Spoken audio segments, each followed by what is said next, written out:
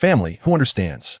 I traveled to the Spirit Hall and was forced by Bibi Dong to go undercover at the 7-treasure Glazed tile school. When I awakened my martial soul, Su Yuntao mistakenly thought the red sky sword was a useless martial soul, but the crystal ball detected my innate full soul power and unexpectedly granted me a twin martial soul. This start is too thrilling. Let me tell you, when that broken crystal ball lit up in my hand like a nuclear bomb, everyone was dumbfounded. That guy named Su Yuntao had his eyes bulging wider than copper bells, repeating just 2 words, strange. Strange. I was so pleased at that moment. It was simply incredible. But to talk about this, I have to start from 3 days ago. Jiang Yu, a glorious traveler. Let me tell you, I have great luck. I open my eyes in the Spirit Hall, and the Pope Bibi Dong is like my half-mother. Life was good. I just had to open my mouth for food and stretch out my hand for clothes. If I was thirsty, cough. Anyway, it was top-tier VIP treatment. My senior sister, Hulaina, looked after me every day, and life was quite pleasant. But good times didn't last long. 3 days ago, I was just about to cuddle with my senior sister when the door was suddenly kicked open with a loud bang. Good heavens, Bibi Dong personally arrived, and without saying a word, dragged my senior sister out. Then, she had a candlelight chat with me that lasted all night. What do we talk about? The core idea was simple. She wanted me to go undercover at the 7-treasure Glazed tile school. I was stunned. I said I wouldn't go. Historically, undercover agents never had a good ending, and my delicate body couldn't handle that kind of turmoil. Guess what happened next? Without saying anything, Bibi Dong crushed a passing cockroach into a molecular state right in front of me with her soul power. Family, who understands? I immediately changed my mind. I said, for the great cause of the Spirit Hall, JiangYu must comply. Actually, I was just being cowardly, but I had to find a way to save face, right? So, with a heart full of please don't pick me, I arrived at the recruitment site of the 7-treasure Glazed tile school. The scene was packed with people, all aspiring soul masters chasing their dreams. I blended into the crowd, aiming to keep a low profile. Soon it was time for identity verification, and let me tell you, my palms were sweaty. My household registration certificate, specially provided by the Spirit Hall, was a high-quality counterfeit. Watching the guy in front of me get dragged away for having a fake document, my heart was almost about to explode. When it was my turn, I expressionlessly handed over my documents, silently reciting, "Don't see me," 100 times in my heart. The person in charge checked it, looked at it, and surprisingly let me through. Phew, my anxious heart finally relaxed. Once I calmed down, I had time to look around. Good heavens, this place was extravagantly rich. It practically blinded me. The large pagoda in the middle of the square was made entirely of gemstones. Shining brilliantly, it was clear they were incredibly wealthy. I instantly understood why Bibi Dong was so wary of them. Their financial power was terrifying. After everyone had completed their identity verification, the large door at the end of the square opened, and a group of people walked out. The leader, looking as handsome as a star, was elegant and easygoing, introducing himself as Ning Fengji. As soon as he spoke, the young girls below were mesmerized. Next came the main event, the martial soul awakening ceremony. Guess who was in charge? Someone from the Spirit Hall. The leader was called Su Cha, and he had a familiar face. Behind him, Su Yuntao, the legendary blind-eyed God King. Everyone who awakened a martial soul through him was either a God King or a loser. Seeing him, I immediately felt reassured. The ceremony began, and the guys from the Spirit Hall all activated their martial souls. There were lone wolves, fire wolves, and ghostly wolves. Let me tell you, the most ridiculous part was when I actually heard someone shout, "Husky, activate." I nearly couldn't hold back my laughter. Truly, anything could be a martial soul these days. The first few batches of kids awakened all sorts of odd martial souls: bricks, stools, blue silver grass, all useless martial souls, eliminated on the spot. I was delighted, thinking at this rate, I might be safe and could head back home to continue my leisurely life. JiangYu. It was my turn. As I stepped forward, I heard several elegantly dressed little kids whispering nearby, saying things like "dressed so shabby, clearly a commoner, and definitely won't awaken a good martial soul." Why would I care about them? Ridiculous. The one awakening me was exactly that brother, Su Yuntao. With an honest expression, he had me stand in the center of the array and began to inject soul power. Let me tell you, that feeling was warm and more comfortable than a spa. Then, I felt the power within me surge toward my right hand. As the golden light dissipated, I opened my palm, and there lay a plain, even somewhat rusty, iron sword. Just when I thought I could leave as planned, I caught a glimpse out of the corner of my eye at the sword's body, where 2 small characters were engraved: Red Sky. My mind went buzz. The Red Sky Sword. That is a famously powerful sword from our Chinese history. It was used by Liu Bang, the founding emperor of the Han Dynasty, to slay the white serpent during his uprising.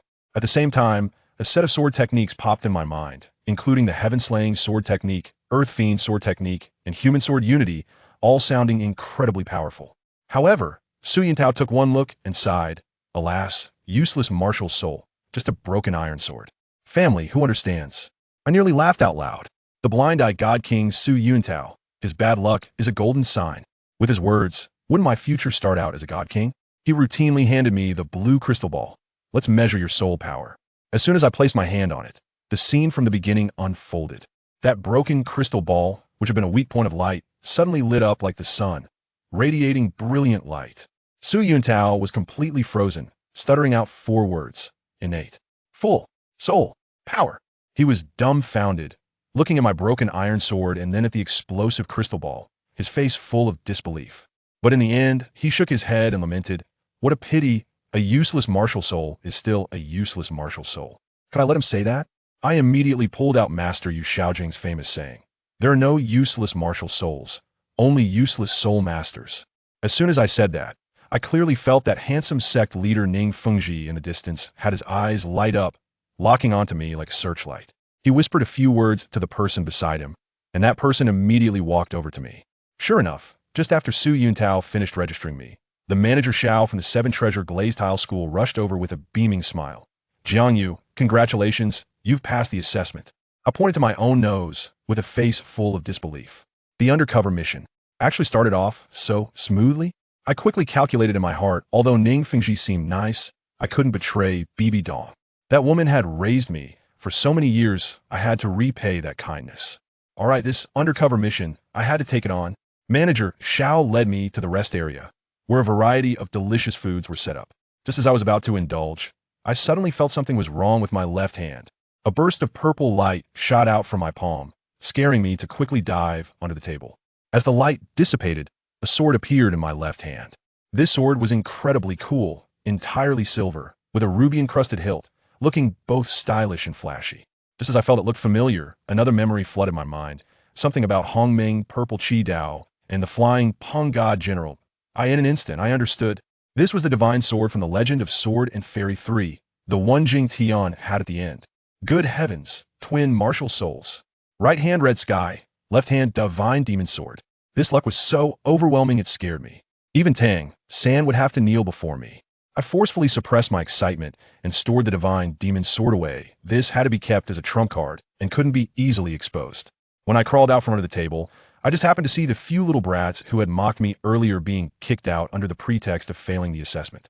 I knew full well that this was definitely Ning Fengji trying to win me over. This guy really knows how to play his cards. As soon as the recruitment ceremony ended, I was taken aside by Xiao Guanshi and headed straight to the Qibao Hall. The Grand Hall was as resplendent as a royal palace, with guards stationed at the entrance exuding an intimidating aura, clearly tough characters. After passing through several large doors, I surprisingly ended up in a dining hall. At a huge long table sat 4 people. At the head of the table was Ning Fengji, flanked by 2 old men, one in a white robe looking stern, and the other in a gray robe looking thin, both radiating strong presences. And there was also a little girl about 5 or 6 years old, dressed in a white princess dress, looking like a porcelain doll. She jumped off her chair and pointed at me, asking in a baby voice, "Daddy, is this the genius you said with innate full soul power? Doesn't look any different to me." Ning Fengji immediately put on a stern face. "Rong Rong, no rudeness." "Ning Rong Rong." My heart skipped a beat. The little girl in front of me is the future willful little witch. To be honest, I'm really not into this kind of Sunder princess. I prefer someone like Zhu Zhuqing, who is cold on the outside but warm on the inside. The 2 old men beside her immediately started defending her, one saying, "Fengji, don't scare Rong Rong," and the other adding, "Exactly, our little Rong Rong is precious." Ning Fengji looked helpless, clearly at a loss with these 2 lively old men and his precious daughter. He turned his head and resumed his gentle smile, saying to me kindly, "Xiaoyu, don't mind, my daughter has been spoiled by me." I quickly waved my hand. "Uncle, it's fine, I'm not angry." Ning Fengji looked at me with more satisfaction and smiled. "Good child. You haven't eaten enough, have you? Come over and have some more food. Let me tell you, this meal was like a grand banquet plus version." Ning Fengji was truly enthusiastic, personally serving me a bowl of abalone chicken porridge.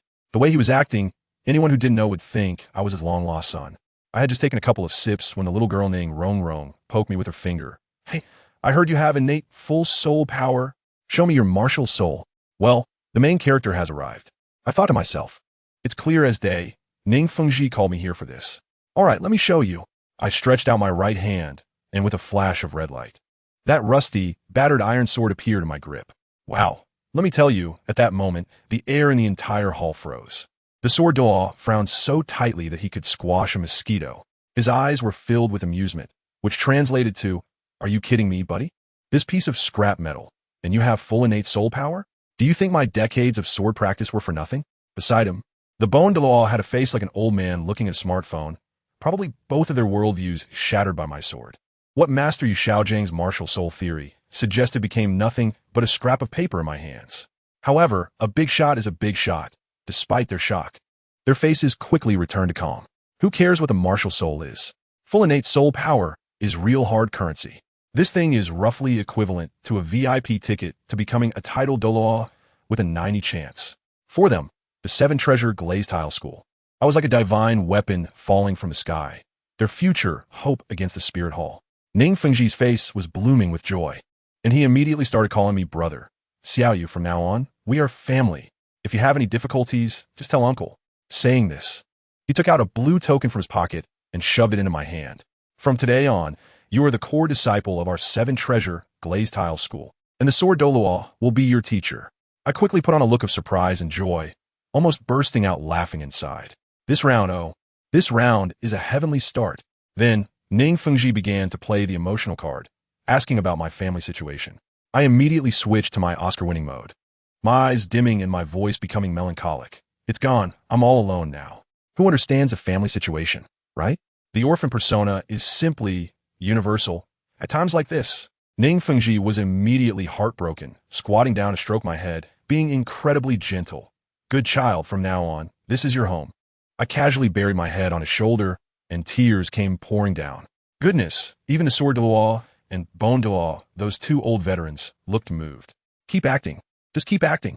After finishing the meal, the sword Douluo didn't say a word and directly took me out to hunt for soul rings. Let me tell you, that scene was incredible. When he unleashed his martial soul, a 2-meter-long giant sword, the 7-killing sword, appeared out of thin air, with 9 soul rings swirling around. Yellow, yellow, purple, purple, black, black, black, black, black, so dazzling that it almost blinded me. He chanted a few incantations, and the sword suddenly grew larger. Then he wrapped an arm around me and flew with the sword. Wow, I experienced a real-life fantasy adventure. It felt amazing. In the blink of an eye, we arrived at the Sunset Forest. The sword Douluo was exuding an aura of dominance. "Kid, tell me, what kind of soul ring do you want? Feel free to choose. I'll get it for you. I have long thought about it. It must be fire attribute. My Chixiao Sword, as the name suggests, is related to fire. I have to give it a try." As I walked over, the soul beasts around saw the sword Douluo and ran away faster than rabbits, as if they had seen a ghost. Various mandala snakes and hell wolves parted ways for us in groups. After searching for a while, I finally locked onto a target. A large snake, entirely fire red and as tough as rock, over 5 meters long, looked fierce. I pointed at it and said, "Predecessor, it's this one." The sword Douluo took a glance and frowned again. "Red steel snake? You have good taste. It has dual fire and steel attributes. But you should choose another one. This one is over 500 years old. Your first soul ring's limit is 423 years. Absorbing it would result in your body exploding." 500 years? Hearing this, I was not scared at all, but rather more excited. Come on, who am I? A transmigrator. Tang San can absorb soul rings beyond his level. Why can't I? He is Xintian Gong. I have Hongming Purple Chi, although I haven't practiced it yet. I can't lose my protagonist aura. Fortune favors the bold. Let's do it. My attitude was incredibly resolute. "Senior, I have made up my mind. This is it. Please take action." The sword Douluo looked at me with a gaze that seemed to be stunned by my reckless determination, and he didn't try to dissuade me any further. He directly charged forward with the 7-killing sword in hand. The red steel snake wanted to escape, but under the pressure of the sword Douluo's killing intent, it couldn't even move. It panicked, flames erupting all over its body, and its scales shot towards the sword Douluo like rain of fire. Guess what happened? The sword Douluo couldn't be bothered to dodge. He simply swung his sword casually. First soul skill, Sword Chi Storm. The torrential rain of fire instantly turned to ash. The remaining sword energy pierced through and directly bisected the giant snake. Instant kill. Is this the power of a titled Douluo? It's outrageous. He threw me a dagger and told me to finish it off. To be honest, as a modern-day otaku, I had never even killed a chicken. And now I had to kill such a huge snake. My hands were trembling. Seeing my hesitation, the sword Douluo coldly said, "The world of soul masters is one of slaughter. If you don't even have the courage to swing a sword, you might as well go back." These words instantly awakened me. Right, this isn't a peaceful era. This is a world that devours people. If you don't kill, you will be killed. The notion of a saintly heart here is just a joke. My expression changed, and I grabbed the dagger and charged forward, stabbing fiercely at the snake's head. Soon, a yellow soul ring floated up from the snake's body. I quickly sat cross-legged and began to absorb it. Let me tell you, when the power of that soul ring rushed into my body, it felt like all my bones were about to fall apart. The pain was so intense that I almost passed out on the spot. But I gritted my teeth and didn't make a sound. And the sword watched from aside with a gaze full of approval. I don't know how long it took, but that tearing pain finally passed. I suddenly opened my eyes, feeling a surge of power throughout my body. I did it. I couldn't wait to summon my martial soul to see my first soul skill. But then, an unexpected change occurred. As soon as my broken iron sword came out, with a duong, all the rust instantly fell off, and countless golden rays burst forth. The originally broken sword transformed into a peerless divine weapon inlaid with colorful gems and exquisite jade. On the blade, the two characters turned into pure gold, exuding a chilling light, looking incredibly handsome. The sword Douluo was completely stunned on the spot, mumbling, "What is going on?" I was overjoyed inside. I had bet right. The legendary Chixiao Sword of Liu Bang only revealed its true form after slaying the white snake, and I have slain the red steel snake, achieving the same effect. Suddenly, Sword Douluo heard me muttering about the Chixiao sword, and he looked as if he had been struck by lightning. His face changed dramatically, and his voice began to tremble. "Kid, did you say your martial soul is the Chixiao sword?" I nodded. The next second, this old man in his 90s burst into tears and choked out, "Oh my God, I can actually see the Chixiao sword with my own eyes. The martial soul that ranks first among the top 10 swords in the world, known as the King of Swords. After more than 3,000 years, it has finally appeared again." I was completely dumbfounded at that moment. What the heck? The #1 sword martial soul in the world? The Emperor of Swords? Only then did I realize that over 3,000 years ago, the #1 sect on the continent was called the Chixiao Sword sect, which later declined because no one could awaken the Chixiao Sword. The 7-killing sword from Sword Douluo's family could only rank 3rd on the legendary leaderboard. Wow, I was completely elated. The #1 weapon martial soul in the world. What is Tang San's broken hammer worth? What is the blue-silver emperor worth? How will he act so arrogantly in front of me in the future? I couldn't help but burst into laughter. Sword Douluo slapped my head. "What are you laughing at? Come on, use your first soul skill on me. Let me see its power." I still feel a bit embarrassed. "This isn't good. What if I hurt you?" He glared at me. "If you can hurt even a single hair on me, I will withdraw from the Soul Master world on the spot."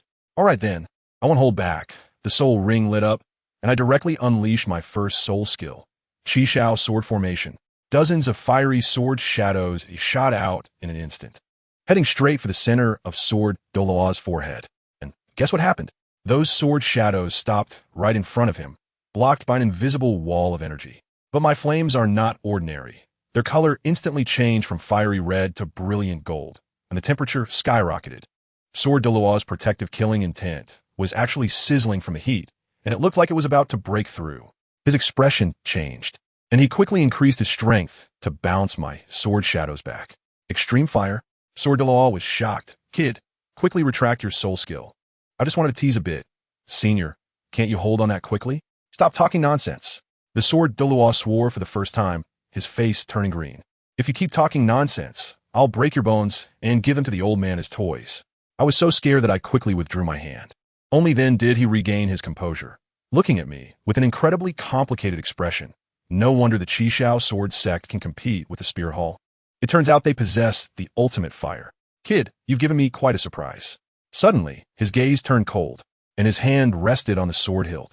"Now, swear in front of me that you will forever be loyal to the 7-treasure Glazed sect and never betray it." I felt a jolt in my heart. Oh no, I'm an undercover agent. How can I swear now? But looking at his demeanor, if I say anything negative, I'll be done for today. In a flash, I came up with an idea. I raised my hand and solemnly swore. I, JiangYu, vow to forever be loyal to the 7-treasure Glazed Tile School and will never do anything to harm the sect. Hee hee. I replaced betrayal with harm. Wordplay. I'm a pro at this. As long as I don't take action myself, it doesn't count as breaking the oath. The sword Douluo nodded in satisfaction. And I passed this test. He also asked me to give my ultimate fire a name, and I blurted out, Imperial Fire, the sword of the Emperor. Matched with the fire of the Emperor, no problem. Back at the sect, the sword Douluo directly pulled me into the 7 treasure hall. In no time, Ning Fengji and the Bone Douluo rushed out in a hurry, looking as excited as if they had won the lottery. I revealed the brand new Chixiao Sword, and Ning Fengji was instantly overjoyed. Even Bone Douluo, whose icy demeanor had remained unchanged for 10,000 years, couldn't hold back. I even saw him sneak a glance at Sword Douluo, his eyes full of schadenfreude, probably calculating his heart. Haha, old man, look at you today. Once this kid grows up, let's see who still dares to say you're the #1 sword in the world. At that time, it'll be your turn to get beaten up. Family, who understands? I just love watching this kind of love and hate drama between the old-timers. Alright, let me summarize my month-long undercover life for you. On June 1st, I successfully infiltrated the 7-treasure Glazed Tile School and became a core disciple. The first step of my plan was perfect. On June 3rd, after absorbing the soul ring, my soul power skyrocketed to level 13. Sword Douluo began to teach me everything. From distraction control to the 7-killing sword technique, I was overwhelmed. On July 3rd, the sect's newcomer competition took place, and I took first place without any suspense. However, there were a couple of newcomers worth noting. One named Su Linya, with a martial soul called Purple Lightning Hammer, quite impressive. Another named Lin Gang, with a martial soul called Earth Savage Dragon, also a tough opponent. Besides these two, there were a few other newcomers I had to jot down, like Fang Yuan and Yi Huang. All of them are tough characters. But let me tell you, none of that matters. What's important is that in 2 days, on July 5th, a major calamity in my life was coming. Good heavens, that old sword Douluo said he wanted to check my training results, but instead, he sent his 13-year-old apprentice to spar with me. Can you believe it? A 13-year-old kid with soul power of level 29. Is that reasonable? It's not reasonable. His martial soul is called Chixiao Sword, and it's just incredibly powerful. What was the result? Do I even need to ask? I was pinned to the ground and got a beating. At that moment, I realized, looking up at Sword Douluo's face that couldn't hide its wicked smile, I understood. Old man, you set me up. You're definitely jealous of my damn talent. Those who are not envied are mediocre. I understand. I get it. Just when I was bruised and questioning my life, Ning Rongrong actually appeared. Let me tell you, at that moment, she was holding a healing ointment, and behind her seemed to shine with holy light, like the goddess Athena descending. What happened next? Family, who understands? 1 second, she was like the Virgin Mary. The next, she turned into a little devil clown. She mixed itching powder into my medicine. I exploded, this little witch. 3 days without a beating, and the roof would be lifted. I directly grabbed her and gave her a good spanking, making her cry and shout that she would tell Ning Fengji and the old sword Douluo to come punish me. The next day, I was on edge, and guess what? She didn't tell on me. Hey, this little girl has 2 faces. So, half a year passed, and I had established a rivalry with Ning Rongrong, constantly battling wits. Almost like a sect version of Tom and Jerry. She put chili powder in my porridge, and I added mustard oil to her water cup. We both had our victories. But to be honest, through all this, our relationship actually got closer. I found out she was just a spoiled little brat, not bad-hearted. Of course, that thought vanished the moment I drank that bowl of chili porridge. Another half a year passed, and I finally mastered the 7-killing sword technique and the 3 aperture control heart. During this time, I accidentally fell into an awkward position while practicing with Ning Rongrong. And ever since then, our relationship became, in the blink of an eye, it was the end of May the following year. And the next day was Ning Rongrong's martial soul awakening day. I had just hidden my undercover diary when I heard a knock on the door. I opened it, and lo and behold, it was Ning Rongrong. This little witch came to my place in the middle of the night. What was she doing? She said there was a meteor outside and specifically came to invite me to watch it together. I was dead tired, and I almost said roll, but instead, I told her I was going to sleep, and she should go watch it herself. But then this little witch jumped onto my bed, grabbed my hand, and pulled it onto her, threatening me that if I didn't accompany her to watch the meteor, she would accuse me of harassment. What else can I do? I ended up with something like this. I can only yield and go out with her. We arrived at a small patch of grass, and suddenly this girl became emo, starting to worry about awakening her martial soul tomorrow, afraid her talent wouldn't be good enough, and worried that Ning Fengji wouldn't love her anymore. I thought to myself, isn't this just unnecessary worry? At that moment, I casually pulled up a few strands of blue silvergrass and made her a grass ring, fooling her into thinking that wearing it would guarantee her innate soul power to be level 9. She said, "You're lying," without even preparing a script. But her hands were quite honest as she snatched it from me and put it on. Just as we were bickering, I tell you, something outrageous happened. A huge purple shooting star actually fell from the sky, and it was coming straight for us. I exclaimed, "What the heck? Does this shooting star have GPS navigation?"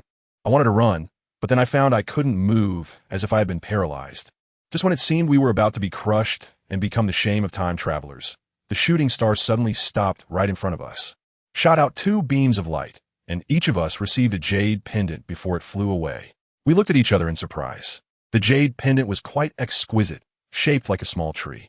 That silly girl Ning Rongrong thought it was a gift from the heavens, but when I took a pair, I realized that these 2 jade pendants could combine into a complete one. As soon as I put them together, the pendants started to glow, and 2 green dots shot into our bodies, then separated with a snap. In that instant, I felt as if an indescribable connection had formed between Ning Rongrong and me. I'm familiar with this script. It's from Sword and Fairy 3, right? Jing Tian and Shui Jian? Whatever. As long as the cheat comes, who cares where it came from? In the blink of an eye, it was the next day, the Soul Master Awakening ceremony. The scale was grand, with Ning Fengji, Sword Douluo, and Bon Douluo all presiding over the 7 treasure pavilion. The first few dozen disciples awakened their powers. Their talents were decent, but nothing surprising, until a girl named Lin Jing appeared, looking quite impressive, and immediately threw me a flirtatious glance. She awakened a Earth Barbarian Dragon martial soul with innate soul power at level 8, and Ning Fengji couldn't hold back a smile at that moment. Then, the main character made her entrance. Ning Rongrong walked confidently onto the stage in a blue dress.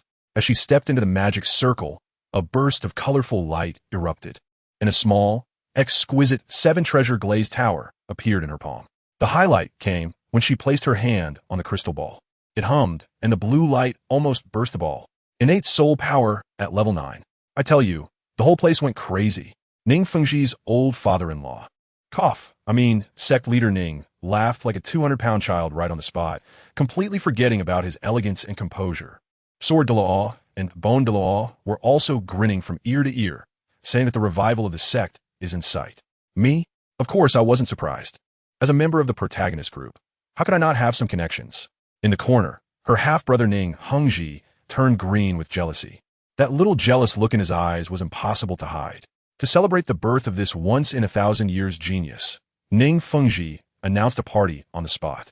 Various old beast meats were barbecued right there, like tender rabbit and powerful magic cow meat, making my mouth water. I was hiding in the corner, gnawing on a rabbit leg, when that Lin Jing brought over 2 glasses of wine, saying she wanted to communicate and get closer to me. Before I had a chance to refuse, Ning Rongrong rushed over like a protective little hen, blocking Lin Jing, and said in a cool manner, "He doesn't like drinking alcohol. He only drinks milk, and it has to be freshly squeezed." Saying that, she directly handed me a cup of milk. What could I do?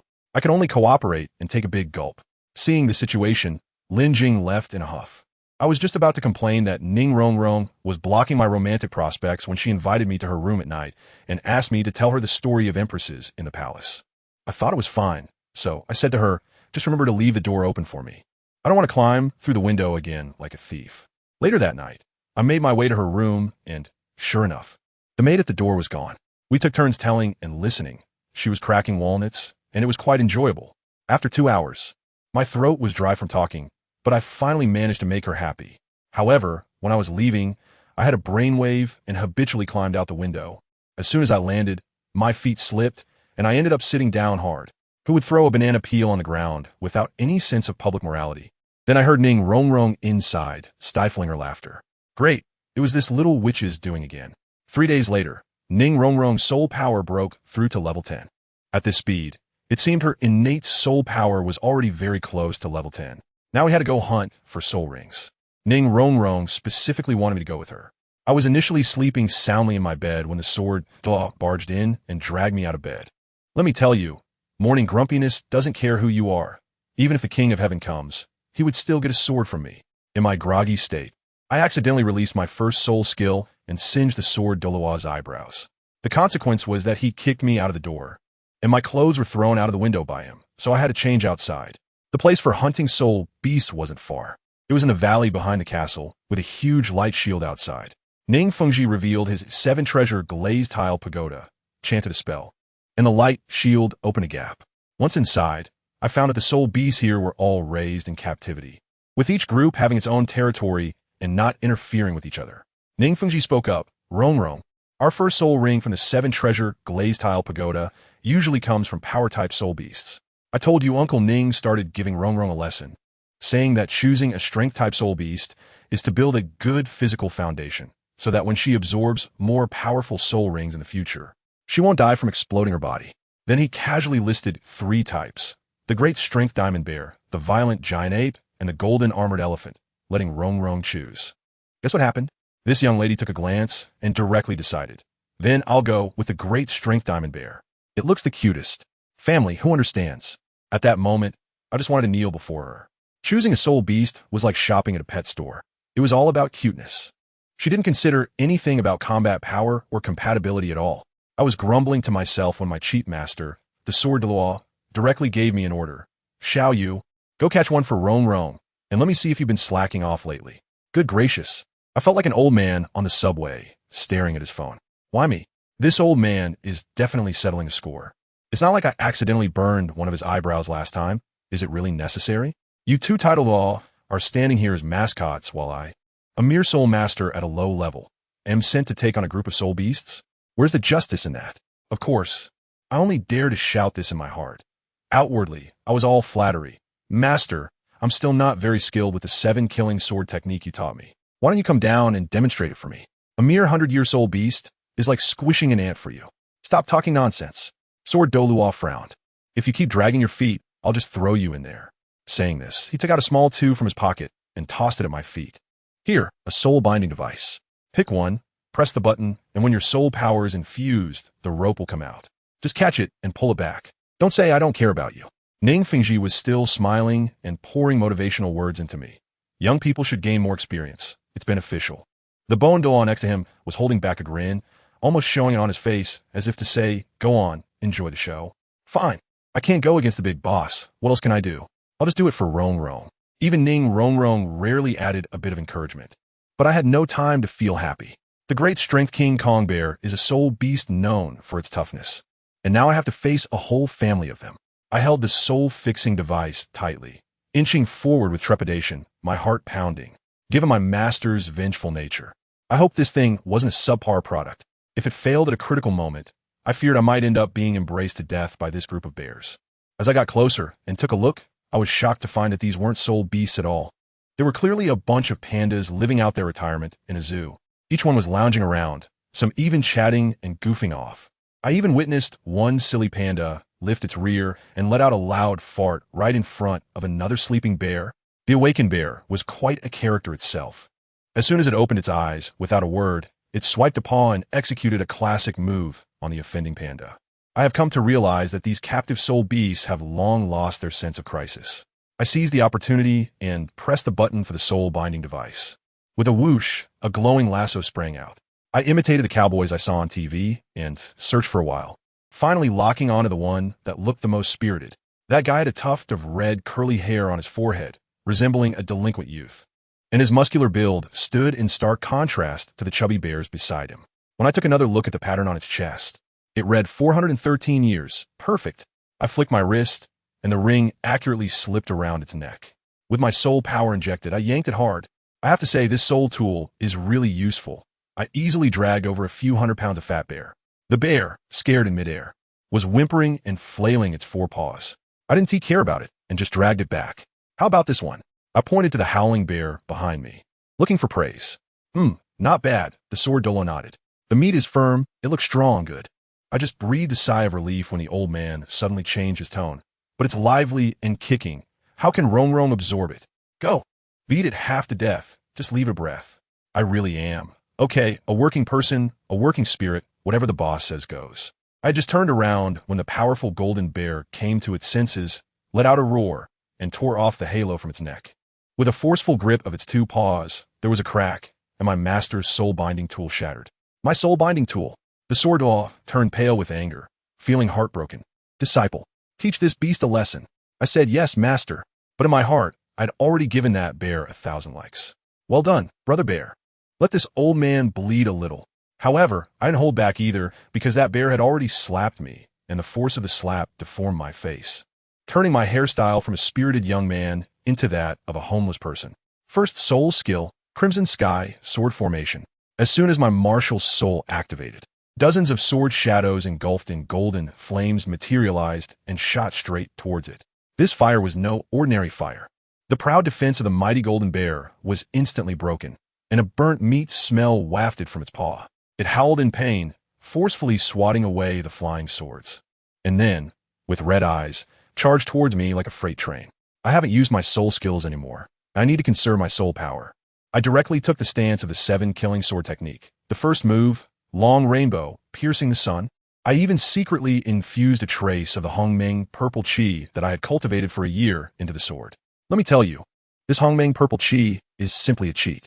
Although I have just started, my physical fitness is already incomparable to what it was a year ago.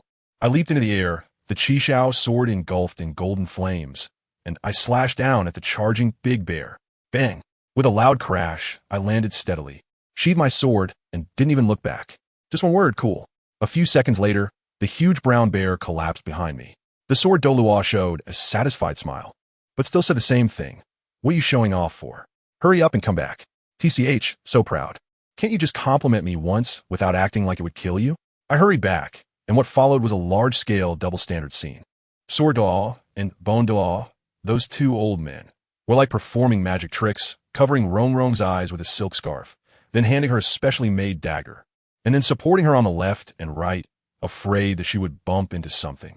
I was so angry that I was trembling. Why didn't I get this treatment when I was struggling there just now? I'm just a kid too. The two old men supported Rongrong's hand and delivered the final blow to that bear. A circle of yellow soul rings appeared, and the Bone Douluo even dispersed the smell of blood. Rongrong sat cross-legged and began to absorb the soul ring. The process was very painful. Her little face turned pale, and it looked like she was about to cry out. I quickly said from the side, "Hold on, it will be over soon." I felt the same way the first time. Hearing my voice, she actually quieted down, gritting her teeth and not making another sound. Before long, the soul ring was successfully absorbed and was placed on the first layer of her 7-treasure glazed tile. When the sword Dalu removed her eye mask, she looked at the yellow halo that had appeared on her martial soul with curiosity. Ning Fengji walked over and gently explained, "Rongrong, this is called a soul ring. From now on, you are a true soul master." I was more anxious than anyone else and leaned in to say, "Hurry up. Let me see your soul skill." "Sure." Ning Rongrong also got excited, raised her treasure tower, and chanted, "7 treasures are famous. First, strength." A beam of colorful light fell on me, and I instantly felt my strength surge by 30%. No wonder it's the #1 support martial soul in the continent. I sincerely admired it. But then this little witch stared at me and said softly, "It's a pity my martial soul has no attacking power. Otherwise, I could hit you." I was speechless. What was even more outrageous was that the two people next to me, who were also banned from competing, were grinning and stirring the pot. "Rongrong, don't be afraid. If you want to fight him, just tell Grandpa Jian, and Grandpa will help you deal with him. And I will help my baby Rongrong too." I suddenly felt that this undercover job was getting a bit hard to continue, and I even started to miss the days in the spirit hall, lying on teacher Bibi Dong's lap, listening to stories. A few days later, the sect held a big event to select guardian partners for Ning Rongrong and the other direct descendants. In simple terms, it was about choosing a lifelong battle partner, which would likely develop into a marital relationship in the future. Once this news came out, all the outer disciples of the sect went crazy. This was a golden opportunity to transform from a wild chicken to a phoenix, with the spotlight finally on me. The square was packed with people. The sect master, elders, protectors, and all the high-ranking officials were present. The scene was like a grand meeting, and the leader spoke for over an hour, making me doze off. The competition rules were simple and brutal. 3,000 people competing for 100 spots. In the first round, it was a free-for-all, and defeating 10 opponents with soul power not lower than yours would count as advancing. I stood there for half a day without anyone daring to challenge me. Of course, with the title of the sword fighting Daluo's direct disciple, who would want to seek humiliation for no reason. On the high platform, Ning Fengji looked at me and smiled, asking sword fighting Daluo, "Uncle Jian, I've wanted Xiao Yu to be Rongrong's partner for a long time. Why do you insist on having him participate in the competition?" My master stroked his beard with a solemn expression. That kid is prone to arrogance and needs to be disciplined. Besides, if he can't even defeat his fellow disciples, how will he compete with those from the Spirit Hall's golden generation in the future? Goodness, so he was waiting for me here. He also revealed to Bon Douluo that he plans to throw me into a hellish place called the Earth Fire Rock Valley for special training a while. I certainly had no idea that I had been clearly arranged and was still waiting for my opponent on the field. Finally, a guy stepped forward. Chun Tong, Wuhuan Green Vine Giant, a level 16 attack type, Soul Master. When his Wuhuan manifested, I almost couldn't hold back my laughter. He was covered in green, with his hair and skin turning green, looking like a shrunken version of a Hulk. Sorry, I held back my laughter and said, JiangYu level 16, please give me your guidance. He seemed used to it and said helplessly, come on. As soon as he finished speaking, several thick vines lashed out towards me. I didn't use any soul techniques at all. With a surge of power from my legs, my figure flashed, and relying on the enhanced speed from the primordial purple energy, I instantly rushed to his front. He only felt a blur before his eyes. The vines had shattered all around, and my sword was already resting on his neck. I lost. He had a look of disbelief on his face. I easily handled it. This is called Dimension Reduction Strike. Next up is my personal show, one after another, just like chopping vegetables, and soon I gathered enough 10 heads.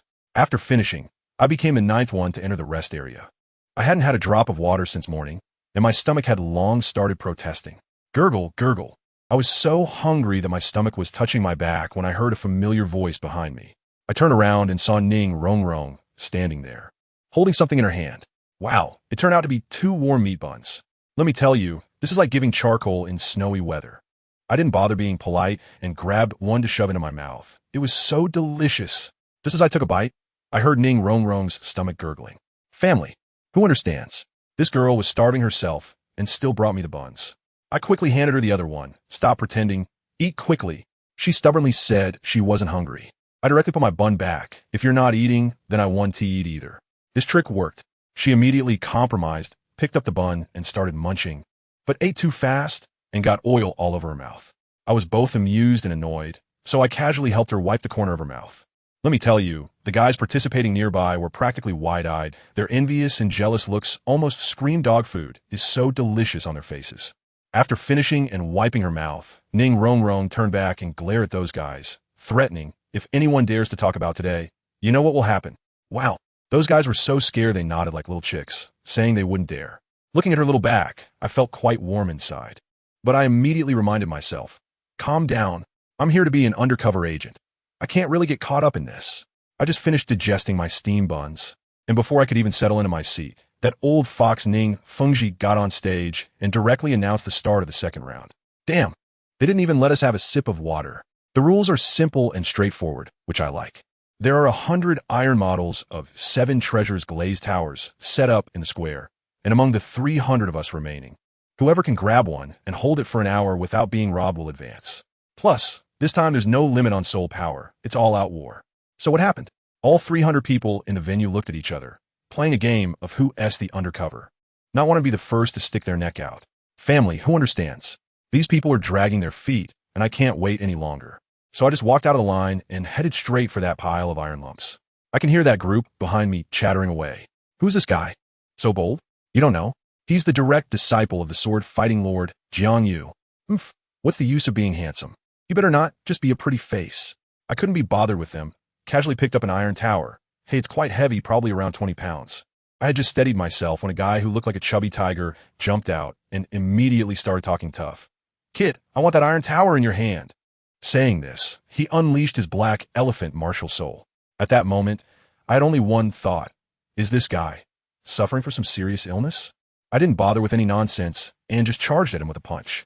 Whoosh, that guy went flying, performing an aerial stunt, landing far away. Come on, what do you think I've been eating and drinking since I was a kid? My physique can't be that of an ordinary person. The whole place fell silent. Just a moment ago, they were calling me a showpiece, and now their mouths were agape like they could fit a chicken egg in. Just then, a guy in a black cloak emerged from the crowd, looking quite handsome and exuding a strong presence. He introduced himself. Xiao Fan, Martial Soul, Ice Cold Fire. Level 16 Agility Attack System. Please give me your guidance. Wow, that name, that Martial Soul, that entrance.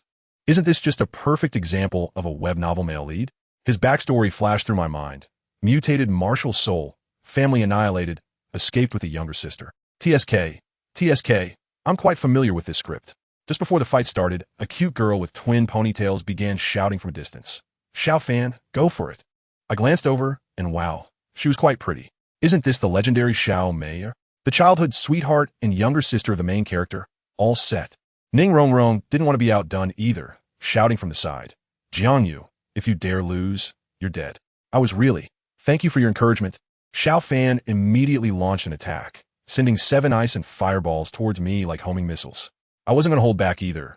I swung my Chixiao Sword, and 7 fire swords met them head-on. He had a backup plan, trying to freeze my sword with cold air. I just laughed. Playing with fire? Little brother, you're a bit too naive. With a thought, I broke through. My fire swords instantly melted the ice, cutting off all his escape routes. That guy was straightforward and directly admitted defeat, saying, I lost. Not bad. I appreciated him a bit. After this fight, no one dared to provoke me anymore. I just held my iron peace and watched the show from the sidelines. The chaos behind me was something else. Everyone pulled out their best tricks to vie for spots. By sunset, the 100 spots were finally filled. The last step was pairing up. 100 auxiliary system direct disciples, and our 100 qualifiers could form teams freely. I was exchanging glances with Ning Rongrong when suddenly an extremely stunning cousin of hers named Ning Yufei burst in. She got straight to the point. Hey, handsome, pick me, okay? She even bent over deliberately. Wow, that cleavage was deep. I thought to myself, this trick won't work on me. Cease. I directly rejected it. Sorry, I'm taken. As soon as I finished speaking, Ning Rongrong dashed over like a little cannonball. No doubt about it. He's mine. You're too late. Once that cousin left, I deliberately teased her. Who said we agreed on that? This little girl got so mad her cheeks puffed up. No way. You're mine. You're not allowed to team up with a busted girl. Ha ha ha. In the end, we still shook hands and officially formed an alliance. As a result, she immediately gave me a title, Exclusive Meat Shield. All right then, a meat shield it is. That night, this girl insisted on dragging me to her room for a private feast. The meat of the soft-bone rabbit was incredibly delicious. We were just messing around, even competing to spit out grape seeds, making a huge mess in the room, and almost got killed by her maid's glare. Anyway, we kept this up until late at night. The next morning, my door was kicked open with a loud bang. I was about to curse, but when I looked, it was my cheap master, Sword de Law. Great, I swallowed back my curse. Without saying a word, he grabbed me and said we were in Notting City. At that moment, my heart sank. Oh no, could my undercover identity have been exposed? But he didn't even enter the city. Instead, he took me flying to a desolate volcano. Once we arrived, he said, this is called the Earth Fire Rock Valley. You'll practice here. When your soul power reaches level 20, I'll come back to get you. After saying that, he tossed me a storage ring with food, drinks, and supplies, and a glowing rock. Then he just flew away. I was standing in the wind, feeling a bit disheveled. No, how should I respond? Should I call or send a WeChat message? This old man is really unreliable. There's no choice. I'm already here. This terrible place, the ground suddenly spews fire. Like a minefield. I found a safe spot to pitch my tent and fell asleep immediately. The following days were just a monotonous cycle of training, and more training. After a month, my soul power had indeed risen to level 17. But practicing swordplay every day was incredibly boring. I tell you, I swung my sword thousands of times each day, and it felt like my arm was about to develop its own ideas and run away from home. Just when I was about to master my skills, I suddenly heard someone talking. Xiao Wu, let's go check out the front. Bro, slow down. Good heavens. I was startled. Xiao Wu, Tang San, what are they doing in this godforsaken place? I quickly put away my sword, and 2 people popped out from behind a rock. But they weren't who I expected. Just a pretty muscular guy paired with a fiery red-haired girl. My heart sank for a moment, and I instantly recognized them. Huo Wu Shuang. Huo Wu. That pair of siblings from the Flame Academy gave Tang San a lot of trouble in the original story. The girl had sharp eyes and spotted me immediately. Brother, look, there's someone over there. Huo Wu Shuang's gaze, let me tell you, was like he was looking at some rare protected animal, full of confusion. Whose kid is this? He looks so innocent. How did he end up in this creepy place? Family, who understands? My appearance is just too deceptive. He walked over, forcing a smile that he thought was friendly. But to me, it was even scarier than the fire on the ground. Little brother, what are you doing here all alone? What can I do? Can I still barbecue here? I calmly replied, cultivation. Those 2 words completely stunned him. Cultivation? Here. His expression seemed to say that I must have some kind of problem. He said that as a soul master. He wouldn't dare stay here for long, even with a fire dragon martial soul. And here I was, a little kid with such boldness. His sister, Huowu, immediately started to spill the beans, pointing at her brother and revealing him. When my brother first came here, he was so scared he almost wet his pants. Later, when my parents said they would take him to the Fire Rock Valley, he listened more than anyone. Huo Wuxuang's face instantly turned green, and he hurriedly told her to shut up. It was hilarious. This was purely a broadcast of black history. He cleared his throat and introduced himself. My name is Huo Wuxuang.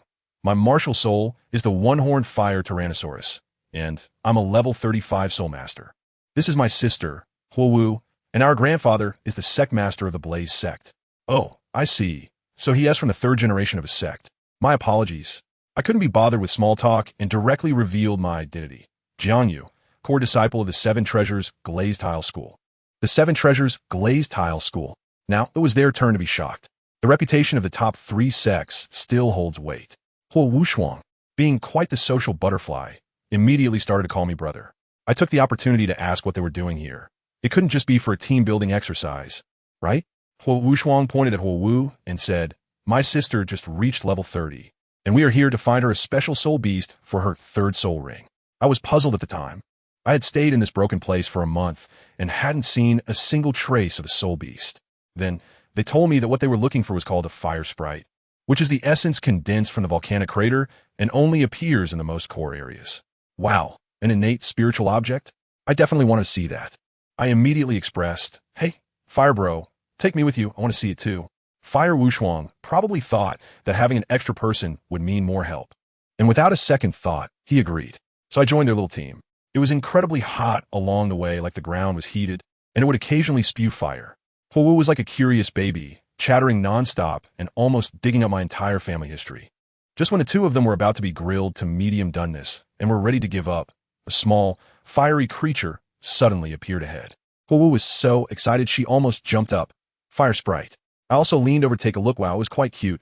It was about the size of a baby, made entirely of flames, with a red gem on its forehead. Huo Wuxuang was analyzing it like a Baidu encyclopedia. There's a gem on its head, 6 ribbons floating by its ears. This is 1,600 years old. Xiao Wu. The age is perfect. It can be absorbed. Huo Wu let out a shout and charged forward, swift and decisive. She directly summoned her martial spirit, and a flame shadow that looked just like her appeared behind her.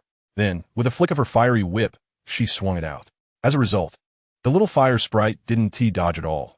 It tilted its head, wearing an expression as if to say, humans are so strange. Just as the whip was about to hit it, a fiery red halo suddenly popped out from its body, and with a bang, it sent the flame whip flying. I realized at that moment, isn't this just the signature soul skill resisting fire ring that Huo Wu later used? So it came from here. This little thing put all its talent points into defense. After failing to land a hit, the fire sprite turned and ran. How could Huo Wuxuang let it escape? He immediately activated his martial soul, transforming into a dragon man covered in dark red scales. With his 3rd soul skill, Golden Scale Fire Dragon, unleashed, his momentum surged as he chased after it. The brother and sister were in perfect sync, simultaneously using their 2nd soul skills, launching 2 fireballs of different colors to flank the sprite. One had a locking effect, while the other had an explosive effect, working together seamlessly. With a loud bang, the fire sprite was blown away, but it rolled on the ground, completely unharmed, perfectly defended by that halo. Huo Wuxuang was also fired up, directly using his 1st soul skill, turning himself into a massive fire wheel and barreling towards the fire sprite. At that moment, I thought, bro is cooked.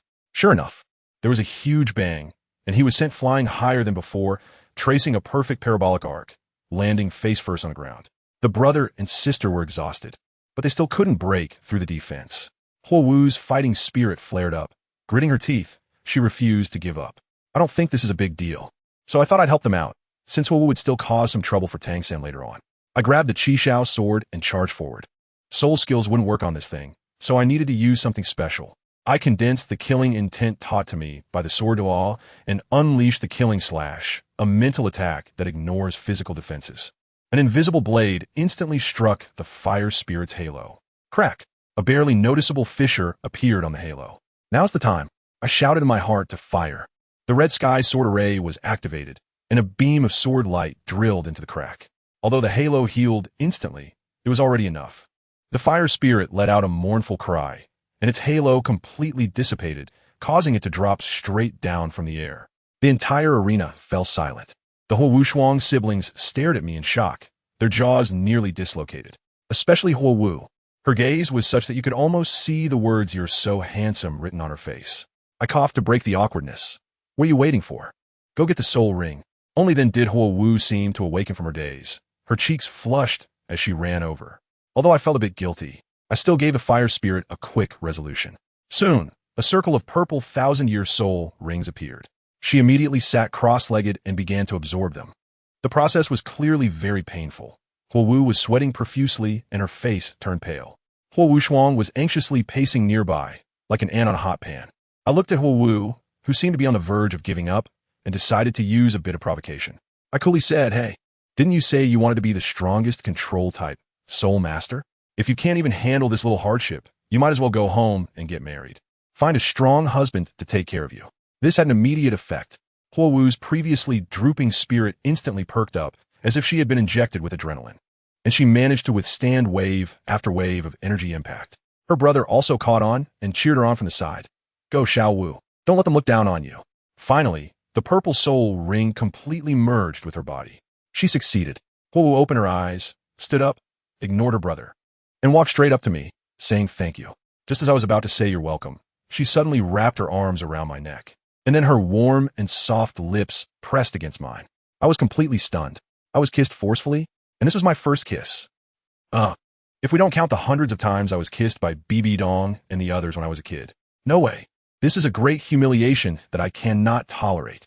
How can a grown man be taken advantage of by a little girl? I immediately turned the tables and took the initiative. After a few seconds, Huo finally pushed me away, her face flushed and breathlessly said, "I didn't expect you to be such a dirty rogue." I laughed. "You started first. This is just a matter of reciprocity. I can't let you, a girl, suffer a loss. Now we're even." This was my first kiss. How can that be considered even? Who isn't? I looked innocent. "Do you know that you're scaring me like this? I'm still just a kid." "Kid?" Huo looked skeptical. "The way you did it just now was anything but childish." Just as we were bickering, Huo suddenly rushed over, grabbed my hand, and had a serious expression. "I don't care. You kissed my sister, so you have to take responsibility. Be my brother-in-law." Huh? I was stunned. A kiss, and now I have to get married? What kind of ridiculous logic is this? Huo was also anxious and told her brother to let go. But Huo was still mumbling. "This is for your own good. This kid has high talent, a strong background, looks decent, and you like him. Just knock him out and take him home, and let us make it happen." I was taken aback and couldn't help but comment. I say, "You two are doing a comedy act, right? If I didn't know better, I'd think you came from the Yin Society." To my surprise, Huo proudly replied, "The Yin Society? Oh, you mean that small sect? Their leader, surnamed Gu, comes to our Chihuahua sect every year to deliver gifts." Wow, I can't believe there's really a Yin sect in this world. Has Boss Gu expanded his business to another world? I feel like my worldview has been slightly shaken. I shook my head, too lazy to argue with this pair of clowns any longer. "All right, since you've got your soul ring, I advise you to hurry up and take your brother home. This place is not somewhere you should be staying." I tell you, as soon as I finished speaking, that little hot-tempered Huo instantly got angry. Wow. She immediately switched to her Tsundere mode. "Who does that little brat look down on? You can stay, but I can't." After saying that, she put her hands on her hips and tilted her chin at her brother. "Brother, we're not leaving. We're practicing right here. I have to prove it to him." Her brother, Huo, looked like his face had fallen apart in an instant, looking like a bitter melon. I could tell he didn't want to stay in this godforsaken place for even a second, but he couldn't resist his sister's spoiled behavior. In the end, he could only grit his teeth and agree, while trying to put on a calm facade. "Don't worry, little Wu. Brother will protect you." I was almost laughing out loud inside. "Dude, your legs were shaking like a sewing machine just now. I saw it all. Fine, if you want to stay, just don't bother me." I went back to practicing my sword. Can you believe it? Just like that. A few months passed. The three of us somehow ended up living a strange cohabitation in this desolate place. One day, as usual, I finished my sword practice and was all sweaty, preparing to take a bath in a cave we discovered recently. Inside that cave, it was incredible. It was actually a natural hot spring. I quickly stripped down to just my shorts and jumped right in. The water temperature was so comfortable with a lot of mist. It felt like a fairyland. I found a comfortable position leaning against a rock and closed my eyes to enjoy life. Just as I was feeling great, I instinctively stretched, and my hand seemed to touch something soft. I was still puzzled when suddenly a scream that could topple the roof rang in my ears. As soon as I opened my eyes, my soul almost flew away. In the mist, Huo Wu's face, both shy and angry, was less than half a meter away from me. It's over. I'm done for. Even jumping into the yellow river won't clear my name this time. You dirty pervert, she shouted, causing the entire cave to echo. I was really brain-fried at that moment and quickly explained. It's a misunderstanding. It's definitely a misunderstanding. The fog is so thick. I really didn't see you. As a result, she got even angrier, pointing at my hand and saying, "Then why don't you get her dirty hand off?" I just realized it and quickly pulled my hand back, instinctively replying, "The sensation is not bad. Family, who understands?" At that moment, I was purely relying on muscle memory, just speaking the truth. As soon as I said that, I saw that Fire Dance's hair was about to catch fire, and her martial soul instantly manifested, almost boiling the entire hot spring pool. You ruined my innocence. How do you account for this? As soon as I saw the situation, I realized explanations were useless. So I made up my mind and stood up from the water, looking at her with great sincerity. This way, you can look at me as you please. I accidentally touched you just now, so now you can touch me back. I'm a man. I could take a bit of a loss. If you touch me 3 times, we'll call it even. Well, this trick of mine, using magic to counter magic, completely left her stunned. She gasped and covered her eyes, but her fingers were wide apart, and she was still cursing me for being shameless. So how did this end? She didn't touch me, but she didn't let me off either.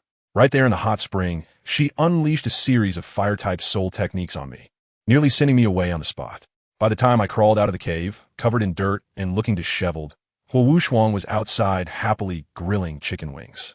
As soon as he saw my thunderstruck appearance and then glanced at Huo Wu, who walked out looking refreshed, his expression instantly changed. It became particularly lewd and understanding. He rushed over, stuffed the biggest bunch of chicken wings into my hands, patted my shoulder, and with a face that said, "Brother, I understand you," he said, "Little you, come on, eat more to replenish your energy. Look at you, you can barely stand.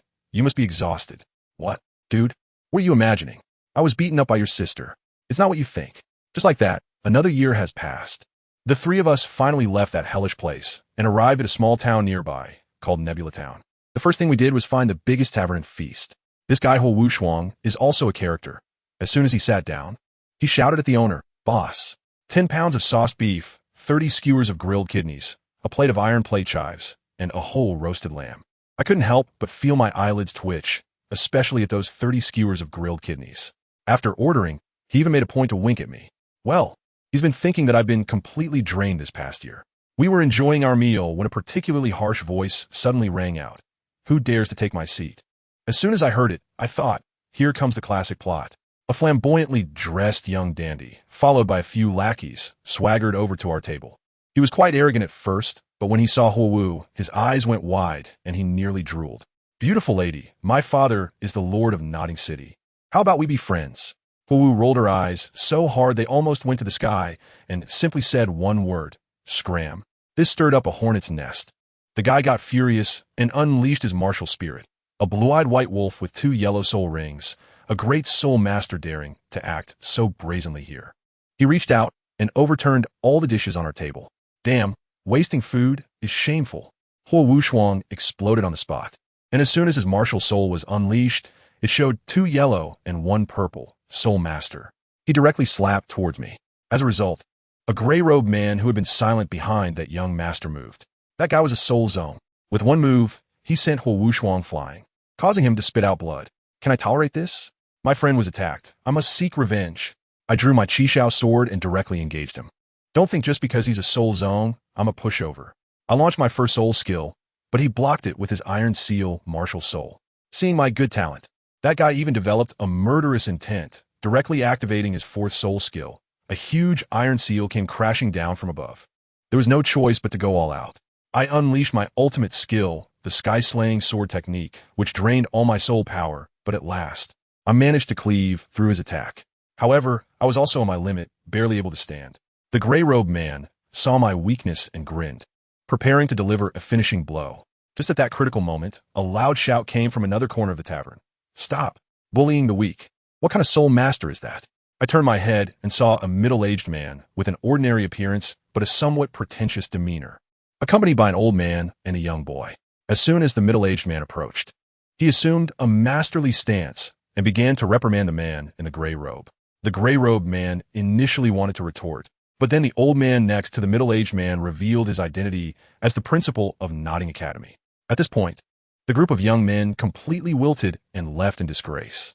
With the crisis averted, the middle-aged man immediately came up to me, his eyes shining as he looked at my sword, asking all sorts of questions. Finally, he cleared his throat and, with a proud expression, said, "Little friend, I see you have good potential. No one on the continent understands martial souls better than I do. Would you be willing to take me as your master?" The little boy beside him couldn't help but roll his eyes. I couldn't help but laugh. "Isn't this you Xiaojiang, that master of theory? Become his disciple? What a joke." I shook my head directly and said, "Sorry, that's not possible." He was stunned at that moment, probably never having been rejected before, and still tried to persuade me. "Think it over.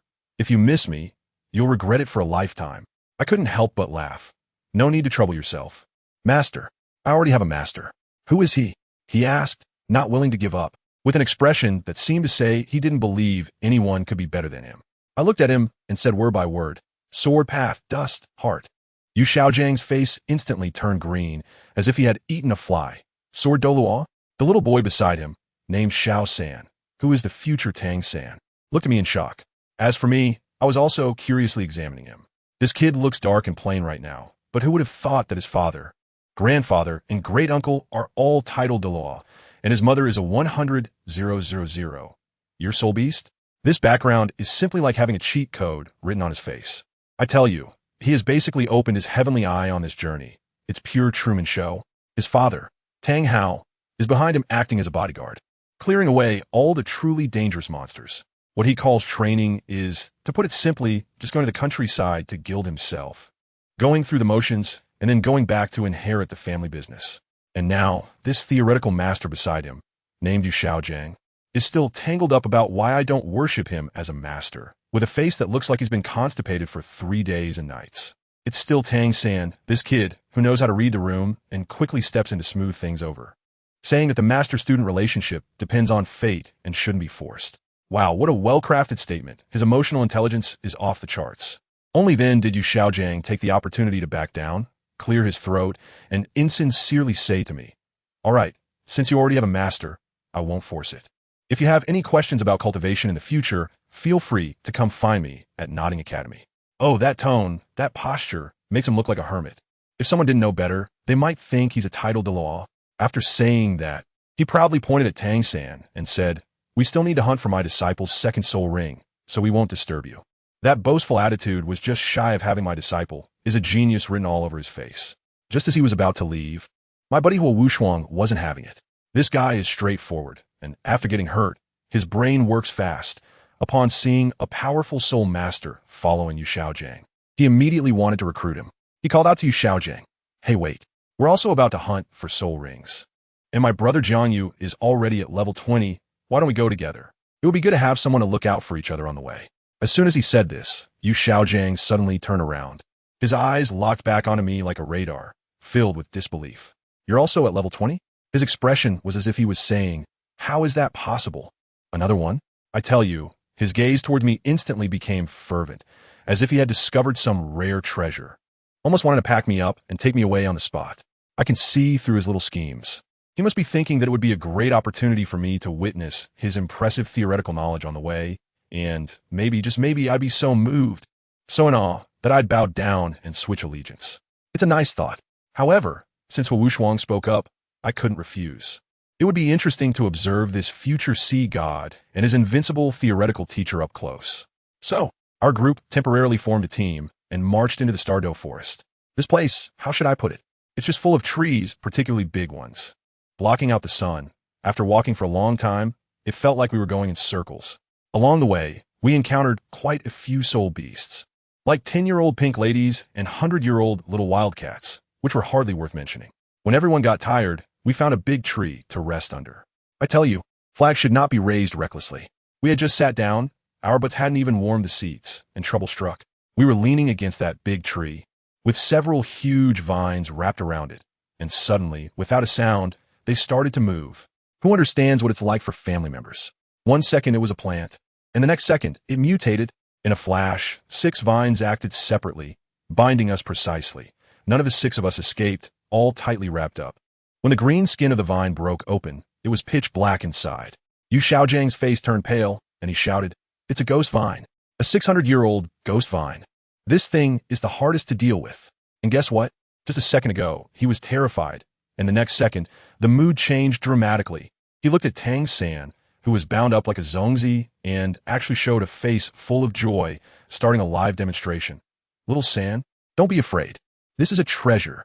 The 600-year-old ghost vine is perfect for your second spirit ring. Its parasitic ability is simply a perfect match with your blue silvergrass." Good heavens. At that moment, I wanted to applaud him. This mindset, this speed of changing expressions, truly a master. Emotional management is all about being in control. He wasn't too worried at all. After all, with that Spirit Hall Dean Sun around, it felt like having a mobile safe. But I sensed something was wrong. This vine is poisonous. Neurotoxic. I felt my whole body weaken, and my soul power was also slowing down. Yu Xiaojing realized it too and shouted at Dean Sun, "Old Sun, act quickly. If you don't, we're all done for." Dean Sun was also a practical type. Without saying a word, he unleashed his martial spirit. With a whoosh, a several-meter-long fire giant scythe appeared in his hand, with 4 soul rings in yellow and purple. Looking quite intimidating, he shouted "Flame Slash," and with one sweep of the scythe, the ghost vine wrapped around him was instantly turned to ash. Plants are afraid of fire. That's common knowledge. After breaking free, he quickly rescued Yu Xiaojing and Tang San. When he was ready to come save us, he found it was unnecessary. The fire siblings, Huo Wu Shuang and Huo Wu, erupted with flames, burning the vines clean. On my side, it was even simpler. As soon as the Chixiao Sword came out, the golden imperial flames swept through, making those ghost vines retreat as if they had seen a ghost. But unfortunately, it was too late. Yu Xiaojing looked at my calm demeanor with increased admiration in his eyes. He was probably contemplating how to take me away. In his mind, a grand fantasy of twin stars shining in the spirit master world, with Yu Xiaojing becoming a generation master, was playing out. While he was dreaming, Dean Sun had already unleashed his ultimate move, the second soul skill, Flame Totem, sending a sky full of fire tadpoles up to burn the ghost vine's main body down to just one bare vine. Dean Sun brought the ghost vine down to low health, and then, very appropriately, handed a small knife to Tang San. "Go ahead, the final blow is yours." Tang San was also tough. He took the knife and quickly stabbed it into the core of the ghost vine with precision and decisiveness, completely unlike a child. Soon, a yellow soul ring floated up, and Tang San sat cross-legged to start absorbing it. Once he finished absorbing, good heavens, Yu Xiaojing's desire to perform came up again. He smiled at me, and that smile seemed anything but sincere. "Xiao he called affectionately. "Look, little San just advanced to a great soul master, and your levels are about the same. Why not spar a bit? It would benefit both of you." I thought to myself, here it comes, the main event. I also wanted to see just how strong this guy was. I directly agreed, sure. The stage was instantly set. A flash of blue light appeared from Tang San's side, and a bunch of blue silver grass sprang up from his hand. After absorbing the ghost vine spirit ring, his grass looked noticeably different, covered in black snake patterns and filled with small thorns, becoming as thick as an arm, coiling around him like dozens of big snakes. Tang San, Martial Spirit Blue Silvergrass, Level 21 Control System Spirit Master, please teach me. I won't waste words. A flash of firelight appeared, and the Chixiao Sword was in my hand, with a yellow soul ring floating up and down. Jiang Yu, Martial Soul Chixiao Sword, Level 20 Powerful Attack Type Weapon Soul Master. I specifically said, my sword is fire attribute. It counters you go first. Tang San was also unceremonious, stepping on his ghost shadow misty step and swooped over. The sky was filled with blue-silver grass vines swirling towards me from all directions, while he hid behind the vines, playing tactics. It was interesting, but I wasn't worried at all.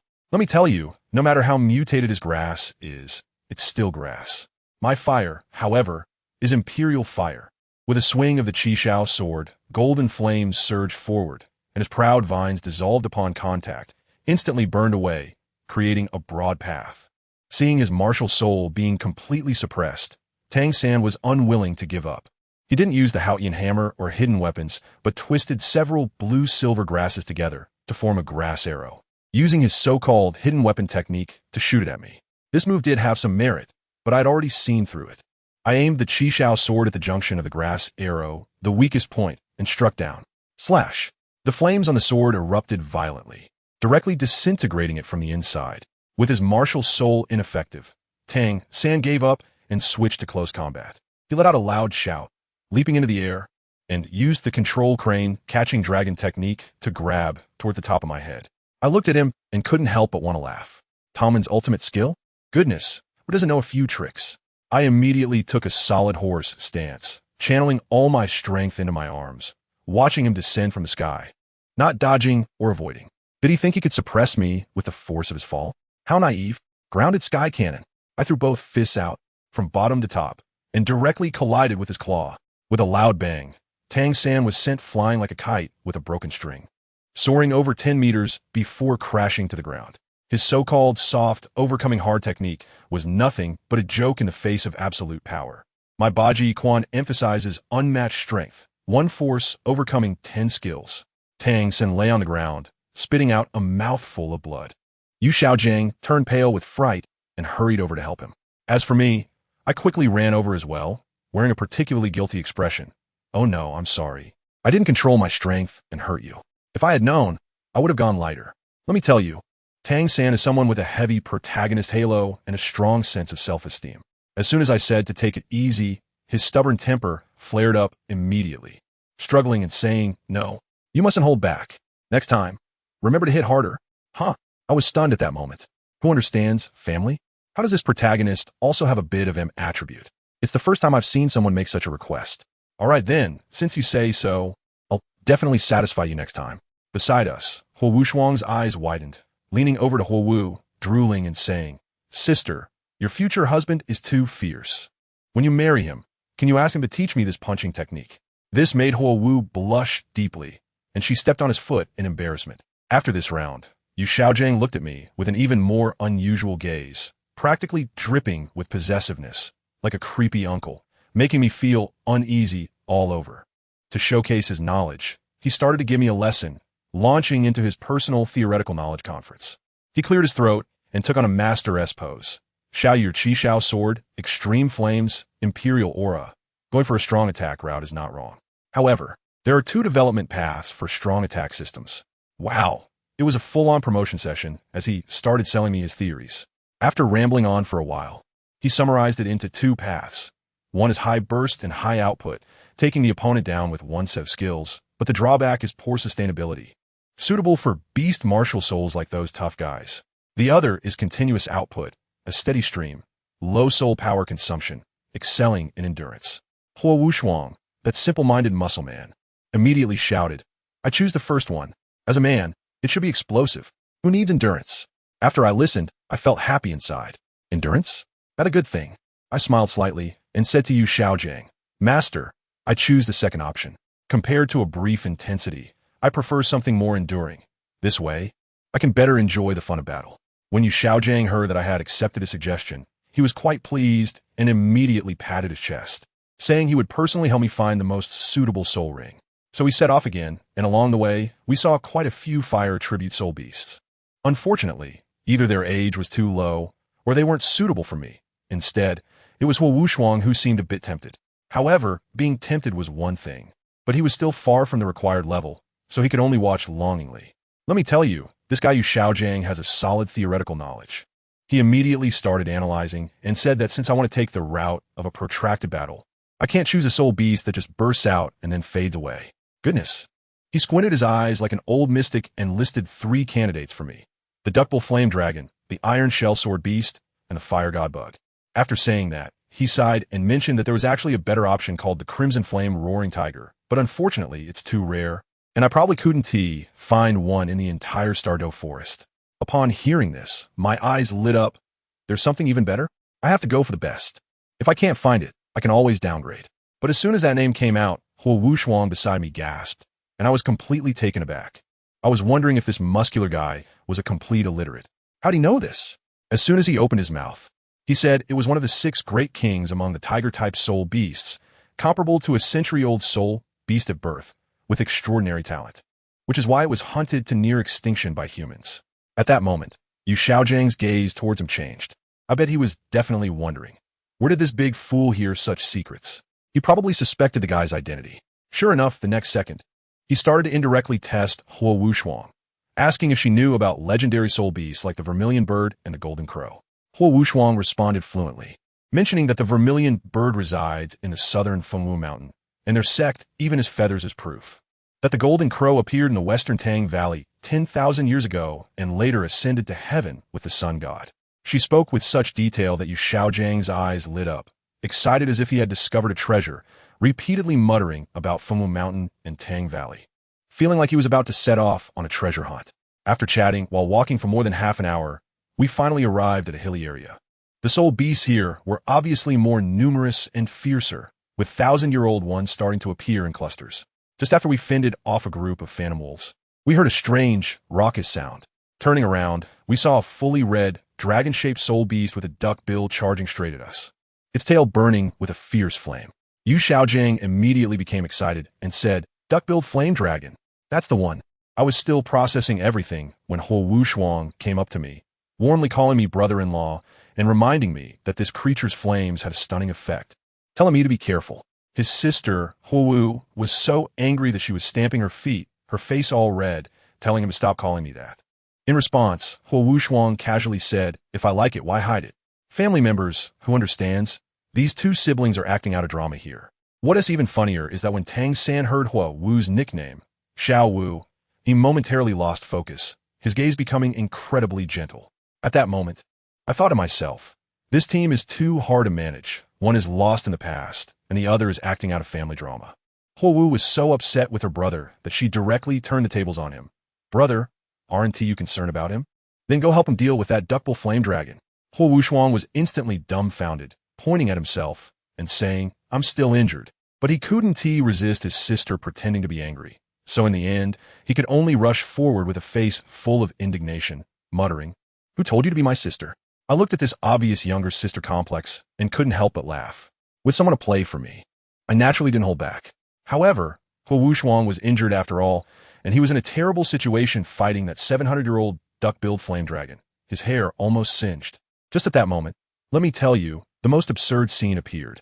A roar of a tiger echoed, and the legendary red flame, roaring tiger we had just discussed dashed past us in a flash. Yes, you heard that right. It ran past us. It didn't even glance at us, as if it had seen a ghost. I was stunned at that moment. It looked too much like a certain universe's #1 tough tiger. Before we could react, a large group of soul beasts, including longhorned bulls and ghostly wolves, came rushing out from the depths of the forest, all desperately trying to escape.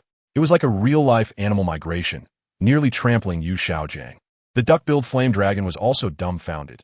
It squawked a few times towards the back, as if saying, "Oh my, there's a ghost." And then it didn't look back as it rushed past Huo Wushuang, joining the fleeing crowd. Yu Xiaojiang's face instantly turned pale. He finally realized something was wrong. What kind of terrifying thing could scare a soul beast of the level of the red flame roaring tiger to such an extent? He shouted at the top of his lungs, "Run!" and then dragged Tang San away in a panic, looking so flustered that he had completely lost his master demeanor. I didn't hesitate either, grabbing Huo Wu's hand and running. Just then, a terrifying figure shot out from the depths of the forest. It was a creature over 5 meters long, with 3 massive lion heads. A dog? Yes, a 3-headed hellhound. Each head was thicker than my waist, and it moved so fast that I could only see after images. This thing could even speak, cursing and searching for some bugs. When Yu Xiaojiang turned around and saw it, he was nearly scared to death and shouted, "3-headed crimson demon hound, 100,000-year soul beast." At that moment, my mind went blank. 10,000 years? What a joke. This thing was already right behind us. Yu Xiaojiang was also anxious. He summoned his spirit, Luo Sanpao, which looked like a mix between a corgi and a pig. With his hands together, he shouted, "Fart like smoke, hypnotize and put to sleep, Luo Sanpao." Suddenly, there was a loud bang, and a thick yellow gas sprayed out from Luo Sanpao's rear. The smell was something else. The fire dance siblings were immediately stunned. They probably had never seen such a bizarre attack method.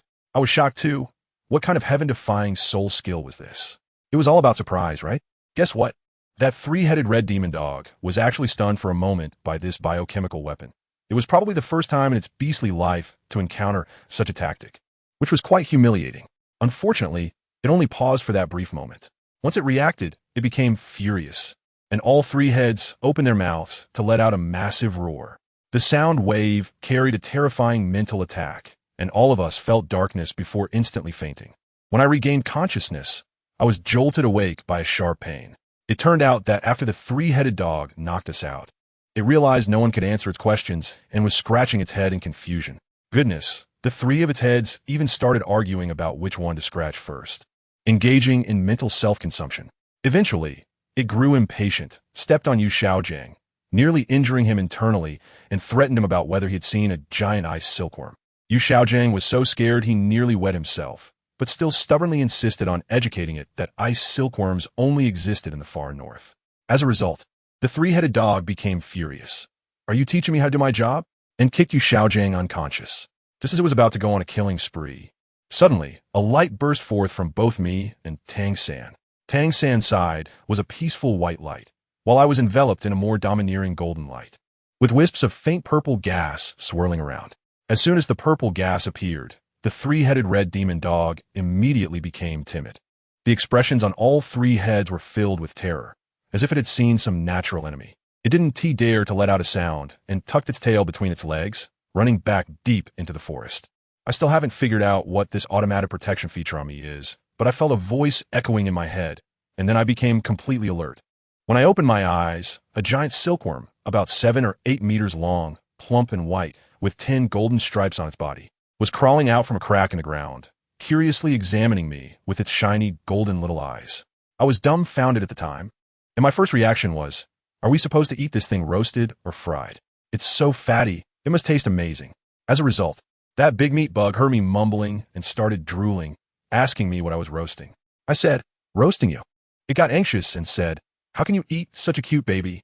Then it began a very melodramatic self-introduction, claiming it was the embodiment of wisdom and beauty, a hero of chivalry, and a celestial dream ice silkworm that had cultivated for 1,000,000 years.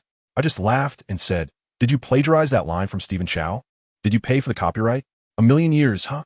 Why don't you say you're a creation left over from Pangu opening the heavens?" The celestial dream ice silkworm was not pleased with my retort and boasted that it would become my unprecedented 1,000,000-year soul ring. I thought to myself, no way. Your combat power looks weaker than that duck-billed flame dragon earlier. I don't want you. Just as I was about to refuse, it became anxious and said to me solemnly, "You have no say in this. Don't worry, I'll be gentle. Even though I'm large, you just need to endure a little." Before I could react, an extremely cold breath sprayed over me, and I instantly became immobile. I watched helplessly as its huge head pressed against my forehead, and then I completely lost consciousness. Just before passing out, I could only hear its triumphant laughter echoing throughout the forest. I tell you, just when I was dazed by that big ice bug in the core area of the starry forest, wow, it was a stormy scene. Suddenly, a silver shadow emerged from a big pool, and the aura it exuded, Tiske, made all the powerful soul beasts in the forest, including the handsome-faced leader, kneel down in an instant. That big guy was still there pledging loyalty, saying, "My lord, don't worry, I'll catch that runaway ice silkworm for you right away." But guess what that silver shadow said? It laughed and said, "No need, I found something more interesting than that stinky bug." After saying that, it decided to take a stroll in the human world. I thought to myself, this more interesting thing. It wouldn't be talking about me, would it? Anyway, that big guy didn't dare to say much and mention arranging bodyguards, but he was refused again. Then the silver shadow dropped a line. "Isn't Xiao Wu already there?" That's enough.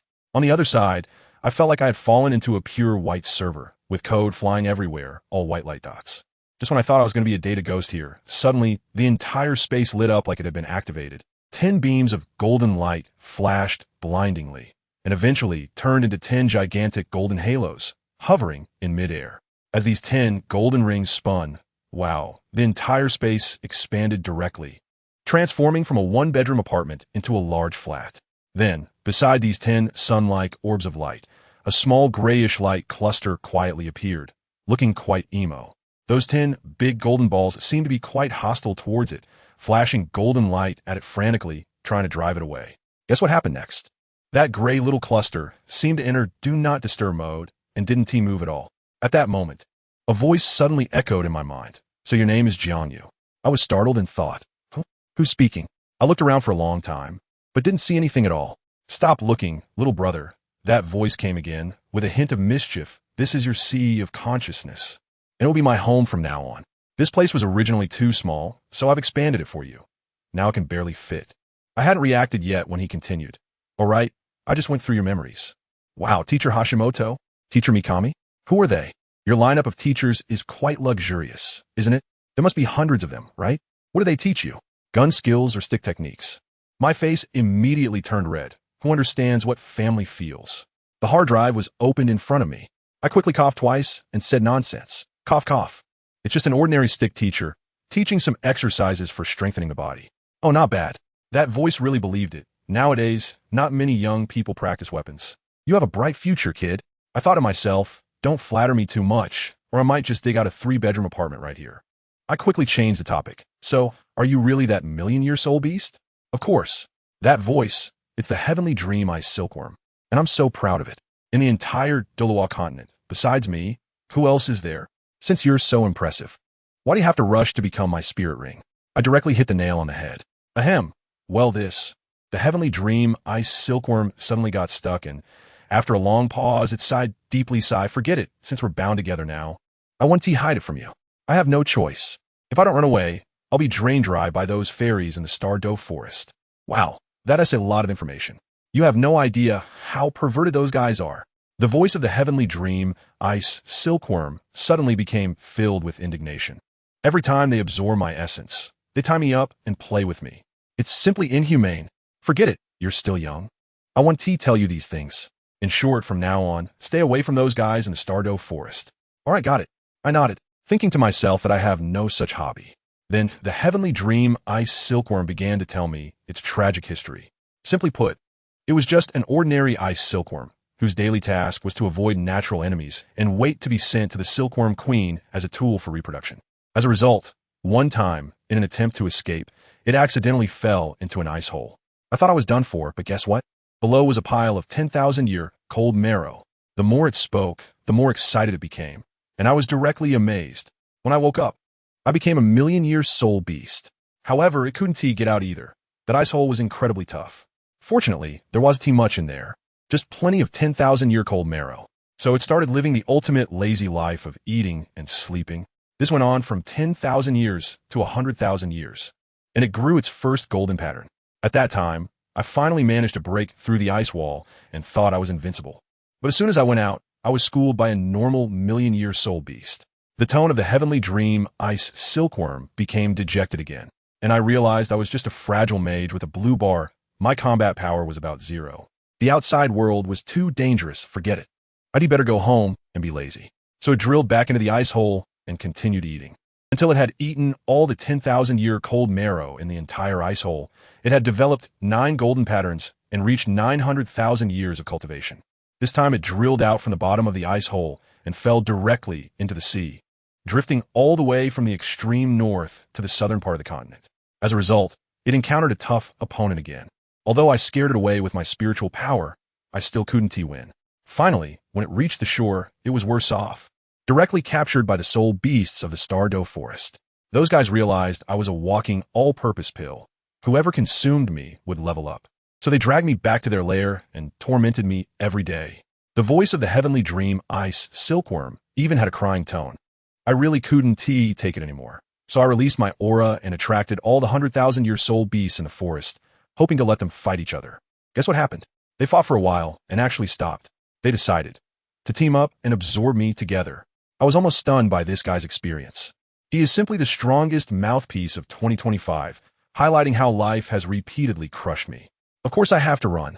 Tianming Ice Silkworm suddenly thought of a brilliant idea. I decided to become a soul ring for humans. This way, I can retain my consciousness and use a human's hands to deal with those bastards. After careful selection, I found a titled law, but that guy was useless. With a bang, he was directly blown apart by my spiritual power. Later, I tried several others, all of which failed. Thousands of years passed, and my soul power was almost drained. Just when I was about to lose hope, the 10th golden pattern appeared on my body. Bro, I made it. The first million-year soul beast since ancient times. Although I gained power, I still couldn't defeat that group. I could only sneak out and then discovered you and that kid next to you. He paused. Both of you had strong spiritual power, but yours was more compatible. So in the end, I chose you. So, does that mean I'm better than Tang-san? I was instantly overjoyed. This directly crushes the protagonist in terms of talent.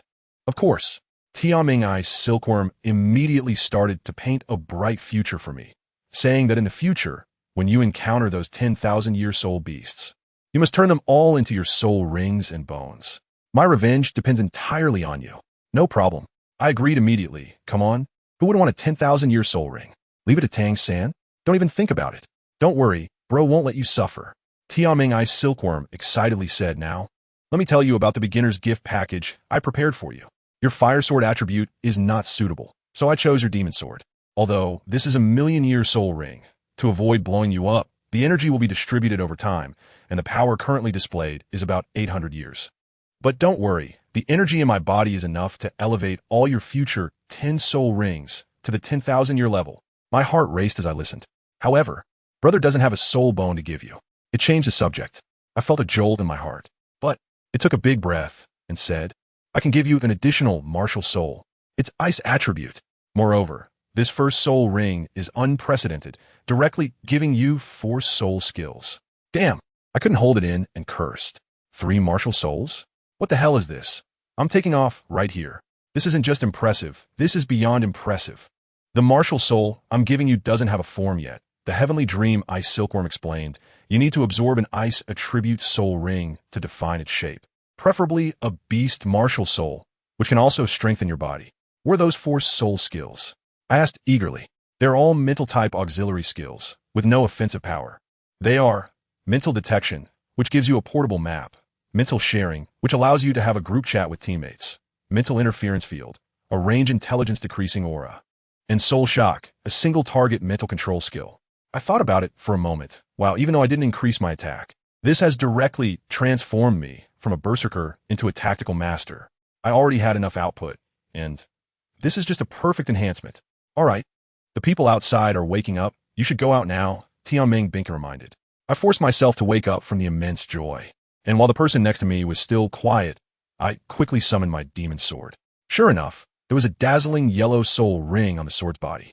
The most outrageous part was that a gray mist suddenly emerged from the red gem in the middle of the hilt, which then slowly turned into an ice blue color. In the mist, a stunning figure flashed by, wearing a blue long dress, looking like a fairy, but before I could see clearly, she swooshed back into the gem. What was that figure? I was stunned. How did my sword have a beautiful woman hidden inside? Given that appearance, could it be Long Kuei? My goodness, is my sword actually a wife blind box? I tried for a long time to call her out again, but the sword was as unresponsive as if it had crashed. Just then, Tang Sin next to me stirred, looking like he was about to wake up. My eyes flashed, and a brilliant idea popped into my mind. I quickly retracted my martial soul, grabbed a dozen or so freshly dug blue silvergrass from the ground, and stuffed them into Tang San's mouth. Then I dashed away in a single leap, lay down on the ground, and pretended to be asleep. Sure enough, after a little while, I heard Tang Sin wake up with a muffled sound. As soon as he sat up, he spat out the grass from his mouth, looking completely bewildered. I timed it perfectly and let out a fake yawn as if I had just woken up, seeing the dirt at the corner of his mouth. I suppressed a laugh and said, Tang San, no matter how hungry you are, you can't eat grass. Although your martial spirit is blue silvergrass, this thing won't replenish your energy. Here, I have some buns. Saying this, I pulled out a vegetable bun that had been sitting in the soul guide for several days and had started to go a bit sour, and handed it to him. Tang Sin was probably really hungry as he took it and started to chew. The moment he took a bite, his expression changed dramatically. How is it? Tastes good, right? I looked at him with anticipation. He might have been concerned about his image, as he forced himself to swallow that sour bun and even managed to smile. This bun tastes amazing. I didn't expect the pickled vegetable filling to be this delicious. Pickled vegetable filling? I pretended to be surprised, but this was clearly a vegetable filling. Tang San's face instantly turned green. After holding in for a while, he forced a save, I think. This bun has aged, and the flavor has actually become richer, like wine. Watching him struggle to explain, I almost laughed out loud. You definitely took a silent loss on this one. Not long after, Huo Wu and the others also woke up one by one. The last awake was Yu Xiaojiang, who looked like he had the worst mental strength. When he woke up, he appeared flushed and wobbly, as if he had drunk fake alcohol.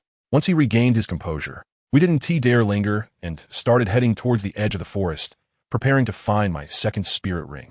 On the way, we encountered that duck-billed flame dragon again, but after experiencing the million-year gift pack from the Sky Dream Ice Silkworm, I had lost interest in such small fry. Soon, we spotted an entirely fire-red tiger at the edge of the forest. Yu Xiaojiang recognized it immediately, an 800-year-old crimson flame roaring tiger. But then he shook his head. What a pity, it's too high in age. You can't absorb your second spirit ring from it. I rolled my eyes in my heart. Who do I despise? I've absorbed even the essence of millions of years, although it's in installments. But the heavenly dream ice silkworm said that my body can handle 900 years without any problem. No need to trouble the master. I'll take it head on. I believe in myself. My future brother-in-law, Huo Wushuang, is the strongest. He shouted, brother-in-law, I believe in you, and charged forward. The crimson flame roaring tiger is no pushover either, and it fought back fiercely against Huo Wushuang. Moreover, this guy's fire attacks are particularly insidious, capable of stacking damage continuously, like boiling a frog in warm water. Huo Wushuang was caught off guard and began to slow down from the burns, and it looked like he wouldn't be able to hold on much longer.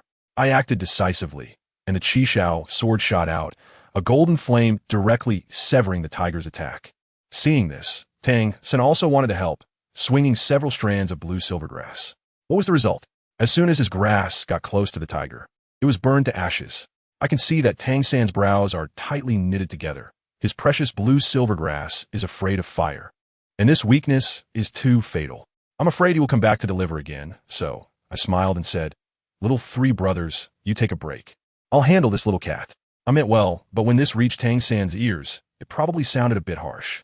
His proud temperament couldn't stand it, and his expression changed immediately. I saw him reach to his waist and pull out a sharp iron nail from the soul guide called 24 Bridges on a Moonlit Night. And he suddenly flicked it out using the Tang Sek's hidden weapon technique. Goodness, those nails went thud thud thud into the flesh of the crimson flame roaring tiger. That kid Tang San is really ruthless.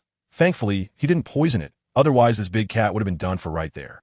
As soon as I saw this situation, I couldn't delay any longer, so I unleashed my ultimate move. The Chixiao Sword formation activated.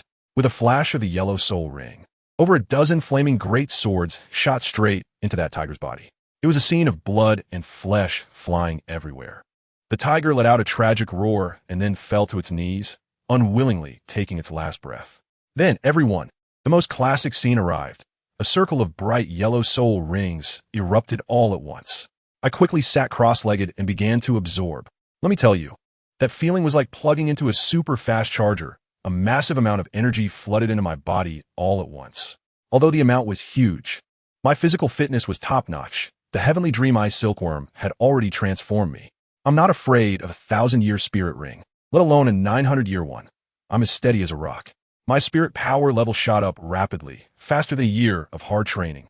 Beside me, that old guy Yu Xiaojiang looked dumbfounded, his mouth gaping wide enough to fit an egg, probably thinking, this ISNT scientific. Don't spirit rings usually make people go through hell to absorb? Huo Wushuang, that big brother-in-law of mine, was so proud, calling me his brother-in-law and saying my physical fitness was excellent. Goodness, once he said that, Huo Wu immediately exploded, her face turning as red as a monkey's butt, and she stepped on her brother's foot. Huo Wushuang looked aggrieved and said, I'm not talking nonsense. Last time in the Earthfire Rock Valley, I heard you two in the cave. You were shouting to use more strength and not to stop. Wow. Family, who understands? The speed of this car just shot up to 180. Huo Wu was so anxious she was almost crying, quickly explaining that I was just giving her a foot massage because she had sprained her ankle. But look at Huo Wushuang's expression. It was like he understood everything. No need for an explanation. It was ridiculous. This misunderstanding got out of hand, just as the two siblings were pulling at each other. I finished up. After absorbing the spirit ring, I slowly opened my eyes. Wow, the information about the second spirit ability exploded in my mind. It was so powerful, it was a bit outrageous.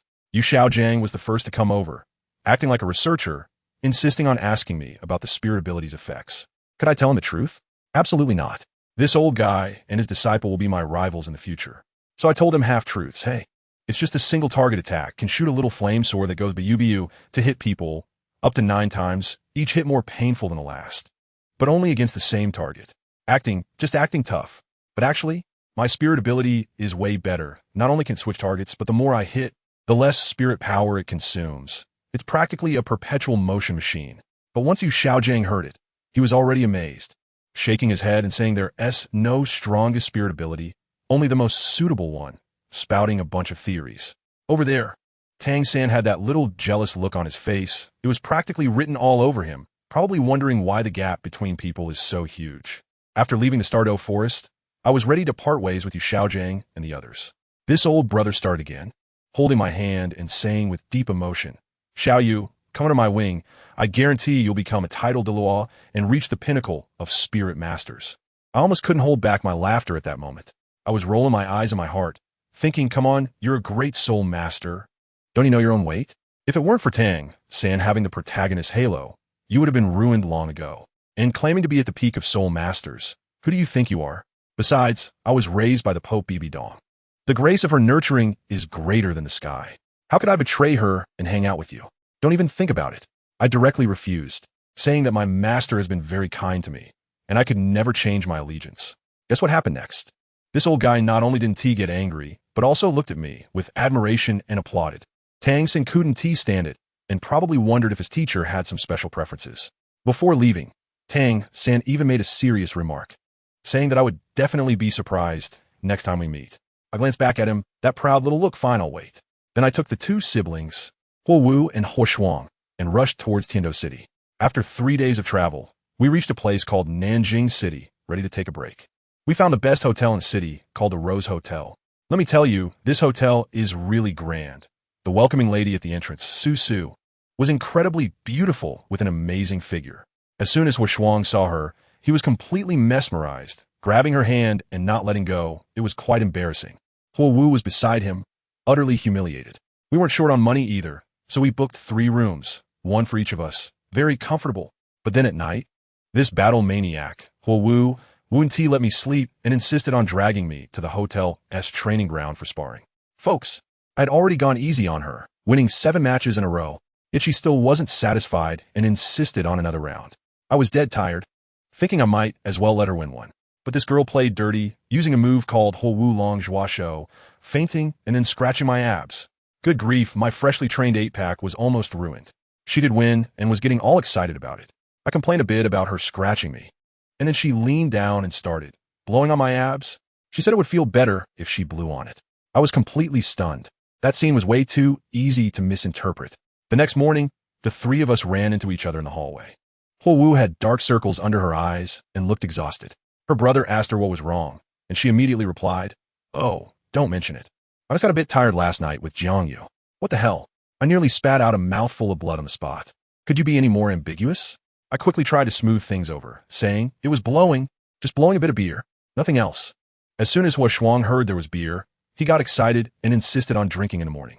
When we got to the restaurant, that guy chugged down a whole bunch of beer, finishing off more than 10 bottles in a row while I hadn't even finished one. He was bragging about being the king of beer, but before he could finish his sentence, his face turned green, and he made an excuse to go to the bathroom. He definitely wanted to find a place to throw up. You know how men are, they care about their image. After Huo Shuang threw up, he didn't come back directly. In a small alley, he heard someone shouting for help. He rushed over and lo and behold, it was the beautiful hostess Su from last night. She was surrounded by a few thugs. His heroic spirit kicked in, and he shouted, "Let go of that girl." The thugs weren't pushovers either. They revealed their spirit souls, one soul ancestor with 2 little brothers. The leader was called Crow, level 39, almost a soul master. But Huo Shuang wasn't intimidated at all. He unleashed his spirit, the unicorn fire violent dragon. 2 yellow and 1 purple, the best spirit ring configuration, dazzling the eyes of his opponents. When those guys saw that, they were shocked, thinking they had encountered a genius. But they were outnumbered 3-1. And Huo Shuang had just finished drinking, so his mind was still a bit hazy. After a series of combos, Huo Shuang quickly found himself at a disadvantage and ended up getting hurt. We waited in the hotel for half a day without seeing anyone. Suddenly, I heard that some young men were fighting with bullies outside, and I thought to myself, this is bad, it must be those guys. I grabbed Huo Wu and rushed outside. As soon as we arrived, we saw Huo Wu Shuang had been injured. Huo Wu's temper flared up instantly. How dare they hit my brother? I'll make you pay 100-fold. As she unleashed her martial spirit, a flash of red light shone, and I quickly drew out the Chixiao Sword. I heard Huo Wu shout loudly, "Get lost." The light of her 3rd soul ring flashed, and a circle of dazzling fire rings erupted around her, which was her resistance fire ring. When this thing exploded, wow, it was dazzling. With a bang, those 3 local thugs were sent flying like bowling pins, and the encirclement was instantly shattered. Huo Wu rushed in with a swift step, supporting her brother Huo Wu Shuang, anxiously asking, "Brother, Are you okay? Can you hold on? Let me tell you about this guy, Huo Wushuang. He's a pure, iron-blooded tough guy. Even when he's in so much pain that his face is about to cramp up, he still manages to force a smile and says, "It's fine. It's just a small scene. I can handle it myself." As soon as he finished speaking, I strolled over to his side. I understand him too well. This guy has a strong sense of pride, especially in front of his sister. If you directly say, "I'll help you," he might get upset on the spot. So, I cleared my throat, patted his shoulder, and said, "Hey, Brother Hua, how can we let you take all the glory alone? We need to leave some shining moments for our brothers too. 3 against 3, now that's fair competition." With that, I reached out my hand. Huo Wu understood immediately. Her little hand clapped onto mine, and she said with great momentum, "Right? We fight side by side." The look in Huo Wushuang's eyes at that moment. Let me tell you, it instantly warmed my heart. This is what brotherhood is about, sharing the burden together, no need for extra words. He wasn't being pretentious anymore. He stretched out his big hand, and our 3 hands tightly stacked together. To be honest, Huo Wushuang is a good person, although he's a bit thick-headed. Physically strong to an unbelievable degree, and a total siscon, he's genuine. Unlike Tang San, who looks all pure and innocent but has 1,000 schemes in his heart. Even his teacher almost sent him away when they first met. I wouldn't dare to be friends with someone like that. The battle instantly broke out. Huo Wushuang was the first to target the guy called Crow. The injuries he had were caused by that guy as Crow feathers, so he had to make things right. A fireball exploded and flew straight at Crow's face. Crow didn't dare to be careless either, with his 1,000-year spirit ring shining. He spread his black wings and wrapped himself up like a ball, creating a solid defense. On the other side, Huo Wu faced off against the agile attacker named Bao. Anyone who understands knows that control-type fighters have a natural advantage over agility-type fighters. Huo Wu waved her little hand, and a fire whip several meters long appeared, splitting into 4 in the air, making a big loop and tightly binding Bao. That left just me and the guy named Hu. He looked at me with only 2 spirit rings and had a relaxed expression, even threatening me. "Kid, I advise you not to make a move. I won't hold back." I laughed at that moment. "Go ahead and give it a try." The Chixiao Sword in my hand flashed with red light, and the second soul ring lit up. A small fire-flying sword shot out with a whoosh. Ahu also let out a roar, trying to use his tiger roar soundwave attack, but what happened? My little flying sword just trembled slightly, and it was completely ineffective. It directly plunged into his body with a thud. Strangely, he seemed to feel no pain and even laughed on the spot. So it turns out it's just for show, looks good, but is useless. I was overjoyed. "Buddy, you've already fallen in my trap. Underestimating the enemy can be fatal." This move of mine focuses on continuous damage over time and stacking debuffs, with increasing damage the more you hit. I thought to myself, such a cool move deserves a powerful name, so I called it the Sword of Glory piercing the heavens. The little flame sword stabbed him again and again. And by the 6th strike, he finally realized something was wrong, but unfortunately, it was too late. He was so dazed from the burns that he collapsed with his eyes rolled back. Well, it turns out I, with the lowest soul power, was the first to end the battle. Seeing that I was done, Huo Wushuang and Huo Wu's competitive spirit kicked in, and they immediately increased their intensity. In no time, the other 2 were also down. Huo Wushuang is quite ruthless too. He stacked the 3 of them on top of each other like a human pyramid, then shot a fireball, burning their behinds red to teach them a lesson. At that moment, the girl named Su ran over, bowing and thanking us profusely, tears in her eyes, saying that if it weren't for us, she would have been sold to a brothel. Huo Wushuang immediately burst with heroism, took her hand with a concerned look, and said, "Oh, I couldn't just stand by and do nothing. Look at your little hand. So cold. You must be scared. Cool, me. Let me warm you up." Huo Wu rolled her eyes dramatically beside him. My brother-in-law is great at everything. Except when he sees a beautiful woman, he can't help himself. And his taste is particularly unique. He prefers mature women. In his words, he likes the 3 virtues of mature women. I could see that Su was indeed quite mature, so it was no surprise he couldn't resist. I wasn't dazzled by beauty. I just asked Su what was going on. Guess what? It was the same old high-interest loan scheme. Her grandfather fell ill and borrowed a gold soul coin from a crow, agreeing on a 3% interest rate. But then it turned into 10 coins due to compound interest. Can't pay it back. Then they'll sell you to Yihong Lu to settle the debt. These scumbags are essentially running a human trafficking operation under the guise of lending. Huo Wushuang exploded in anger, rushing over and slapping the 3 awake. Then pulled out 10 gold soul coins and threw them on the ground. "Here's your money. If you dare to trouble Su again, next time it won't just be your butts on fire."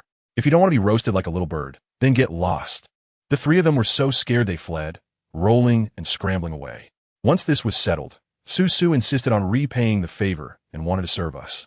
Huo Wushuang was delighted to hear this and immediately accepted, saying he needed a personal maid.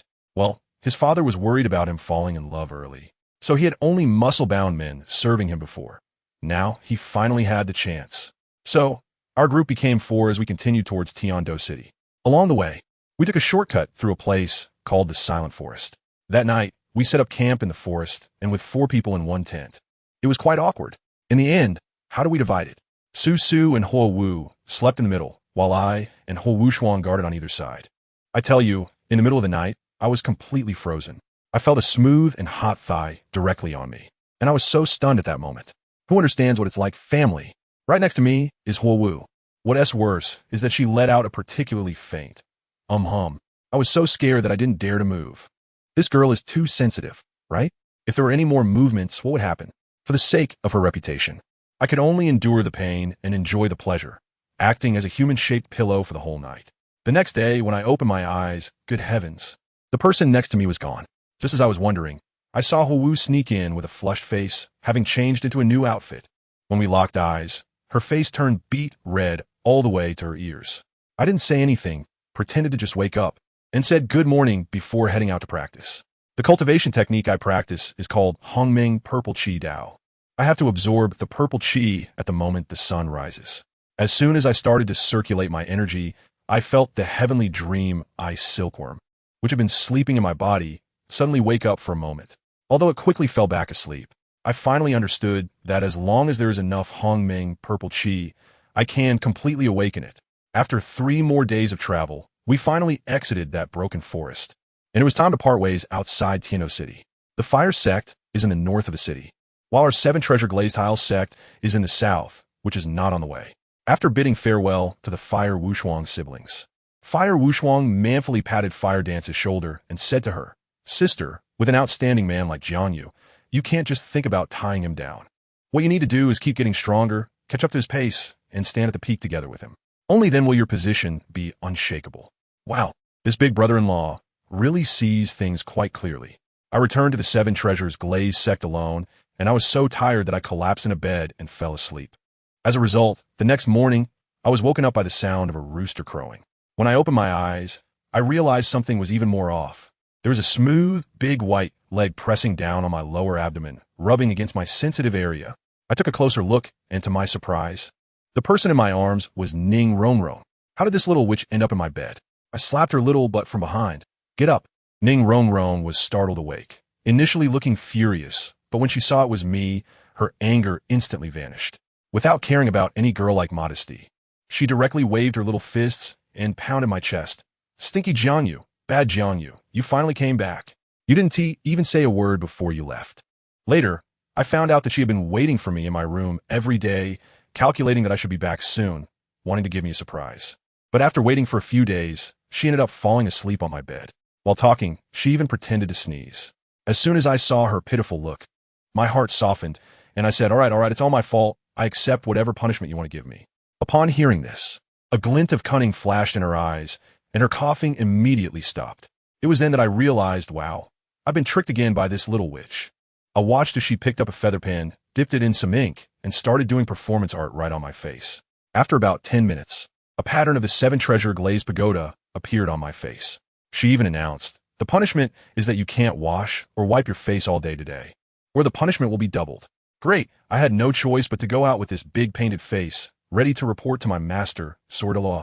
When I arrived at the entrance of the 7 Treasure Hall, the guard, that big brother with the golden dragon, was first taken aback when he saw me, and then, upon seeing the tattoo on my face, he nearly burst out laughing. I wanted to be polite with him either, and I said directly, "If you want to laugh, just laugh." He actually knows how to handle things, and, with a concerned look, he asked who did it, and said he would help me teach him a lesson. I thought for a moment, and said, "It was our sect leader's little princess, Ning Rongrong." I tell you, Brother Jinlong's face instantly turned green, his expression more unpleasant than crying. One moment he was heroic, and the next he shrank back, embodying the principle of being able to bend and stretch. To make amends, he gritted his teeth and said he would give me his treasured latest collection of beast ear girl illustrations. I wasn't polite about it. and took it on the spot. When I entered the grand dining hall, sure enough, Sect Master Ning Fengji and Douluo Jian were having breakfast. When Douluo Jian saw me, he was momentarily stunned. Why are you back? Ning Fengji's attention was entirely on my face. I instantly became a method actor, tears flowing as I dramatically lamented. Uncle Ning, this past year outside, I missed the sect every moment. So I painted the 7 treasures glazed tower on my face to relieve my longing. Then I embellished and recounted my experiences from the past year. After hearing it, Ning Fengji was deeply moved and praised me on the spot. Xiao, I didn't expect you to have such a profound sense of belonging to the sect. It comforts my heart. Douluo Jian looked at me with approval. Smelly kid, not bad. You've reached level 20 so quickly, and your second soul ring is the Crimson Flame Roaring Tiger. Not worse than my time. Hey, I tell you. As soon as the old man said that, I felt good inside, but someone next to me started to undermine it. My grandpa, the Bon Douluo, directly backstabbed my master, cleared his throat, and said, I say, old Jian, your memory isn't very good, is it? Xiao Yu is this big, and you were only level 17 back then, right? What was your second soul ring again? Comparing it to the Crimson Flame Roaring Tiger, isn't that just asking for trouble? This is called the blue is derived from the indigo, understand? Goodness, my master's old face instantly couldn't hold up, turning as red as a monkey's, but stubbornly retorting. Old Bone, are you itching for a beating? Having him admit his talent isn't as good as mine is harder than killing him. Just when it was so awkward that you could use your toes to scratch out a 3-bedroom apartment, a savior arrived. The door creaked open, and in walked a person dressed in a black robe, wrapped up like a mysterious delivery. This person walked straight to Uncle Ning, that is, Sect Master Ning Fengji, and murmured a few words. The voice was so low, but my ears were sharp enough to catch 2 keywords. Spirit Hall Spy. I see. At that moment, the hairs on my back stood up in an instant. Family members, who understands? My heart sank. Oh no, it's over, I'm done for. Am I going to get my account deleted at lightning speed, right after leaving the newbie village? Is my undercover career about to end before it even starts? Uncle Ning's face instantly darkened. He turned to look at me, forcing out a smile that was uglier than crying. Xiao Yu, come with Uncle Ning to a place. At that moment, my mind was already rehearsing 100 escape routes, but just look at my master and his old partner, the 2 titled Douluos standing there. Where could I run? Running now would just be a confession of guilt. I could only brace myself and follow along. Then I was taken into a gloomy iron tower and sat in a creaking iron cage, like an old elevator directly pulling us up. Finally, it stopped on a floor that I must say was simply hell on earth. Even through the thick iron door, I could hear the wailing and howling inside. The sounds of whips and screams, rising and falling. Pushing open the innermost room, wow, a strong man was tied to a wooden frame, beaten to a pulp, with a bright red brand on his chest, and a branding iron was still burning in the brazier beside him. One of the subordinates immediately came forward to report. Master, he confessed. Ning Fengji took the confession, and upon reading it, his brows furrowed into a knot. This strong man was named Ding Feng, originally an elite of the sect, but he had been seduced by the spirit hall using a beauty trap. But that wasn't the main point. The key was that at the end of his confession, my name, Jiang Yu, was clearly written. It even stated that I was the highest level secret agent planted by the spirit hall. At that moment, I wanted to give him a quality 3-piece combo, bro. Do I even know you? You got beaten up, and now you want to pull a genius to take the blame for you, huh? Uncle Ning turned his head and, with a forced smile, said to me, Xiao Yu, don't worry. Uncle believes you're not a traitor. I have a clear mind, just like a mirror. This old fox is saying he trusts me, but his eyes are saying, you better give me an explanation, kid. Sure enough, none of the big shots are naive. The guy named Ding Feng is still gasping for breath, trying to hold on. I know, he is my contact. He is a secret agent. My master, the sword-fighting Douluo, is quite protective and immediately retorted. Nonsense. With this kid's intelligence, he can do such meticulous work? I don't believe it for a second. I thank you. At that moment, I almost spat out a mouthful of old blood. Do I have an IQ problem? Just kidding, I was just fooling. Oh no, when I was coaxing Bibi Dong, you old man were probably still playing in the mud. But I held it in. Right then and there, I took a step back and played the card of retreating to advance, focusing on sincerity. I stepped forward with a face full of indignation and said, Uncle Ning, Master, this matter cannot just be settled like this. This is an insult to my character, for the sake of my innocence. I earnestly request the sect to thoroughly investigate this matter and give me justice. Sure enough, as soon as I said this, Ning Fengji's gaze toward me softened significantly. He immediately sent that mysterious man in black to search my room. Before long, that guy returned, holding a small iron box that I had hidden well. When I saw it, my heart tightened, but I had to keep up the act, so I rushed over and shouted, "Uncle Ning, no. That's my privacy." One acting performance. Even the Oscars owe me a little golden man. Seeing my reaction, Ning Fengji became even more convinced that something was amiss and directly ordered, "Open it." That mysterious person with the code, named 9523.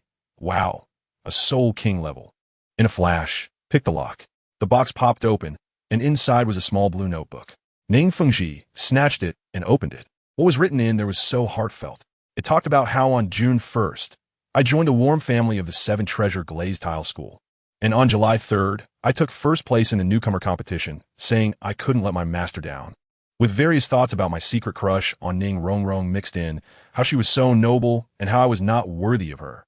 Hoping she would awaken a top-tier martial soul, that her happiness was my happiness, and finally denouncing the Spirit Hall as villains. Vowing to work hard to cultivate and protect Rongrong and the sect in the future. Oh my, I was almost moved to tears by what I wrote.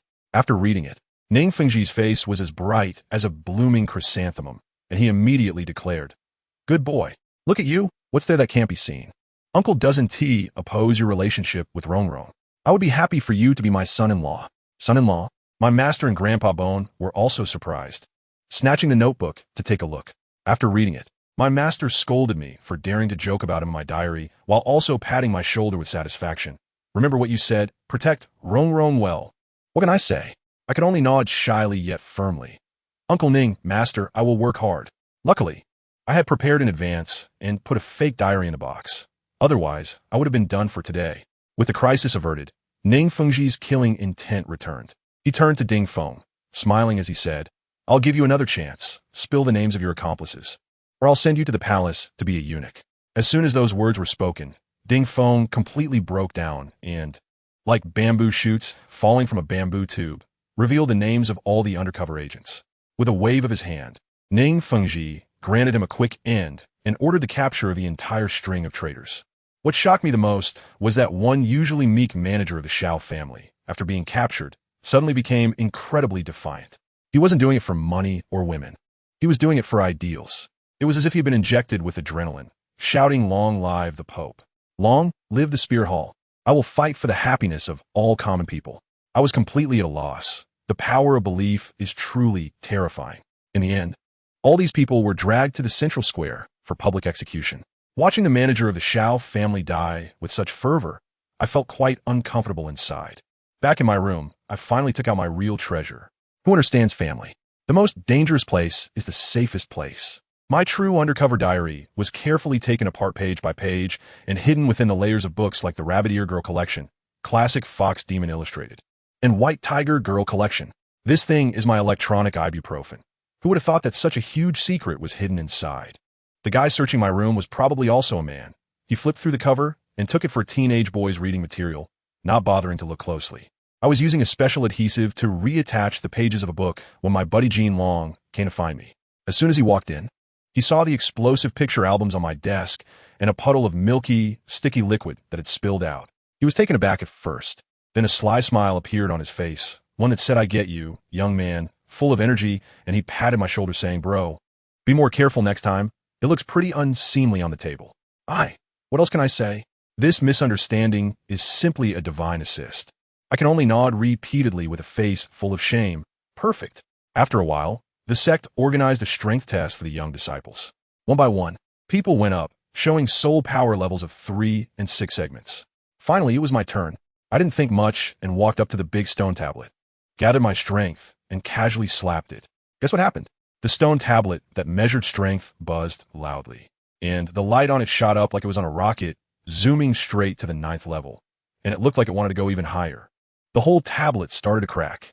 The middle-aged guy in charge of recording was wide-eyed, probably thinking to himself, "This kid is not human. He's a little monster." I'm telling you, this is not me bragging. Just as that big brother was about to make a move, afraid that the stone tablet would explode and hurt people, guess what happened?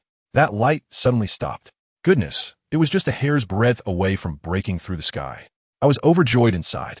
Although my soul power progress was slowed down because I was practicing that Hongming purple chi, but look at the reward. It was worth it. This power is simply far ahead.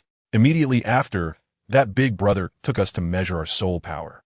Let me tell you, everyone who can come here is no ordinary person, at least level 19. When it was my turn, I measured and jumped straight to level 23. I was stunned myself. Absorbing a soul ring directly raised me 3 levels, which is equivalent to a year of hard training for free. It seems that the million-year foundation of the heavenly dream eye silkworm is indeed substantial. Not only did it expand my spiritual sea, but also gave my soul power a super boost. The way the people around looked at me, full of envy and jealousy, but no hatred. After all, we are from the same sect.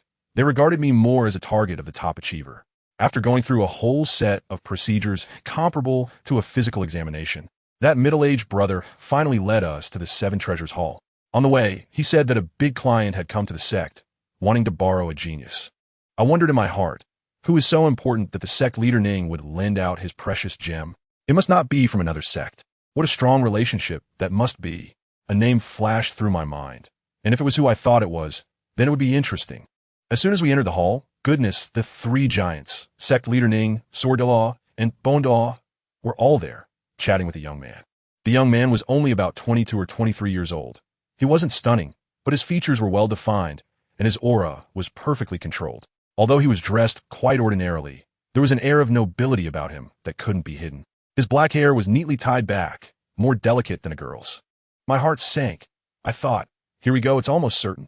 When sect leader Ning saw us, he stood up and introduced. Come, let me introduce you. This is His Highness the Prince of the Tiando Empire, Xue Qinghe. As soon as Xue Qinghe stood up, he smiled warmly. Teacher, you are too polite. We are all family, just call me brother. As soon as he said this, many people's favorability instantly shot up. After all, he is a prince, and he has no airs about him. Family members understand. His approachability is simply remarkable. Later I found out that the Tiando Empire was going to establish a crown prince, and the emperor had given several sons a test. The first challenge was to each gather 7 soul masters to form a team and then compete against each other. Whoever wins is the best. Xue Qinghe's brothers are not to be underestimated. Even the twin stars of the Blue Lightning Tyrant Dragon sect, Yu Tianheng, got snatched away. Although he invited the Fire Wushuang siblings, their overall strength was still lacking, which is why he came to our 7 Treasures Glazed Tile School to recruit people. It seemed that sect leader Ning wanted to go through the motions, handing a roster to Xue Qinghe, meaning he could pick whoever he wanted. Before Xue Qinghe could even speak, I stepped forward and recommended myself. Brother, choose me. Give me a chance. I was calculating in my heart, and it was making a lot of noise. Xue Qinghe? Isn't that just Qian Rengshu? My future big sister. I must cling to her thigh. After all, we drank from the same person's milk. Although she didn't drink much, I drank a lot. Rounded up, that makes us like siblings from different parents. I have to help her. Xue Qinghe immediately looked at me differently, probably thinking this kid is quite brave. Ning Zhongzhu was also very proud, boasting about me, saying I was the disciple of the sword Dalu, a leading figure of the younger generation in the sect, and that my martial soul quality was not inferior to the 7 killing sword. Xue Qinghe's eyes lit up, and with great interest said, Little brother, your talent is so good. I wonder if my older brother can have a look at your martial soul. No problem. I thought to myself, I must make you satisfied. I shouted loudly, Chixiao Sword, and struck what I thought was a very cool pose. A strong light burst from my hand, and a large sword, entirely fire red with jewels embedded in the hilt, appeared in my grasp. The sword had 2 small pure gold characters engraved on it, Chixiao. 2 circles of yellow soul rings floated up and down along the blade. Xue Qinghe was immediately stunned. He could definitely sense that the aura of my sword was far stronger than that of the 7-kill sword. He made an instant decision and bowed to Master Ning. Teacher, I have decided. Please let brother JiangYu go in a battle. 3 days later, Xue Qinghe arrived in a top-of-the-line luxury carriage to pick me up, giving me quite a bit of face. The carriage was incredibly stable. It was said to be equipped with the latest royal shock absorbers. Along the way, Xue Qinghe treated me like a cherished pet, offering me snacks and asking questions with great enthusiasm. Honestly, I had considered directly using a secret code with her, saying something like the king covers the tiger. But then I thought better of it. This matter was too confidential. What if she didn't trust me and treated me as an insider? Who would I complain to then? It was better to play it safe for now. Upon arriving at the palace, we entered a loft, where I found 2 familiar faces already there, the Fire Brothers, Huo Wushuang and Huo Wu. As soon as Huo Wushuang saw me, he jumped up from his chair, excitedly exclaiming, Little brother you, I didn't expect the genius the prince mentioned to be you. Now we can fight side by side again. Huowu didn't say anything, but had a big grin on her face, looking like a blooming flower. Seeing that we knew each other, Xue Qinghe was quite pleased. It saved us the trouble of getting acquainted. He then introduced us to the other teammates.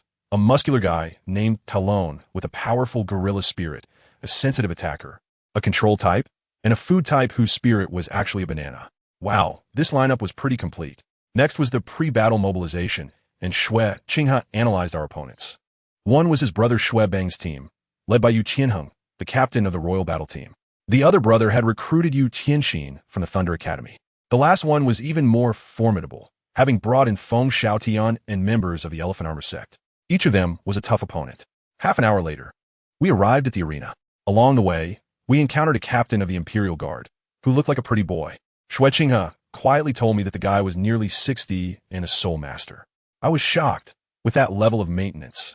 He would be trending every day back home. He also mentioned that there was a master in the palace, a eunuch with the surname Chao. I couldn't help but chuckle. It seemed there were always skilled eunuchs named Chao wherever we went. By the arena, several other princes were already present, and they looked at us with sharp gazes, filled with hostility. I quickly locked onto the Royal Battle Team. Yu Qianheng occupied the center position. Next to him was the flamboyantly dressed Duguyan. However, my gaze fell on another girl. She wore a black robe, a veil, and had long blue hair, exuding an aura that warned others to stay away. Yi Lingling. I was itching with excitement. The 9-heart sea buttercup, this was a top-tier healer. With her around, my teammates would be like unkillable cockroaches. It was such a waste for someone of her talent to stay in the Royal Battle Team. I had to think of a way to recruit her. Before long, Emperor Xuye arrived, adorned in a golden robe and crown, his aura fully unleashed. After a series of formalities, Xue Beng jumped out and was the first to challenge us. He must have thought that with a level 20 to 30 soul master on our team, we were an easy target. Xue Qinghe calmly accepted the challenge. Our two teams immediately took the stage, and the referee waved the flag. Both sides announced your names. Huo Wushuang was the first to shout. Huo Wushuang, Martial Spirit. Unicorn Fire Violent Dragon, level 36 attack type battle spirit. Yu Qianheng on the opposite side laughed. You still have that fiery temper. We fought so many times. Today let's see who is better. Huo Wushuang's fighting spirit was ignited. All right. The referee issued the command. The match begins. As soon as the words fell, both team leaders activated their martial spirits. Unicorn Fire Violent Dragon, possessed. Blue Electric Tyrannosaurus, possessed. Huo Wushuang was fine. He just looked a bit more muscular. But Yu Qianheng's transformation was exaggerated. With a sudden rip, his right arm's clothing burned away, and his entire arm instantly swelled, covered in blue-purple dragon scales. His hand transforming into a fierce dragon claw, crackling with electricity. What a dominating presence. With this transformation, the Royal Battle Team no longer held back, and one by one, they began to perform their own transformations. Let me tell you, the most impressive one is that Duguyan. She moves like a beautiful snake, wrapping around Yu Tianheng's back, her body radiating green light. With a crack, Yu Tianheng's hair instantly turned green. Family, who understands? This buff isn't very damaging, but it's extremely insulting. She is also transformed. Her lower body has merged into a thick snake tail, and her little tongue is hissing, looking quite formidable. Then there are the two brothers from the Shi family, with a Xuanwu turtle martial soul. Wow, they're hardcore. A complete set of turtle armor grows on their bodies. Even the belly has a plastron, their limbs have shortened, and they've completely turned into two upright turtle warriors. And then there's that one called Yu Feng, whose arms have transformed into wings, taking off right from the spot. Only the last one, named Yi Lingling, is quietly standing there, looking serene, without making a move at all. Of course we can't lose our momentum here. Jiang Yu specially wore a white robe today, and when he took out the Chixiao Sword, his aura was simply extraordinary. Let me tell you, even the Snow Knight Emperor in the stands was stunned and asked the person next to him who this handsome young man was. The old eunuch beside him was also taken aback and said, "This is from the 7-treasure Glazed School, a disciple of the Sword Law," and even joked with the emperor, "It's a pity such talent doesn't join our internal court." I couldn't hear anything on the field at that moment. If I had heard it, I would have definitely seen the old man on the subway looking at his phone. Are you serious, dude? You want the direct disciple of the sword fighting master to be your sister? Jiang Yu probably also felt something, as he inexplicably sneezed and felt a chill down his back. Just then, everyone on our side had also completed their transformations. Talon turned into a black-haired gorilla. Another guy had a 3-meter-long iron chain glowing with blood, and one had already flown into the sky. But the most explosive moment was our team's food-type support, Gao Liji. He yelled at the top of his lungs with 2 soul spells. I have a giant banana. I have a sesame banana. Bang! Suddenly, 6 bananas appeared out of thin air in his hand. Huo Wu turned green at that moment, looking disgusted. That's so gross. I'm not eating that. The rest of us don't really care. We swallowed it whole, skin and all. Hey, don't say it. It actually tastes pretty good, and I feel like my speed has increased a lot. When Jiang Yu saw that Huo Wu wasn't eating, he directly grabbed the last banana from Gao Liji's hand and held it up to Huo Wu's mouth, half coaxing and half tricking. Come on, eat it. Only then can you cut down that healer over there. For victory, you can't say no to a banana. Even if it's a sausage, you have to eat it. Huo Wu blushed, probably feeling the effects of love, and opened her mouth to eat the banana. The battle instantly erupted. Huo Wuzhong and Yu Qianheng, 2 muscular men, crashed into each other directly, while Tyrone, the powerful gorilla, shouted as he charged in to help. When Yu Qianheng threw a punch, he immediately felt something was off. Damn, this guy is just a great soul master. How could his pure strength be fiercer than a soul sovereign's? As he struggled, the lone Duguyan behind him immediately released poison, spreading a red mist that gave their entire team buffs to attack and speed. Following that, the flying Yufeng and the ground-running Black Panther Osro executed a perfect high-altitude dive and ground shadow combo, targeting Huo Wuzhong. Not a chance. JiangYu had been keeping an eye on them, and with a hum, the Chixiao Sword formation was activated. Dozens of flying swords enveloped Osro, engulfed in golden flames, creating a scene of high-temperature steam. Osro was almost dehydrated on the spot, with a puddle forming beneath his feet, losing his speed advantage entirely. Seeing his teammate about to fall, Yu Qianheng panicked and stopped holding back, directly unleashing his ultimate move. Third soul skill, Thunder Fury. He instantly went berserk, with his attack power skyrocketing by 100% and soul power increasing by 50%, transforming into a humanoid beast, swatting Tyrone away with a single claw. Huo Wuzhong wasn't afraid either, activating his third soul skill, Golden Scale Fire Dragon Transformation, with golden scales shining all over his body, meeting the attack head-on. Just at this critical moment, our team's chain user, Yashi, finally found an opportunity, shouting bind. Several blood-red chains burst out from the ground, tightly binding Yufeng in the sky, rendering its wings immobile, and it plummeted down. On the other side, Huo Wu finally reached the back line of the Emperor's battle team, preparing to ambush the healer Yilingling. However, with a thud, the 2 turtle brothers from the Shijia team blocked her path. Huo Wu struck with a fire whip, making a crisp sound. But the turtle shell didn't even leave a mark. This girl was tough. When she couldn't win, she started muttering about grinding the turtle shell into powder to give to Jiang Yu to increase his strength. I tell you, Jiang Yu happened to arrive right next to her and heard it clearly, his face turning green. He thought to himself, is this something a carbon-based life form could come up with? He quickly interrupted Huo Wu's spellcasting, directing her to attack the turtle's feet and joints. Huo Wu was smart and immediately conjured 2 small white fireballs, targeting the lower body. Jiang Yu also charged up, slashing at the turtle shell with his sword. With a ripping sound, he actually carved a fiery red mark into it. This strike directly caused the 2 turtle brothers to reel back, their health surging. To make matters worse, Yilingling finally made her move. The 9-heart begonia flower in her hand shone brightly, and countless petals fell, instantly restoring all the members of the Emperor's battle team to peak condition. Damn, how are we supposed to fight? This healing ability is just too insane. Jiang Yu was dumbfounded, probably overwhelmed by this terrifying healing power. As a result, Huo Wu, who was next to him, noticed that he was staring intently at Yilingling and immediately got jealous, twisting Jiang Yu's ear right there on the battlefield. And the 2 of them started flirting openly in front of everyone. The 2 turtle brothers on the opposite side, both singles since birth, were infuriated by the situation. Damn, we're in a fight here, showing off their love in front of us. This is unacceptable. The 2 of them roared in anger, their second spirit rings lighting up. The turtle shells on their backs and chests suddenly detached with a snap, flying into their hands and transforming into 4 massive turtle shell shields. They then hurled these shields at Jiang Yu and Huo Wu, spinning them like Captain America's shield. Jiang Yu quickly shielded Huo Wu behind him and executed the Earth Fiend sword technique, causing stones on the ground to instantly coalesce into a giant stone shield, withstanding the impact of 3 turtle shell shields, which ultimately shattered with a loud bang. The last shield was aimed directly at Jiang Yu's face, but he blocked it with his Chixiao Sword engulfed in golden flames, the high temperature even causing the turtle shell to melt slightly. The 2 turtle brothers were alarmed and exchanged glances, immediately unleashing their strongest soul skill, the third soul skill, Turtle Shell Explosion. With a loud bang, the 4 turtle shell shields exploded into 32 sharp fragments, shooting towards JiangYu like a rain of flowers. They really let their guard down this time. At the critical moment, Huowu rushed out from behind JiangYu without a second thought, using her body to shield him. Several fragments instantly sliced through her arms and calves, with wounds deep enough to see bone. She gritted her teeth and unleashed a resistance fire ring to deflect the remaining fragments.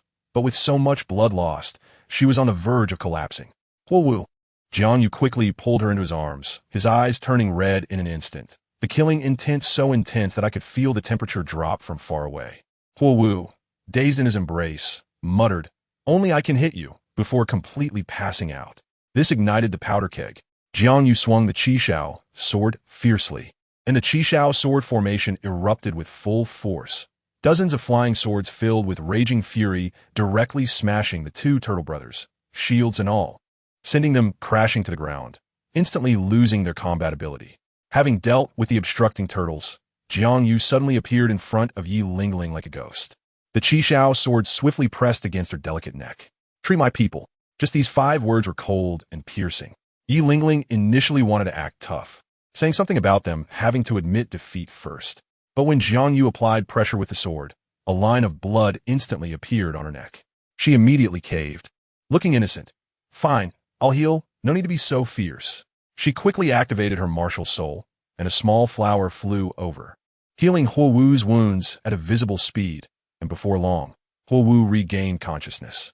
JiangYu looked at the effect and couldn't help but mumble. What a waste not to open a beauty salon with this skill. Once Huowu was fine, JiangYu retracted his sword and thanked her. Just as he turned to leave, he suddenly remembered something and turned back sharply. "Sorry, but I need to trouble you a bit more." Yi Lingling was left dumbfounded, completely bewildered. Before she could react, JiangYu rushed in front of her, delivering a punch to her stomach, and then swiftly moved behind her, delivering a chop to the back of her neck. After finishing all this, JiangYu circled back, waiting for her to faint. Yi Lingling's eyes were glazed over, and just before she passed out, she used her last bit of strength to ask, "Why punch my stomach if you want to knock me out?" JiangYu replied sincerely, "I was afraid you would resist." I estimate that Yi Lingling was so angered by this answer that she fainted. Now they've stirred up a hornet's nest. When Duguyan saw her best friend being treated so ruthlessly, she went into a rage on the spot, her hair standing on end without the wind. And her third soul skill, Purple Phosphor Poison, was activated immediately. The purple toxic mist quickly spread throughout the entire venue. I tell you, when this poisonous mist came out, the entire venue fell silent. Guess what JiangYu did? He remained calm and pulled out a gourd from his pocket, then took out a packet of powder. Goodness. I was thinking, what are you trying to do? Perform the legend of the White Snake live. He tossed the packet of powder into the air and threw the gourd up, and with a swoosh, the Chixiao Sword split the gourd open. The strong liquor poured down, mixing with the powder and then ignited by his imperial fire. I swear, that scene was unbelievable. Just moments ago, the overwhelming purple poisonous mist vanished as if it had met its nemesis. Duguyan stood there dumbfounded, her mouth agape as if she could fit an egg in it. Probably the first time in her life, she saw her proud poison being countered like that. The entire audience was stunned.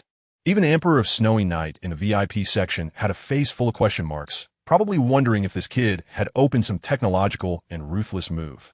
But the Crown Prince Xue Qinghe, let me tell you, his gaze towards JiangYu changed completely. It was so fiery, he almost wanted to directly say, "Man, you successfully caught my attention. Who understands this bossy vibe?"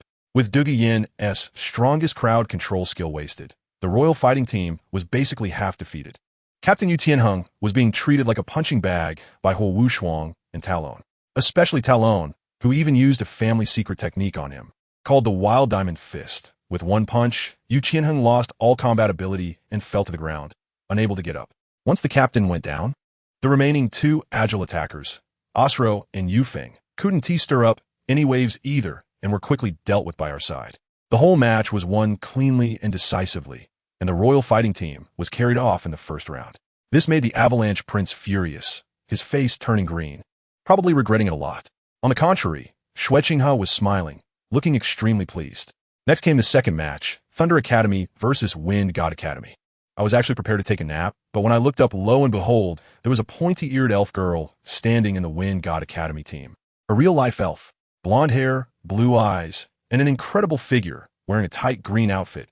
She looked like she walked straight out of game. You couldn't model a face this perfect.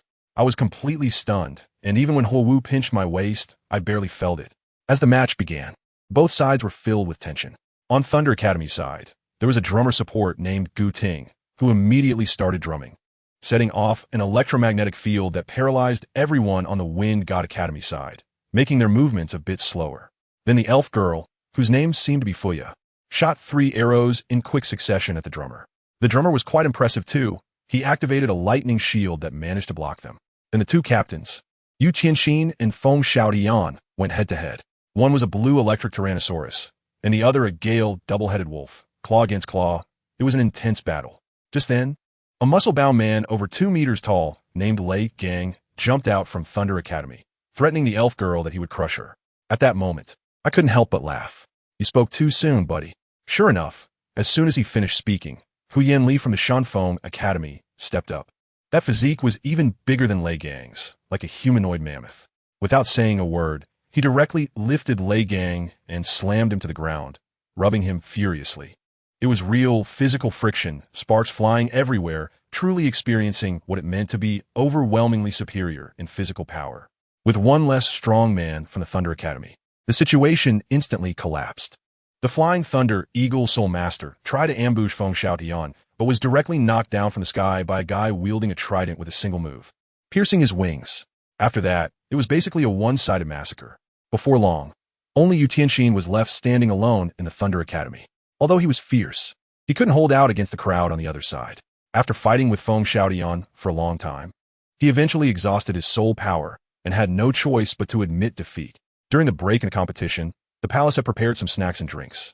I tell you, that milk tea cost dozens of gold soul coins for just 1 cup. Jiang Yu, while cursing the royal family for their extravagance, drank faster than anyone else. After finishing, he saw Yilingling hiding in a corner, secretly eating grilled sausages. Goodness, there were 9 sausages neatly arranged on a plate. Jiang Yu casually approached her and started his persuasion tactics. Yilingling was still angrily questioning him about why he knocked her out on stage.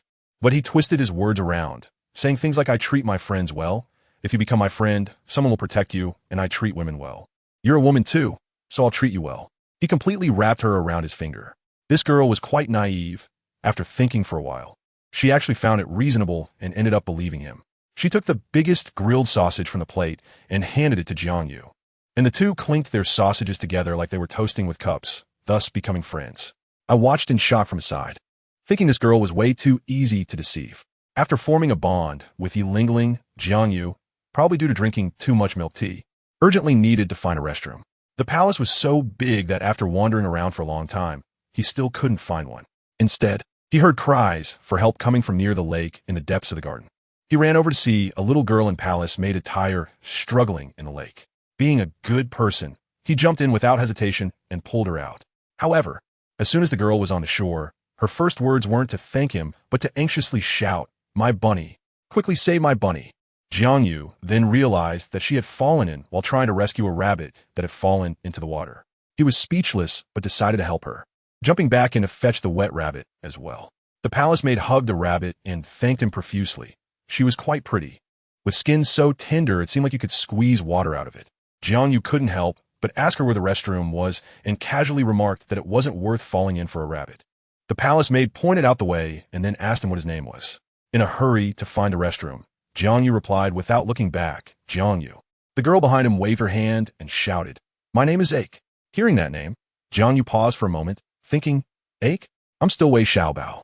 Anyway, I just thought that to myself and quickly found a corner to take care of my personal business.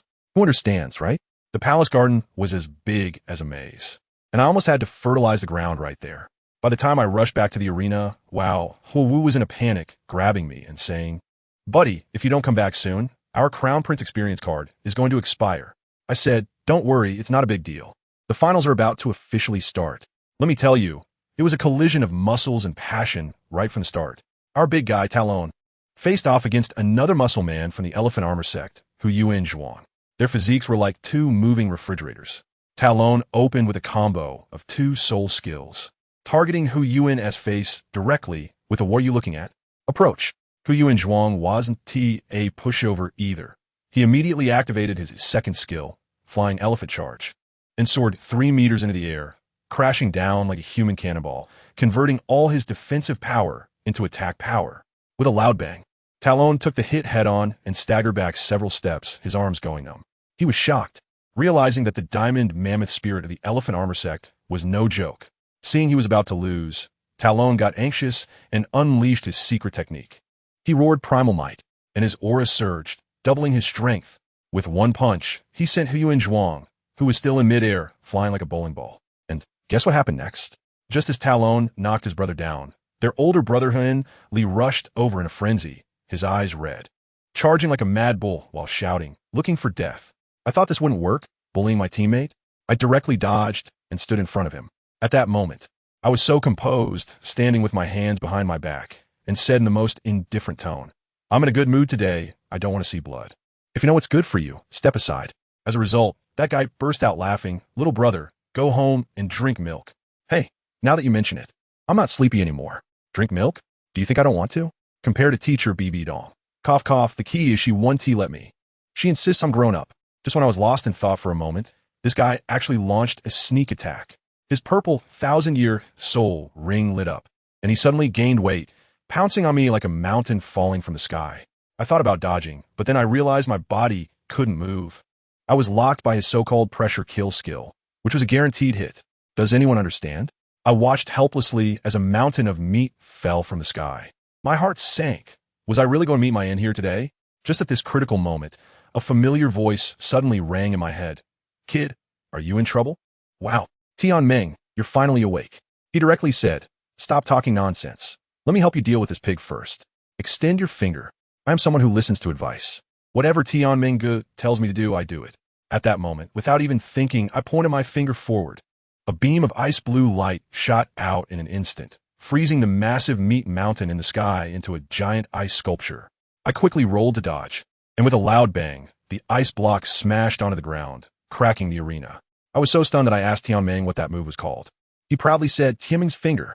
After saying that, he exhausted his energy and went back to sleep, telling me to visit the extreme north when I had the chance. At that moment, everyone was dumbfounded. How could I, a fire-type soul master, shoot out an ice projectile? The big shots started to speculate, saying I must have some ice-type soul bone, especially that Snow Knight Emperor. His gaze towards me was different, as if he was looking at a rare treasure. He immediately whispered to the eunuch beside him, "Go check which princess is still unmarried and of suitable age, and arrange it for me." Wow, is he really planning to arrange a marriage for me? He actually picked the 9th princess, whose name is just Ke. On the arena, the opponent, Feng Xiaotian, was also dumbfounded, looking at me as if I were a monster. A girl from his team, Fuya, who was skilled with a bow, didn't believe in evil and shot an arrow at me. I directly drew my great sword, activated the Chixiao Sword formation, and swiped away all her arrows, conveniently tearing her clothes into strips. I directly replicated a classic move of Sange, the torn clothes sword technique. Although it was a bit crude, it was really effective against girls. Huo Wu was dumbfounded beside me, spat at me, and called me a little pervert, then ran off to help her brother fight Feng Xiaotian. As a result, Feng Xiaotian was also a strange one. After being whipped by Huo Wu, not only did he not get angry, but he also confessed right there, saying it was the first time a girl had hurt him and that I successfully caught his attention. Asking if we could grab a meal together, Huo Wu pointed at me and said with great authority, "Sister's flower has an owner. See that? That's my boyfriend." He was very jealous. I was completely thrown off. Feng Xiaotian immediately lost his composure, howling as he charged at me. His expression was one of jealousy that made him look unrecognizable. I was also angry. How dare he try to steal my girl in front of me? I was initially thinking of wooing this talent, but now it seemed unnecessary. I directly used the heavenly severing sword technique to knock him from the sky to the ground, making him understand what it meant to be far ahead. Once Feng Xiaotian fell, their team crumbled, and we easily won the match. Now, the position of the crown prince of Shui Qinghe was secured. Just as I was pondering how to help Qianren Xue with her career, right after the match ended, suddenly a guy in a flying fish suit rushed in and whispered to the emperor. The next second, the old emperor slammed the table. His face turned green. How outrageous! The Liangshan Principality is rebelling. At that moment, I had just one thought. Can't we wait until the crown prince is officially appointed before causing trouble? Shui Qinghe came over to explain to me that the Liangshan Principality had discovered a purple gold mine, and the Empire wanted to nationalize it. But they refused and directly allied with the Xinghua Empire. He wanted to go suppress the rebellion, make a great achievement, and solidify the Crown Prince's position completely, asking me to go back and relay a message to Ningfengji to seek help from the Seven Treasures Glazed Tile School. Of course I understand. Isn't this just making me a messenger? All right, no problem. When I was saying goodbye to Huo Wu and the others, that girl was particularly enthusiastic and directly stamped several marks on my face. I boarded the carriage of the Zwiking faction with a face full of lip prints. On the way back in the carriage, I was closing my eyes pondering this matter when suddenly there was a sudden break. Right after that, whoosh. A cold arrow shot in directly through the window. Damn, under the Emperor's feet, right in the heart of the Imperial City. Is there still someone who dares to carry out an assassination in the street? I was instantly furious. How could this be tolerated? I summoned the Chixiao Sword, pierced through the car roof with a single strike, and jumped out. With a swift motion, I unleashed a set of Chixiao Sword formations towards the 5 black-clad individuals outside. And guess what happened? Just as my sword formation was unleashed, those bastards also revealed their weapons. Good grief, they were all at the 4-ring soul sect level. The best configuration. They really invested a lot in this. The leader took out a flute, and as he played, a fire dragon several meters long charged straight at me. I couldn't help but laugh at the time. Playing with fire in front of me? You really don't know your place. With my Imperial Fire. Even Ma Hongjun would have to call me brother. I directly activated my Imperial Fire protection, and the golden flames wrapped around me. Guess what? That fire dragon came charging at me, but didn't even singe a hair. It was devoured by my flames like a buffet.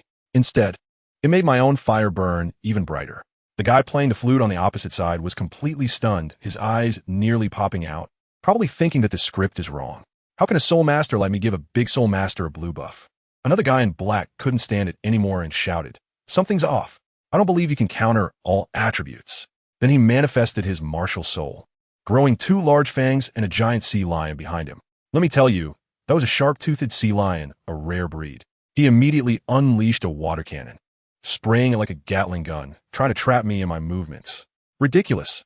Water does extinguish fire, but that water better be at fire hydrant level, right?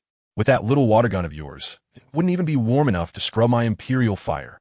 Before the water bullets could even reach me, they evaporated into steam. Seeing that the ranged attack wasn't working, that guy charged in directly, trying to use his big fangs to make a cut on me. I thought to myself, "You're a killer, but you look like a zombie." I swung my Chixiao Sword, and with a crack, I shattered his proud, big white teeth, right on the spot. He cried out in pain. Now, the remaining 3 were completely panicked, whispering to each other, "What should we do? Should we retreat?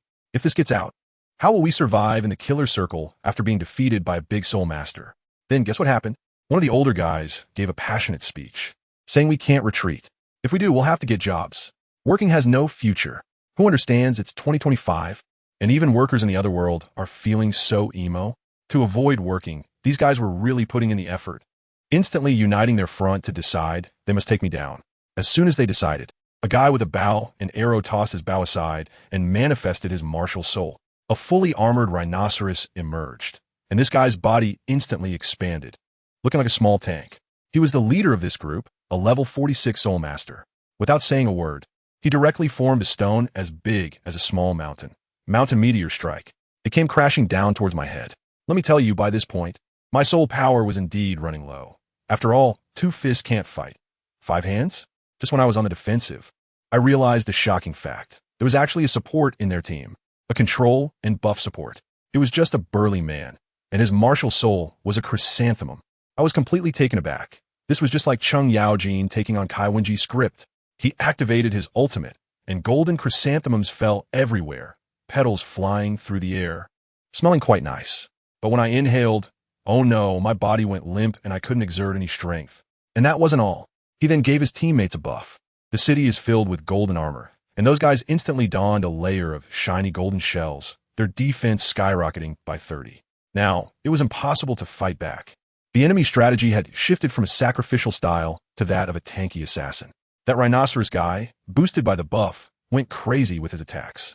I was controlled and could only take the hits. This was insane. Just when I felt like I was about to be finished, reinforcements arrived. A large group of city guards came storming in, surrounding us. Leading them was a general named Zhao Yi, who looked quite refined.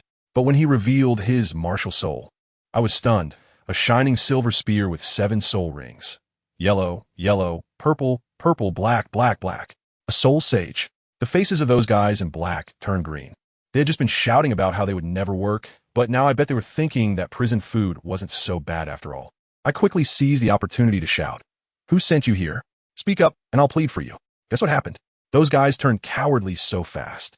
The guy who just a moment ago was tough immediately knelt down and said, "Big brother, don't kill me. We're just doing this for the money." I was dumbfounded. With such little backbone, how could they even call themselves assassins? But the commander of the city guard, Jiang Yu, didn't give them chance at all. He had his own KPIs to meet. Without a second thought, he activated his 7-soul ring and unleashed his ultimate move, True Body of the Weapon's Soul. He transformed into a beam of light and merged into his spear, which instantly grew to several dozen meters long. With a whoosh, he skewered all 5 black-clad men like candied hawthorns, killing them on the spot. Goodness, when a soul sage strikes, it's just that simple and brutal. As the bodies fell, a copper medal dropped from one of them with a clatter. Zhao Yi picked it up, and upon seeing it, his face turned pale. It was engraved with a large character for Marshall. He stammered, "Marshall? Marshall Soul Hall's people?" I was stunned when I heard it. "No way, sir. Is it really a case of our own people attacking our own? I'm a man of the Pope, and Bibi Dong sent me as an undercover agent. But then the Spirit Hall sent someone to assassinate me? What is this called? This is called a workplace backstab. It's too difficult to be an undercover agent. Not only do I have to guard against the enemy, but I also have to watch out for my own people coming at me hard." This situation blew up instantly.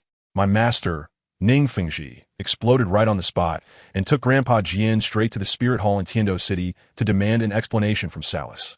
On the way, Grandpa Jian even had doubts, saying the Spirit Hall wouldn't stoop this low. But guess what my cunning master said? He said, "Whether they did it or not isn't important. What matters is that everyone now thinks they did it." Goodness, I was blown away. It turns out I'm just a tool. My assassination became a card for him to strike against the Spirit Hall. On the other side, the real Pope of the Spirit Hall, Bibi Dong, was also furious. She was raging in the Pope's hall, asking who dared to act on their own and touch her people. Her subordinates all said there was no such thing. Bibi Dong realized this was a setup. She was smart and immediately issued a papal decree, offering a reward of 10,000 gold coins for the real culprit, mainly to prove her innocence. At the same time, she wrote a letter scolding the 7-treasure Glazed Tile School, telling them to stop making a fuss. After doing all this, she muttered to herself, worried that I, as an undercover agent, wouldn't be able to withstand the beauty trap of the 7-treasure Glazed Tile School. After all, cough, she knows me best. Speaking of beauty traps, indeed came. Just after I escaped danger and returned to the 7-treasure Glazed Tile School, Lady Ning Rong rushed over to calm me down. How did she calm me? By kneeling beside the bed and massaging my feet. Let me tell you, her technique was professional. I was so moved at the time. Rong, your skills are impressive. She had a proud look on her face and said, "Humph, if it weren't for seeing you getting hurt, I wouldn't be doing this. Your feet smell too bad." I went along with her. "Why don't you help me wash them again?" Goodness, the young lady got angry and directly tossed my foot aside, running off. I thought she was really mad, but not 2 minutes later, she came back with a large basin of water. This girl is tough on the outside, but soft on the inside. She pressed my foot into the basin, and I gasped in shock. Ice-cold water. "Hey, do you soak your feet in cold water at home?" She looked innocent. Well, what could I say? Might as well do it myself. I secretly used my imperial fire to heat from the soles of my feet, and the water quickly bubbled up warm. Ning Rong was curious. Why is the water warm? I seriously made up an excuse. Maybe it was heated by the sun. She actually believed me. Family, what do you think? She's innocent, right? Watching her seriously scrub my feet, I suddenly started to miss the days at the Spirit Hall. Back then, someone fed me during meals. 6 young ladies attended to me while I bathed, and at night, Hulaina would hug me to sleep. Sigh, the undercover life is tough. While I was enjoying the young ladies' foot bath service, Ning Fengji had already breached the Spirit Hall. The experts he brought, like the Dragon and Tiger Soul generals, were fierce, and they quickly took down the hall's guards with ease. Finally, the master of the Heaven Do Hall, an old man named Salas, came out, ready to say something harsh, but when he looked up and saw Grandpa Jian next to my master, he instantly swallowed his words. The aura Grandpa Jian exuded was something else. I could feel it even through the screen. The oppressive feeling was overwhelming. Old man Salas immediately shrank back, treating Grandpa Jian with utmost respect, almost bending at a 90-degree angle. But my master Ning Fengji didn't care about his platinum or red gold status. He directly started to scold. Salas, you finally crawled out. Stop with the empty talk. My talented disciple was attacked by your spirit hall's assassins. Don't you think you should give me an explanation? Wow. My master's momentum did not resemble that of a support-type soul master at all. He was like a domineering CEO. Salas, this old man, was also a soul master, but was left dumbfounded by the confrontation. However, being a seasoned veteran, he quickly regained his composure and started to play dumb. What are you saying? I don't know anything. Sec Master Ning, you need to speak with evidence. You can't just spread rumors. He crossed his arms, and that arrogant expression returned. What status does our spirit hall have? Why will we resort to such lowly tactics? If we're talking about geniuses, who can compare to our golden generation? I think there must be some misunderstanding. My master sneered. Your mouth is quite tough. I've long heard that you, Salas, are the most skilled at turning black into white in the spirit hall. Now that I've met you, it's indeed true to your reputation. Saying this, he directly revealed the spirit hall token he had found on the assassin. Now, how do you explain this? Huh? Why would an assassin have your spirit hall's token? Is your management in such a poor state that tokens can be easily stolen? As soon as these words were spoken, Salas's face turned pale. He truly didn't know about this. How could anyone come to cause trouble without informing him, the local authority? Now, he was in a bind, unable to speak out. This was a classic backstab from a teammate, leaving him speechless. Just as the two old men were about to fight, the atmosphere frozen. A sharp eagle's cry suddenly echoed from above, like a fighter jet. Following that, a golden giant eagle swooped down from the sky and landed at the entrance of the hall. As the golden light dissipated, it transformed into a small, slender man with 8 soul rings on his back, another soul, Dalu. Without saying a word, he took out a golden token and shouted loudly, "The Pope's decree has arrived." Upon seeing him, Salas quickly bowed and greeted, "Greetings to His Holiness the Pope." The messenger, named Lord Dalu, with a blank expression, began to convey Pope Bibi Dong's orders. I tell you, Bibi Dong is truly impressive. Her commands were simple and straightforward. First, the assassination of the 7 treasure Glazed Tile School's disciple has nothing to do with the Spirit Hall. Second, to prove its innocence, the Spirit Hall will offer a substantial bounty to capture the real culprit across the continent. Salas was left dumbfounded after hearing this. What was this operation? But my master, Ning Fengji's face instantly darkened, murmuring, "What a Bibi Dong. This woman is too terrifying." Family, who understands? This operation is simply textbook-level crisis management. With this move, she directly pulled the Spirit Hall out of the mire and turned the tables, accusing us of making trouble for no reason. Her skills are countless times more brilliant than her husband, who only knows how to fight. This matter ended just like that. My master, though frustrated, could only take his people back for now. That night, Salas was in a great mood, surrounded by beautiful women in his hall, watching a group of ladies in black stockings and short skirts dance, pondering which lady to choose for the night, when suddenly a subordinate came to report that Duke Yuxiao was requesting an audience. Upon hearing this, Salas instructed them to let him in, then waved his hand to the startled dancers, saying, "Why have you stopped? Continue the music and the dance." Shortly after, an old man who looked ethereal but was actually quite flashy walked in. This old man was Duke Yuxiao, known for being quite the lecher, having married over 300 wives and even took an 18-year-old last year. Simply outrageous. They were old acquaintances, and as soon as Duke Yuxiao entered, he inquired about the assassination, feigning concern and asking if he should find some writers to help clear the Spirit Hall's name. Salas, puffed up with pride, recounted the Pope's decree, claiming the matter was resolved. After hearing this, Duke Yuxiao's eyes glimmered for a moment before he revealed his true intentions. It turned out that a vassal state of the Tiando Empire called Liangshan Principality was planning to rebel and ally with the Xinglu Empire. The emperor, Xia, was furious and decided to send troops to suppress it, even sending several princes to the front lines for experience. However, the Avalanche Prince fell off his horse and couldn't go. Duke Yuxiao was another prince and the teacher of Shiwechen, so he wanted Salas to send some experts to protect his precious disciple. He promised a reward of 100,000 gold soul coins, along with Shiwechen's future gratitude. Salas calculated it out and found this deal quite profitable. By helping Shiwechen, he would have an insider in the Tiando Empire in the future. So he waved his hand generously, sending 3 soul saints and 10 soul emperors over. Duke Yuxiao was delighted, unable to close his mouth.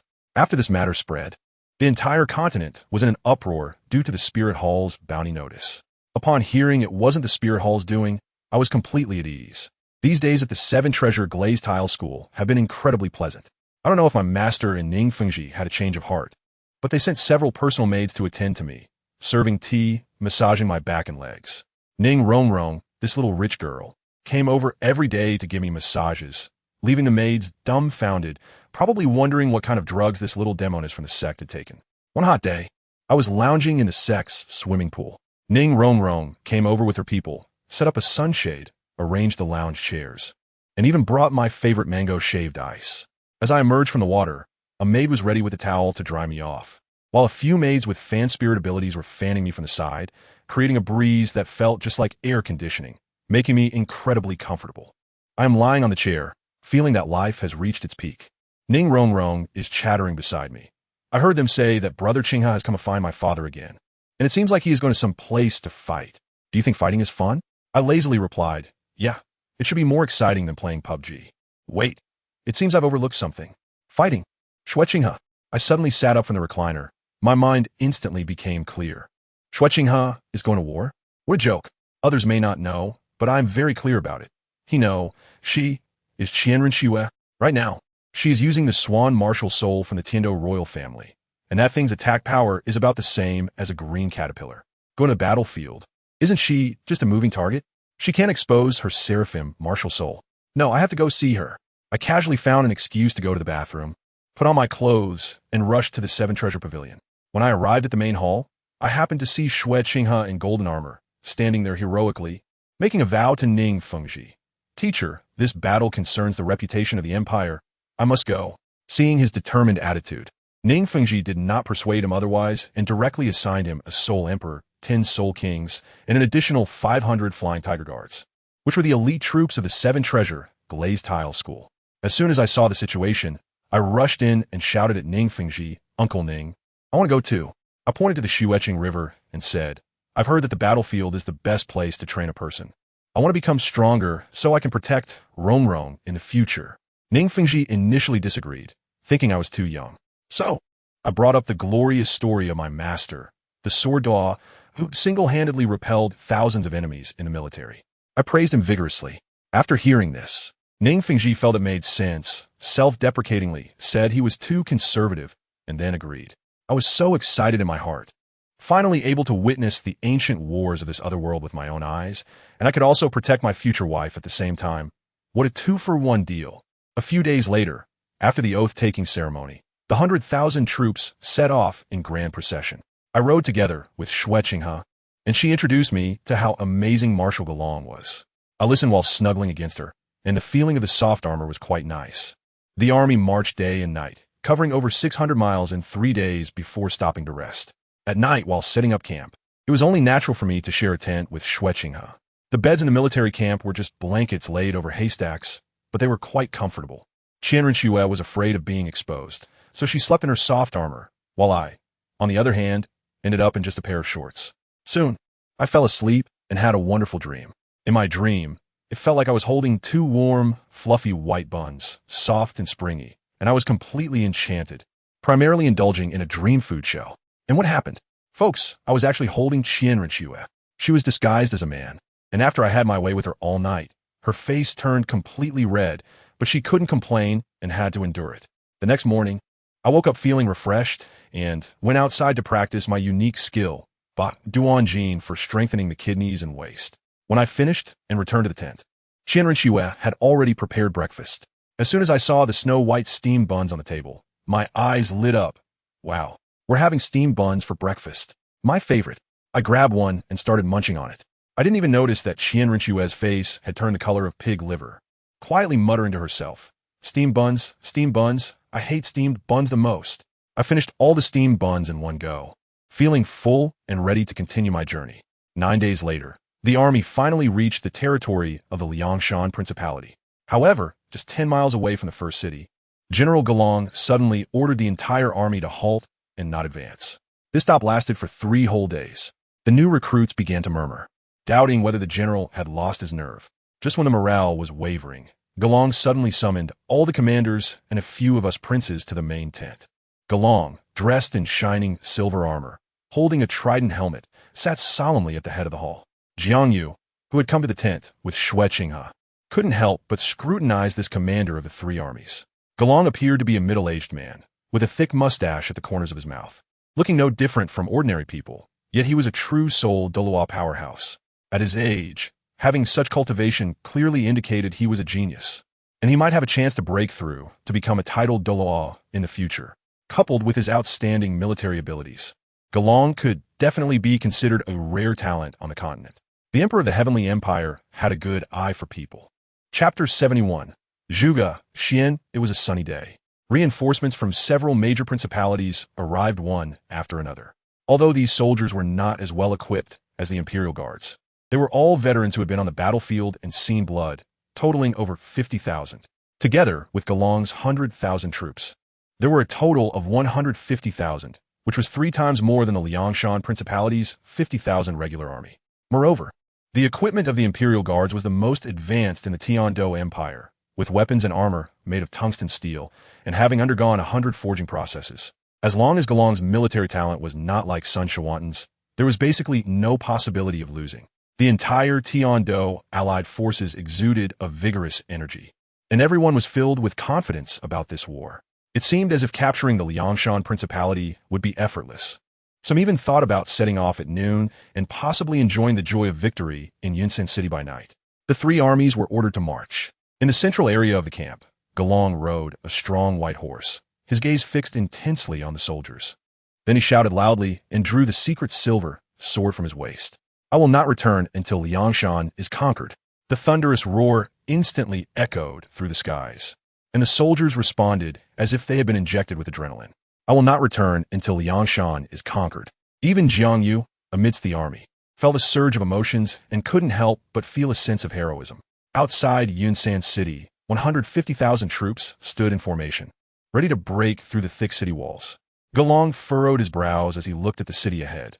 This city was indeed the fortress of the Liangshan Principality, surrounded on both sides by huge rocks, with the remaining hundreds of square meters of city walls made of hard rock. The walls were over 20 meters high, piercing the clouds, and the entire city resembled a steel fortress, making even someone like General Galong feel a bit uneasy. However, as the commander of the 3 armies, he knew he could not show any sign of cowardice in front of everyone. General Galong of the Tiandou Empire, under imperial command to conquer the Liangshan Principality. The city defenders, if you open the city and surrender to welcome the royal army, I will surely petition His Majesty to spare you the crime of rebellion. Galong raised his sword and issued a powerful voice, causing his white horse to rear up. At that moment, Galong truly had the demeanor of a great general. Creak. After a moment, the city gate slowly opened. In the middle of the road, a group of women was drying grains, chatting as they did so, and their expressions showed no signs of panic. Logically, with the army approaching, they shouldn't be so calm. Something was amiss, and Galong immediately sensed that something was wrong. However, he couldn't guess what the city defender was up to. At that moment, a tall figure appeared at the city gate. The person had sword-like brows and starry eyes, exuding a heroic aura, dressed in silver armor, clearly not an ordinary person. To his surprise, it was General Galong himself leading the troops. The person on the city wall showed a look of surprise. I am Zhuge Xian, the commander of Yunsan City. I have long admired the general's name, but serving the king is my duty. The Liangshan Principality has shown me kindness, and I will never betray it. The gate is open. I wonder if the general has the courage to lead the army in for a discussion. Zhuge Xian then drew a jade flute from his waist, put it to his lips, and began to play, sending a chilling sound from the flute to the outside of the city, making those who heard it shiver in fear. What a clever tactic. Jiang Yu was slightly stunned, thinking, are you playing the empty city ploy here? Just then, the general of the Tungluan Principality, Hua Wu, rode forward to Galong. He had fought against Zhuge Xian 3 times before. The first time, he lost over 1,000 troops. The second time, he lost 3,000. And by the third time, he had learned to be smarter and avoided falling into Zhuge Xian's trap, but still lost 5,000 troops, not expecting that the opponent would change tactics again. This person was quite cunning and was one of the 3 great generals under the Duke of Liangshan. Hua Wu blushed slightly as he said, in my humble opinion, there must be ambushes in the city. You must not fall for Zhuge Xian's cunning plan. Having fought for decades, Galong certainly wouldn't miss the underlying meaning here. Zhuge Xian was clearly trying to lure him into the city, intending to catch him in a trap. He would never fall for it. General Hua makes a good point. Galong chuckled. This person, although clever, is too arrogant. Thinking that a mere bait and switch can deceive us into the city. It's simply laughable. After hearing Galong's analysis, Jiang Yu couldn't help but roll his eyes.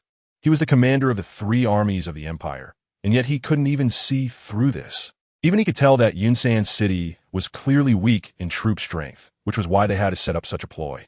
General Galong, Jiang Yu didn't want to see the army waste time outside the city like this. This was the first battle with the Liangshan Principality. If they didn't even fight and retreated, it would be a significant blow to morale. Once morale was lost, it would be hard to rebuild.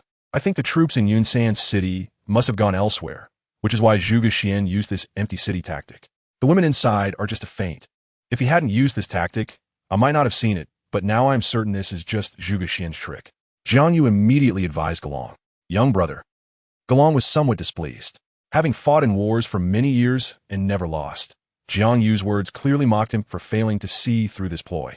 If it weren't for the fact that he was a disciple of the Sword Daw, Galong would have already lost his temper. This chapter isn't over yet. Please click the next page to continue reading the exciting content. The 2 armies faced each other, filled with tension. You, at such a young age, shouldn't rashly comment on military matters, Galong said mockingly, clearly looking down on him. If Galong can't even see through such a small trick, then I have overestimated him. However, a great opportunity is right in front of us, and I absolutely cannot miss it. Although Jiang Yu was somewhat impatient, he understood that Galong was the commander of the army, and without his orders, the soldiers would never act on their own. So Jiang Yu could only continue to suggest that if the marshal did not believe him, he could send scouts to the city to check the situation inside before making any decisions. Galong felt that Jiang Yu was making a big deal out of nothing, but after thinking it over, he did not refuse. After all, sending someone to investigate wouldn't hurt. Pass down my order commanding the scout camp leader, Hitreda, to lead 100 agile strategists to the city to observe the enemy situation. With Galong's command, the nearby guards quickly rode off towards the back of the army. Before long, 101 agile strategists, all dressed in green robes, soared into the air. These individuals all possessed flying-type martial souls. Although their soul ring configurations were not particularly outstanding, they all had at least the cultivation level of soul respect and held a significant position within the army. On the city tower, Zhuge Xian's expression changed drastically. He had not anticipated that Galong would bring agile strategists this time. It was known that the entire Heaven Do Empire had only over 300 agile strategists, and these were all directly under the Heaven Do Emperor. The Snow Knight Emperor actually allocated them to Galong. It seemed he was determined to take down the Liangshan Principality. This was bad. As he watched the figures in the sky getting closer to Yunsan City, Zhuge Xian began to think of countermeasures. Jiang Yu was not wrong. Since the Duke of Liangshan announced his separation from the Heaven Do Empire, he had anticipated that the Snow Knight Emperor would send an army to attack. Therefore, he had already ordered the wealthy merchants, strong men, and those with soul power in the city to relocate to Liangshan City. Now only a group of the old, weak, sick, and disabled remained, along with over 1,000 personnel led by Zhuge Xian. Otherwise, he would not have dared to set up an empty city scheme. Originally, this plan should have been foolproof, but it was seen through by Jiang Yu. Zhuge Xian could only blame himself for not accounting for the little monster Jiang Yu on the opposite side, who easily saw through his scheme. Zhuge Xian was indeed a talent, but it was a pity he did not expect that Galong had brought air support this time. Jiang Yu looked at the hundreds of figures in the sky and couldn't help but laugh. These agile strategists were all agile attack-type soul masters, and even arrows might not hit them. Zhuge Xian's conspiracy was about to fall apart. Quickly close the city gates and send people to transport granite stones to the city gate to block it. Zhuge Xian no longer pretended, as once the deception was seen through, it would lose its deterrent effect. For now, he could only rely on the solid defenses of Yunsan City to hold on. Fire arrows. No matter whether it's useful or not, shoot down a few agile strategists if we can. With Zhuge Xian's order, the troops in the city moved. 500 archers quickly knocked their arrows and shot at the figures that were getting closer in the sky. A volley resulted in 500 arrows being shot. The agile strategists did not expect the enemy to suddenly launch an attack. In their moment of carelessness, many were hit by arrows, but fortunately, most were not in vital areas. Only a few fell between the cliffs and crashed to the ground. After this attack, the remaining agile strategists became alert and immediately began to ascend higher into the sky, stopping only after they were out of the arrow's range. Was it really a feigned attack? Seeing the enemy suddenly shoot arrows, Galong couldn't help but shiver, and his expression became suspicious. The leading Atreida was the first to rush into the city. His martial soul was a falcon. Although it was only about 60 centimeters long, its wingspan exceeded a meter. Surrounding his body were 4 soul rings of white, yellow, yellow, and yellow. Although Atreida was over 500 meters above the ground, thanks to the keen eyesight provided by his falcon martial soul, the scenery on the ground was like a panoramic view through a high-power telescope. There were no ambushes in the city. At most, there were only over 1,000 soldiers stationed at the city gate. Report to the marshal. There are no ambushes in the city. Atreida's voice rang out loudly. Chapter 72. Golden Feather Scale Dragon. What? Gulong was immediately filled with fear. If it weren't for Jiang Yu's reminder, he would have almost fallen into Zhuge Xian's feigned attack. Such a humiliation, if it got out, would leave a mark in history. Except the main character would not be Gulong, but Zhuge Xian, and he would be the one laughed at. Fortunately, he listened to this kid. Gulong's gaze turned to Jiang Yu. He did not expect that someone so young could have such keen perception, a quality that even seasoned generals might not possess. Soldiers! Gulong raised his sword and shouted angrily. The city is weakly defended. Now is the perfect opportunity to attack. Charge! After Gulong issued his command, the 3 armies shouted in unison, roar, roar, roar. At the front were the shield bearers, holding rectangular shields that were 90 centimeters wide and 130 centimeters long, made from 3 layers of hardwood. The leather covering was specially treated and then covered with a layer of cloth, further reinforced with metal fittings to increase strength. Behind the shield bearers were the spear soldiers, each equipped with an iron short sword weighing around 1 kilogram, with extremely sharp tips, and the grip was designed to fit the shape of the fingers perfectly. They carried a long spear on their backs, with a metal shaft at the front, accompanied by an iron spear tip, and a wooden shaft at the back, wrapped with a long rope that could be used as both a javelin and a short spear. As the attacking army got closer to the city gate, Zhuge Xian ordered an attack. 500 archers wrapped their arrows in oilcloth and dipped them into a barrel of black liquid. If Jiang Yu saw this, he would recognize it as a precious resource from Blue Star. Oil. The moment the arrows touched the sparks, they ignited. Shoot! Zhuge Xian shouted, and the arrows flew towards the soldiers below. Even with shields to defend, many were hit by the flaming arrows, igniting their armor. In a short time, at least hundreds of soldiers were mercilessly consumed by the flames, turning to ashes. But even so, they could only grit their teeth and charge forward. As long as the commander did not order a retreat, they could not take a step back. This was the resolve of an imperial soldier. After paying a hefty price, some soldiers finally reached the city gate. They immediately released their martial souls, although they only had 1 white soul ring each. Most had beast martial souls and had some strength. They worked together to crash into the gate. The massive city gate shook slightly, but quickly returned to normal. Marshal, Hua Wu reminded, this heart attack is not a solution. Among the generals of the Liangshan Principality, Zhuge Xian is the best at defending cities.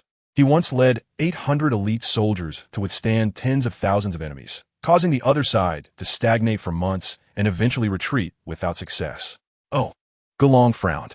He did not expect that such a small Liangshan Principality would have such a figure. After years of battles, encountering countless enemies, even those known as the 4 great military geniuses of Xingluo did not intimidate him. But now he had almost fallen for Zhuge Xian's tricks. General Hua, do you know this person's background? In the entire Douluo Continent, there are only a handful of generals that can earn Gulong's admiration. Apart from the 4 from the Star Luo Empire, there's also the Valkyrie from the Atarinda Kingdom, Milusha.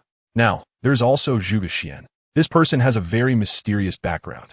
Hua Wu's eyes lit up, gripping the handle of his sword. He said solemnly, I heard that he comes from a hidden sect, but I don't know which one. His martial soul is a scroll named the Thunder Map, which contains violent thunder power.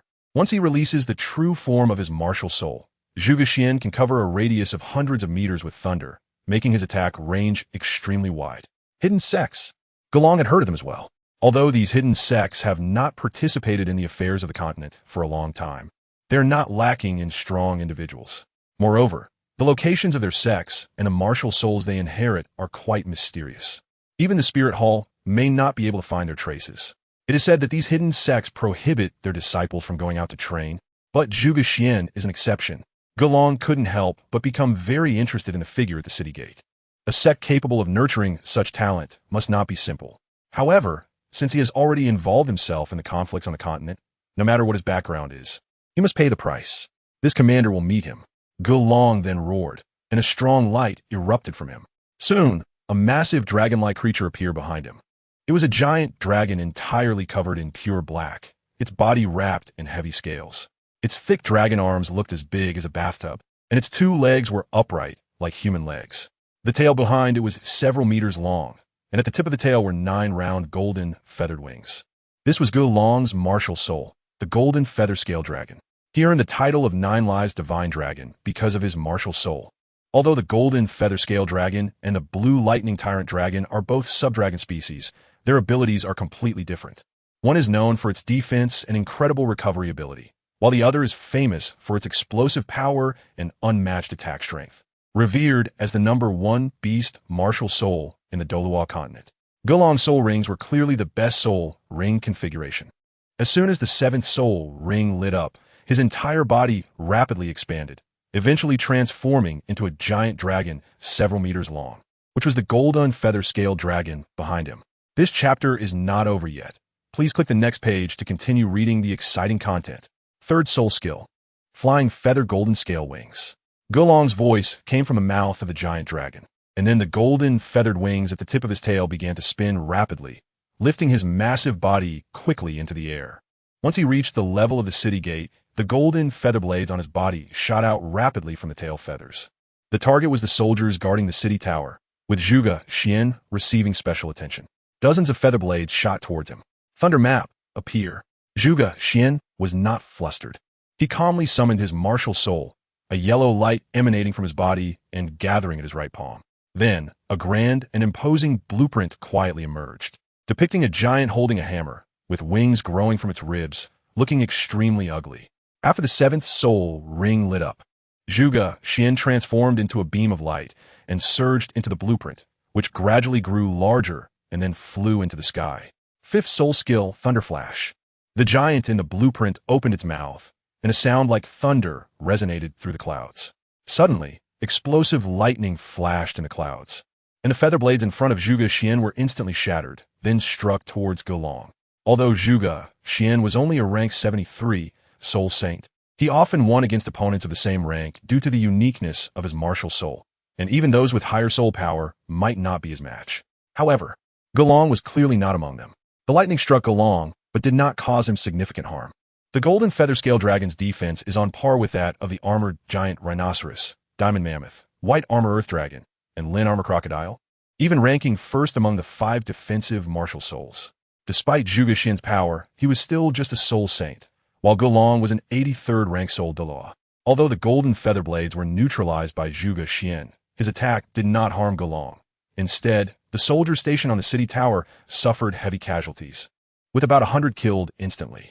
The attack of a soul Dalu is not something these lower-ranked soul masters can withstand. Zhuge Xian watched helplessly as the soldiers were killed by Gulong. Although he felt anxious, he knew that the priority now was to quickly stop Gulong. 6th soul skill, Thunder Dragon Tornado Storm. The Thunder map instantly released an astonishing thunder power. A bright yellow light surged into the sky, and then a tornado storm with a diameter of over 100 meters formed in an instant. The storm crackled with thunder, and countless bolts of lightning seemed ready to jump out from within. This was Zhuge Xian's strongest attack. He was quite confident in this 6th soul skill. Chapter 73, Night Raid. The violent thunderstorm emitted an extremely strong pressure, forcing even Gulong to retreat continuously. Even though its defense was astonishing, it still felt a bit numb from the power of the lightning. Truly, the lightning element ranks among the top of all elements. Gulong couldn't help but feel a sense of dread. With the assistance of the wind element, this attack was indeed formidable. If it weren't for his advantage in soul power, he might have suffered a serious injury. After witnessing Zhuge Xian's strength, Gulong no longer dared to underestimate him. There have been precedents in the Spirit Master world where a soul saint defeated a soul Dalu. Back then, the Haoqian Doa Tang Hao managed to make a renowned soul Dalu doubt his life while only being a newly ascended soul saint. Of course, this was just an exception. Gulong did not believe that Zhuge Xian possessed Tang Hao's strength. The reason the Haoqian Doa could challenge opponents of higher ranks was not only due to his own strength, but also benefited from the secret techniques of the Haoqian sect. But how should one say it? Better safe than sorry. Gulong did not want to capsize in this ditch. Although Zhuge Xian could not compare to Tang Hao, he would certainly not be much inferior to Zhao Wuji. That unparalleled powerhouse, known as the Immutable King, could break through encirclement against 16 similarly ranked cardinals. But facing a Seoul Douluo-level powerhouse, he would likely only be able to achieve this level. Zhuge Xian looked to be in his 40s, but had actually broken through to the Soul Saint realm. Compared to the talented Soul Master from the Heaven Do Empire, who was said to have the best chance of breaking Tang Hao's record, Peak of Fire, Qin Ming, he was not lacking at all. Gelong suddenly felt a desire to conquer. Zhuge Xian not only had remarkable talent in cultivation, but also possessed insights into military matters that far surpassed ordinary people, making him a genius of both wisdom and courage. If he could submit to the empire, the strength of the Heaven Do Empire would be further enhanced. In recent years, the talents of the Heaven Do military have dwindled, far less than the talent-rich Star Luo Empire. Although Gelong did not fear any of the 4 great generals of Star Luo, if they teamed up, he truly would not be a match for them, as one tree cannot hold up a mountain. If he had Zhuge Xian's assistance, then his pressure would be greatly reduced, and he would not have to oversee everything like he does now. He also wanted to fish around like his other colleagues and enjoy other pleasures. However, the immense burden of the empire rested solely on Gelong's shoulders. Even if he had the intention to escape, he had no means to do so. Realizing this, Gelong unconsciously eased his grip slightly. Although his strikes still carried significant power, he aimed not to inflict any particularly severe injuries on Zhuge Xian. He didn't want to harm Zhuge Xian, as he was a great asset. On the opposite side, the already transformed Zhuge Xian had no intention of holding back, instead unleashing a power even greater than usual amidst the crisis. With this ebb and flow, the two engaged in dozens of exchanges, unable to gain the upper hand. Coupled with the archers on the city tower providing cover, Gelong found it difficult to subdue Zhuge Xian. Maintaining the true form of his martial soul was extremely draining on soul power, and seeing that continuing the fight would yield no advantage. He had no choice but to retreat below the city tower and immediately released his martial soul's true form. Sound to retreat, Gelong shouted, announcing the withdrawal of the 3 armies. In the army's tent, Gelong, seated at the commander's position, had a somewhat unpredictable expression. The generals inside the tent dared not even breathe, as no one expected that a mere 1,000 or so troops could block the gates of Yinshan City against a coalition of 100,000. For them, this was a tremendous humiliation. At that moment, a young man dressed in golden armor stepped forward and spoke first. I request permission, Marshal. Please grant me 500 elite troops. Tonight, I will personally lead them to secretly infiltrate the city from the cliffs of Yinshan, and at that time, I will signal with a beacon and coordinate with you, Marshal, to open the city gates from within. Shuezhu's attitude was extremely respectful. Although he was a prince of the Tiando Empire, Gelong was not only a highly regarded minister of the emperor, but also commanded a 1,000,000-strong army and was a sole master of the Contra level. He had long harbored the intention to win Gelong over. Among the princes, Shui Qinghe undoubtedly had the greatest advantage. He not only had the support of Ning Fengji, but also maintained close relationships with 3 committee members of the Tiando Royal Academy. However, if he could bring Gelong under his command, he would no longer fear the influence of Shui Qinghe. With 1,000,000 troops as his backing, he would have a chance to inherit the throne. Gelong raised his eyebrows slightly, looking at Shuezhu with some appreciation. It was rare for him to have such courage. To be honest, he had some fondness for Shuezhu. The martial soul of this 3rd prince was not the ordinary swan martial soul passed down by the royal family, but a mutated martial soul, the explosive swan. This martial soul possessed considerable offensive capabilities, and Shuezhu was also a rare assault-type soul master within the royal family. However, Gelong did not quite agree with Shuezhu's suggestion. The terrain of Yinshan City was extremely perilous. The cliffs on both sides offered no cover and were completely exposed. It was impossible for Gelong to allow a prince to take such a risk, as it would not be easy to explain to the emperor. The courage of the 3rd prince was commendable, befitting a royal descendant, but the likelihood of success for this plan was very low, and the risks involved were significant. It was better to reconsider. Gelong waved his hand, not agreeing. Marshal Gelong, I actually agree with this plan. Jiang Yu felt that Shuezhu's proposal had some maneuverable space.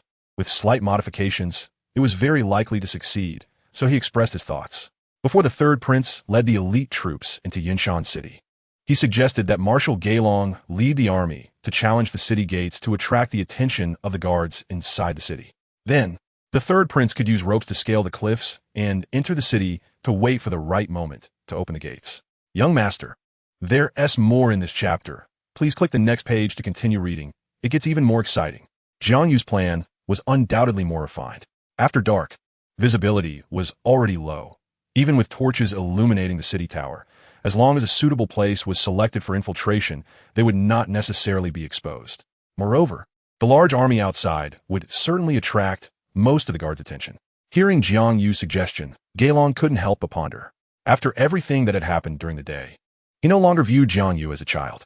This plan was more reliable than the one Zhu proposed, and the chances of success were higher. Gaelong was also quite tempted. This battle was under the spotlight of the entire continent.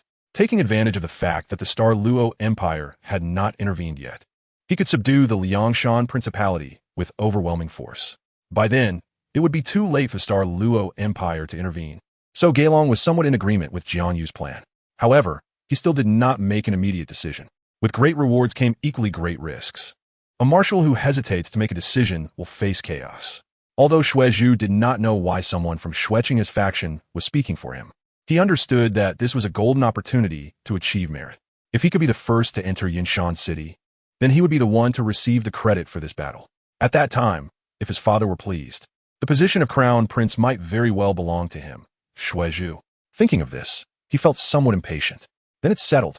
Gaelong steeled his resolve, slamming his hand on the table, and immediately issued the military order. Please have His Highness the Third Prince lead 500 elite troops ahead. I will command the army to head to the battlefield. Seeing that Gaelong finally agreed, Zhu was exceptionally excited. After receiving the command, he immediately left the tent to select elite soldiers from the camp. Chapter 74, A Clever Plan. The moon was bright and the stars sparse. Outside Yinshan City, a fierce battle was taking place. Soldiers on both sides held torches, illuminating the area for dozens of miles as if it were daytime. As before, shield soldiers remained at the front of the line, while archers behind them drew their bows and shot arrows at the city tower, covering their comrades who were advancing. Looking at the sea of soldiers below, Zhuge Xian's expression was quite grim. What was Gaelong planning? Night battles were a taboo in military confrontations. It was well known that visibility was extremely low at night. Generally, sieges were conducted during the day. Given that Gaelong had just failed to attack, Zhuge Xian had expected him to at least rest for a day before making another move. But now he was leading his army to attack the city again. Did he intend to deny them any chance to rest? Zhuge Xian speculated that although they had won the previous battle, they had lost over 100 soldiers. Even though the Tiando coalition had suffered more casualties, their opponent had a full 150,000 troops, and this loss was merely a drop in the bucket for them. For Zhuge Xian's side, this accounted for a tenth of their total strength, which they could not afford to lose. Gaelong, you underestimate me too much. How could I fall for such a minor tactic? Zhuge Xian immediately summoned his personal guard and ordered him to leave only the archers stationed on the city tower while allowing the remaining soldiers to rest near the city gate. This way, even if the situation became urgent, they could quickly rush to provide support. Just when Zhuge Xian thought everything was foolproof, a hidden troop appeared on the cliff to the right of Yinshan City. In addition to bringing all the agile strategists, Zhu's remaining soldiers mostly possessed martial souls that allowed for easy movement, such as leopards, rabbits, and cats. They were all tied with sturdy ropes, and the ends were wrapped with sharp claws. While they could not compare to Tang San's heavenly claws, they were sufficient to embed into solid rock. Furthermore, to be safe, these soldiers were something similar to wolf claws on their hands, so even if the hooks accidentally slipped off, they could still embed the wolf claws into the stone and avoid falling off the cliff. After equipping themselves, Zhu hooked his claw onto a large rock and secured it, then swiftly descended the 1,000-meter cliff. Although he was afraid of alerting the enemy and did not unleash his martial soul, Zhu was quite adept at handling the situation thanks to the power bestowed upon him by the exploding swan. Seeing the third prince lead the charge, the other soldiers were greatly encouraged and began to descend the cliff using ropes. Marshal, intensify the attack and divert all enemy attention to below the city tower. Jiang Yu quickly reminded Gaelong. Although it was pitch black in the distance, he still managed to make out hundreds of figures on the cliff above. Jiang Yu had not cultivated the purple extreme demon eye, but the transformation brought about by the primordial purple chi was astonishing. It was likely not much inferior to the legendary 1,000-mile eye. Zhu had already begun to act. This was a crucial moment, and if Zhuge Xian discovered it, things would not bode well. The entire army charged. Gaelong no longer hesitated, drawing his sword and issuing the order to advance. The horn for the charge immediately sounded. The 100,000 Imperial Guards charged forward in a well-ordered formation, while the remaining 50,000 allied troops, coming from various principalities, were noticeably disorganized and lacked coordination. However, Gelong did not blame them. In his eyes, these allied troops were merely there to bolster their numbers. Not good. They are launching a full-scale attack. Zhuge Xian sensed something was amiss. The enemy was clearly desperate. Despite increasing casualties, their pace of attack did not slow down. Some soldiers had already set up long ladders, preparing to climb to the city tower. Although the archers had spotted them in time and shot arrows that prevented their success, as more and more enemies charged forward, the number of soldiers on the ladders not only did not decrease, but instead increased, climbing several meters in no time. Seeing the situation was dire, Zhuge Xian quickly issued a series of military orders, instructing all soldiers resting below the city to support from the tower and ordering someone to pour oil on the ladders. But at that moment, while Zhuge Xian was focused on the situation below the city tower, Xuezhu had already led his men into the city. Looking at the massive stone at the city gate, Xuezhu could no longer afford to remain concealed. This time he had brought 500 elite soldiers, and with the support of over 100,000 troops outside, even if Zhuge Xian discovered them, they could still hold their ground for a while. Brothers, unleash your martial souls. In an instant, a fiery red light radiated from Xuezhu, followed by a majestic swan engulfed in flames appearing behind him. The swan had a pair of red wings, and its beak was exceptionally sharp, with 4 soul rings, yellow, yellow, purple, and purple, arranged neatly on its body. As soon as the exploding swan martial soul manifested, Xuezhu's muscles began to swell rapidly, making him appear significantly larger. Third soul skill, Fierce Fire Special Attack. The purple soul ring on Xuezhu's body suddenly lit up, and fierce flames enveloped him entirely. The wings behind him flared open, propelling him forward. Although the massive stone at the city gate was heavy, it was just an ordinary stone. Under Xuezhu's attack, it instantly shattered and scattered around. What sound is that? Zhuge Xian also heard the commotion inside the city and quickly moved toward the rear. Looking down, he saw flames and the 500 elite soldiers led by Xuezhu. This is bad. How did they get into the city? Zhuge Xian realized he had fallen into the enemy's trap. It turned out that Gelong had delayed his attack to draw his attention, and the enemies in the city had taken the opportunity to infiltrate from the cliffs on both sides. I was careless. Zhuge Xian felt a wave of regret. Even he had not anticipated that the enemy would enter the city from the towering cliffs. Now, he had only 2 choices.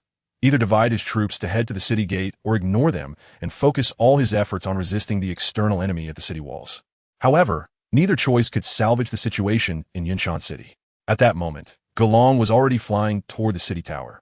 At this point, I can only repay the Duke's kindness with my life. With a sense of impending doom, Zhuge Xian quickly unleashed the thunderous diagram. Although he was no match for Gelong, he chose to attack first. As the thunderous diagram unfolded, his third soul ring gradually lit up, and the power of lightning within the diagram transformed into golden birds that surged forth frantically.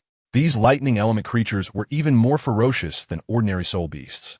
Third soul skill, Copper Wall, and Iron Bastion. Gelong also refused to back down, instantly conjuring a massive stone wall made of solid rock in front of him. Although the lightning birds were powerful, they failed to break through Gelong's defense. Just as the two were locked in a stalemate, Xuezhu had already led his subordinates to open the gates of Yinshan City. The titled alliance outside rushed into the city with a thunderous roar. An hour later, in the city lord's mansion of Yinshan City, Gelong looked at Zhuge Xian with a smug expression on his face. Although this person was formidable, he had ultimately become his captive. Since you are a talented individual, I will spare your life. After I report to His Majesty, you may remain in the army. Gelong said in as calm a tone as possible. No need. Although Zhuge Xian was tied up, he maintained an air of pride, showing no sign of fear. A loyal minister does not serve 2 masters. The Duke of Liangshan has shown me kindness. How could I betray him?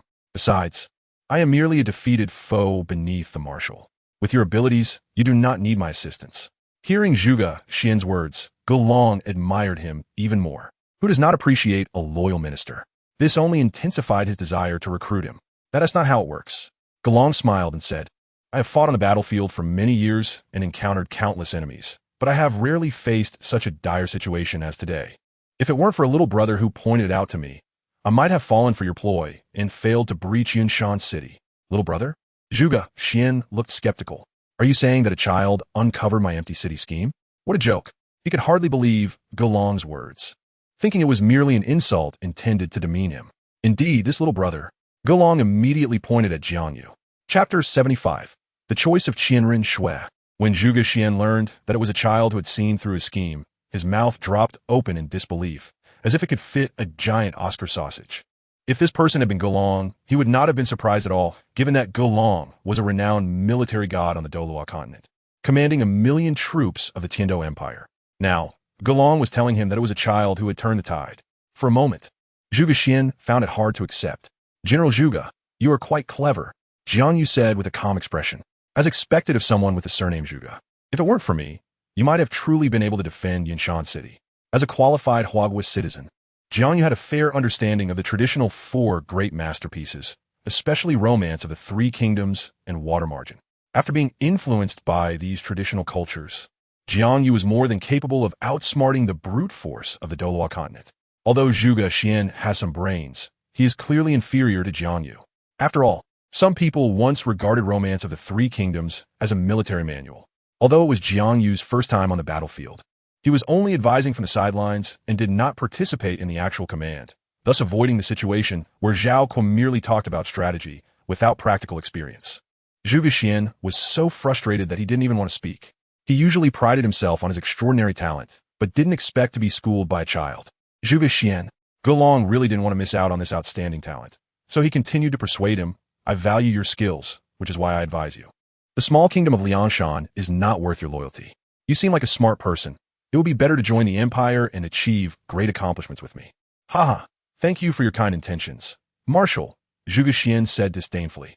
"Zhuge Xian will never join the Tiando Empire.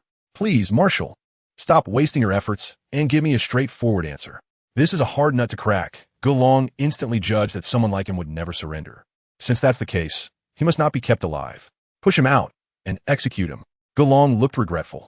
It was a pity that such talent would not pledge loyalty to the empire, but he could not let it fall into the hands of other forces, especially the Xingluo Empire.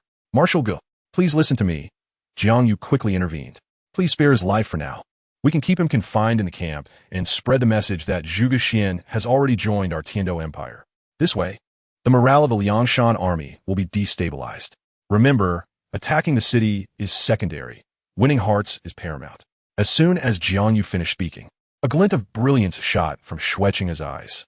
He initially thought he had already held Jiang Yu in high regard, but he realized he had underestimated the other party's intelligence. "It seems I've stumbled upon a treasure." Qianren Shui began to calculate. Given his talent, breaking through to the tidal door realm was not difficult. Coupled with his strong military talent, he would have an excellent commander when the Spirit Hall eradicates the 2 major empires. I need to find a way to make him firmly stand on my side. But how to make him abandon the 7-treasure Glazed tile school? Money and status do not seem to attract him. Could it be necessary to use the beauty trap? Qianren Shui quickly thought of a solution. Since ancient times, it has been difficult for heroes to resist the lure of beauty. Even the wisest of men can be lost in women. But where can I find a beauty for him? This kid seems to have very high standards. If it's not a stunning beauty, he probably wouldn't even look at her. Should I personally take the stage? Qianren Shui quickly shook her head to dismiss this idea. After all, she is a direct descendant of the noble 6-winged angel family. How could she use seduction on a man? That would be a disgrace to her family. If her grandfather found out, he would probably not agree with such actions. Anyway, there's no rush. Let's first build a good relationship with him and see how it goes later. Qianren Shui couldn't help but sigh that she was too impatient. After all, Jiang Yu was still a child. It was better to wait until he grew up a bit before slowly considering it. She had been lurking in the Tiando Empire for so long, so she could afford to be patient. Heart strategy. Golong carefully pondered Jiang Yu's words and decided to adopt his strategy. Indeed, it was a clever plan, and they proceeded with it. Although he initially underestimated Jiang Yu, after all that had happened, he had seen his exceptional qualities and had already put away his contempt. He would basically follow Jiang Yu's good suggestions. 7 days later, the news of Zhuge Xian's defection was already making waves in the Liangshan Principality. At first, the Duke of Liangshan refused to believe that Zhuge Xian would betray him and even ordered that anyone who dared to discuss it would be executed without mercy.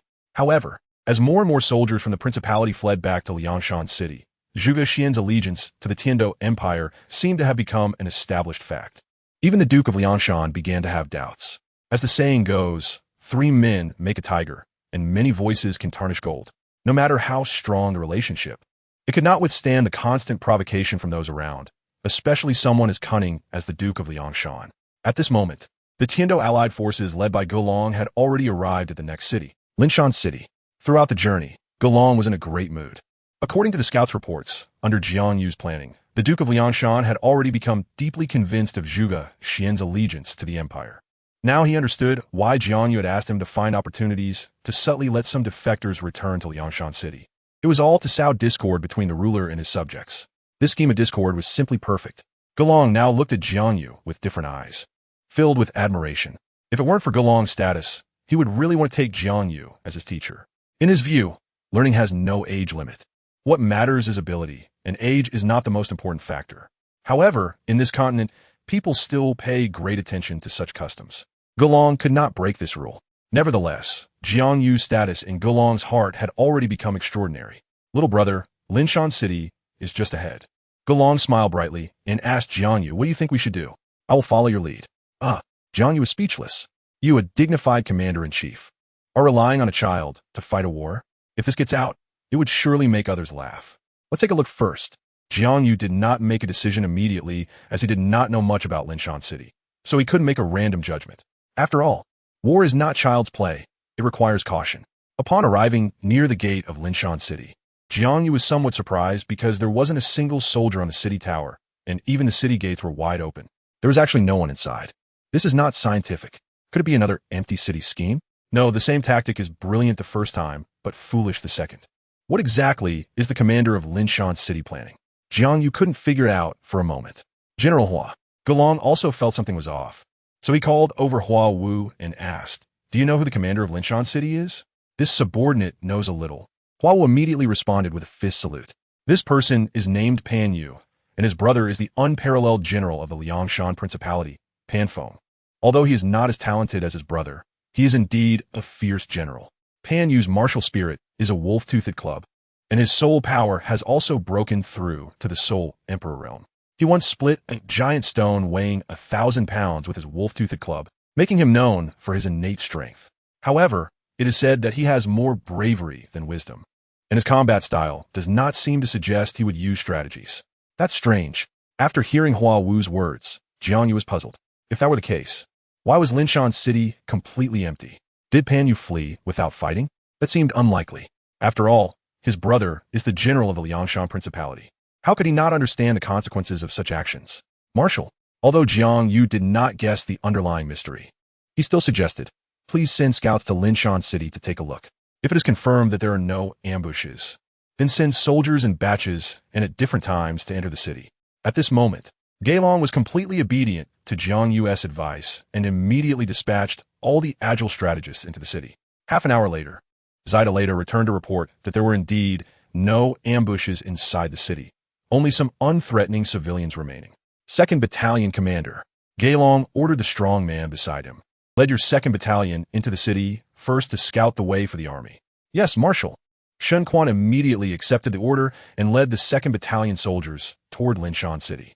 The Thunderfire Battalion excels at disarming traps and executing small-scale assault missions. Gailong explained to Jiang Yu. So they are bomb disposal experts and flying tigers. Jiang Yu instantly understood the advantages of the Thunderfire Battalion, and it was indeed the right choice for Gailong to have them lead the charge. Unexpectedly, Linshan City did not have enemy ambushes, and even after the Tiando allied forces had all entered the city, there was no sign of soldiers from the Liangshan Principality. They seemed to have retreated long ago. Gailong was extremely excited to capture a city without any effort. Only Jiang Yu frowned deeply. What could be the reason for the city's defenders to abandon it? What conspiracy could be at play here? Gailong did not think as much as Jiang Yu. After calming the remaining civilians in the city, he left 1,000 Imperial Guards to garrison Linshan City and continued on his way. After noon, the sun released intense rays, and a thick heat pervaded the air. The ground gradually became scorching under this energy, and even the leaves by the roadside began to emit faint smoke after being exposed to the sun. It wasn't too long before they started to burn. It was evident that today's weather was much hotter than usual. The various principalities had long adapted to such sweltering weather, but it was the Imperial Guards of the Tiando Empire who suffered. The Tiando Imperial City was located in the northern part of the continent, where the weather was not very hot, and this group of Imperial guards, who had spent years in the Imperial City, was experiencing such extreme heat for the first time. After marching just 100 meters, dozens of guards began to suffer from heat stroke. Gailong had no choice but to let the accompanying doctors take them back to Linshan City, while the remaining soldiers had to continue on, hoping to reach the vicinity of Yinshan City before dark. In the evening, as the sun sank lower in the sky, the heat in the air was not as intense as it had been at noon, and the Tiando allied forces were finally not far from Yinshan City. Marshal Huawu pointed to a dense forest ahead and said, "Crossing this forest will bring us to the territory of Yinshan City."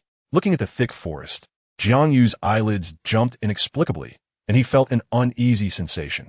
Although he couldn't articulate the reason, he sensed that the forest was dangerous. Marshal Gailong, Jiang Yu couldn't help but remind, "The military texts say to avoid entering forests. We should take another route." "That is not suitable," Huawu immediately opposed. "Marshal, if we detour, it will add 500 miles to our journey, and we might not reach Yinshan City by tomorrow." "I see." Although Gailong trusted Jiang Yu, he chose to take the forest route, thinking that the defenders of Linshan City had likely already led their soldiers back to Liangshan City, and there would be no danger on the road. This marshal has decided to continue moving forward. However, before Jiang Yu could finish speaking, Gailong began to explain. "Don't worry, this forest isn't too large. Even if there are ambushes, they're 1 many, and we have over 100,000 men on our side. With such a large advantage, there is no need to worry." Thus, under Gailong's insistence, the army began to advance into the forest. Although this forest was not as large as an ordinary hunting sole forest, the trees were particularly tall. The shortest were around 20 meters, and there were many towering trees over 100 meters high. The underbrush was also lush, growing up to the ankles of humans. However, the sole beasts here were not very old, mostly just 10-year-old beasts, and 100-year-old beasts were rarely seen. Seeing the more than 100,000 soldiers of the Tiando allied forces, these soul beasts scattered in fear of being captured. Even the usually aggressive, violent bear soul beasts did not dare to block the army's path, wisely avoiding them. After half an hour, the army had not encountered any dangerous situations, indicating that there were likely no ambushes inside. Gailong felt that Jiang Yu was overly cautious. "Cheer up."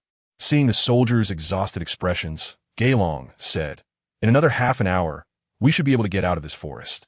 Once we reach the vicinity of Yinshan City, we'll set up camp for the night, allowing you all to rest well before we launch an attack on Yinshan City." Hearing Gailong's words, although the soldiers were still fatigued, they could only muster their spirits to continue forward, thinking that rest was just around the corner. Whoosh, whoosh, whoosh. Just then, over 100 flaming arrows shot through the layers of leaves and landed on the ground. Immediately afterward, it began to rain from the sky.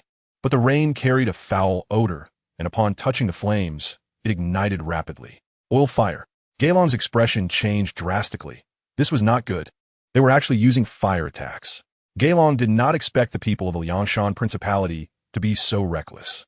It should be noted that water and fire are merciless. All countries on the continent had a tacit understanding to prohibit the use of water and fire attacks, even in the most intense wars, because such actions were considered too damaging to the heavens. In the past, those who employed such tactics would not have good outcomes. It was said that even the luck of a nation could be severely diminished as a result. No one would doubt the words of the title Dalu. Therefore, even in wars between the two empires, fire attacks, such a vicious tactic would not be used. Gailong ordered the army to take the forest path precisely because he did not believe the Liangshan Principality would dare to use fire attacks. He did not expect to be proven wrong so quickly. Due to the hot weather, the trees in the forest would catch fire even with a slight spark, let alone hundreds of flaming arrows aided by oil. In an instant, the entire forest was engulfed in a raging fire, and soon thousands of soldiers were burned to a crisp. Watching as each living person turned into a fiery figure, emitting painful groans before becoming charred corpses, even Gailong, a battle-hardened general, couldn't he help but feel nauseous, let alone the others, especially Jiang Yu. Although he had seen such scenes in dramas, he realized how the shock of drama could not compare to the brutality of real-life events. These vibrant lives were instantly consumed by the merciless flames when they had just been hoping to rest after reaching Yinshan City. Unfortunately, they would never reach Yinshan City. This was Jiang Yu's first realization of the cruelty of war. Fighting was far from the fun he had imagined. Just as Jiang Yu was stunned, a flaming arrow shot towards him. "Be careful!" Shui Qinghe, who had been paying attention to Jiang Yu, quickly rushed over and pushed him away when he saw him looking dazed. Fortunately, Qinghe acted quickly, and the fire arrow missed its target. As he rolled forward while holding Jiang Yu, "Calm down." At this crucial moment, Gelong did not lose his composure. As the supreme commander of the Imperial Army, he quickly issued orders. All soul masters with water attribute martial souls were to immediately extinguish the fire, while those with defensive martial souls and high soul power stood on the periphery. Gelong shouted, "Hurry!" Although only a small portion of the hundreds of thousands of soldiers had soul power, over 1,000 could still be gathered, even if most of them only had one soul ring. In this situation, they could only rely on their soul skills to resist the surrounding flames. 7th Soul Skill. As the only soul Douluo present, Gelong activated his martial soul's true body without hesitation, transforming into a giant dragon. He charged into the area where the fire was burning most fiercely, using his body to block its spread. His martial soul, the golden feather scale dragon, was known for its defensive power. Although the flames were extremely fierce, they were just ordinary fire, and with Gelong's soul Douluo cultivation, these flames could not harm him for the time being. Controlling water and binding. Water bullet. Summon tide. Many water attribute soul masters release their soul skills. The 3rd soul skill, Oath of Rain. Captain Jia He of the 3rd Battalion of the Tiando Imperial Guard was a level 39 soul master with a water attribute martial soul. His martial soul was a water-blue frog-like creature, but unlike ordinary frogs, this blue frog had a body somewhat similar to a human, with much larger frog claws. The blue frog also carried a sword-shaped weapon formed from condensed water on its back, known as the water sword frog. After activating his martial soul, Jiahe's hands transformed into frog claws, and the water sword appeared on his right arm. As the purple 1,000-year soul ring lit up, Jiahe raised his arm, and the water sword shot straight up into the sky. Then, a torrential rain began to pour down from the clouds, falling in the direction indicated by the water sword. Although Jiahe's 3rd soul skill was not particularly powerful, it proved to be extremely effective at that moment, even surpassing the golden feather scale dragon. With the rain, the flames in the forest gradually became less fierce, and the fire arrows shooting from the sky were extinguished by the rain. As long as they were not shot into the body, there would be no impact. With the help of these water attribute soldiers, the fire gradually diminished. Although it was not completely extinguished yet, the damage was far less than at the beginning, and everyone finally breathed a sigh of relief. "How are you?" "This is not the time to be dazed," Qinghe asked Jiang Yu, who was beneath him, with concern, not even noticing their awkward position. A faint fragrance gradually brought Jiang Yu back to his senses, and seeing Qianrenxue so close, his breathing involuntarily quickened.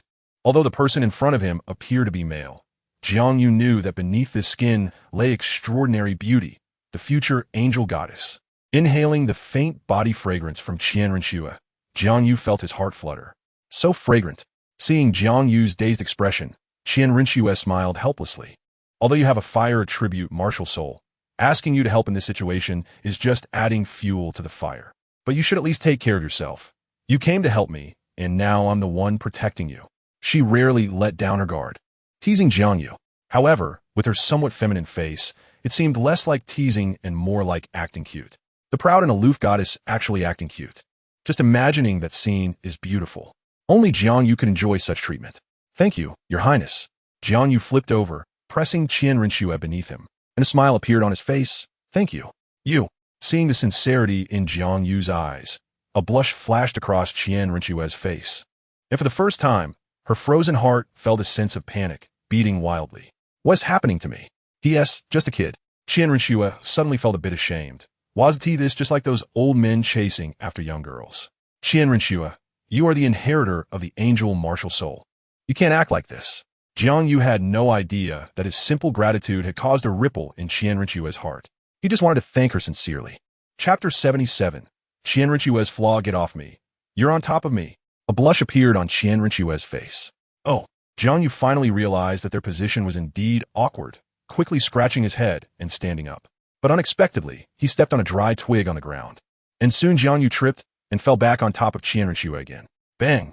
Luckily, Qianrenxue turned her head in time, and they did not end up lip to lip. However, even so, she felt the immense force coming from him, compressing her chest to the point where it felt as flat as a pancake. Jiang Yu couldn't help but sigh.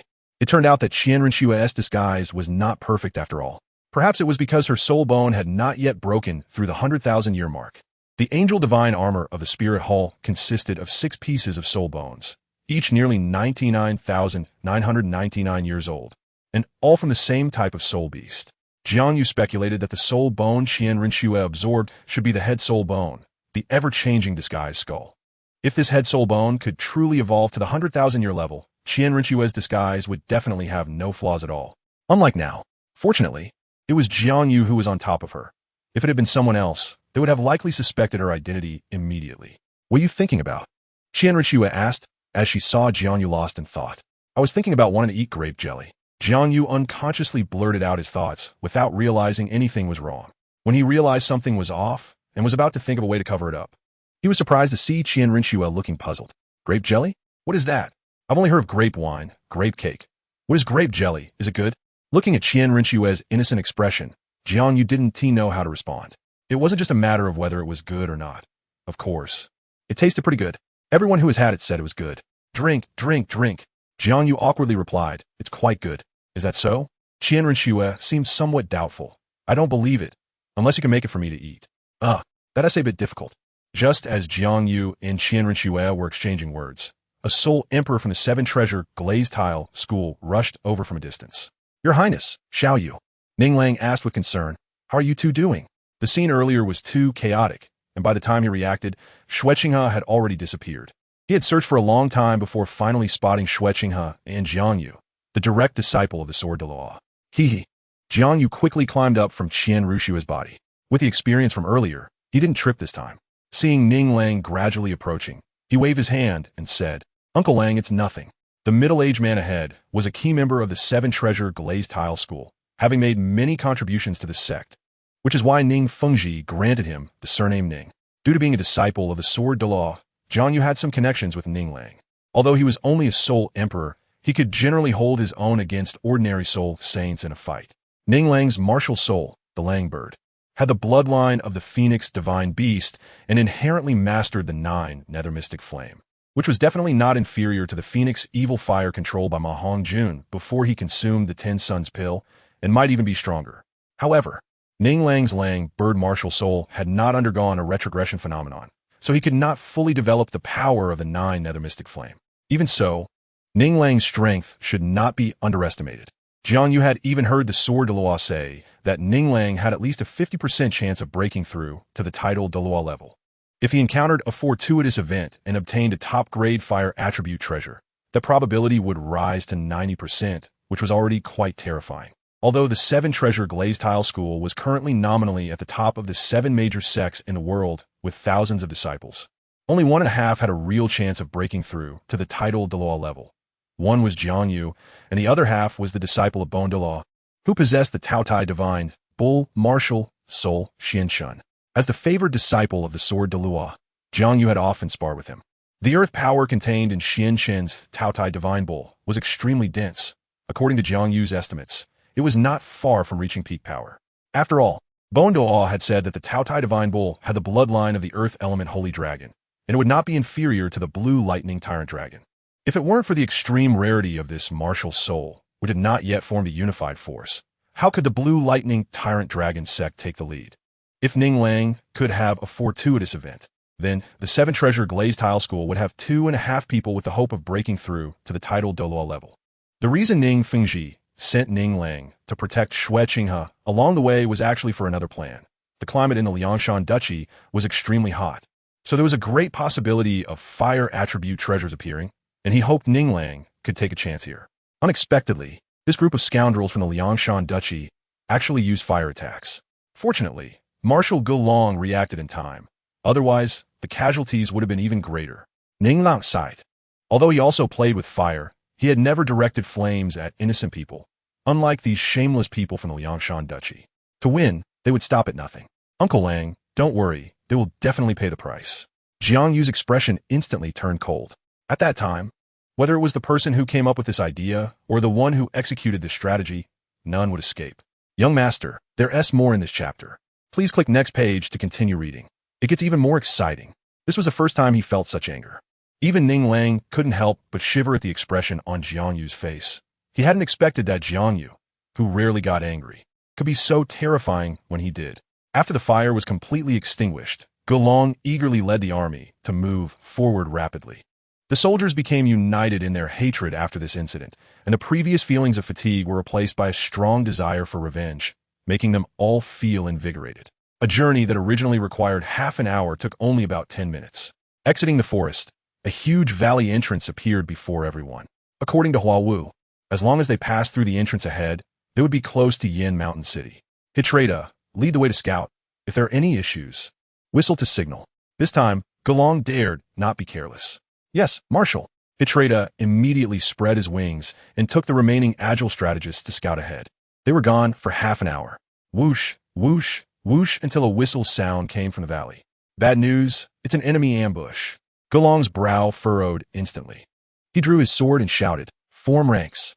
Moments later, Hitreda stumbled out of the valley, looking disheveled, and only about a dozen agile strategists followed him, while the others seemed to be in grave danger. Sure enough, Hitreda cried out in anguish, "Marshal, there's an ambush in the valley.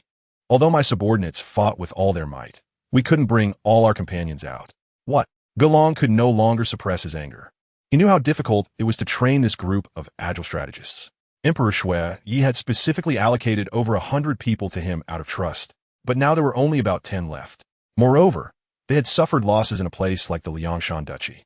For the always proud Gelong, this was an enormous humiliation. He would wash away this shame with the enemy's blood and vowed not to rest until he achieved his goal. All troops attack.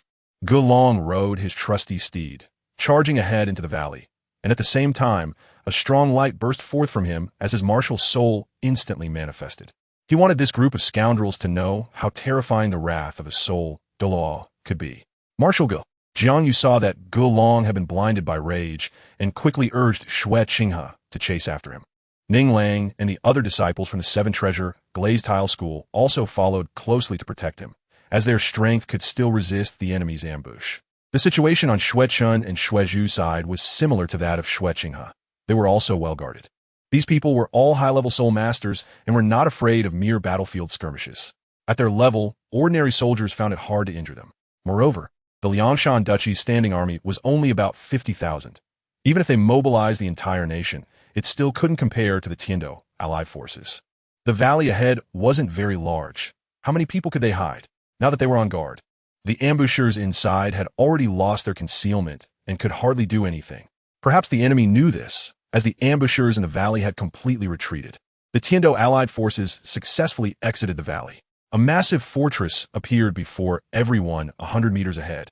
And what was even more astonishing was that the location in the city was occupied by a volcano. The closer they got to Yin Mountain City, the higher the surrounding temperature rose, and even the breath they exhaled became scorching. Not to mention the temperature on the ground. If a raw egg were dropped onto the ground, it would instantly turn into a fried egg. However, the Tiando allied forces did not complain as expected. They all persevered. At this moment, the fire of revenge in their hearts was no less than the weather in Yin Mountain City. The will for revenge overshadowed everything. Soon, Gelong arrived at the entrance of Yin Mountain City. Who set the ambush? Dared to come out and fight. Gelong shouted at the city tower, having lost patience to say any more idle words to the enemy. Creak, creak, creak, the city gates suddenly swung open.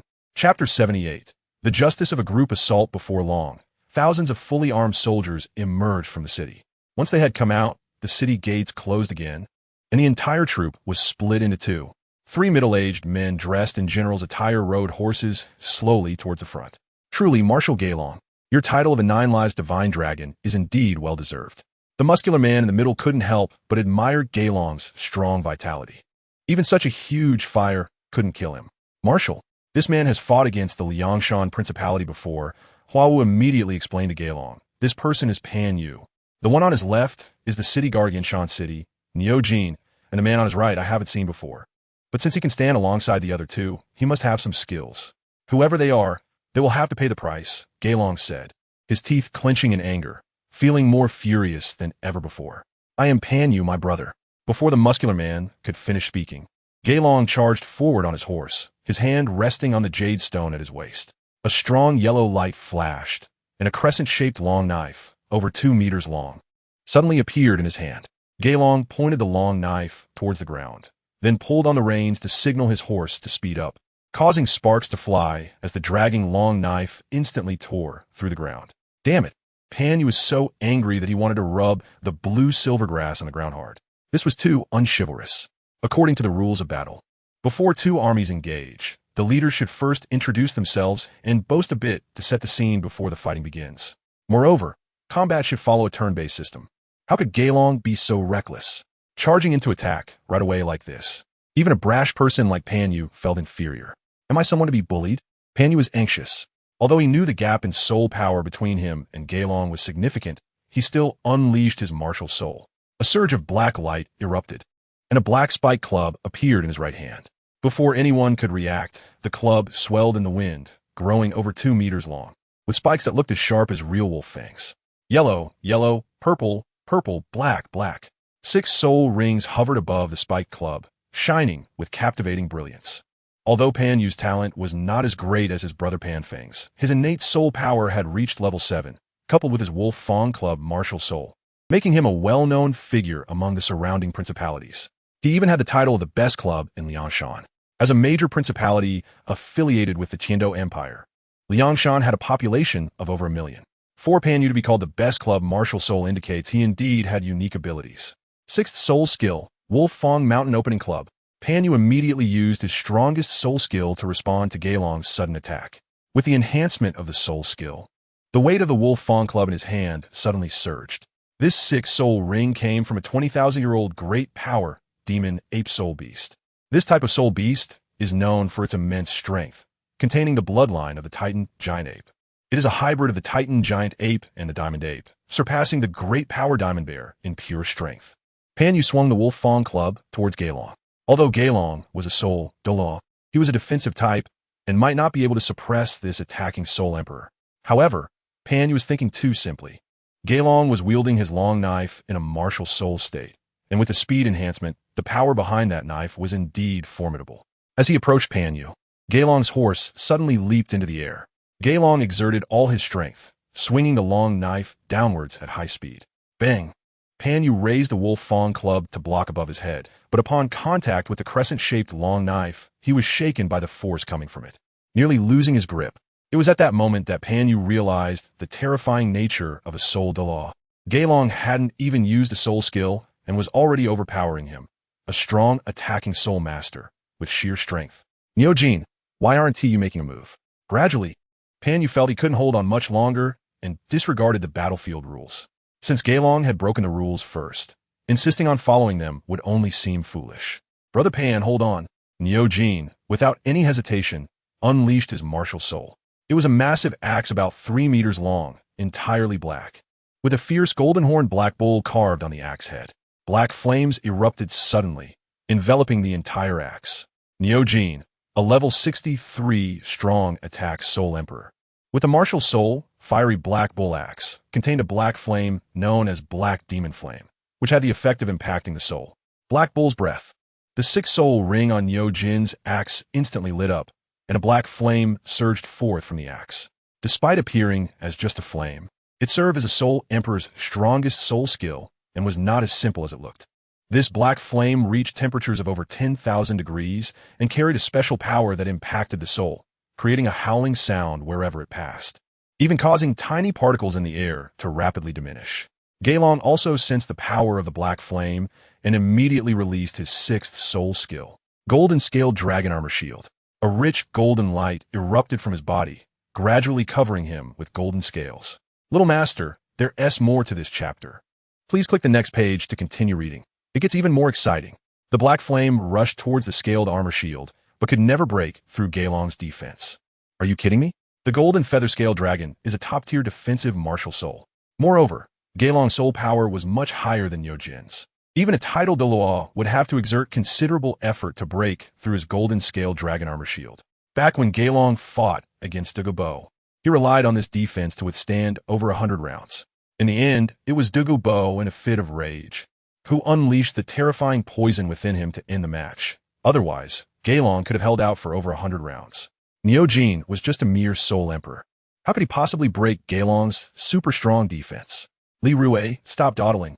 Seeing that Jin's attack had failed, Pan Yu anxiously called out to another companion. At this point, he could no longer care about anything else. He wanted Gaelong to see what a justice group assault looked like. Sigh. Looks like I have to make a move. The person named Li Rue, although clad in bright armor, looked somewhat frail, and his aura did not resemble that of a seasoned warrior, but rather carried a scholarly air. Mirror Demon, Li Rue shouted, instantly surrounded by a thick black mist. Within 100 meters around him, a chilling aura suddenly filled the air, as if all warmth had vanished in that moment. When the black mist dissipated, a strange creature appeared behind Li Rue. It was a black copper mirror. But astonishingly, the mirror had a human body, and the surface even bore human facial features. Everything looked so eerie. The mirror martial soul is supposed to belong to the weapon martial souls, but the performance of the mirror demon clearly seems a bit special. The soul rings actually cover Li Rue's body, with 2 yellow, 2 purple, and 2 black soul rings slowly rising from beneath his feet, climbing all the way to the top of his head, and then continuing to cycle downwards. What kind of martial soul is this? Even Jiang Yu had never seen such a peculiar martial soul before. It wasn't even recorded in the Martial Soul Hall's texts. Jiang Yu was filled with intense curiosity about this novel martial soul and wanted to know what its abilities were. 5th soul skill, Mirror Space. The black soul ring in the 5th position on Li Rue's body suddenly lit up, and then a huge, strange scene made of mirrors appeared around him, sealing off an area of 100 meters in all directions and forming a peculiar space. Everyone unleashed their attacks. As soon as Li Rue's voice fell, the hundreds of soldiers wrapped inside also threw their spears. Wolf Fong 1,000 pounds. Pan Yu also swung his Wolf Fong club. Black Demon split earth. Niu Jin, unwilling to fall behind, raised his giant axe and smashed it down hard onto the ground, a stream of black demonic flames shooting straight towards Go Long strangely. These attacks multiplied under the reflection of the mirrors, and even the spears seemed to be everywhere after passing through the glass mirrors. The entire mirror space was covered by the attacks launched by the spears, Pan Yu, and Niu Jin. Chapter 79, Go Long. 3,000. Seeing that there was no way to avoid it, Go Long had no choice but to retract his long knife and concentrate fully on dealing with the overwhelming attacks. Marshal. Upon witnessing this scene, the leader of the Imperial Guards outside couldn't help but worry for Go Long's safety. The people of the Liangshan Principality were truly shameless, even resorting to such cowardly acts of besieging. It was simply a new low for Soul Masters. All troops, heed the command, charge. Retake the marshal. The commander of the Imperial Guards and vice commander of the Tiando Allied Forces, Shangwan Xinshin, quickly waved his sword and rode forward. Surround and besiege. Let these shameless guys see what true besieging is. The charge of tens of thousands of people was a rare spectacle. In an instant, dust rose, and even hundreds of meters away, one could see the clouds of dust. It was far from the scenes in TV dramas where a few hundred people dared to claim they were tens of thousands strong.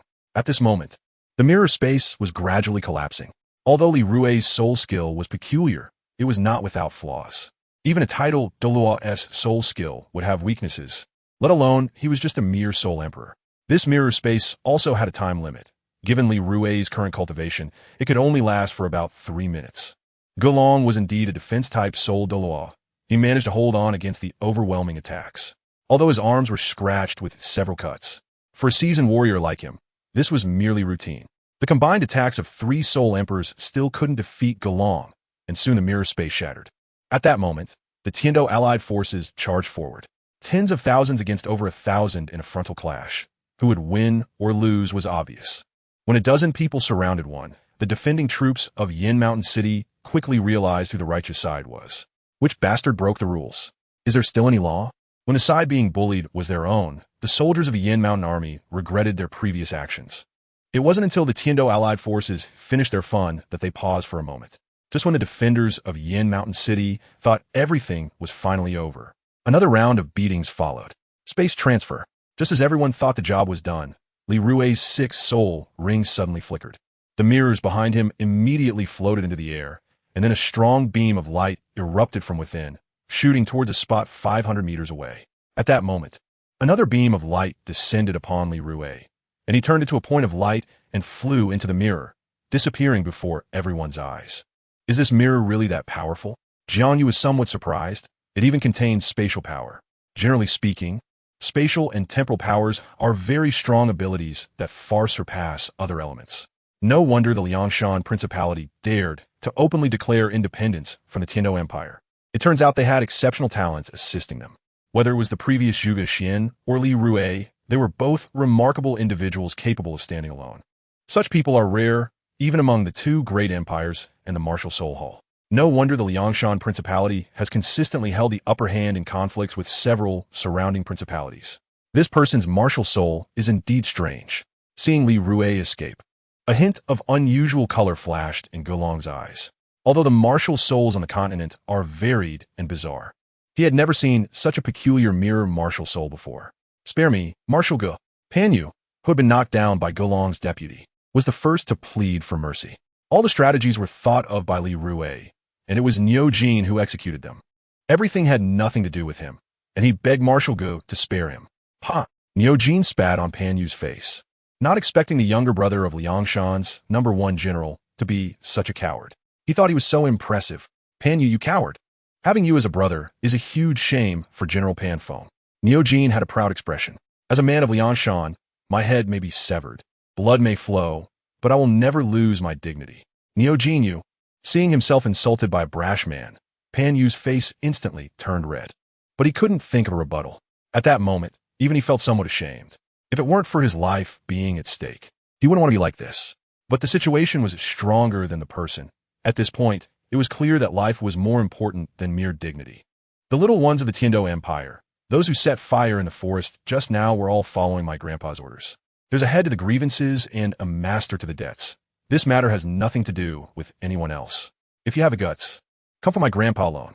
Niu Jin shouted loudly, and the surrounding imperial guards all became furious upon hearing this.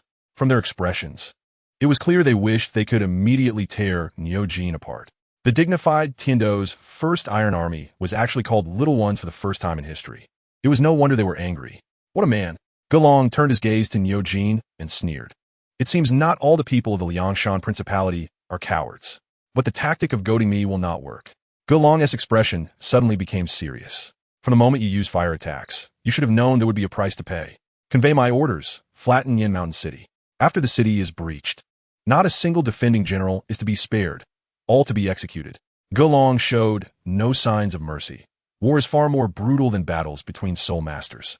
In a certain sense, a merciful general is not a qualified general. Marshal Ge, spare me.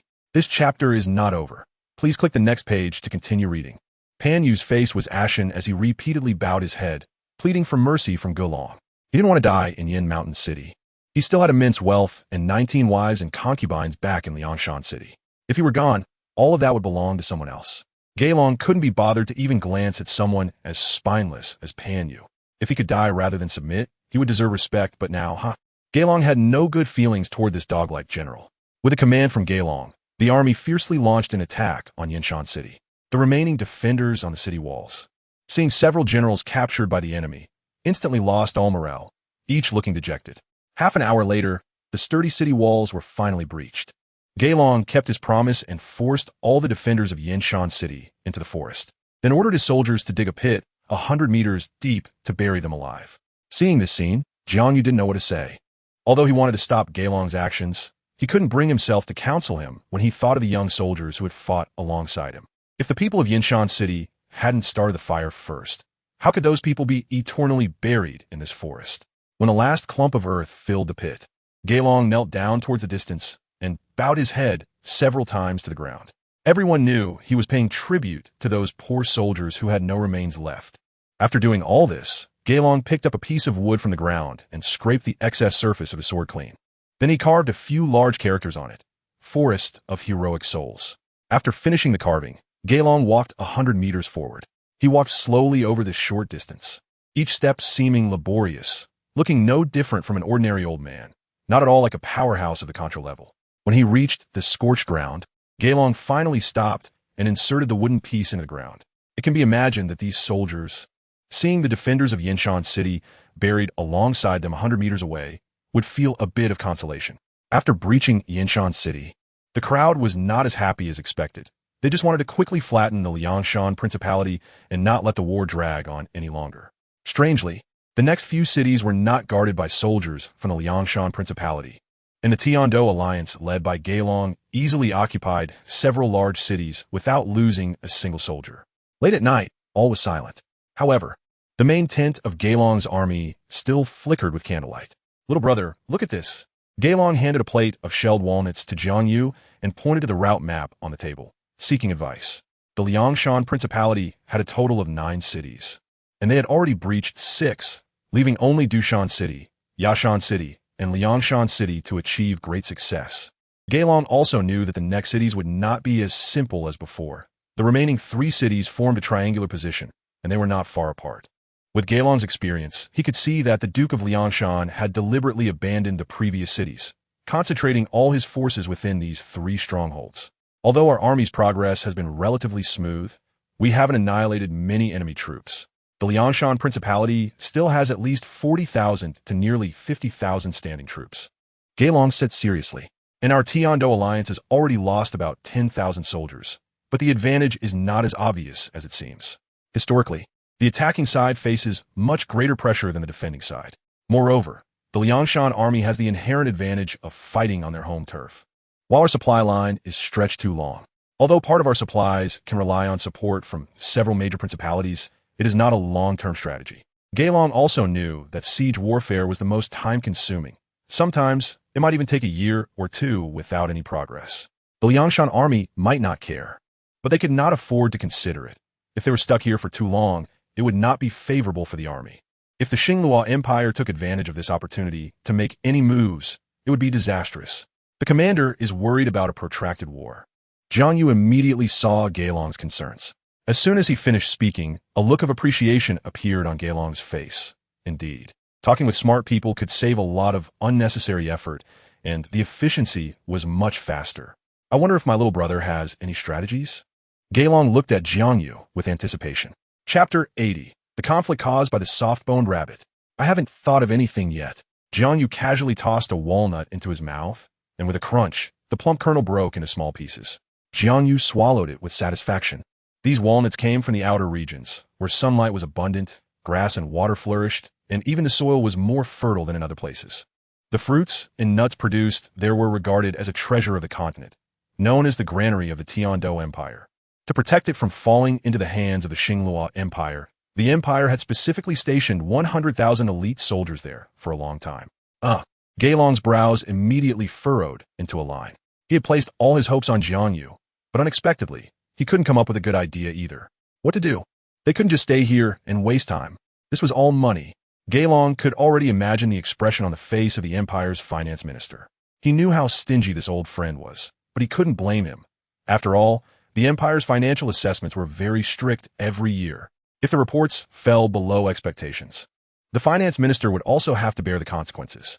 If they wasted too much time in the Liangshan Principality, it would definitely affect this year's imperial financial income, which would undoubtedly be very bad for the residents of the empire. Even the imperial ministers would be affected. At the end of the year, their bonuses and allowances would be significantly reduced. In the years when the empire's finances declined, a lot of the money that should have been distributed was cut. And although Gailong was a high-ranking minister, he still had a family to support. The daily food expenses for his 3,000 clansmen alone consumed over 1,000 gold soul coins. Even noble families didn't have surplus grain. General Gailong.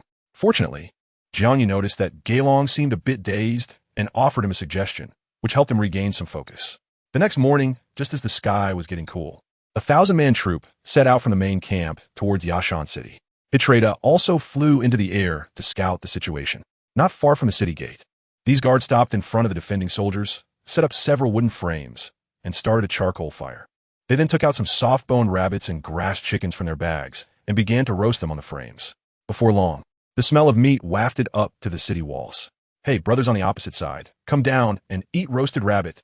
A clever soldier, recalling what Jiang Yu had taught him the day before, said, "This is tender and juicy, soft-boned rabbit." Upon hearing this, a strong man dressed as a deputy general couldn't help but get angry. "Bah, how can you eat such cute rabbits? Isn't that similar to being a beast?" Zhao Wu's favorite was the rabbit-eared girls. He had collected almost all the albums featuring them, and his favorite was the one featuring soft-boned rabbits. Seeing the enemy below roasting his favorite soft-boned rabbits, Zhao Wu wished he could immediately rush down and beat them up to vent his anger. Just as Zhao Wu was about to take action, the Lord of Yashan City beside him reached out to stop him. "Don't be fooled. Can't you see the enemy is doing this on purpose? It is unknown who is so cunning, having found out that you like soft-boned rabbits, and used such a despicable trick to lure you into a trap." The clever soldier who just shouted had pupils that constantly changed, with every move of the city tower reflected in his eyes. Although his martial soul was just an ordinary hawk, it granted him extremely powerful visual abilities. Strange. Why are the people in the city so angry before I even start cursing? Could it be that he doesn't like eating rabbit meat? As the saying goes, unintentionally planting willows can lead to shade. Even Jiang Yu did not expect that the deputy commander of Yashan City was actually a loyal fan of soft-boned rabbits. The crude words he taught the soldiers, which couldn't even be broadcasted on television, had not yet been spoken when the people in the city became furious. He almost fell into the trap and rushed out of the city gate, adding fuel to the fire. This Imperial Guard was quite clever, quickly guessing the deputy commander's weakness, and immediately fanned the flames by saying, "These are all fresh female rabbits, raised on a specialized ranch since they were young, and they usually eat only pure blue silvergrass. The meat is exceptionally delicious." Saying this, he tore off a piece of rabbit meat and chewed it, displaying an extremely enjoyable expression. This infuriated me. Jiao Wu saw the enemy's smug look and could no longer suppress the anger in his heart. He immediately released his martial soul. Ironclad Lion Hawk, possession activated. Jiao Wu shouted loudly, and a rich yellow light emanated from him, followed by the appearance of a giant male eagle behind him. This enormous creature had a lion-like massive body, standing on 4 legs, with gray and white wings. Its hindquarters covered in yellow beast fur. Its eagle-like head and forelimbs were adorned with golden eagle feathers. The entire upper body was wrapped in thick fluff, resembling armor that protected it. Its eagle-like beak and feet were also golden yellow, especially the sharp claws that were over 10 centimeters long, looking exceptionally bright and giving an overwhelming feeling. 5 dazzling soul rings appeared around Jiao Wu. Yellow, yellow, purple, purple, purple. Jiao Wu, deputy commander of Yashan City, ranked among the 4 fierce generals of the Liangshan Principality, martial soul, ironclad lion hawk. After activating his martial soul, a pair of wings grew from Jiao Wu's back, stretching over 9 meters long. Without a second thought, he jumped off the city tower, flapping his wings and flying directly toward the Tiando army. Jiao Wu, the commander of Yashan City, saw Jiao Wu's impulsiveness and feared he might encounter danger, quickly instructing his subordinates to assemble the soldiers and rush to the city gate to support him. Little Master, there's more in this chapter. Please click the next page to continue reading. It gets even more exciting. First soul skill, Featherblade. Jiao Wu's wings suddenly shot out sharp feather blades, indiscriminately shooting toward the ground. Eagle Hawk, possession activated. Ho Yang reacted immediately, summoning his martial soul, and activated his first soul skill, Eagle's Roar. A huge scream erupted from his mouth, affecting an area of 100 meters, causing birds to flee from the woods to escape. Even the feather blades were nearly knocked to the ground by the sound of the eagle's roar, but fortunately, the soul power fluctuations tightly wrapped around the feather blades, preventing them from being affected. Feather blade breaks through the air. Ho Yang skillfully flapped his wings behind him, avoiding the passing feather blades. But the others were not so lucky and had no time to dodge. This shows the gap between the 2's martial souls. Both had first soul skills, but Ho Yang's was far inferior to Jiao Wu's. This is the advantage of high-level martial souls. Although both had eagle-type martial souls, Jiao Wu's first soul skill was the powerful feather blade, while Ho Yang's was merely a roar. Sky Split Slash. Seeing that Ho Yang had dodged his first soul skill, Jiao Wu quickly released a new soul skill. As the third soul ring lit up, a strong light suddenly flashed from the wings behind Jiao Wu. He kept flapping his long wings, and a violent sound immediately erupted in the air. Before Ho Yang could react, he was left with several fresh red scars on his body, as if he had been slashed several times. Jiao Wu's third soul skill originated from a magical soul beast, the Sky Split Bird, whose signature attack was to compress air into an extremely fierce attack, formless and invisible. It was very difficult for ordinary people to notice. Ho Yang accidentally fell into the trap. The morale of the Yashan City defenders was immediately shaken, and over 1,000 soldiers nearby rushed forward with weapons in hand. Although the Imperial Guard was known as the most elite unit of the Empire, they usually trained in Tiando City and had never experienced real battlefield slaughter. This expedition to the Liangshan Principality was their first involvement in real combat. In contrast, the Yashan City defenders were elite troops drawn from various major cities, carrying a strong aura of killing intent. In a single charge, the Imperial Guard was scattered, and they hurriedly fled in a panic under Ho Yang's leadership. Returning to the Allied Army's camp, Ho Yang counted the remaining soldiers and found that there were only over 700 left. In just a short amount of time, the Imperial Guard had lost 300 men. Ho Yang could not imagine what the marshal would say when he found out, but even so, he still entered the central military tent, waiting for Gelong's thunderous wrath. After reporting the results of the battle, Ho Yang lowered his head, preparing to accept the marshal's punishment. However, unexpectedly, the young boy sitting next to the commander, who had been eating a chicken leg, spoke first. "Continue, don't stop," Jiang Yu said in a deep voice. "Every 3 hours, I trouble Captain Ho to lead the soldiers to challenge at the city gate. Remember, you must not win, but don't lose too disgracefully either. It's up to Captain Ho to find the right balance." This, Ho Yang hesitated. He had never heard of anyone fighting like this, making such a request. "Do as this little brother says." "Yes, Marshal."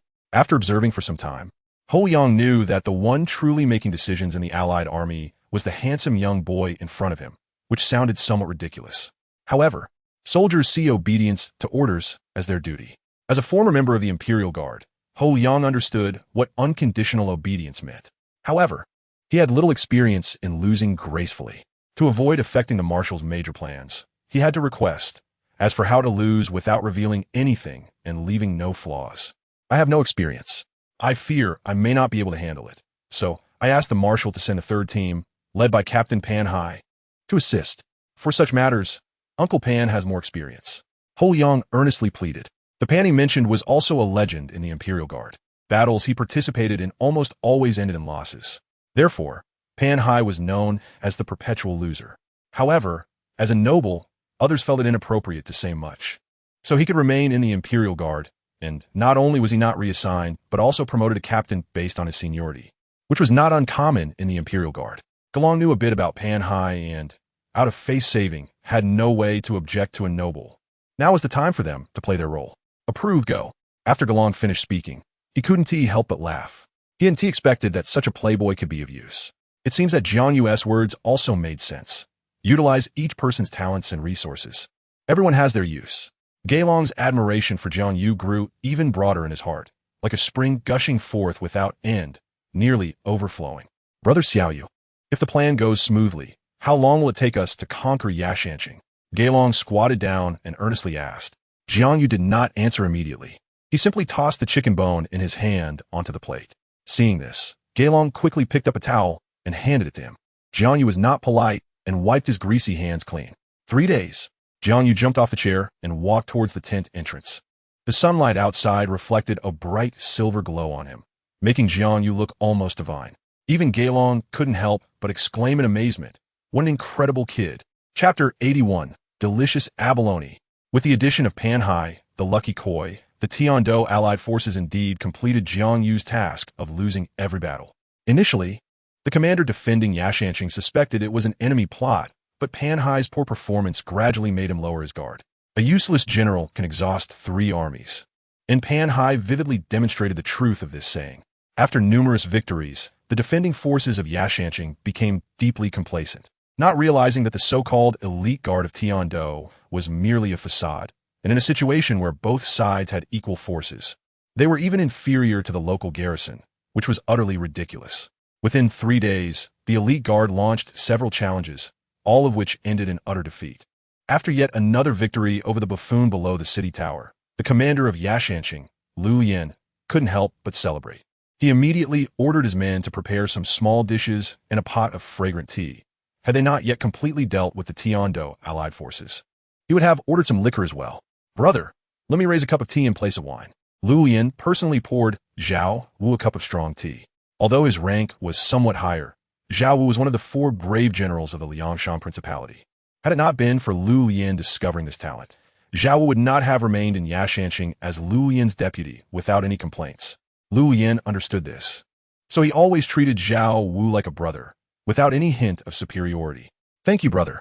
Zhao Wu raised his teacup and drank it all in one go, then said heartily, "People on the continent say Gelong is the god of the Tiando army, but in my humble opinion, he is just a silver bullet with a wax tip, relying solely on the cultivation of a soul Douluo. When it comes to strategy, he is far behind you, brother." Hearing his younger brother's flattery, Lu Yan felt a bit puffed up, being able to deal with the god of the Tiando army without any effort. He felt a tinge of pride. In the camp of the Tiando allied forces, after consecutive defeats, the soldiers grew anxious, and even the vice commander, Shang Wanqinshin, couldn't understand why Gaelong didn't lead the army directly to attack the city, but instead sent people to challenge Yashanqing in batches, creating such trouble. It's time.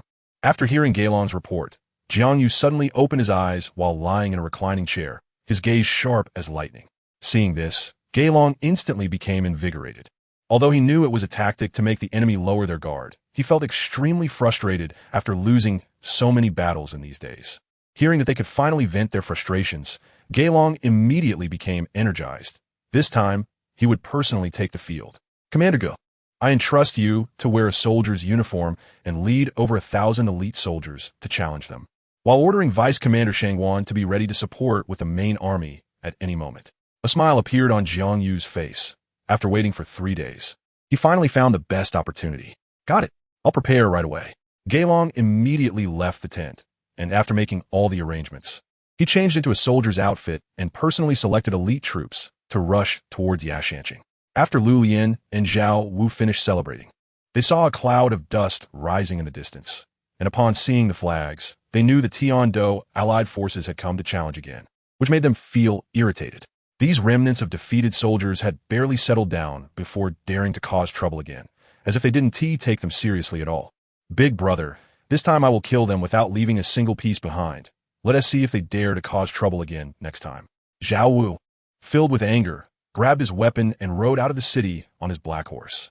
A group of soldiers followed closely behind, ready to reap this group of oblivious elite guards once again, as they had previously plundered much wealth from these people. It is well known that the elite guards are well treated, and many noble descendants among them carry enough wealth to keep the local garrison entertained in the city's biggest brothel for months. When the Yashan defenders saw the enemy coming again, they all rushed to the city gates to fight. Who didn't know that the elite guards were just paper tigers? No one could resist such a lucrative opportunity. Unfortunately, they didn't know that this time was different. The leader was Gaelong. After luring the Yashan defenders out, Gaelong did not rush to reveal his identity, but quietly waited for the right moment to draw them all into an encirclement. When the time was ripe, Gaelong instantly released his martial soul, his wings spreading wide behind him as he flew towards the city gate. Soul Douluo strongman, this is bad. Lu Yin, watching from the city tower, saw a soldier with 8 dazzling soul rings and realized the situation was dire. Even he could guess that the person was Gaelong. Just as Lu Yin was about to command his men to quickly close the city gates, Gaelong had already dashed into the city. And by the time reinforcements descended from the city tower, it was too late. These soldiers could hardly contend with a Soul Douluo's strength. With a single soul skill, Gaelong claimed dozens of lives.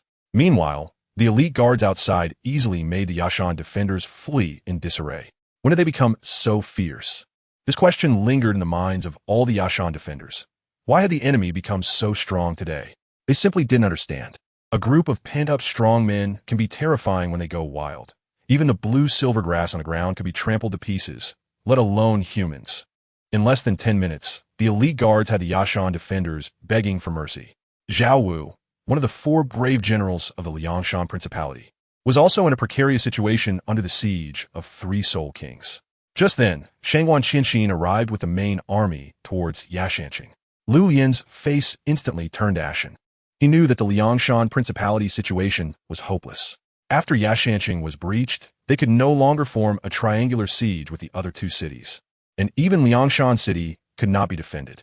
Lu Yin immediately fell into a painful dilemma. As the saying goes, a good bird chooses its tree to perch on. Since the Liangshan Principality was on the verge of collapse, why not leave early and seek a bigger backing? In less than a minute, Lu Yin came to a realization.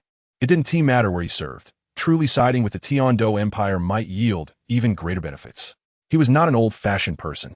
The saying that loyal subjects do not serve 2 masters was mere nonsense to him, far less practical than profit. Soon, Yashanqing was breached by the elite guards, and Lu Yin's first words upon surrendering were to seek to abandon the darkness for the light, throwing himself into the embrace of the great Tian-Do Empire, and firmly drawing a line with the Liangshan Principality, even volunteering to attack Liangshan City.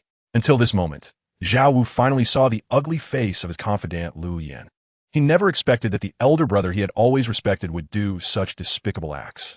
Bah, Lu Yin, I didn't expect you to be this kind of person. Without an ounce of backbone, daring to betray the principality that raised you, Zhao Wu shouted angrily. To associate with you was the biggest mistake I ever made.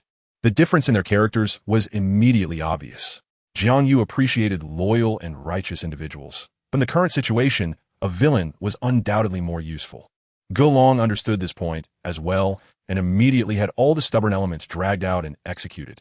As for Lu Lian, why not spare his life for now? After settling everything, Jiang Yu had Golong send people to change into the uniforms of the Yashan garrison and pretend to be defeated soldiers heading to Dushan City. If they successfully infiltrated the city, the subsequent attack by the allied forces on Dushan City would become very easy. What a brilliant plan! Golong was deeply impressed by Jiang Yu's wisdom. He couldn't help but wonder how his mind worked. At such a young age, he possessed such intelligence. Compared to Jiang Yu, the brains of others seemed almost like pig brains. Golong was extremely glad that Jiang Yu was from the Tian-Do Empire. If he were from the Star Luo Empire or the Spirit Hall, Golong wouldn't know how to deal with it. After settling matters in the city, Golong held a banquet at the Lord's mansion to entertain the meritorious officials. However, Jiang Yu did not like to attend such occasions. He preferred to keep a low profile. After all, if everyone found out that all the strategies were devised by him, it would definitely cause a stir. This would also affect Jiang Yu, so it was better to be cautious. Seeing that Jiang Yu did not want to attend the celebration banquet, Golong did not force him and immediately arranged for several of the most beautiful maidservants in the Lord's mansion to serve Jiang Yu during his meal. He also knew that he should not be polite in this regard. As soon as he entered the luxurious room arranged by Golong, several stunning maidservants welcomed him in. After he was seated, the maidservants began to work in unison. Some fanned him from behind, while others picked up chopsticks to personally feed Jiang Yu. One maidservant held a golden basin beside him, waiting for Jiang Yu to spit out the bones from his mouth. Such a decadent life should indeed be criticized. Jiang Yu couldn't help but feel a bit emotional. Even eating a meal involved so many beautiful young ladies serving him. Just opening his mouth meant someone would be there to feed him. It was simply excessive. "Sister, I want to eat abalone," Jiang Yu said, pointing to a plate of rich, fragrant abalone beside him. The maidservant immediately delivered the abalone into Jiang Yu's mouth, allowing him to savor it. To be honest, although the abalone had a slight fishy taste, it was extremely delicious and had a very chewy texture. "Sister, where is this abalone from?" Jiang Yu casually asked. The maidservant smiled, pleased to see Jiang Yu enjoy the abalone she selected herself. Each piece was top quality, and the taste was naturally different. "My lord, these are all personally selected by this servant. I may not know much about other things, but I am somewhat familiar with abalone," the maidservant said with a smile. Golong had already instructed them to make Jiang Yu comfortable, and they did not dare to be negligent, since even the highest commander had spoken. This young boy's identity was certainly not ordinary. These maidservants knew what to do. Perhaps if Jiang Yu was satisfied, they would also have a better time. Originally, according to the initial plan, Zhu Zhuqing was supposed to appear when the protagonist obtained the second soul ring, and then have some widely appreciated interactions with the protagonist.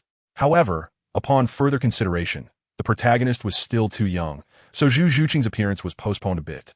But it would be soon. Haha, old rules. Please collect and vote for recommendations. Chapter 82, Hercules.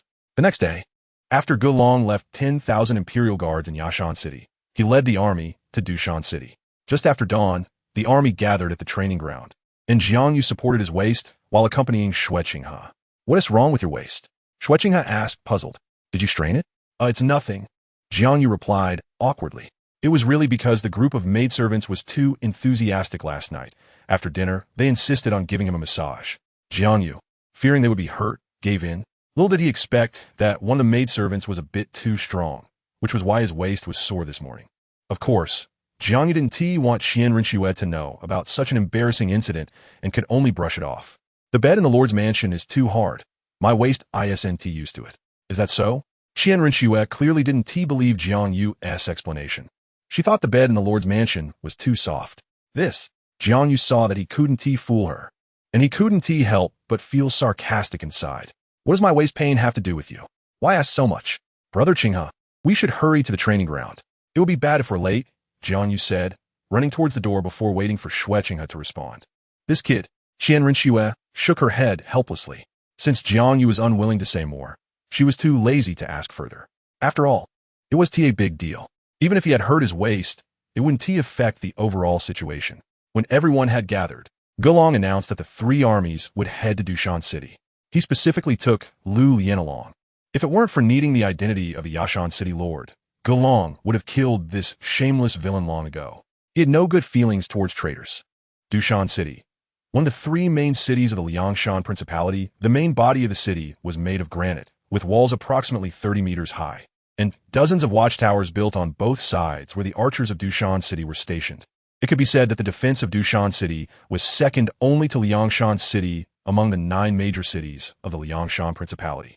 After hearing Lu Lian's intelligence, Gulong raised his eyebrows slightly. Dushan City was simply a steel fortress.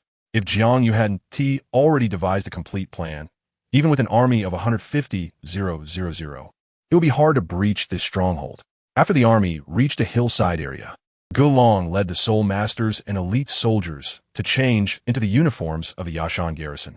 In accordance with Jiang Yu's plan to coordinate with the companions who had previously infiltrated the city, Gulong understood the principle of capturing the king first. Only by controlling the city lord of Dushan City could the garrison inside be subdued easily, making it effortless to capture Dushan City. It is worth mentioning that this time, the 3 princes also volunteered to join, as this was a great achievement, and no one wanted to fall behind. As for safety, they were not worried. Experts would accompany them. Shuqinga had members from the 7 treasure Glazed Tile School by her side, and even Jiang Yu would follow along. Although Shueqin didn't have much combat power, she had her retainers and people from the Spirit Hall, so there was no need for concern. As for Shueju, his mutated martial soul had considerable combat power, so self-protection was more than sufficient. After handing over command of the army to Shangwan Qinxin, Gulong set off with his entourage. After crossing hills and traversing a 1,000-meter plain, everyone arrived at the city gate of Dushan City. More defeated soldiers are coming.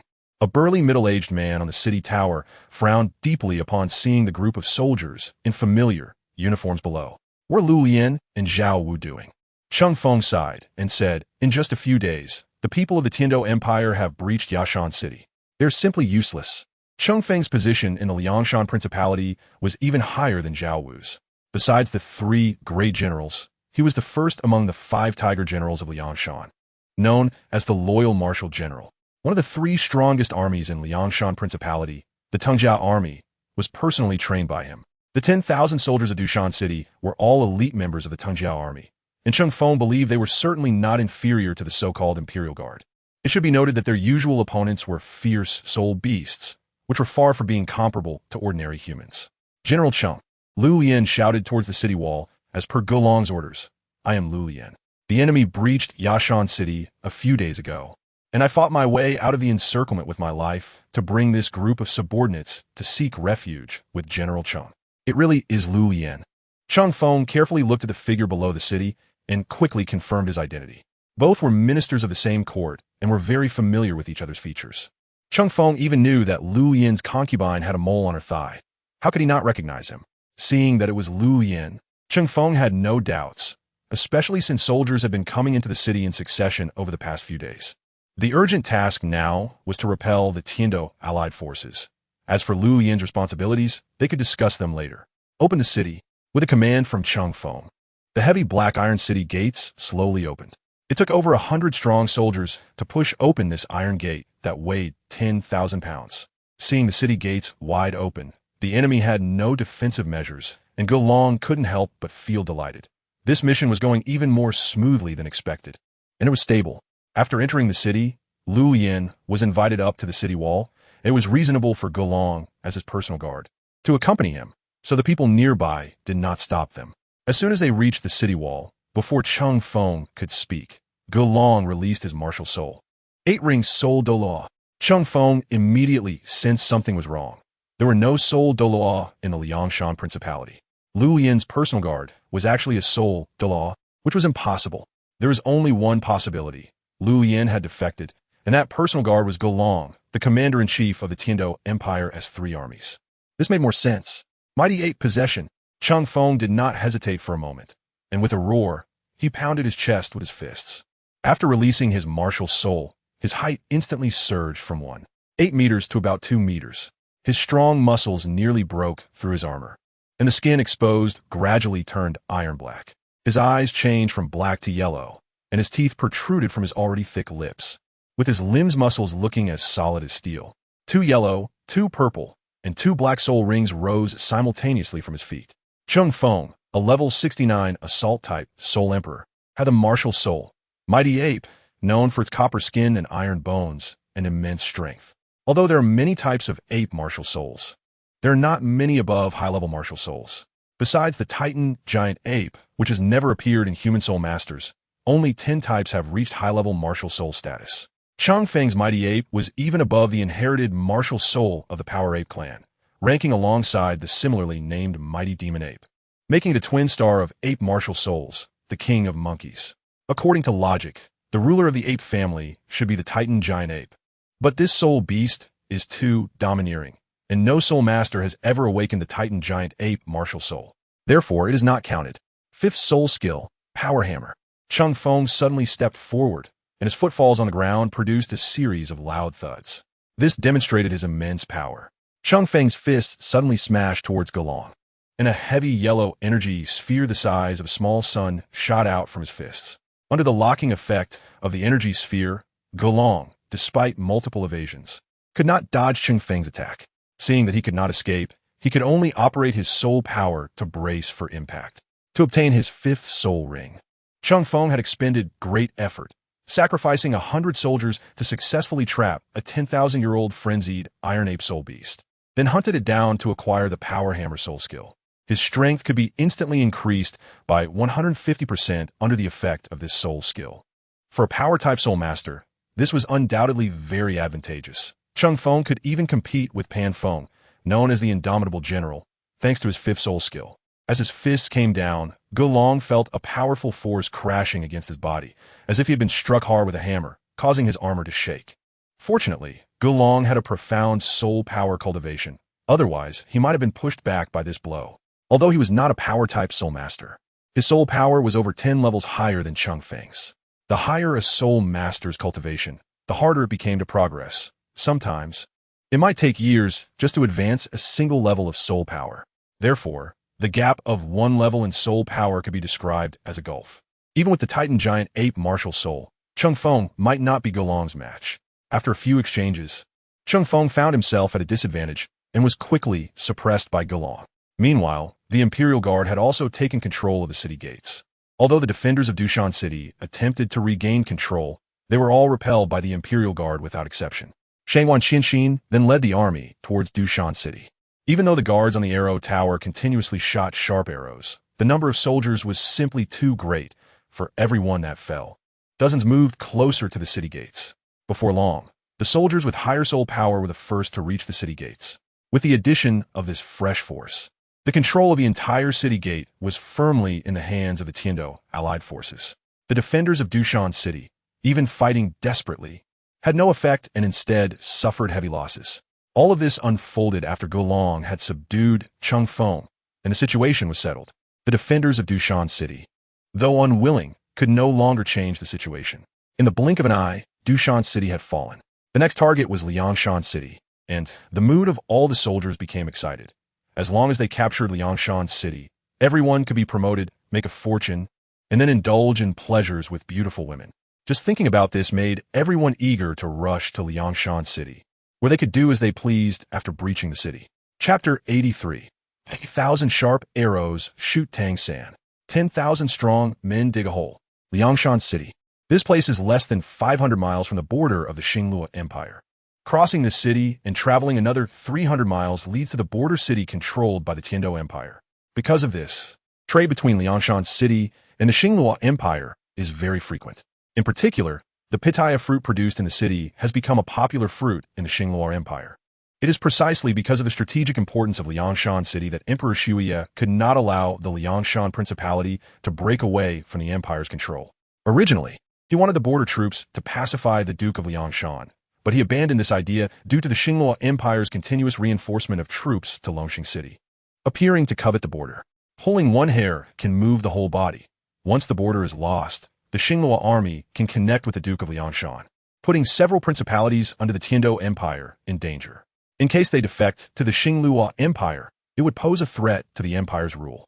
Therefore, after careful consideration, the Snowy Night Emperor dispatched Golong to quell the unrest. In the Duke of Liangshan's mansion, an elderly man dressed in a luxurious brocade robe sat upright in the main hall. his face showing deep concern. He never expected the Tiando allied forces to arrive so quickly. The Duke of Liangshan spoke in a deep voice. "Gentlemen, do you have any strategies to repel the strong enemy? Galong has besieged the city for 10 days. Although the supplies within the city are sufficient, if this continues, the people will be in a state of panic, and that is not a long-term solution. My lord, do not worry." A robust man, as strong as a small mountain, calmly responded. He wore dazzling golden armor, a luxurious red cloak draped over his back, and carried a sharp giant axe weighing over 100 pounds. This was Pan Feng, the foremost general of Liangshan Duchy, the commander of the Liangshan army, and a peerless general, as well as the strongest soul master in Liangshan. A level 77 assault-type soul saint, a true pillar of the duchy. "With my subordinates here, Liangshan City will never fall," Pan Feng confidently assured. The Duke of Liangshan let out a sigh of relief. He had great confidence in Pan Feng's abilities. "My lord." At that moment, another person stepped forward. This man had a face like a crowned jade and stood tall with a heroic demeanor. "My subordinates have already crafted 100,000 sharp arrows. With Liangshan City's solid defenses, we only need to hold the city. If the Tiando allied forces invade, our archers can respond to them."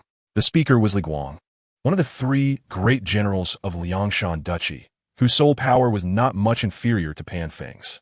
Since Zhuge Xian defected to the Tiando Empire, the Duke of Liangshan regarded these two as his right and left arms. The Duke followed their strategies without question, as he was not adept in military matters and entrusted everything in the army to his favored generals. 100 meters away from Liangshan City, at the Tiando army's camp, the army had been stationed here for several days. Galong had only ordered to surround the city and had not taken any further action. This was undoubtedly a huge test for many soldiers eager to achieve merit. It felt like a beautiful woman stripping right in front of you, and yet you could only watch, unable to act. Who could withstand that? If it weren't for Galong's high prestige in the army, this group of soldiers might have long since disobeyed military orders and acted on their own. In fact, Galong also had his grievances. He wanted to attack Liangshan City sooner, but Jiang Yu instructed him to surround rather than attack. Galong wanted to know the reason, but Jiang Yu wore a mysterious expression and said nothing. Galong could only choose to trust him because he knew Jiang Yu would not take unnecessary risks. As long as he followed Jiang Yu's orders, Liangshan City would surely fall. At this moment, Jiang Yu was playing Go with Xue Qinghe in the tent, waiting for an opportunity. Xue Qinghe also knew Jiang Yu was waiting for a chance, so he felt at ease staying in the tent with Jiang Yu for these few days.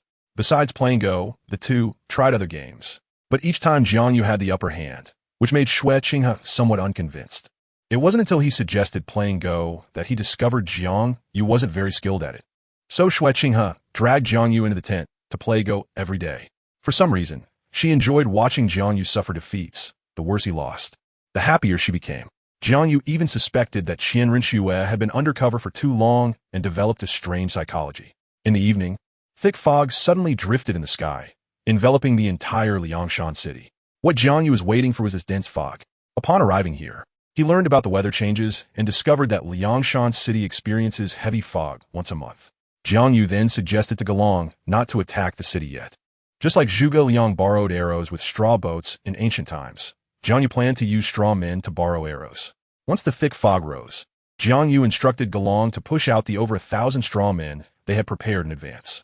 There was no shortage of blue silver grass around the camp, which was more than enough for making straw men. To make them more realistic, Jiang Yu had thin armor fitted on them, and even their faces were covered with a portrait of a single person. If someone familiar saw it, they would definitely recognize who it was.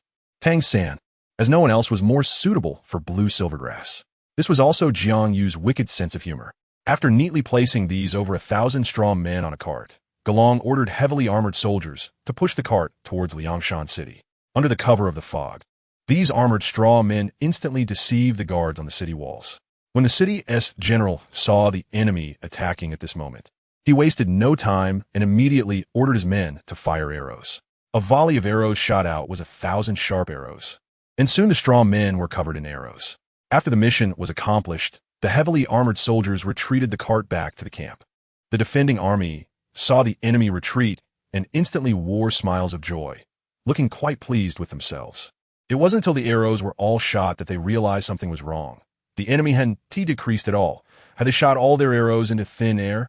When the fog dispersed, The defending general finally realized upon seeing the over 1,000-strong men below the city. The enemy was indeed cunning, even thinking of using strong men to impersonate soldiers, which was simply unbelievable.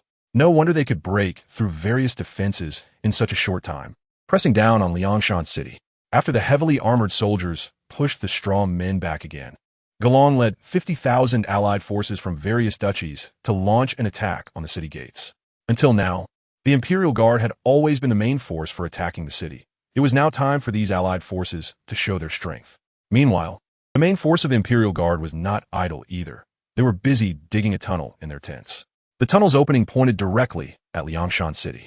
With the defending army's arrows all depleted, they could only throw stones down at the city, but fortunately, there were plenty of stone resources inside the city, so they weren't lacking for the time being. However, there was a problem. Although the impact of the stones was great, the enemy, having prepared for it, could easily dodge. The hit rate was indeed not comparable to arrows. Half an hour later, the allied forces climbed up the city walls, but the defending soldiers were not to be underestimated. They bravely repelled wave after wave of enemies climbing up the walls. The defending army was clearly very experienced in defense and under their full mobilization. Whenever there was a gap on the city walls, they could always promptly send troops to fill the breach. They truly managed to patch up wherever there was a leak. Fortunately, Galong followed Jiang Yu's advice and made two preparations, not placing all his hopes on these allied forces. Just as the battle of the city gate was in full swing, the large tunnel inside the tents was also successfully advancing deeper. Tens of thousands of strong men exerted force simultaneously at one entrance, with the tunnel continuously swallowing up materials, and the tunnel was getting deeper and deeper, advancing dozens of meters every few minutes. At this rate, it wouldn't be long before they could dig from the Tiando camp into Liangshan City. The day the city falls is just around the corner. When the enemy launched a fierce attack on the city, Pan Feng left the Duke's mansion and led his personal guards towards the city walls, while Li Guang dispatched elite troops to establish solid defenses at various key points near the Duke's mansion. Wooden fences, spikes, and various defensive structures were set up at the street entrances. All soldiers were fully equipped, and even some large siege weapons were all in place. Thus, even if the enemy breached the city, they would still find it difficult to break through the defenses surrounding the Duke's mansion. Chapter 84. The Lord of Thunder and Magnetism Nighttime. The moon was bright and the stars sparse. The bright moon in the sky seemed to emit a faint red glow.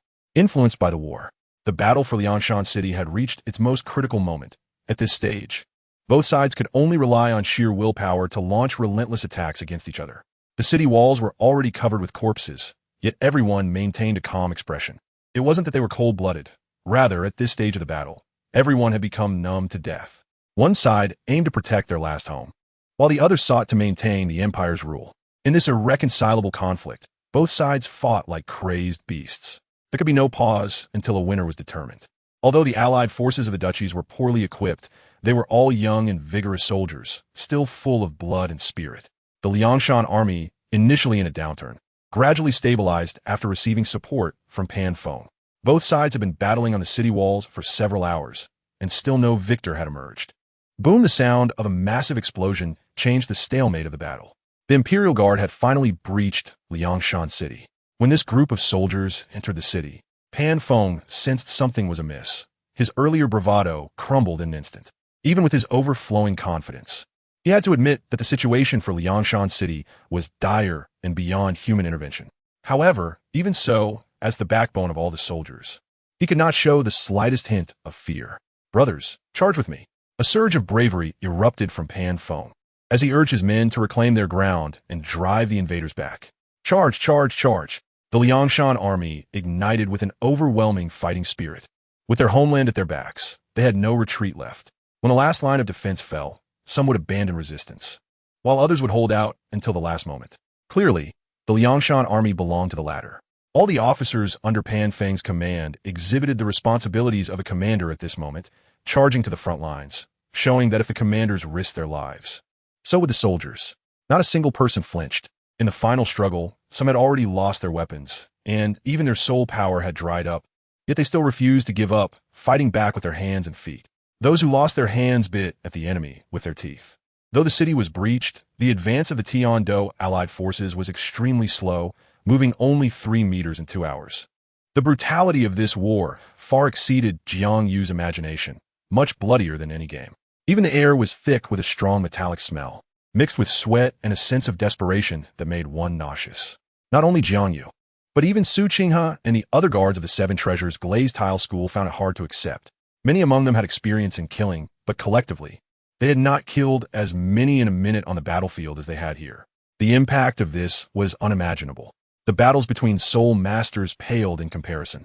After all, unless there were deep-seated grudges, conflicts among soul masters usually ended without fatal consequences, whereas war was not like that.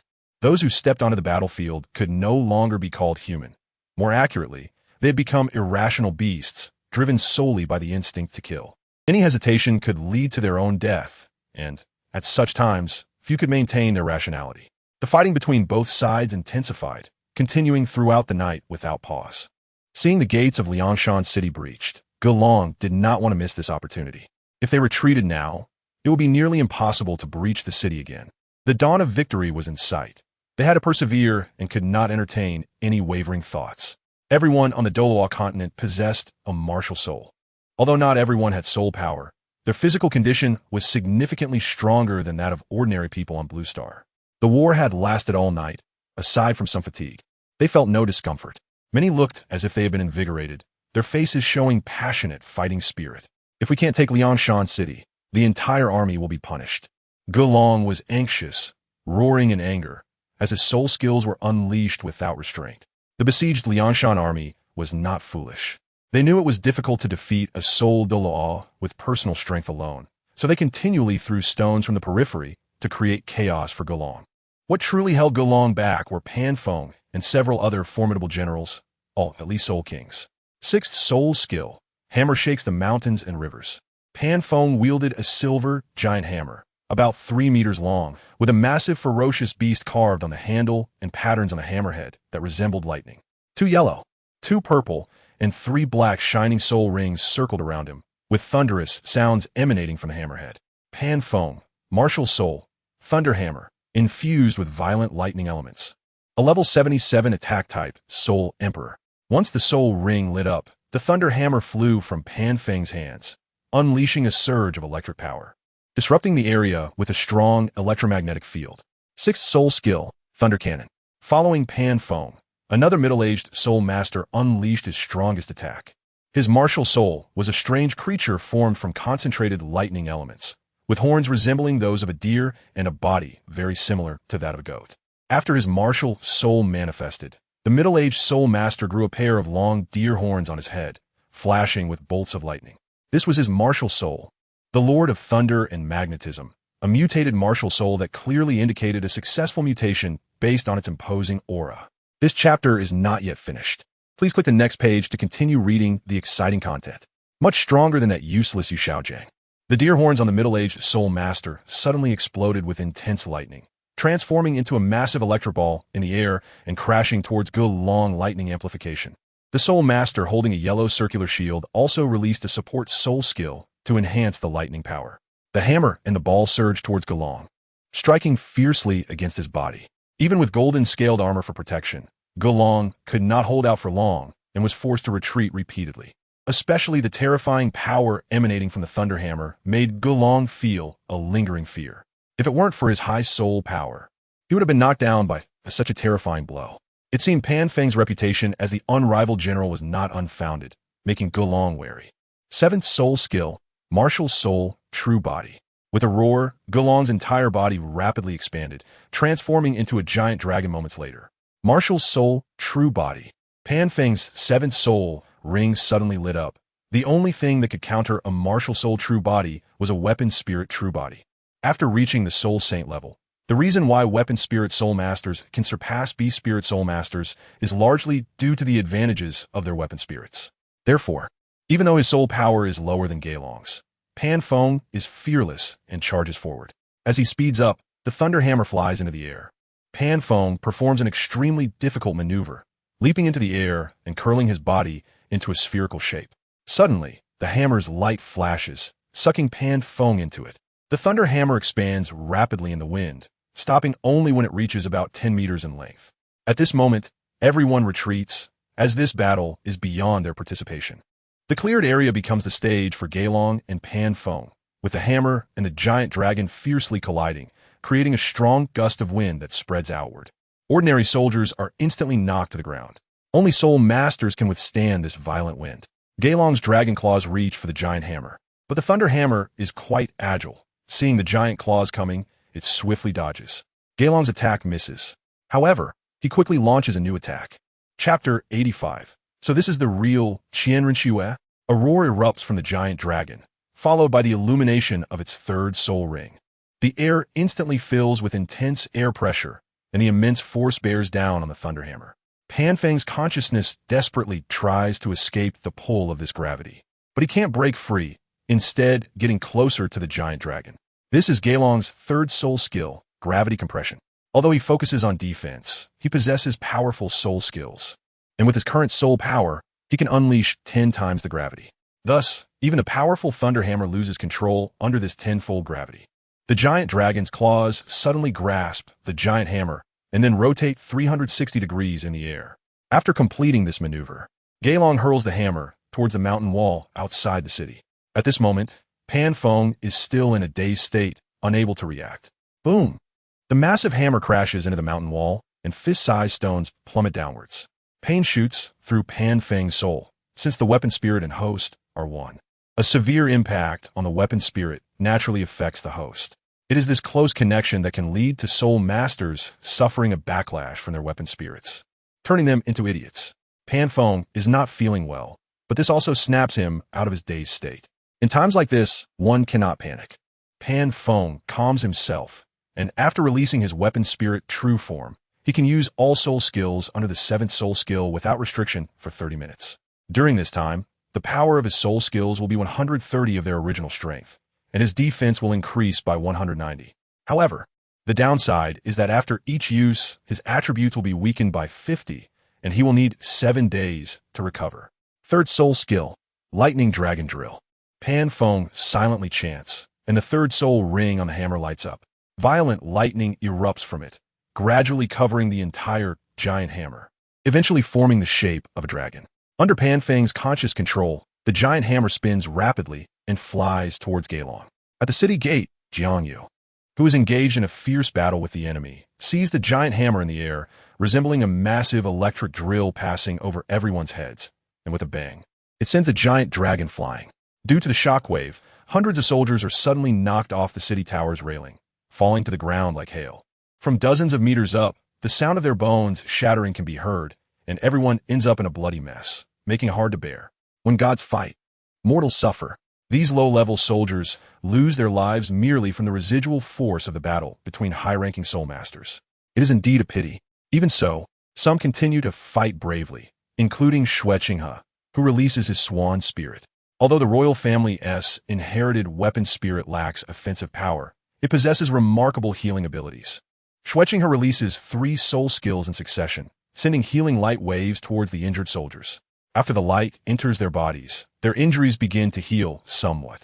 A massive light circle appears around Xue Qinghe, and those within this circle instantly reduce their negative states and regain consciousness. At the same time, a beam of light shoots from Xue Qinghe's eyes, purging the area it passes through.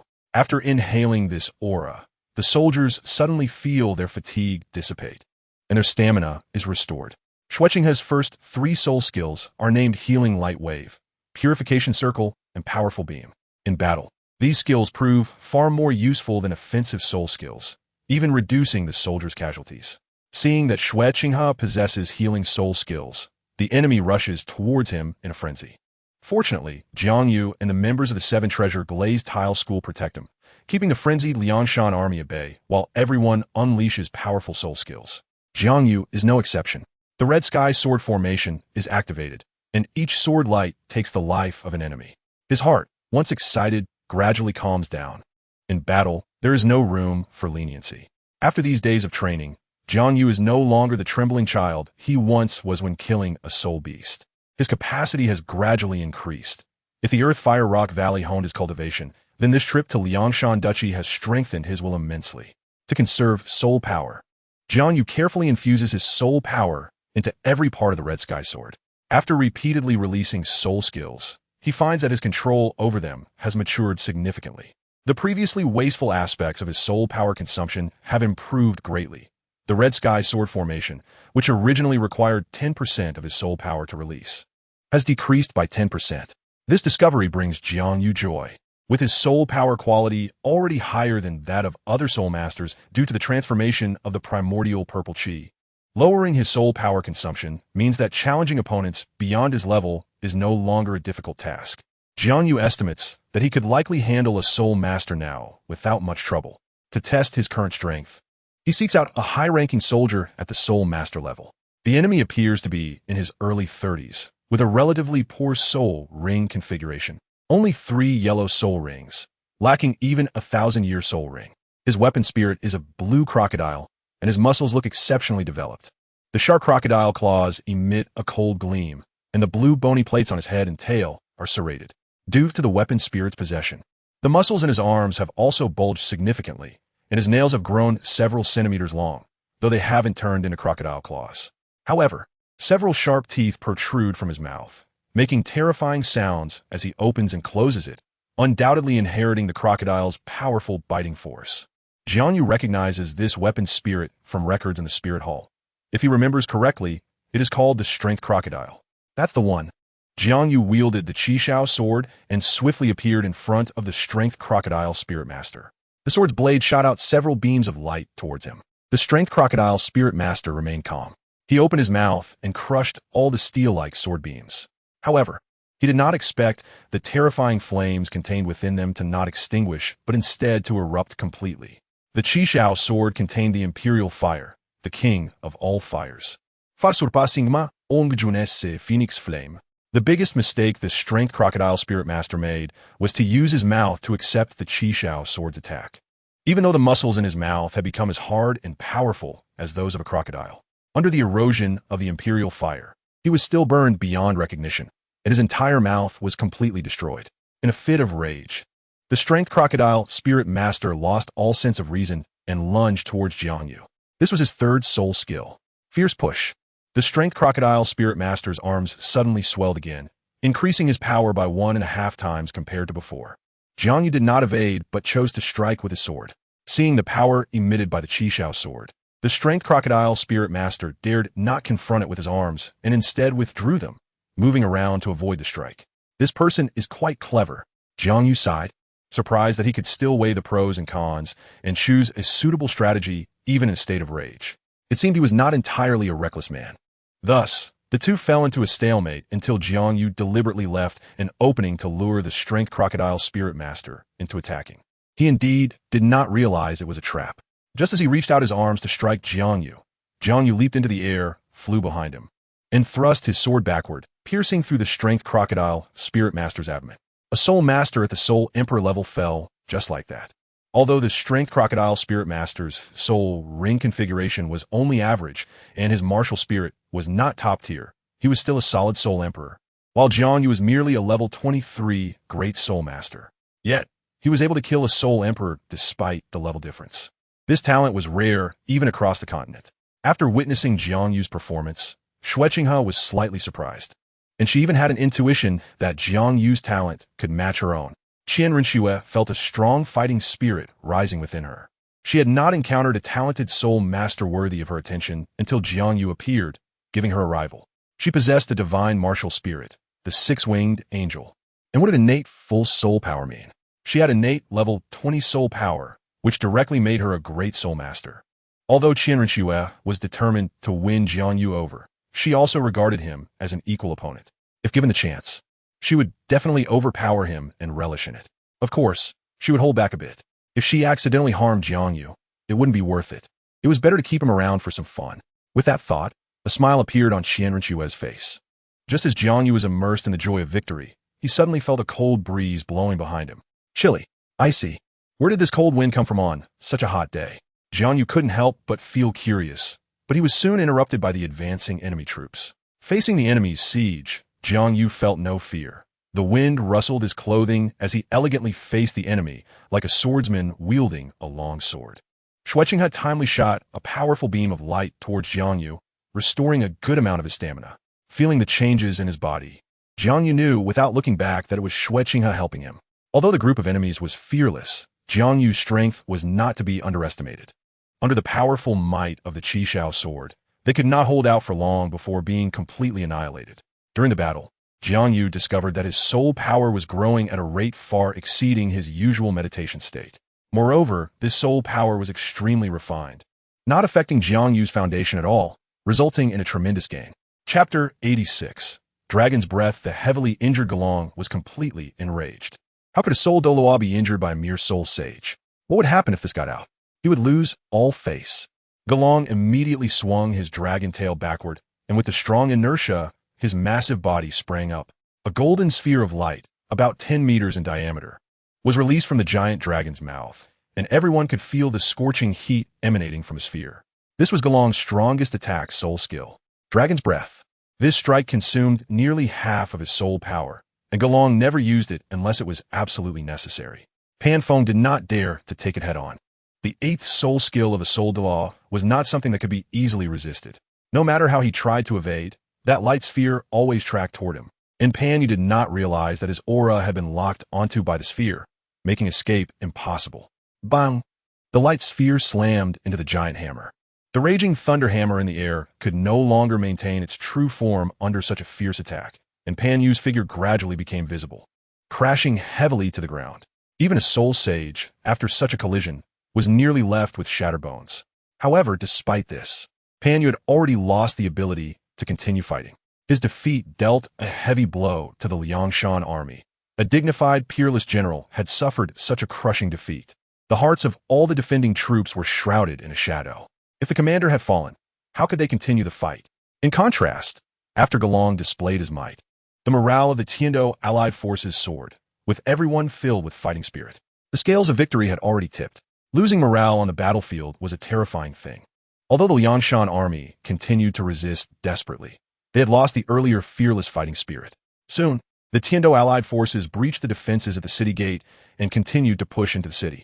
Meanwhile, Pan Feng, lying on the ground, was hacked into a pile of meat paste by the elite guards. The fall of a dignified, peerless general to such a state was frustrating, and seeing this scene, the hearts of the Liangshan defenders grew colder. Before long, the defending troops within the city began to retreat in defeat. After Galong released his martial spirit's true form, he led the army to quickly seize the major routes at the city gate. Liangshan Duke's mansion. Upon learning that Pan Feng had died and the city gate had fallen, the Liangshan Duke's complexion instantly turned pale. The situation was dire. It was as if heaven had decreed the downfall of Liangshan. The Liangshan Duke slumped in his chair, devoid of his usual vigor.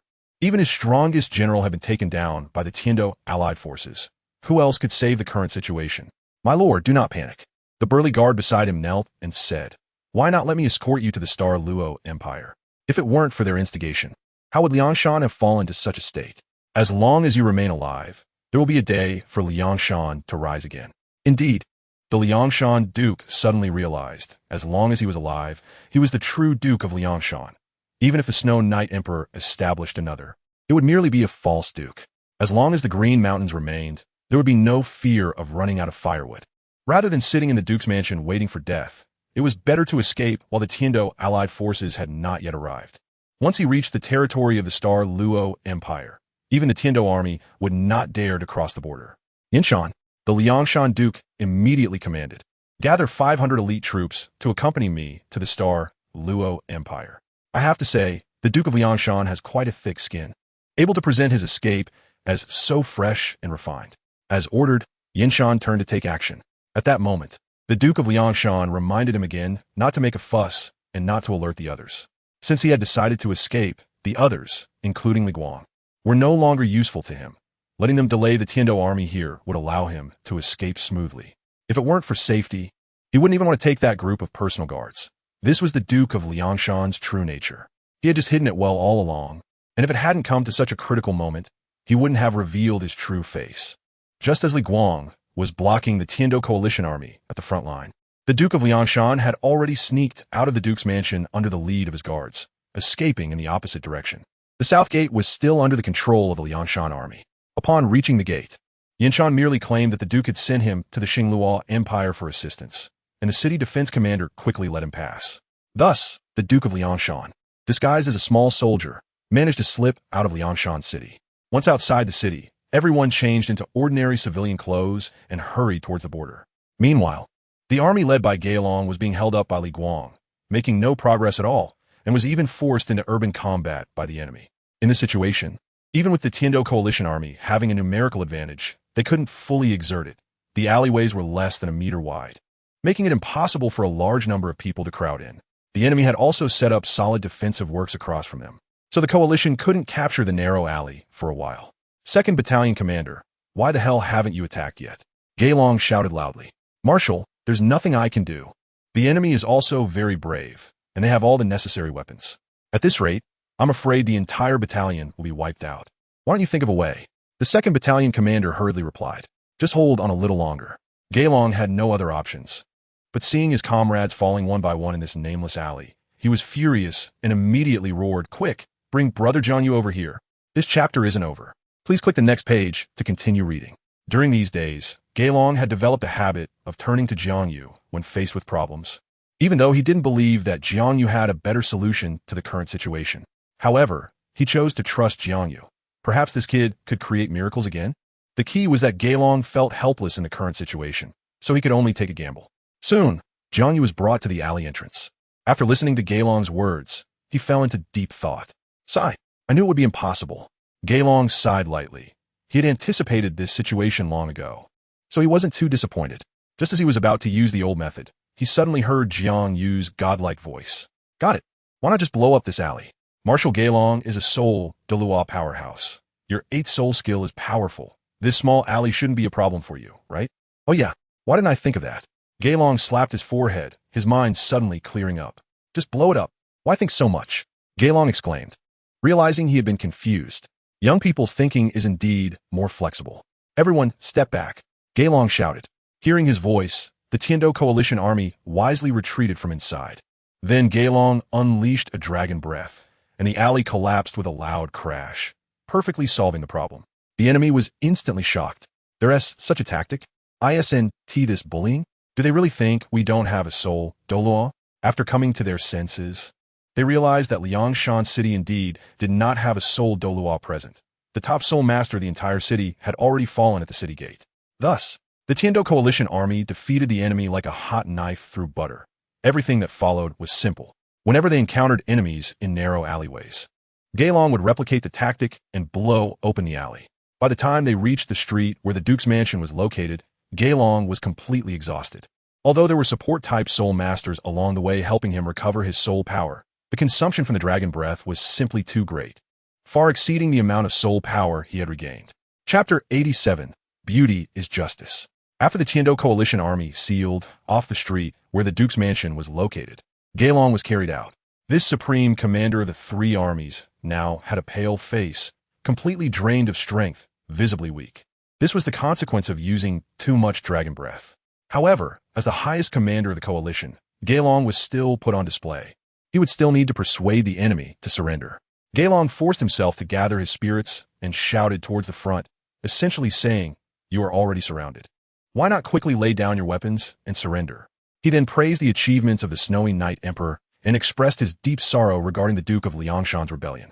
Finally turning the topic to the handling of the Snowy Knight Emperor's rebels, he stated that if they could awaken in time and abandon darkness for light, the Empire would treat them leniently.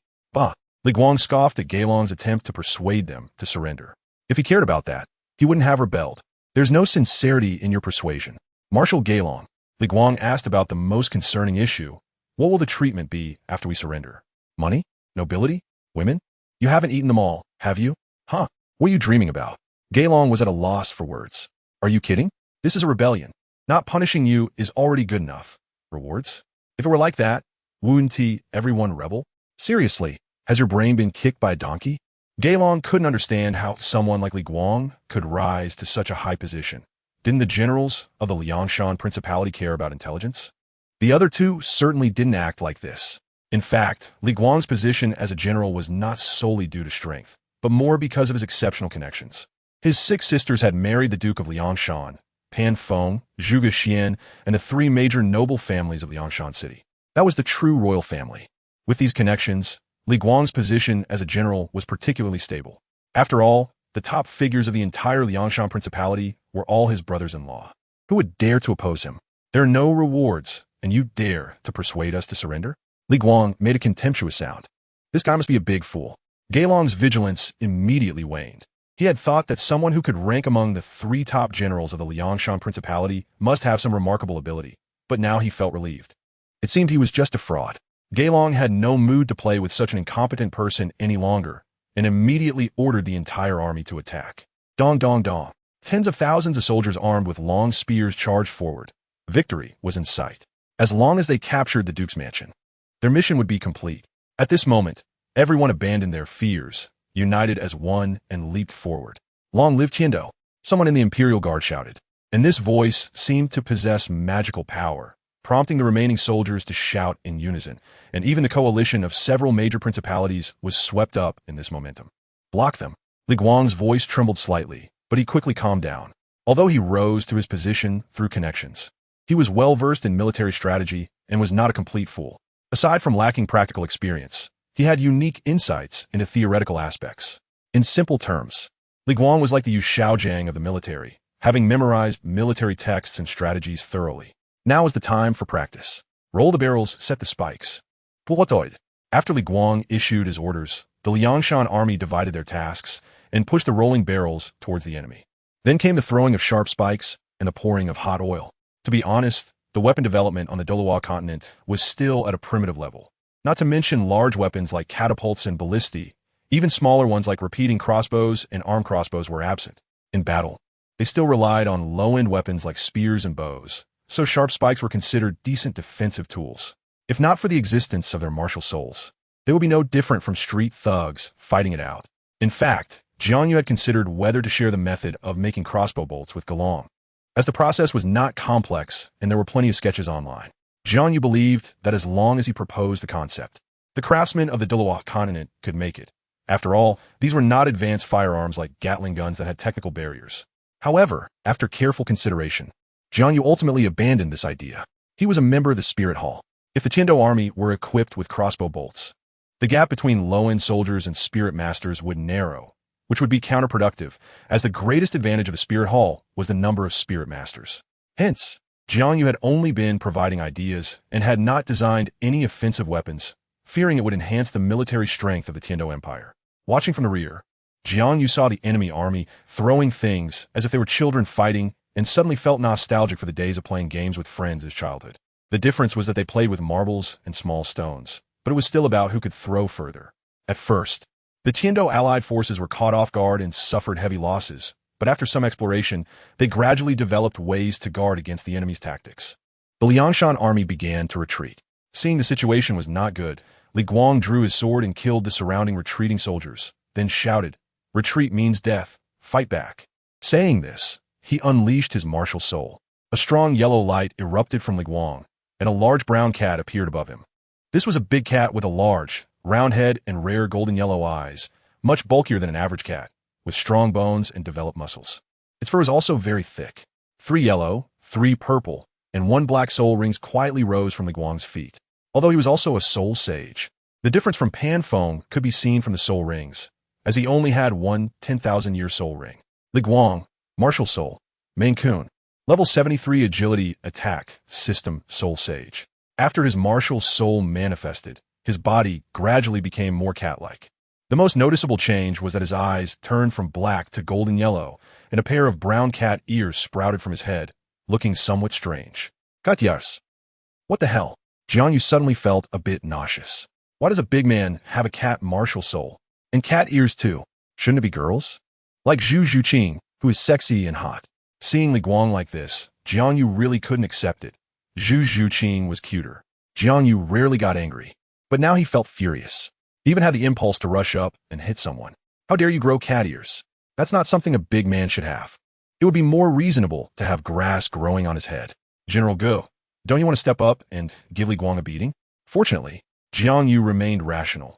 After all, the other party was a soul sage, so he turned his gaze to Gailong, who was lying on a chair, hoping the soul Douluo could play a role. Gailong just smiled and shrugged, indicating he was powerless, as his soul power was completely exhausted. There wasn't a drop left. Forget about taking action. Even getting up was a struggle. No, he can't go down. JiangYu turned and ran to the rear, and before long, He brought back Shui Qinghe and several support-type spirit masters. I got a thick loaf of bread, soul power recovery big bun, stamina-enhancing little chili. The food-type spirit masters began to chant their soul incantations. The food-type spirit masters were different from others. To make food effective, they had to chant soul incantations. Otherwise, the food would lose its effect. Soon, food appeared in their hands, thick slices of bread, buns, and red-hot peppers. Under their efforts, Gulong finally regained some soul power. And as long as he didn't use soul skills above the 7th soul skill, he could hold on for a while longer. General, it's up to you. JiangYu reminded Gulong affectionately. You must blow up that freak on the opposite side and relieve the frustrations of countless male compatriots. Go for it. Gulong instantly stood up from the chair. Without JiangYu saying it, he knew what to do. After all, he was also a fan of cat ear girls. Li Guang's actions had clearly touched his bottom line. Gulong was furious about something that shattered people's dreams. Li Guang did not expect that his martial soul would provoke the anger of many people, and even Gulong wanted to vent on him. Sigh, it's all the fault of the martial soul. I wonder if Li Guang would regret awakening a cat martial soul if he knew this. Probably, because next, Gulong would let him understand what the fury of a cat ear girl enthusiast was. Gulong's righteous iron fist swung towards Li Guang. Even if speed was his advantage, it was still useless. The terrifying power of a furious soul Douluo exceeded anyone's imagination. Chapter 88, Cat. Lick. Gulong flew into the sky, leaping over layers of obstacles and stretched out his fist, as big as a sand pot, to smash down on Li Guang. 6th soul skill, Tongue Lick. In a panic, Li Guang quickly unleashed his soul skill. The purple soul ring instantly lit up, and a long pink tongue shot out from his mouth, extending forward and swiftly wrapping around Gulong's entire body. Wet, sticky, dizzy. That's how Gulong felt right now. Li Guang's 6th soul skill came from Sticky Cat's soul beast around 9,000 years old. Its attack method was its tongue, and the mucus secreted could induce dizziness. Even powerful soul beasts of the same level might not be able to break this peculiar attack. Damn, that's disgusting. Although Gulong felt a bit dizzy, he still struggled nonstop. How could there be such a bizarre attack? Using a tongue. Seeing this scene, Jiang Yu really wanted to throw Li Guang into a trash can. However, this soul skill was not entirely useless, and he couldn't help but have some wild thoughts. Since they both had cat-type martial souls, what if Zhu Qing used this move? What would the effect be? That feeling would definitely be awesome. Wake up, stop dreaming. At the critical moment, Jiang Yu calmed down as promised, but how could he have such lewd thoughts? He immediately recognized his mistake and criticized himself. He kept reminding himself that even though he had just made a mistake that most men would make, he must exercise restraint. He didn't want to become someone like Dai Mubai, taking a young lady to a hotel at such a young age, especially a pair of twins. That's simply beastly. Form is emptiness. Emptiness is form. Jiang Yu silently recited scriptures, hoping to suppress the perverse thoughts he had just experienced and correct his mindset. Boom, suddenly, a frantic voice came from the air. Let me go. Why is this tongue so hard? Gulong struggled for a long time without any response. That long tongue seemed more solid than a city wall. Ah! Gulong shouted, and his soul rings suddenly lit up. A golden tail wing quietly appeared behind him, and sharp feather blades shot out from above, resolving his predicament. If I don't show my power, do you really think my tail is just for show? Gulong roared angrily, then stretched out his arms and dove down from the air. Seeing the giant hand in the sky, Li Guang was stunned, his gaze a bit unfocused, as if he was dazed. Bang! Li Guang's body was instantly flattened. He kept spitting out sour liquid. Gulong's strike even knocked Li Guang's bile out. Spit after Li Guang cleaned his mouth, he repeatedly begged for mercy. Marshal Gulong, spare me, I surrender. Indeed, he was a despicable person. Gulong thought to himself, just now I kindly advised you, but you didn't listen, and now you know to submit after being beaten to this state. It's too late. Gulong was about to finish off Li Guang, but the next words made him change his mind. Please, Marshal, spare me. My 6-tuplet sisters have admired you for a long time. If you don't mind, we could become in-laws. The Li family is also willing to serve the empire, and then we would all be one family. 6-tuplets. Gulong suddenly had a bold idea. Li Guang's words were not without reason. After all, he was a native of Liangshan. Although the duchy of Liangshan had been flattened, there would definitely be a lot of problems afterwards. Should they abolish the duchy of Liangshan and set up a new province? Or should they continue to establish a new duke of Liangshan? Gulong didn't know either. Perhaps Li Guang could still be useful in the future. Although he was a fool, his status in the duchy of Liangshan was not low. The Duke of Liangshan would definitely be executed. 2 of the 3 great generals had already fallen. Whether establishing a new Duke of Liangshan or a provincial governor, Li Guang was a suitable candidate, which might help alleviate the panic of the Liangshan people.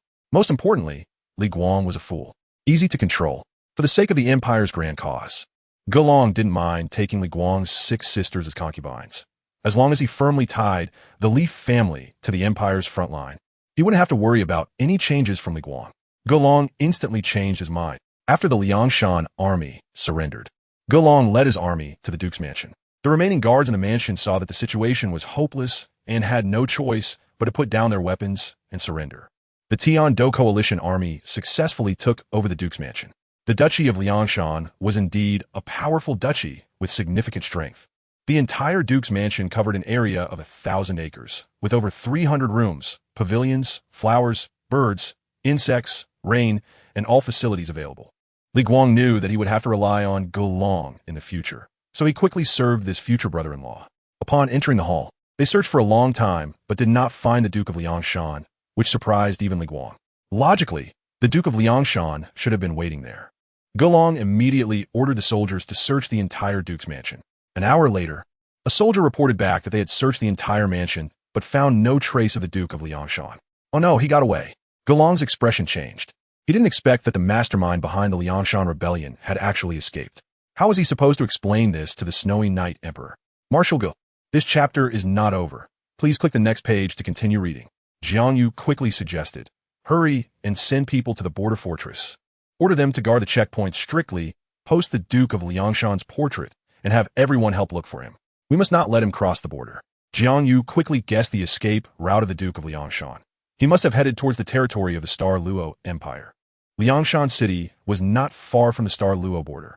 As long as he passed through the Tian-Do fortress, he would be in the cities controlled by the Star Luo Empire. The Duke of Liangshan would only be able to save his life if he made it there. After all, the only ones on the continent who were not afraid of the Tian-Do Empire were the Star Luo Empire and the Spear Hall. Hurry, hurry. One word woke the dreamer, and Gelong also reacted, quickly ordering the soldiers to send a message to the fortress. They must not let the Duke of Liangshan escape the border. The guards at the south gate had already surrendered under Li Guang's orders. When Gelong's men inquired if any suspicious individuals had exited recently, the city defense general truthfully reported that the Duke of Liangshan had sent someone to request aid from the Star Luo Empire. Thus, several soldiers from the Imperial Guard quickly reported to Gelong, while the rest rode fast horses out of the city. The situation was urgent. They had to quickly notify the comrades guarding the fortress to ensure that the Duke of Liangshan was not allowed to escape. By nightfall, Li Guang took Gelong to a luxurious room, and Jiang Yu, who was the backbone of Gelong, followed along. Upon entering the room, Li Guang took several people to the bookshelf position and reached for the 1st, 3rd, and 9th books from the top shelf. Suddenly, the bookshelf split open, revealing a long passage inside. This was the secret treasury of the Duke of Liangshan, where many rare treasures were stored. This also served as Li Guang's declaration of loyalty to Gelong, indicating his complete break with the Duke of Liangshan. At this moment, Gelong felt reassured by Li Guang. It seemed he was indeed sincere in his submission. So Gelong walked into the passage, and Jiang Yu closely followed in Gelong's footsteps. In fact, Gelong brought him to this secret treasury not with the intention of keeping the treasures for himself. He originally planned to present them to the Snowy Night Emperor. The reason for bringing Jiang Yu was that Gelong knew the greatest credit for this Liangshan expedition belonged to Jiang Yu, and he intended to reward him with some good treasures before offering the rest. Gelong was still a reasonable person. He had a good opinion of Jiang Yu, his idol. Of course, Gelong also wanted to take this opportunity to see what treasures were in the secret treasury. If there were any he liked, it would be reasonable to take some. Chapter 89, Great Harvest. Entering the passage, Li Guang took out a firestone, instantly illuminating the space inside. After walking about 100 meters, they encountered 3 forks in the path. Li Guang immediately explained that only one of the paths led to the treasury. If they chose incorrectly, they would get lost on the wrong path and find it very hard to get out. Under Li Guang's guidance, Jiang Yu and Gelong walked down the right passage, and after about 10 minutes, they finally saw the entrance to the treasury. It was an ancient-looking bronze door, intricately carved with a vividly lifelike creature. It was a green humanoid soul beast with an unusually smooth, oval-shaped head, and its ears resembled the shape of morning glory flowers, looking like little trumpets. Shrek!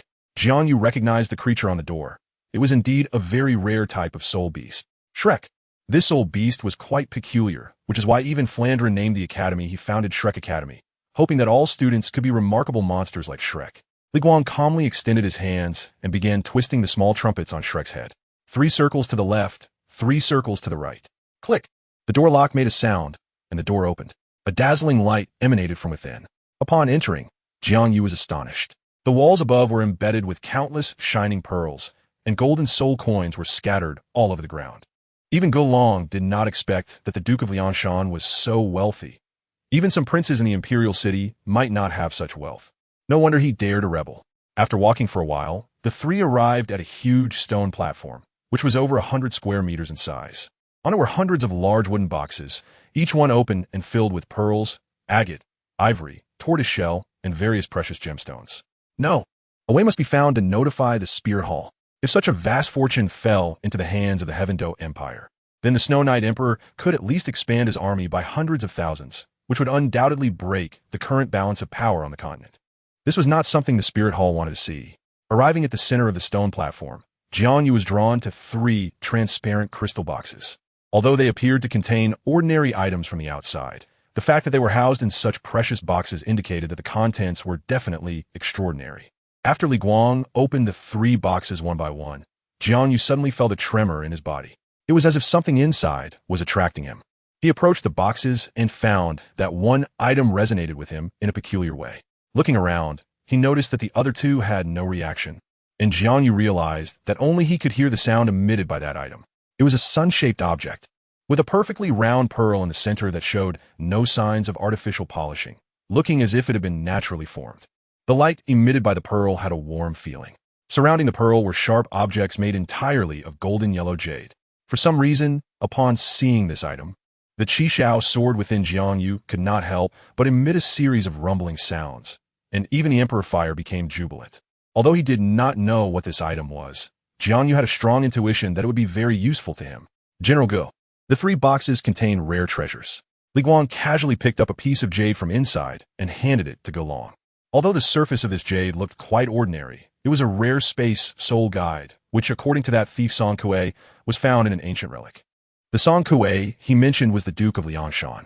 Li Guang had no qualms about this former lord, which showed he was quite the opportunist, swaying wherever there were benefits. A space soul guide. Go Long held the jade in his hand, somewhat reluctant to part with it.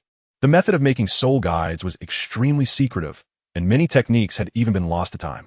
Most of the soul guides circulating in the continent were passed down from ancient times, especially space soul guides. According to Go Long, there is currently no soul master capable of creating a space soul guide. This was a rare treasure. Go Long couldn't help but feel envious.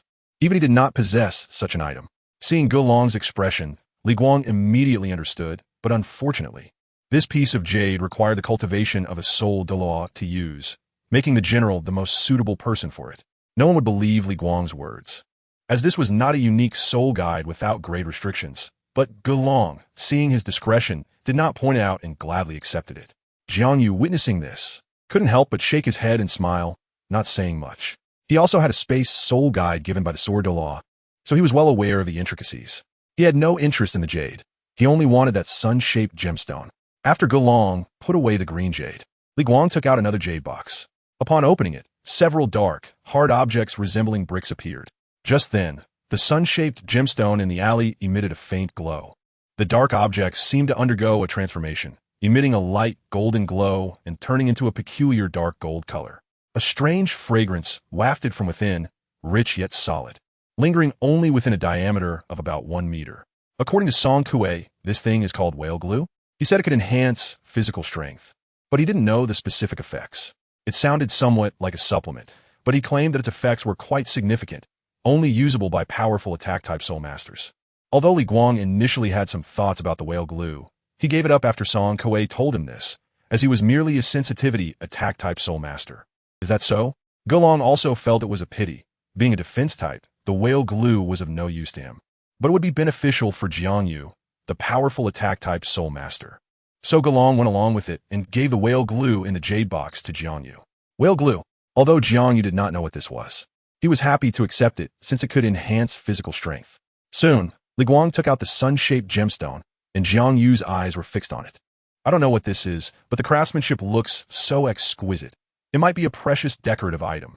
Just as Guang was about to say he would take it back for Long to admire, Jiang Yu quickly interjected, Uncle Long, this gemstone is so beautiful. Can you give it to me to play with? To get the gemstone, Jiang Yu even called him Uncle. Long, hearing this, waved his hand generously and agreed, as he didn't lack gemstones. Even though this one looked more exquisite, he had little interest in such things. Fearing Long might change his mind, Jiang Yu quickly snatched the gemstone and happily tucked it into his pocket. After leaving the treasure house, Jiang Yu went straight back to his room and began to carefully study the gemstone. However, after observing it for a long time, he found nothing particularly special, only feeling that the flames within him were flickering more frequently, yet he still did not understand the gemstone's function. Jiang Yu picked up a candle to observe the gemstone more closely, but unexpectedly, the wax suddenly dripped down, landing on his hand, causing him to drop the candle. Coincidentally, the flame of the candle collided with the gemstone, and as soon as the flame made contact, it was swallowed inside. The gemstone immediately emitted a dazzling light, shooting straight into Jiang Yu's forehead, and with a swoosh flew inside. Then, a miraculous scene unfolded. The gem gradually became transparent and merged into Jiang Yu's body. Suddenly, a sun-shaped pattern appeared on his forehead, which took a while to fade from bright to dim before gradually disappearing. After the gem entered his body, a strange scene flashed in Jiang Yu's mind. A handsome man bathed in sunlight, with golden long hair shining like gold. He wore dazzling golden armor and held a golden holy sword. As he raised the sword, a fierce flame descended from the sun above, enveloping the entire sword. And then he swung it towards a giant dragon ahead. In an instant, a shattering sound echoed. The scene abruptly stopped. What was this? Jiang Yu realized that this piece of jade was definitely not ordinary, and the person in the image was certainly not an ordinary person either. Even the aura of Bibi Dong couldn't compare to even 1% of that person. There was only one possibility. Chapter 90. In-Depth Understanding with Qianren Xue. God. That person was a deity. What kind of god was he? Jiang Yu couldn't help but ponder. Golden god. No, that doesn't fit. Fire god. No. Since that person could summon the true fire of the sun, it shouldn't be that simple. Could it be the sun god? According to the ranking in Douluo Continent, the true fire of the sun was undoubtedly one of the highest levels of flames. Even the angel god could only use a small portion of the true fire of the sun. The man in the image had used much more than just a part. Could he really be the sun god? If that were the case, Jiang Yu would have hit the jackpot. The sun god was definitely a first-level deity, and even in various mythologies, he had strength comparable to the god king. Although it was unknown how powerful the sun god was in the Douluo realm, the angel god could only use a small portion of the true fire of the sun and was already so formidable. It was likely that the sun god's strength was similarly impressive, at least on par with a first-level deity. Perhaps the gem was a legacy token of the sun god, similar in nature to Tang San's sea god trident. Although Jiang Yu wasn't entirely sure of his speculation, it certainly wouldn't harm him. In a good mood, Jiang Yu stopped dwelling on it and took out the jade box from his body. He opened it and picked up a piece of whale glue, which was somewhat hot. After blowing on it for a long time, it cooled down a bit, and he then stuffed it into his mouth and began to chew. As soon as it entered his mouth, a strong fishy smell surged, causing Jiang Yu to frown. But soon the fishy taste transformed into a stream of heat flowing into his abdomen. After entering his belly, the whale glue surprisingly emitted a fragrant aroma from his nostrils. Jiang Yu felt his lower abdomen gradually warming up, a truly wonderful sensation. The intense heat flowed into his limbs and bones, and Jiang Yu felt an endless amount of power surging through his body. All the meridians were slowly expanding. Even the extraordinary 8 meridians had become much thicker than before, eventually connecting smoothly. It was unimaginable how miraculous this whale glue was. Even Jiang Yu's extraordinary 8 meridians were opened. The heat continued to circulate within him, and he was sweating profusely, but the sensation was extremely comfortable, almost making him moan. Jiang Yu's body became increasingly flushed, his skin gradually turning red, and even his sweat became reddish-brown.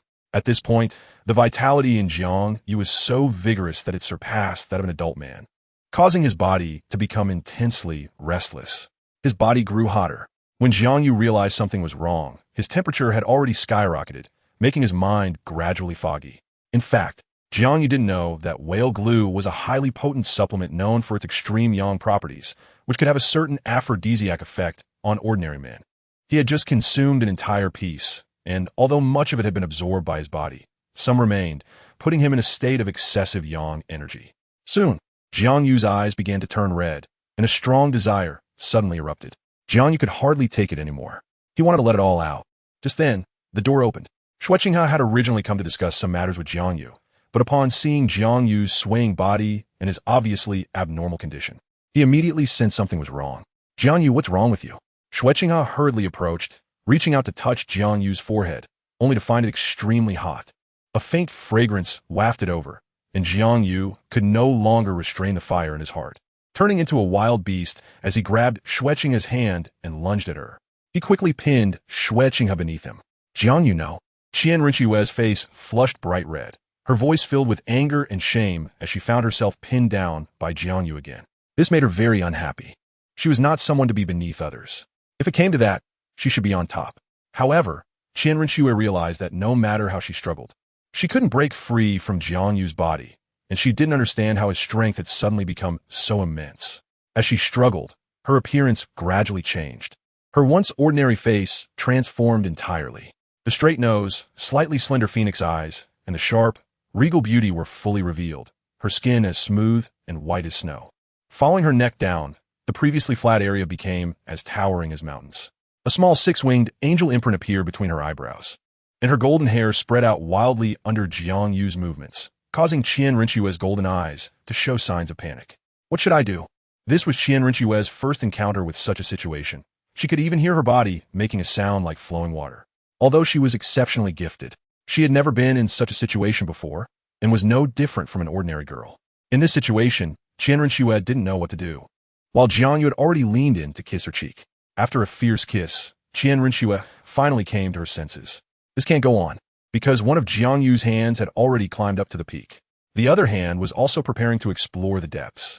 In an instant, a holy light radiated from Qianrenchua's body, and a powerful pressure suddenly repelled Jiang Yu, sending him flying several meters back, crashing into the wall behind him.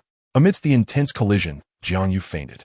Seeing this, Qianrenchua quickly tidied her clothes and then walked forward to check Jiang Yu's condition. He's fainted. Qianrenchua carefully reached out her hand towards Jiang Yu. This time her movements were slow, likely afraid that Jiang Yu would go wild again like before. She couldn't withstand another episode. Little Master, there's more to this chapter. Please click the next page to continue reading. It gets even more exciting. Why is your forehead still so hot? Qianrenchua couldn't help but feel worried. This couldn't go on. She couldn't just watch him like this. So, without thinking much, she immediately picked up Jiang Yu and, after stepping out the door, his appearance returned to that of Chixiao. Ice cellar. Due to the hot weather, the nobles of Liangshan City would build a cool place in their mansions. The Duke's mansion was even more impressive, having built a massive ice cellar of over 1,000 square meters, filled with ice transported from the far north, providing excellent cooling effects. Upon arriving at the entrance of the ice cellar, Qianrenchua immediately felt a chilling aura assault her. She was only wearing a thin garment, which offered no protection against the cold. However, after glancing at Jiang Yu's complexion, Qianrenchua resolutely held him and stepped into the ice cellar. Once inside, Qianrenchua felt as if she had entered another world. Massive ice blocks were neatly arranged on both sides, emanating a deep, cold chill. Even the breath she exhaled turned visible like smoke, and inhaling it sent shivers down her spine. In contrast, Jiang Yu's body temperature gradually stabilized inside the ice cellar, and the redness on his face slowly began to change, looking like he would return to normal soon. Seeing Jiang Yu's condition improve, Qianrenchua couldn't help but breathe a sigh of relief, then placed him onto an ice bed. If it weren't for your capabilities, I wouldn't have saved you. I hope you won't disappoint me in the future. After all, there aren't many capable people like you anymore. Qianrenchua gazed at Jiang Yu's slightly youthful face, unable to help but recall the scene from earlier. That feeling. How should she put it? Though she felt a bit scared for some reason, there was a faint sense of anticipation deep within her. Such a rough and violent boy. She still felt something. Thinking of this, Qianrenchua's body began to heat up. Even the surrounding cold ice couldn't suppress it. After all, this warmth radiated from within, completely different from Jiang Yu's situation. Only she could help herself. Half an hour later, Jiang Yu's color finally returned to normal, and his body temperature was no longer boiling. Phew, Qianrenchua said with some relief. Great.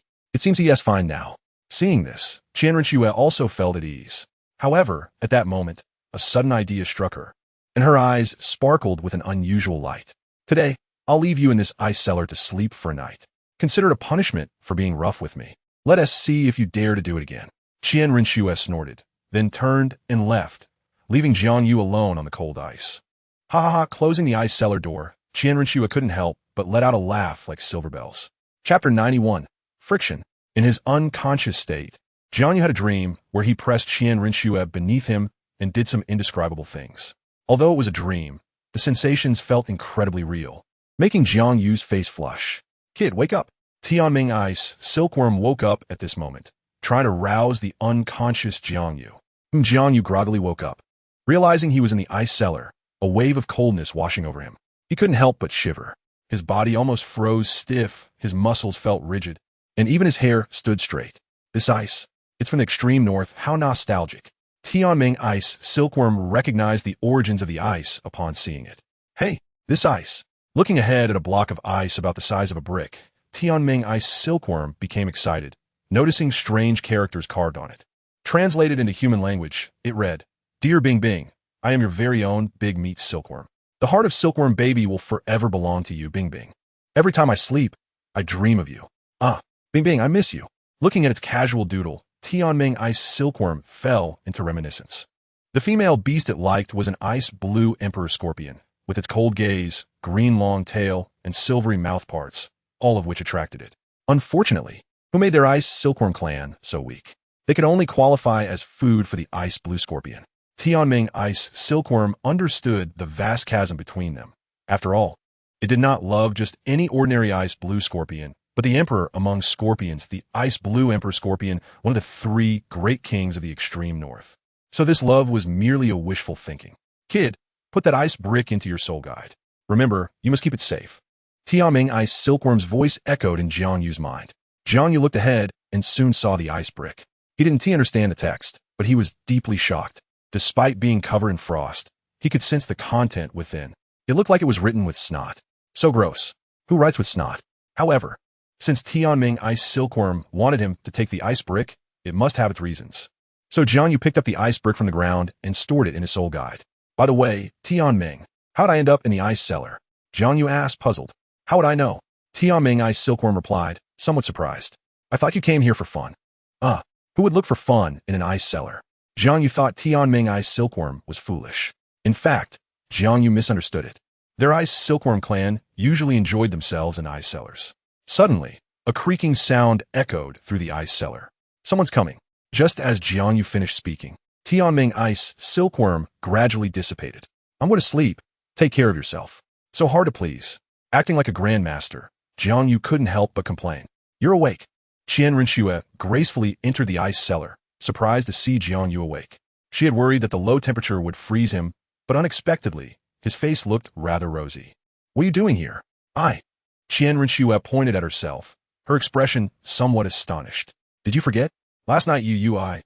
Remembering what happened last night made Qian Rinxue feel a bit shy. Jiang Yu, that little lecher, actually had no memory of it all, so she had been groped for nothing. While Qian Rinxue was lost in thought, Jiang Yu's hand had already brushed against her hot cheek. Why is your brother Qing's face so hot? This is an ice cellar, Jiang Yu asked in confusion. Nothing. Qian Rinxue quickly stepped back, feeling a mix of emotions as she looked at his innocent expression. Now he knew to call her brother. How could he forget when he was pressing down on her last night? And so roughly. So annoying, it still hurts down there. Qian Rinxue wouldn't be deceived by Jiang Yu's cute appearance. She had trusted him too much before, almost losing herself. Forgot? You took advantage and then denied it. How could it be so easy? You really don't remember what happened last night? Qian Rinxue continued to question, wanting to see if he was pretending to be stupid. If he really didn't know, she would let him off the hook. If he was faking, then let him know the cruel side of an angel. How should I answer? Qian Rinxue is only a few centimeters in front of me. Should I ask her about last night? No way. Jiang Yu wanted to know if that scene in his dream was just a dream or something that actually happened. But upon careful thought, if it hadn't happened, then Qian Rinxue would definitely think of him as a rogue. This is not what Jiang Yu wanted to see. He really had no impression. Jiang Yu scratched his head, looking confused. You don't know what happened last night. You were burning hot all over, constantly rubbing against the table. I was afraid something would happen to you. So I moved you to this ice cellar. Qian Rinxue struggled to hold back her laughter, looking at Jiang Yu mischievously. Since he forgot, she might as well play a prank on him. The table? Rubbing. Jiang Yu's face immediately darkened. No way. What kind of wolfish words are these? This chapter is not over. Please click the next page to continue reading. Jiang Yu couldn't bear to stay in the ice cellar any longer. Covering his face, he ran outside. He didn't want Qianren to see him as a joke. Puffed. Qianren couldn't help but laugh, which was a way to get back at him. When Jiang Yu returned to his room, he saw that things on the table had fallen to the ground, and even the edges were a bit chipped. Could it be true? Picking up the jade box from the floor, he opened it to find the black whale glue lying quietly inside. This was the thing that had embarrassed him last night. Jiang Yu wanted to throw it away, but in the end, he calmed down. After eating the whale glue, he indeed felt a powerful force within him, and it seemed that his soul power had increased a bit, though he didn't know how many levels it had risen. It seemed he had to make a trip to the Martial Soul Hall in Liangshan City. Apart from wanting to test his soul power, Jiang Yu also wanted to inform the Martial Soul Hall about Gailong obtaining the Liangshan Duke's treasure so they could intercept it along the way. Liangshan City, Martial Soul Hall. In Douluo Continent, every city has a Martial Soul Hall, and it is undoubtedly a landmark building. The Martial Soul Hall is divided into 6 levels. The lowest is the Martial Soul Branch Hall, followed by the Martial Soul Sub Hall, Martial Soul Main Hall, and Martial Soul Sacred Hall, as well as the Pope Hall and the highest level, the Douluo Offering Hall, which only titled Douluo experts can enter. The Martial Soul Main Hall in Liangshan City is located in the most prosperous area of the city, covering over 10,000 square meters. Even though a great battle had just taken place in the city, none of the parties dared to attack the Martial Soul Main Hall, and the Main Hall had not suffered any damage. Jiang Yu quickly arrived at the Martial Soul Main Hall. It was a massive, dome-shaped building, with a front width of over a kilometer and a height of 30 meters, divided into 5 floors, all in a brown color. The emblem of the Martial Soul Hall at the entrance featured 3 symbols: a sword, a hammer, and a giant dragon. The guards at the entrance appeared to be in their 20s, but their soul power fluctuations were not low. No wonder the main hall was so impressive. Even the doormen were so powerful. "Hello, Uncle. I'm here to test my soul power," Jiang Yu said with a smile. "Come in." In the first floor hall, 2 guards immediately moved aside their long spears to allow him in. Many soul masters came to the main hall to test their soul power daily, so they were used to it, and their tone sounded somewhat mechanical. Upon entering the hall, exquisite murals caught his eye. Each small square carved with a type of martial soul, all set against a uniform golden background. Surrounding them were crystal windows, allowing sunlight to refract through the crystals and illuminate the murals with dazzling golden light. At this time, there were not many people in the hall. Jiang Yu casually asked a beautiful girl and learned where to test his soul power. He didn't linger there, but walked towards the large door at the front. Pushing open the crystal door, he saw a device in the center for testing soul power. Sitting beside, it was an old man dressed in tidy soul master attire, with 4 long sword symbols on his arm, indicating that he was a soul master of the Soul Zune level. Shiokai, the steward responsible for martial soul awakening and testing soul power at the Martial Soul Main Hall. Martial Soul, Wind Baboon, 37 level agility attack system Soul Zune. Kid, congratulations on obtaining your soul ring. Although you just got your first soul ring, you finally embarked on the path of soul master. If you train hard in the future, you can definitely become a powerful soul master like your grandpa. By the way, grandpa is a Soul Zune. In Shiokai's view, Jiang Yu must be a rookie soul master who just got his first soul ring. Although this talent was somewhat average, it was still stronger than many others. After all, with a soul skill, one could use many magical abilities, which already surpassed most commoners. Thus, Shiokai wore a kind expression. Chapter 92. Recruitment. Thank you, Grandpa. Jiang Yu did not explain anything. Facts speak louder than words, and he would naturally know his soul power soon. Press your hand tightly against this ball. Shiokai pointed to the yellow crystal ball beside him. Inject your soul power into it, and you will know how much soul power you have now. Generally speaking, if you just added your first soul ring, your soul power should be around level 11. Before Shiokai finished speaking, Jiang Yu stretched out his hand and placed it on the crystal ball, then released all his soul power. Seeing the soul power intensity displayed above, Shiokai nearly dropped his jaw. Jiang Yu actually had 2 yellow soul rings, and the soul power displayed on the crystal ball was level 25. Shiokai stared at Jiang Yu, his expression one of disbelief. You are actually a great soul master. Is this even human? He was simply a monster. He had practiced for decades and was only a Soul Zune, while Jiang Yu, at such a young age, was already a great soul master. The gap was too big. How old are you this year? Shiokai perked up his ears. 8 years old. Jiang Yu answered honestly. 8 years old. Shiokai gasped. 8 years old. Level 25 soul power. Is this even human? Our Martial Soul Hall's golden generation isn't this impressive. He couldn't believe that there was someone on the continent whose talent exceeded their martial soul hall's top genius. But soul power couldn't be faked. The display on the crystal ball clearly showed level 25. Unexpectedly, he had risen 2 levels. It seemed the effect of the whale glue was not much inferior to that of celestial great herbs. JiangYu understood his own situation very well. Although he had only increased his soul power by 2 levels, if someone else took the whale glue, they would definitely gain more because of the difficulty of cultivating the Hongmeng purple qi. However, his soul power's refinement level was definitely stronger than anyone else's, which is why he could challenge Soul Zone. Little brother, I wonder if you would be interested in joining our martial soul hall? The benefits here are the best on the continent. Xiaokai immediately tried to recruit Jiang Yu. Join the martial soul hall? Don't joke.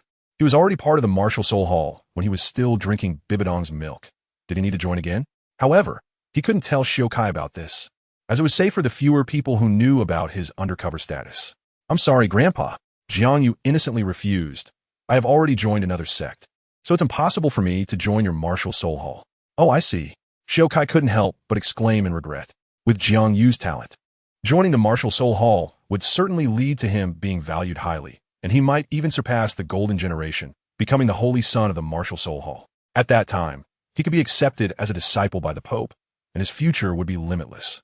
As the recommender, Xiaokai would definitely receive a reward, and perhaps he could be transferred to serve in the Soul City. This way, he would be able to see the Holy Pope. However, he never expected that this wish would be dashed now. Jiang Yu had actually joined another force. After leaving the main hall, Jiang Yu did not rush back, but instead moved to the back of the palace. After finding the right position, he took out the slingshot from his pocket. This thing was not technically sophisticated at all. He had simply carved a Y-shaped piece of wood and added a rubber band on top to finish it.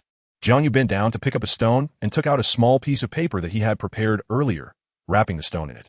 Whoosh! Jiang Yu pulled the slingshot hard, launching the stone, and with a bang, the crystal window was smashed, leaving a hole that flew into the interior of the Soul Palace. Ouch! A familiar voice sounded. Jiang Yu's stone just happened to hit Xiaokai, who is so lacking in public morals. Xiaokai looked down and saw that the stone was wrapped in a small piece of paper, and he quickly picked it up. This is... Upon unfolding the paper, he saw the contents inside. Although Jiang Yu had deliberately written it in a crooked manner, Xiaokai still understood the key information on it. It seemed he needed to report this to the Soul City as soon as possible, as it was of great importance, and only the Pope could make the decision. Ignoring the pain in his body, Xiaokai hurriedly stood up to find a main hall master. Not long after, a soul master flew out of the Soul Palace. He had 5 soul rings and a pair of wings on his back, and soon he disappeared into the horizon, flying towards the location of the Soul Palace. In the Pope's hall, Bibi Dong looked at the wrinkled piece of paper in her hand and immediately recognized the handwriting on it. Although Jiang Yu had intentionally written it awkwardly, it could not escape her eyes. After all, she had personally taught Jiang Yu how to write, and no matter how it changed, it would not fool her. Finally, she had brought back a piece of valuable intelligence. Bibi Dong pondered for a moment and called for Lord Dia to come over. Half an hour later, 500 flying-type soul masters flew out of the Soul City. Each of them had at least 5 soul rings, and none of them had anything less than the best soul ring configuration. The only organization on the continent capable of mobilizing such a large-scale soul master force was probably the Soul Palace. The army lingered in Liangshan City for 7 days, but still failed to find the Duke of Liangshan, fearing he had already escaped to the Star Luo Empire, marking a stain on this trip to Liangshan. At this moment, the envoy sent by Emperor Shuya also entered Liangshan City, and Gulong immediately knelt to receive the decree. According to Emperor Shuya's intention, the Liangshan Principality would revoke its title of a closed state and be renamed the Liangshan Province. Soon, a new governor of Liangshan would be appointed.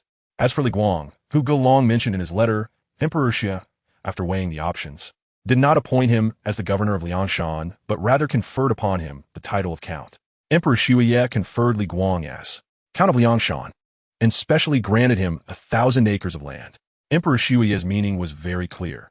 He could allow Li Guang to continue enjoying wealth and honor, but regarding real power, he should not think about it anymore and just be at ease as a wealthy man. After waiting for almost half a month, the new governor of Liangshan was finally appointed, accompanied by a large number of officials. Although this governor came from a civil service background, he acted decisively and was not devoid of ruthless actions. Upon taking office, he executed hundreds of officials from the former Liangshan Principality who had ulterior motives. Of course, he was not merely about killing.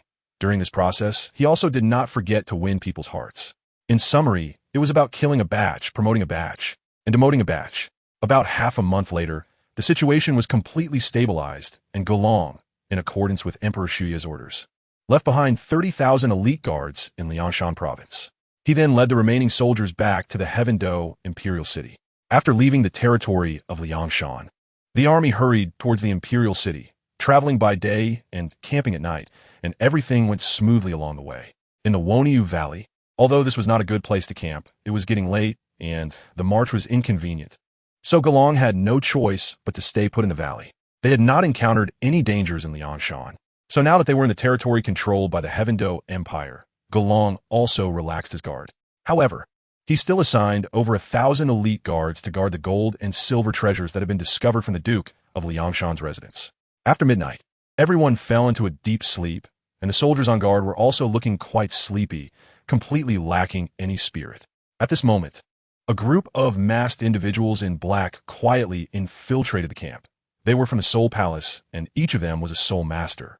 So even if hundreds of them acted simultaneously, they still made no sound. Soon they reached the back of the camp, where the gold and silver treasures were laid out. Just ahead, Lord Dia recognized the dozens of large chests ahead as the target of their mission, and a look of joy appeared on his face. Chapter 93, Golden Eagle Goddess. Let me do it, Father. A woman spoke, her voice cold, yet carrying a hint of laziness. This woman was completely wrapped in a black bodysuit, her proud figure fully displayed. A pair of long legs, combined with her slender waist and towering bust resembling Mount Everest, made it hard to look away. Her figure alone could be considered a stunning beauty, although her face was obscured by a black lace mask. Her bright apricot eyes revealed that her beauty was certainly not low. Be careful, Tifa. Lord Dia did not stop her. He was well aware of his daughter's capabilities. Among the few female soul masters in the entire Soul Palace, his daughter was also one of the best. She was even hailed as the Golden Eagle Goddess of the Soul Palace, a title that could not be earned solely based on looks. Lord Tifa inherited the family's Golden Eagle martial soul and had further evolved into the Golden Feather Eagle Emperor, although she was only in her 30s. Her cultivation had already surpassed the Soul Emperor level. She was the hope of the entire Luo family. Although Lord Dia had many children, only Lord Tifa had the most hope of reaching the title Douluo realm, which was why he specially brought her along for training this time. Don't worry, Father. Lord Tifa confidently walked forward. Her steps were light, and as her legs moved, the curve of her perky backside became extremely alluring. The masked individuals behind her couldn't help but swallow, infuriating Lord Dia to the point that he nearly wanted to teach them a lesson. If it weren't for the fear of alarming the other party, he would have beaten this group of useless subordinates until they cried. His daughter was not someone they could fantasize about. She had to at least be the champion of the continental level competition. Just as Lord Tifa was about to approach the drowsy soldiers ahead, a burst of golden light suddenly erupted from her body. The radiance swirled only within a 1-meter radius around her and did not spill over. Following that, a small golden eagle appeared behind her, its entire body shimmering like gold, with even its wings and claws being a brilliant golden color. It looked particularly dazzling. After the manifestation of her martial soul, Lord Tifa underwent significant changes. Besides her pupils turning golden, her hands transformed into golden eagle claws, and a pair of several-meter-long brilliant golden wings sprouted from her back. She resembled a character from a certain game, the goddess of war, Athena. Lord Tifa's talent far surpassed that of her father, thanks to the powerful, mutated martial soul, the Golden Feather Eagle Emperor, which granted her innate soul power at level 9. Even in the talent-rich Spirit Hall, she could be considered a genius soul master. Due to her status as the daughter of a renowned genius, and having the support of the title JiangYu, Lord Tidia was increasingly valued in the Spirit Hall in recent years, giving a feeling of the daughter elevating the father. At that moment, a soldier on guard duty was startled awake by a strong urge to urinate. Just as he was about to get up to relieve himself, he suddenly noticed a figure in black, radiating golden light approaching. The soldier barely had time to think enemy, before his mouth involuntarily closed, and his eyes became vacant. Upon closer inspection, it was evident that a golden light was emanating from Lord Tifa's golden pupils, reflecting in the soldier's gaze. This was her first soul skill, Royal Eye. Under the influence of this soul skill, everyone would involuntarily feel the pressure of a monarch, unable to resist the urge to submit, with the duration depending on individual willpower. Generally, those with soul power higher than Lord Tifa would only be affected for a few seconds. But the soldier of the Imperial Guard clearly did not meet that standard. Under the effect of the soul skill, he instantly turned into a puppet. After dealing with the soldier, InnateFull walked straight up to the box, confirming its contents before signaling to her companions to come help with the transport. Go! Lord Tidian nodded in satisfaction, and with a shout, hundreds of soul masters moved into action. They took out the ropes tied to their waists, wrapped the other end around the box several times, then secured the buckle and spread their wings to take off into the air. Bang! A sparrow soul master, unable to bear the weight of the box, was abruptly pulled down, and the box fell heavily to the ground. Thief! The commotion startled the guards who were sleeping, and upon seeing the black-clothed figure stealing, the Imperial guards shouted loudly, some even ringing the nearby gong to raise the alarm. This is bad. We need to end this quickly. Lord Tidia's expression tightened. Although the people she brought were all soul masters, once surrounded by tens of thousands of troops, they would inevitably be affected. Even though the Spirit Hall had the richest resources of soul masters, they couldn't afford to lose 500 Spirit Kings or above. In the Central Army, the Marshal's tent, Gailong was playing a game with Li Guang's sextuplet sister when he suddenly heard a commotion. Stepping out of the tent, Gailong shouted, "What's going on? Why the panic? Marshal, it's bad." A member of the Imperial Guard knelt down and urgently reported. Someone has broken into the camp and is preparing to steal those boxes at the back. Stealing boxes? How outrageous! Gailong was furious. They even dare to steal inside my tent. These thieves are truly bold. Bring me my 100-pound broadsword. After saying this, Gailong turned back into the tent, put on his armor, and after giving some instructions to the 6 identical beauties, he took the broadsword handed to him by the guard at the entrance. Jiang Yu's tent. The noise outside also startled Jiang Yu. He casually asked a soldier and quickly learned what had happened. Thieves? Jiang Yu instantly understood. It seemed the people from the Spirit Hall had come, and the leader was not stupid, knowing to strike after Gailong and the others had left the territory of Liangshan and let their guard down. In fact, Jiang Yu was mistaken. It wasn't he the leader who was clever, the real decision-maker was. Lordifa. This goddess of the Golden Eagle was not only beautiful, but also possessed wisdom far beyond ordinary people. Because of this, Lordifa was highly valued by Bibi Dong, and she was often assigned to work with Hu Laina so that the proud disciple could learn from this beauty who excelled in both beauty and intelligence. Back in his tent, Jiang Yu did not go back to sleep but awaited news. Even though the Imperial guards were numerous, he still believed that the people from the Spirit Hall could handle it. The waiting time was long. Half an hour later, no news came from outside. It remained uncertain whether the people from the Spirit Hall had made it out unscathed or if the Imperial guards had successfully protected the treasure of gold and silver. Just as Jiang Yu was nervously waiting, a shadow approached his tent. The person's lower body was that of a snake, and more surprisingly, the snake's body made no sound as it slithered on the ground. Upon closer inspection, it was evident that the snake's body was not touching the ground, but was hovering about a foot above it, and the mysterious person's ability to perform such a feat was clearly related to their martial soul. That person's martial soul was a colorful snake, adorned with 6 soul rings, 2 yellow, 2 purple, and 2 black, indicating they were a soul emperor-level powerhouse. Upon reaching the tent entrance, the mysterious person's black soul rings suddenly lit up, and they exhaled a cloud of colorful mist that wafted into the tent with the air. A trace of disdain curled at the corners of the mysterious person's mouth as they scoffed. What does it matter if you're a genius? I don't believe a mere great soul master can escape my colorful poison. This was their most adept form of attack. Chapter 94. The Colorful Poison. On the Douluo Continent. This was merely a lowly tactic that rarely made it to the grand stage, even in the poison-dominated soul master community. The title Douluo, known for their poison, was often looked down upon by other title Douluo. Thus, soul masters regarded him as the weakest title Douluo, a point that was almost universally acknowledged across the continent. The mysterious man's martial soul was named the colorful poisonous snake, and its toxicity was not inferior to that of the sapphire poisonous snake. Of course, it still fell short compared to Dugabo's sapphire poisonous snake emperor. However, Jiang Yu was still rendered unconscious by the colorful poison. Once the mysterious person entered the tent, they saw their target lying motionless on the table.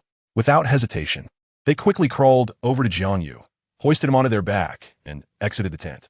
The mysterious man seemed quite familiar with the camp, and since most of the soldiers were attracted by the large group of thieves, he easily evaded the guards. Upon exiting the camp, the mysterious person took Jiang Yu into the forest, crawling until they reached a river area. Kid, unless the poison Douluo comes personally. No title Douluo can save you from my poison. What a pity for such a genius. It's unfortunate that you got caught up in the royal struggle. Following their master's orders, The mysterious person promptly threw Jiang Yu into the rushing river. After all, he was a valued individual by Chixiao. And as a core disciple of the seven-treasure Glazed Tile School, even the forces behind the mysterious person did not dare to act too overtly. Thus, the mysterious person had no choice but to destroy the body and erase all traces, as long as they were not caught by others. No one could trace it back to them. At worst, they could blame it on the thieves who attacked tonight. It was as if heaven itself was helping them. Watching the river carry Jiang Yu further and further away, the mysterious man finally felt relieved to leave. He had to hurry back to report the good news to his lord. When the mysterious person returned to the camp, Gailong was still leading the Imperial Guards in a struggle against the bandits. Although the masked men in black were few in number, each one was a soul master, and all were at least at the Soul King level, which puzzled Gailong. Such a powerful force was rare across the entire continent. The only ones capable of matching it were the Spirit Hall, the 7 major sects, and a few prominent families, such as the Xingluo Empire and a handful of other forces. Was it the Yi family? Or the Lin family? The Fong family? Gailong's expression gradually grew serious. Or perhaps it was the Spirit Hall. The 3 families of Fong, Lin, and Yi were all super giant families among the top 10 families on the continent. And all 3 were located within the Xingluo Empire, consistently supporting the Xingluo royal family and often opposing the Tiando royal family. This is why Gailong would first suspect them. Xingluo Empire, Baroque province. When Jiang Yu opened his eyes again, he found himself no longer in the tent. From the decorations above and the rhythmic sounds of swaying, he realized he was lying on a carriage. Where's this? Jiang Yu muttered drowsily. Little brother, you're awake. I didn't expect you to wake up first. It seems your constitution is quite good. After hearing Jiang Yu's movements, the owner of the carriage handed him a small porcelain cup. The man was an elder, tall and thin, with hair as black as a middle-aged man's. His complexion was rosy, but his eyes appeared somewhat sinister. Quick, drink this medicine. The elder tried to put on a kind expression. You've been poisoned by the rainbow snake's venom. Luckily, I have the gallbladder of the rainbow snake here. Using it as a medicinal guide along with 5 special herbs to counteract snake venom, your poison could be completely eliminated. As he spoke, the elder's expression gradually became proud. He was very confident in his achievements in the field of poison, and even if a poison Douluo came, he wouldn't be afraid. A small rainbow snake venom was nothing more than a piece of cake for him. After all, few on the continent could match his expertise in poison. Poison. Jiang Yu realized that he had been poisoned by someone, and he had no recollection of it until now. Who could have poisoned him? Jiang Yu took the medicine from the elder's hand and began to think. The porcelain bottle emitted a foul odor. But he did not suspect the elder of any trickery. If this person wanted to harm him, he wouldn't have saved him. Jiang Yu held his breath and gulped down the green liquid in the porcelain bottle. The antidote didn't taste as bad as he imagined, but instead had a refreshing fragrance. Before long, Jiang Yu felt a warm current flowing through his lower abdomen, and his strength gradually began to recover. Even the negative effects disappeared. Thank you, Grandpa, Jiang Yu sincerely said to the elder. Although he was confident in his constitution, without the elder's help, he would likely continue to be unconscious. No need to be polite. It was just a small effort. You're lucky. When I found you by the river, the poison had already spread throughout your body. I just tried my best. Unexpectedly, your constitution is stronger than that of an ordinary adult. You should thank yourself, the elder said without taking credit. Then I must thank you, Grandpa. Jiang Yu expressed his gratitude. I owe you my life. May I ask your esteemed name so that I can repay you in the future? The elder nodded in satisfaction upon hearing Jiang Yu's words, a faint smile appearing on his face. This young boy, despite his age, understood the importance of gratitude. He indeed did not save the wrong person. My name is Yang Wudi. Thank you, Elder Yang. Jiang Yu was taken aback. He carefully scrutinized the old man before him, realizing that this old man was the famous leader of the poison family, Yang Wudi. This was a formidable figure. Though the leaders of the 4 major single-attribute clans were all tough characters, Yang Wudi was undoubtedly the most noteworthy among them, as not everyone could stand up to a title Douluo at the level of a soul Douluo without any inferiority. Tang Hao was one, and Yang Wudi was another. Jiang Yu felt somewhat complicated. After all, he was a member of the Spirit Hall. Yang Wudi had a significant grudge against the Spirit Hall, as the Haotian sect's announcement of seclusion had not been communicated in advance to the 4 major single-attribute clans, leading to a battle with the Spirit Hall. In that battle, the 4 major single-attribute clans were almost wiped out by the Spirit Hall. If Yang Wudi were to find out that Jiang Yu was from the Spirit Hall, he would probably turn against him on the spot. Thank you, Elder Yang. Jiang Yu forced a smile. Little brother, what is your name, and where are you from? How did you end up in the river? JiangYu. I'm Jiang. Jiang Shangyou. Jiang Yu thought quickly and invented a fake name. Ever since the assassination incident, his name had spread across the continent. So for safety reasons, he couldn't reveal his real name. Although it felt wrong to deceive, he had no choice. Just then, a melodious female voice chimed in, and Jiang Yu realized there was a woman beside him. When he turned his gaze to the right, he was startled. The woman appeared to be in her early 30s, and her black tight-fitting clothing had been ripped with more than a dozen large holes, exposing her snow-white skin. With striking golden long hair, paired with her ample curves and slender waist, she was simply a stunning beauty. Such a beautiful lady was rare to see. Jiang Shangyou, haha. No wonder you were thrown into the river. It turns out it's because of your name, Yang Wudi remarked after handing the medicine to Jiang Yu, awakening the woman from her stupor, though she did not immediately react. Luo Ertia also understood the current situation. Last night his plan had gone quite smoothly, but unexpectedly. It had alarmed Gailong and his men. Surrounded by the army, even their elite members from the Spirit Hall were caught in a tough battle. Although most soldiers of the Imperial Guards had low soul power, they were all wearing heavy armor. And what was even more annoying was that thousands of archers were constantly shooting arrows. As a rare female soul master, Luo Ertia naturally attracted more attention, with over 10 soul emperor-level experts attacking her alone. Meanwhile, her father was entangled with Gailong and couldn't lend a hand. Although she was powerful, being besieged by so many soul masters of the same level was still quite challenging. Even after she broke through the encirclement, she was severely injured and ended up in the river alongside Jiang Yu, which was how they were both rescued by Yang Wudi. "Who are you?" Jiang Yu asked, somewhat puzzled. Although this lady looked good, she clearly lacked emotional intelligence. Who would tease someone about their name right in front of them? I, Luo Ertia. Seeing Jiang Yu ask for a name, couldn't he help but smile. "My name is Phelan. What is wrong? Little brother, do you have a crush on me?" Such a young kid already thinking about women. She naturally wouldn't reveal her real name. Ugh, this aunt is too indecent. Although Jiang Yu is usually a bit indecent as well, he understands what restraint means, unlike the woman in front of him. All right, he's still a child. Yang Wudi interrupted her, saying, "You have quite a few injuries. Who did this to you?" "Sigh. It's an enemy seeking revenge." Lordifa casually found a reason, and when she saw that her body was wrapped in bandages in multiple places, her little face couldn't help but blush, because even some embarrassing areas were. "Don't worry." Yang Wudi saw her face gradually turning red and knew what she was concerned about, so he immediately reassured her. "The one who bandaged you is my friend's granddaughter. I didn't touch you at all." Yang Wudi's words instantly relieved Lordifa, and thinking about how she had misjudged him, she felt a bit embarrassed. "I'm sorry, I misunderstood. Thank you for saving me, Senior Yang." "All right, no need to be polite." Yang Wudi chuckled. A soul master who stands by and watches without helping is not a qualified one. You two rest here. Decide what to do after you fully recover. Chapter 95, Lowly. Auntie. After learning that Jiang Yu was missing, Xueqinghe and Gelong immediately searched the entire camp, but found no trace of him whatsoever. This made Gelong furious. The treasures from the Duke of Liangshan's estate had not only been completely plundered by thieves, but even his only strategist, Jiang Yu, had also disappeared, which was truly a loss of both wealth and men. Ever since hearing about Jiang Yu, Xueqinghe had been staying in his tent, trying to find any clues, but he discovered nothing unusual even late into the night. Senior Cichlids, with no other choice, he had to seek help from the mysterious elder who had always been by his side. As soon as Xueqinghe finished speaking, a shadow quietly appeared inside the tent. No one could see how he had entered.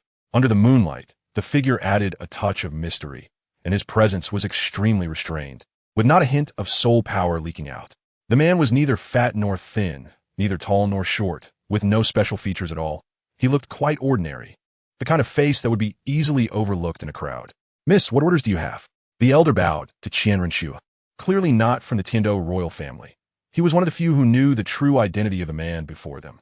"Please, Senior, help me check if there's anything special in this tent. I've been looking for a long time, but haven't found anything." Qianrenxue's tone was respectful.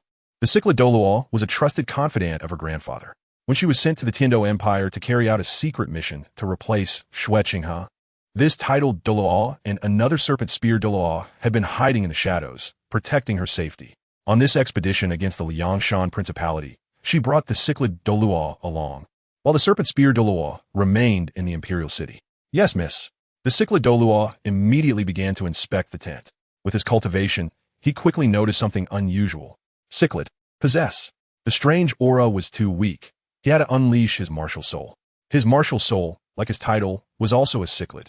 Although the name of this martial soul was very plain and far less impressive than names like Blue Lightning Tyrant Dragon or Evil Fire Phoenix, underestimating the cichlid martial soul would be a grave mistake. This creature, living in the sea, was extremely fierce whenever it encountered danger. It would inflate its body and use its spines to protect itself. This characteristic had been perfectly inherited by cichlid soul masters, and the cichlid Douluo had inherited various abilities from the cichlid martial soul, including hardening, expansion, toxin purification, extreme toxicity, toxin projection, and toxin tracking. After manifesting his martial soul, the cichlid Douluo's body began to change, inflating like a blown-up balloon as countless purple spines erupted from his body, surrounding him, with even his hands transforming into purple spines. Enveloped in a special purple hue. 2 yellow, 3 purple for black. 9 dazzling soul rings slowly floated into view. Wow! The cichlid Douluo instantly discerned the residual toxins in the tent. Miss, there is indeed poison here, and it is extremely rare, colorful snake venom. Poison. JiangYu did not doubt the cichlid Douluo's words. The world only knew that poison Douluo's poison skills were renowned throughout the Douluo Continent. But few knew that the cichlid Douluo was not inferior to Douluo, and his martial soul was one of the few that countered the Emerald Phosphor Snake Emperor. Colorful snake venom. JiangYu suddenly remembered that a bodyguard next to Xuechun had a colorful snake martial soul. This made it clear who the mastermind of this incident was. The previous group of imposters from the Spirit Hall might have also been arranged by Xuechun. I haven't troubled you, yet you dare to touch someone I have my eyes on. It seems you cannot be spared. A cold glint flashed across JiangYu's face. Senior Cichlid, please deal with Xuechun and the bodyguard with a colorful snake martial soul. JiangYu's tone was extremely firm, indicating that JiangYu's incident had indeed stirred her anger. Yes, miss. The cichlid was somewhat surprised by JiangYu's status in his young lady's eyes. After all, this was the first time he had seen the decisive JiangYu show such emotions. But since she had spoken, he had no choice but to comply. Just as JiangYu was filled with anger, JiangYu was instead lying quietly in the carriage, resting. According to Yang Wudi, he was heading to the eastern city of the Star Luo Empire to participate in the annual poison exchange competition, where the prize for the champion was said to be a very precious medicinal herb. Given Yang Wudi's obsession with herbs, he would definitely go. After learning this news, JiangYu decided to follow Yang Wudi as well. After all, he was free and had nothing to do. Besides, he could also get closer to Yang Wudi along the way. JiangYu also wanted to learn the methods of using and detoxifying poisons from him. After all, Yang Wudi was one of the top poison experts on the continent. If he could learn his techniques, he would no longer be vulnerable to poison attacks and would have more means of self-defense. For some unknown reason, Lord Afa also stayed behind. JiangYu found this old aunt somewhat amusing and exasperating. Although she could be considered a stunning beauty, she was particularly troublesome with her mouth. This was something Bibi Dong could not compare to. JiangYu couldn't help but feel emotional, wondering why the gap between people could be so vast. Both were mature women, yet the aunt named Fablon in front of him was so annoying. Throughout the journey, her chatter never ceased, and she often contradicted JiangYu. How could someone with such a cold and abstinent face have a mouth like that of Di Gang or Kai Ge? It truly ruined the atmosphere. JiangYu couldn't help but silently criticize in his heart. Baroque Province, Bayou City. This city is famous throughout the Star Luo Empire, known for producing jewelry and exquisite jade that are renowned across the Douluo Continent. When the carriage arrived at the city gate, Yang Wudi called JiangYu and Fablon to get out of the vehicle. According to the rules, they all had to undergo inspection. Phew! JiangYu stretched lazily and, after lifting the curtain, jumped down from the carriage. The toxins in his body had been completely expelled, and his physical condition had fully returned to its peak. At that moment, 2 people also got down from the carriage behind him, an old man and a young girl. They looked like a grandfather and granddaughter. The old man had a standard crane-like appearance with a head full of snow-white hair casually cascading down his back. His complexion was as rosy as that of a baby, and his figure was well-proportioned, dressed in a white robe, giving him an air of ethereal grace. After getting down from the carriage, the old man carefully assisted the girl down, afraid she might fall. Soon, JiangYu's gaze was drawn to the girl. She seemed to be around the same age as JiangYu, but had an exceptionally tall and slender figure, even taller than him. Moreover, she was extremely beautiful, with skin as smooth and fair as the surface of an egg, leaving no room for criticism. Her purple bob haircut looked sharp and capable, while the short ponytail tied at the back added a touch of playfulness. The girl's bright phoenix eyes sparkled with curiosity as she looked around, showing a strong interest in everything. Old Bai Niao, after such a long journey, let's take a break in this Bayou city. I heard there are special events happening here tonight. Let us join the fun. Yang Wudi said with a gentle expression as he looked at the old man behind him. He had few friends, and the one he got along best with was this old man with white hair. It seemed he was not mistaken. Upon hearing Yang Wudi's address to the old man, combined with the sweet-looking girl beside him, JiangYu could confirm that they were the clan leader of the Minji family, Bai He, and his granddaughter, Bai Qinxiang. JiangYu was not wrong.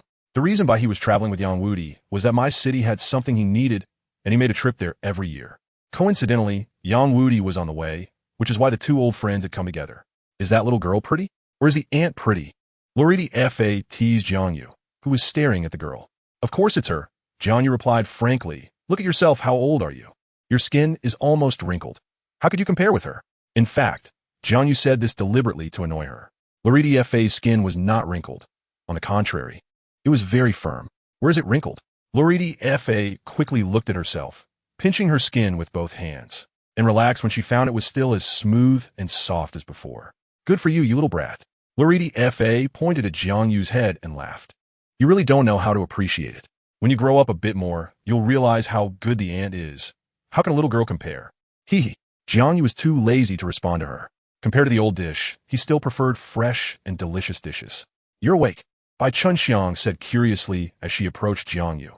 And without saying much, she leaned in close and said, Grandpa Yang said you were deeply poisoned, and he didn't think you could hold on. I didn't expect you to wake up so quickly and be so lively. You truly are amazing. It seems your body is very strong. Bai Qinxiang's eyes were fixed on JiangYu, scanning every part of his body from top to bottom. Chapter 96. JiangYu's suggestion. JiangYu felt a bit uncomfortable being stared at so closely and awkwardly responded, I'm okay. Then Bai Qinxiang excitedly grabbed JiangYu's hand, her phoenix eyes sparkling with excitement. Can you teach me how to make my body so outstanding? The Minji clan's inherited martial soul, the sharp-tailed swift, although a very noble martial soul, doesn't have strong attack power aside from its incredible speed. Therefore, Bai Qinxiang usually trains extra techniques to make her body more agile, to enhance her combat capability. Seeing JiangYu's strong physical quality, Bai Qinxiang couldn't help but feel a bit tempted. Xiang, how cute. Yang Wudi laughed heartily from a distance. He was also very fond of his old friend as granddaughter. His descendants had all been involved in that battle with the martial soul hall, so he treated Bai Qinxiang with the same affection as his own granddaughter. Silly girl. Bai He noticed JiangYu's awkward expression and timely intervened. Girls' physical qualities are generally inferior to boys. Moreover, this young brother's condition is likely innate. No amount of training will allow you to catch up. Our Minji clan's advantage lies in speed, strength isn't that important. You should know that unparalleled speed is our true trump card. No matter how strong the enemy is, if they can't catch us, it's all in vain. Bai He's words made some sense. JiangYu couldn't help but recall a few famous sayings. In the world of martial arts, nothing is indestructible. Only speed is unbreakable. As he thought about it, he uttered these words. Yes, that's the meaning. It was the first time Bai He had met someone who so admired his viewpoint, and his mood suddenly lifted as he nodded continuously, finding JiangYu more and more pleasing to the eye. Regarding Bai Qinxiang, JiangYu didn't dislike her, so he didn't mind giving her a few pointers. You girls find it hard to surpass boys in strength unless you have innate divine power, so there's no need to pursue attack output capability deliberately. Your advantage is speed, and I suggest you consider pursuing an assassin path, training more in stone throwing and archery skills.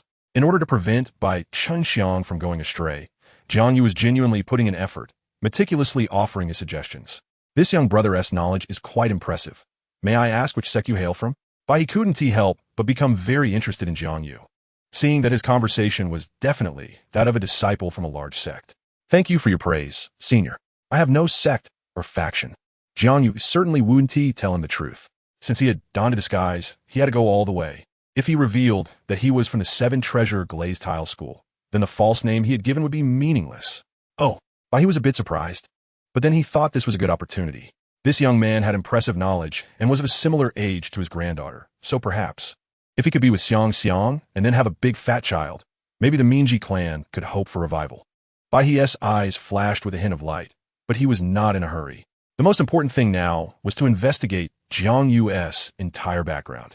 I would like to ask, young brother, about your martial soul and current soul power level. Although Jiang didn't know why he was being so abrupt, he still released his martial soul. A rich glow burst forth from him, slowly gathering in the palm of his right hand. Before long, a sword shining with colorful brilliance appeared in his hand. My martial soul is a sword, and I am a level 25 attack system soul master. He didn't reveal that his martial soul was the Chixiao Sword. A sword martial soul, a level 25 great soul master. He couldn't help but feel excited. This was one of the best among weapon martial souls. The sword martial soul not only had powerful attack power, but was also known as the gentleman among weapons, the king of 100 soldiers, and was itself a very noble martial soul.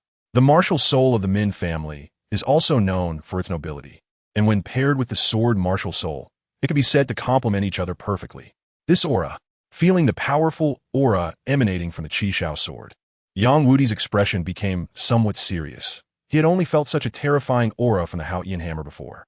No, the mysterious sword martial soul before him, which exuded an astonishing momentum, was even stronger than the Haotian hammer, revered as the #1 weapon martial soul in the world. How could this be possible? Although Yang Wudi felt incredibly disappointed with the actions of the Haotian sect during the battle against the 4 single attribute clans and the martial soul hall, he had to admit the strength of the Haotian hammer. Even the inherited martial soul of the Pa family, the Pa soul gun, was still somewhat inferior to the Haotian hammer. Is there really a weapon martial soul stronger than the Haotian hammer in this world? This kid is not simple. A hint of difference flashed in Yang Wudi's eyes as he stroked his beard with one hand, revealing a contemplative expression on his face. This kid, Loridi Fa, was also shocked by Jiang Yu's talent. A child so small had actually broken through to level 25 in soul power, and with the best soul ring configuration. Generally speaking, the first soul ring of a soul master rarely exceeds 100 years, even among the new soul masters of the martial soul hall. Not everyone possesses a 100-year first soul ring, let alone a civilian soul master like Jiang Yu who has not joined any sect. Unexpectedly, he actually has 200-year soul rings, and his soul power has reached the level of a great soul master. This talent is not inferior to the golden generation of their martial soul hall. Loridi Fa's eyes couldn't help but become heated. If he could bring this genius back to the martial soul hall to present to His Holiness the Pope, it would definitely be a great merit. This chapter is not finished yet. Please click the next page to continue reading the exciting content. For a moment, everyone was captivated by Jiang Yu. Great soul master. Bai Qinxiang immediately felt a sense of competition. She did not expect Jiang Yu to have already obtained 2 soul rings. It should be noted that she, the #1 genius of the Min family, with innate soul power level 7, had only trained her soul power to level 15. Jiang Yu's soul power level was actually 10 levels higher than hers, which created a huge gap in her heart. Bai Qinxiang originally thought that with her talent, along with the incredible speed granted by the sharp-tailed swallow, there were not many geniuses on the continent who could rival her. Unexpectedly, now a seemingly ordinary boy appeared with such terrifying talent. Jiang Yu looked quite unremarkable. Apart from being a bit handsome and having a bit more experience, she could not discern any other advantages. How could his strength be so formidable? Bai Qinxiang was somewhat perplexed. Ahem. Seeing that everyone around was looking at him in shock, Jiang Yu awkwardly retracted the Chixiao Sword. Let us head into the city first. Jiang Yu smiled awkwardly. The little brother is right. Let us all go into the city. Yang Wudi broke the awkward atmosphere and called everyone to head towards the city. The city guards only searched the carts for any prohibited items. Then they asked Yang Wudi about the purpose of entering the city and where they came from before allowing everyone to enter. As for special items like soul guide devices, the soldiers did not force a search. This was also a special treatment for soul masters. Bayou City was large, with streets crisscrossing and very wide, enough for hundreds of people to walk side by side. The streets were lined with stalls. Many vendors were shouting, and pedestrians passed by in an endless stream, creating a bustling scene. After entering the city, Yang Wudi inquired with passers-by and then took everyone to a hotel. Although the hotel's decor was not luxurious, it looked clean and spacious. Upon arriving at the hotel entrance, staff members took care of the carts and moved them to the parking area, where there were dedicated personnel to feed them fresh blue silvergrass. This hotel, although not as famous as the large chain hotel like the Rose Hotel, provided good service.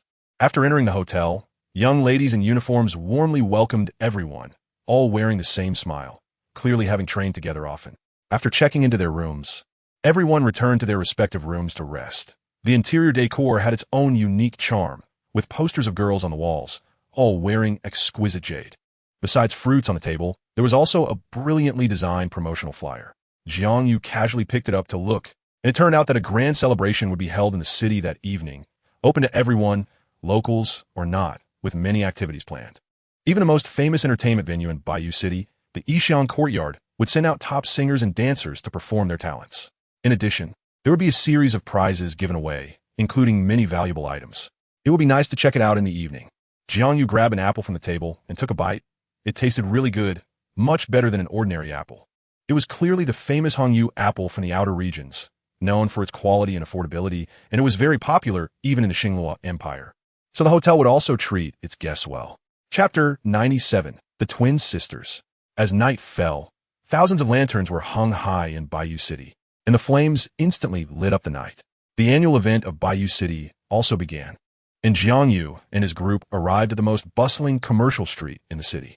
Although the event had not officially started, the streets were already crowded with people.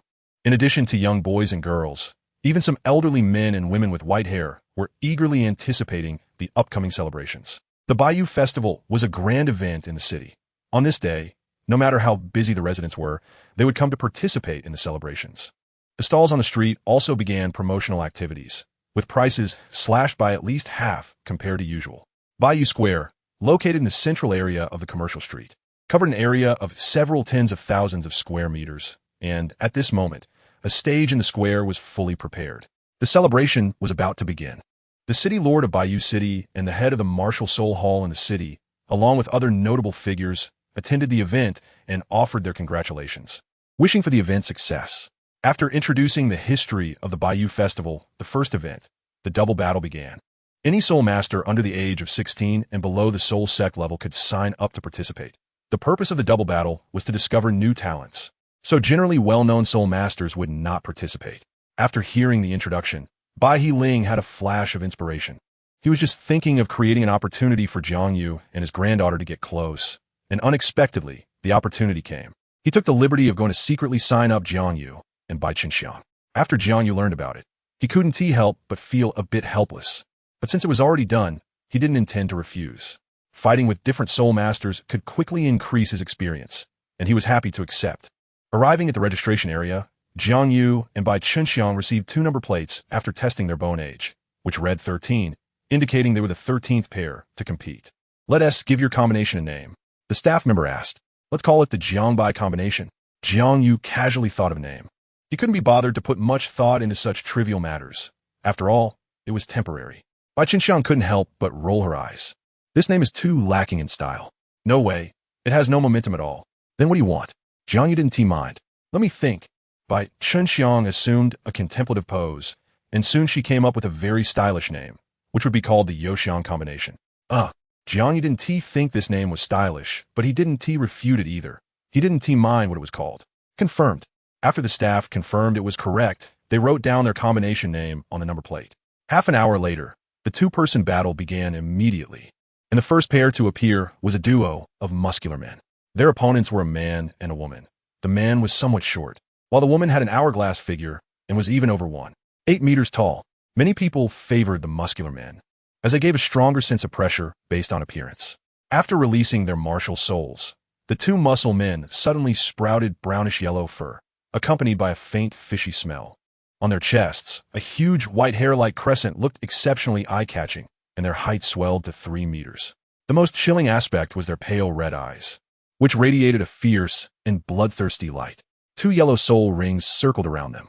They were bloodthirsty demon bears, a type of earth attribute soul beast. Both muscular men were strong attack-type soul masters, with a clear advantage in explosive power.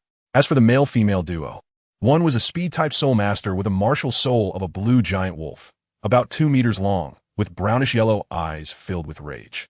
This soul beast was called the Wind Spirit Wolf, known for its speed. The voluptuous female soul master was, on the other hand, a strong attack-type soul master. Her martial soul was quite unique. It was not a common beast martial soul, but a special weapon martial soul, the classic. Generally speaking, book-type martial souls are basically useless, with less than 10% capable of being cultivated, yet this female soul master surprisingly had 2 yellow soul rings. This indicates that she was definitely an anomaly. Her classic martial soul was extremely special, lacking the usual attribute restrictions, allowing her to directly absorb the soul rings of soul beasts she killed as her own abilities. Once the 2 yellow soul rings on the female soul master lit up, they transformed into a massive ice bear shimmering with cold light and a fierce tiger engulfed in blazing flames. The 2 ferocious soul beasts flanked the female soul master, charging towards the muscular men under her control. Meanwhile, the wind spirit wolf soul master provided support, unleashing several massive wind blades in an instant. The 2 muscular men extended their enormous palms to swat at the charging soul beasts, with intense yellow light shooting out from their palms, releasing a tremendous force. However, the ice bear and tiger were not easy to bully. They were powerful among century-old soul beasts, and their strength was not inferior to that of the bloodthirsty demon bears. Coupled with the wind blades launched by the wind spirit wolf soul master, the 2 muscular men quickly fell into a disadvantageous position. The battle's development clearly exceeded everyone's expectations. The muscular men were quickly taken down, and the male-female duo successfully won the first round of the match. Next up was the Yoxiang combination, and their opponents were the Dalu combination. Upon hearing the name, Jiang Yu and Bai Qinxiang took each other's hands and stepped onto the stage, both looking handsome and beautiful, immediately attracting everyone's attention. Little Master, there's still more in this chapter. Please click the next page to continue reading. It gets even more exciting. Their opponents were a pair of twin sisters. The elder sister named Hu Di and the younger sister named Hu Li. As soon as the match began, Bai Qinxiang leaped up like lightning, her legs together as if glued, and her arms spread out like wings. With a quick shake, she soared into the air. Although Bai Qinxiang had not yet acquired a flying soul skill, her innate advantage as a swift-tailed swallow did not hinder her flying ability. So her first soul ring skill was a very special soul skill, Phantom. After the soul skill was unleashed, for afterimages appeared behind Bai Qinxiang, gradually becoming clear and identical to her actual appearance. At the same time, a long sword emanating a strong firelight appeared in Jiang Yu's hand. The twin sisters across also released their martial souls simultaneously, both radiating the same green light. Soon, the same martial soul appeared behind them, which was a humanoid soul beast. With long green hair flowing in the wind, a mask made of green leaves covered their faces. Behind them sprouted a pair of wings made of green leaves, with the turbulent peaks and the mysterious triangular area concealed by dense foliage. The twin sisters' martial soul was called Green Light Maiden, a very rare, mutated martial soul, which had only appeared a handful of times in the continent's history. This was Jiang Yu's first time witnessing it, so he looked on with great interest. After releasing their martial souls, the twin sisters grew a pair of wings made of leaves, and the curvature of their chests transformed from a straight line into an astonishing arc. This transformation method was something Jiang Yu had never encountered before. It was truly fascinating. The Hu Di sisters' first soul rings suddenly lit up, and they simultaneously extended their right hands, then pulled back their left hands to quietly summon a green light arrow. First soul skill, Green Light Arrow Blade, activate. The 2 light arrows seemed to have eyes of their own, shooting toward Bai Qinxiang and Jiang Yu respectively. The figure in the air quickly dodged, but the light arrows seemed relentless in their pursuit. After piercing through 3 afterimages, the arrows continued to rush toward the real Bai Qinxiang, who was about to be hit when Jiang Yu acted. The Chixiao Sword array was immediately activated, and several golden fire swords erupted from the sword body. Jiang Yu sent one sword flying toward the green light arrow in the air with a whoosh. Upon collision, the light arrow and the golden sword emitted a burst of scalding white smoke, which quickly dissipated. The light arrow that had been targeting Jiang Yu was also swiftly dismantled under the encirclement of the Chixiao Sword array. Sister, this kid is pretty strong. We finally met our match this time. Hu Li's eyes sparkled as she realized how powerful the boy ahead of them was. Even with the 2 of them together, they couldn't handle him. Chapter 98, The Unruly Sisters. It's time. Hu Di looked at her sister and nodded. Although Jiang Yu's strength exceeded their expectations, the victory in this duel battle would definitely belong to them. Yes, sister. Hu Li immediately understood her sister's intention. The 2 yellow soul rings on her body suddenly lit up, and then she swung her hand forward, causing the soul rings to detach from her. At the same time, Hu Di made the same move, and the 4 yellow soul rings collided and fused together. What is this? Jiang Yu was momentarily taken aback.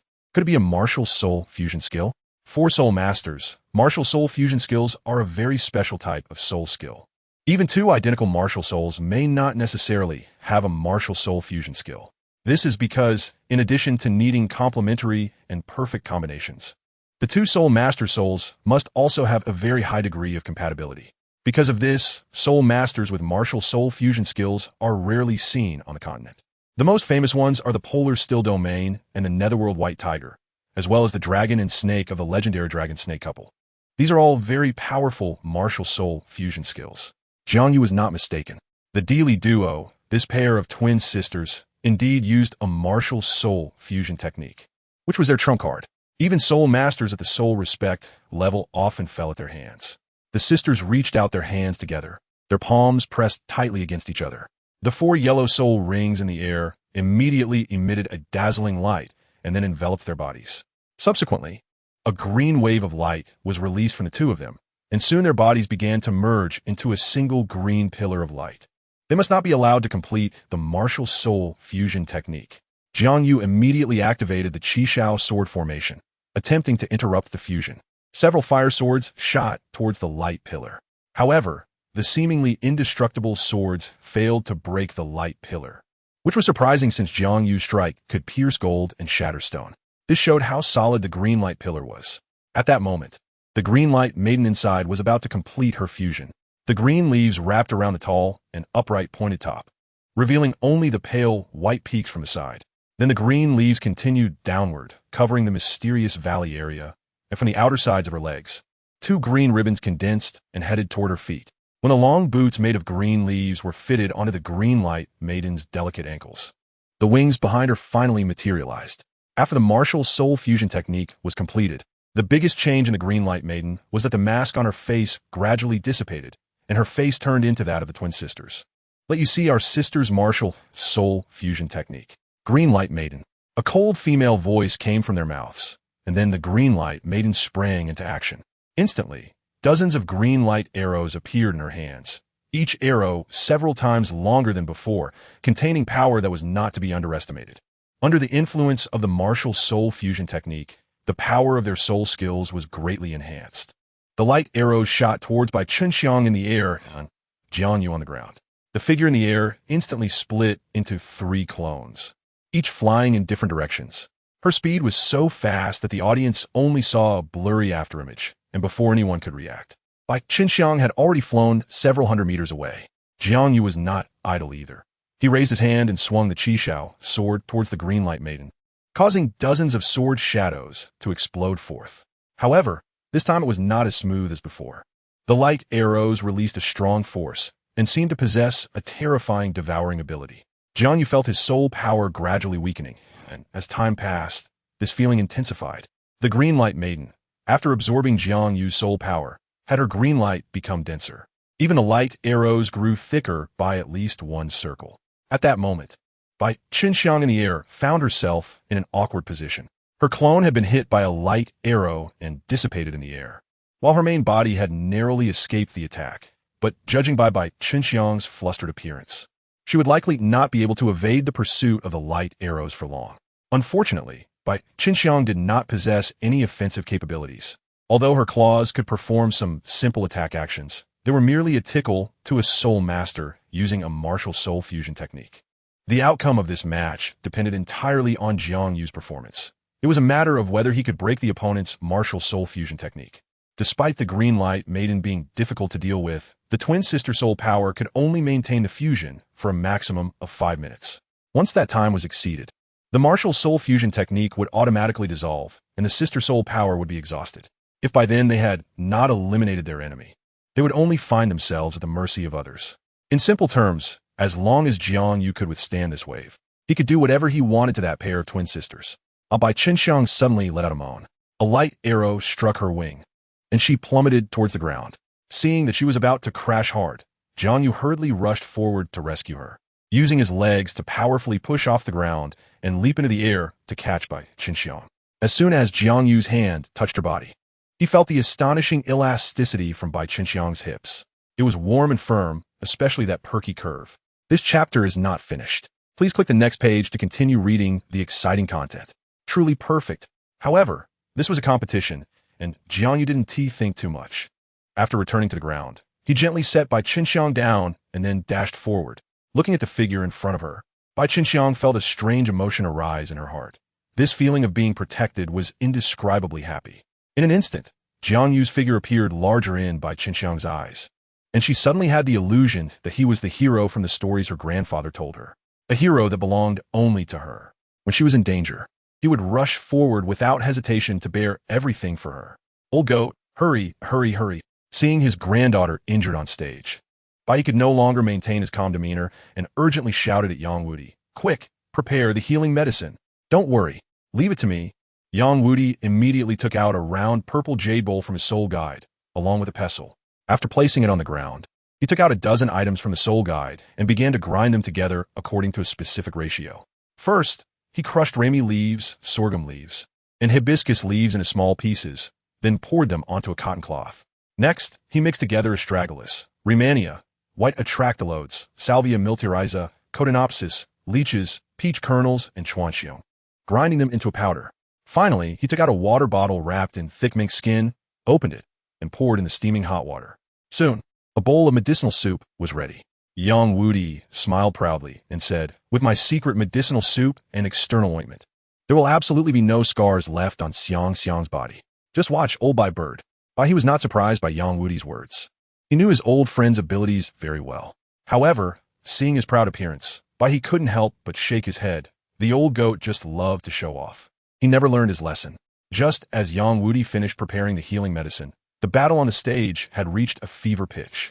The green light maiden also realized that Jiang Yu was a more troublesome opponent than she had imagined, so she abandoned the light arrows and switched to close combat. The green figure suddenly accelerated, and in an instant, she was at Jiang Yu's side. Just as he was about to swing his sword, the green figure quietly moved behind him, her pale white arms tightly wrapped around Jiang Yu's neck, the two almost pressing against each other. Jiang Yu even felt the enormous elasticity brought by the impressive peaks behind him. How despicable to use such a tactic. It was all because the martial souls of these twin sisters were too peculiar. What kind of martial soul behaves like a human? Truly a disgrace to soul beasts. Cough, cough, cough. As Jiang Yu felt his throat tightening, he couldn't afford to be careless. He suddenly slammed his elbow into the mountain peak behind him, while simultaneously lifting his right foot to kick towards the opponent's thigh. The massive impact surged towards the green light lady, causing her arms to loosen. Seizing this opportunity, Jiang Yu broke free from her grasp and swung the Chixiao Sword towards her. The green light lady was taken aback, clearly not believing that Jiang Yu possessed such immense strength. Chapter 99. Linger. By the time the twin sisters regained their senses, it was already too late. The Chixiao Sword had already swung toward their bodies. The green light lady was a wood element martial soul, while Jiang Yu's Chixiao Sword inherently contained the essence of extreme fire, which provided a comprehensive elemental suppression against the twin sisters' martial souls. Although they had utilized their martial soul fusion technique, it was evidently impossible to subdue Jiang Yu in such a short time. Even though Jiang Yu was only a great soul master, due to his cultivation of the Hongmeng Purple Qi path, the quality of his soul power far exceeded that of other soul masters. Coupled with the fact that he had consumed a 10,000-year-old whale gel, his physical condition had reached an incredible level, making it impossible for the twin sisters to break through Jiang Yu's defense even together. Moreover, their martial soul fusion technique's compatibility had not reached the level of perfect fusion. This was why Jiang Yu was able to successfully counter it. Otherwise, the green light lady would not have been so easily shaken off.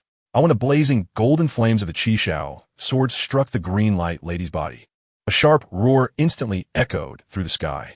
Her radiant green face suddenly turned terrifying and looked exceptionally grotesque. Bang! The green light lady collapsed, her alluring body disintegrating in an instant into scattered green light. Shortly after, the twin sisters revealed themselves, their faces extremely pale, with crimson blood continuously seeping from their mouths, dripping down their chins into the white ravine between them, evoking an indescribable sense of tragic beauty. Seeing this, the referee immediately declared the winners to be the Yoxiang duo. Although the twin sisters wore expressions of unwillingness, they did not voice any objections. At this moment, their soul power had been exhausted, leaving them with no capacity to continue fighting, regardless of their reluctance.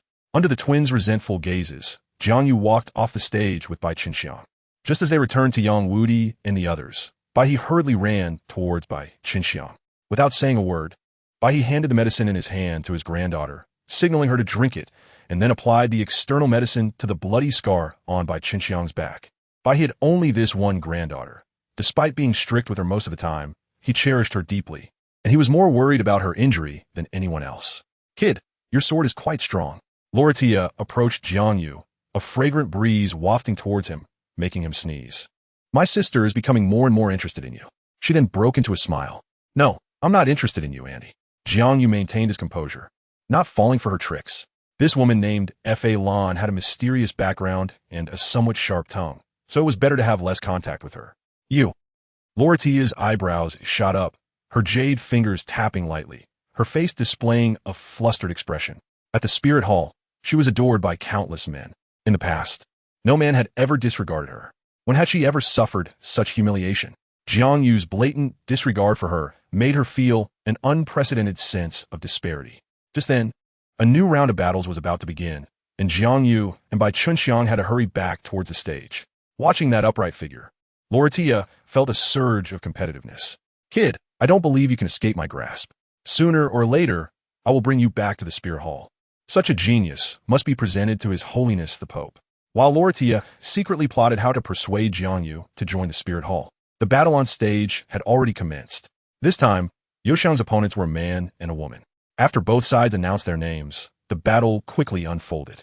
The female soul master named Yanlinger appeared to be around 13 or 14 years old, standing about 1.60 meters tall, with a perfect S-shaped figure and a rare golden ratio. She wore a long red robe covered in flame elements. The design of the robe was also unusual, with a long split on both sides of the waist and no sleeves, entirely supported by thin straps. With a partially exposed chest, a slender waist, and smooth long legs. Combined with her enchanting eyes and flawless face, her beauty was comparable to Hulaina's. From her appearance, it was evident that her martial soul was likely fire-based, and this guess was soon confirmed. A rich red glow erupted from Yanlinger, and in the blink of an eye, her body began to slowly levitate. A gigantic fireball, about 0.5 meters in diameter, suddenly appeared beneath her feet, and 2 fist-sized fireballs formed in the palms of her hands. This was her martial soul, Fireball.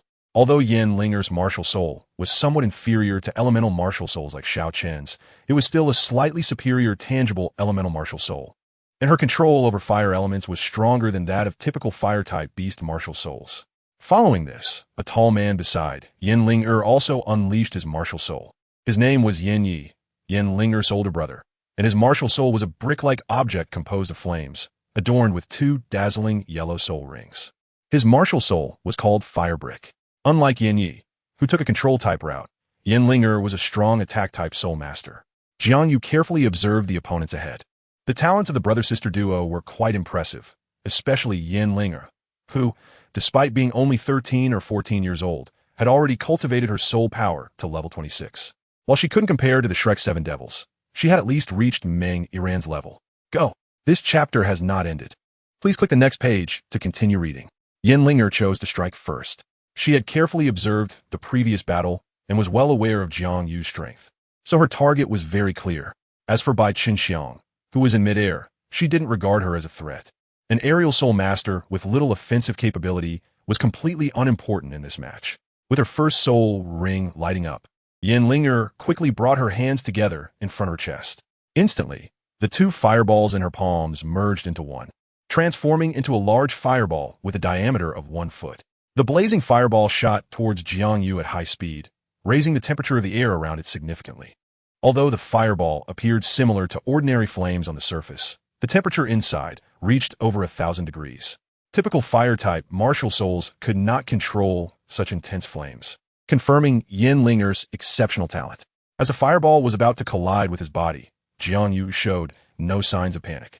He focused intently on the fireball, gripping the Chixiao Sword tightly and preparing to strike at any moment. At the critical moment, Jiang Yu swung the long sword, and flames suddenly erupted from it. A 3-foot wave of air stirred up boundless flames, and the sword instantly pierced into the core of the fireball, causing the 2 flames to collide, sending scorching heat radiating outward from the stage. At the moment when Jiang Yu and Yanlinger were at a stalemate, Yan Yi also made his move. After the first soul ring lit up, the fire brick in his hand suddenly expanded, eventually becoming the size of a bench. And the fire elements inside it became much more active, making JiangYu feel exhilarated. His method of attack was quite simple. He just threw the fire brick towards JiangYu. Don't underestimate the power of this fire brick. It carried both burning and dizziness effects, and its speed was incredibly fast. Even though JiangYu was currently entangled by the fireball, it would still take considerable effort for him to defend against it, even if he was on high alert. Just after he split the fireball, JiangYu saw the fire brick coming at him and did not have time to swing the Chixiao Sword. So he had to take the hit head-on. Bang! With a violent impact, JiangYu suddenly felt dizzy, and it seemed as if golden stars were flashing before his eyes, followed by a wave of dizziness that lasted for a full 5 seconds. According to JiangYu's soul skill effect, this hit should have lasted at least a minute, but unexpectedly, JiangYu's physique was just too strong, and he quickly regained his senses after just a few seconds. Moreover, the burning effect seemed to have no impact on him. While JiangYu was feeling smug, JiangYu's negative status had completely lifted, but the enemy did not know this, and Jinlinger thought it was the perfect time. "Brother, go take care of that annoying person in the sky," Jinlinger said with a light laugh. "Leave him to me." Once she finished speaking, her demeanor suddenly changed, and the fireball beneath her feet shot out instantly. Not only that, but she also pressed her palms together in front of her chest, and a gigantic fireball gradually formed before her, causing the air around the platform to become even more scorching. This was Jinlinger's strongest attack at this stage. In Baiyu City, there were not many great soul masters who could withstand this move. Although Jinlinger appeared to be a weak girl, her strength ranked among the top 10 among all the great soul masters in the city. The soul powers of those ahead of her were all higher, with some even attempting to break through to the soul sovereign realm. Among truly comparable soul masters, only the city lord's daughter could match her. These two rivals had fought many times before, and neither could suppress the other. The results of their matches were always mixed, making it hard to distinguish between them. Thus, people in Baiyu City referred to Jinlinger and the city lord's daughter as the Baiyu Twin Pearls. This honor was not solely due to their beauty. In the world of soul masters, strength was always respected, especially in a field where female soul masters were scarce. Those who earned acclaim did so through exceptional power. Jinlinger was certainly not a pretty face without talent, and JiangYu sensed this. A massive purple fireball descended from the sky towards JiangYu, and he no longer hesitated, immediately activating the Chixiao Sword array. Dozens of crimson long swords formed a powerful sword array that charged towards the fireball, and an even more blazing golden flame erupted from the sword bodies. The momentum of the purple flames was instantly overshadowed. How is this possible? Jinlinger looked ahead in disbelief. It was known that her second soul skill originated from the Fire Dragon Beast, a soul beast rumored to possess a trace of the Fire Dragon King's bloodline, which made her purple fireball so formidable. Yet, such a powerful flame was so easily subdued by the golden flames. Not long after, the purple fireball was completely engulfed by the blazing golden flames.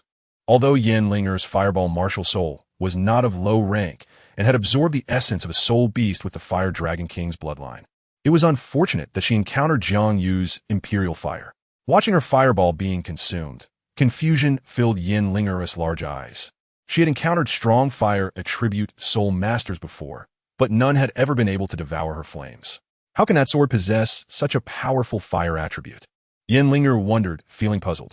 While there were many soul masters with swords as their martial souls on the continent, those containing fire attributes were rare, with the strongest being the signature martial soul of the fire sect, the fire sword martial soul. JiangYu's martial soul was clearly not the fire sword. Could it be a mutated martial soul? Jinlinger suddenly realized that mutated martial souls were the most unpredictable kind, with no one knowing in what direction they would mutate, and even their attributes could be overturned.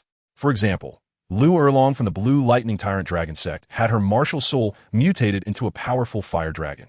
Some individuals whose martial souls were merely ordinary carp or powerless green caterpillars could mutate into powerful dragon-type martial souls. This was the terrifying aspect of mutated martial souls. However, not all mutated martial souls evolved successfully, as many ended up failing and becoming useless martial souls. JiangYu's was evidently a successful mutation. Jinlinger couldn't help but regard JiangYu with increased respect.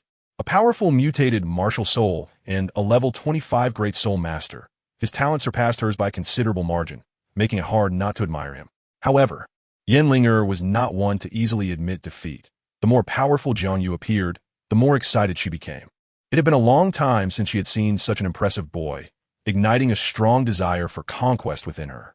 Several fireballs shot from her palm towards Jiang Yu, and although these fireballs were not as large as the last, the temperature of the flames inside was even higher. The power of these fireballs was contained to the extreme. Once they erupted, the energy released would easily turn the stage into a sea of flames, indicating that Yanlinger was truly giving it her all. Bang, bang, bang, the fireballs exploded just under 10 centimeters from Jiang Yu, and the surging flames instantly ignited the area, surrounding Jiang Yu with fire. The temperature around them soared, but Jiang Yu felt nothing. Perhaps due to the Chixiao Sword martial soul, he was not afraid of fire attacks. However, if the flames continued to spread, the stage would soon be destroyed, and even those below would be affected. At that time, even Yanlinger would have no way to stop it. As the flames grew larger, about to surge off the stage, a figure suddenly appeared in the air. She had a pair of ice blue wings on her back and 2 yellow soul rings. After her first soul ring lit up, a massive torrent of water cascaded down from the sky. The fire on the ground was quickly brought under control. Han Jiangxue, it's you again. Seeing the figure in the air, Yanlinger's expression gradually turned angry. Every time she felt proud, this city lord's daughter would oppose her. This had resulted in Han Jiangxue having a much better reputation in Baiyu City compared to her, while Yanlinger became known as the troublemaking witch. Why do you always have to ruin my plans? Yanlinger said angrily, her eyes burning with rage. I'm not interested in ruining your plans. It's just that this time you went too far. If the fire spreads, who knows how many people will be affected by your actions? Han Jiangxue's voice was ethereal and clear, giving a feeling of comfort, in stark contrast to Yanlinger. Soon, she landed from the air, lightly tapping her jade foot on the ground, causing a wave of icy air to descend, freezing the surrounding flames.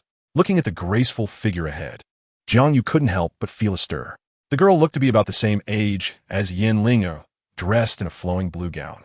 She wore white lace stockings on her feet, and her ice blue hair was tied up with a blue headband, forming 2 small braids that hung down to her waist.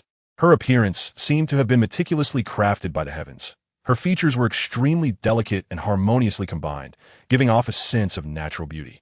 Jiang Yu noticed that her martial soul was an entirely ice blue butterfly, with several blue phoenix feathers at its tail, covered in shimmering ice crystals, looking exceptionally beautiful. It emanated a powerful presence of ice and water elements. Xianbing Fengdai. Han Jiangxue's martial soul was a rare double-element martial soul. Although it still had some distance from ultimate power, the strength it contained was not to be underestimated. Yanlinger, today is the White Jade Festival. If you ruin it, can you bear the consequences? Han Jiangxue's tone suddenly became serious. Oof, don't lecture me, Yanlinger retorted, unfazed. Others feared her identity as the daughter of the Lord of Hanjiang Snow City, but she was not afraid. Her family had been rooted in White Jade City for hundreds of years, and the energy they had gathered was not something a mere lord could shake.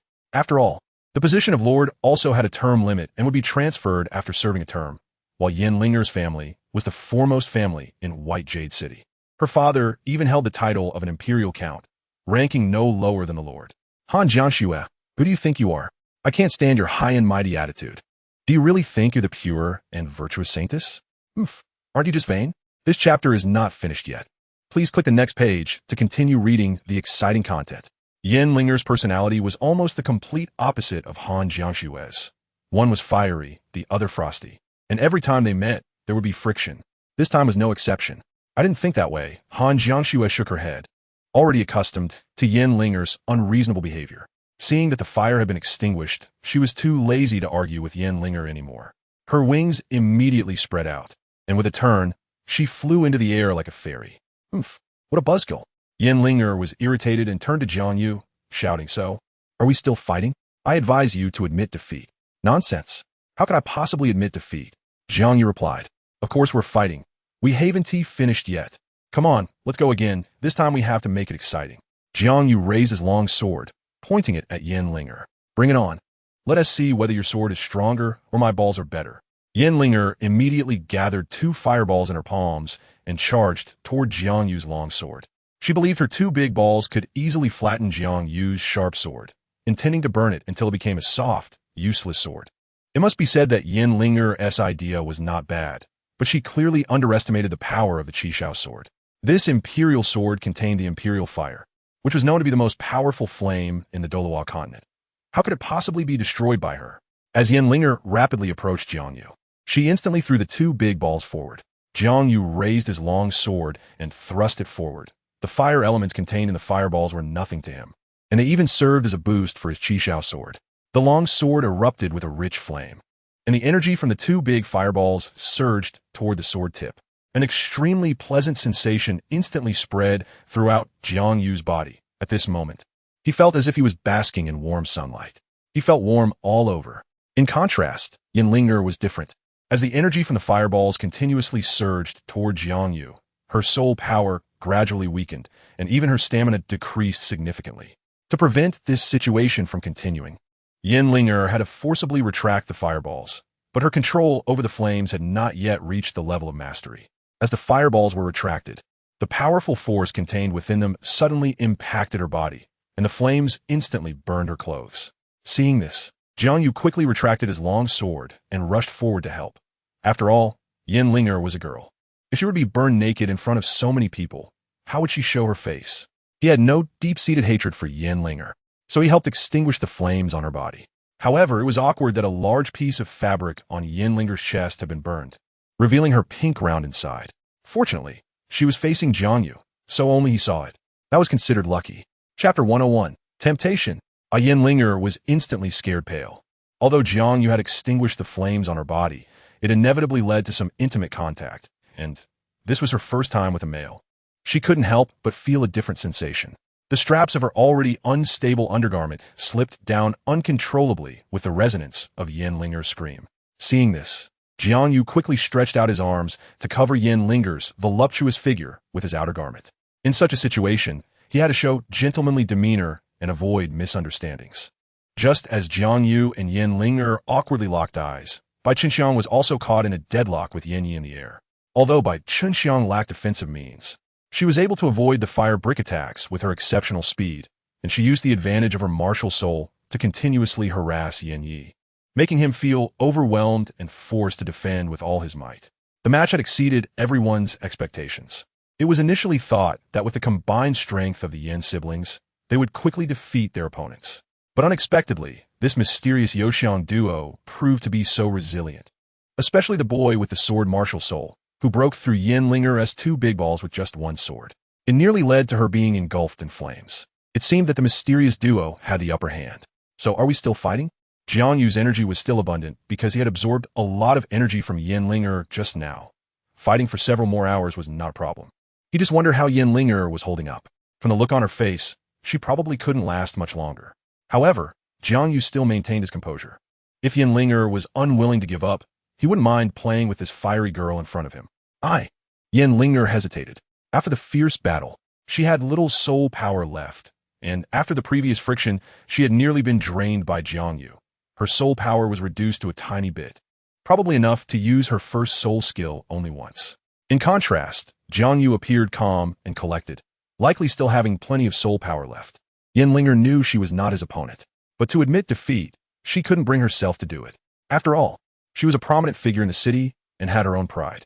Now, making her bow down to a younger brother was simply impossible. Did she not care about her face? Han Jiangxue would definitely mock her for this later, and Yanlinger didn't want to give her an excuse to belittle her. Come on, I'll accompany you to the end.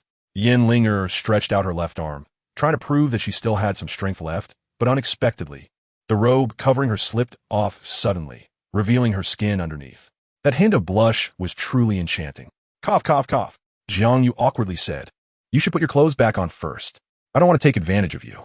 After saying that, he turned around. Yanlinger, her face flushed, put the robe back on. Although it still carried Jiang Yu's scent, she had no better choice at the moment and could only make do with it. "I'm ready. Come on." After a rustle of sounds, Yanlinger's voice came from behind. Jiang Yu turned around and was momentarily stunned. At that moment, Yanlinger was incredibly alluring. With her long hair cascading down, Jiang Yu's clothes barely covered her thighs, leaving her straight, long legs exposed. Coupled with her pitifully delicate face, she was truly tempting. This reminded Jiang Yu of his previous girlfriend, who would wear his pure white short-sleeved shirt right after taking a shower, which also just barely covered her private area. Unfortunately, things were different now. He wondered how she was doing. Perhaps she had already become a hot star in the entertainment industry of Huagua. After all, in an era that valued looks, becoming famous wasn't too difficult. With her looks and a little backing, transitioning from an internet celebrity to a top-tier actress wasn't a hard task, as there were precedents in the entertainment industry. What are you staring at? Linger felt uneasy under Jiang Yu's gaze, her face instantly turning crimson. Ah, it's nothing. Jiang Yu finally returned to reality, and seeing that Linger was ready, he made a gesture inviting her to proceed. Linger was not buying it. No one knew her body's condition better than her. Although she pretended to be tough and unwilling to admit defeat, she hadn't thought of any countermeasures. Forget it. She could only take it one step at a time. The first soul ring on Linger suddenly lit up, and a fireball condensed in her palm. This was the last bit of her soul power. If she couldn't deal with Jiang Yu, she would be out of options. Go! Linger shouted, controlling the fireball to rapidly strike towards Jiang Yu's chest. Jiang Yu, seeing this, did not hold back his soul power, immediately activating the Chixiao Sword formation to shoot at the fireball. Linger's attack ultimately failed. The sword shadows in the air shattered the fireball and rushed towards her body. Second soul skill, exploding fire brick. Seeing Linger in trouble, Yu couldn't care less about by Chixiang's entanglement. The fire brick in his hand suddenly expanded in the wind, eventually becoming as large as a wall before stopping. Under Ye's control, the massive fire brick flew into the air and landed in front of Linger, blocking the attack of the Chixiao Sword formation. Bai Chixiang would not miss this excellent opportunity. She suddenly dove from the sky, her sharp claws swiftly targeting Ye's neck, leaving a large mark on him. A sense of pain surged, and Yin couldn't help but take a few steps back, but Bai Chixiang relentlessly pursued him. He currently had no way to unleash a new soul skill, so he could only raise his arms to shield his head, passively defending himself. Before long, his arms were covered in blood marks. Although scars were badges of honor for man, he had too many of them. Yin certainly didn't want his arms to end up looking like a monster. He only hoped Linger could quickly deal with the enemy in front of her and then rush to his aid. What he didn't know was that Linger was in a worse state than he was. She couldn't even secure herself, let alone have the energy to support him. The fire brick. No, it should be called a firewall. Although it temporarily protected Linger, it was not a long-term solution. Seeing that the Chixiao Sword formation was obstructed, Jiang Yu immediately changed his approach. The second soul ring on the Chixiao Sword erupted with a strong light, and a fiery sword energy shot out, rapidly aimed at the center of the wall. After 3 consecutive sword energies, a large hole was broken in the firewall. Jiang Yu immediately flew through, extending his sword to stab at the still panicking Linger. Jiang Yu successfully drew the first drop of blood from Linger. The tip of the sword left a shallow mark on her neck, and blood began to drip to the ground. It seems I've won. Jiang Yu raised an eyebrow, a hint of a smile on his face. In the VIP seats, a middle-aged man dressed in a luxurious red robe watched the scene unfold with some amazement.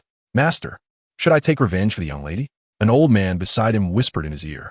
The old man had served the Yin family for 3 generations, and he had taken care of Linger since she was little.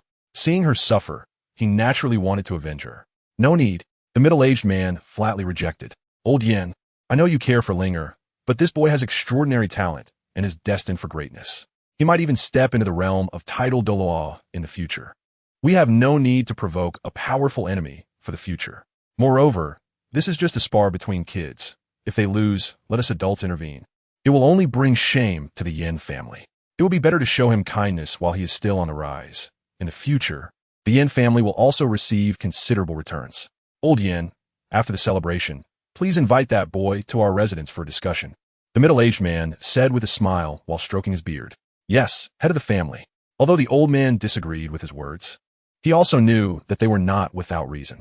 The Yin family had stood firm in Bayou City for hundreds of years and was thriving because of their good relationships. Many people who had benefited from them were now well-known figures in the Soul Master community.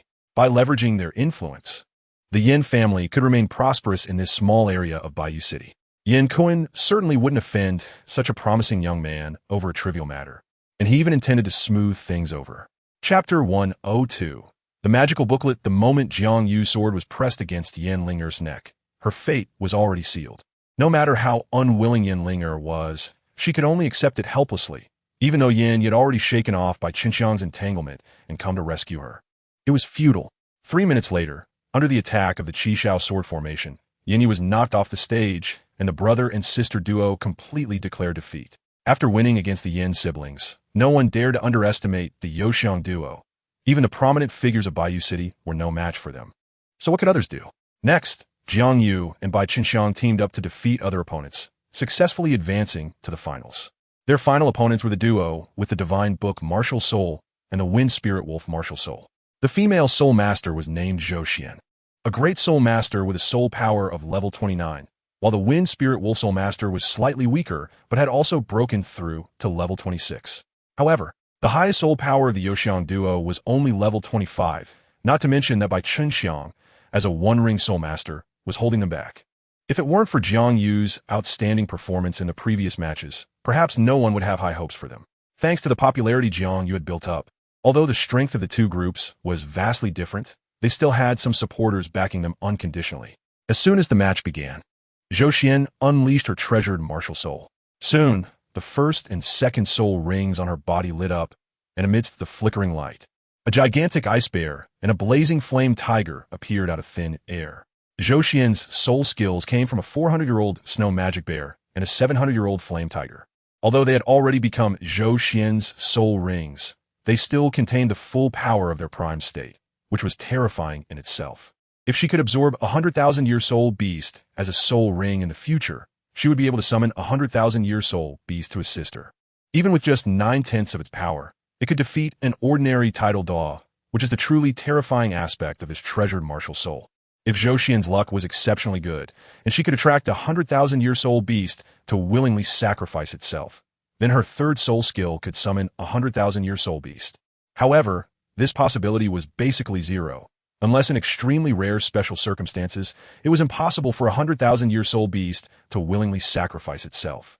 Only someone like Tang San, who was incredibly fortunate, could have such luck. Wind Spirit Wolf, possess!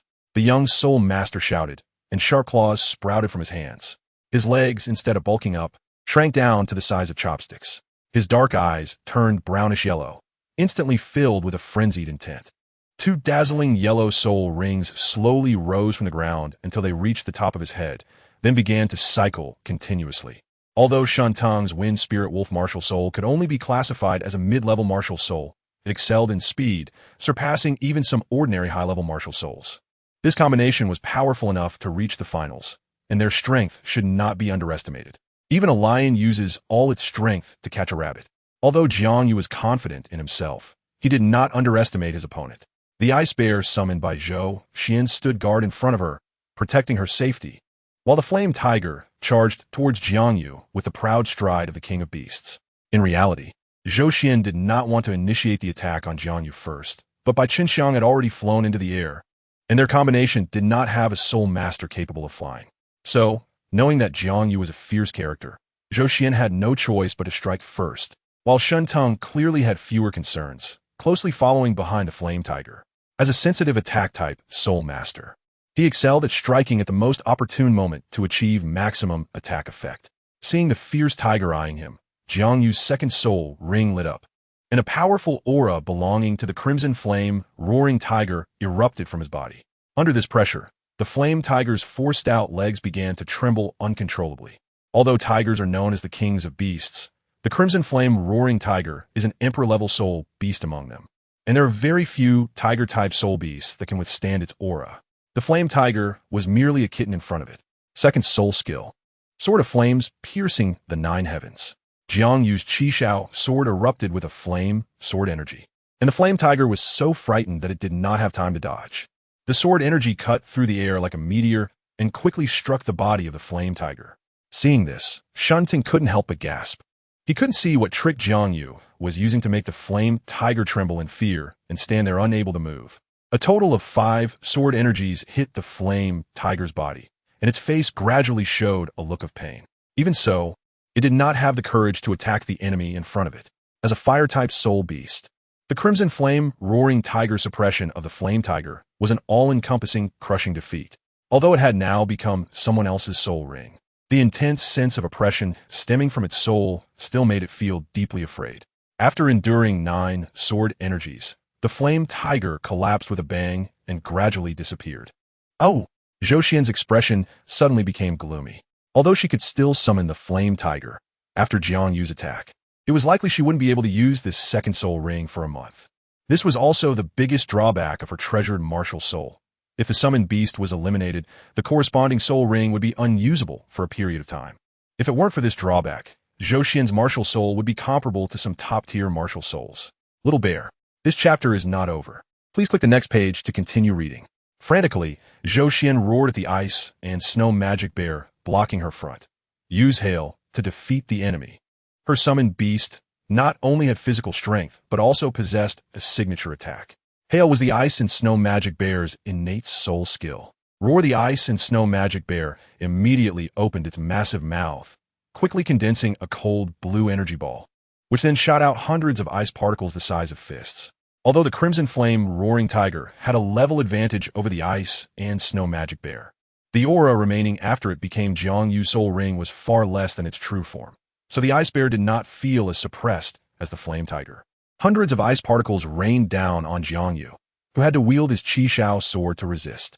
Fortunately, Jiang Yu's swordsmanship was quite good. He wielded the long sword with such skill that it was like water, not penetrating. All the ice particles were deflected away. Waiting for the opportunity, Shen Teng suddenly crouched down and used both hands and feet to rush towards Jiang Yu at high speed. He was fast. It didn't take long for him to close in on Jiang Yu, cleverly circling behind him. Just as Jiang Yu was resisting the ice particles, Shen Teng leaped up from the ground. His sharp claws lunged towards Jiang Yu's back, while Bai Qinxiang, who was in midair, kept a close watch on everything below. Seeing Shen Teng strike, how could she sit idly by? She flapped her wings and dove down quickly, soon catching up to Shen Teng, grabbing his legs with force. Then, with a strong pull, Shen Teng's plan was about to succeed, but was instantly thwarted by Bai Qinxiang, vanishing in an instant.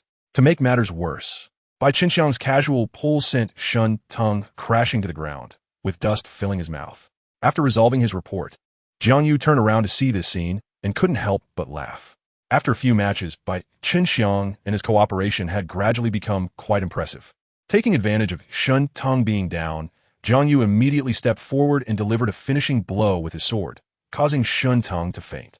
Now only Zhou Xian was left, and all she could rely on was the ice and snow magic bear. Realizing she was in a difficult situation, Zhou Xian's face changed drastically.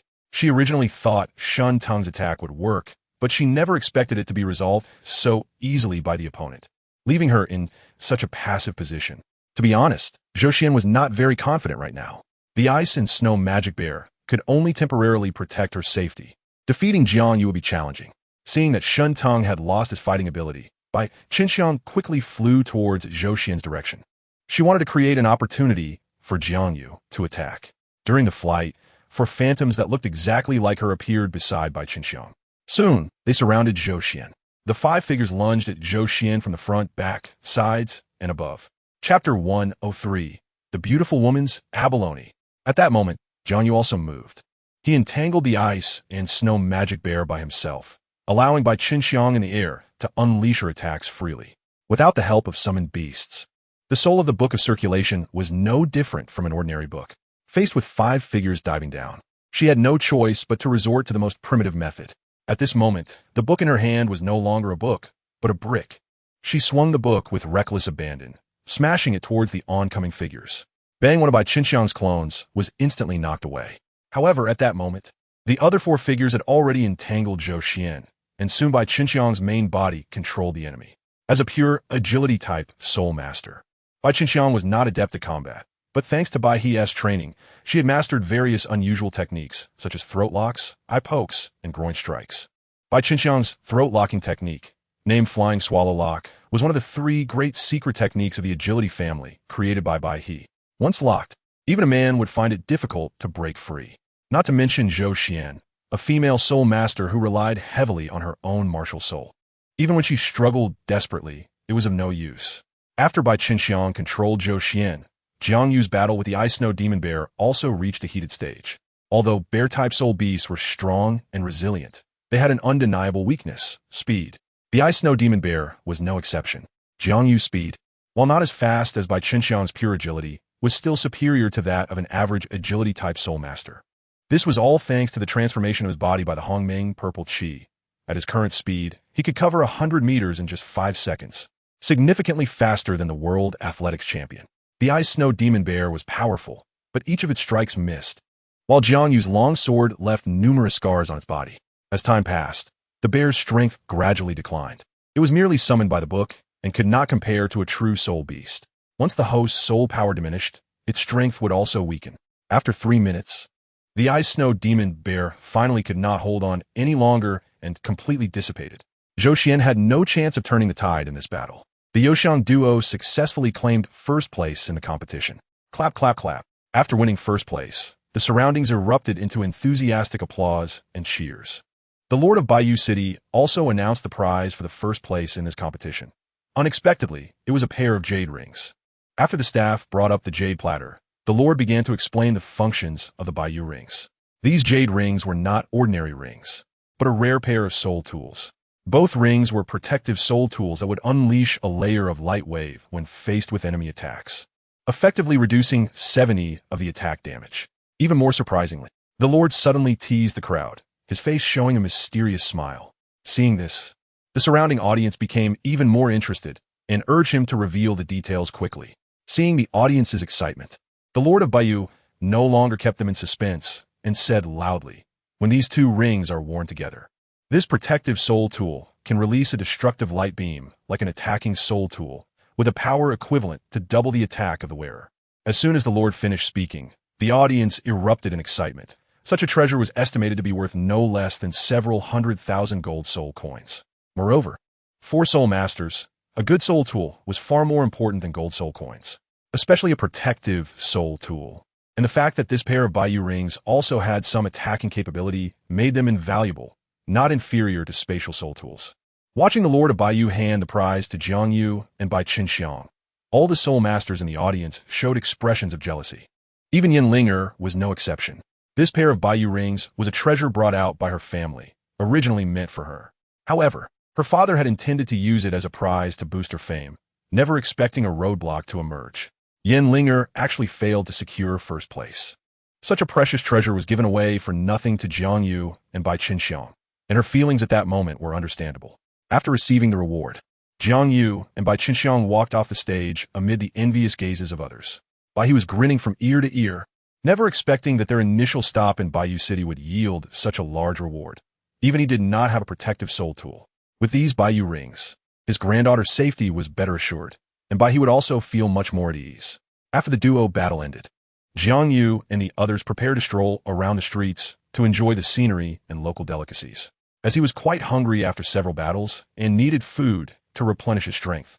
He had just noticed many food stalls around, such as Hua's grilled fish, Zhao's sweet abalone, etc. All sorts of delicious food were available. Jiang Yu could hardly wait, and the first stall he visited was Zhao's sweet abalone. Ever since he had the dish served by a maid at the Duke of Liangshan's residence, he had fallen in love with this food. The meat was tender and had a great texture. The stall, less than 10 square meters, was already crowded with customers drawn by the aroma. The owner was a mature woman wearing only a white short-sleeved shirt, her impressive figure reminiscent of basketballs, and her black bra was nearly bursting out. The deep valley between her breasts was alluring and seemed to call out, "I have a small abalone." The voluptuous woman was a food-type soul master, and her martial soul was indeed abalone, although her soul rings were only one white and two yellow.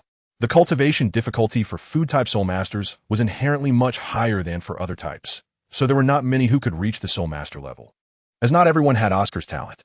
Her third soul skill, honey glazed abalone, was suddenly activated, and a piece of plump abalone appeared in her hand, adorned with golden liquid that looked just like honey. This was the origin of the woman's signature dish. Her stall was named Sweet Abalone because of this third soul skill. Most customers came specifically for this. Jiang Yu, who was waiting patiently in line, noticed that the people ahead were ordering honey glazed abalone, and he realized that this was the stall's signature dish and the taste should be great. Since the abalone was summoned by a soul skill, many preparation steps were saved, and soon over 10 customers bought their long-desired abalone and started eating happily nearby. Seeing their blissful smiles, Jiang Yu couldn't help but lick his lips. At this moment, there were fewer than 10 people in front of him, and he would soon be able to taste the woman's honey-glazed abalone. He could hardly wait to try the delicious food so close at hand. Just then, a commotion erupted. Someone had eaten abalone without paying, refusing to give money for the abalone. The woman's delicate voice instantly drew support from many men, based on the principle that looks are justice. Everyone stood by the woman's side. Eating abalone without paying? Jiang Yu thought for a moment and realized that eating food without paying was a free meal. Not paying for abalone was indeed eating, is a play on words meaning free abalone. This was perfectly reasonable. The young man who had eaten the expensive abalone soon experienced what a societal beating felt like. A group of indignant men surrounded him and gave him a thorough beating.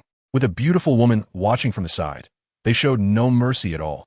Each strike was more brutal than the last, especially the guy with the dragon tattooed on his arm, who was particularly savage, using both hands and feet to unleash a storm of furious attacks on the young man. After about 3 minutes of beating, the tattooed man pulled out a silver coin from the young man who had eaten the expensive abalone. Although the abalone wasn't worth that much, he had tried to dodge payment, so he had to be taught a lesson. "Boss lady, here you go." The tattooed man casually tossed the silver coin into the large cylindrical container on the stall, considering the excess as compensation for emotional distress. The beautiful woman immediately brightened up. The price of an abalone was only 10 copper coins, and a silver coin was quite a profit. She smiled gratefully at the tattooed man, her smile full of charm, which made the surrounding men feel a stir in their hearts. The drunken man's intention was no longer about the abalone, but rather about the beauty. Chapter 104. Honey Glazed Abalone. "Little brother, how many abalones do you want?" The beautiful woman had never seen such a young child come to buy abalone. Usually, it was adult men.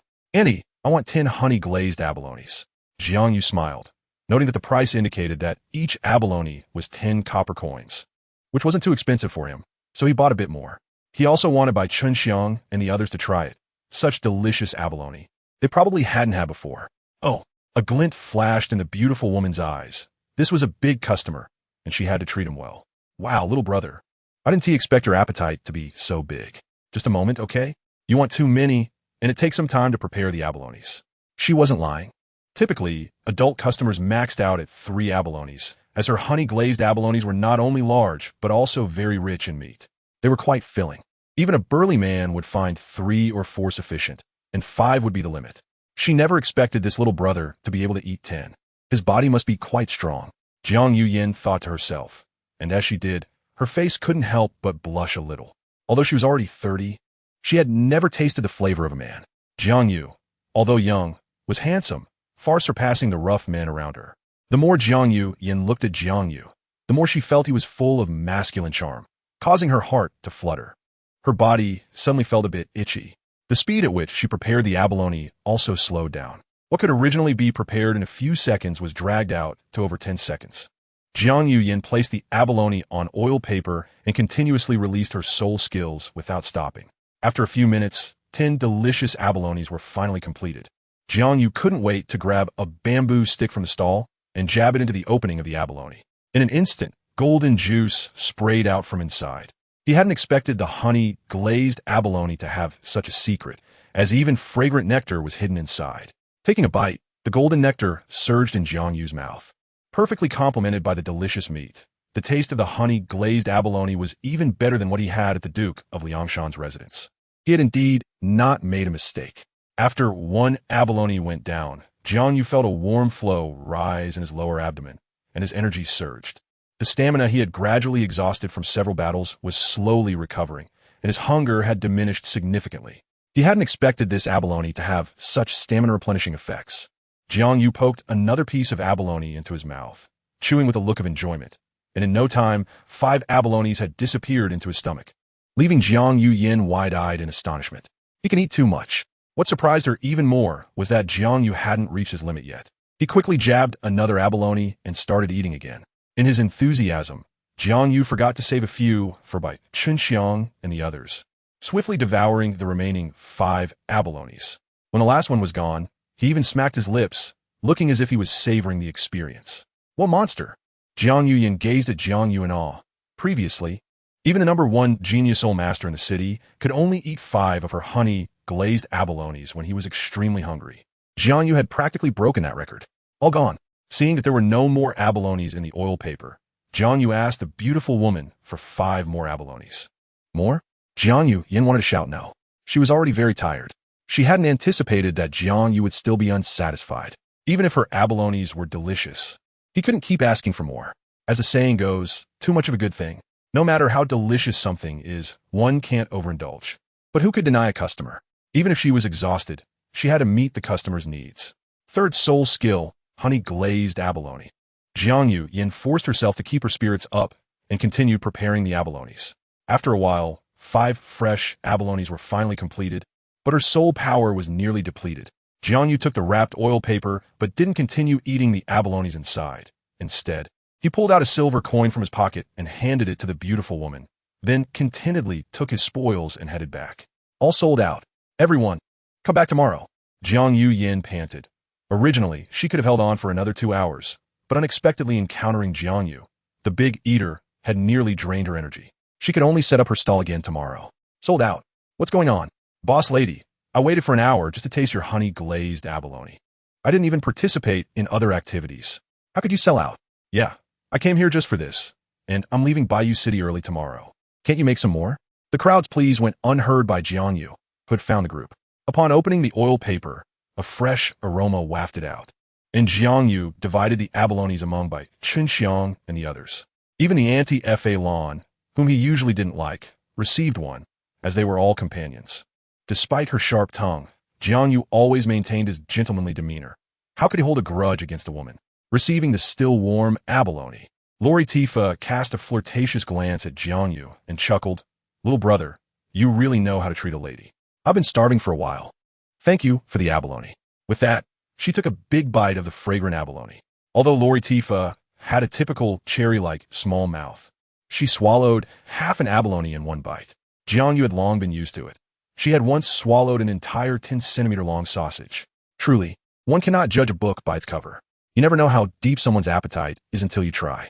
While eating the abalone, Lori Tifa couldn't help but keep her gaze on Jiang Yu, her alluring eyes never leaving him for even a second. And whether she did it intentionally or not, she chewed the abalone particularly hard, making Jiang Yu feel a chill run down his spine. Jiang Yu suddenly felt a chill in his body. Even though the temperature in the city was over 30 degrees, the heat was suffocating, yet couldn't block this cool sensation. After tasting the abalone, everyone planned to continue wandering around the city. Just as they passed a stall selling trinkets, they heard an old voice behind them. The person was Elder Yin. He was here on the orders of the family head to invite the young genius in front of him to the manor for a discussion.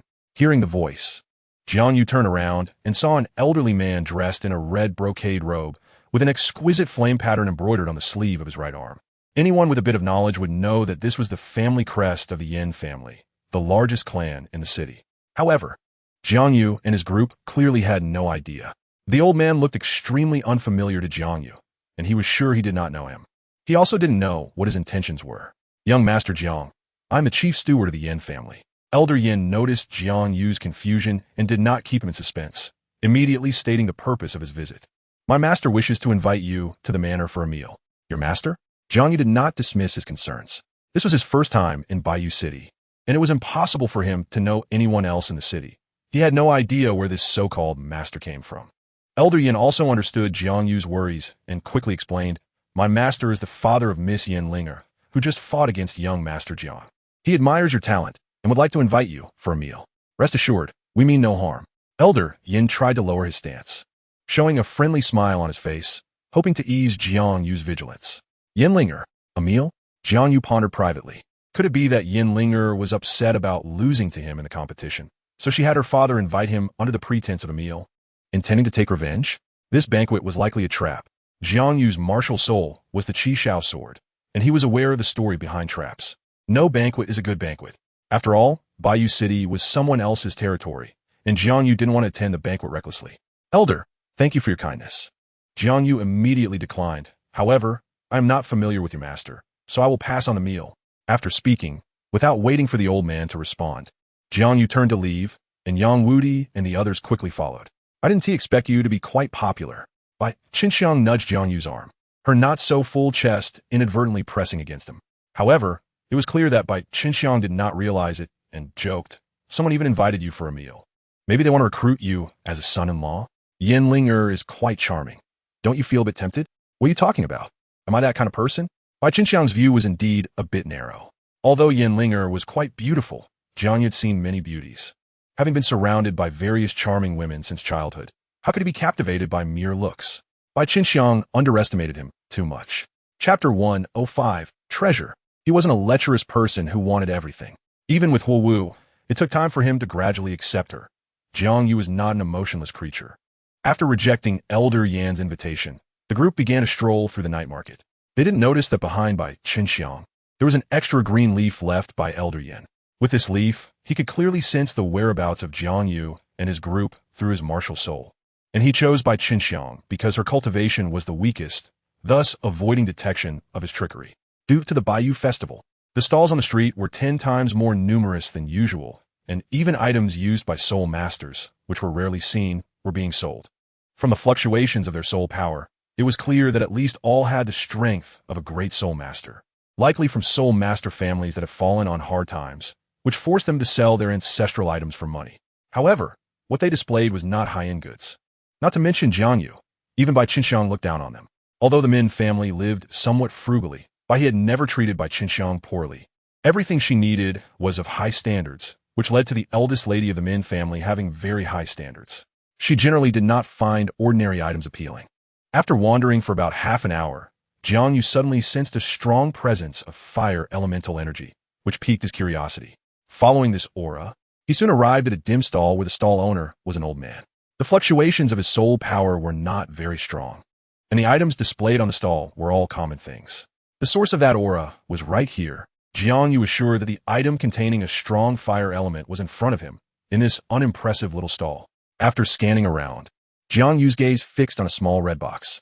Inside was a red seed. He couldn't tell what kind of plant it was from, but judging by the aura emanating from it, it should be a fire attribute plant. Grandpa, how much is this seed? Jiang Yu pointed to the red box. 1,000 gold soul coins. The old man quoted a sky-high price. In Douluo Continent, 1 gold soul coin was already the annual expenditure of an ordinary family. And a seed whose origin was unknown actually cost 1,000 gold soul coins. Even a wealthy person wouldn't spend money like this. Elder, can you lower the price a bit? Jiang Yu tried to haggle. Although he had enough gold soul coins to buy the seed, it would be even better if he could get it cheaper. Besides, who buys something without haggling? Not a single coin less. The old man looked unfriendly, as if he wasn't worried about the item not selling. Do you know what kind of seed this is? No, Jiang Yu answered honestly. Although he suspected that this seed had an extraordinary origin, he had no clue what kind of plant it came from. Have you heard of the 7-color lotus? The old man's tone was very calm, but it sounded like thunder in Jiang Yu's ears, shocking him.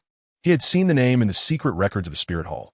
The 7-color lotus was indeed a rare treasure, and it was a precious item among fire attribute treasures. Legend has it that the flame of the 7-color lotus is born from within the 7-color lotus, capable of burning all objects in the world and purifying impurities in metals. According to the records, the flame of the 7-color lotus was a treasure of the ancient Huoli tribe, but after the battle that swept across the entire Douluo Continent 10,000 years ago, the Huoli tribe completely exited the historical stage. It is said that all members of the Huoli tribe, regardless of gender, are hermaphrodites and reproduce by splitting. They are natural masters of fire elements. Even newly born members of the Huoli tribe have strength comparable to human soul sect experts. Fortunately, their birth rate is extremely low, which has led to the Huoli tribe having a smaller population than even the elves. Oh man, could this be the seed of the 7-color lotus? Jiang Yu's tone carried 3 parts excitement, 3 parts doubt, and 4 parts disbelief. The 7-colored lotus is far more precious than the coxcomb phoenix sunflower that Ma Hongjun consumed. If he were to obtain it, his imperial fire would definitely advance further, transforming towards the realm of high-level extreme fire. Extreme fire is also ranked. His imperial fire is currently only a mid-level extreme flame, with higher, top tier, and ultimate extreme flames above it. According to Jiang Yu, even the true sun fire and great sun golden flame controlled by the sun god are merely high-level and top-tier flames. As for the highest level, the ultimate flame, it has never appeared in the history of Douluo Continent. Jiang Yu's goal is to evolve his imperial fire into a high-level extreme fire. He does not demand the ultimate flame, as such things cannot be forced, and his requirements are not high. Being satisfied with a high-level extreme fire is enough for him. Thinking of this, Jiang Yu no longer hesitated and immediately prepared to take out money from his soul guide device. The old man reminded him, "Little brother, I must warn you, once our store's items are sold, they cannot be returned or exchanged. Although this seed is indeed from the 7-colored lotus." The old man deliberately dragged out his words, saying, This seed is basically impossible to grow into a 7-colored lotus unless you can find a secret realm of the holy tribe and use their secret fire sap to irrigate it. However, I can tell you that no one has found the holy tribe's secret realm in the past 10,000 years. Even the Spirit Hall has invested huge manpower and resources, but to no avail. This chapter is not over. Please click the next page to continue reading. Although the prices of his items are high, he still has his bottom line. Unlike those unscrupulous merchants who only know how to cheat people. The seed of the 7-colored lotus is a family heirloom, and if he weren't in need of money, he wouldn't sell it. Is that so? Jiang Yu was taken aback. No wonder the old man was willing to sell such a precious item. Turns out it can't bloom. However, even so, he still intended to buy the seed. 1,000 gold soul coins is quite a sum, but if he could obtain the seed of the 7-colored lotus, it wouldn't be a loss. Even if it might not be useful, it would be good for research, and who knows, he might find a way to make it bloom. Thank you. I'll take this. Jiang Yu handed over a golden note of 1,000 denomination to the old man, which bore the mark of the Spirit Hall. Generally, for large transactions, many people use the gold notes issued by the Spirit Hall. Of course, the Tiando Empire and the Xingluo Empire also have similar items. However, the silver notes issued by the two empires can only be used within their own territories. Because of this limitation, many people prefer to use the gold notes issued by the Spirit Hall. After all, there is a Spirit Hall in every city on the continent, and money deposited in the Spirit Hall's bank can be exchanged for gold notes in any force affiliated with the Spirit Hall. The old man clearly knew the value of the gold note. After carefully examining the mark on it, he held it up to the night sky. Under the moonlight, a faint glow emanated from a golden line in the middle of the note. Gold notes issued by the Spirit Hall have dual anti-counterfeiting marks, making it difficult for other forces to replicate. After confirming its authenticity, the old man happily accepted the gold note. His gaze towards Jiang Yu changed slightly. This little boy was so generous, indicating he likely came from an extraordinary background, probably from one of the prominent families in the city. The most crucial part was that he actually knew about the 7-colored lotus. When did such a person appear in Baiyu City? Why had he never heard of him before? Half a day later, the old man couldn't help but chuckle. This had nothing to do with him. He set up his stall merely to raise enough gold soul coins. And now that the seed of the 7-colored lotus had been sold, he had acquired sufficient wealth. After putting the seed into his soul guide device, Jiang Yu bowed to the old man and thanked him before leaving the stall. What did you buy? Bai Qinxiang asked curiously when she saw Jiang Yu return joyfully from a small stall. Oh, just some small trinkets, Jiang Yu replied. He wasn't intentionally hiding it. Even if he told Bai Qinxiang that he obtained the seed of the 7-colored lotus, she wouldn't understand what it was, so there was no need to complicate things. Small trinkets? Luo Ortia's expression suddenly turned playful, and she couldn't help but think of something. You didn't buy a plastic doll, did you? Jiang Yu really wanted to give her a sword. Can't she restrain herself a little in public?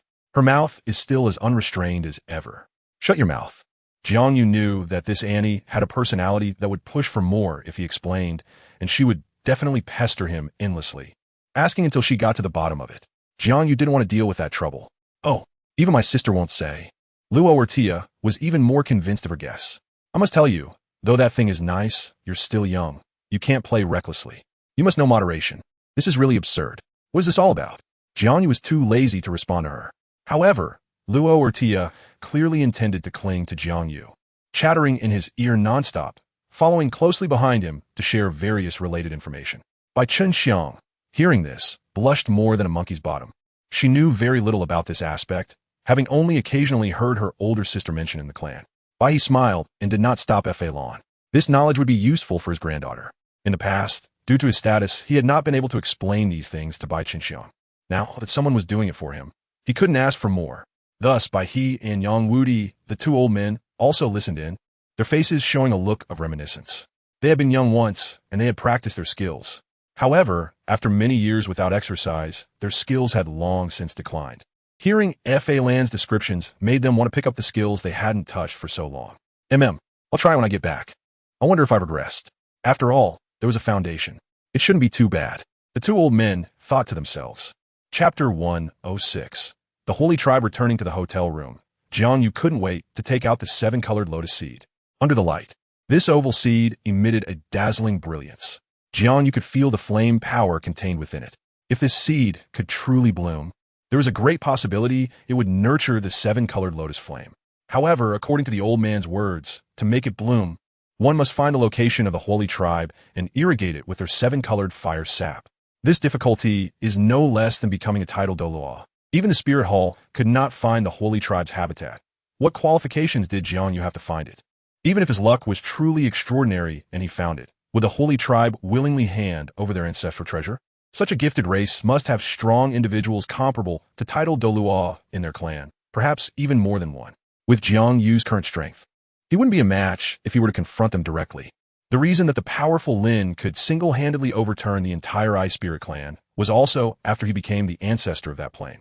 Although Jiang Yu was confident in himself, he did not believe that the Firely clan would simply be swayed by his charisma and willingly offer up the 7-colored fire essence. Therefore, Jiang Yu did not force the 7-colored lotus to bloom. To him, it was merely an opportunity, and perhaps there would be ways to cultivate it successfully later on. At this stage, he was not in a hurry.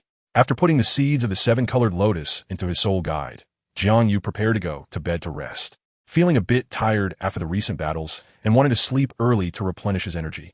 Just then, there was a knock at the door, which made Jiang Yu a bit annoyed. Who could it be at this late hour? Upon opening the door, Jiang Yu saw a man standing outside. The man appeared to be in his 40s, with a well-proportioned figure and a face that could be considered exceptionally handsome. His face was very clean, with not even a hint of stubble at the corners of his mouth, and his complexion was very fair. Who are you? Jiang Yu was sure he did not know this person. Excuse me, are you JiangYu, young Master Jiang? The middle-aged man asked respectfully. Ah.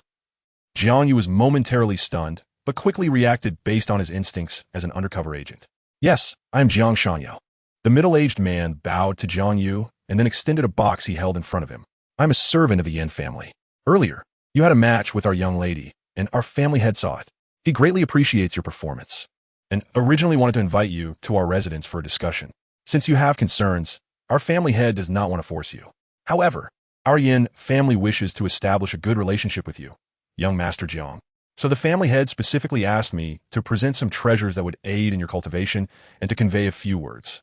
The middle-aged man paused and then solemnly recited Yin Kuan's message. With your talent, young Master Jiang, you may not find these items of much value, but they're the most precious treasures our Yin family could gather. We hope you'll accept them and not delay. With your abilities, you will surely ascend to the rank of a title Douluo in the future. Yin Kuan does not expect any conditions in return. He simply wishes to establish a good relationship with you, young Master Jiang, with no other intentions. Yin Kuan's words were sincere and did not contain any excessive demands. Although Jiang Yu had never met this person, he could tell that he was a wise man who knew whom to invest in. Perhaps such a person might not reach the pinnacle of the continent, but he could certainly maintain his family's wealth and live comfortably in this small corner of the White Jade City. Historically, El Boué was just like this. After seeing the value in Ing Iran, he spared no expense, investing all his wealth in him, and even sent his most favored concubine, Zhu Ji, to his bed. And it proved that El Boué's investment was not wrong. Once Ing Iran returned to inherit the throne, he was appointed as prime minister. From a mere merchant to a figure of power, second only to one, El Boué's actions were indeed highly profitable. Yin Kuan's insight could rival that of El Boué. Since the man had been so straightforward, if Jiang Yu did not accept this gift, it would only make things awkward for others. Thus, he had no choice but to calmly accept the gift from Yin Kuan. Please return and tell your family head that I appreciate his kindness and have accepted his good intentions. The middle-aged man, seeing that he had not been refused, immediately breathed a sigh of relief. After all, Yin Kuan's order was to deliver this gift to the talented soul master in front of him at all costs. He had expected to have to persuade him, but unexpectedly, Jiang Yu was so agreeable. Truly worthy of being a genius, his actions were so decisive. After delivering the gift, the man no longer disturbed Jiang Yu and exited the room thoughtfully. Upon opening the box, Jiang Yu was somewhat surprised by its contents. Not expecting the Yin family to be so generous, the items inside were likely worth tens of thousands of gold soul coins, especially the two bright red fruits. Jiang Yu recognized them at a glance. These were known as fire dragon fruits, extremely rare and usually found growing near fire dragons. Dragon-type soul beasts are the overlords of the soul beast realm, and their strength goes without saying. Even sub-dragon-type soul beasts can easily suppress ordinary tiger-type soul beasts. The bloodline of fire dragons even surpasses many dragon-type soul beasts, being a direct bloodline of the fire dragon king. This also made fire dragon fruits exceedingly rare. After all, they were not the common fire dragon fruits found on Blue Star, but rather heavenly materials containing fire attribute energy. In addition to the fire dragon fruits, there was also a plate containing something resembling mosquito coils, which turned out to be dragon incense. This was a treasure that could help soul masters quickly enter a meditative state and significantly enhance the quality of meditation. Despite being just a small box, even 3,000 gold soul coins might not be enough to acquire it. Even the affluent 7 treasure Glazed Tile School could not provide so much for its disciples. For a genius like Jiang Yu, who was also a direct disciple of Sword Douluo, he would only receive a tiny portion each month. This was considered a lot. Some core disciples received only a grain-sized amount. This demonstrates the preciousness of dragon incense. Additionally, there was a piece of soft armor shining with a golden light, clearly made from golden threads and the scales of a Lin Jia beast. When Jiang Yu held the soft armor, its weight was comparable to that of an ordinary piece of clothing. The defensive power of Lin Jia beasts is also well known among soul beasts. Ning Rongrong's 4th soul ring comes from this type of soul beast. The scales on it are most suitable for making soft armor, providing strong defense while being light and comfortable to wear. However, because Lin Jia beasts are not abundant, few people would make soft armor from their scales. What surprised Jiang Yu even more was that when he opened the soft armor, he saw a familiar yet unfamiliar name engraved on the inner label. Divine Craftsman, Lu Gao.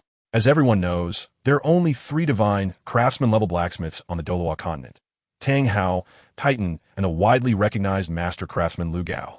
The items he produces are all rare treasures. Jiang Yu was aware of Lu Gao's great reputation, so without hesitation, he put on the golden Lin armor. The next day, after sleeping until the sun was high in the sky, Jiang Yu lazily got up, prepared all his things, and headed straight to the hotel's restaurant. At this time, many people had already eaten breakfast, so there were not many people in the restaurant. Jiang Yu served himself a bowl of meat porridge, grabbed a large chicken leg, and took 3 steamed buns before returning to his seat. He generally did not eat much in the morning, and this was already enough. Chapter 107, My City.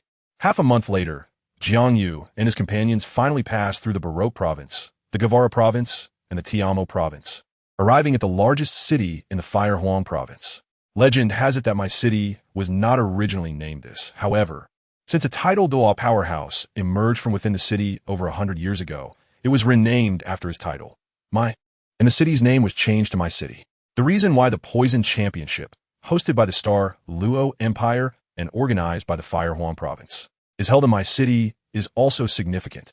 The Konoha Douluo, although not known for poison, had considerable research in the field of toxins and even wrote a book on the subject titled Konoha Strategies for Poison. After its publication, the book quickly became popular in the Douluo Continent, with sales exceeding tens of thousands of copies, and was later certified by the Spirit Hall as one of the 9 essential medical texts. Even someone as proud as Yang Wudi couldn't help but admire Konoha Douluo, wishing he could have lived a century earlier to exchange ideas with his idol in the same era. The weather in Konoha City was very hot, and under Yang Wudi's reminder, everyone changed into short sleeves early, especially the 2 women by Qinxiang and Lordifa. One wore a light blue short-sleeve top and matching short shorts, paired with white thigh-high stockings. The other wore a black sleeveless top, with her voluptuous figure partially revealed, making it hard for those around her to look away. The saying "the ridge looks like a peak from the side," and heights and distances are different perfectly describe her figure. Even more enticing, Lordifa wore a short pink plaid skirt that barely covered her thighs, her long, fair legs making onlookers drool. If it weren't for the terrifying aura exuding from Yang Wudi, a group of ruffians would have surely approached her. After getting off the carriage, Jiang Yu and the others obediently stood at the city gate, waiting for the soldiers in charge of city defense to check them. At this time, there was a peak influx of people entering the city, with over 100 in line ahead. Due to the hot weather, many couldn't help but complain, but no one dared to cause trouble. After all, there were hundreds of soldiers stationed at the city gate, all equipped with sharp weapons. Although standing in line was tough, everyone still maintained order, occasionally grumbling a bit. Half an hour later, a sharp voice broke the silence. "What is this?" The city guard questioned an old woman, having picked up something from her. From his tone, it was clear that the object posed some threat to the city's safety, which is why he was so tense. Jiang Yu was attracted by the voice and turned his gaze to the old woman a few meters ahead. She looked very ordinary, with neatly combed, snow-white hair tied back in a ponytail, dressed in a simple brown robe. A little girl accompanied her. Although Jiang Yu couldn't see the girl's complete face from his position, just based on her perfect profile and curvy figure, he was sure she was a stunning beauty with great potential. I advise you not to touch it. This is the poisonous fong from the 9th-section Emerald, and its toxicity is extremely strong. Once the toxin spreads to your shoulder, your arms will become useless, the old woman said flatly. What? The soldier was instantly terrified, quickly throwing the sharp fong to the ground. 9th-section Emerald, poison fong. Upon hearing the old woman's words, JiangYu couldn't help but show surprise on his face. Could it be her? He suddenly thought of someone, a prominent figure among poison attribute soul masters. Although her cultivation was only at the soul sage level. With her 9th-section Emerald martial soul, even typical soul Douluo might not be her match. Among the few poison attribute soul masters he admired on the Douluo Continent, only Dugabo and mysterious porcupine, Doa from the Spirit Hall, could compare, followed by this female soul master with a 9th-section Emerald martial soul. The soldier watched as his hands turned green, with a green line creeping up from the center of his palm. He quickly realized that the old woman was not just trying to scare him. He hurriedly knelt and pleaded for mercy, saying, "Please forgive me, esteemed one. It is my duty, and I did not mean to offend you. Please spare me this once." The soldier was immediately in tears, embellishing his plight to gain sympathy, mentioning his elderly parents, 3 children, and several wives, plus a few dogs at home. The old woman did not continue to make things difficult for the soldier. She had no intention of harming such a small fry. After all, he had touched something he shouldn't have. "Eat this." The old woman pulled out a dark pill the size of a bun from her bosom. "Make sure to eat it all." Looking at the unappetizing pill that emitted an odor reminiscent of stinky tofu mixed with garlic and pickled vegetables fermented for over 100 days, the soldier felt nauseous even before tasting it. What? You still find it distasteful? If you wait any longer, even if you eat the antidote, it will be too late. By then, your male functions will significantly decline. You might not even last a minute, the old woman said, her gaze fixed on a certain part of the soldier's body, a smirk of schadenfreude on her face. This chapter is not over. Please click the next page to continue reading. As soon as she finished speaking, the soldier immediately stopped hesitating, quickly took the pill, and without a second thought, began to chew it, soon finishing it completely. After consuming the antidote, he noticed the green lines on his arms gradually retreating to the tips of his fingers, then suddenly shooting out and dripping onto the ground. "Thank you, esteemed one." The soldier looked relieved, no longer daring to offend the mysterious old woman before him. "Excuse me, are you the medicine granny?" At that moment, JiangYu stepped forward, asking the old woman, his face showing great anticipation. "Indeed, that's me," the old woman replied, somewhat puzzled, as she hadn't revealed her identity and didn't know how he had figured it out. "Who might you be?" "So it is the medicine granny." JiangYu became excited, realizing she had also come to Konoha City for the upcoming poison competition. He had thought he was certain to win, but now it seemed he had encountered a worthy opponent. Previously, he had found the competition a bit dull. He hadn't expected the medicine granny to be present. "Looks like there will be some excitement now. I am JiangYu of the Poison Clan." This time, it was the medicine granny's turn to be shocked. She knew of JiangYu's reputation. In terms of poison crafting alone across the Douluo Continent, few could stand alongside him. Even poison Douluo might not be his match. Although the medicine granny was confident in her abilities, she understood that if she were to face JiangYu, it would likely be a 50-50 chance, assuming she performed exceptionally well and he was not in his best condition. "So it's the clan leader Yang." The medicine granny slightly bowed her head and smiled. "I've long heard of your great name. Seeing you today, it truly lives up to its reputation." "You're too kind." JiangYu rarely showed a smile, saying, "I've often heard people mention the medicine granny's name, and have always wanted to find an opportunity to meet you. I never expected to see you here in Konoha City. What a rare fate." He was not flattering her. Poison attribute soul masters were rare, and female ones were even scarcer. A figure like the medicine granny, with profound poison skills, was truly one of a kind. Even JiangYu held great respect for her. Chapter 108, A Little One. Perhaps it was due to encountering like-minded people. JiangYu's mood was extremely excited along the way. Although the medicine granny was not young, one could still faintly see from her brows and eyes that she must have been a rare beauty in her youth. It's hard to say whether JiangYu was moved. After all, he had been single for so many years, and wanting to find a companion was only natural. The medicine granny and JiangYu seemed quite well matched, and even his old friend Bai Chixiao felt happy for him. Unlike JiangYu, Jiangyu's gaze was fixed on the little girl beside the medicine granny. He considered himself well-versed in women, but there were very few like this little girl. Comparable only to Hu Laina, and even Ning Rongrong seemed a bit lacking. The girl appeared to be shorter than Bai Chixiao, with dense black long hair cascading down her back. She wore no jewelry on her head, but exuded an extremely noble aura. Her skin was very fair, not the sickly kind, but a healthy, translucent white. Most importantly, her figure was incredibly mismatched with her age. Her impressive chest measured at least 36b. While this number might seem insignificant for an adult woman, it was undeniably exaggerated for a little girl. With her talent, breaking through to D would be an easy feat in the future. In stark contrast to her voluptuous figure, the expression on the girl's face was very cold. Genuinely cold, pure coldness, with a pair of black eyes devoid of any emotional color, resembling an ice beauty. Her limbs were evenly long. She was plump where she should be and slim where she should be. Every ounce of flesh was perfectly placed, with no flaws whatsoever. Jiang Yu had only seen such a perfect figure in anime before. This was his first time seeing it in real life. He couldn't help but feel as if a dream had come true. Seeing that the girl seemed a bit lonely, Jiang Yu kindly approached her to chat, attempting to lighten the mood. "Little sister, what is your name?" Jiang Yu's gaze was gentle, without a hint of aggression, and his face wore a sunny smile, giving off a feeling as if one was basking in spring breezes, appearing like a reliable older brother, in stark contrast to the hungry, wolf-like gazes of other men. "Xiao Xiao." The girl paused, clearly caught off guard by Jiang Yu's sudden question, but eventually, a few words tumbled from her lips, although her face remained as cold as ever. In Jiang Yu's eyes, the fact that she was willing to speak was a very good sign. Perhaps once they got familiar, the girl would become more enthusiastic.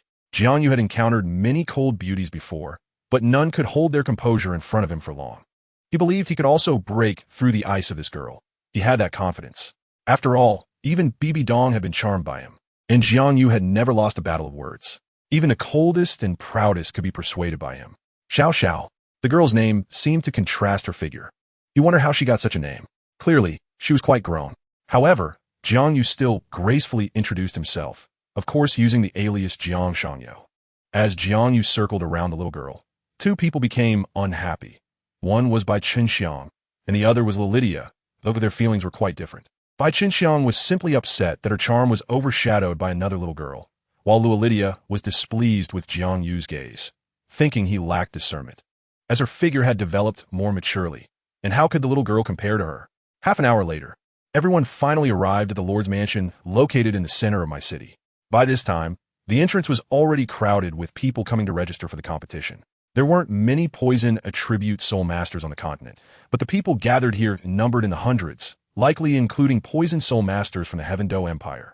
The Poison Soul Master Championship League held by the Luo Empire did not restrict countries or regions, theoretically allowing everyone to participate. Unlike the various restrictions of the Heaven Do Empire, the Luo Empire had always respected the strong, regardless of who you were or what means you used. Even if it involved something as lowly as poison, as long as you could win, you would receive respect. Therefore, the Luo royal family had gathered a large number of extraordinary individuals. Even though the Luo Empire did not visibly have title Dalu stationed, its strength should not be underestimated. In fact, in terms of overall strength, the Luo Empire had steadily suppressed the Heaven Do Empire in recent years. If it weren't for the Spirit Hall's continuous interference, the Luo Empire might have already unified the entire continent. As the main city, my city's Lord's Mansion was much more magnificent than that of a typical small city, covering an area of over 1,000 square meters, with the entire wall made of fine stone and hundreds of elite city defense soldiers stationed outside the mansion. Tomorrow was the day of the competition, so there were particularly many people registering today. Even though Yang Wudi and the Medicine Granny were well-known figures in the industry, they still obediently queued up. Time slowly passed. The waiting was excruciating. It was hard to tell how long had passed when it finally came to Yang Wudi's turn. After filling out all the information according to the registration process, the staff handed him a badge, which served as proof of participation. On the day of the competition, only those wearing the badge would be allowed to enter the competition venue to participate in the poison competition. After completing the registration, Jiang Yu and his group followed the staff's instructions to the designated hotel. The My City officials were generous, as they arranged for the participants to stay at the famous Rose Hotel. As night fell after dinner, Jiang Yu decided to take a stroll in the garden to digest the food in his stomach. Suddenly, a familiar sound came from the bushes. Jiang Yu recognized it as the voice of the Medicine Granny. Looking ahead, he discovered she was using a vine to whip Xiao Xiao while shouting, "Too slow. How many times have I told you? To improve your speed, besides maintaining your weight, The most important thing is to control your breathing rhythm. Look at you. You've been training for almost half a year, and your speed has only just reached the first level. With this, you still want to surpass your sister? You're simply dreaming. The medicine granny was frustrated. Although she was strict, it was for the sake of her disciple. Otherwise, she wouldn't have taught the little girl her self-created soul skill, the spirit snake step, and the secret technique, the Gale breathing method. In fact, Xiao Xiao's talent was not bad. Being able to cultivate the Gale breathing method to the first level in half a year was already commendable. However, for the medicine granny, it was far from enough. She was aware of Xiao Xiao's family background.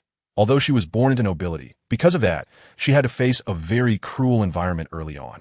To compete for the position of family heir, even siblings would show no mercy. Xiao Xiao's siblings were all older than her, so their soul power levels far exceeded hers. If the medicine granny did not push her hard, Xiao Xiao would have no chance of competing with her fierce sisters. The whip struck Xiao Xiao's body, causing her to sweat profusely from the pain, yet she did not utter a sound throughout, enduring it all. She wants to become stronger.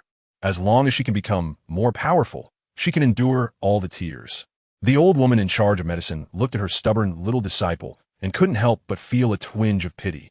But she quickly suppressed it and immediately began the brutal training again. The 9-section emerald possession. The old woman suddenly shouted angrily, and soon a strong green light burst forth from her body. Almost immediately, a nearly transparent serpentine creature appeared behind her, containing a rich green glow and a pair of bright red eyes that looked exceptionally cute, though it was a bit small, only 5 inches long. However, it would be a big mistake to underestimate the 9-section emerald because it is the finest among the bamboo leaf greens. Although small in size, it is one of the most venomous snakes. Coupled with its steel-like hardness and resistance to blades, along with its extremely fast speed, it is considered a royal presence among snake-type martial souls. If not for Dugu, Bo, cultivating the phosphor snake to the level of phosphor snake king, becoming the ancestor of all snakes, he might not have been able to surpass the old woman's 9-section emerald martial soul. The old woman had a total of 7 soul rings, 2 yellow, 2 purple, and 3 black. Just based on this optimal soul ring configuration, she was significantly stronger than an average Soul Sage level Soul Master. Chapter 109. The Zhu Sisters. The old woman's speed was very fast. Even Jiang Yu couldn't see how she suddenly appeared in front of Xiao Xiao. The terrified little girl hurriedly released her martial soul, which was a strange black cat. After the martial soul was possessed, her small eyes changed color simultaneously. The left eye turned dark green, while the right eye became azure blue. Her long hair naturally stuck to her back. What was most special was that a pair of fluffy black cat ears grew on her head, and even her hands transformed into claw-like cat paws, giving her a unique charm. Unexpectedly, she also had a cat martial soul. Jiang Yu, who was watching from a distance, was taken aback. This girl named Xiao Xiao not only looked like Zhu Zhuqing, but even her martial soul was also a cat type. He now suspected that Xiao Xiao might be a relative of Zhu Zhuqing because they looked too alike. After releasing her martial soul, Xiao Xiao's speed suddenly accelerated. During her movement, she even created a faint afterimage, and her attack commenced. Facing the old woman, a soul sage powerhouse, Xiao Xiao dared not hold back at all. Her sharp claws aimed directly at the old woman's vital points, forcing the old woman to take her seriously. Seeing how agile and fierce Xiao Xiao was in her moves, a hint of appreciation flashed in the old woman's eyes. Although they hadn't spent much time together, she couldn't help but like this disciple a little. Although Xiao Xiao's talent was not bad, she still fell short compared to the top-tier geniuses with innate soul power of levels 8 or 9. What truly impressed the old woman was Xiao Xiao's character, perhaps knowing that her talent was not on par with the top geniuses. Xiao Xiao's level of effort far exceeded others' imaginations. Every day before dawn, she would get up to train, running 1,000 meters and doing 1,000 hand exercises. Even in the face of hardship, she never complained of exhaustion, gritting her teeth and persisting. To become stronger, she has sacrificed so much, and fortunately, heaven did not disappoint those who work hard. Xiao Xiao's cultivation progress was also very rapid. She had only awakened her martial soul for 2 years, yet her soul power had already reached level 17. It is worth noting that when Xiao Xiao first awakened her martial soul, her soul power was only at level 7. And in 2 years, she had raised it by 10 levels, a figure that is not inferior to those top geniuses. However, the old woman always believed in tough love. Even though she felt proud of Xiao Xiao in her heart, she didn't show it at all. Instead, she often said things to discourage her. What made her feel gratified was that Xiao Xiao became braver with each setback and trained even harder. Not only had she mastered the Gale breathing technique to the first level, but she was also not far from breaking through to the great accomplishment in the Spirit Snake step. At the current stage, Xiao Xiao's speed could definitely rival that of an average Great Soul Master, and she might even be a bit stronger. However, her opponent was the old woman, a Soul Sage powerhouse with a soul power level of 75 in the Agile attack category. Among those of the same realm, only a few like Bai could possibly surpass her in speed. Although Xiao Xiao's speed was fast and her attack angles were extremely tricky in the old woman's eyes, they were full of flaws. After a few moves, she seized Xiao Xiao's wrist. The old woman did not hold back. Her sharp fingers suddenly pierced Xiao Xiao's wrist, instantly leaving a shallow wound on her hand, and the green liquid seeping from her nails entered Xiao Xiao's body through the blood. This was the deadly poison contained in the 9-section emerald. Soon, Xiao Xiao's body couldn't help but tremble, and her face became extremely contorted, as if she were enduring immense pain. The veins on her forehead and neck bulged at the same time. However, despite this, Xiao Xiao did not make a sound of begging for mercy. Her eyes were filled with determination. For a little girl to endure to such an extent was already remarkable. Even adult soul masters might not have such spirit, which made Jiang Yu feel a bit of admiration. Watching Xiao Xiao in such pain, the old woman did not approach immediately but watched from the side. After about a minute, she walked in front of Xiao Xiao. She took out an unknown pill from her bosom, fed it to Xiao Xiao, and then turned to leave. After the old woman left, Jiang Yu walked up to Xiao Xiao to check her injuries. The moonlight cast a cold glow on the little girl's fair cheeks. At that moment, Xiao Xiao truly resembled a celestial maiden from the Moon Palace, evoking a sense of pity. Even Jiang Yu, who was used to grand scenes, felt a bit moved. She had seen too many beauties, but none compared to this little girl. In front of Xiao Xiao, those others instantly became mere ordinary women. Jiang Yu forgot her original purpose and stared intently at Xiao Xiao's cold, frosty face. She didn't know how long it had been when the beautiful girl under the moon suddenly opened her eyes. "What are you doing here?" Xiao Xiao's eyes were filled with vigilance. After waking up, she quickly checked her condition. Her clothes were still on, and she felt nothing unusual. It seems he didn't do anything out of line. Jiang Yu shook her head and smiled. "I was bored after dinner, so I came here for a walk. I didn't expect to see you in your master training here. I saw you seem to be poisoned and was worried something happened to you, so I came to check." So that's it. It seems I misunderstood her. Xiao Xiao couldn't help but feel a bit regretful. Others were concerned about her, yet she suspected their intentions. It was really inappropriate. "Thank you for your concern. I misunderstood." After realizing her mistake, Xiao Xiao quickly and generously apologized to Jiang Yu. "I'm sorry." "It's okay." Jiang Yu didn't mind. "Do you often train like this?" For some reason, she really wanted to know the answer to this question. Xiao Xiao, though puzzled by Jiang Yu's sudden question, hesitated for a moment before nodding. This level of training was just routine for her. It really wasn't a big deal at all. Xiao Xiao still remembers the most painful time. She didn't get out of bed for 3 whole days and nights, even needing Granny Yao to feed her. She endured such harsh training. Tonight is just child's play compared to that. Sigh. When Jiang Yu heard this, he couldn't help but feel a pang of pity for the little girl in front of him. Other children her age are like flowers in a greenhouse, even needing others to serve them during meals. But Xiao Xiao has already gotten used to such inhumane training. In the past, Jiang Yu thought he had trained hard enough until this moment when he realized that there are others who can endure even more, and she's just a little girl. At this moment, he didn't know what to say. He could only take out the healing ointment from his soul guide. "This is a healing medicine." Jiang Yu held the blue jade bottle and said, "Turn around. I'll apply it for you. I guarantee it won't leave a mark." Xiao Xiao wanted to refuse. But at that moment, the scar left by the whip on her back suddenly split open. A wave of pain hit her, and she no longer rejected his kindness. After getting permission, Jiang Yu opened the jade bottle and poured the white viscous liquid into his hand, then rubbed his hands together evenly. The soft sound broke the silence of the night. Soon, Jiang Yu's hands pressed against Xiao Xiao's smooth and delicate back, like white jade, a cool sensation coming from his palms. And with a gentle motion up and down, the initially cold skin gradually warmed up. Xiao Xiao couldn't help but let out a soft moan. It was the first time she experienced such a comfortable feeling. After a while, she realized she had lost her composure, and a slight blush appeared on her fair face. You shouldn't have heard that, right? Xiao Xiao's heart rippled quietly. Jiang Yu actually heard Xiao Xiao's moan just now, but he didn't say anything, mentioning it would only add to the embarrassment. He continued to gently rub her wounds with the milky liquid. The starry sky over my city is beautiful, free from light pollution from electric lights, and the stars are clearly visible. Even the vast Milky Way in the sky is perfectly displayed. A gentle breeze with a hint of warmth blew past, stirring Xiaoxiao's long hair, and a faint fragrance wafted from her strands, a unique scent of a girl. It was truly refreshing. What are you training so hard for? Jiang Yu looked at the girl in front of him and couldn't help but ask. He wanted to know why she was so determined. For what? Xiaoxiao's expression suddenly changed, and she couldn't help but self-deprecate. Of course, it's to survive. Her tone was very calm, but Jiang Yu could hear a sense of desolation and helplessness in her words. Xiaoxiao, at such a young age, has to bear so much. It must be very hard. Looking at the scars on the girl's back, Jiang Yu continued to ask. I'm used to it. Xiaoxiao didn't say much more and didn't complain. She had long since gotten used to this kind of life. If you lived in a family like mine, you would know that the only choice is to work hard to become stronger. Xiaoxiao's tone sounded somewhat melancholic. The weak have no right to survive.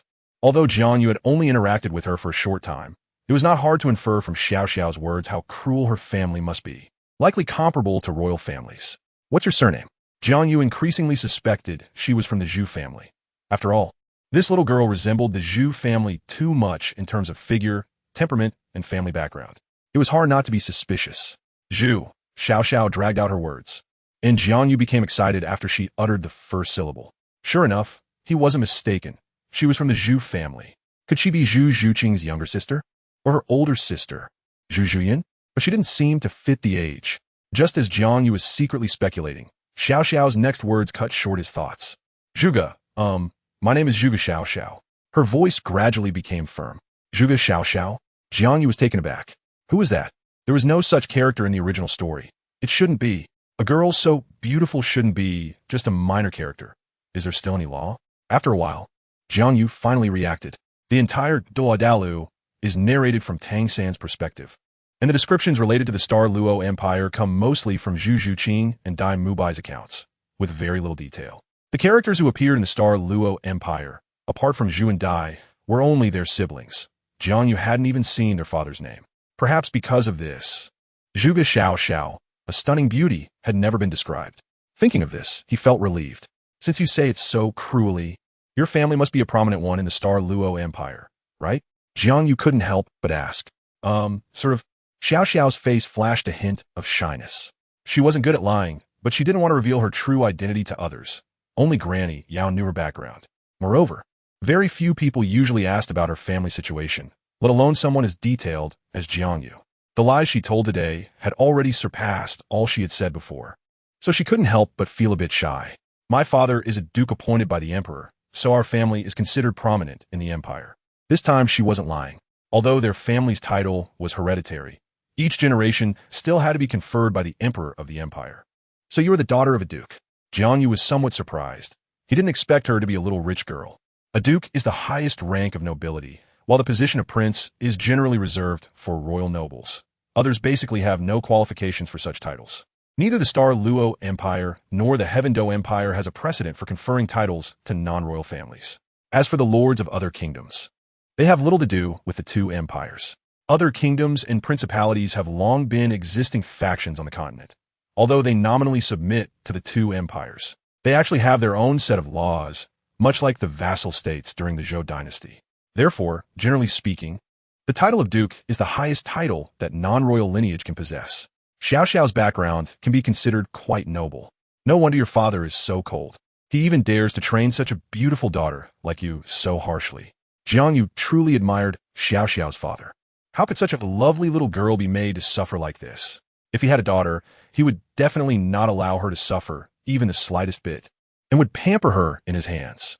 Jiang Yu strongly disagreed with Xiaoxiao's father's approach. If I had such a lovely daughter as you, I would definitely cherish her like a treasure. Your father is really something else. Jiang Yu couldn't help but express his indignation. You want to be my dad? Xiaoxiao couldn't help but laugh, to the point where she didn't mind Jiang Yu cursing her father. Thinking about it, he really was a bit.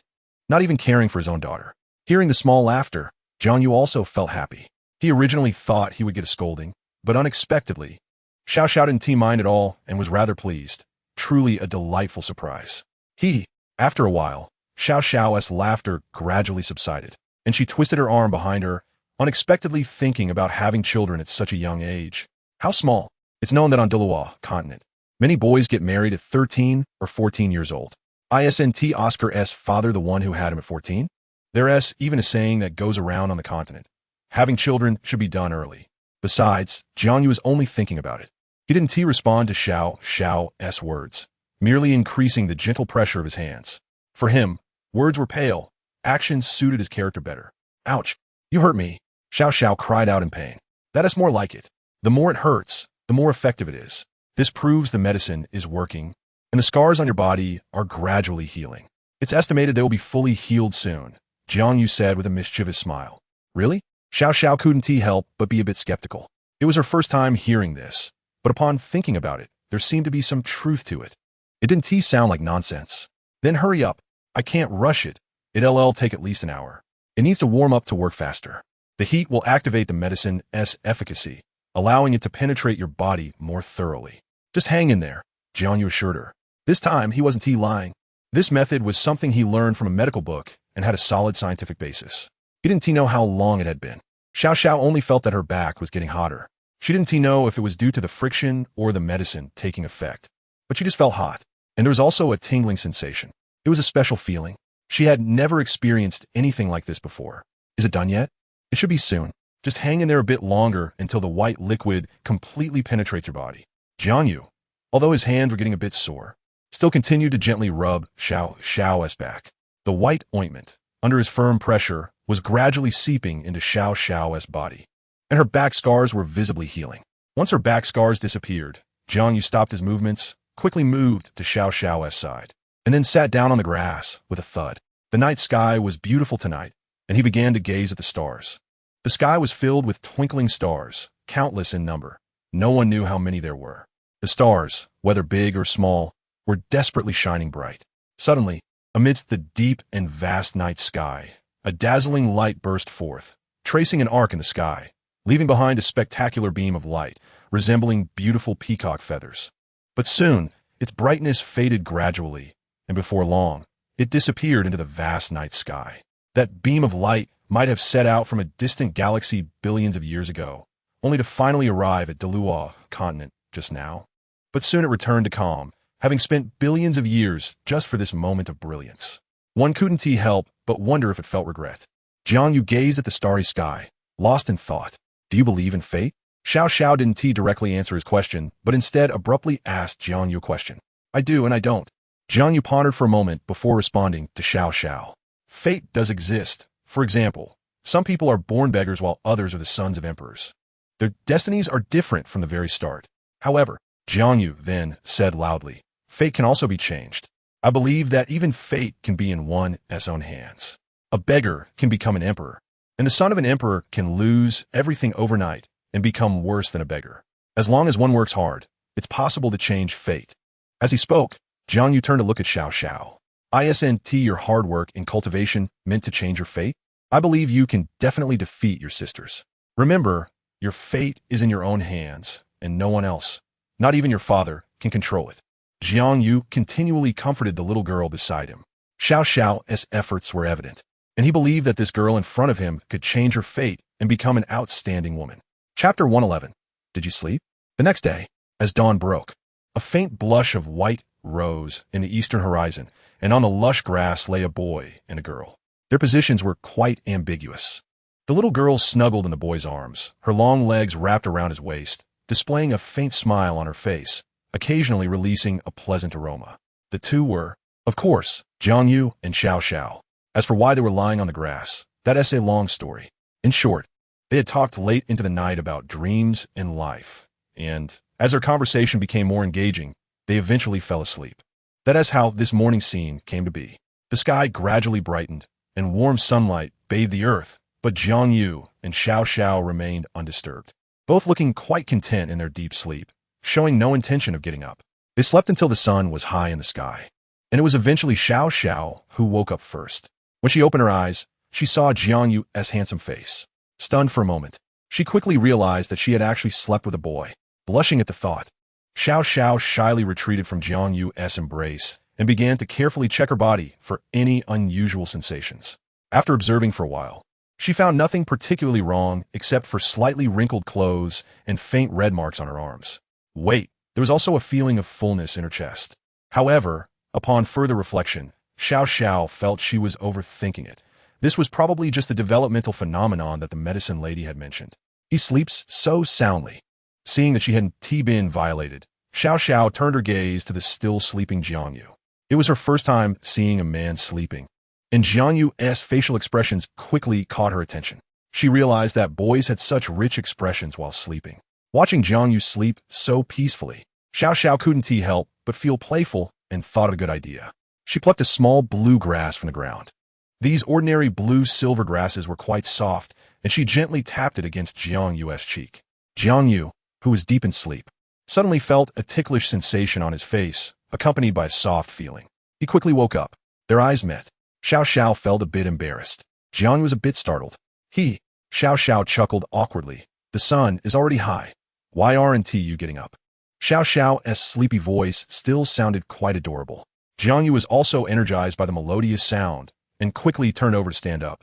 The two then walked together towards the hotel. Today was the day of the competition for Yang Wu and the others, and they might be setting off soon. If they missed it, it would be troublesome. Along the way, the two tacitly avoided mentioning what happened last night. But it was clear that their relationship had changed somewhat after that. Although they weren't even aware of it themselves, a special bond had already begun to form between them at that moment. Later, Jiang Yu often reminisced about what happened that night in the hotel because it marked the true beginning of his relationship with Zhu Qing. Therefore, even after Jiang Yu became the recognized strongest in the entire continent, he would secretly take Zhu Qing to a hotel in my city for a vacation, keeping it hidden from the other women around him. This could be considered a little romantic affair between the two. Of course, this came at a price. Every time he took Zhu Qing out, it would be discovered by the women around him, and then things would get messy. After all, a woman's jealousy is quite dreadful. Even the divine Qianrenshua was no exception, especially with Bibi Dong watching nearby. Faced with two deities, even Jiang Yu felt somewhat intimidated. So he had to obey Qianrenshua's arrangements and do his best to appease the jealous angel god. But that's a story for later. Let's not get into it for now. When Jiang Yu and Xiao entered the hotel lobby, the front desk staff informed them that Yang Wu and the others had already set off for the venue, so they could only make their own way there. Great. They still missed it. Since that was the case, Jiang Yu wasn't in a hurry anymore. Anyway, he had just woken up and was hungry, so he might as well go have breakfast first. He then pulled Xiao along to the hotel restaurant.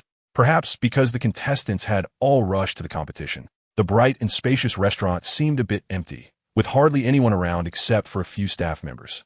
There are benefits to waking up late. At least there was no need to wait in line for food. They could eat whatever they wanted. Upon reaching the counter, Jiang Yu realized he had overestimated the situation. Although there was no need to queue, there wasn't much food left. Besides a bowl of rice porridge, there were only 2 buns and a few plates of pickled vegetables, nothing else at all. At this point, complaining was pointless. Jiang Yu could only take 2 bowls of porridge, handing one to Xiao, while the one with more goji berries naturally belonged to him. Jiang Yu had loved eating goji berries and leeks since he was a child.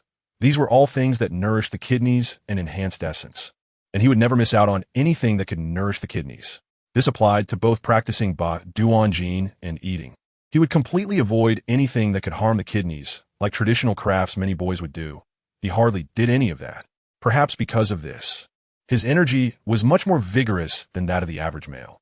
Otherwise, his previous girlfriend, who was a streamer, wouldn't have wanted to rekindle things with him, even going so far as to throw money at him. Jiang Yu looked down on this. He was not that kind of person, and a mere tens of thousands of dollars could not buy him off. That was truly a small mindset. He was a person of integrity and would never agree to his ex-girlfriend's unreasonable demands. After finishing his porridge, Jiang Yu reached for the meat bun, but unexpectedly, a small hand suddenly reached out and snatched one of the buns away. Jiang Yu turned around, intending to say something, but the bun was already being chewed by the person. The unfamiliar girl in front of him looked to be around 11 or 12 years old. However, her body had developed very maturely, and even her ordinary martial artist outfit couldn't hide her alluring and perfect figure. Her shape was very well proportioned, with a full and rounded chest that was quite prominent, a slender waist that was as light as a snake, and a pair of straight and slender long legs that could easily match Xiao beside Jiang Yu, even surpassing her a little due to her height. The girl had deep brown eyes with long, neat eyelashes that were beautiful, and her face was also quite pretty, with a stylish short haircut that added a heroic flair to her appearance. This was precisely what distinguished her from other flamboyant girls. Her looks were somewhat charming, but not at all seductive, carrying a rare elegance for a girl. "Thank you for the bun." The girl raised the half-eaten bun and smiled at Jiang Yu. Before he could say anything, she turned and ran out of the restaurant. "Hey, how can you do this?" Jiang Yu looked at her retreating figure, indignantly saying that he had never seen such a shameless girl who would snatch someone else's bun to eat, showing no understanding of manners. She didn't even know the order of arrival. If the girl hadn't run so quickly, Jiang Yu would have seriously scolded her to make her understand the rules. Seeing that there was only one bun left, Jiang Yu had no choice but to hand the large meat bun to Xiao Xiao. "This bun is so big. Let us share it." Xiao Xiao didn't choose to eat it all by herself, but instead broke the bun in half, handing the larger half back to Jiang Yu since she, being a girl, couldn't eat that much in the morning. Chapter 112, Dongyu Feng. The competition venue was not far from the hotel, just a few hundred meters away on Central Street. Following the directions of passers-by, Jiang Yu and Xiao Xiao quickly arrived at the competition site. The downside was that to watch the competition up close, one needed to purchase a ticket, with the cheapest costing 1 gold soul coin. Fortunately, Jiang Yu was not short on money, so he bought 2 tickets on the spot, including one for Xiao Xiao. With the tickets, the guards finally let them in. Jiang Yu's ticket was for the 3rd row. He originally wanted to buy a ticket for the front row, but they were all sold out, so he had to make do with the 3rd row, which fortunately wasn't too far back. Shortly after Jiang Yu and Xiao Xiao sat down, the competition was announced to begin. According to the host of the grand event, the first round of the elimination was a written test, and the rules were simple. Staff distributed exam papers to each contestant, with renowned experts in poison posing questions on the spot. There were a total of 10 judges, meaning each question was worth 10 points. Only the top 20 contestants would advance to the next round, while the others would be eliminated. Soon, the judges announced the questions one by one. After hearing them, Yang Wudi and the old lady quickly wrote down their answers. For them, these questions were hardly challenging. Although a few participants were a bit slow, they soon began to write down their answers, while many others were still pondering. Clearly for them, the difficulty of these questions was not small. From this, one could see the strength of the contestants. Yang Wudi and the old lady were clearly in the top tier, with only a few people able to slightly compete with them. Sitting in the audience, Jiang Yu was also secretly thinking about the answers. Although his research on toxicology had only just begun, it was taught by Yang Wudi, and, as the saying goes, a good teacher produces a good student. Moreover, Jiang Yu was quite intelligent. Over the past few days, he had firmly remembered everything Yang Wudi had taught him, except for some profound secret techniques. Those basic concepts were no longer a challenge for Jiang Yu. He answered at least 3 of the 10 questions posed by the judges.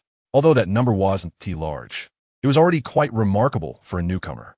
To know that the participants in this competition are all experts among poison attribute soul masters. The questions posed by the judges are even considered somewhat difficult by them. If newcomers were to participate, they might not be able to answer even a single question. Of course, Tang San is an exception due to his extraordinary abilities. If he were to come, he might even win the championship, as the Tang sect is famous for its poison. Half an hour later, the competition time arrived, and everyone had to hand their test papers to the staff. Even though there were hundreds of contestants, the judges still chose to score on site. These seniors, though not young, all possessed soul sage-level cultivation, and the 3 elderly men seated in the center had even broken through to the soul Douluo realm, so this level of focus was not a big deal for them. In just an hour, the results of the competition were announced. Yang Wudi crushed the competition with a perfect score, becoming the undisputed first place, while Granny Yao followed closely behind with a score of 99, securing second place. The third place went to a stout old man. Despite having a head full of white hair and very wrinkled skin, had an exceptionally exaggerated physique, with muscles that were no less impressive than those of young men. And his six-pack abs were particularly prominent. The old man's score was 93, indicating that he was not as simple as he appeared. If one merely saw him as a muscle-bound brute, they would likely suffer losses. After the results were announced, the 20 contestants advancing to the next round were confirmed, comprising a total of 15 men and 5 women, with the male contestants being 3 times the number of female contestants. This also indirectly proved the rarity of female poison soul masters. Among them, the youngest contestant was around 40 years old, indicating a generational gap. This was largely due to the low status of poison attribute soul masters on the continent.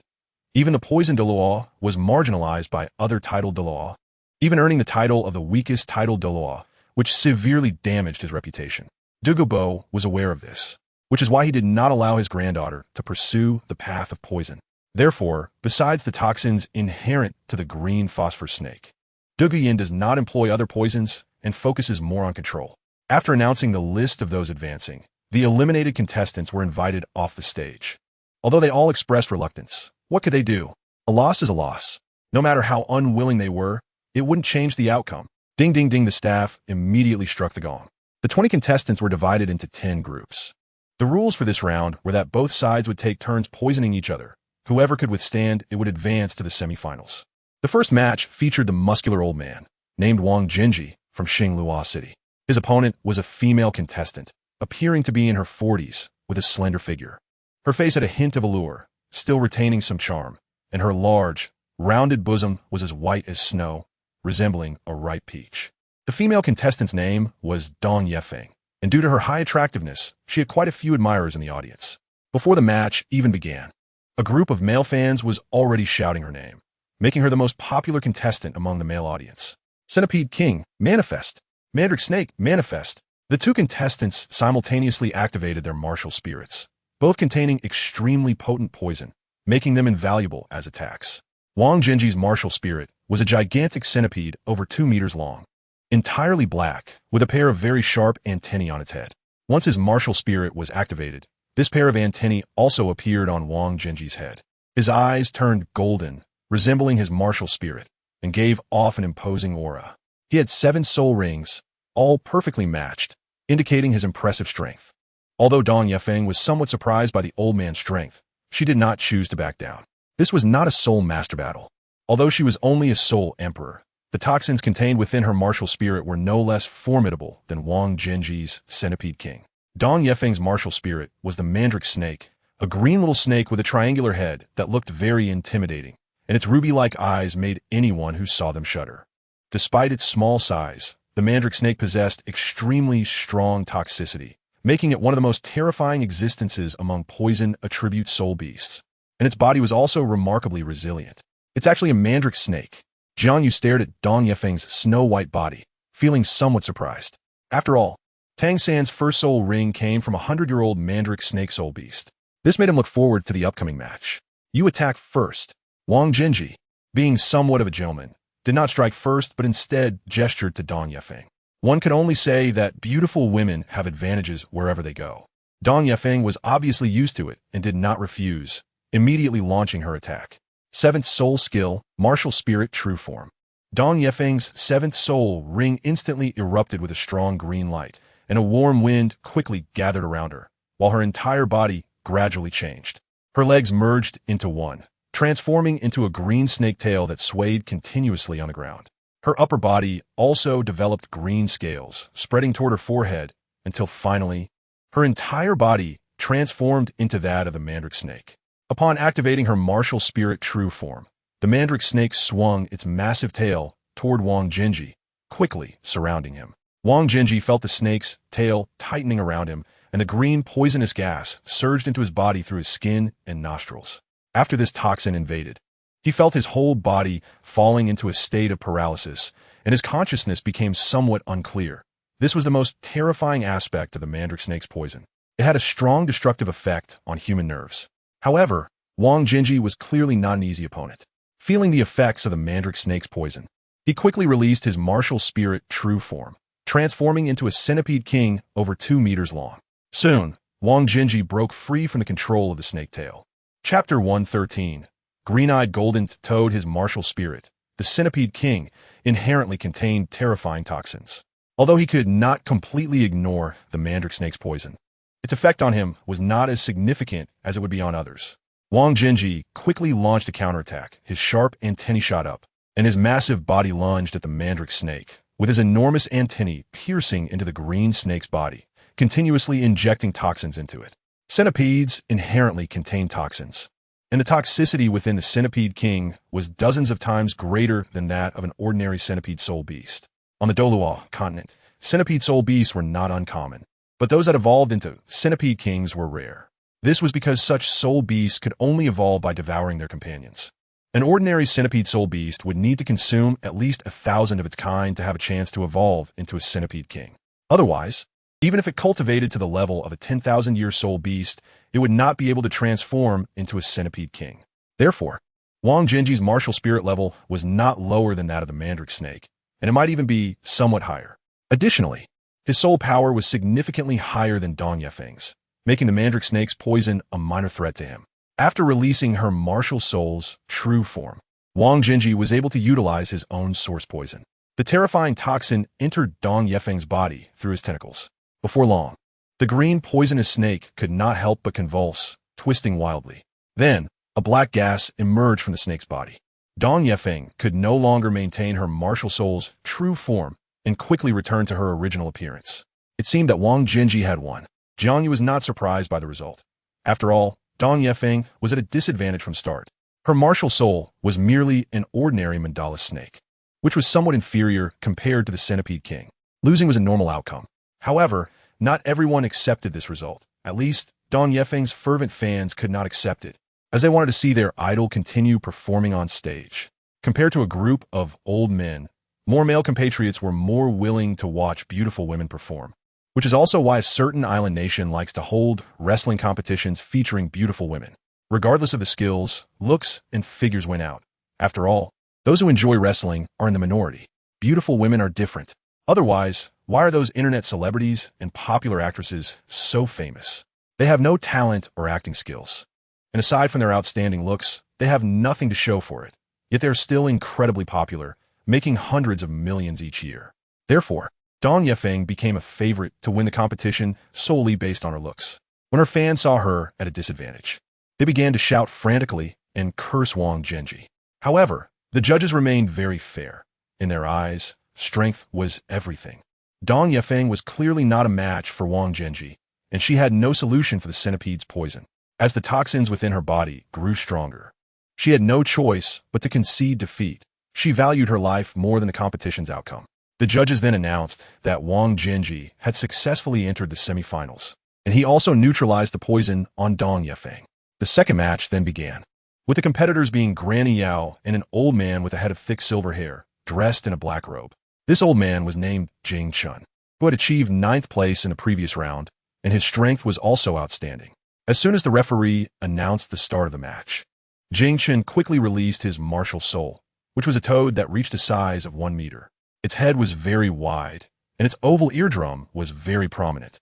The back of the toad was mostly olive yellow with irregular spots, and there was a light green ridge line in the middle of its back. The patterns on its limbs were mostly dark brown, while its belly was milky white. With the appearance of the martial soul, Jing Tian's soul rings slowly rose from the ground, revealing 2 yellow, 3 purple, and 2 black soul rings, 7 dazzling soul rings in total. The green-eyed golden toad, Jiang Yu quickly recognized Jing Tian's martial soul. This type of martial soul was quite rare among soul masters, and it was also difficult to find its trace in the soul beast world. The green-eyed golden toad not only contained deadly poison, but also had great medicinal value. It could detoxify, kill insects, alleviate pain, and had significant effects on diseases like ulcers. Because of this, the green-eyed golden toad attracted the envy of countless soul masters. And due to humans' frenzied hunting, the number of such soul beasts rapidly declined. According to the Spirit Hall's estimates, there were probably fewer than 300 green-eyed golden toads left on the continent. This is why Jiang Yu was surprised. He had only seen the green-eyed golden toad in texts, and he did not expect Jing Tian to possess such a rare martial soul. This match was indeed worth watching. The green-eyed golden toad, Granny Yao, clearly recognized this martial soul as well, and her brows furrowed slightly. However, she quickly suppressed her shock and released her 9-section emerald. Upon seeing Granny Yao's martial soul, Jing Tian did not dare to be careless. The 9-section emerald was the finest among the bamboo leaf green, a king-level existence among snake-type soul beasts. At this moment, Jing Tian clearly did not care about gentlemanly manners and instantly activated his martial soul's true form. He quickly transformed into a golden toad, but the size had actually shrunk considerably. Generally speaking, when a martial soul's true form is activated, the martial soul would grow larger. So such a case of shrinking was quite rare. This also meant that the green-eyed golden toad's martial soul was indeed different from ordinary martial souls. Although Jing Tian's form had become shorter and more compact, the toxins it contained had become more refined and potent than before. The golden toad leaped vigorously, and the mucus in its mouth was instantly sprayed out in a straight line toward Granny Yao. According to the competition rules, both competitors must endure each other's toxic attacks. As this was a poison competition, so Granny Yao did not choose to dodge. The transparent liquid splashed onto Granny Yao's body, penetrating through her layers of clothing and seeping into her body. At first, Granny Yao did not feel anything, but she did not let her guard down. If the poison from the green-eyed golden toad were that simple, it wouldn't deserve its notorious reputation. Granny Yao released the source poison of the 9-section Emerald from her dantian. The best way to deal with the green-eyed golden toad's poison was to attack poison with poison. It would then depend on which toxin was more potent. If the snake poison won, it would naturally resolve the current situation, and Granny Yao was very confident in the 9-section Emerald. Although she had never seen a green-eyed golden toad martial soul, she felt an inexplicable confidence. Soon, the golden toad's toxin began to take effect. The liquid flowed through Granny Yao's meridians, and her body instantly lost strength, collapsing to the ground. A chilling aura emanated from Granny Yao's body, causing the temperature in a radius of several dozen meters to drop suddenly, becoming cold. When Xiao Xiao and the audience saw Granny Yao fall, she suddenly became panicked, her face turning pale. "Don't panic." Jiang Yu pulled the already standing Xiao Xiao back down, urging her to sit. "Trust your master. She can handle this." For some reason, upon hearing Jiang Yu's words, Xiao Xiao's tense heart instantly calmed down. Jiang Yu did not exaggerate. He could sense that Granny Yao's life force had not diminished. Instead, another powerful toxin was rapidly being released. That was the source poison of the 9-section Emerald. Granny Yao spread her own toxins throughout her body, wrapping up all the important parts to avoid the influence of the golden toad's poison. The two toxins clashed violently. The green snake poison and the transparent golden toad poison intertwined, merging and devouring each other. Neither could gain the upper hand. Chapter 114. The Face-Devouring Demon Spider. Watching Granny Yao fall to the ground, the audience thought the outcome of the match was already decided, and even the referees were preparing to declare Jing Tian the winner.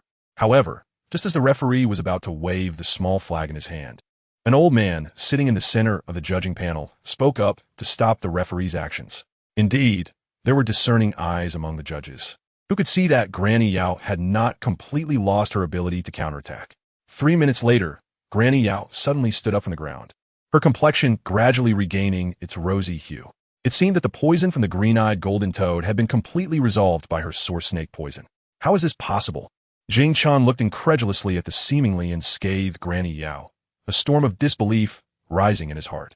Although he knew the power of the 9-section jade, he never expected that his green-eyed golden toad poison would not have much effect on Granny Yao. He knew that even for him, it would take at least 5 minutes to neutralize the golden toad poison. Granny Yao was unexpectedly faster than the poisoner himself. This was what shocked Jing Tian. One mountain is higher than another. Jing Tian had always prided himself on being exceptional, but he never expected to encounter a rival in this Konoha city. "Granny Yao, I remember you. You are quite a formidable opponent." After the shock, Jing Tian couldn't help but express his admiration for Granny Yao. A rare opponent. He hadn't faced such a difficult adversary in a long time, so his feelings were somewhat complex. On one hand, he was shocked. On the other, he felt fortunate. Others might not know, but Jing Tian was well aware of his current situation. Although many praised his poison skills as being among the top 3 in Star Luo, he knew he had fallen into a bottleneck period. Without external help, it would be difficult to break through this barrier, which was why he participated in the Star Luo Empire's poison competition. The stimulation from other experts might help him break through his bottleneck. The Heavendo Empire already had a title Douluo famous for poison, and Jing Tian's goal was to become the second poison Douluo on the continent. And he even had a title in mind, the 100 Poisons Douluo, stronger than the Poison Douluo. But he never expected that he couldn't even suppress a Granny Yao. It was at that moment that Jing Tian realized his shortcomings. "Your golden toad poison may be remarkable, but I, Granny Yao, am not to be underestimated. Just try my snake venom." Granny Yao pointed at Jing Tian. Her fingernails were several centimeters long, exuding a chilling radiance. Without further ado, Granny Yao flew towards Jing Tian in an instant. Her sharp nails were as keen as swords, and with a light stroke, she left a scar over an inch deep on Jing Tian's neck, blood spurting out. The snake venom, the essence of Granny Yao, surged into Jing Tian's body through the wound. Feeling the power of the toxin, Jing Tian's brows furrowed immediately. The poison contained in the 9-section jade was even more terrifying than he had imagined. No wonder this martial soul was known as the King of Snakes, second only to the Blue Phosphor Snake King of Douluo. I admit defeat. Jing Tian immediately declared his surrender. This action instantly sparked heated discussions among the spectators, and their gazes shifted from admiration to disdain. No one expected him to back down so quickly. Granny Yao had merely touched him. Yet Jing Tian gave up resistance without a second thought. Jing Tian didn't care about the public's criticism. When experts spar, victory or defeat often comes in an instant. With just that one move, he realized the significant gap between his realm and Granny Yao's. Rather than trying to resist, it was better to admit defeat gracefully. For Jing Tian, winning or losing was not important. You have some self-awareness. A hint of appreciation appeared on Granny Yao's face. Such a straightforward opponent is truly rare. After Granny Yao secured her spot in the next round, the following competitors took the stage one by one.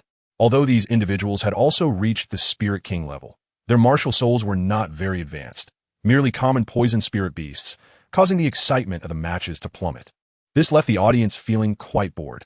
Until JiangYu took the stage, it finally triggered a collective excitement among the spectators, as he was the first competitor to achieve first place in a match, and his strength was widely recognized.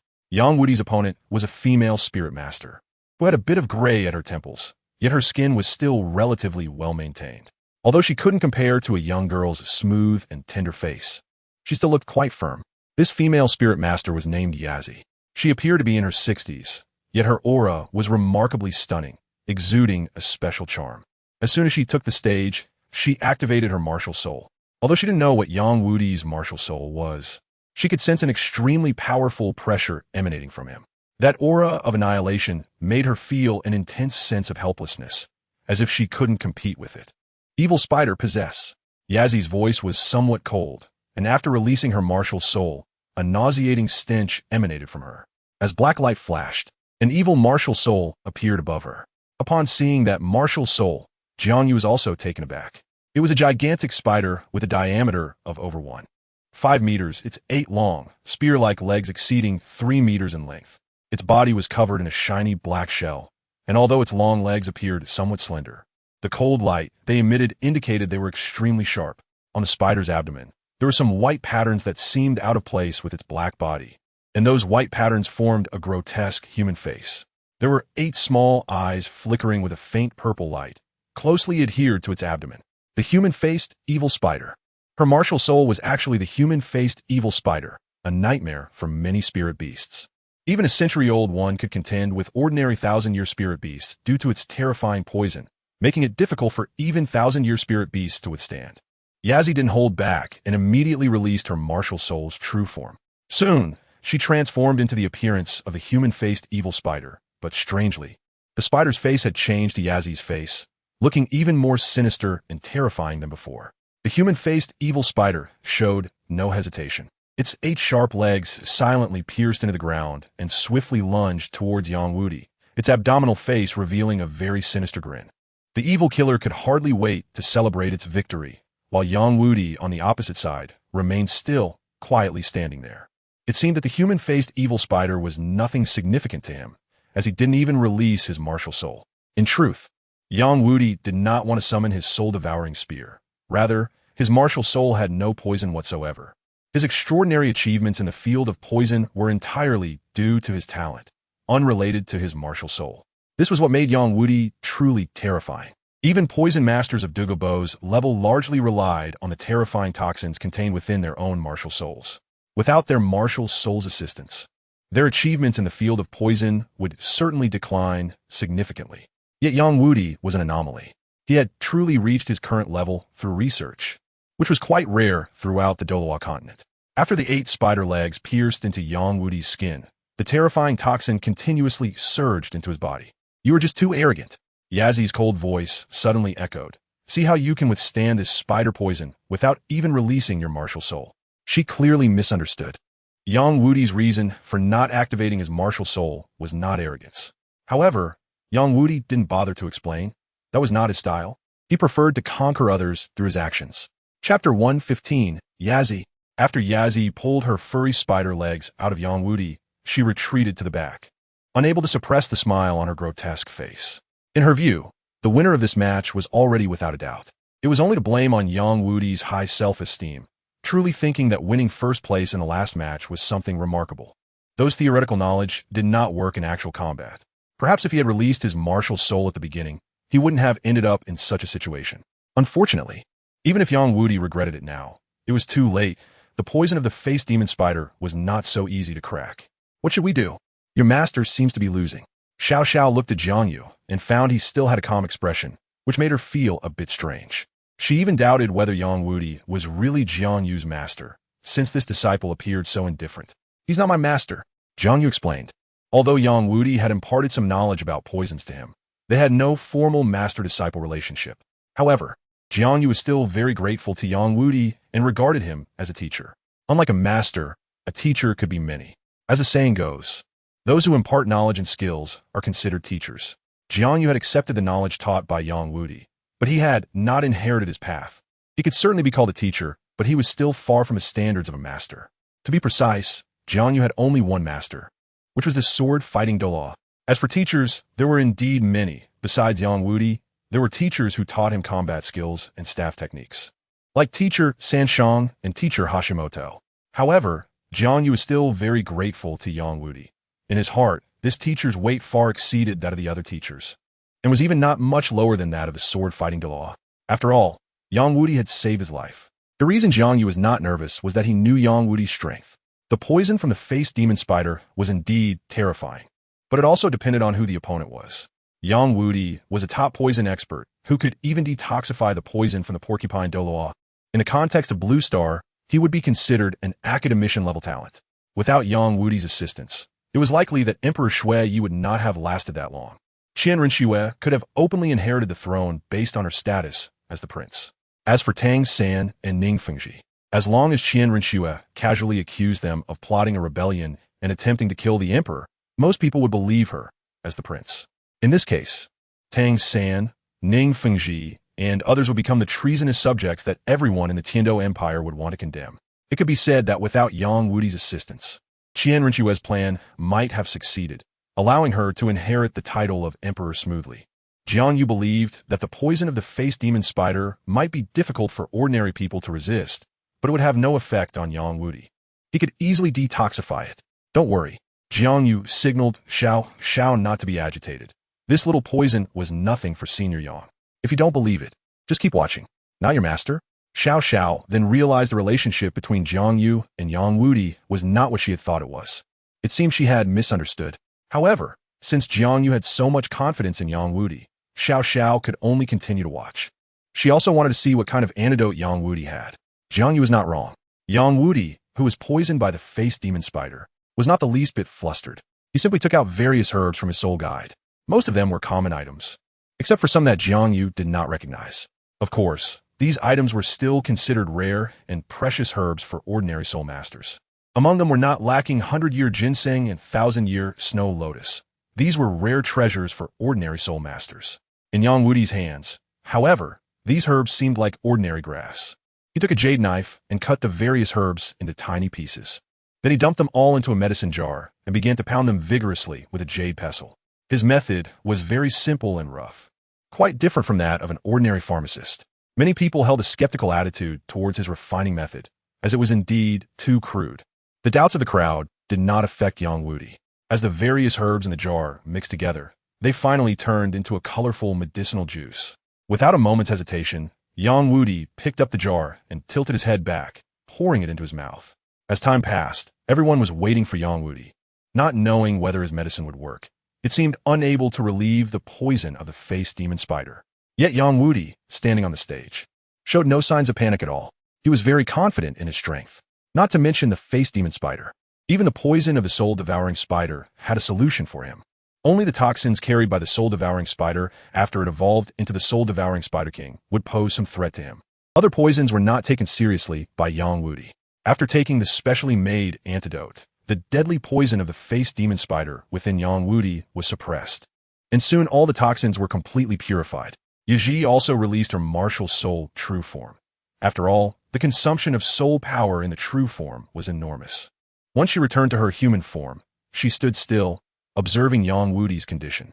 She did not know whether he had withstood the deadly poison of the demon spider. Yang Wudi's cold expression was too deceptive, and no one could tell his current state. Just as Yi was focused on the front, Yang Wudi suddenly took out a pill from his soul guide. This is the 7 insects and 7 flowers pill that I refined, made from 7 types of poisonous insects and 7 kinds of toxic flowers. If you can withstand the toxicity of this pill, I will concede. Yang Wudi stretched out his hand, offering the black pill to Yi not far away, with a serious expression. He was not boasting. If the other party could really crack the poison he refined, he would immediately withdraw from the competition. However, Yang Wudi did not believe that Yi had the ability to detoxify his poison. Among the entire Douluo Continent, there were not many poison masters he admired, and Yi was clearly not one of them.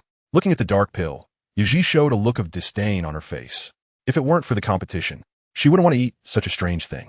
However, in order to win, she still took the pill from Yang Wudi's hand. After hesitating for a moment, Yi pinched her nose and put the pill into her mouth. As soon as it touched her mouth, she felt a sweet taste from the pill, which wasn't as terrible as she had imagined. Could it be that he took the wrong one? Yi couldn't help but doubt.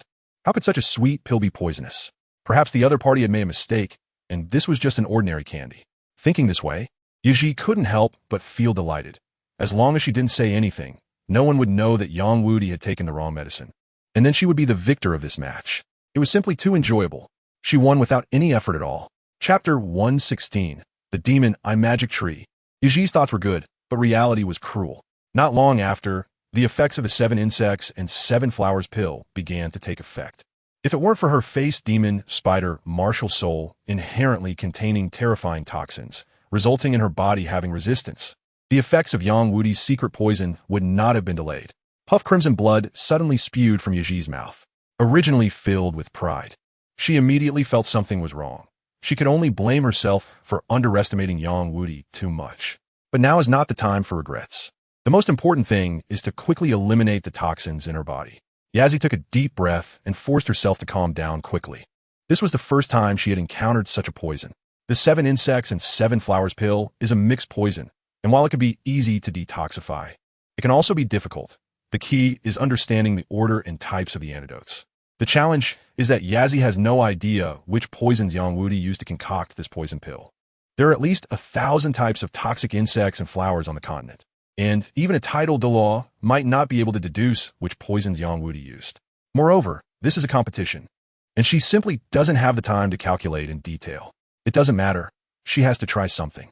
Yazi steeled her resolve, not thinking of anything else, and in a moment of crisis, she could only take a risk. She released all the primal toxins within her body, hoping to slow down the invasion of the poison. Then she pulled out a bunch of items and immediately squatted on the ground, frantically working on them. Watching the items in Yazi's hands, Jiang Yu seemed to ponder. It appeared she was not trying to find a detoxification method, but rather using those medicinal materials imbued with strong vitality to resist the terrifying toxins from the 7 insects and 7 flowers pill. This method cannot be said to be useless, but in the end, it only addresses the symptoms, not the root cause. As long as the toxins are not eliminated, no matter how many medicinal materials she uses, it would just be a waste. After consuming all the medicines in her hands, Yazi finally breathed a sigh of relief. The powerful essence of life had somewhat restored her condition. Although the vile toxin had not been cleared, at least it was suppressed and not as fierce as it was at the beginning. It was indeed effective. Yazi couldn't help but feel relieved. However, before she could be happy for too long, the toxins in her body began to erupt again. Everything was happening too quickly.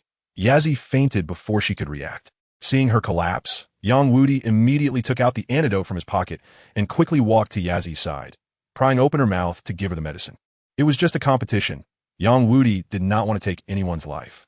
The referee, witnessing this, understood that Yang Wudi's strength was superior, and thus announced the result of the match, confirming Yang Wudi's entry into the semifinals as expected. Even though Yazi was unwilling, she had no choice but to accept the situation before her. To be fair, her strength was indeed not on par with Yang Wudi's, and she was helpless against the poison he crafted.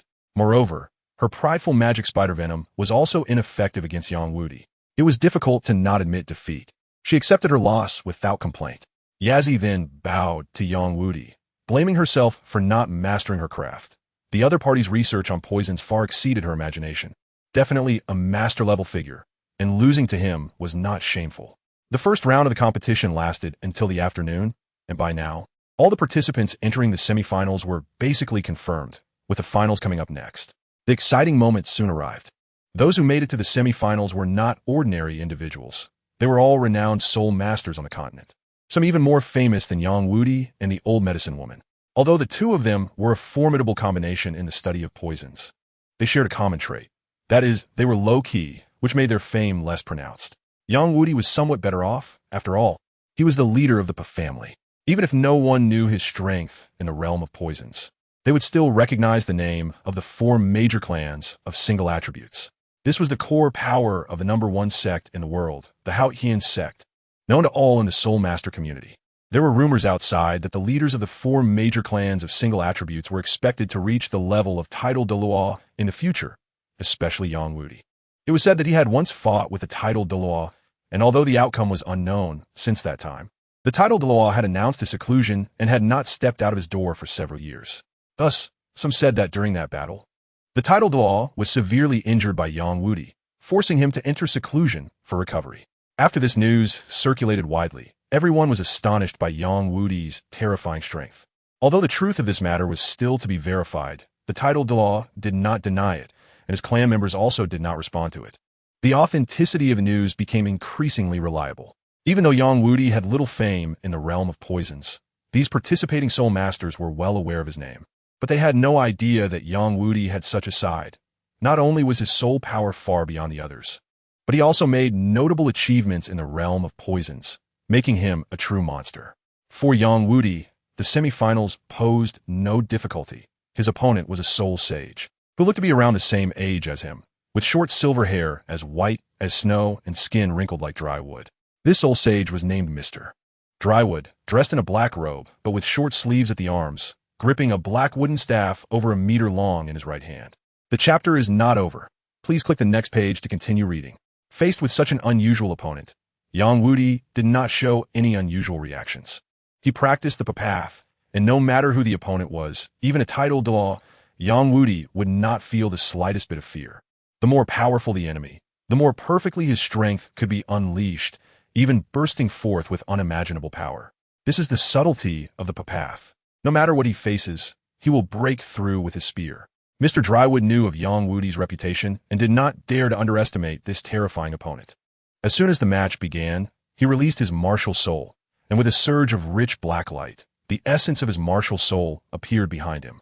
It was a giant tree, with branches that were extremely dense, and the most terrifying aspect was its pair of eyes exuding boundless black, evil energy. Mr. Drywood's martial soul is a rare plant-type soul beast. Generally speaking, the chances of such a soul beast appearing in human soul masters are far lower than that of beast martial souls, and many plant-type martial souls do not have high attack power. However, Mr. Drywood's martial soul is not like this. His martial soul is called the Demon Magic Tree, a very rare high-level plant-type soul beast, different from the single attribute of ordinary soul beasts. The Demon Magic Tree itself contains 3 attributes: wood, poison, and spirit, with a very powerful overall capability, making it a difficult opponent. Yang Yu had also heard of the power of the Demon Magic Tree. It was said that there was a Demon Magic Tree soul beast in the Douluo forest that had cultivated for over 100,000 years, and even a title Douluo with a soul power level of 95 was not its opponent. Although some believe this news was fabricated by certain individuals without reliable evidence, Yang Yu had a feeling that the Demon Magic Tree in the Douluo forest was probably more than just an ordinary 100,000-year soul beast. However, without evidence, he cannot boast. Mr. Drywood's martial soul, being the Demon Magic Tree, made Yang Yu feel that this opponent was worth facing seriously. It was indeed a rare opportunity to carefully study the Demon Magic Tree. Seeing the formidable enemy before him, Mr. Drywood was not as relaxed as Yang Yu. The aura emanating from Yang Yu was simply too powerful, and his overwhelming presence gave Mr. Drywood the illusion that he was not just facing a soul Douluo, but he was a genuine title Douluo powerhouse. This feeling was truly bizarre. Mr. Kumu dared not be the slightest bit careless. With a flash of black light, his 7th soul ring suddenly began to vibrate, and Mr. Kumu's body began to change rapidly, his skin instantly transforming into something like tree bark. Black vines grew all around his body, and wooden tentacles sprouted from his palms. Before long, Kumu had transformed into the appearance of the Demon Magic Tree. standing 2 to 3 meters tall. Taking the initiative, Kumu did not underestimate the terrifying opponent before him. Countless black tentacles extended from various directions, tightly binding Yang Wudi's body. Those vines were not ordinary plants. They contained the terrible poison of the demon I magic tree, a single drop enough to kill a fly. Because of this terrifying ability, wherever the demon I magic tree existed, there were basically no other living beings. For miles around, not a blade of grass would grow, and even blue-silver grass could not escape its poisonous grasp.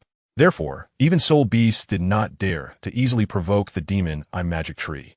Although this soul beast's attacking ability was not particularly strong, its poison was especially fearsome, let alone soul beasts.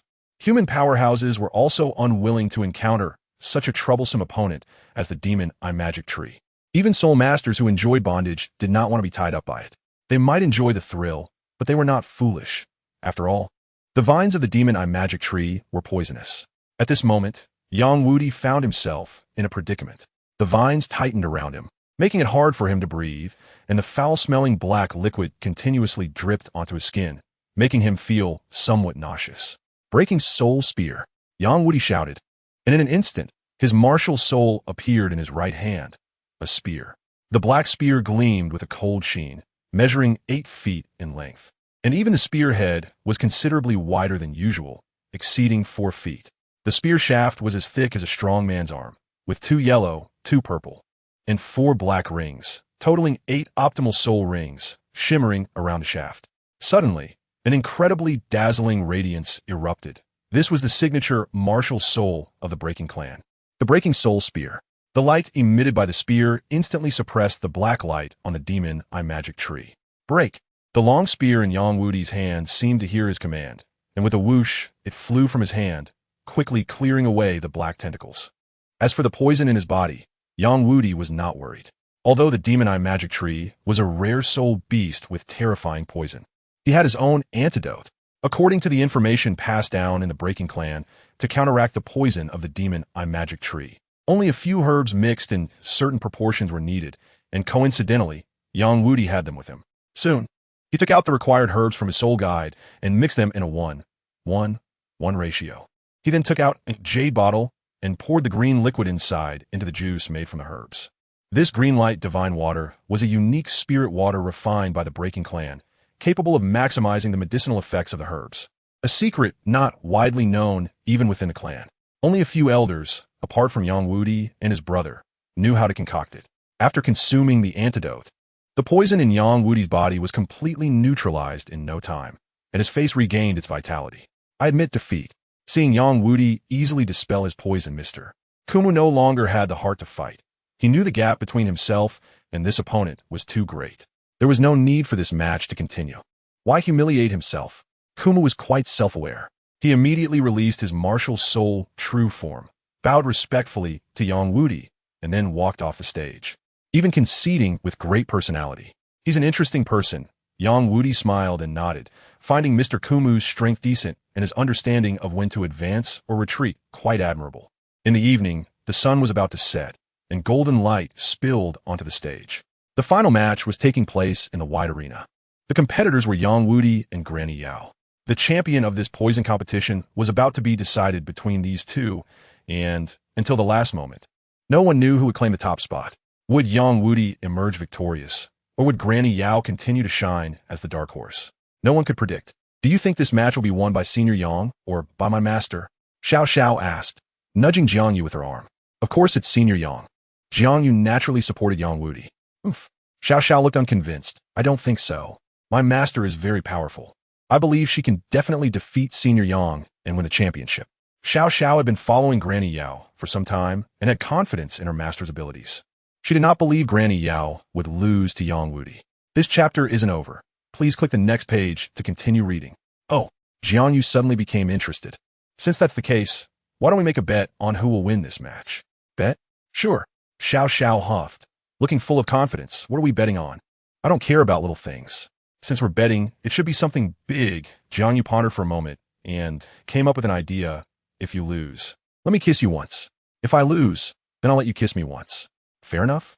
On the surface, this bet seemed quite fair. Xiao Xiao, not seeing the underlying implications, immediately agreed to Jiang Yu's proposal. Upon hearing Xiao Xiao agree to the bet, a brilliant smile spread across Jiang Yu's face. For some reason, seeing Jiang Yu so happy made Xiao Xiao suddenly feel like she had been tricked. Why do I feel like I've lost out? Xiao Xiao secretly pondered. On the stage, Yang Wudi and Granny Yao had also entered a heated battle. Although the 9-section Emerald Snake's poison was powerful, it had little effect on Yang Wudi, who had already consumed the breaking poison pill. Moreover, he clearly understood the snake's poison thoroughly. As soon as the 9-section emerald appeared, Yang Wudi sprinkled the prepared strong liquor around his body and set it on fire. The realgar and several detoxifying herbs in the liquor, along with the alcohol's evaporation, covered the entire arena. The 9-section emerald snake's poison was not progressing smoothly.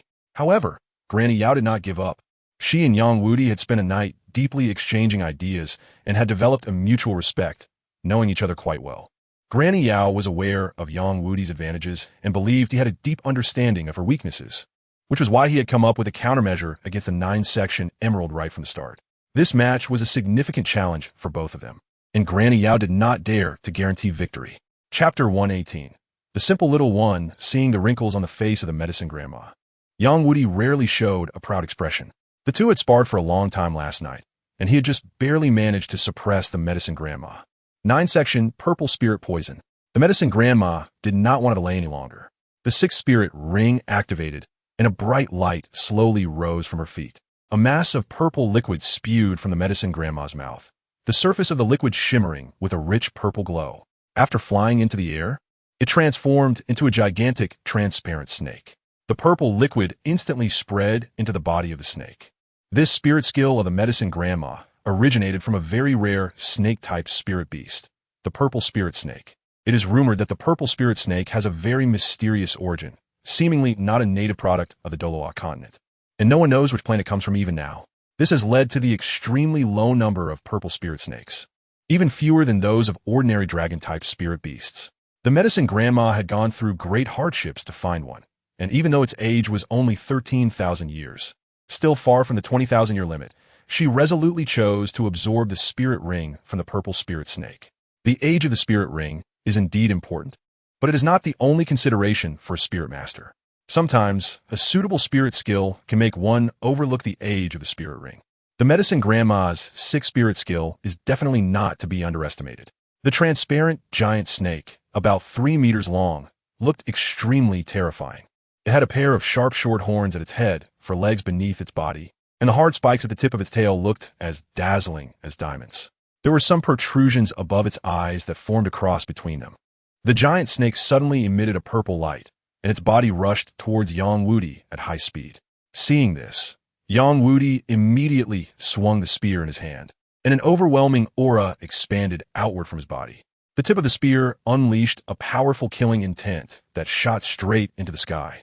Even when facing the 3-meter-long giant snake, Yang Wudi charged forward without showing the slightest hint of fear on his face. The spear cut through the air, leaving a graceful arc as it stabbed towards the head of the giant snake. Yang Wudi did not use any flashy techniques. His attack looked incredibly plain. For someone like him, a one-hit kill is the way to go. No matter how splendid the technique, if it can't quickly take down the enemy, it's all in vain. Thus, Yang Wudi had long abandoned flashy but impractical techniques, opting for the most primal and effective means of attack. A powerful force suddenly erupted from Yang Wudi's body, and the broken soul spear was instantly flung from his hand. Whoosh! The spear tip pierced directly into the head of the transparent giant snake, and the killing intent inside instantly crushed the snake's body. The mass of purple liquid took the opportunity to escape, rushing towards Yang Wudi. From a distance, Yang Wudi could already smell the strong, killing aura, indicating that the toxicity contained in the purple liquid was evidently not low. But soon, the liquid shot out, and upon hitting the ground, even the stone bricks on the arena were corroded. Fortunately, Yang Wudi was enveloped in killing intent, preventing the liquid from penetrating his skin, and it all bounced off. So it turns out killing intent can be used this way. Seeing Yang Wudi's maneuver, JiangYu couldn't help but have a flash of inspiration. This method of using killing intent for protection gave him a whole new idea. Perhaps he could learn from Yang Wudi's approach and make the use of killing intent more diversified. On the arena, the medicine grandma was astonished to see the poison liquid being repelled by Yang Wudi. This was the first time she had seen such a protective method, and she felt particularly curious. Yang Wudi's tactics were not limited to this. While the medicine grandma was stunned, he took out a black bottle from his spirit guide device. After removing the cork, a burst of 7-colored gas emitted from it, quickly spreading throughout the arena. Just as this gas was about to overflow onto the audience below, the killing intent around Yang Wudi instantly suppressed the 7-colored gas, preventing it from continuing to spread outward. This 7-colored gas was personally refined by Yang Wudi, and its toxicity was considerable. If it spread to the audience below, it would surely cause trouble, and he didn't want to harm innocent bystanders. As for the medicine grandma, Yang Wudi believed that with her capabilities, while she might not be able to neutralize the toxicity of the 7-colored gas, she should have no problem preserving her life. The woman he admired had that level of strength. Yang Wudi was not mistaken. The moment the 7-colored gas appeared on the scene, the medicine grandma sensed something was off. This gas contained several powerful toxins. She quickly identified 6 of them, one of which was even the cloud mist poison. The remaining toxin, even with the medicine grandma's vast knowledge, she could not discern immediately, not daring to be careless. The medicine grandma quickly released her original toxin to tightly wrap around her body. As the green smoke emerged, the 7-colored gas seemed to meet its match, and a powerful repulsive force generated around the medicine grandma pushed the external force away. The two fell into a state of stalemate. How about that? My master is quite formidable, right? Xiao Xiao had a proud expression. Yang Wudi's poison couldn't break through her defenses. Xiao Xiao was more aware of the capabilities of a 9-section emerald than anyone else, so she was very confident in the medicine grandma. Not necessarily. JiangYu was not in a hurry. He even took out a handful of sunflower seeds from his pocket and started munching on them. Just wait for me to fulfill my promise, JiangYu said with a smile as he looked at the battlefield ahead. This chapter is not over. Please click the next page to continue reading. Xiao Xiao rolled her eyes at him, quickly snatching half a handful of sunflower seeds from JiangYu's hand. Her speed was very fast, and since JiangYu was not on guard, she was able to steal the seed successfully. You're too confident, Xiao Xiao said, cracking the seeds while mocking him. What will you do if I win? JiangYu shrugged, turned to look at Xiao Xiao, and smiled. What else can I do? I'll kiss you. Seeing JiangYu's shameless expression, Xiao Xiao suddenly realized that she might have fallen into his trap without realizing it. Why do I feel like I've been tricked? JiangYu did not directly answer her question, but instead defended himself. I didn't fool you. Who doesn't know that I, Jiang, am fair and just? How could I deceive a little girl? Really? Xiao Xiao was somewhat skeptical. Of course, it's true, JiangYu replied with a sincere expression. At that moment, the 7-colored gas suddenly erupted with an even more powerful force, gradually consuming the green smoke, compressing the survival space of the green mist. How could this be? The medicine grandma felt a bead of cold sweat on her forehead. This was already her last resort, and she never expected it to be completely ineffective against Yang Wudi. She didn't know how he managed to do it and what that last kind of gas was. She still couldn't guess it. Of course, the medicine grandma could not know that this 7-colored gas was Yang Wudi's secret formula, a knowledge even the members of the family were unaware of, let alone anyone else. Chapter 119. The Dai surname doesn't deserve it. The result of the match was quickly determined. The medicine grandma was helpless against Yang Wudi's 7-colored gas, completely lacking any countermeasures, and had to admit defeat obediently. The referee immediately announced the results. The championship prize was quite substantial, even including rare treasures like the eternal snow lotus and the 1,000-year blood ginseng. No wonder Yang Wudi traveled such a long distance to participate in the competition. His goal might have been just these rare medicinal herbs, while the title of champion was secondary. Yang Wudi carefully stored the prizes in his soul guide, a radiant smile on his face. Truly a herb fanatic. It seems that only medicinal herbs can bring out his genuine smile. Well, it's time to fulfill the promise. Jiang Yu turned his gaze to the side where Xiao Xiao was. The girl was nervously twisting her small hands, looking incredibly cute. Even a steel-hearted man would find it hard to resist such temptation. At that moment, Xiao Xiao exuded a magical charm, as if she could turn hardened steel into something soft. Xiao Xiao's face instantly turned bright red. Forget it. Let's not make it difficult for her. Jiang Yu was about to give up on the idea of making Xiao Xiao fulfill her bet since he was just joking around. Kiss is a kiss, come on. Prepared. Xiao Xiao quickly brought her cheek close to Jiang Yu's face and said with a childish expression, "A bet is a bet. I still have some integrity." Looking at the rosy little face in front of him, Jiang Yu felt a bit dazed. It would be a pity not to take advantage of the opportunity presented to him. However, after careful consideration, he did not lean in for a kiss. Instead, He extended 2 fingers, pinched them together to form a mouth shape, and gently poked Xiao Zhao's fair cheek. Pop! Xiao Xiao was stunned.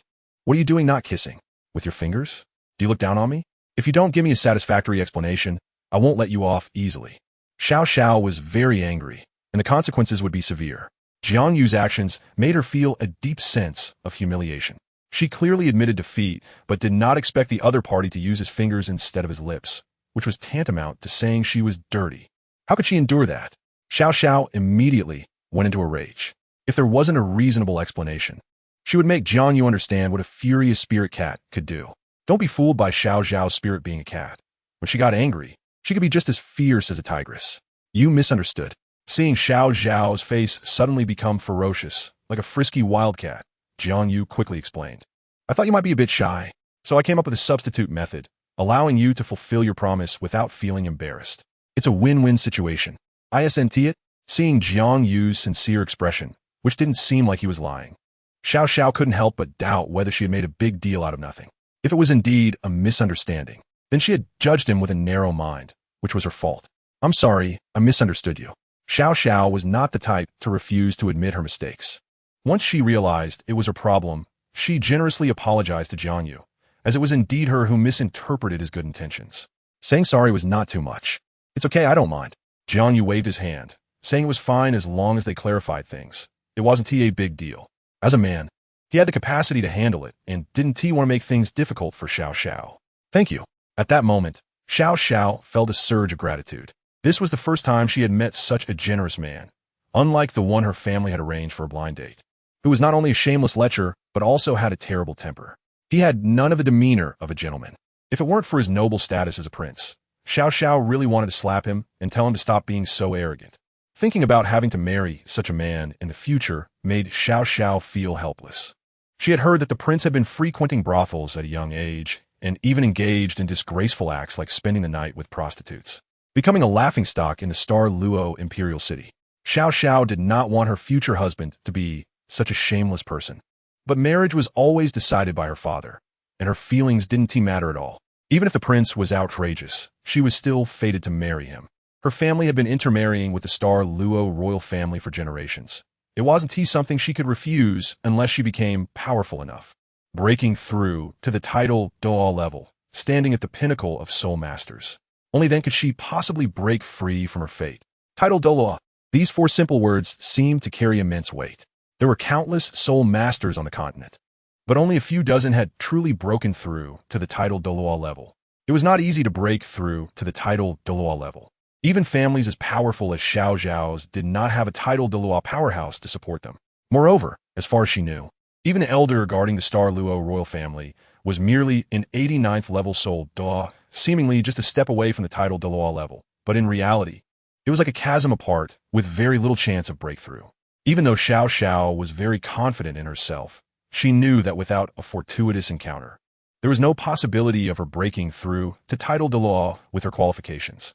Although there weren't many peak soul Douluos on the continent, there were still a couple of dozen of them, but they had spent decades cultivating their soul power to the 89th level without breaking through. This shows that the conditions to become a title Douluo were even more stringent than imagined.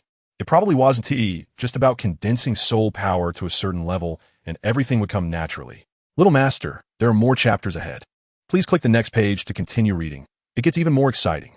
The secrets contained within this, even with the deep connections between Xiao Zhao's family and the Star Luo royal family, had not yielded any useful information from them. If Xiao Xiao wanted to break through to the title Douluo level, she could only rely on herself. Her family could not help her. This path was destined to be rocky and difficult, but Xiao Xiao did not plan to give up. The road was paved by people, and the more difficult the task, the harder she had to work. She believed that as long as she persevered, even the highest peaks would one day be climbed. Time would prove everything.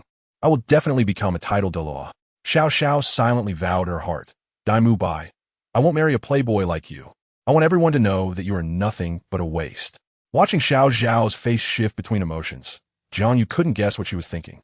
So he decided not to dwell on it, and turned his gaze back to the arena. A grand award ceremony was being held on the stage. Besides the champion Yang Wu receiving a generous reward, the prizes for the 2nd and 3rd places were also very tempting. The medicine granny received a precious herb and a reward of 10 000 gold soul coins. The award presenter was also the lord of my city, and it was said that the legendary my Douluo was his great-grandfather. After distributing all the rewards, the lord of my city conveyed the speech of the Star Luo Emperor to all the contestants present. Although the emperor said a lot of nonsense, it was very clear that he had a strong intention to recruit the poison path experts on the stage, offering very generous conditions. Money, beautiful women, and strong men. Everything was available. The Star Luo Emperor even prepared to establish a special department dedicated to the research and development of poisons, with a department head holding a rank equivalent to that of the ministers of various departments. This position is specially reserved for the champion of this Poison Championship League, which means that if Yang Wudi is willing, he can immediately become a high-ranking official of the Starry Empire. Unfortunately, he is not interested in being an official and politely declined the Emperor of the Starry Empire's offer. The Lord of Konoha City did not press him further and instead turned his attention to the Medicine Granny. However, judging by the Medicine Granny's expression, she also seemed uninterested. For people like Yang Wudi and the Medicine Granny, high-ranking positions and generous salaries hold little attraction. They're more interested in rare medicinal materials. Therefore, both of them declined the Starry royal family's recruitment. They are used to freedom and do not like the 996 life of officials in the two great empires. Freedom has a magical power. Once experienced, one can never return to the past. In a way, Yang Wudi and the Medicine Granny are similar in their world. Nothing matters except for poison and freedom. However, there are others who think differently. The third-place contestant gladly accepted the invitation from the Starry royal family. His family is not a prestigious one, so a top position is very attractive to him. In the end, most of the hundreds of contestants accepted the royal family's recruitment, with only a few explicitly refusing. Although they did not capture the first and second places, the results were still in line with the Lord of Konoha City's expectations. After all, the Emperor of the Starry Empire did not give him any particularly mandatory tasks, only saying that more would be better. After the event, Jiang Yu took Xiao on stage to congratulate Yang Wudi and the Medicine Granny. After a while, Bai Qinxiang and the others rushed out from the crowd. It turned out that Bai bought seats at the back because he thought the ticket prices were too high. Bai Qinxiang was already accustomed to her grandfather's stinginess and did not complain, but Luolaitai Fa seemed a bit disgruntled, her expression not looking good along the way. Seeing Jiang Yu get on stage faster than them, Fa Lan's cheeks puffed up. If she had known, she wouldn't have gone with Bai He. If she had followed Jiang Yu, she could have stayed in the front row to watch the match. Luolaitai Fa was also helpless during the ambush on the Tiendo camp. She lost her storage soul guide, and all her money was inside it. If she hadn't bought a front row seat earlier, she wouldn't have needed to mooch off someone else's ticket. How did you two end up together? The Medicine Granny was puzzled to see her beloved disciple mingling with Jiang Yu. Did something happen between them last night? This was not good. The Medicine Granny had a good relationship with the Duke of the Underworld and also appreciated Xiao Zhao's mother, which is why she took her as a disciple. While others might not know Xiao Zhao's background, the Medicine Granny knew her well. Her real name is Zhu Zhuqing, the daughter of the Duke of the Underworld's concubine. A concubine is not comparable to a secondary wife. Her status is only slightly inferior to that of the main wife. The term 3 wives and 4 concubines refers to 1 main wife and 2 secondary wives, all of whom can inherit the Duke's estate. Unlike concubines who could be easily given away and are on the same level as servants. Although the Duke of the Underworld has many offspring, only his legitimate children Zhu Nong, Zhu He, Zhu Jing, and the 3 sisters Zhu Zhuyan, Zhu Zhuyu, and Zhu Zhuqing are truly qualified to inherit the family business. Given the Duke of the Underworld's status in the Starry Empire, Zhu Zhuqing's nobility is not inferior to that of a princess. If something were to happen with Jiang Yu, how would she explain it to the Duke of the Underworld? If Zhu Zhuqing were no longer pure, the Duke would surely fly into a rage and would probably deal with his daughter personally. I happened to run into Xiao on my way to the arena, so we decided to go together. Although the status of female soul masters is somewhat higher than that of ordinary women, there are still many restrictions. If others found out that Xiao had slept with a man before getting married, it would be a very serious matter. They could both end up in a lot of trouble.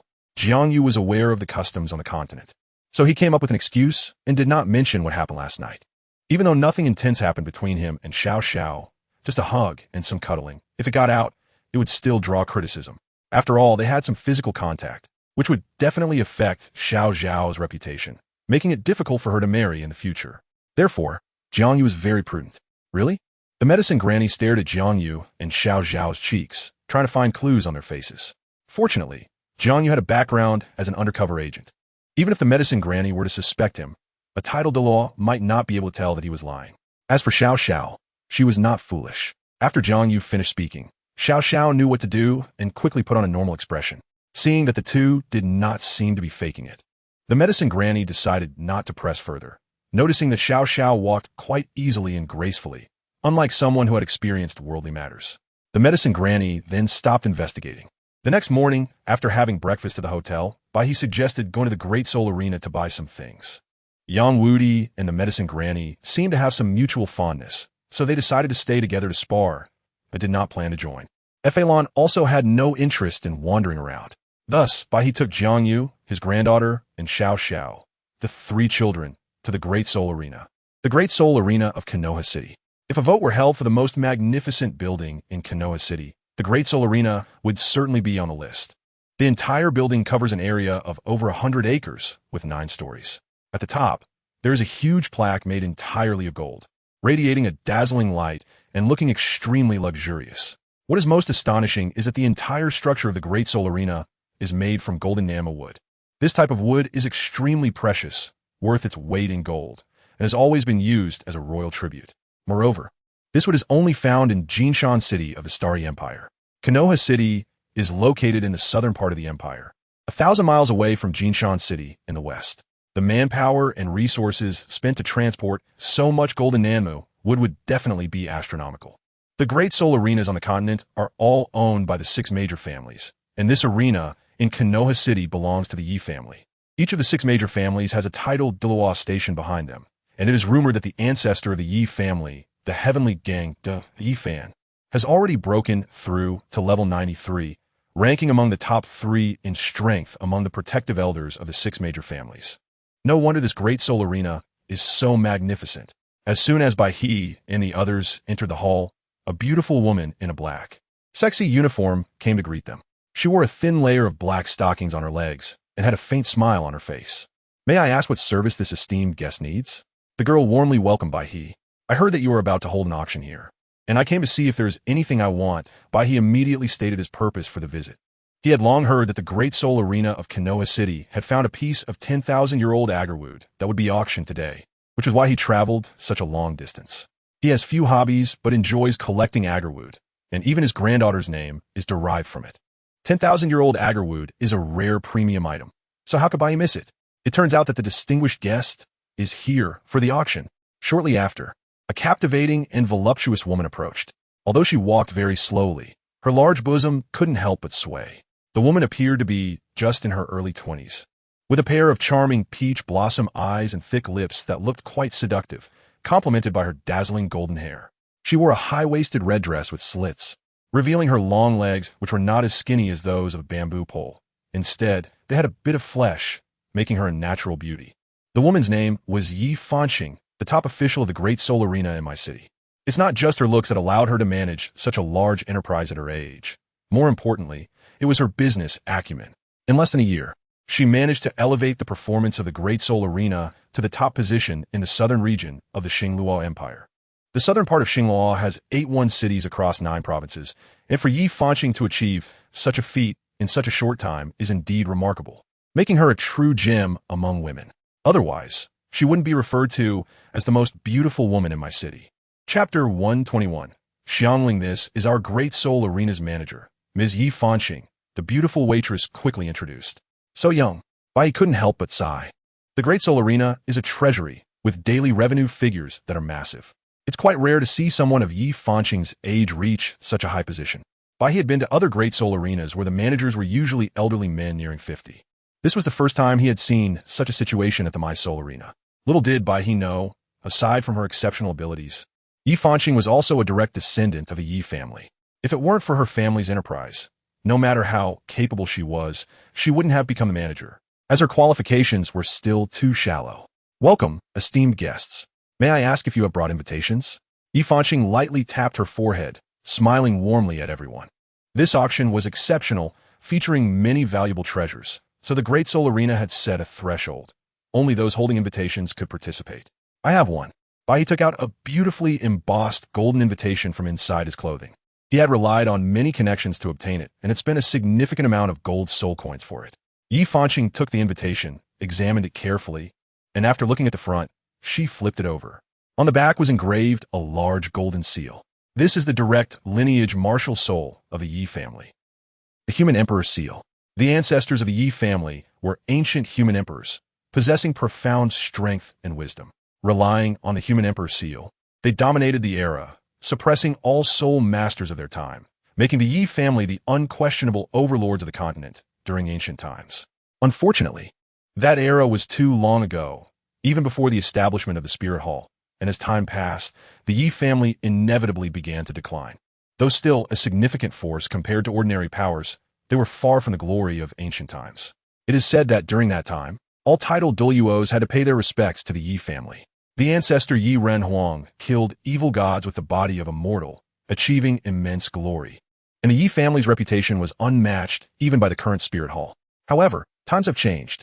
Seeing that the invitation was real, Yi Fanqing led by he and the others into the Great Soul Arena. After reaching the 3rd floor, they arrived at a corner under her guidance. Jiang Yu, following behind, couldn't help but admire Yi Fanqing's alluring figure. This woman was indeed a seductress, especially her thigh muscles, not too fat or too thin, perfectly proportioned. Combined with her round and pert backside and slender waist, Yi Fanqing's figure was truly exquisite. Arriving at a room door, Yi Fanqing opened it, leading everyone inside. Although the room was only about 10 square meters and didn't seem large, the decor was extremely exquisite. The auction is about to begin. If any of you have coveted items, you can shout your bids into that loudspeaker, Yi Fanqing said, lightly pointing to a large cylindrical device near the floor-to-ceiling glass window. That was a sound amplification soul guide specially prepared by the Great Soul Arena. Yi Fanqing then closed the door and left the room. The table was filled with various delicacies and fruits, and Jiang Yu immediately grabbed a large banana to munch on. Here, have a banana. Jiang Yu didn't forget about Xiao Xiao and Bai Qinxiang, selecting 2 large and plump bananas to hand to them. After the 3 finished their bananas, the auction began. Through the front glass window, Jiang Yu could see the vast area of the auction floor, with surrounding lighting soul guides as large as air conditioning units, illuminating the entire venue clearly, allowing everything to be seen. Welcome, esteemed guests, to my Great Soul Arena. A female auctioneer dressed in a fitted black, long dress stepped out from the shadows onto the stage. I am Xiangling, the chief auctioneer of Mai, and I am delighted to serve all distinguished guests. I hope you can all find satisfactory items. Now, let me introduce the first auction item. Xiangling's voice was bright and resonant, filled with enthusiasm, making it very pleasant to hear. As soon as she finished speaking, a large pillar rose from the ground, measuring about 10 meters in width. The pillar stopped rotating when it reached 1 meter above the ground. With a loud clap, the stone platform opened, revealing the treasures inside. There were a total of 10 golden boxes. Xiangling walked over, opened the first box, and revealed a hard bone, which appeared to be a right arm bone. Xiangling smiled sweetly, pointing at the bone as she said, "Today's first auction item is this soul bone." Soon, gasps of shock echoed from the surrounding boxes.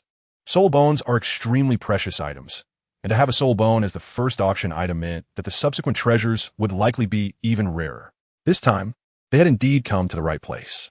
According to professional verification, this was the right arm bone from a 3,000-year-old diamond tiger soul beast, which contained terrifying power. Therefore, this diamond right arm bone had a starting bid of 100,000 gold soul coins, with each bid from esteemed guests not to be less than 100. Xiangling explained in detail. Hiss! Bai gasped. He knew how precious soul bones were, but he didn't expect it to be so expensive. After all, this was just a piece of soul bone from around 3,000 years ago, and it was already 100,000 gold soul coins. Wouldn't a 10,000-year-old soul bone be worth 1,000,000 gold soul coins? It was simply too expensive. This chapter isn't over. Please click the next page to continue reading. Bai he found it expensive, but that didn't mean others felt the same way, and soon someone began to bid. 110,000. A deep voice resonated throughout the auction hall, directly adding 1,000 gold soul coins, clearly aiming to win it. Oof. It was evident that someone was dissatisfied. Just a mere 1,000 gold soul coins dares to show off here. 13,000 gold soul coins. This soul bone is mine. As soon as the voice fell, a sharp voice rang out. Is this a joke? A middle-aged man's voice came from the central box, carrying a hint of disdain. 20,000 gold soul coins. The price was clearly beyond everyone's expectations. 200,000 gold soul coins could already buy around 5,000 years' worth of soul bones on the black market, making it unwise to use that amount to purchase the Diamond Tiger soul bone, which is why the few people just now gave up bidding. After the collection was auctioned off, Xiangling smiled even more brightly. The price at which the soul bone was sold exceeded her imagination, and she could earn more commission, which greatly improved her mood. Next was the second item for auction, a piece of 10,000-year-old agarwood, which is known to greatly enhance the meditation effects for soul masters. As everyone knows, meditation is essential for soul masters' cultivation, and agarwood can accelerate the cultivation speed of soul power. Pieces that are 10,000 years old are extremely rare. The starting bid was 130,000 gold soul coins. As soon as Xiangling finished speaking, he couldn't wait to rush to the loudspeaker soul guide and shouted loudly. His eyes were fixed on the agarwood, radiating a hungry light. To obtain this top-grade wood, he even sold his own treasured items for money.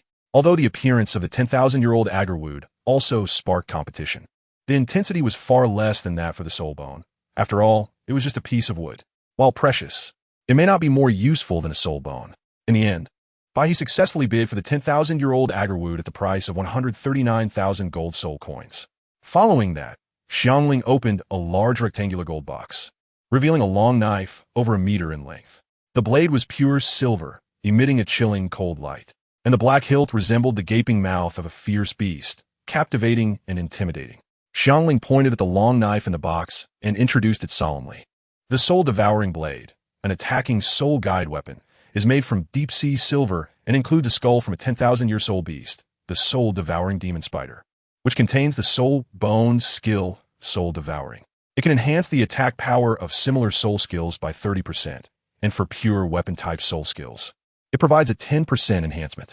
It is worth mentioning that each strike using this attack soul guide will carry the effect of soul-devouring, and it can stack with all similar soul skills.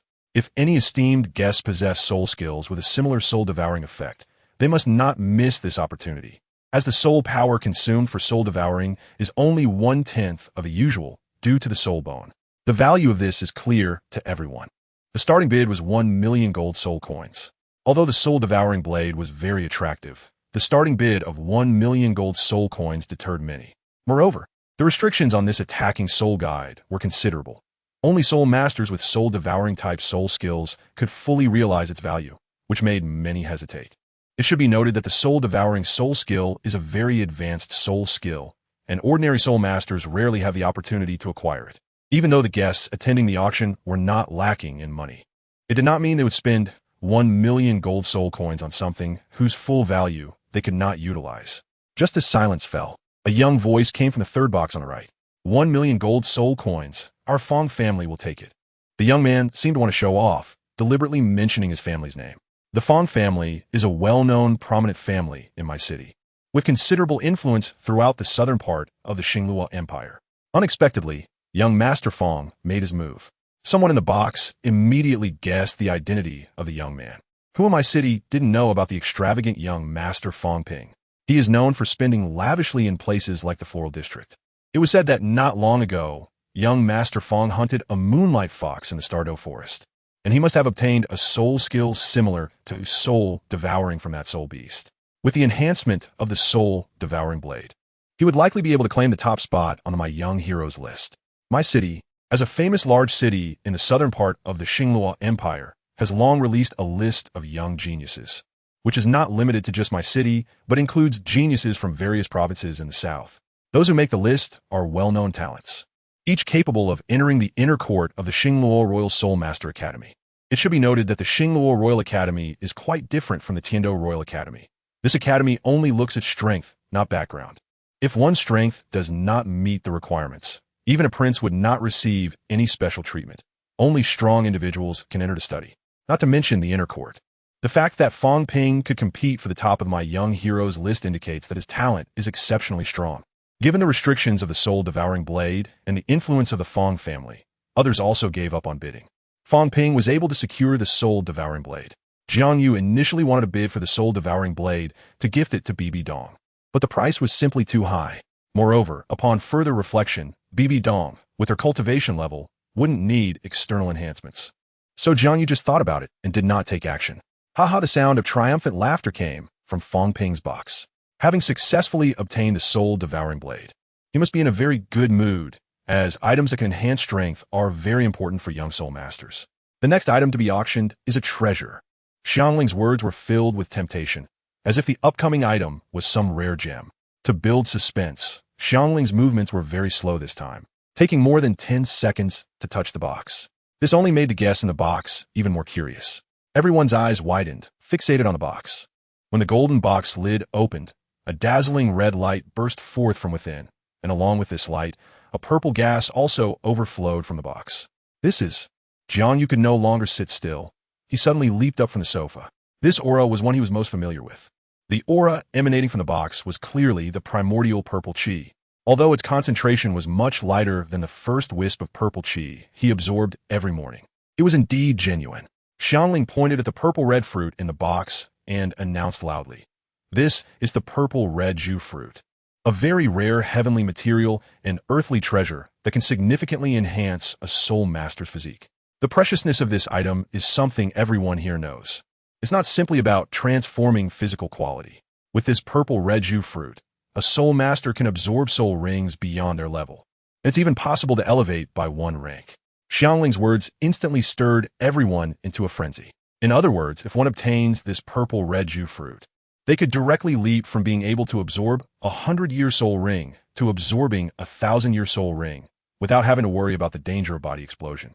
Xiangling continued, "The purple-red Jiu fruit also contains a strong fire attribute energy, and it is extremely pure solar fire energy, which is a coveted treasure for fire attribute soul masters and can greatly enhance their attribute power." Her words drove the fire attribute soul masters present into a frenzy. Even Jiang Yu was tempted. He must get his hands on the purple-red Jiu fruit. He silently vowed in his heart that although the gold soul coins in his hand might not be enough to bid for this treasure, Jiang Yu naturally had his ways. When it comes to items related to enhancing strength, he would not back down. He must obtain the purple-red Jiu fruit. The starting bid was 130,000 gold soul coins. Xiangling opened her mouth wide, and everyone was taken aback by the outrageous price of the purple-red Jiu fruit. Many eager contenders instantly gave up. It wasn't that they didn't want to compete, but rather that they simply didn't have the money. Those who could casually carry over 1 million gold soul coins in the entire Hidden Leaf City were definitely fewer than a handful, and many didn't even qualify to compete. Seeing that no one was bidding, Xiangling wasn't anxious. There weren't many people with such substantial financial resources. Therefore, Yi Fanqing had previously instructed her that this auction could accept items in exchange. If the esteemed guest didn't have enough money, the Great Soul Arena could also accept items as payment, though the price might be slightly lower than the external purchasing price. This statement quickly stirred up a huge uproar. Many people angrily criticized the unscrupulous practices of the Great Soul Arena, but despite the complaints, it didn't stop them from pulling out valuable items, clearly indicating that the purple-red fruit was of greater importance. 1,300,100 gold soul coins. Soon, someone started bidding. The bid was quite cautious, clearly not wanting to waste excess wealth. 1,300,000 and 1,000 gold soul coins. Before long, dozens of people began to bid, and the price of the purple-red fruit kept rising, reaching an astonishing 155. By this point, not many were willing to continue bidding. Only 3 remained in the competition. Among them was the young master of the Fong family. After all, spending over 100,000 on the previous courtesan meant that 1 million gold soul coins didn't seem outrageous. At most, it would just mean skipping a few visits to the entertainment district. The competitors for the purple-red fruit were also not ordinary people. Both were wealthy tycoons in the city, known for spending money like dirt. Soon, the bidding price skyrocketed to over 2 million. These people were indeed wealthy. Bai He showed a deep sense of envy on his face. Although he was a clan leader, the Min clan had never been affluent. In the past, as a subordinate force of the Haotian sect, they didn't worry about financial issues, but after breaking away from the Haotian sect, the Min clan lost a significant portion of its economic resources. The money for that 1,000-year-old agarwood was obtained by he selling many of his treasured collectibles. 2 million gold soul coins was an amount that the entire Min clan couldn't gather together. In the vast auction hall, only 3 voices remained in the bidding. Even though the price was already very high, no one gave up. Clearly, the allure of the purple-red fruit had surpassed wealth. 5 million gold soul coins. Fong Ping's voice grew increasingly frantic as he shouted out an astronomical price to secure the treasure. 5 million for the first time, Xiangling couldn't help but feel ecstatic, her voice betraying her excitement. 5 million for the second time. 5 million. The third time. The other two were stunned by Fong Ping's price and dared not continue bidding. 5 million gold soul coins was not something they could just pull out. In the end, the purple red fruit was secured by Fong Ping. After that, several more treasures were auctioned off. Although they were all extremely rare treasures, they held little value for Jiang Yu, far less than what the purple red fruit contained. Chapter 123. The elf girl until the final item appeared, drawing everyone's attention. There was only a painting inside a golden box. But the content of the painting was full of temptation. It depicted a sensual woman in revealing clothing, with only 3 points covered by green leaves, leaving everything else exposed. It was even more stimulating than an erotic painting. With peaks as magnificent as Mount Everest and long legs as white and smooth as jade pillars, she obliterated countless films. Even more remarkable were her unusually pointed ears, complemented by a pair of transparent wings on her back, which dazzled many men. She was far superior to the women in the entertainment district.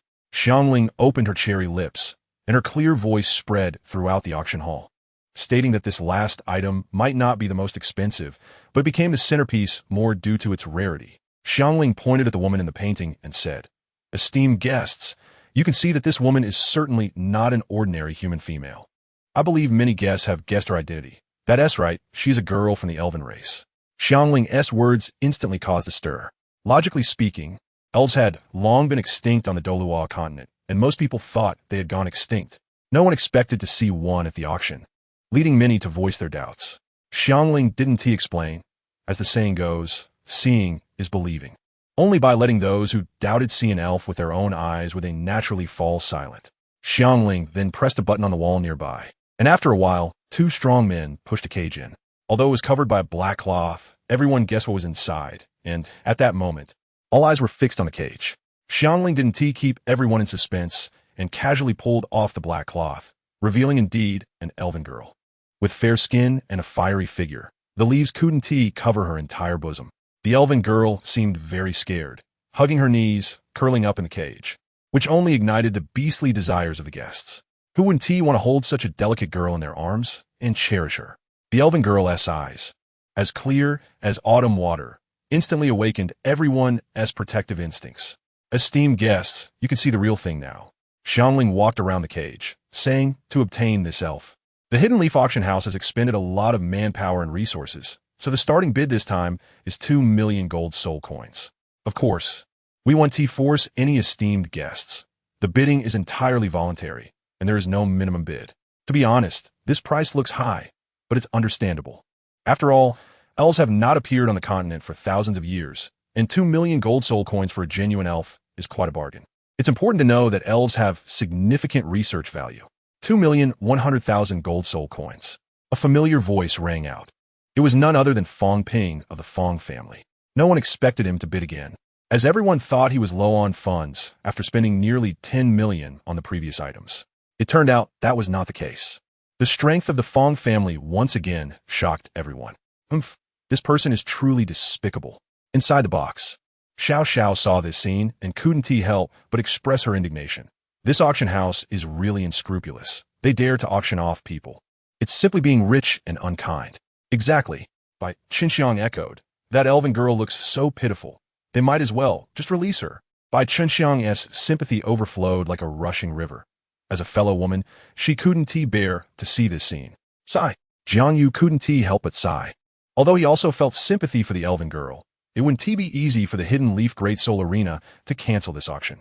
After all, that would cut off their source of income, and the person in charge behind the scenes would never agree. Moreover, he couldn't afford the elven girl. If only he could help her, but alas, money was the limiting factor. The exorbitant auction fee made the other guests, who were eyeing the prize, reconsider. Even if they were unwilling, they could only withdraw from the bidding, as they simply didn't have the money. Congratulations, young Master Fong, for acquiring this extraordinary beauty. Clap, clap, clap, Xiangling applauded in congratulations. Tonight, this young master will thoroughly study what distinguishes this fairy from ordinary women. A sinister chuckle echoed through the room. The men present were all seasoned in the matters of love. How could they not hear the hidden meaning in Fong Ping's words? His reputation in the entire Konoha city was well known. What kind of research could he possibly conduct? Everyone could guess that he certainly wasn't talking about serious research, but rather lusting after the fairy's body, truly despicable. However, despite the insults, many felt a deeper sense of jealousy, as they didn't even have the qualifications to be despicable. Damn, this was the real reason for their anger. But jealousy was futile. After all, they didn't have the wealth of young Master Fawn. They could only watch helplessly as such a beautiful and lovely fairy fell into the tiger's mouth.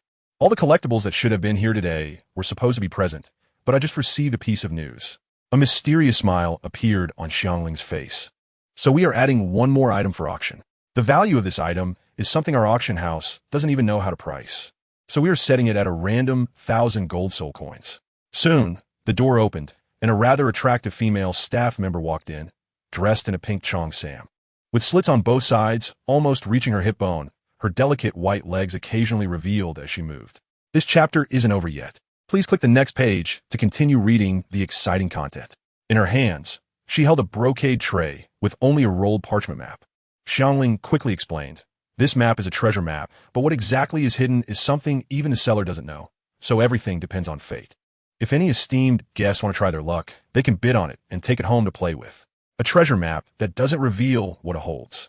Instantly, it lost all appeal to everyone. Although they had money, they couldn't afford to be so wasteful. It was obvious that this treasure map was fake. There couldn't possibly be that many treasures on the continent. This was probably just a trick by a con artist. It's unclear when it started, but many legends about treasures began circulating on the continent. At first, many people believed in this and spent large sums of money buying various information related to treasures, among which treasure maps were the most common. In the end, everyone realized that these so-called treasure maps were merely fake, and it was all a scam, a trap set by a small sect that relied on trickery. They first fabricated various legends, and then produced a large number of treasure maps and items related to the legendary stories. Finally, they hired many beggars to spread the stories. What was even more infuriating was that they had set up tea stalls at the treasure locations in advance. Each time someone rushed to the location indicated on the treasure map, the group would sell tea and snacks at high prices. Most treasure hunters were eager to find the treasure, so they were in a hurry. By the time they reached the treasure location, they were already exhausted. Even if the prices were a bit high, the thought of the treasure before them made them indifferent to spending a little more money. After all, countless riches awaited them ahead. Because that sect's plan was so tightly woven, forming a complete industrial chain, many people fell for it. By the time they realized it, others had already made a fortune, becoming wealthy individuals with incomes exceeding 10 million gold soul coins. Of course, later that sect also paid a substantial price. The entire sect was wiped out. Only the sect leader and a few others escaped in advance, avoiding the wrath of numerous avengers. Now, many people on the continent no longer believe in treasure maps, so no one responded to Xiangling. They wouldn't be fooled again, as the item was about to go unsold. Chapter 124, The Imperial Sword. 1,000 gold soul coins. Just as no one paid attention, Jiang Yu made his move. Although he didn't know whether the treasure map was real or fake, he had a gut feeling that this item might be useful. Moreover, he could afford 1,000 gold soul coins.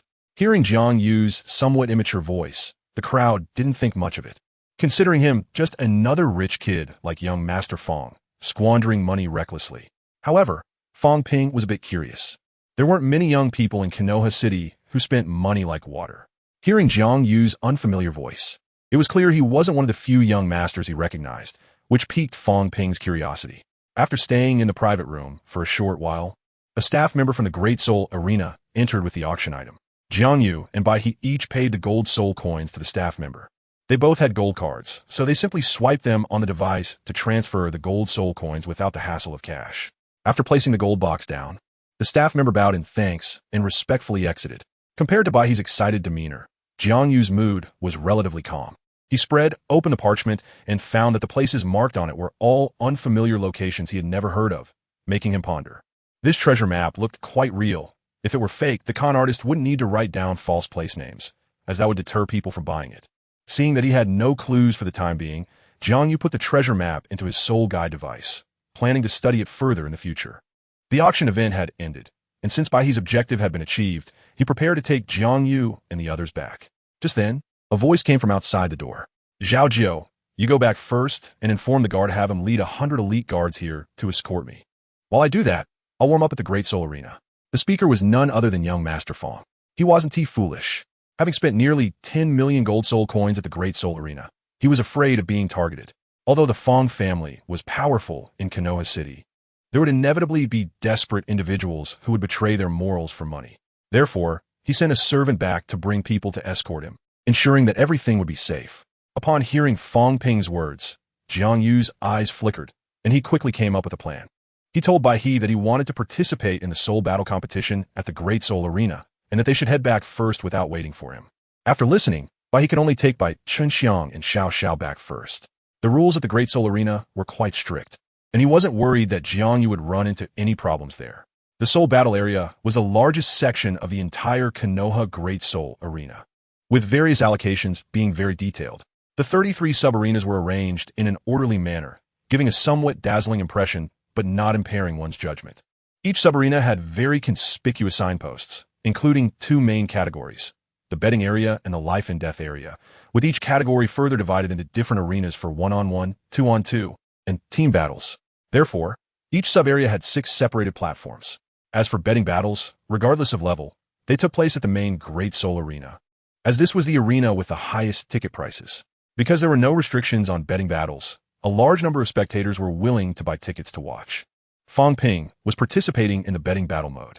JiangYu didn't hesitate and followed closely behind, quickly registering for the competition. Since it was his first time participating in a match at the Great Soul Arena, the staff needed to record his detailed information, which delayed the process a bit. Fortunately, I heard from the staff that the participants in the gambling battle could choose their opponents at will. Without any hesitation, JiangYu chose that young Master Fong.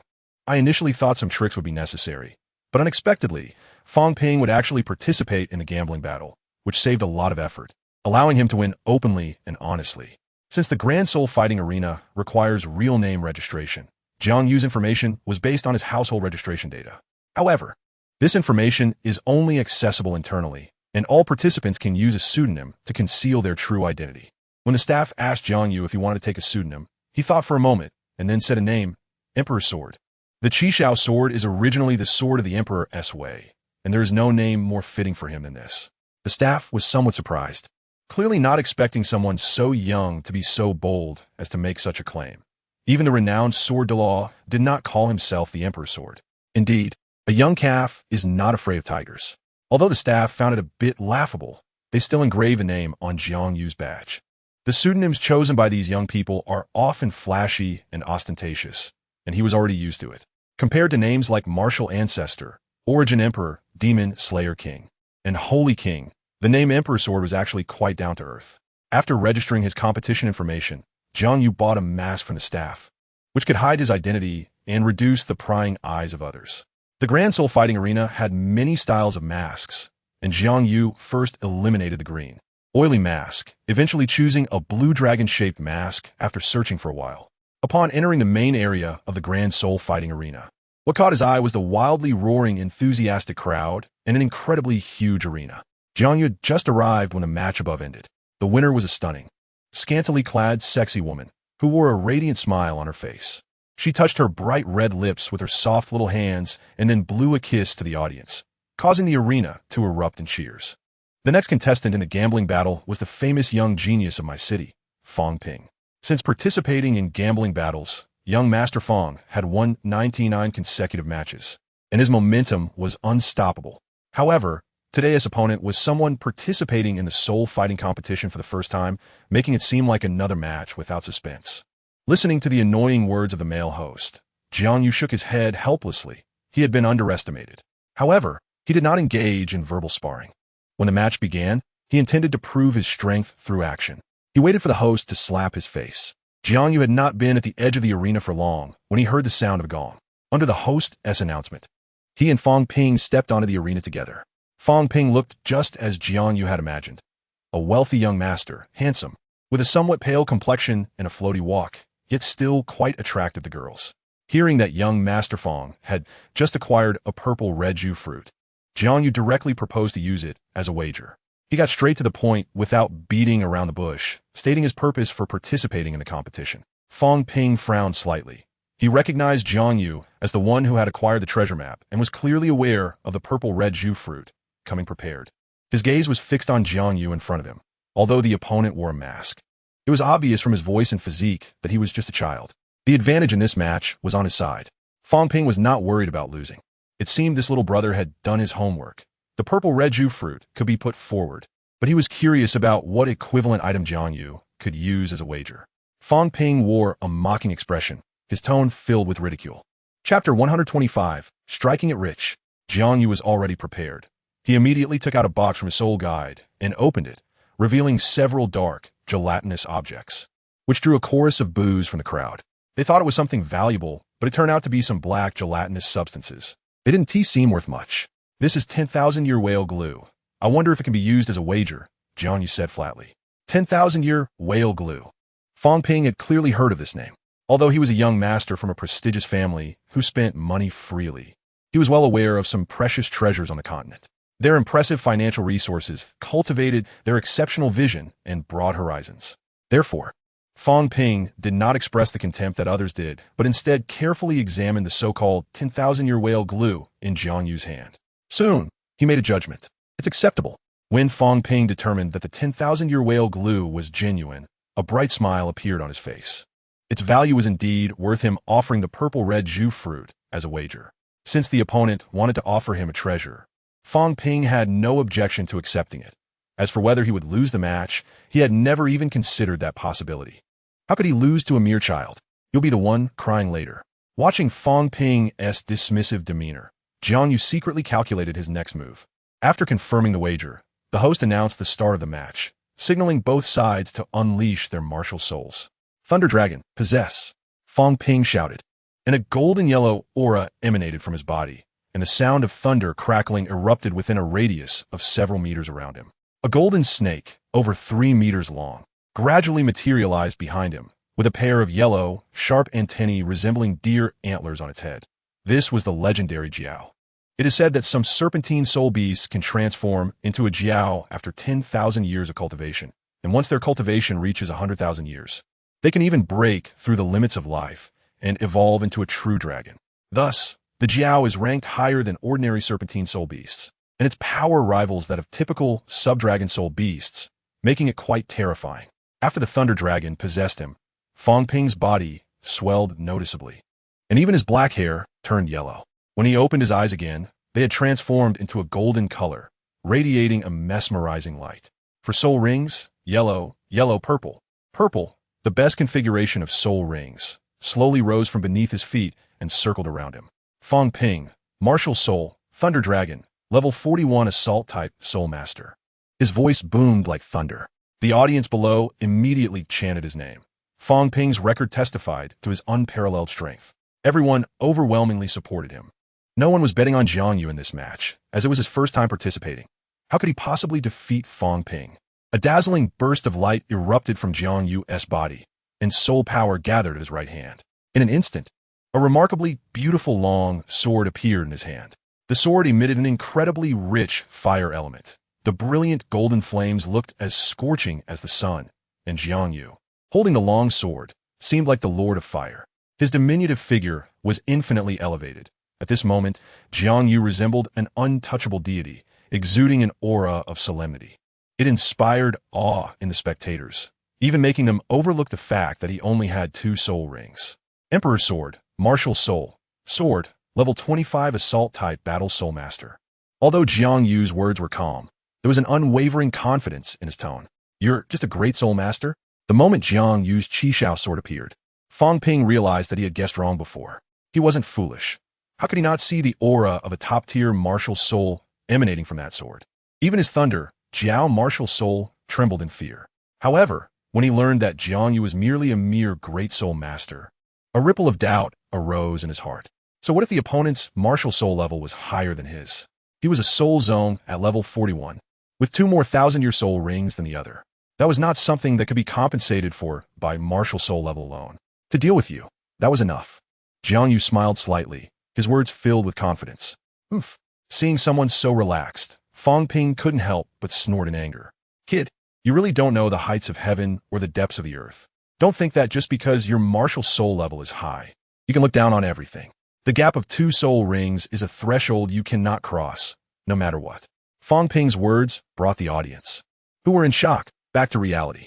Indeed, the difference in soul power between the two was too great, almost a massive chasm. Moreover, Fong Ping was a regular at the Great Soul Arena, and his battle experience was not something a novice could compare to. With this thought, everyone regained confidence in Fong Ping. This match might be much more exciting than previously thought, but the winner would definitely be Fong Ping. However, Yi Fanqing in the VIP box didn't see it that way. A strong, unusual light surged in her eyes. The Emperor's pressure. How could that sword contain such intense Emperor's pressure? This was impossible. According to the records of her Yi family, even the human Emperor seal of their ancestors did not possess such overwhelming Emperor's pressure. Moreover, this should be the unique aura carried by their direct inheritance, martial soul. How could it appear on other martial souls? Yi Fanqing was confused and greatly shocked. Since their ancestor ascended to the divine realm, the Emperor's pressure contained in their Yi family's human Emperor seal martial soul had significantly weakened, eventually leaving only a thin layer of its former glory. The mysterious sword martial soul in that young boy's hand actually had such a powerful aura. It was truly incredible. What Yi Fanqing did not know was that the Emperor's pressure contained in Jiang Yu's Chixiao Sword was not the same as the Emperor's pressure. It was imperial pressure.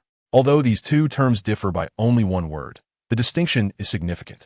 The so-called Emperor is merely derived from the ancient human king, representing a ruler who governs the world. In contrast, the Emperor is entirely different, as the virtue and the heavens and earth are called Emperor. Only by reaching the realm of connecting heaven and earth and becoming the creator and ruler of all things can one be called an emperor. The Emperor's pressure at most commands the people, inducing a sense of submission, but it cannot compare to the imperial pressure that connects heaven and earth, compelling all things in the universe to willingly submit. It seems I need to communicate with him later. Yi Fanqing stared intently at Jiang Yu through the glass window, her eyes radiating a predatory gaze. Unbeknownst to Jiang Yu on the arena, Fong Ping launched the first attack. First soul skill, Thunder Fong. Although Fong Ping was a strong attack-type soul master, his speed was not slow. To be precise, he balanced both strong attack and agility, thanks to the terrifying talent brought by his Thunder Jiao martial soul. As the yellow soul ring lit up, Fong Ping's mouth sprouted a pair of sharp fangs several centimeters long, surrounded by thunderous power, emitting a glistening sheen. Fong Ping's speed was swift, and in the blink of an eye, he was in front of Jiang Yu, those knife-like teeth lunging toward his body to bite down. Jiang Yu raised the Chixiao Sword to block, but Fong Ping was waiting for this opportunity. His body slid like a serpent, quickly shifting his target from Jiang Yu's neck to his arm. Crack! Just as Fong Yu's right arm was about to be bitten by the Thunder Fong, he swiftly swung his long sword to block in front of him. The clash between the lightning power of the Thunder Fong and the Chixiao Sword produced a very strong energy. At that moment, Jiang Yu suddenly had a new idea. If executed properly, why not raise the stakes a bit more? If you win, I'll add another 1 million gold soul coins. If you lose, I won't take your money. Just give me the female elf. Of course, Jiang Yu didn't have that much money, but Fong Ping had no idea he was writing a blank check. To entice Fong Ping to raise the stakes, Jiang Yu intentionally retracted some of his energy and feigned a slightly pained expression, causing his arm to tremble, giving the impression that he was on the verge of collapsing. Since you want to give me money, then I'm more than happy to oblige. If you win, that purple red fruit and the female elf will be yours. Seeing that the opponent's strength was just that, Fong Ping quickly agreed to Jiang Yu's terms. How could he refuse money that was offered to him? Over 1 million was not a small sum, and he had already spent all his savings at the auction. So now being offered such a large amount made him somewhat excited. Chapter 126, The Might of Chixiao. Fong Ping was already thinking about going to indulge in a few courtesans, as 1 million gold soul coins would let him splurge for several months. Hearing Fong Ping's laughter, Jiang Yu knew he had been tricked and immediately unleashed all the energy he had. Huh? Fong Ping's laughter abruptly stopped, shocked by Jiang Yu's sudden change. It was like after finishing with a courtesan, he was already exhausted, yet the other party still clung to him, wanting to battle for another 300 rounds. Jiang Yu's explosion was too sudden. Could it be he was pretending before? Fong Ping suddenly realized he might have been deceived. This kid was terrifyingly cunning. So young yet so full of tricks, actually knowing how to feign weakness, causing him to stake everything. The thought of losing this match and having that stunning beauty handed over to this brat was unacceptable for Fong Ping, especially since he still wanted to engage in academic research with the female elf that night. If he lost the female elf, where would he find someone to showcase his self-created moves? Therefore, he could not afford to lose this match. Just then, Jiang Yu's Chixiao Sword unleashed its full energy, and a dazzling golden flame erupted from the sword's body. Fong Ping's Thunder Fong actually could not withstand the scorching heat of the flames, and his fangs turned red from a burn. Seizing the opportunity, Jiang Yu swung his long sword, and a beam of sword light rapidly slashed towards Fong Ping. With a loud bang, Fong Ping was sent retreating several dozen steps, and even the clothing on his abdomen was torn apart, revealing blood-soaked flesh underneath. How could this be? A wave of discussion erupted among the audience. The gap between the two was clearly so vast. Yet the newcomer actually took the lead. Fong Ping was actually repelled in one strike. It was simply astonishing. Don't panic. I think Fong Ping was just underestimating the opponent and didn't use his full strength, which is why he suffered a small setback. Just wait. He will definitely turn the tide. Everyone need not worry. At this moment of rising anxiety, someone spoke up to reassure the crowd, especially since he had spent a large sum betting on Fong Ping's victory. As the people around listened to this analysis, they felt it made more and more sense. Fong Ping was already prepared, and it wouldn't be so easy for that kid to launch a sneak attack again. Fong Ping spat out a mouthful of old blood, a surge of towering anger rising in his chest. It was the first time he had seen blood in front of so many people. If he could endure such a humiliation, he wouldn't be the leader of the Konoha 7 Wolf Pack, the Iron Hook Little Wolf King, Fong Ping. Roar! A roar erupted from Fong Ping's mouth, and the third purple spirit ring on his body suddenly lit up. As the first 1,000-year spirit ring, he had selected it after much consideration, ultimately choosing a 3-headed flood dragon with an age of around 1,300 years. Third spirit ability, Thunder Flood Dragon Strike. The violent power of lightning erupted from Fong Ping, with bright yellow currents spilling from his fingertips and soaring into the sky, finally converging into 3 bolts of lightning. ZZZ, the lightning rapidly expanded, forming 3 flood dragon-like creatures, and the exploding electric light buzzed in the air. The spectators felt their confidence surge. Look, this strike can defeat that kid. Fong Ping's fervent supporters were visibly excited. First spirit ability, Red Sky Sword Formation. Jiang Yu plunged his long sword into the ground, and dozens of sword shadows erupted from the sword body in an instant. They charged directly at the oncoming flood dragons.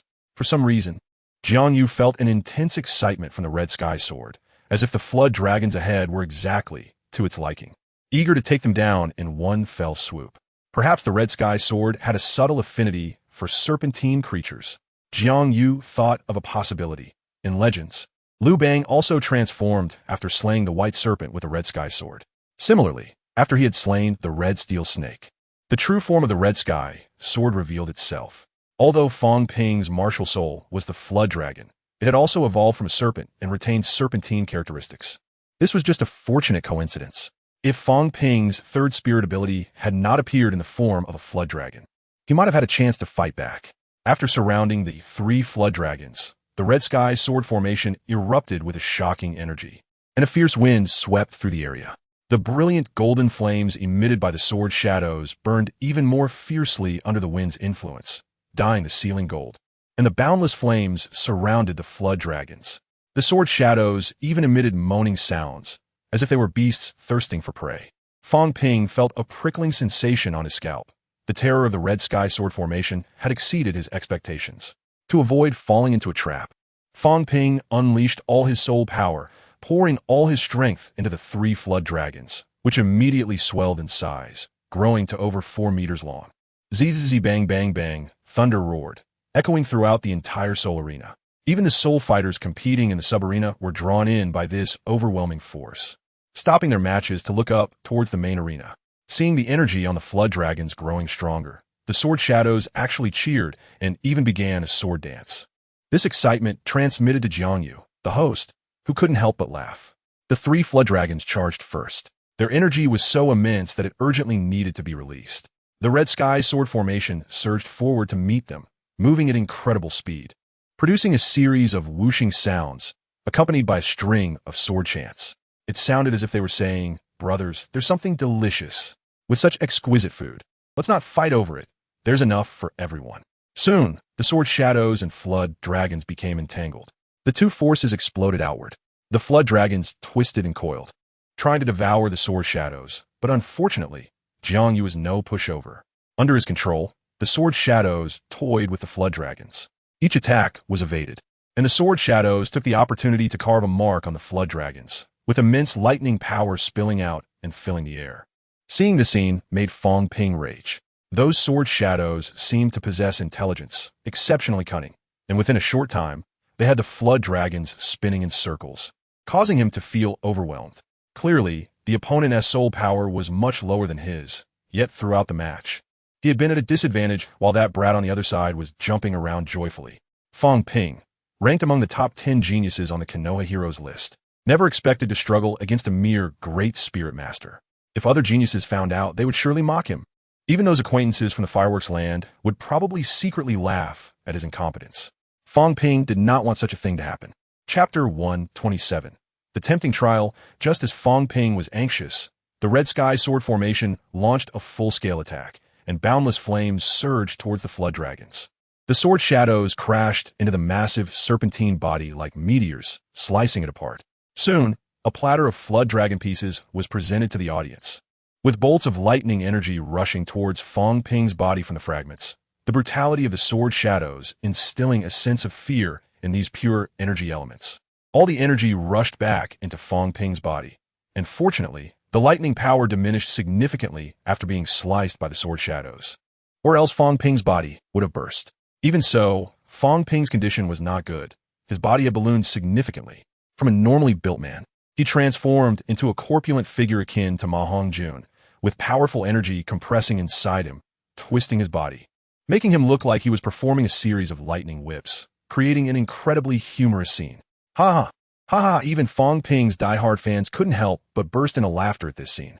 Although his job was very serious, and he had undergone extensive training to suppress laughter, at this moment, he couldn't help but laugh aloud. Fang Ping, crushed by the overwhelming energy, no longer cared about the mocking voices in the arena. He just wanted to quickly calm the restless energy within him and return his body to normal. Fortunately, that lightning power originally came from within Fang Ping. If it weren't for Jiang Yu's terrifying red sky sword formation, they wouldn't have become uncontrollable. Once back inside Fang Ping's body, the turbulent energy gradually calmed down, and his body returned to normal. Fourth spirit ability, soul capturing sound. Fang Ping was completely enraged, slamming his palms onto the ground, kicking up thick clouds of dust. And the purple fourth spirit ring shone with a strong light, breaking through the fog. Cornered by Jiang Yu, Fang Ping lost his rationality, disregarding the side effects of the soul ability, and immediately unleashed the innate soul ability derived from the Moonlight Fox. The Moonlight Fox is a unique spirit beast that only appears on full moon nights. Research on it is still in its early stages, but it is known to have a miraculous ability to influence the souls of human spirit masters. To hunt this spirit beast, Fang Ping personally took the family guardian to the Star Do Great Forest, waiting for months until he finally discovered the Moonlight Fox's trace on a full moon night. The family guardian, with a soul power of 73, successfully subdued the Moonlight Fox, allowing Fang Ping to deliver the final blow, but he was also affected. Since then, the guardian unexpectedly developed a fondness for cross-dressing, wearing women's clothing every day, and even his sexual orientation became abnormal. The Fang family had to assign him to a remote location to prevent him from tarnishing the family's reputation. To know that the guardian is a soul sage, yet he can be influenced by a 1,000-year soul beast, one can see how terrifying the talent soul skill of the Moonlight Fox is. A thunderous voice emanated from Fang Ping's mouth, different from ordinary thunder. It lacked intimidation and carried a sense of sorrowful lament. The audience in the arena fell silent instantly, and soon their faces revealed a sense of melancholy, with some even lowering their eyes and unable to hold back their tears. Jiang Yu, who faced the soul sound head-on, felt this sensation more intensely than others. Under the influence of the thunderous voice, Jiang Yu felt a fierce impact deep within his soul, and an indescribable scene appeared in the depths of his mind. Under the moonlight, a stunning white fox roared at the moon from the mountain peak, and the sheen reflected its fur brilliantly. The white fox radiated a pure light, gradually changing its body. Its fur on all four limbs suddenly shed, revealing smooth skin, until it eventually transformed into a beautiful woman, her body as smooth and clean as white jade, exuding an ethereal transparency. She lay on the ground with an exceptionally pert backside, and at the moment she stood up, Jiang Yu was shocked. The white fox had no fur at all. That breathtaking face was so pure and unblemished, like a celestial being. Even Jiang Yu, who had grown up among beauties, couldn't help but feel a strange sensation upon seeing this. He was completely captivated. Master, The stunning beauty transformed from the white fox cast a flirtatious glance at Jiang Yu, her lips curling into a slight smile. I am right here. You could do anything you want with me. Whatever your desires are, I can accept them. The enchanting voice echoed repeatedly in Jiang Yu's mind, sending a shiver down his spine. Such a delightful feeling was hard for ordinary people to imagine. Even a man with strong willpower would find it difficult to remain focused in front of such a scene. The delicate beauty was right in front of him, and she showed everything without holding back, combined with her celestial-like pure aura. Everything struck at a man's soft spot. As long as he wasn't a eunuch, it was inevitable to have some reactions. Jiang Yu felt a surge of heat instantly filling his abdomen, growing stronger and increasingly unbearable. The stunning beauty was right before him, and he could let loose. Jiang Yu nearly lost his rationality. At a critical moment, a reminder from deep within his soul helped him regain some clarity. His intuition told him that if he couldn't resist and engage in the audience's favorite activities with the beauty before him, he might completely lose himself in this illusion. This chapter isn't over. Please click the next page to continue reading. Just as Jiang Yu confronted the beauty deep within his soul, Fang Ping finally breathed a sigh of relief. Seeing his opponent standing still, he knew the soul sound had taken effect. Although releasing this soul skill meant he had to abstain for 7 days, and his voice would become feminine. It was worth it as long as he could win this match. As for communicating with that female elf, it could only be postponed for a few days, which was still better than losing this match. Fang Ping's performance instantly ignited the entire arena. In just a moment, he reversed the declining situation and turned defeat into victory, his brilliant display causing the audience to erupt in excitement. Indeed, the outcome of this match was as they had anticipated. Fang Ping won. In their view, Jiang Yu had no chance to turn the tables, and the match was already over. However, they overlooked one thing. Jiang Yu's soul power was far stronger than others. From this perspective, even a titled low-level powerhouse might not be able to compare to him. Moreover, Jiang Yu's mind housed the soul of the million-year soul beast, the sky dream ice silkworm, which had awakened after a long slumber at this crucial moment. When it saw the beauty transform from the white fox, it was momentarily stunned. And after a while, it reacted, thinking Jiang Yu had absorbed the soul of some soul beast again. You brat, you've done well. Quietly absorbing the soul power of a soul beast, and such a beautiful female soul beast at that. Did you know I was a bit lonely? So you specially found such a high-quality soul beast for me to mate with? The cheeky voice of the sky dream ice silkworm echoed in Jiang Yu's mind. Indeed, I didn't help you for nothing.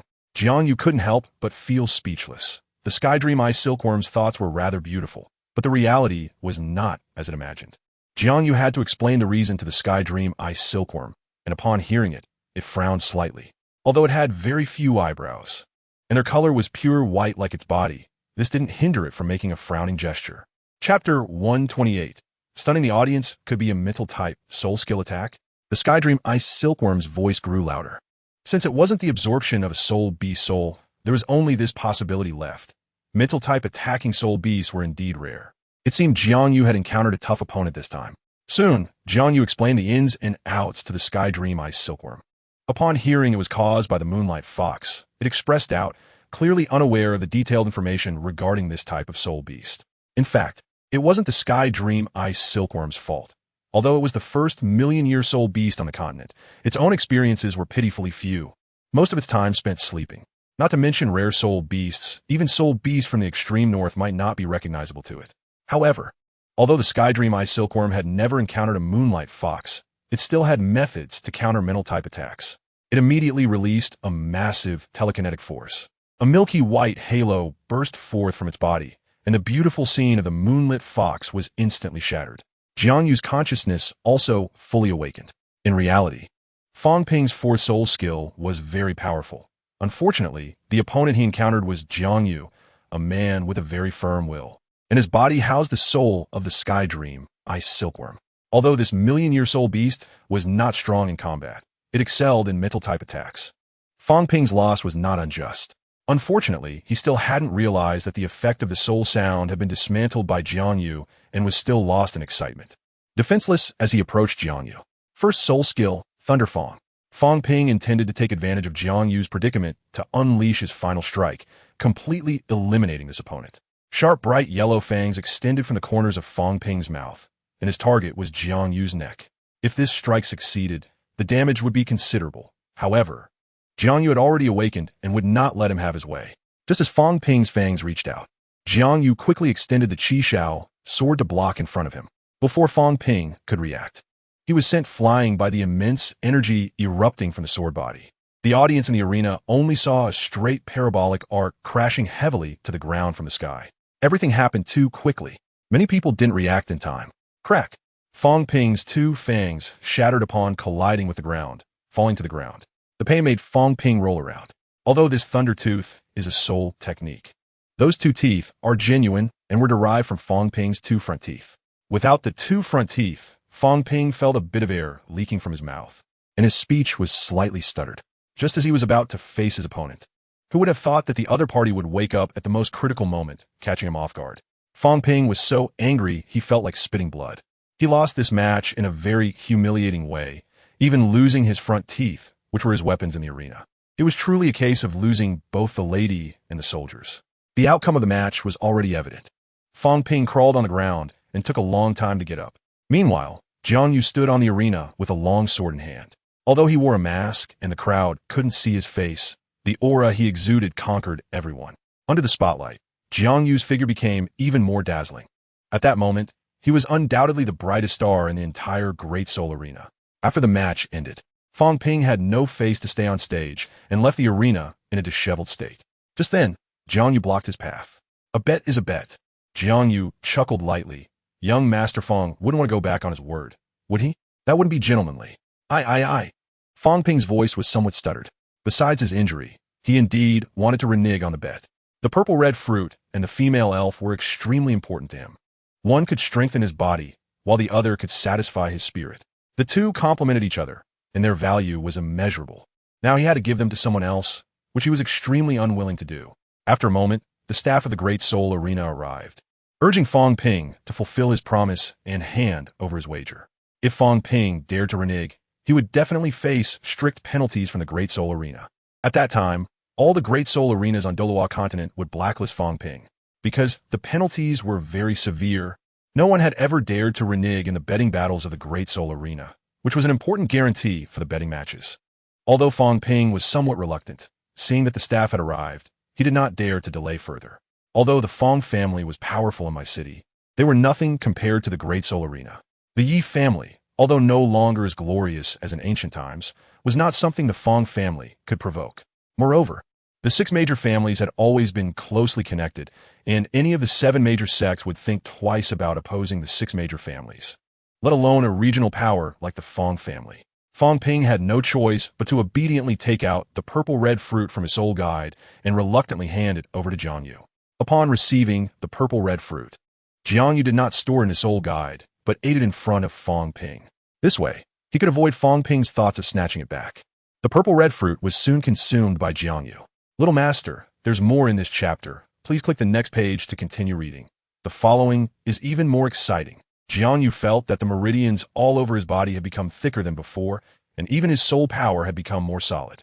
The strength of his entire body surged explosively. What was even more remarkable was that the fire attribute energy contained in the Chixiao Sword had also seen a slight increase. Although it was still some distance from advancing to the next level, Jiang Yu was already very satisfied. The difficulty of enhancing ultimate power was indeed very high. Being able to increase it even a little was something to be grateful for, and Jiang Yu was not greedy. What about the female elf? Jiang Yu completely ignored Fang Ping's already ashen face and continued to ask him for it. In the VIP box, Fang Ping had a look that seemed to want to eat someone, gritting his teeth as he said, "I'll go get it for you. Let's go together." Jiang Yu replied cheerfully. He then went with the staff to Fang Ping's VIP box. Upon opening the door, they saw the sexy female elf curled up in the iron cage. The several burly guards around her were clearly affected by the female elf, as their pants were wet. "Open the cage and let her out," Fang Ping helplessly ordered his guards. Although they did not understand why their young master was doing this, the guards still complied with the order. Soon, they opened the iron cage and took the chain that was wrapped around the female elf's neck to lead her out. "Take her away." Fang Ping couldn't help but feel a pang of heartache. Young Master Fang is so generous, haha. Jiang Yu did not waste words with him.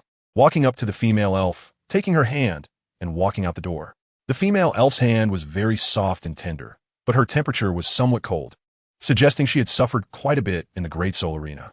Bang after the door closed, The guards looked at Fong Ping's furious face and exchanged glances. No one expected the young master would give away the female elf he had worked so hard to win back at the auction. This was too generous, which changed their impression of Fong Ping quite a bit. It's not so easy to take my things. Fong Ping's gaze suddenly turned cold. As long as the other party was outside the Great Soul Arena, he naturally had ways to make the person who took his belongings return them obediently. My city was the Fong family's territory, and no one could snatch what belonged to him here. Chapter 129. The Maid After Leaving the Box. The staff bid farewell to Jiang Yu. Since Fong Ping had fulfilled the betting agreement, their task was complete, and they had other work to do, so they did not delay any longer.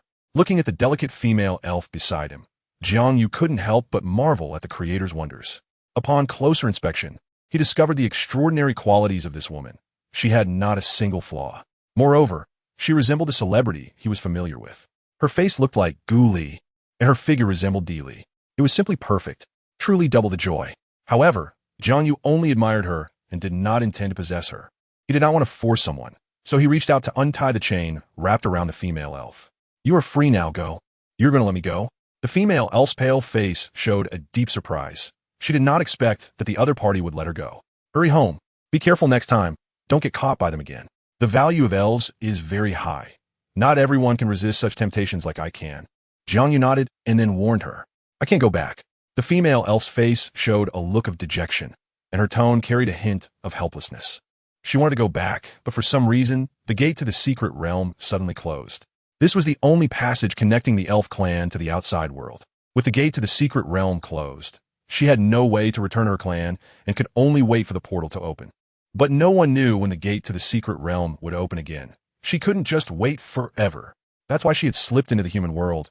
But unexpectedly, she was captured by people from the Great Soul Arena. Why can't he go back? Jiang Yu asked in confusion. In his opinion, even if the place where the elf tribe lived was far from Konoha City, it was still on the Douluo Continent, which is smaller than Blue Star. How could the female elf not return her place? Because the female elf then told Jiang Yu everything. He didn't look like a bad person. Moreover, Jiang Yu had obviously become the female elf's only lifeline in the outside world, so she poured out her origins without any concealment. The secret realm gate. Jiang Yu then understood why the female elf had no home to return to. According to her, the secret realm gate was not only the only passage connecting the elf tribe to the outside world, but also a powerful barrier. If humans entered the secret realm gate, their strength would be greatly compressed. No wonder the Spirit Hall had spent a great deal of effort and still couldn't conquer the elf tribe. It turned out there was this reason. However, why did the secret realm gate suddenly close?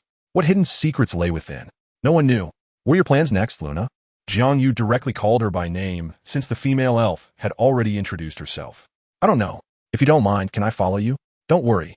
I won't freeload. I can be your servant. Luna proudly said, I'm quite skilled in music.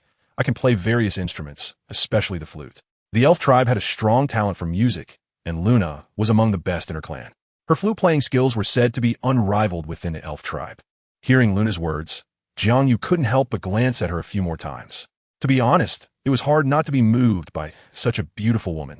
Having an elf maid was a dream for many men. Now, all he had to do was nod his head to have her. It would be a waste not to accept her. Refusing would likely not sit well with the readers either. Moreover, the most crucial point was, if he didn't take her in, Luna would likely become someone else's plaything, which was unreasonable both emotionally and logically. All right, you can follow me. Jiang Yu nodded in agreement with Luna's request. Thank you, young master. Luna was very grateful for his acceptance and bowed deeply to show her appreciation, causing her ample curves to sway dramatically, momentarily dazzling Jiang Yu. Let us go. I'll take you to buy some clothes. It's not appropriate for you to be like this. Jiang Yu, after all, was a young man full of vigor. Although he was still young, after the transformation from the Hongming, purple chi, and the nourishment from the 10,000-year whale gel and purple red fruit, his physique was much stronger than that of an adult soul master, and even certain parts of him were larger than average. Therefore, to avoid any embarrassing situations, Jiang Yu quickly took Luna to pick out clothes. The Konoha Great Soul Arena had not only a dedicated arena and auction house for soul battles, but also many shops, making it a large multifunctional mall. Soon, the two arrived at a clothing store specializing in women's clothing. The female staff member in the store noticed Jiang Yu was followed by a barely clothed beauty and immediately figured out what was happening, feeling a sense of admiration for Jiang Yu. This young man really knows how to have fun, the staff member thought. Once inside the store, Jiang Yu let Luna choose clothes freely, and the female clerk began to introduce items. She first helped Luna pick out some underwear, but all the chosen sizes were too small, which made the staff member envious. It was the first time she had seen such a voluptuous woman. Finally, the staff member managed to find a suitable set of pink underwear for Luna, which had a thin layer of lace around it, looking very sexy.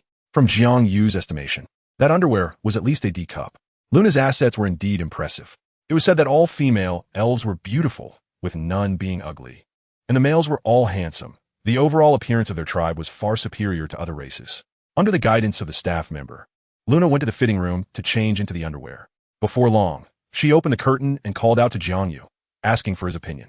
Jiang Yu stared wide-eyed, stunned for several seconds. Ahem, ahem. Jiang Yu pretended to cough and said it looked good. Hearing her master's praise, Luna couldn't help but show a radiant smile, then skipped along with the female staff member to pick out outerwear. In the end, she chose a creamy white dress, which suited her temperament perfectly, pure and noble. Even the staff member couldn't help but cast envious glances at Jiang Yu, repeatedly marveling at his good fortune. To be able to get such a heavenly beauty, if the renowned playboy of the city, young Master Fong, found out, he would surely be jealous to the point of bleeding. After leaving the clothing store, Jiang Yu led Luna directly to the hall. Just as he was about to walk outside, when he suddenly heard a familiar voice behind him. Turning around, he saw Yi Fanqing. Please wait a moment, esteemed guest. Her tone seemed a bit urgent as she rushed in front of Jiang Yu and quickly explained her intention.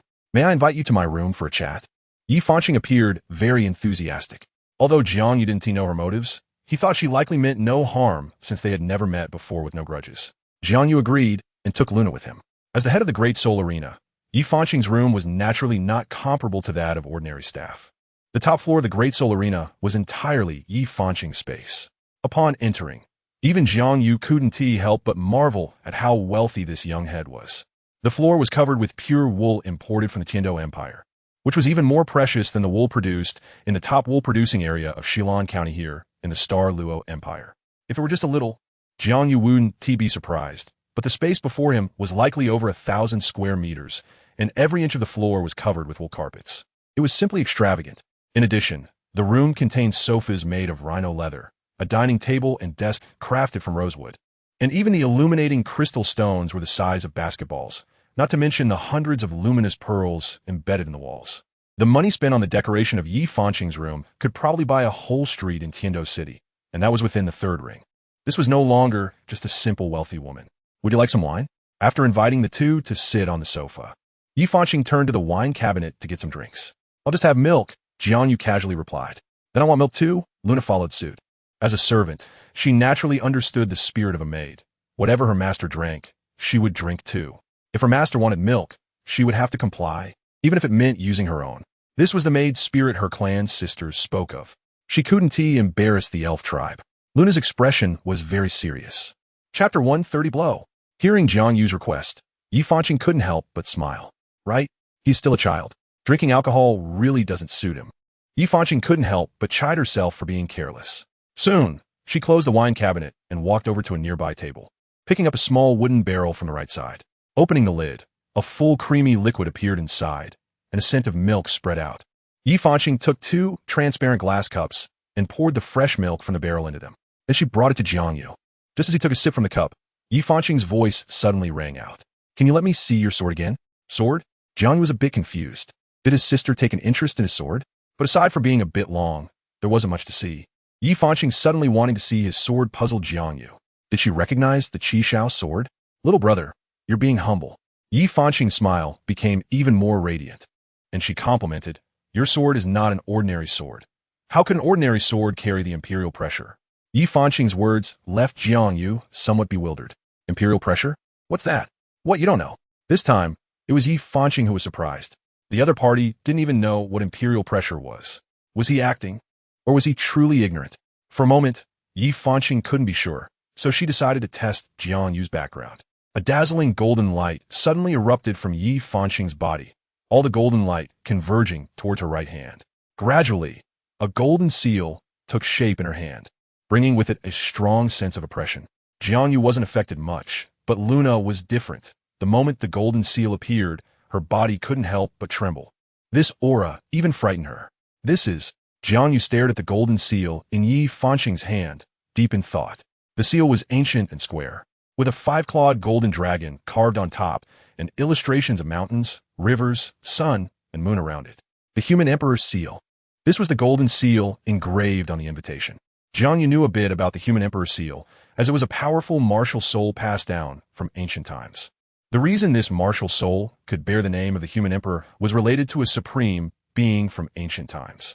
Back then, the Leaf Human Emperor was the strongest person on the continent, with unparalleled cultivation that was revered by many. Even more impressively, he defeated 200,000-year soul beasts deep in the Stardow Forest by himself, breaking the beast tide that threatened the continent.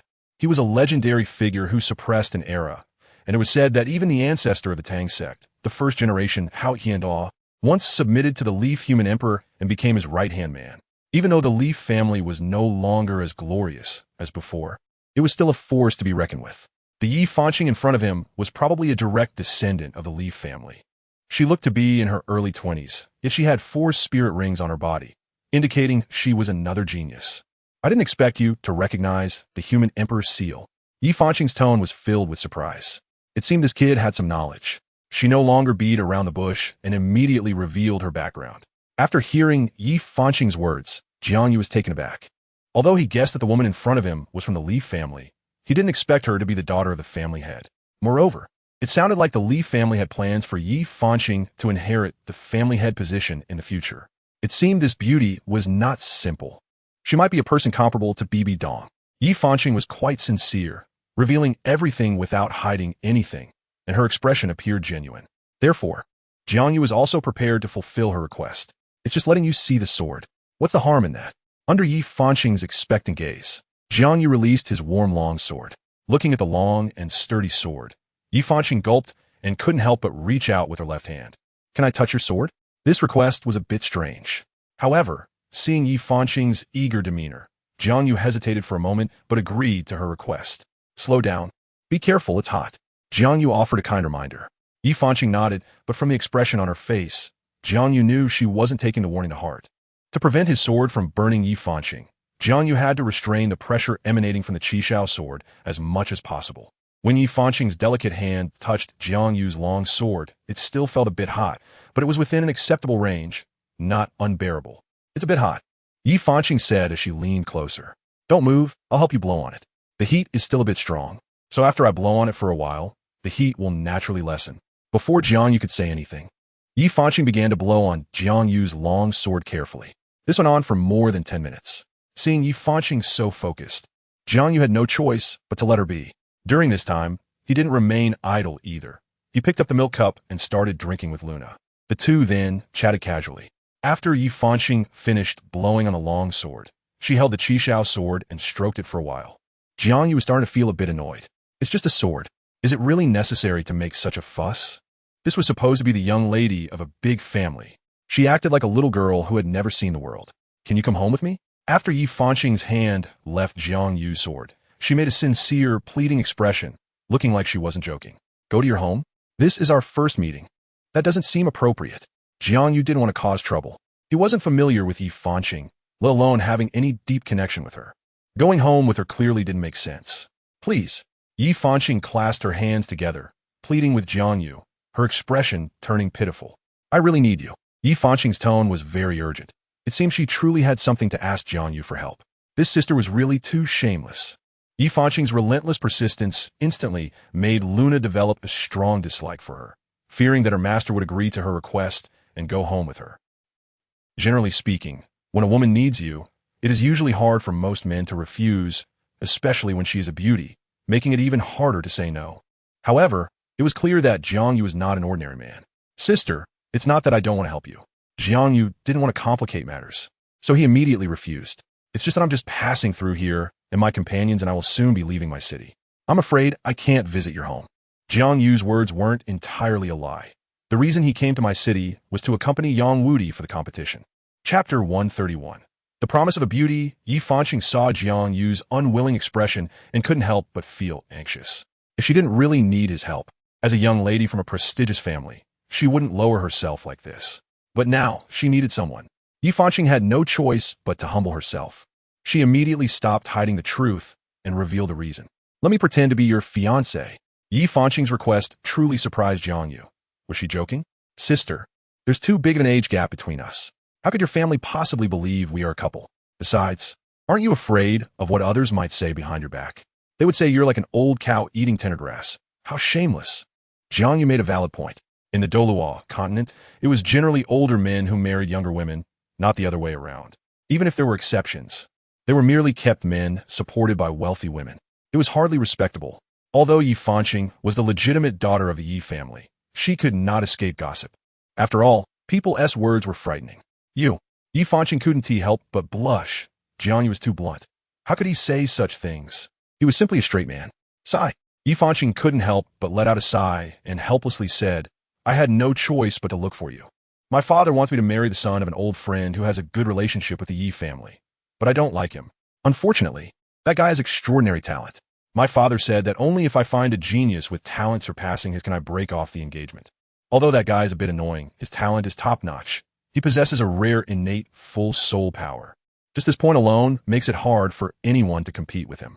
Yi Fanqing's brows furrowed tighter as she looked at Jiang Yu with a hint of expectation. To be honest, the so-called 3 great genius soul masters in my city were no match for him. Just as I was about to give up on luck and agree to marry that guy, unexpectedly, you appeared. Her voice gradually grew excited. Your mysterious sword martial spirit actually contains such a strong imperial pressure. Its rank is definitely not lower than that of the Emperor's seal. I assume you also awakened your martial spirit with innate full soul power. Yi Fanqing was merely speculating, but there was basis for her statement. The strength of innate soul power is significantly related to the strength of the martial spirit. The more powerful the martial spirit, the stronger the innate soul power it provides to the host.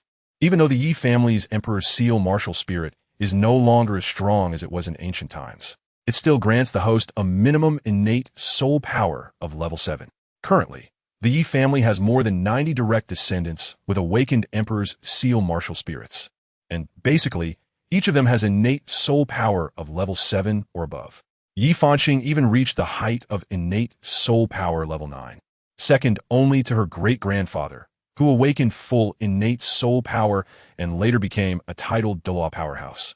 From this perspective, even if Jiang Yu's innate soul power was not full, it couldn't be far off. With him around, she could definitely convince her father to agree to break the engagement, and she wouldn't have to marry someone she didn't like. So you want me to accompany you in a play? Jiang Yu suddenly realized. Yi Fanqing was so eager to ask for his help just to break off the engagement. It's better not to get involved. Jiang Yu didn't want to deal with such trivial matters. He didn't like Yi Fanqing, and besides, going to the Yi family would definitely stir up trouble. Although Jiang Yu wasn't afraid, it was better to avoid unnecessary trouble. He wasn't the kind of kid who often caused issues. He would rather spend his time training. And besides, he wanted to ask Luna about some things tonight. Sister, I'm sorry, but I can't help you. Jiang Yu firmly refused. Yi Fanqing didn't expect him to refuse outright. Can you really bear to see me marry a man I don't like? This isn't something a young hero would do. Damn, listen to this tea ceremony speech. I didn't expect Yi Fanqing to be a tea ceremony master. She even resorted to moral kidnapping.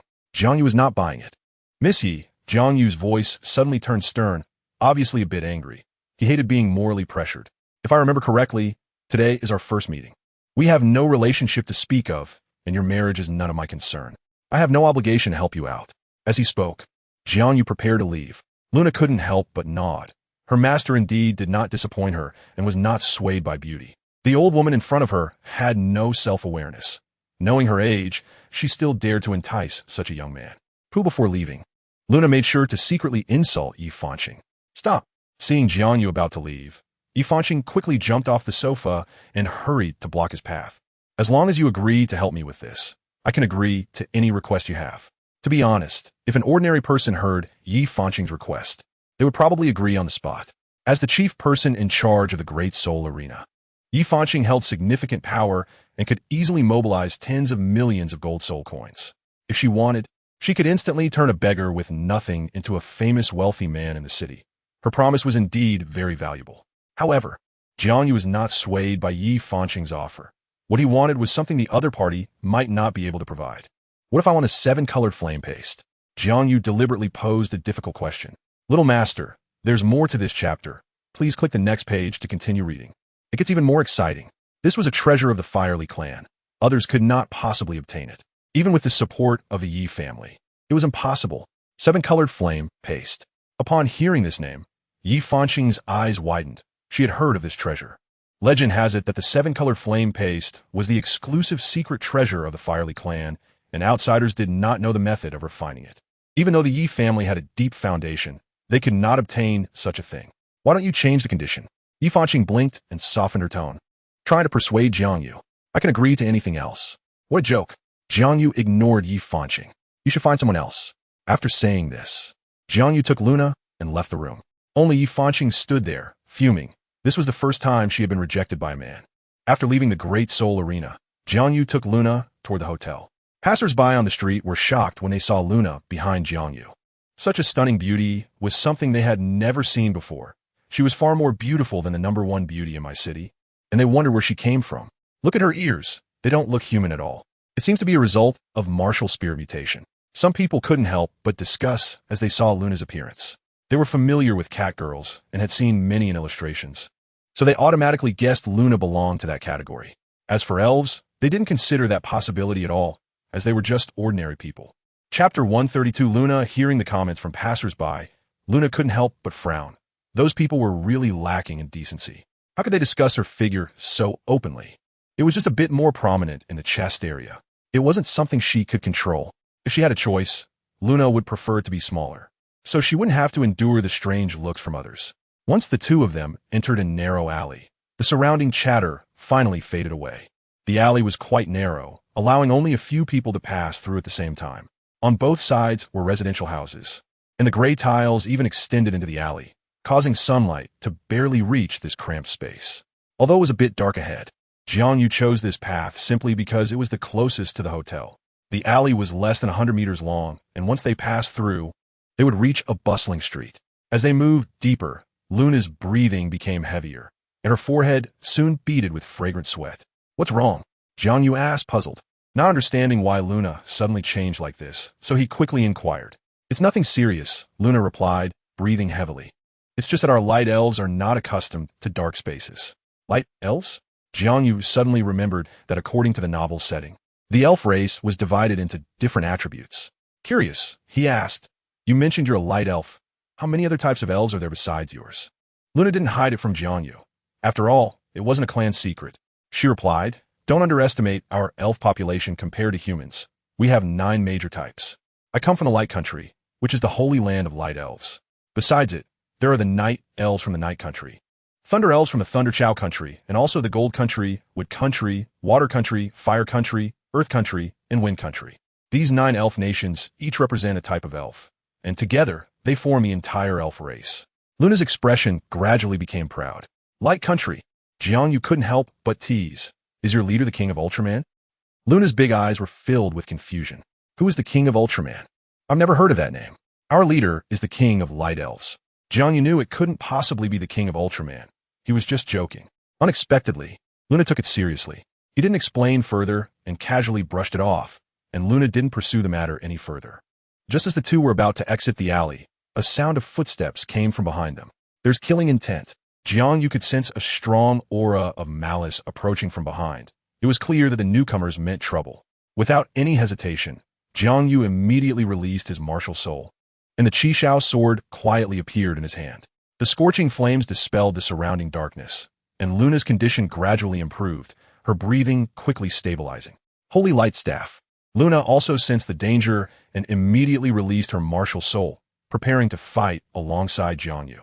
A holy light erupted from her, and in an instant, her right hand suddenly radiated golden light. This glow was extremely rich, and soon a dazzling golden staff appeared in Luna's hand. At the top was a massive pearl, radiating brilliant light, so bright that the colorful golden grooves below appeared somewhat dull in comparison. 4 dazzling soul rings tightly surrounded the staff. Yellow, yellow, purple, purple. It was indeed the best soul ring configuration. Even Jiang Yu was taken aback. Luna actually had the cultivation of a soul master. It seemed that the talent of the elf race was indeed much higher than that of humans. Even an ordinary elf could rival a genius among humans. In reality, Jiang Yu was mistaken. Luna was not just any elf. She possessed a top-tier elf bloodline. I didn't expect your vigilance to be so strong. Gradually, several figures emerged from the darkness, and the leader was none other than the young man who had just been utterly defeated in the Grand Soul arena. The young master of the Fong family, Fong Ping. Seeing him here, JiangYu didn't need to guess to know Fong Ping's purpose. It was nothing more than his unwillingness to accept defeat and wanting to take Luna back. Kid, I advise you if you know what's good for you. Hand over the beauty beside you obediently. Maybe I'll spare your life. Otherwise, I can't guarantee you'll make it out of this alley, Fong Ping said. Pausing for a moment before a cruel expression appeared on his face, you should know what to do. Huh? JiangYu spat at Fong Ping's face and retorted. What if I don't? Fong Ping didn't expect JiangYu to be so bold as to humiliate him like that, instantly enraged to the point of hopping mad. How outrageous! Fong Ping shouted at JiangYu. Kill him, but remember, don't hurt the beauty beside him. Yes, young master. The nearby guards immediately nodded in response. Soon, various colors of light filled the alley. These guards were not weak. All were beast martial soul masters, possessing powerful beast martial souls like tigers, bears, wolves, and leopards. Before this chapter ends, please click the next page to continue reading the exciting content. Moreover, they were all soul masters of the soul master rank. After Fong Ping's order, several guards charged towards JiangYu, with the leading muscular man being a Diamond Tiger soul master. His martial soul was also the highest ranked among the guards. And right from the start, he unleashed his fourth soul skill, Thunderclap Diamond Claw. A massive tiger claw erupted with a powerful energy, its icy gleam becoming increasingly chilling. Purple-blue electric arcs suddenly burst forth around the claw, and the sound of thunder roared towards them. Chixiao Sword Array, activate. JiangYu swung his long sword sharply, and several sword shadows exploded from the sword body, shooting forward. First soul skill, Holy Light. Luna, holding the golden staff, activated her first soul ring, and a rich beam of light shot out from the staff, flowing into JiangYu's body.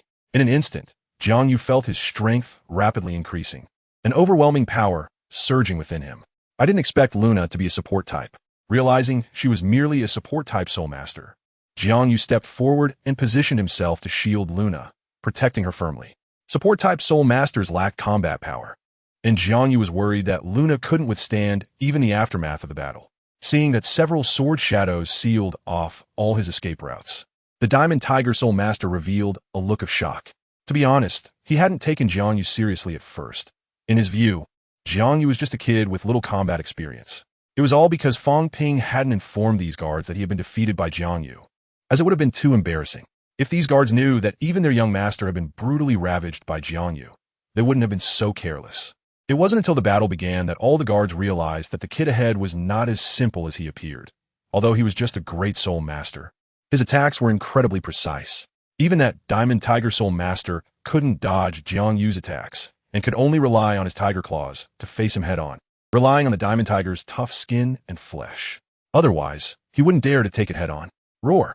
The Diamond Tiger soul master shouted, and his tiger claws struck fiercely towards the sword shadow, releasing all the thunderous power within.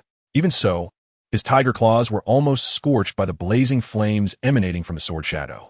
Fortunately, the thunderous power blocked some of the flames' assault, but even so, his tiger claws were slightly burned. Chapter 133. Bear 3. The Diamond Tiger soul master looked at his palm and almost cried out. His originally clean and smooth tiger paw had turned into a charred tiger paw, emitting a meaty aroma that made the nearby companions drool.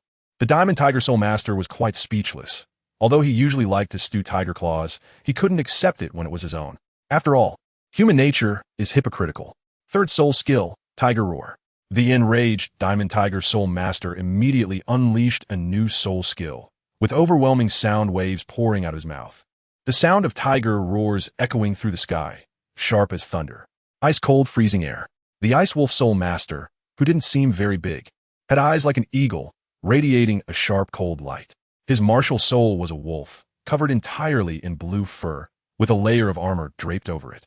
On his broad shoulders were two protruding cylindrical objects, and his ankles bore huge iron wings. This martial soul was called the Ice Iron Wolf. While general wolf martial souls are usually ice-type and not uncommon, there are not many like the Ice Iron Wolf that also possesses another attribute. The quality of the Ice Iron Wolf reached at least a mid-high level martial soul, significantly stronger than ordinary martial souls. After the Ice Wolf soul master's fourth soul skill was unleashed, a cold wind swept through the alley, and soon water-blue ice crystals appeared in the sky. Frost and snow quickly covering the ground, transforming it into a winter-like environment. The temperature around dropped several degrees. Jiang Yu, due to his strong physique, wasn't much affected. But Luna, who was dressed a bit thinly and rarely in cold environments, quickly began to shiver. As the cold air spread, Jiang Yu felt that the flames on the red sky sword seemed to be slightly affected, burning less vigorously than before, though only a little. However, he was keenly aware of it. But at that moment, he didn't have the mood to think too much, as the Money Leopard Soul Master had already ambushed him in front. First soul skill, Leopard Flash. Sharp wind blades shot out from his side like knives, slicing directly towards Jiang Yu. In the face of the three Soul Masters' siege, Jiang Yu remained calm, as always. The more dangerous the moment, the calmer he needed to be. A principle he had learned from countless battles. Panicking would only disrupt his formation and give the enemy an opportunity. Fortunately, the enemies didn't have a control-type Soul Master. It is well known that while the attack power of Assault-type Soul Masters is terrifying, the varied attack methods of Control-type Soul Masters are the most to be wary of. Facing the sudden attack of the Wind Blades, Jiang Yu waved the Red Sky Sword, and a sword shadow appeared out of thin air, striking towards the opposite side. The Wind Blades shattered with a loud bang. The Money Leopard Soul Master had underestimated his opponent, thinking he could defeat Jiang Yu with just his first soul skill. His thinking was too naive. Even an ultimate low-level expert has limited strength when releasing their first soul skill. This is why twin martial souls are so terrifying. After all, once one reaches the Soul King realm, the other martial soul can start with a 10,000-year spirit ring. Although Jiang Yu was still just a great soul master, his physical quality was stronger than that of the Money Leopard Soul Master. Even if he was a soul master, he had no chance of defeating Jiang Yu with just his first soul skill. It was only after the Wind Blades shattered that the Money Leopard Soul Master realized this. After witnessing Jiang Yu's strength, he no longer dared to underestimate him and quickly released his fourth soul skill, Wind Blade Magic Chain Strike. In the blink of an eye, countless wind blades appeared, gathering above the Money Leopard Soul Master. Those wind blades were more than double the size of the previous ones, and the power contained within them was incomparable. Third soul skill, Steel Wing Barrier Blade. The Ice Wolf Soul Master was also not idle. His third purple soul ring lit up, and his arms sprouted a pair of giant weapons with a steel-like curved shape, shining with a cold light and emanating a strong aura. The sound wave attack from the Diamond Tiger Soul Master continued, causing Jiang Yu's ears to nearly go numb. Faced with the tight cooperation of the three in front of him, he had to respond with all his strength. What made him most vigilant was that the Bear Soul Master hadn't made a move yet, just quietly standing there. There might be some conspiracy behind this. Jiang Yu also secretly became wary, occasionally glancing at the Bear Soul Master, even while facing the siege. The boundless wind blades shot towards Jiang Yu, and he could only keep waving the Red Sky Sword. If it weren't for his already somewhat proficient swordsmanship, which allowed him to wield it effortlessly, those wind blades might have already begun to cut into his flesh. Taking advantage of Jiang Yu being restrained by the wind blades, the Money Leopard Soul Master raised a sharp barrier blade and ran forward at high speed. His speed was very fast, covering several dozen meters in the blink of an eye. In a moment, he was right in front of Jiang Yu, and it looked like the Money Leopard Soul Master was about to succeed. At that moment, Luna, who had been hiding behind, moved. Third soul skill, Holy Light Protection. The staff suddenly erupted with a dazzling golden light, which gathered into a net-like object that instantly flew in front of Jiang Yu, enveloping him.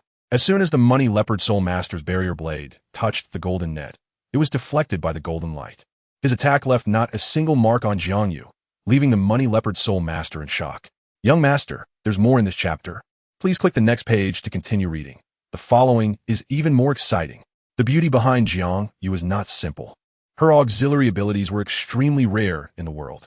At the very least, the Money Leopard Soul Master had never seen such a powerful support-type Soul Master in my city. With golden light protecting Jiang Yu, the Money Leopard Soul Master's plan clearly fell through, leaving him feeling embarrassed. The three Soul Masters couldn't take down a mere great Soul Master. If this got out, how could they continue to mix in the Fong family? The young master would probably not reuse them. Bear brother, don't just stand there. The Money Leopard Soul Master suddenly retreated several meters, turned to the muscular bear behind him, and shouted, "Aren't you going to help?" At this time, don't worry about the dignity of Soul Masters. This kid is tough. It probably takes all of us together to take him down. Hearing his companion's call, the Bear Soul Master frowned, clearly hesitating. Bear 3, why aren't you going to help? Fong Ping was also anxious. In his view, Xiong-san was still too pedantic. So what if there were more against fewer? In a world of Soul Masters, Strength was always respected. As long as one could win, that was enough. As for the means used, it didn't matter. Young master, this. Sigh. The giant bear soul master hesitated for a moment, but still moved forward, taking large strides. Each step he took inevitably caused a loud noise, and the ground even cracked beneath him.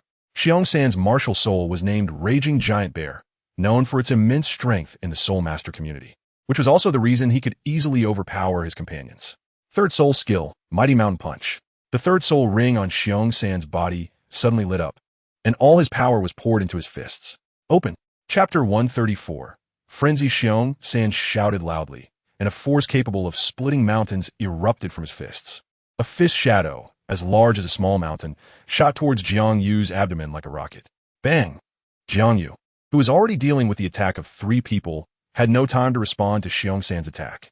That massive fist shadow suddenly smashed towards his body, causing the golden, net-like holy light in front of him to crack rapidly under the impact. Jiang Yu was also greatly affected. A strong sense of pain surged through him, and cold sweat broke out all over his body. Since awakening his martial soul, he had never encountered such a serious injury.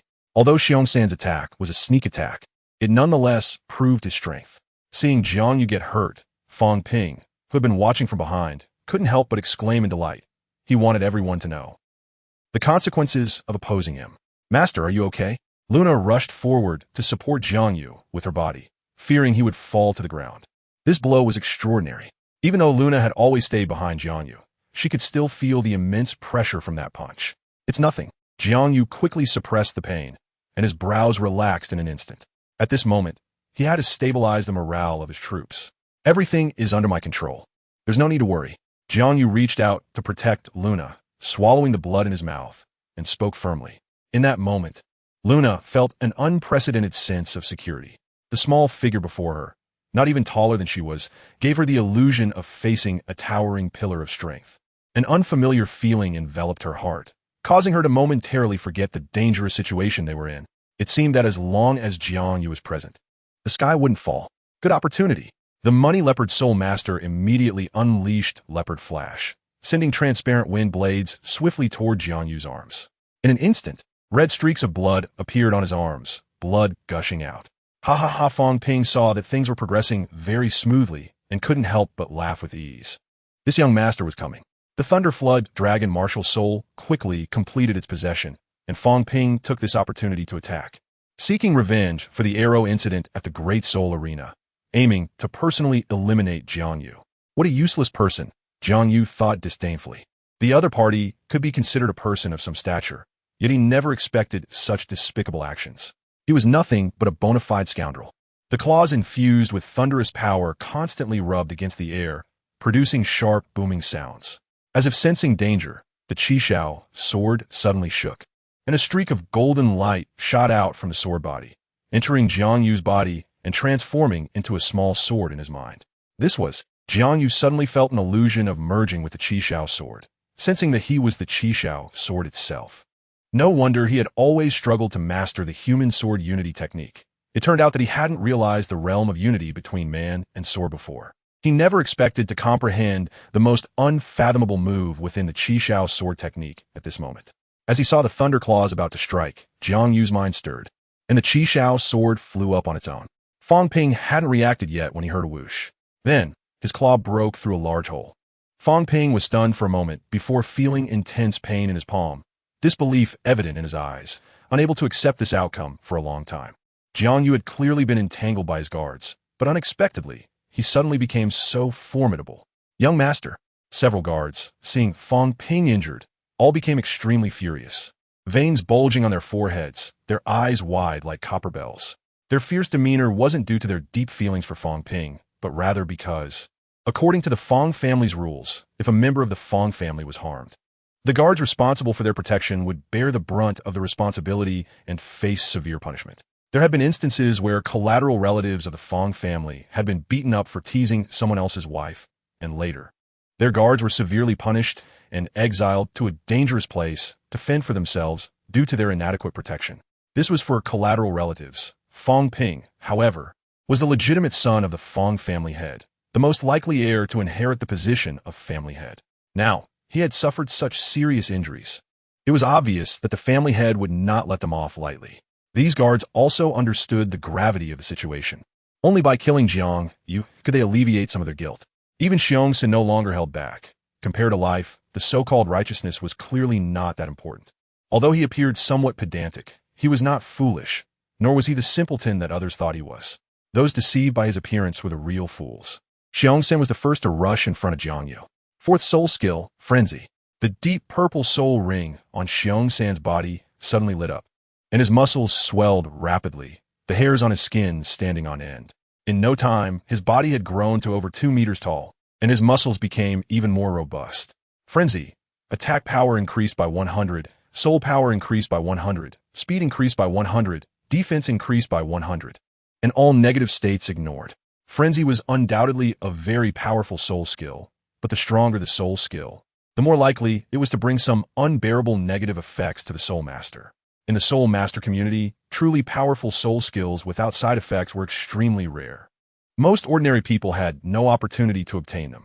This is also why Soul Masters with backgrounds and connections were more likely to acquire soul skills with fewer side effects. While commoner Soul Masters, even if they had exceptional talent, would likely end up with very ordinary first soul rings if they hadn't joined a large power. Although Xiongsan's Frenzy soul skill had strong side effects, it was still a very powerful soul skill, and he wouldn't have obtained it without the support of the Feng family. In a frenzied state, Xiongsan unleashed Mighty Mountain Punch again, and this time, the power of his fists was amplified by no small margin. The force erupting from those fists even pushed back the gentle breeze around them. Just then, several guards nearby also launched fierce attacks, pouncing towards Jiang Yu from all directions. From the aura emanating from them, this time, each of them used all their strength, and it seemed that Feng Ping's injury had awakened their potential. To deal with Xiongsan, Jiang Yu had no choice but to control the Chixiao Sword to attack several other enemies. And then he unleashed the 8 extremes fist he had learned in school with both arms. Originally, it was just a boxing technique for strengthening the body, but with the support of soul power, it erupted with tremendous power. After arriving in Douluo Continent, Jiang Yu felt a bit regretful, wishing he had learned more traditional martial arts in school. They were not inferior to the self-created soul skills of soul masters. Unfortunately, at that time, Jiang Yu had focused all his energy on his school beauty girlfriend, so he only chose to learn the 8 extremes fist and the 8 section brocade. Moreover, for certain reasons, he studied more about the move 2 hands climbing feet to strengthen the kidneys and waist from the 8 section brocade. To be fair, it was indeed effective. It really did strengthen the kidneys and body. Since practicing it, the frequency of deep exchanges with his school beauty girlfriend had changed from once every 3 days to once a day, and his energy had become increasingly vigorous. Looking back now, Jiang Yu felt a bit of regret for focusing solely on this technique. He even dismissed the most popular elective taught by Teacher Ma, the legendary Lightning 5 connected whips. However, it was too late to regret now that he was in Douluo Continent. Yet fortunately, the 8 extremes fist and 8 section brocade were still quite good. They were enough for Jiang Yu. As the saying goes, too much leads to chaos. If one studies these 2 martial arts thoroughly, they could become a grandmaster. Although Jiang Yu had not truly mastered the 8 extremes fist, with the support of soul power and his currently incredibly powerful physique, the power of this move was still quite considerable. Chapter 135. A clever response, Jiang Yu struck out with both fists, meeting Xiongsan's punch without any flashy attacks. They clashed with the most primal force. The remaining few guards, entangled with the Chixiao Sword, could not rush to support for a while. The situation instantly turned into a one-on-one fight. Xiongsan did not dare to be careless. He poured all his strength into his arms, and the power unleashed from this strike was enough to rival that of a power-type Soul King. He could not believe he couldn't defeat Jiang Yu. In the world of soul beasts, bears were among the strongest existences. Even the tiger, known as the king of beasts, could not compare to bear-type soul beasts in pure strength. Moreover, Xiongsan's berserk giant bear was a standout among similar soul beasts, and its strength could only be described as terrifying. If it weren't for Xiongsan's lowly background and urgent need for a large sum of money, he would not have sold himself to the Feng family as a guard. Of course, in return, the family also helped him solve the issue of his soul rings. From his perspective, it was not bad. Otherwise, as a civilian soul master like Xiongsan, he would not have access to the best soul ring configurations. Jiang Yu could sense the immense power emanating from Xiongsan's punch. Although Xiongsan came from humble beginnings without soul bones or family secrets to support him, His strength was still impressive. Unfortunately, he had chosen the wrong master, who asked Fang Ping to insist on being enemies with Jiang Yu. Faced with such despicable tactics from the enemy, Jiang Yu would not show mercy. Allowing a wildfire to burn out only for it to spring back to life in the spring is cruel to oneself. Jiang Yu was no longer that child who felt guilty even for killing soul beasts. Over the past 2 years, he had experienced too much, even witnessing brutal wars. While he did not want to harm the innocent indiscriminately, it was clear that Fang Ping and his group were not good people, engaging in all sorts of evil. Killing them would also serve to eliminate a threat. Therefore, Jiang Yu had no intention of holding back. With the 8 extremes fist and the support of martial techniques, his power surged geometrically. A terrifying force that seemed to tear the sky apart continuously erupted from Jiang Yu's body, causing even Xiong San to tremble slightly. As a power-type soul master, he could feel how intense the momentum Jiang Yu was unleashing truly was. Even he could not help but feel a pang of fear. Although the outcome was still unknown, Xiong San had already lost his unwavering confidence, and his heart was in disarray. He was afraid even before they had engaged, clearly falling into a disadvantageous position. In contrast, Jiang Yu appeared fearless. After their fists collided, a massive force instantly radiated outward, and a whirlwind erupted within a radius of several dozen meters centered around their fists. The ground shattered with a loud bang under the destruction of this force, and the impact caused by the two was comparable to that of a Earth Destroyer. This person's strength was indeed considerable. Feeling the pressure from the opponent, Jiang Yu could not help but praise Xiong San. But that was all. Xiong San had not reached a level that made him take notice. What a little monster! Xiong San became increasingly alarmed. He knew he was a power-type soul zone expert, but the kid opposite him, although also a close combat soul master, had only a weapon spirit. Although weapon spirits could fully unleash their power after reaching the soul sage realm, even surpassing beast spirits before that. Beast spirits were generally acknowledged to be significantly stronger than weapon spirits, especially for close combat beast soul masters. Their attacks were not something a mere human could withstand. For example, if Tang Xin did not use external assistance and only used blue silvergrass, then Dai Mubai could easily defeat him. Although sword weapon spirits were powerful, they could not possibly rival beast spirits in terms of pure strength. Xiong San was greatly puzzled. This was too illogical. Could it be that today's sword masters have become so fierce, adopting a muscle-bound style like them? The power Jiang Yu exhibited was truly terrifying. Xiong San believed he had used all his strength, yet he could not shake Jiang Yu even a bit, which was somewhat absurd. After all, even their genius young master could go head-to-head with him. If it were not for the fact that Lei Jiao could manipulate powerful lightning and had very peculiar attack methods, even Fang Ping would not be his opponent. But now, a kid who suddenly appeared from nowhere was able to put him at a disadvantage. Was this kid a deity incarnate? Xiong San could not help but silently contemplate, as legends said that long ago. Deities from the divine realm loved to transform into mortals to travel the continent and spar with so-called geniuses. From Jiang Yu's performance, it did not seem too strange to claim he was a deity in disguise. Although this had not been verified, Xiong San still felt this guess was the most plausible. He would not admit to losing to a kid. If it were a deity in disguise, that would be different. Losing to a deity was not a shameful thing. Jiang Yu, however, was unaware of Xiong San's thoughts. The other guard from the Fang family had also sustained injuries under the assault of the Chixiao Sword, but it did not incapacitate their ability to attack. Just as they were about to breach the defense line of the Chixiao Sword, even though Jiang Yu had already used the Chixiao Sword formation, it was impossible to keep several Soul Zone experts trapped for too long. After all, those few were not weaklings. Their combat experience was quite good.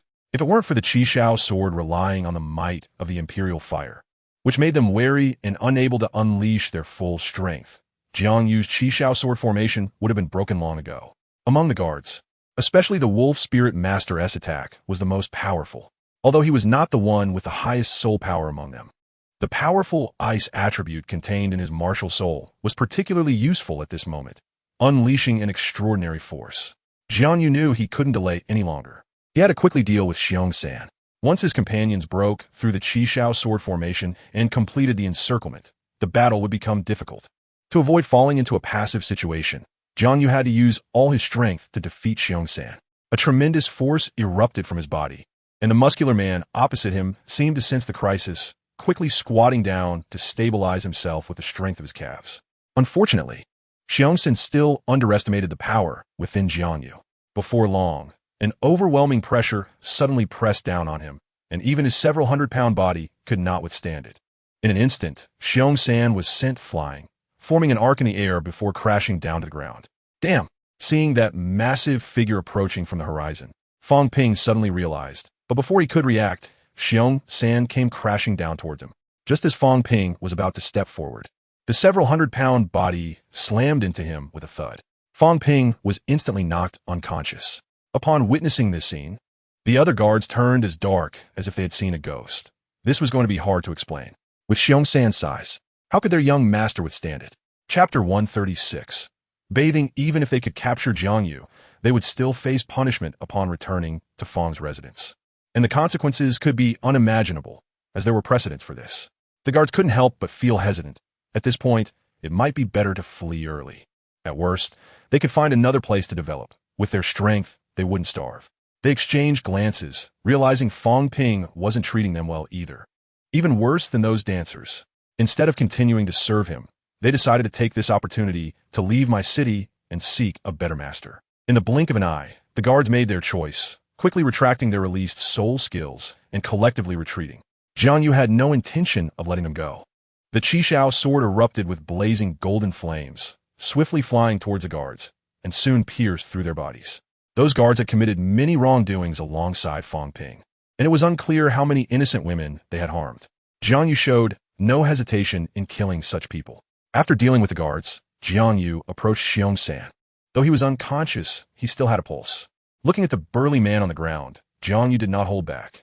Although he had some principles, he was not a good person. Otherwise, he wouldn't have aided the wicked. Jiang Yu controlled the Chixiao Sword and suddenly thrust it towards the ground. The sharp sword instantly pierced through the bodies of Xiong and Fong Ping. And whether or not young Master Fong had been crushed to death by Xiong's massive body, he was certainly dead now. The imperial fire on the Chixiao Sword burned like flames from hell, incinerating the bodies of the two, and soon, Xiong and Fong Ping vanished from the ground. If it weren't for the pile of ash left behind, no one would have known that two people had been here. Luna stared at Jiang Yu ahead, her emotions unsettled. Although Fong Ping and the others were wicked, she had never thought of putting them to death. The elf race rarely kills. To them, every life is a gift from the goddess of life, and even the most heinous individuals have the right to live. No one can take their lives away. Only the great goddess of life has that power. Jiang Yu's actions clearly contradicted Luna's beliefs. How could you kill them? Luna's face was filled with shock. Jiang Yu didn't expect Luna to be so naive. If Fong Ping hadn't acted first, he wouldn't have killed them. He was not a murderous maniac. The elven girl before him had probably been sheltered in her clan for too long, not having seen the darker side of humanity. They wanted to kill me. It's their fault for being incompetent. If I hadn't been ruthless, I would have been the one downed, Jiang Yu said seriously. But Luna wanted to retort, but suddenly found herself at a loss for words, unsure of how to express her thoughts. This is not a place to linger. Let's go. Seeing Luna's stammering, Jiang Yu knew she was struggling with her thoughts. However, such matters couldn't be resolved quickly. It was better to return to the hotel and discuss it there, where he could slowly persuade her. A nurturing game, or something. That would be the most interesting. Jiang Yu was very confident in making Luna feel renewed. After returning to the hotel, as soon as they entered the lobby, all the staff were captivated by Luna. It was the first time they had seen such a stunning beauty. Her ears were even pointed, giving people an impulse to approach her. Jiang Yu directly took Luna back to his room. His room was a suite, quite spacious, with a uniquely large round bed and a screen in front, while outside was a large sofa and a table. There was no need to worry about sleeping arrangements. If you're tired, just rest on the bed. I'm going to take a bath. You don't need to worry about me. Jiang Yu, with great gentlemanly demeanor, offered the large bed to Luna and then headed to the bathroom. After 2 consecutive battles, he was covered in sweat and had a hint of blood smell. Jiang Yu didn't want to sleep with that stench. He opened the glass door and entered the inner room. In the center was a giant wooden tub with a soul guide device above it. Jiang Yu pressed the round button, and soon hot steam began to spray out. Although this bathing soul guide was not cheap, the manufacturing process was simple, making it unaffordable for ordinary people. However, for larger brand hotels, it was not a rare item. In the hotel Jiang Yu was staying at, almost every guest room was equipped with one. Jiang Yu was quite satisfied with this. At least it saved him the trouble of boiling water, as convenient as the heater he used before. Once the hot water was filled, Jiang Yu stripped off all his clothes and quickly jumped into the tub. So comfortable he splashed the hot water onto his skin, and he quickly felt revitalized. He even started singing. If only I could have restrained myself during the meeting. The excited soul. JiangYu was singing a very popular love song. The melody floated out of the bathroom and reached Luna, who hesitated at the doorway, causing her face to involuntarily flush with embarrassment. Let me lie on the bed, and he's singing this kind of song. Does he want to do that? Although Luna was inexperienced, she had heard her kin talk about matters between men and women.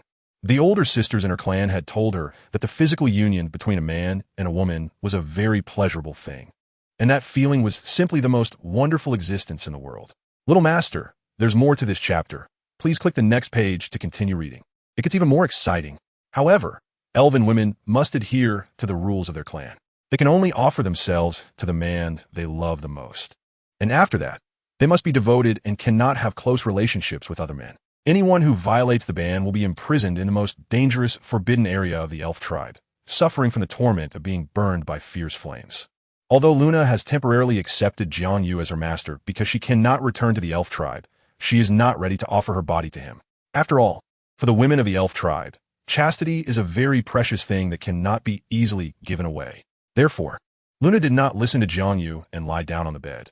Instead, she walked to the corner next to the sofa, feeling somewhat at a loss, and squatted down against the wall, curling her body up. This truly feels like just escaping from a wolf's den and falling into a tiger's mouth. Luna couldn't help but feel some regret. She was very afraid that Jiang Yu was like Fong Ping, no, perhaps even more terrifying than that young Master Fong. What would she do if that were the case? Run? Where could she run to? Resist? Luna quickly gave up on that idea. She was just a support-type soul master with weak offensive capabilities, and just now, Jiang Yu had easily dealt with 5 soul sections. Luna was self-aware with her strength. She couldn't defeat even a battle soul venerable, let alone a soul sect. This is a common weakness of all support-type soul masters. It can be said that without the protection of companions, even a support-type soul master at the title Douluo level is not to be feared, let alone her.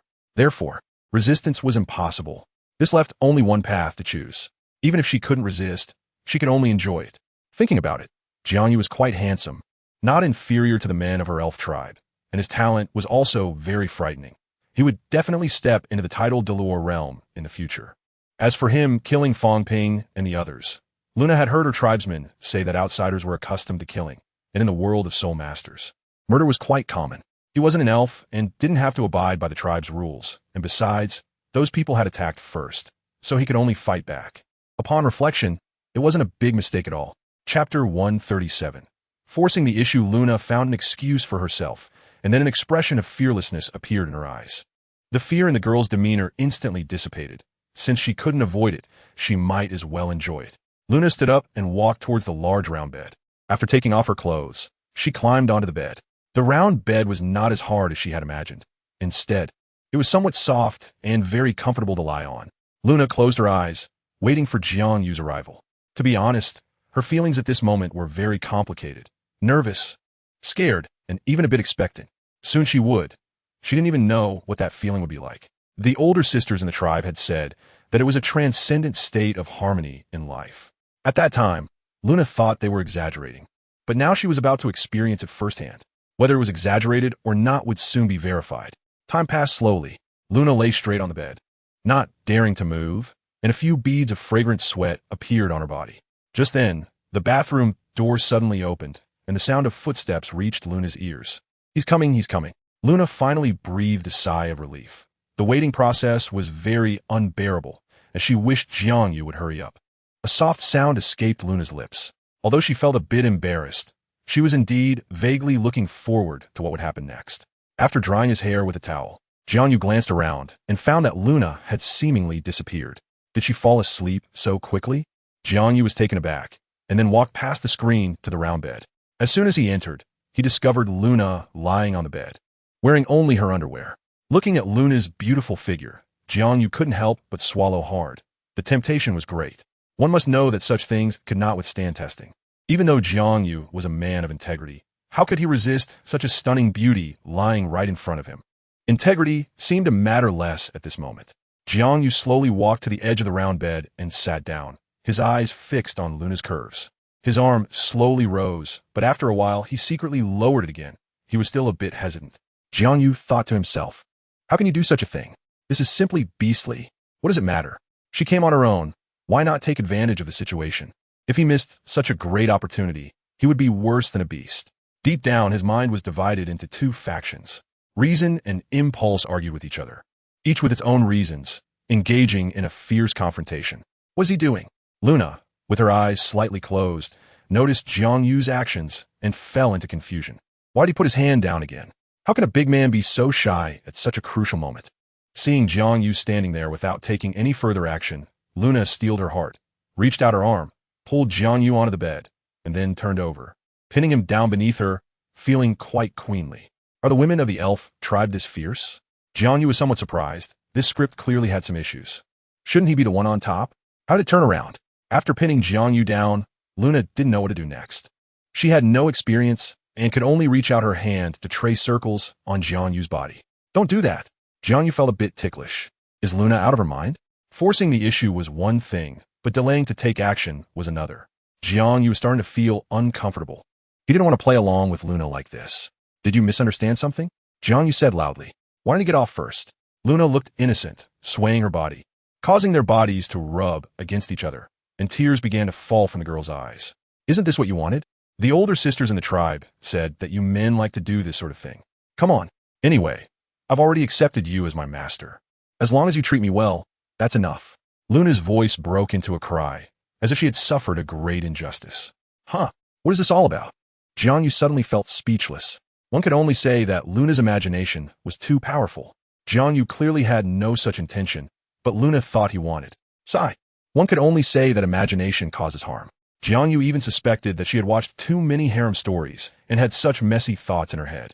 Jiang Yu instantly lost interest, pushed Luna away, and jumped off the round bed in a single motion. At this moment, it was better to let her be alone. Jiang Yu ignored Luna and walked straight to the sofa. He was tired and just wanted to take a good nap. As for what Luna thought, Jiang Yu had no time to care. Could it be that I misunderstood? Before long, Luna heard Jiang Yu's soft breathing and immediately doubted her initial guess. Jiang Yu didn't have that intention at all. Thinking of this, Luna felt ashamed and covered her face, her cheeks gradually becoming a bit hot. Would her master misunderstand her as a bad woman? Luna's heart felt a bit anxious. The sun was already high in the sky when Jiang Yu lazily got up from the sofa. As he opened his eyes, he saw the pure white blanket on him, knowing without asking that it was Luna who covered him with it. Little master, there's more in this chapter. Please click the next page to continue reading. It's even more exciting. This girl.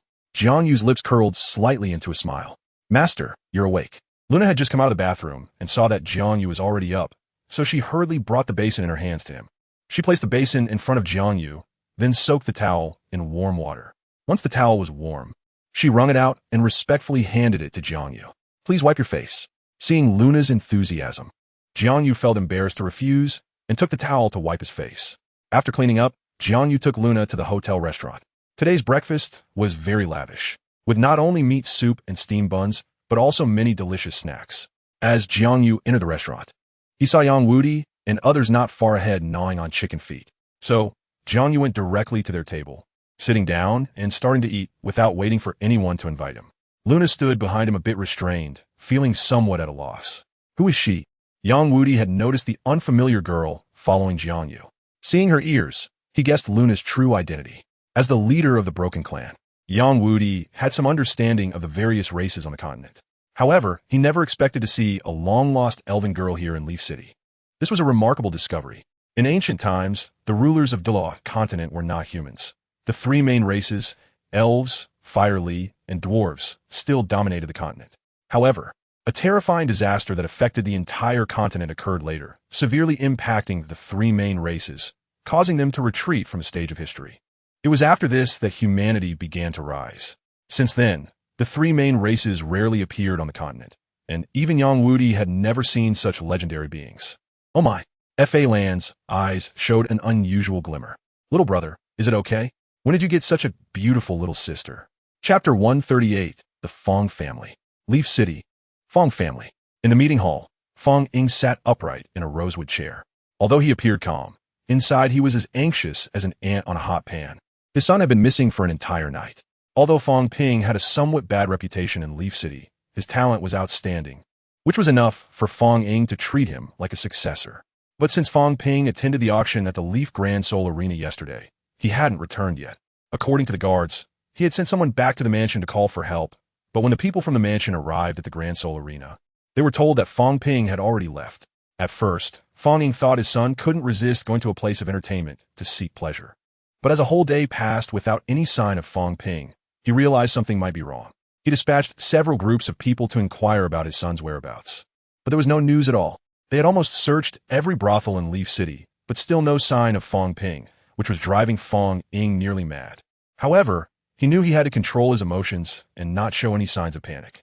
As the head of the Fong family, he had to remain calm to stabilize the hearts of the other clan members. It wasn't until sunset that an old man hurried back to the meeting hall. He walked straight up to Fong Ying and whispered in the family head's ear. Upon hearing the man's words, Fong Ying's expression gradually turned cold, his brows furrowing as if he could trap a fly. It seemed Fong Ping had left the Grand Soul Arena with someone and entered a small alley, never to come out again. According to passers-by, there seemed to have been a fierce battle in the alley. Combined with the fact that he had once engaged in a gambling match at the Soul Arena, all the puzzles began to piece together. Fong Ying knew his son very well. He must have lost and, unwilling to accept it, wanted the other party to return what they had won. It was likely he had run into someone tough. The more Fong Ying thought about it, the more scared he became. It seems I need to go to the Grand Soul Arena myself. Fong Ying suddenly stood up from his chair. Matters concerning his son's safety required him to clarify things. The Fong family mansion was somewhat far from the Leaf Grand Soul Arena, but Fong Ying's carriage was pulled by a 500-year-old wind spirit beast, which was incredibly fast. It only took a few minutes to reach the destination. Upon entering the Grand Soul Arena, Fong Ying ordered the staff to inform Yi Fanqing that the head of the Fong family wished to see her. The female attendant, upon hearing this, did not dare to be negligent and hurried to notify Yi Fanqing. Soon, she arrived in the hall. She didn't expect that the head of the Fong family had come in person, presumably for young Master Fong. Yi Fanqing got straight to the point, saying, "I've already informed your butler about young Master Fong's situation. Is there anything else you wish to ask, head of the Fong family?" Fong Ying was aware of Yi Fanqing's background, so he didn't dare to be too forceful and tried to keep his tone gentle. "Manager Yi, I am here to request detailed information about the person young Master Fong gambled with." Yi Fanqing was not surprised by this, but stated that the Grand Soul Arena had its own rules and was obligated to keep all customer information confidential, so it was impossible to disclose it to others. "Head of the Fong family, please understand that your request exceeds the limits for regular customers, and we cannot comply." Yi Fanqing firmly rejected him. Although JiangYu had not agreed to her request, she would not betray him. Fong Ying, although very prestigious in Leaf City, did not intimidate Yi Fanqing. The Yi family's reputation was still quite useful, and she did not believe Fong Ying would dare to act recklessly in the Grand Soul Arena. "Please, Manager Yi, make an exception," Fong Ying insisted. "My Fong family will surely repay you handsomely." He also knew the power behind the Soul Arena, so he didn't dare to use force and could only tempt her with benefits. "I'm sorry, but that doesn't comply with the rules." Yi Fanqing shook her head, appearing unyielding and clearly uninterested in Fong Ying's promised rewards. You, repeatedly being rejected, even with Fong Ying's good temper, he couldn't help but feel anger rising. He was a high-ranking duke personally appointed by the Star Luo Emperor, and usually, even the Lord of Leaf City would greet him with a smile. But he never expected that this young woman, Yi Fanqing, would repeatedly refuse to give him face. If it weren't for her being a direct descendant of a Yi family, Fong Ying would have slapped her already. "In that case, I shall not disturb you any longer." Fong Ying flicked his sleeves, snorted through his nose, and angrily stepped out of the Grand Soul Arena. "JiangYu, I hope you can leave Leaf City safely," Yi Fanqing thought to herself. Fong Ying was not an easy opponent. The entire Leaf City was his territory, and she hoped JiangYu wouldn't get caught by him, or even she wouldn't be able to save him. Although she is a member of the Yi family, she is not the head of the Yi family. It is undoubtedly very difficult to protect someone who has nothing to do with the Grand Soul Arena under Fong Ying's command. After getting into the carriage, Fong Ying sternly ordered the steward beside him to notify General Zhou Yuan to seal the city gates and immediately apprehend anyone seen with the elven woman. The steward, Fong Quan, promptly took the order. Zhou Yuan has a close relationship with the Fong family.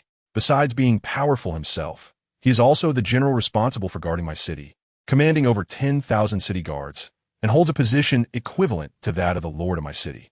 At this moment, Fong Ying only hopes that the culprit who harmed his son has not yet left my city, so he has a chance to capture that scoundrel and vent his overwhelming anger. This chapter is not yet finished. Please click the next page to continue reading the exciting content. After getting off the carriage, Fong Quan instantly released his martial soul, the long-tailed vermilion bird. Of course, this is just an ordinary bird species and has nothing to do with the legendary divine beast, the vermilion bird. Accompanied by a flash of pink light, a beautiful little bird appeared behind Fong Quan. It was only about 10 centimeters in size and very light. Its long feathers on its head were pink, while the feathers on its lower back and waist were bright red. Even its claws were different from those of other birds, being pink, with only the long tail feathers being black. Fong Quan has a total of 5 soul rings. Yellow, yellow, purple, purple, purple. Clearly, he is quite a distance behind genius soul masters. However, reaching the realm of Soul King is still quite impressive. After all, Soul Kings are the backbone of the Soul Master community and receive preferential treatment in any faction. After his martial soul manifested, a pair of small pink wings grew from Fong Quan's back, looking quite strange. After all, this color is more commonly seen on females, and for a big man like him to have pink wings is somewhat unseemly, inevitably attracting ridicule from others. Therefore, Fong Quan rarely releases his martial soul unless it's something very important, but now he couldn't care less. Fong Quan spread out the wings behind him, and his first soul ring quietly lit up. His first soul skill could increase his flying speed by 10%, and the soul power consumption was very low. Although this soul skill seemed somewhat ordinary for a soul master from common background, having a yellow 100-year first soul ring is already quite good. There was no room for picky choices. In the blink of an eye, Fong Quan flew over several streets and quickly arrived near the city tower. Before he reached the tower, he flew down to the ground. There was no way around it, even though he was from the Fong family. He had to abide by the no-fly order. The city gate is a military area, and the soldiers guarding the city wouldn't know who he was. What if they shot him down? For safety's sake, Fong Quan chose to walk. After all, he was less than 100 meters from the city gate, and he could get there quickly. Chapter 139, Imperial Eye. Night fell. The silver moon hung high. 2 carriages sped towards the city gate from the hotel, and the drivers were surprisingly from the Min family. Inside the carriage were Jiang Yu and others. Regarding Luna's background and the matter of killing Fong Ping, Jiang Yu did not hide anything. Yang Wudi and the others did not blame him for causing trouble as they had imagined. Instead, they looked at Jiang Yu with new eyes. Since others had already gotten into trouble, it would be cowardly to remain timid. Yang Wudi, with his personality, despised those who fear trouble. The world of soul masters has always respected the brave. Jiang Yu is just a great soul master, yet he could take down several soul kings. This level of strength was something even Yang Wudi couldn't achieve back then. Though the Pa family was known for their strong offensive capabilities, they dared to confront even the Hao Ian Hammer Soul Master. But someone like Jiang Yu was truly rare. It's likely that even the unparalleled Hao Ian Daw would be like this. This unfortunate kid before them was definitely not ordinary. Yang Wudi interestingly admired Jiang Yu. You kid, you're really too fierce. Yang Wudi smiled broadly, his tone filled with admiration. If it weren't for the huge gap in our soul powers, I would really want to spar with you. He, hearing his old friend's words, couldn't help but feel amused, shaking his drooping head. Old goat, you're still praising him. The Fong family has quite a bit of power in my city. They're probably already waiting for us at the gate. He is the most agile scout and an excellent intelligence worker in the Douluo Continent, and he is undoubtedly very sensitive to the differences in danger. He had a hunch that the enemy would definitely be ambushed at the city gate, just waiting for them to take the bait. Let them wait then. Yang Wudi waved his hand and laughed loudly. The reason I chose to leave the city at night is not because I thought I could sneak past. As the saying goes, on a dark and windy night, kill swiftly. It can be both a quick kill and avoid harming innocents. Hearing the word kill, Luna frowned, her mouth slowly opening as if she wanted to say something, but she swallowed her words at the last moment. He was also speechless. The old goat couldn't change his murderous nature. He was so excited at the mention of killing. No wonder he offended so many people. However, he did not try to dissuade him because he knew this was Yang Wudi's way. The Pa family was named Pa because they must possess a heart that could destroy everything. Even when facing a god, they should not show the slightest fear. Killing is not a bad thing for them. Instead, it can elevate their mindset. Jiang Yu also knew that the Fong family would definitely use all means to find out the culprit behind Fong Ping's death, so he fully agreed with his view. Perhaps the Fong family was just waiting for him to throw himself into the net, but Jiang Yu was not afraid. After all, he had Yang Wudi by his side, a powerhouse at the Soul Douluo level. More terrifyingly, he could still retreat unscathed after confronting a titled Douluo. This level of strength is top-notch across the entire continent. While the Fong family is merely locals of my city and certainly cannot have a title Douluo level soul master, That head of the Fong family is probably just a soul sage. If he encounters Yang Wudi, he might not even withstand a few moves. Thus, Jiang Yu was feeling very calm, even slightly looking forward to the upcoming battle. Finally, he could see Yang Wudi in action. After more than 10 minutes, the carriage arrived at the city gate, where dozens of burly soldiers stood on either side. Under the illumination of the lights, their resolute faces could be seen. These soldiers had been part of the city guard for many years, and their strength was far beyond that of new recruits. As the carriage passed, a soldier immediately stepped forward to inspect it. He wore armor that was much more ornate than his companions, suggesting he was an officer among them. Chunshan didn't want to complicate matters, but the commanding officer had ordered that everyone passing through the city gate be thoroughly checked. Even a fly must be scrutinized before being allowed to pass. Therefore, he didn't dare to be negligent. "Everyone get off for inspection," Chunshan shouted loudly, his right hand unconsciously reaching for the black iron sword at his waist. Having guarded the city gate for years, he had developed the habit of adopting a defensive posture upon seeing strangers. "It's coming, it's coming." Bai Qinxiang's novel couldn't help but tremble, her face filled with excitement. She had never experienced such a grand scene before, and just thinking about it made her a bit thrilled. Martial soul, possession. Lordifa suddenly unleashed her martial soul, and a golden light erupted around her body, swirling without spilling out. Then, a petite golden eagle appeared behind her. Her eyes turned golden, and a pair of dazzling golden wings sprouted from her back. Lordifa forcefully lifted the curtain and dashed outside like a gust of wind. Her first soul ring instantly lighting up, shooting a beam of golden light from her eyes. First soul skill, Imperial Child, activated. Qinshan did not expect that the person inside would attack the city guards.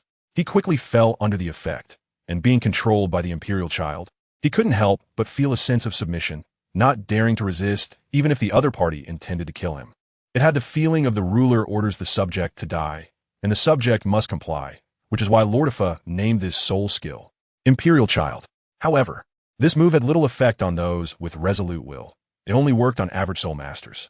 Lordifa's attack was extremely ruthless, as the golden eagle claws swiftly struck towards Chun Shan's abdomen, piercing through his body with a single blow. All of this happened in the blink of an eye, and by the time those around reacted, Chun Shan had already fallen to the ground, blood pouring from his mouth. Young master, there's more to this chapter. Please click the next page to continue reading. It gets even more exciting. I didn't expect this little girl to be so fierce. Yang Wudi was also stunned. He even made a move before someone else had beaten him to it, and it seemed her strength was quite impressive, actually possessing the cultivation of a soul emperor. Such a young soul emperor was indeed rare. Enemy attack. The surrounding soldiers immediately released their martial souls to confront the enemy, and in an instant, various lights began to shine. The soul rings on them were mostly ordinary, beginning with white soul rings, and most were at the level of great soul masters, with only a few soldiers having soul power that reached the soul commander level. Their strength was simply too far from Lordifa's. They were not her opponents at all. However, they bought time for Zhou Yuan, who as the commander had already led elite soldiers from the city wall to the city gate. "Bold thieves, how dare you attack the officials? You are surrounded. Surrender at once." Zhou Yuan drew his long knife, pointing it at Lordifa, while the surrounding soldiers quickly completed the encirclement. A silver bell-like laughter rang out. A smile appeared on Lordifa's face as she extended her pinky finger downward, shaking it. Everyone knew this was blatant contempt. "Kill!" Zhou Yuan immediately erupted, his teeth clicking together. He wanted to kill the woman mocking him in front of him to quell the anger in his heart. With Zhou Yuan's command, all the soldiers released their soul skills, and all attacks surged towards Lordifa, although she had the cultivation of a soul emperor. Facing hundreds of soul skills was not easy either. At that moment, Jiang Yu and Yang Wudi also emerged from the carriage. As for Bai He and Bai Qinxiang, they didn't possess much attacking power, and bringing them out would only be a hindrance, offering no help in the battle. Facing the overwhelming attacks, Jiang Yu's mind stirred. Controlling the Chixiao Sword to soar into the air, where the sword body erupted with dozens of fiery red sword shadows, shooting forward rapidly. Chapter 140. Black Gold, Double-Headed Dragon. Just as the sharp feather blades were about to cut towards Lordifa's heavenly beauty, a crimson sword shadow swiftly severed the brown feather blades. Lordifa realized what had happened after hearing the thuds of them hitting the ground. Had it not been for Jiang Yu's assistance, she feared she would have been disfigured. At that moment, she felt a deep gratitude towards Jiang Yu, but with her personality, it was impossible for her to show it. She merely gave a haughty nod in Jiang Yu's direction and threw him a flirtatious glance without saying much. Cough, cough, cough. Jiang Yu couldn't help but shiver. To be fair, this Aunt Elon was quite beautiful and very feminine, like a ripe peach, as if a squeeze would yield plenty of juice. She was simply the kind of woman that men dream of. However, Jiang Yu didn't feel any special feelings for her. He even found her flirtatious glance somewhat uncomfortable. To be precise, this aunt was not his type. Break! Yang Wudi didn't care about any temptations. He grabbed the dark long spear and thrust it out. The spear emitted a chilling cold light, over 8 feet long, with a spear tip even wider than usual. The whole spear shaft was as thick as a human arm, adorned with 2 yellow, 2 purple, and 4 black, with 8 dazzling soul rings tightly surrounding it. The seemingly ordinary spear released an incredibly bright luster, and a terrifying, murderous aura radiated from it, causing many to feel a chill. This was the inherited martial soul of the Pa family, the soul-breaking spear. Among all spear-class martial souls, only a few like the Luanjin Tiger Demon Spear, Longdan Bright Silver Spear, and Fire Dragon Spear could compare. Yang Wudi swept the spear, blocking the dazzling soul skill attacks outside. As the leader of the Pa family, he had studied the essence of the Pa character thoroughly. Even a titled Dalu had to give their all to confront Yang Wudi's true intent of the Pa, let alone this group of low-level soul masters. As the soul-breaking spear emerged, the city guards suffered heavy losses instantly, and some couldn't even withstand the murderous aura emanating from the spear. Zhou Yuan saw this and was filled with horror. That seemingly unremarkable old man was actually a soul, dual-level powerhouse. This was not something they could contend with. At once, he felt fear. Zhou Yuan was self-aware.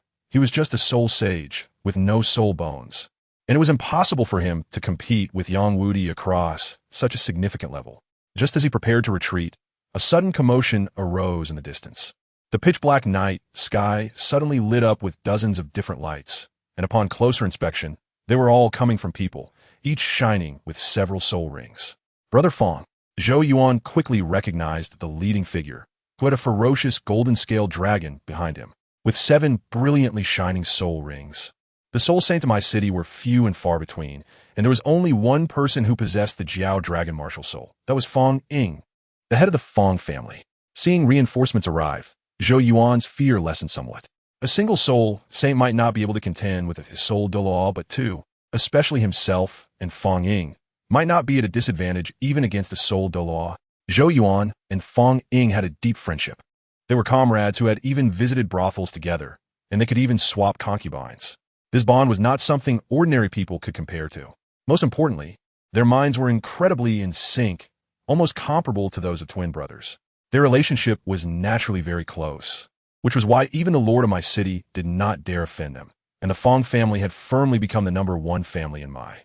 After receiving the information from the steward, Fong Ying quickly rushed from his residence towards the city wall, and to avoid slowing down, he personally selected flying-capable soul masters from the family to come first, aiming to catch the murderer. Upon seeing that the other side had a soul, dual-level powerhouse backing them, Fong Ying was momentarily taken aback. However, even so, he still had to make the murderer pay with their life, as they had a significant numerical advantage, and he still had hidden cards. Even Contra might not be his opponent. Brother Zhou, let's go. Fong Ying's voice was as bright as thunder, and after he finished speaking, he descended from the sky to Zhou Yuan's side. The two exchanged a tacit glance. Then, they simultaneously extended their right hands and clasped them together. Brilliant light erupted, enveloping both of them, and Fong Ying's Thunder Dragon martial soul let out an excited roar. At that moment, Zhou Yuan's martial soul also quietly appeared. It was a black dragon, over 3 meters long, covered in black scales that looked very transparent. Its eyes were red, and its cheeks were puffed out as if stuffed with 2 golf balls. Soon, Fong Ying and Zhou Yuan merged into one, their martial souls intertwining. The Golden Thunder Dragon and the fully black dragon twisted together, and in the end, the dragon's size expanded to about 7 meters. Even more astonishingly, the dragon's appearance changed. The right side became golden, the left side remained black, and even its head split into 2, looking particularly fierce. This was the martial soul fusion technique of Fong Ying and Zhou Yuan, the black-gold dual-headed dragon. Although their current strength allowed for only 10 minutes of fusion time, within this period, they could use soul skills up to the 7th level without restriction. The black-gold dual-headed dragon controlled the volatile lightning element and the calm water element, making it extremely powerful. The most terrifying part was that both dragon heads could unleash soul skills, making it a truly extraordinary creature. The enormous black-gold dual-headed dragon roared thunderously, swinging its massive body in the air. This chapter is not over. Please click the next page to continue reading. Martial Soul Fusion Technique. Jiang Yu did not expect the opponent to use a martial soul fusion technique. This was not a simple matter of 1 + 1 = 2. Their strengths received a tremendous boost in an instant. Even an ordinary Contra might not have the upper hand. However, Jiang Yu was very confident in Yang Wudi. This leader of the Piji clan was not an ordinary Contra. The opponent had clearly miscalculated. Purple-gold lightning and blue water flowed out from the dragon's two mouths, the shining lightning illuminating the black night, crackling in the air. The city guards had already retreated several meters before the dragon launched its attack. They had seen the martial soul fusion technique of General Zhou and clan head Fong before and, naturally, did not want to be caught in the crossfire. To this group of city guards, all they needed to do was stand at the city gate. Even if that old man was a Contra, he would still be no match for the black-gold dual-headed dragon. All the soldiers were filled with confidence. This was not the first Contra to fall to the dragon, nor would it be the last. With their general and clan head Fong in my city, they were as steady as a mountain. No one else could turn the tide. Seeing the black-gold dual-headed dragon, Yang Wudi could not help but reveal a radiant smile. The aura emitted by the dragon finally ignited his desire to fight. It was too boring to fight against these city guards. If he continued, he might fall asleep. The dragon's appearance jolted his spirit. Yang Wudi raised his spear, and a dense malevolent aura erupted from the spear body, gradually taking shape in the air, transforming into a general clad in iron armor, holding a long spear. JiangYu noticed that the soul rings on Yang Wudi's spear did not emit light, indicating that this was his self-created soul skill. The general charged straight towards the black-gold, dual-headed dragon in the air like a peerless warrior. Even facing the terrifying lightning and the immense water pressure, he did not hesitate in the slightest. Chapter 141, JiangYu Unleashed. The torrential flood surged towards the ground. The violent power of lightning mixed in with the water flow became increasingly active.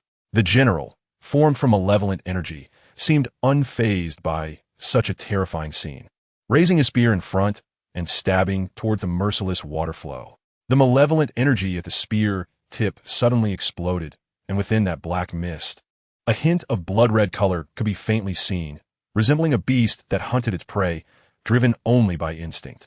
"Break!"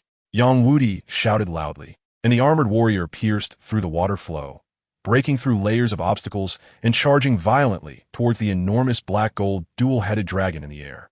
Yang Wudi's fierce attack clearly caught the dragon off guard, and disbelief appeared on its face. As the spear tip was about to stab through, the dragon, still in shock, swung its tail, as thick as a water barrel, in retaliation. A massive gust of wind suddenly erupted, and the huge dragon tail burst forth with intense golden light. Sweeping across, and with a bang, sent the armored warrior flying. Feeling the strong shockwave, the giant's body began to crumble. The black-gold dual-headed dragon was even more powerful than imagined. After all, both soul masters had reached the soul sage level. Although Fang Ying and Zhou Yuan's martial soul fusion technique was not as strong as the Golden Triangle's golden sacred dragon, it was certainly not much weaker than the nether white tiger. Unfortunately, only Fang Ying and Zhou Yuan from the Fang and Zhou families could unleash the martial soul fusion technique. Unlike the Xing Luo royal family and the Zhu family, where at least 10 members of the younger generation could merge to use the nether white tiger, which was truly terrifying. Fang Ying's dream was for more members of the Fang family and Zhou family to reach fusion, allowing them to unleash the black-gold dual-headed dragon. If that were to happen, their family would surely rise to the top tier of the Xing Luo Empire, and he could surpass his ancestors. He would be revered by the descendants of the family. Fang Ying was not delusional. Just look at the Duke of Nether's mansion. Although the Nether Spirit Cat martial soul was good, it was still far from the top martial souls. The Zhu family, however, could resonate with the royal family's evil white tiger martial soul, subsequently merging into the nether white tiger, which propelled them to become the top nobility of the Xing Luo Empire. Although the Xing Luo royal family did not have a title de loa stationed in public, even an ordinary title de loa would not dare to offend the Xing Luo palace solely based on the nether white tiger formation. There was even a title Douluo boasting a soul power exceeding level 95 who claimed, "The Nether White Tiger formation is perilous and mysterious. Only a super Douluo should dare to enter." Of course, Fang Ying did not expect the Fang family to rival the Dai and Zhu families. He would be satisfied if they could become the #1 family in the southern region. Originally, his son Fang Ping was the most likely candidate to practice the black gold dual-headed dragon martial soul fusion technique with Zhou Yuan's son. Unfortunately, he was killed by thieves. Fang Ying's rage was understandable.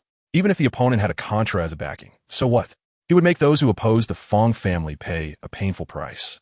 The golden glowing dragon tail, after dealing with the malevolent energy general, did not stop its attack. Instead, it unleashed an even stronger force towards Yang Wudi. Seeing this, Jiang Yu quickly stepped forward to help. This was caused by him, and he could not let Yang Wudi get hurt. Although Jiang Yu did not think the black gold dual-headed dragon could harm Yang Wudi at a critical moment, if he did not move, it would go against the good intentions of others. Even if Yang Wudi did not mind, Jiang Yu could not get over that mental hurdle. A man must repay kindness. Although he was not exactly a proper person, he still understood this principle. He could not just sit back and enjoy the benefits while others charged in a battle. He extended his fingers towards the dragon tail, and the first soul ring on the Chixiao Sword erupted with brilliant light, instantly shooting out dozens of sword shadows. The Chixiao Sword formation rapidly lunged towards the dragon's tail at Jiang Yu's command, piercing 3 inches deep before being stopped by a thick layer of something. Just as the black gold two-headed dragon wore a contemptuous expression, the Chixiao Sword moved. The dragon did not regard the approaching sword, thinking a mere great soul master couldn't be that powerful, even if the sword's aura was extraordinary. But so what? Fang Ying wasn't afraid of even a soul Douluo. So how could he take Jiang Yu, a low-level soul power kid, seriously? The Chixiao Sword in the air erupted with a dazzling golden flame, illuminating the dark night sky as bright as day, causing those nearby to squint. With a swoosh, the Chixiao Sword pierced into the dragon's tail. And the moment the sword entered, the scales on the dragon's tail all fell off, unable to withstand the sword's incredibly sharp blade. With just one strike, it pierced through the dragon's tail. The immense pain made the black gold two-headed dragon awaken. At that moment, it regretted not handling the situation with full force. In fact, while Jiang Yu's Chixiao Sword was powerful, its effectiveness was also due to Fang Ying and the others' martial spirits being dragons. As everyone knows, the Chixiao Sword has a special attack against snakes, and there is no snake it cannot cut. If their martial spirit fusion technique wasn't the black gold two-headed dragon, perhaps Jiang Yu's Chixiao Sword wouldn't have had such a strong effect. These kids are too fierce. Yang Wudi couldn't help but admire Jiang Yu, who had wounded him using the fusion technique of 2 soul saints, even though he himself had used his self-created soul skill without gaining the upper hand. Yang Wudi sighed, realizing that talents emerge in every generation. If young soul masters were all this fierce, the older generation would struggle to keep up. Little master, there's more in this chapter. Please click the next page to continue reading. It gets even more exciting. Yang Wudi's pride was strong, and seeing a kid unleash such sharp attacks, how could he be willing to fall behind? Third soul skill explosion. To prove that he was still capable, Yang Wudi immediately grabbed the soul-breaking spear and hurled it towards the dragon in the air. The purple third soul ring flickered, and the spear suddenly erupted with a thick layer of black light, instantly multiplying the pressure it exerted. Bang! The soul-breaking spear pierced into the dragon's body, creating an astonishing explosive force, the impact akin to that of 100 pounds of explosives detonating simultaneously. This was the terrifying effect of Yang Wudi's third soul skill. Once it struck any object, it would unleash an incredibly terrifying explosive power, greatly enhancing the spear's destructive capability. To obtain this soul skill, Yang Wudi had put in considerable effort to find an explosive fireball beast that was over 1,300 years old, successfully acquiring its innate soul skill. His efforts were not in vain. The power of this third soul skill was indeed astonishing, repeatedly helping Yang Wudi achieve miraculous attacks, with many enemies falling to this skill. Although it was only a third soul skill, supported by Yang Wudi's impressive level of 81 soul power, the damage caused by the soul-breaking spear was significant. The once imposing giant dragon now showed great pain on its face. If it weren't for Fang Ying's strong willpower keeping the black gold two-headed dragon in check, it might have disintegrated. Fang Ying finally realized he had met a formidable opponent. He and Zhou Yuan had teamed up to kill several soul Douluo, and although they had just entered the soul Douluo realm, it was enough to make him proud. The power of this old man clearly surpassed that of a typical Soul Douluo, and a strong attack made Fong Ying feel fear, as if he was facing a peak Soul Douluo. He had been in the Soul Master world for many years, but today he truly understood what it meant to have talents beyond one's own. Not only Yang Wudi, but even Jiang Yu's strength made him feel intimidated. Of course, it wasn't just about strength, but the unparalleled potential he possessed. Given Jiang Yu's talent, he would surely reach the title Douluo level, and Fong Ying couldn't help but hesitate. Was it worth offending a potential title Douluo for a troublemaking son? After all, he had several sons, and Fong Ping was just the most outstanding among them. After a long time, Fong Ying finally made up his mind. Even if he had offended them, he would eliminate them completely. Especially that boy. No matter how talented he was, he probably wouldn't walk out of my city today. Title Douluo? Oof. Fong Ying's pupils dilated, and he coldly snorted, "You have no chance."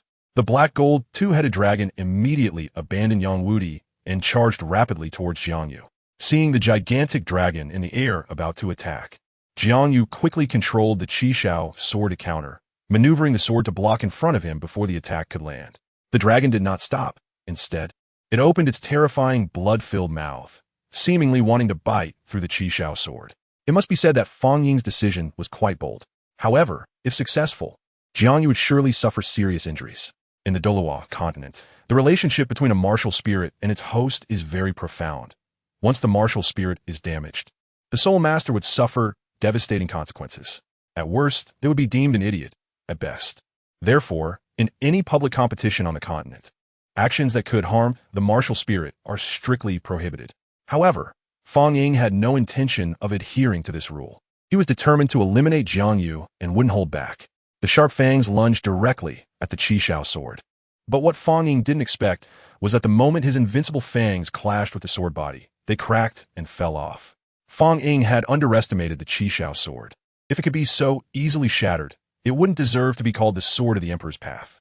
Seeing the dragon's teeth all broken, JiangYu couldn't help but laugh. He couldn't help but wonder how Fong Ying would eat without teeth. Probably just porridge. This was truly a case of being toothless and shameless. Just thinking about that scene was funny. Haha. The black gold two-headed dragon, now toothless, was immediately filled with rage and swung its massive tail violently towards the people on ground. Boom! Yang Wudi, holding the spear with one hand, saw the yellow soul ring on the spear body suddenly light up. He leaped over JiangYu's body and charged straight towards the dragon's tail in the air. An explosive wave of energy erupted from Yang Wudi, and the soul-breaking spear shone with brilliant black light. Just as it was about to make contact with the dragon's tail, it released a shockwave that pushed it away, causing the giant dragon to retreat repeatedly. Seizing this great opportunity, Yang Wudi tightened his grip on the spear and hurled it forcefully towards the dragon's body. The second soul ring lit up, and the penetrating power of the soul-breaking spear instantly doubled. Before the dragon could react, the spear tip pierced into its body, producing a loud, mournful cry. The massive dragon could no longer maintain its form and suddenly fell from the air to the ground, creating a large hole. With a flash of light, the dragon's body gradually shrank, eventually forming a light orb the size of a fist. Immediately, Fong Ying and Zhou Yuan reappeared in front of everyone. Their martial soul fusion skill was shattered, and their bodies were severely injured.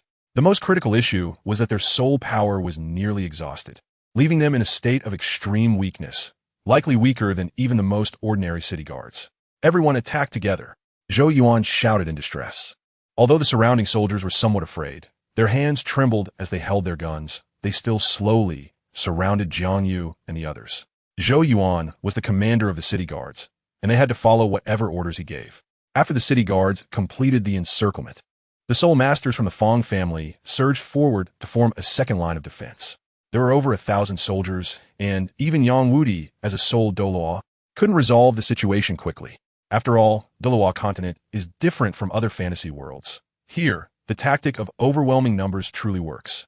Even a titled Douluo at the pinnacle of the continent might not be able to cope with the assault of tens of thousands of troops.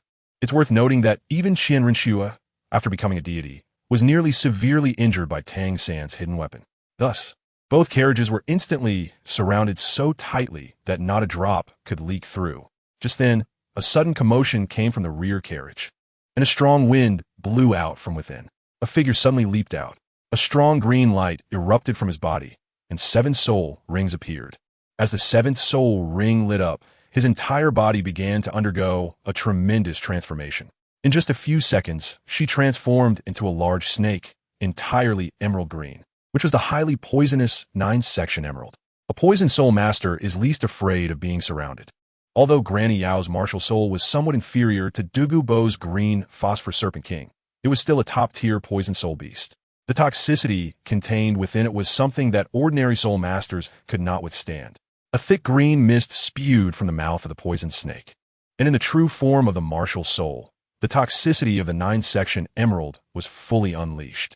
As soon as the surrounding soldiers inhaled the thick mist, they felt their bodies weaken, and they began to convulse uncontrollably. At this moment, Granny Yao's role was not much less than that of a titled Dalu. In the blink of an eye, hundreds of soldiers lost their combat ability, and the impact continued to expand.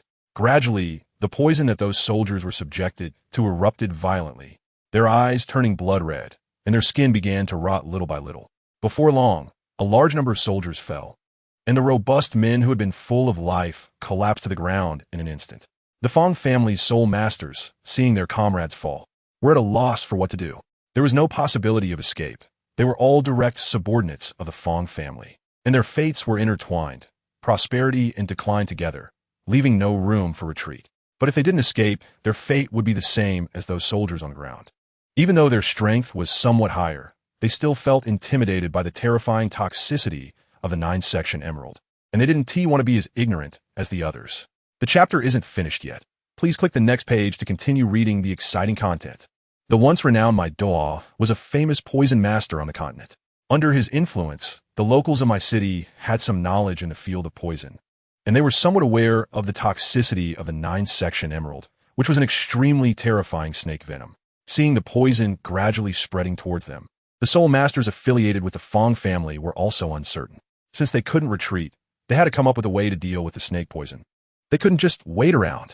The green mist was about to arrive. At that moment, a bold soul master launched an attack towards the mist. His martial soul was a wind eagle, possessing powerful wind control abilities. With a flash of his wings, a strong gust of wind suddenly appeared. With a leader to follow, the others no longer hesitated. Those with similar soul skills rushed forward to help. Third soul skill, Blow. Although the famous soul master was not a wind attribute soul master, he still rushed forward recklessly to help. His martial soul was a water blue swallow named Blue Water Swallow. While this martial soul granted him the ability to fly, it was actually a water attribute martial soul. After the martial soul was activated, the Blue Water Swallow Soul Master S mouth transformed into a bird's beak, and a loud whistle came from his beak. Then an astonishing flow of water gradually condensed into shape, eventually forming an oval-shaped water sphere. That massive water flow rapidly spun towards the thick mist and quickly charged in. Unfortunately, Granny Yao's 9th-section emerald was not so easily dealt with. The water flow, upon touching the mist, was instantly corroded by the poison. The enormous snake tail swept and knocked the oval water sphere back. Under intense pressure, the water sphere exploded, and green droplets rained down from the sky. The Fong family soul masters who were splashed by the droplets suddenly felt an intense itch all over their bodies, making them very uncomfortable. Although their suffering was lighter than that of the city guards, it was still unbearable for ordinary people. Only a few of the more resilient Fong family soul masters managed to hold on and not be affected by the raindrops. Watching Granny Yao unleash her power and quickly eliminate so many enemies, the little girl who had been hiding in the carriage couldn't help but feel envious. She also wanted to become as powerful as Granny Yao one day. Perhaps then she wouldn't have to marry that dandy. Chapter 143.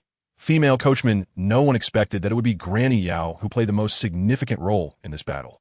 The toxins contained in her 9th-section emerald quickly dismantled the encirclement of the city guards and the soul masters from the Fong family. Fong Ying's hopes were instantly dashed as he watched his family members fall one by one. His mood quickly plummeted to rock bottom. These were all elites of the Fong family. They could be considered the backbone of the family, and the future of the Fong family would rely on them for support. He never expected they would be lost here. Even a family like the Fong family couldn't withstand such losses. But there was no medicine for regret in the world, and Fong Ying had to pay the price for his wrong decisions. Yang Wudi showed no mercy, looking at the culprit who was already kneeling on the ground. He expressionlessly threw the broken soul gun forward. The black spear pierced through Fong Ying's body, and blood continuously gushed from his mouth, quickly forming a pool of crimson blood on the ground. Fang Ying had no idea who he had offended. Yang Wudi was not a soft-hearted person. As long as it was someone who deserved to die, he had never held back, always resolving matters cleanly and efficiently. Brother Fang, Zhou Yuan let out a painful scream, tears streaming uncontrollably from the corners of his eyes. He and Fang Ying have been old friends for many years, and seeing him meet such an end inevitably made him feel a sense of sorrow for the dead hare and the fox. Yang Wudi, however, was quick to act. Fearing that Fang Ying might feel lonely in death, he swiftly withdrew the spear and turned it towards Zhou Yuan. You damn! Zhou Yuan did not expect this old man before him to be so ruthless, not even sparing him, leaving him no chance to plead for mercy. This time, Fang Ying and Zhou Yuan, two fellow travelers, were truly heading to another world to continue their lives. No need to thank me. Yang Wudi pulled out the spear, a wicked smile on his face, causing Zhou Yuan to spit blood in anger, soon closing his eyes. With the deaths of Fang Ying and Zhou Yuan, the remaining people lost their motivation to continue attacking, and moreover, they had been poisoned by the snake. They were utterly powerless, only able to watch as the carriage left my city, seeing Yang Wudi and the others walk further away. Everyone finally let out a sigh of relief. Fortunately, the other party was not a mindless killer and did not start a massacre. Otherwise, they would have to bury those two people together. Upon careful consideration, it turned out to be a narrow escape. Several leaders of the city guard even felt somewhat grateful to Yang Wudi. With Zhou Yuan dead, the position of the main commander was left vacant, and they all had the chance to climb up to that position, which made them a bit excited. After leaving my city, the carriage headed directly towards the direction of Xinglua Imperial City. They had already discussed their next destination while at the hotel. The suggestion came from Granny Yao, and Yang Wudi strongly agreed, although he publicly stated that he wanted to visit Xinglua Imperial City for a look. Anyone with a discerning eye could see that his true intention was not just that. Everyone knew he was aiming for Granny Yao. Why, he had no objections. He had heard that Xinglua Imperial City was one of the largest cities on the continent. In the past, Haotian sect even had a stronghold there. Although he had never been there, he knew its exact location, and perhaps that stronghold still existed, which made him want to take a look. Moreover, Xinglua City was one of the few cities on the continent not influenced by the Wuhuan Temple. What reassured he even more was that Haotian sect had been a supporter behind the Xinglua Empire. Even though the four major clans with single attributes had distanced themselves from Haotian sect, with that connection, the Xinglua royal family would likely not make things difficult for them. There was still some distance between my city and Xinglua City, separated by 3 provinces with only over 1,000 miles between them. Fortunately, the carriage that Jiang Yu and the others were on was not slow. The 2 horses had the bloodline of soul beasts, although they had little attacking power. Their speed was much faster than ordinary horses, making them the Ferraris among horses. On the 3rd day, in the morning, Jiang Yu and his group arrived near Xinglua Imperial City. Less than 100 meters ahead was their destination. The area of Xinglua City was very vast, with the city gates made of granite, and the city towers standing at least 100 meters high. Soldiers in steel armor formed patrols near the towers to maintain order. If the style of Tiando City resembled the elegance of the Jiang and water towns, then Xinglua City was more akin to the rough and grand style of the north, with even the locals being much taller than those from Tiando, all standing at around 1.8 meters tall. It is said that a region's land nurtures its people, so it's no wonder that the military strength of the Xinglua Empire became #1 on the continent. Apart from their advocacy of martial prowess, their physical stature also provided them with a significant advantage, making Tiando Empire seem far behind in comparison. If it weren't for the Wuhuan Temple causing trouble behind the scenes, Xinglua Empire might have truly unified the entire Douluo Continent. Upon reaching the city gates of Xinglua City, everyone had to obediently line up for inspection. The gate guards carefully examined them, and upon finding that they were just old, young, women, and children with nothing suspicious, allowed them to enter. Once inside the city, Granny Yao did not take little Yao directly back to the Duke's mansion, but instead found a hotel to stay. However, JiangYu had no intention of staying there. He had already made plans. His visit to Xinglua City was to change routes toward the extreme north, a place he had long wanted to visit, but it had been delayed due to the expedition against the Liangshan Principality. Now that he was in the Xinglua Empire, he had to prioritize the trip to the extreme north, as only there could he find the powerful ice-attribute soul beasts he needed. Just thinking about opening his 3rd martial soul made him eager to head to the extreme north. For safety's sake, JiangYu did not bring Luna along, but entrusted her to Yang Wudi for safekeeping. Although Luna was very reluctant, she ultimately succumbed to Jiang Yu's authority and obediently complied. Little Master, there's more in this chapter. Please click the next page to continue reading. The following parts are even more exciting. After leaving the hotel, Jiang Yu casually asked passersby and soon learned the location of the car rental shop. Following the directions given by the pedestrians, he walked straight ahead from the hotel until he reached a fork in the road, where he chose the right path to continue forward. Right turn, left turn, then right turn. After passing through more than 10 streets, Jiang Yu finally arrived at the famous car rental street in Xinglua City. This street was filled with numerous car rental shops of all sizes, including well-known chains that operated across the two empires. Jiang Yu did not try to cut corners by choosing unregulated rental shops. As the saying goes, you get what you pay for. And the same applied to renting a carriage. A more expensive option would offer much better quality. After comparing a few options, he chose Yish Car Rental, a long-established brand on the continent, known for its safety and overall space inside the vehicle. Once inside, a staff member warmly greeted Jiang Yu, offering tea and a fruit platter. After Jiang Yu stated his requirements, the staff quickly flipped through a small booklet to make recommendations. Dear guest, how about this carriage? It has 3 horses for power, features genuine leather seats, and is equipped with the latest shock absorption system to spare you from bumpy rides. The entire carriage frame is crafted from tiger bone, covered with a thick layer of rhinoceros hide, and finished with a layer of tung oil on the outside, making it nearly invulnerable. Its safety performance is exceptionally high, and it can also keep you warm. Jiang Yu looked at the design diagram the staff member had and felt it was quite good, so he booked the carriage they suggested. By the way, I also need a driver. No problem. The staff member then introduced Jiang Yu to the types of drivers available. Besides the most common young men, this shop even had female drivers, and the ratio was quite high. The female drivers generally had good looks, especially with great figures, all dressed in uniform, giving them a unique charm. The price for female drivers was noticeably higher, with a daily commission of 100 copper soul coins. And the more beautiful and curvy they were, the higher the price. The staff repeatedly assured him that female drivers were all rigorously trained and not just relying on their looks. They were all experienced drivers. Their skills are definitely not an issue. Chapter 144. Vocal Techniques. Jiang Yu did not hesitate and casually picked a female driver who looked pleasant. Although the price was a bit steep at 300 copper soul coins a day, he had no shortage of money, so he certainly wouldn't shortchange himself. After leaving the car rental shop, Jiang Yu had a beautiful woman by his side. She looked to be in her early 20s, tall and curvy, especially with those enchanting peach blossom eyes, which truly had a magical charm. The woman's name was Wu Yao, and she had rich driving experience. Throughout the journey, although there were many pedestrians, she managed to navigate accurately, avoiding any unpleasant incidents. Once they left the city, Wu Yao drove the carriage north, holding the reins in her left hand and swinging the whip with her right, as the 3 fine horses galloped forward. As the sun set, when Jiang Yu was about to leave the range of Xinglua Imperial City and enter another province, the sun in the sky had already set. The surroundings also became dark.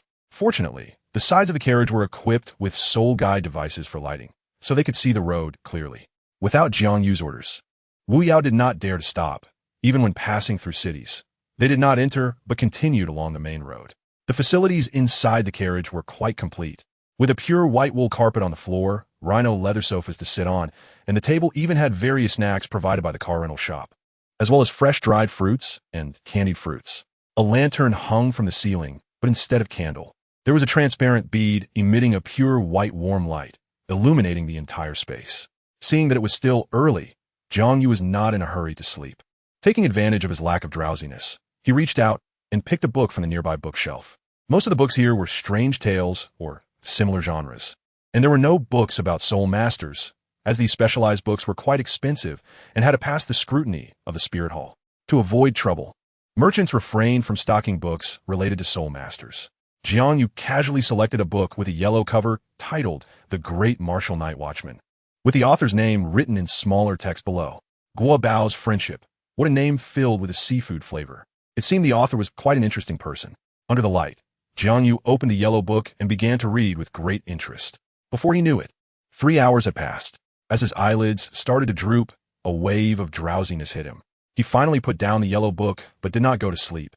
Instead, he sat on a blanket and began to meditate with his eyes closed. 9 days later, the carriage finally entered the area of the northern border, which which was very close to the extreme north. The roadside was covered with a thick layer of snow. Large snowflakes filled the air, and a cold breath permeated the atmosphere. According to the map, the city near the extreme north was called Snowstorm City, located less than 100 miles north of the well-known extreme northern land on the continent. After entering the northern border, the carriage did not slow down. Instead, it sped up. By evening, they finally arrived at the territory of Snowstorm City. Jiang Yu was stunned by the sight of the city. The city walls of Snowstorm City were indeed infused with snow water, forming a very hard layer of ice. The walls appeared to be extremely wide, with no end in sight. Unlike other cities, there were no armored soldiers guarding the city gate. In fact, Snowstorm City did not even have a city gate. The area in the middle, spanning 100 meters, resembled an open cave welcoming everyone to enter. It seemed that Snowstorm City was a very free city, but this also indicated that the dangers within were much higher than in other cities.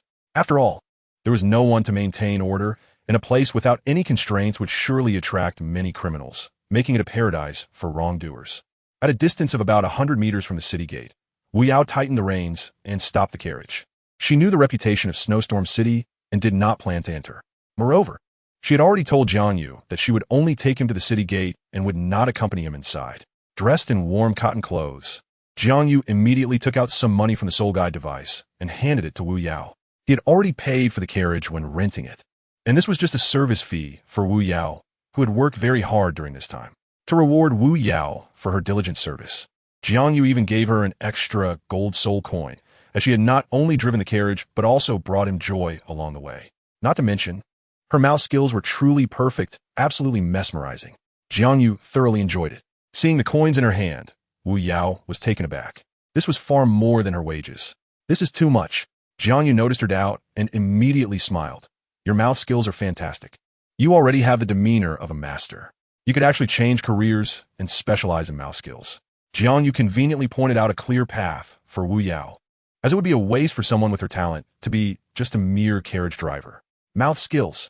Wu Yao had never considered this path before. Looking at the small figure ahead, her heart gradually grew firm. Perhaps it was time to change paths. Mouth skills could indeed be a good profession. No one expected that. Because of Jiang Yu's words, the Douluo Continent would gain a renowned mouth skills master in the future, even establishing a sect that would be passed down. Wu Yao also became the first-generation founder of the mouth skills sect. After entering Snowstorm City, Jiang Yu discovered that the interior was a different scene altogether. The ground was littered with garbage, giving a very poor impression, nothing like the clean and polished city gates. It had a feeling of being golden on the outside, but rotten on the inside. This was not hard to understand, as Snowstorm City did not belong to the Star Luo Empire. Although it was located in the northern border of the Star Luo Empire, it was an area with no governance. It was rumored that Snowstorm City was established by a pair of sworn brothers who had adventured to the extreme north together, gaining a lot from their exploits. Later, they formed a mercenary group, and their business grew larger and larger, until they decided to establish a city near the extreme north. Initially, the scale of Snowstorm City was only a few thousand square meters, but as more adventurers arrived, the city's area expanded, forming the size it is today, which could be considered a moderate miracle. Jiang Yu's understanding of Snowstorm City was limited. Most of it was gathered from inquiries with locals after entering the northern border. He was less familiar with the environment within the city. Fortunately, Jiang Yu was quite handsome, and he casually stopped a young lady on the street to ask her for directions. "Excuse me, miss, where can I find a hotel in the city?" Wow. The young beauty in a white fox fur coat's eyes brightened. It was rare to see such a cute little boy. Little brother. The beauty's face broke into a warm smile, her eyes narrowing. She then pointed to an alley, saying, "If you go through there, you'll find a hotel. And their specialty thick bread is very famous. It's spread with a secret honey mixture. The taste is truly delightful. You should definitely try it. Come on. Sister will take you there." The beauty's eyes suddenly sparkled with mischief. It was unclear what her intentions were. Chapter 145. The call of the siren. After the girl led Jiang Yu into the alley, she revealed her true intentions. Not far in, she extended her hand toward Jiang Yu's abdomen. Looking at the bulging area, her eyes gleamed with a hint of red light, wishing to immediately merge with Jiang Yu. Jiang Yu had no time to play along. He had no interest in such bad women. It was simply that he found it dirty. A flash of red light, and the Chixiao Sword immediately appeared in Jiang Yu's hand, a wave of intense heat instantly rising. However, what surprised Jiang Yu was that he suddenly found the temperature of the imperial fire had actually decreased significantly. Although the girl was thirsty, this was not her first time doing such a thing, and she still had her guard up. As Jiang Yu activated his martial spirit, she suddenly retreated several meters. Martial spirit, possess. The girl immediately released her martial spirit, and a blue light erupted from her body, gradually forming a strange creature behind her. It stood about 100 centimeters tall, with a slightly plump figure. The creature was black on the back and as pure white as the snow on the ground in front, with very short limbs. Its furry little hands and feet added a touch of cuteness, and its mouth resembled a bird's beak, while the patch of orange feathers on its neck looked somewhat like bird wings. The girl's martial spirit turned out to be a penguin. She had 3 soul rings, yellow, and purple, clearly the best configuration for soul rings. After her martial spirit took form, the girl's appearance didn't change much, except her mouth became sharper, resembling a character from Doraemon, but she was a bit larger. With the appearance of the martial spirit, a chilling cold aura erupted from the girl. Her martial spirit was not ordinary. It was the emperor among penguins, the emperor penguin. This type of soul beast was also well known in the northern frontier, recognized as one of the symbolic soul beasts of the extreme north. First soul skill chant.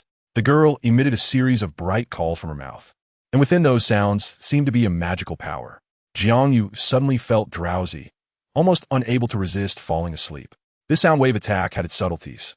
Although this mental attack didn't seem very powerful, it was hard to guard against, and the means of use were very varied, making it troublesome to deal with. Jiang Yu knew he couldn't sleep and forced himself to suppress the drowsiness. The girl couldn't help but feel proud. Her soul skill had a very strong sleep-inducing power. Even those suffering from insomnia found it hard to resist that magical force, instantly falling into dreamland, let alone normal people. Although this little boy in front of her had considerable talent, reaching the level of a great soul master at such a young age, the girl didn't believe he could withstand the power of the chant. Watching Jiang Yu's eyes grow hazy and his eyelids unconsciously close, the girl's smile became even brighter. Third soul skill, frozen. The girl certainly would not give up such a good opportunity. Her third soul ring suddenly lit up, and a chilling, icy aura continuously overflowed from her, making the already cold weather even colder. Soon, frost covered Jiang Yu's body, and large snowflakes like ice crystals kept falling onto him, quickly freezing him into an ice sculpture. Realizing the danger of being surrounded by ice, Jiang Yu felt the air he exhaled turn into ice water. This ice was not ordinary. The ice properties controlled by the emperor penguin were extremely powerful, with temperatures reaching over 300 degrees below zero. Such temperatures were hard for even soul masters to endure. If not for Jiang Yu practicing the Hongming purple chi technique and consuming treasures like the 10,000-year whale glue that greatly improved his physical condition, he would have likely fainted from cold. However, even so, his situation was not very good. Wind and Snow City was very close to the extreme north, and this place could be said to be a world of ice. Even though Jiang Yu's imperial fire was very strong, it would be suppressed in such an environment filled with ice elements. He could sense that the fire elements here were extremely scarce, and the power of the Chixiao Sword was unable to unleash even half of its strength. However, it was fortunate that the supreme imperial pressure contained within the sword body had not weakened. Jiang Yu immediately awakened the imperial power within the Chixiao Sword, and a powerful aura suddenly erupted. The girl's expression changed dramatically. At this moment, Jiang Yu seemed to transform into an ancient emperor, an aura of desolation, antiquity, and supreme nobility emanating that instilled fear in others, making them unable to resist kneeling. Little Master, there's more in this chapter. Please click the next page to continue reading. It gets even more exciting. Facing the imperial pressure directly, although the girl was extremely unwilling, her legs involuntarily bent, and with a thud, she knelt down onto the snowy ground. At that moment, all the ice on Jiang Yu's body fell away, and the effects of being frozen faded. No, impossible. The girl shouted in horror. Who exactly are you? How could you possess such terrifying power? For the first time, the girl felt fear. In this moment, she recalled those boys she had tormented, who had initially begged her to go easy on them, not to be so rough. Seeing the fear on their faces had excited her. For her, the more terrified the prey, the greater her sense of accomplishment. But she hadn't expected that this feeling of fear would appear within herself. Now she understood the oppression those boys had endured and felt a hint of regret. If only she hadn't provoked this handsome young boy in front of her. Unfortunately, someone like her, who had committed many evils, would inevitably face punishment. Jiang Yu had no intention of letting her go. Killing an evil person was saving hundreds of thousands of innocent lives. Without hesitation, Jiang Yu thrust the Chixiao Sword towards the girl, piercing through her sinful body. The girl, who had spent her days hunting, never expected to be pecked in the eye by a bird. But there was no remedy for regret in this world, no matter how unwilling she was.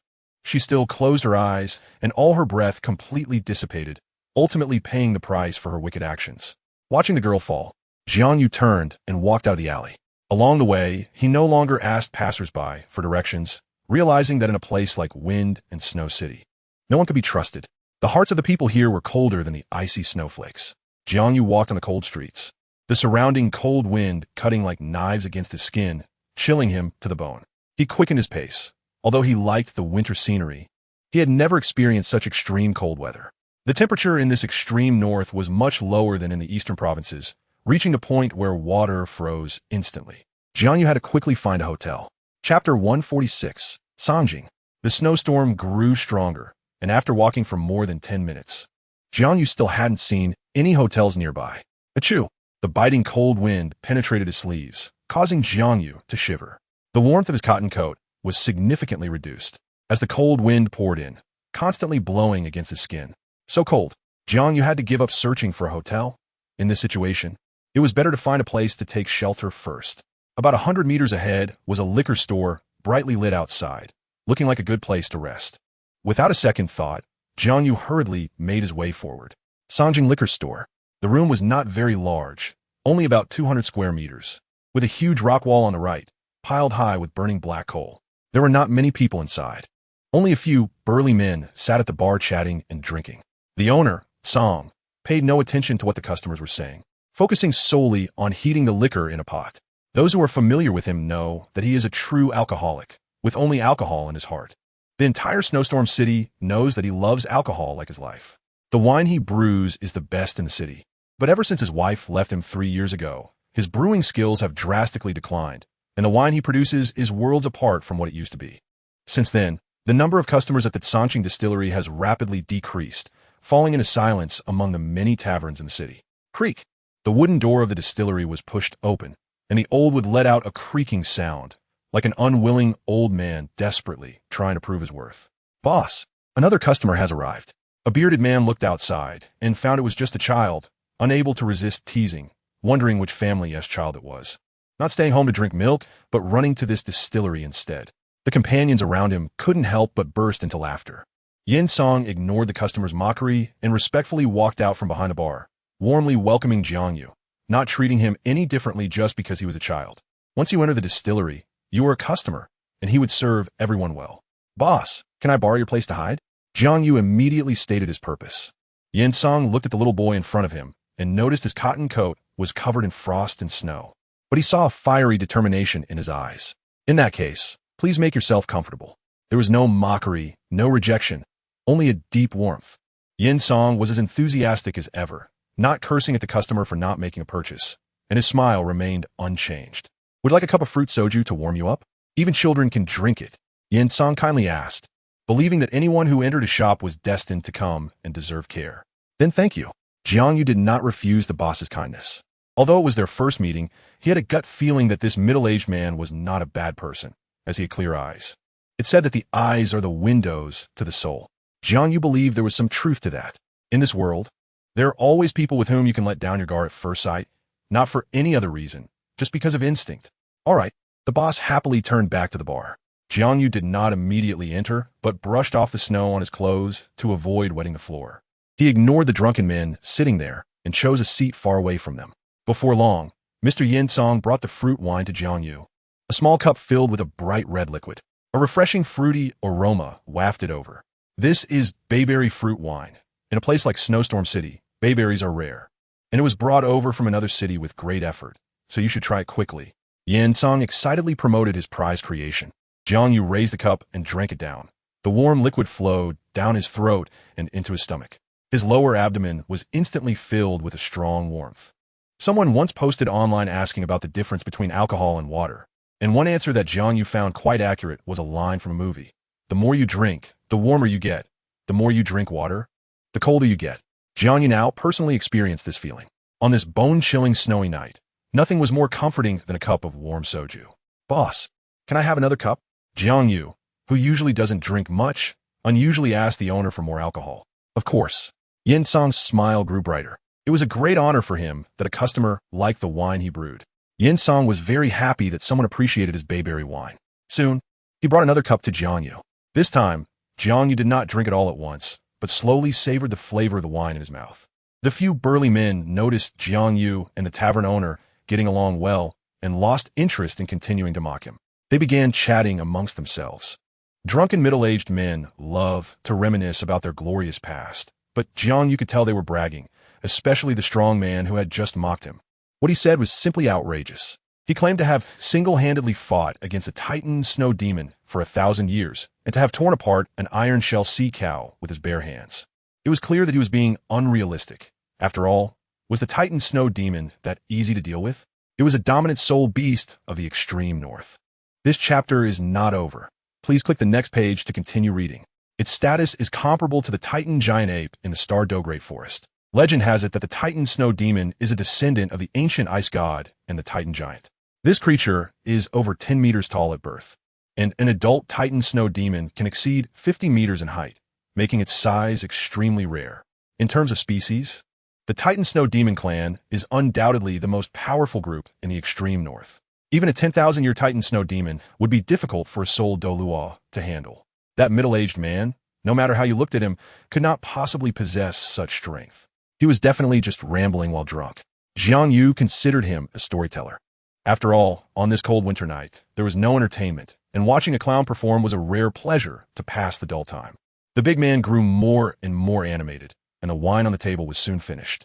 Seeing that the wine was gone, he shouted loudly for the boss to bring more. Yin Song had to bring over a dozen more cups of soju to the side table.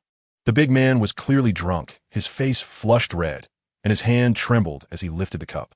But this did not stop him from continuing his tales. This time, he spoke even more absurdly. The burly man began recounting his romantic escapades, claiming that having 7 encounters in one night was child's play, and most astonishingly, he claimed to have had an affair with the Ice Empress. This time, even his companions around him found it hard to believe. After all, she was a super soul beast from the legends of the extreme north. It is said that the Ice Empress is the essence of snow, holding a transcendent status in the extreme north, and it's not an exaggeration to call her a deity. The companions quickly tried to stop him from speaking further, as they considered it blasphemy against the gods. Chapter 147. The Three Beauties of Tianshui. The big man was indeed fearless in his ignorance. Drunk, he dared to say anything. Jiang Yu knew that according to the records in the literature of the Spirit Hall, the Ice Empress was the emperor of the extreme north. She was revered by all snow-themed soul beasts, the Snow Emperor. The number of 10,000-year soul beasts in the extreme north even exceeds that of the Star Do Great Forest. And it is rumored that the 3 kings of the extreme north are even more terrifying than the 2 soul beast kings deep in the Star Do. Especially the Snow Emperor. According to reliable internal information from the Spirit Hall, this super soul beast may have broken through the 10,000-year boundary, reaching an unknown level. This was confirmed by 3 titled Dalu with soul power exceeding level 95. Such a super soul beast is something that humans can play with. Even at the levels of Qin Dalu and Poseidon, it may not be possible to defeat the Snow Emperor. Everyone felt that the big man was being too ridiculous. Creak. At that moment, the door was pushed open again. 3 beautifully unique women walked in. What bad luck. I didn't expect a snowstorm to hit at this time, forcing us to return to Snowstorm City. The speaker was a girl with an oval face, looking no more than 15 or 16 years old, with a petite figure and a head of dark green short hair that made her look very spirited. The girl was quite cute, with a face resembling a well-known actress from an island country.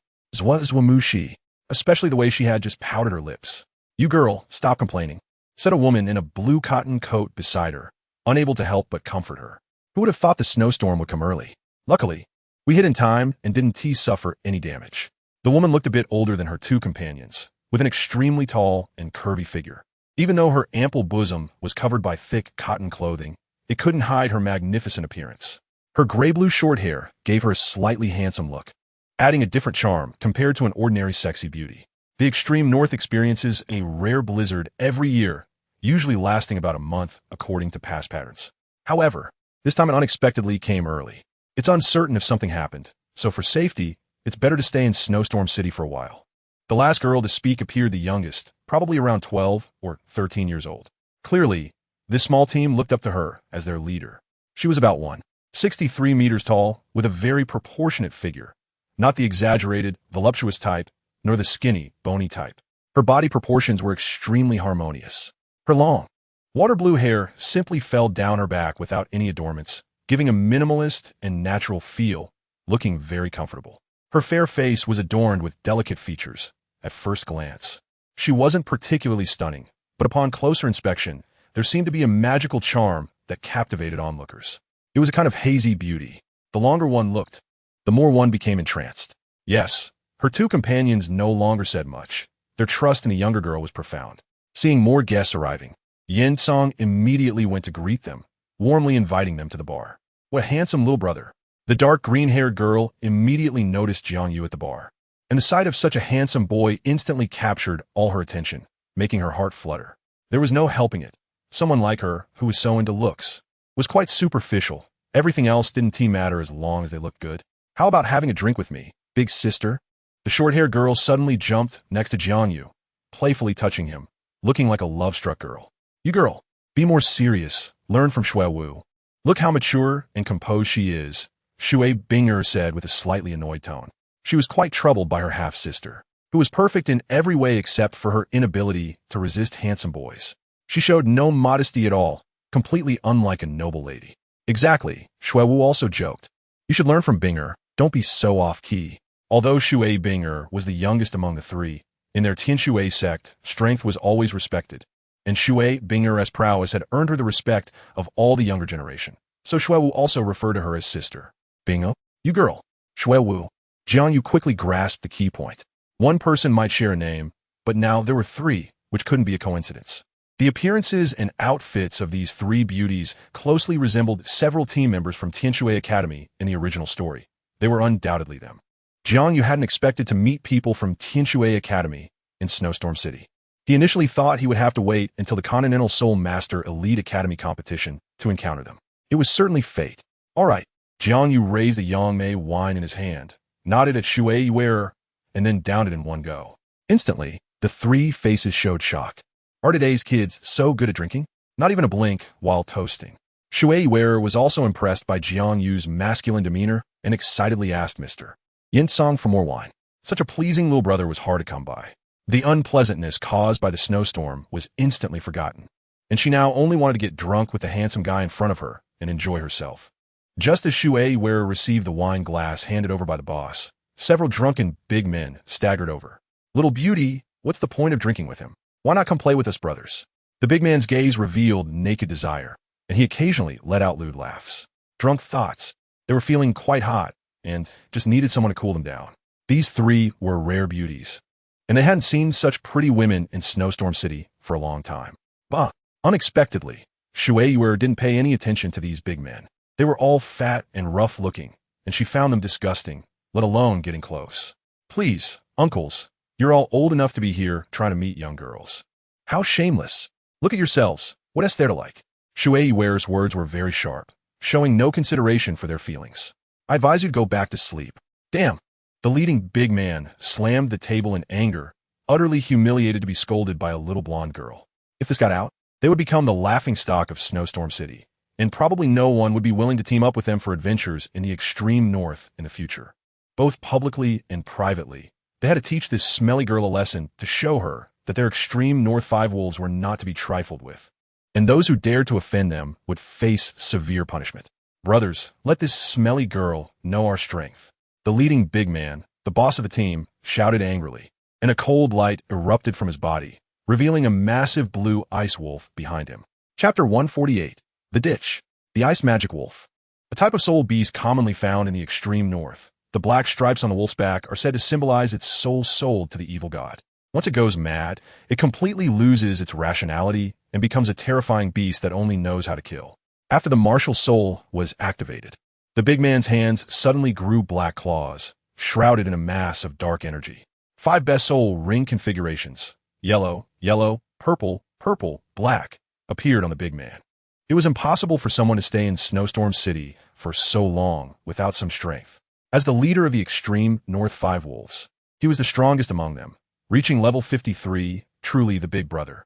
Seeing the boss release his martial soul, the other four did not want to be outdone and activated their martial souls as well, instantly creating a dazzling display of black, red, gray, and silver lights. Their martial souls were also wolves: the Nether Wolf, Red Titanium Wolf, Gray Rock Wolf, and Silver Wolf. Although the quality of the other four's martial souls was slightly inferior to the Ice Magic Wolf, they had also reached the Soul Master realm. This was indeed a bit troublesome. Shui Wu's brow instantly furrowed. The 5 rogues in front of her were quite strong, with the weakest being at the Soul Sect level, while their strongest member, Shui Binger, was only a 33rd level Soul Master. The disparity in strength was too great. Who were they trying to scare? She was afraid at all. Shui Wearer was not intimidated by the 5 lecherous men. Her personality was fearless. Even though the opponents had much higher soul power, she showed no signs of backing down and instead ignited a strong fighting spirit. "You dolphin, possess me," Shui Wearer said playfully, and a pale blue aura radiated from her body, eventually forming a magnificent dolphin behind her. Unlike ordinary dolphins, its body was very translucent, resembling jade, with dazzling ice crystals adorning its skin, making it look very noble. Second soul skill, 0-degree impact. Shui Wearer chose to strike first, attacking the rogues ahead. She suddenly raised her right hand, and a cold wave of chill exploded from her palm, spiraling rapidly forward. Dark clouds, rain. Shui Wu, fearing that Shui Wearer might be at a disadvantage, quickly released 2 soul skills. Her martial spirit was a snowflake-like entity called Dancing Snow Satin, which had the ability to control the weather.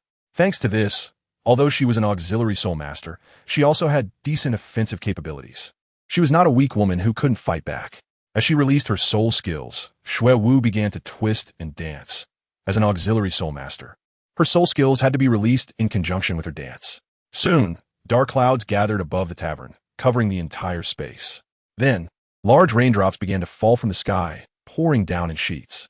Interestingly, these raindrops did not fall on the 3 sisters, Jiang Yu, or the tavern owner. They quietly slid off as they approached them. Meanwhile, the 5 rogues were instantly drenched. The cold ice rain pelted them harshly, and the temperature of the raindrops was extremely low, chilling them to the bone. The 5 rogues started sneezing. To make matters worse, a cold windstorm rushed toward them. The big wolf could still withstand it, as his martial spirit, the Ice Magic Wolf, contained cold power, giving him strong resistance to wind and snow. However, the other 4 wolves were not so fortunate. Even with their soul power, they were still affected. Ice Snow Magic Claw.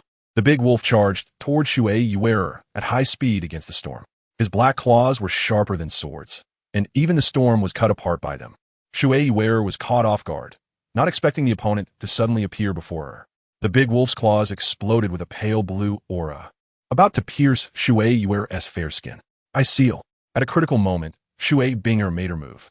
Suddenly, dazzling snowflakes appeared around her, and a gigantic blue phoenix, over 7 meters tall, quietly emerged. The ice crystals on the phoenix's tail feathers sparkled like diamonds, and its entire form looked incredibly majestic. The ice phoenix was a top-tier martial spirit. Along with the blue electric Tyrannosaurus, it was one of the most renowned top martial spirits on the continent. Thanks to the power of the ice phoenix martial spirit, Shui Binger had undoubtedly become a leader among the younger generation of the Heavenly Water Sect and was even being groomed as a successor. The extreme cold energy erupted from Shui Binger's body, instantly encasing the big wolf's sharp claws in ice, and that cold air did not stop. It rapidly spread toward his body. In no time, the big wolf's strong body was completely encased in ice, turning into an ice sculpture. Even though the big wolf's Ice Magic Wolf could control cold power, it was evidently insufficient before the Ice Phoenix. Ordinary ice and snow power could not compare to ultimate power. To some extent, Shui Binger's Ice Phoenix martial spirit even surpassed the blue electric Tyrannosaurus, as it controlled the ultimate ice and snow power. Although the purple lightning Divine Thunder and Azure Gale contained by the blue electric Tyrannosaurus were very close to ultimate power, they still fell short. Without reaching the ultimate level, they ultimately fell into inferiority. It could be said that Shui Binger's talent surpassed that of the blue electric Tyrannosaurus Sect's blue electric twin stars. Third soul skill, Titanium Alloy Claw. This chapter is not over. Please click the next page to continue reading. Seeing their leader encased in ice, the Red Titanium Wolf Soul Master quickly rushed forward to rescue him. With the release of his soul skill, his wolf claws became incredibly hard, shattering the ice. Of course, he also paid a huge price. Although his attack was successful, his claws were soon corroded by the cold power and quickly became useless. However, his efforts were not in vain, as the Ice Magic Wolf Soul Master was completely rescued from the ice sculpture. As the team's main attacker, his energy was undoubtedly the greatest. These little girls are tough. A sinister black light emanated from the Ice Magic Wolf Soul Master's eyes, and his expression gradually became frantic. Brothers, let us go together. I don't believe that we, who have roamed Snowstorm City for many years, can't handle a few little girls. With the big wolf's command, the other four wolves surrounded Shui Binger and her sisters. Now is not the time to talk about martial ethics. To avoid being caught off guard, they didn't care about overwhelming the few. Yiming Slash, Titanium Blade, Silver Fawn, Rock Drop, Hail. The five great wolves of the extreme north coordinated perfectly, releasing their soul skills simultaneously to launch a fierce attack on Shui Binger and her sisters. Huge stones and fist-sized hailstones rushed down from the front, smashing toward the ground. Sharp blades and glistening silver fangs lurked behind, looking for the best opportunity. Although the Shui sisters had martial spirits of a much higher quality than the five wolves, the gap in soul power was still quite significant. Initially, the opponents underestimated Shui Binger and her companions and did not exert their full strength. Now that they had suffered losses, they dared not be overconfident and unleash their full power. Faced with the overwhelming fierce attacks, the Shui sisters had no choice but to respond with all their might. Shui Binger was already considering whether to use a martial spirit fusion skill to deal with the enemy before her. However, unless absolutely necessary, she did not plan to use this trump card. The sudden surge of the five great wolves from the extreme north put considerable pressure on them. But Shui Binger wanted to use this pressure to train herself in hopes of achieving further breakthroughs. They had been in the extreme north for over a year, aiming to train in such extreme conditions, hoping to win the championship in the upcoming Continental Advanced Soul Master Academy competition in a few years. For this reason, Shui Binger could endure any arduous training.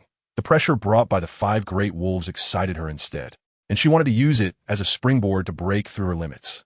Resist Ice Ring. Shui Binger immediately unleashed her strongest soul skill. Her third soul skill is similar to Huo Wu's Rejection Fire Ring, derived from a 500-year-old ice spirit soul beast, which can only be found in the extreme north and is a transformation of snow and ice essence, sharing some similarities with fire spirits. A blue ice ring flew out from Shui Binger, and she attached the ice ring to Shui Yu and Shui Wu. Then, she released a powerful force of ice and snow. The rocks and hailstones, upon contact with the blue ice ring, were repelled, as a rejection ice ring can block all physical attacks, making it a rare soul skill. Even Tang San would face difficulties against it. In the past, Jiang Yu had to put in considerable effort to break the rejection fire ring, which had the same effect. How could the insignificant extreme North 5 wolves possibly break through Shui Binger's rejection ice ring? The battle situation instantly became tense. Although the three sisters had temporarily averted the crisis, they were at a loss against the extreme North 5 wolves. They were now in a passive defensive state, unable to launch effective attacks in the short term, forced to resist obediently. Seeing that the opposing girls had such strength, not even fearing their 5 brothers' combined attacks, the Ice Demon Wolf Soul Master became increasingly agitated. At this point, he could not care less and had to resort to his trump card. The Ice Demon Wolf's greatest secret was that it could gain the blessing of the evil god's power through soul sacrifice. Of course, this secret technique, while powerful, had very obvious side effects. Once the number of sacrifices increased, the host would gradually lose autonomy, ultimately becoming a puppet of the evil god. It could be said to be a very terrifying, forbidden technique. However, the Ice Demon Wolf Soul Master, blinded by rage, had clearly lost his rationality, disregarding the harm brought by the secret technique, and stubbornly opened this forbidden door. He chanted a spell to exchange power with the evil god, a highly mysterious incantation that sounded incomprehensible, as if it originated from a primitive era. As the incantation was recited, a terrifying event occurred. The Ice Demon Wolf Soul Master's body suddenly swelled, and black magical patterns quietly emerged on his muscles. A thick evil aura descended upon his body, and his eyes emitted a terrifying glow, giving off a strange feeling, as if peering from the depths of hell. The Ice Demon Wolf Soul Master's power increased geometrically, and he immediately lunged at Shui Binger. His sharp claws struck the blue ice ring, but were not repelled. Instead, a surge of evil energy enveloped the entire ring, quickly devouring the power within. Crack! The rejection ice ring suddenly exploded. Shui Binger's once invincible third soul skill lost its effect for the first time and was shattered. Without the protection of the rejection ice ring, Shui Binger's delicate body was completely exposed to the enemy's claws. The ice demon wolf showed no mercy at that moment. He had lost all human rationality, and even the fire of desire had completely vanished, leaving only one thought: killing. Crazy killing. Just as his sharp claws were about to pierce Shui Binger's skin, JiangYu moved.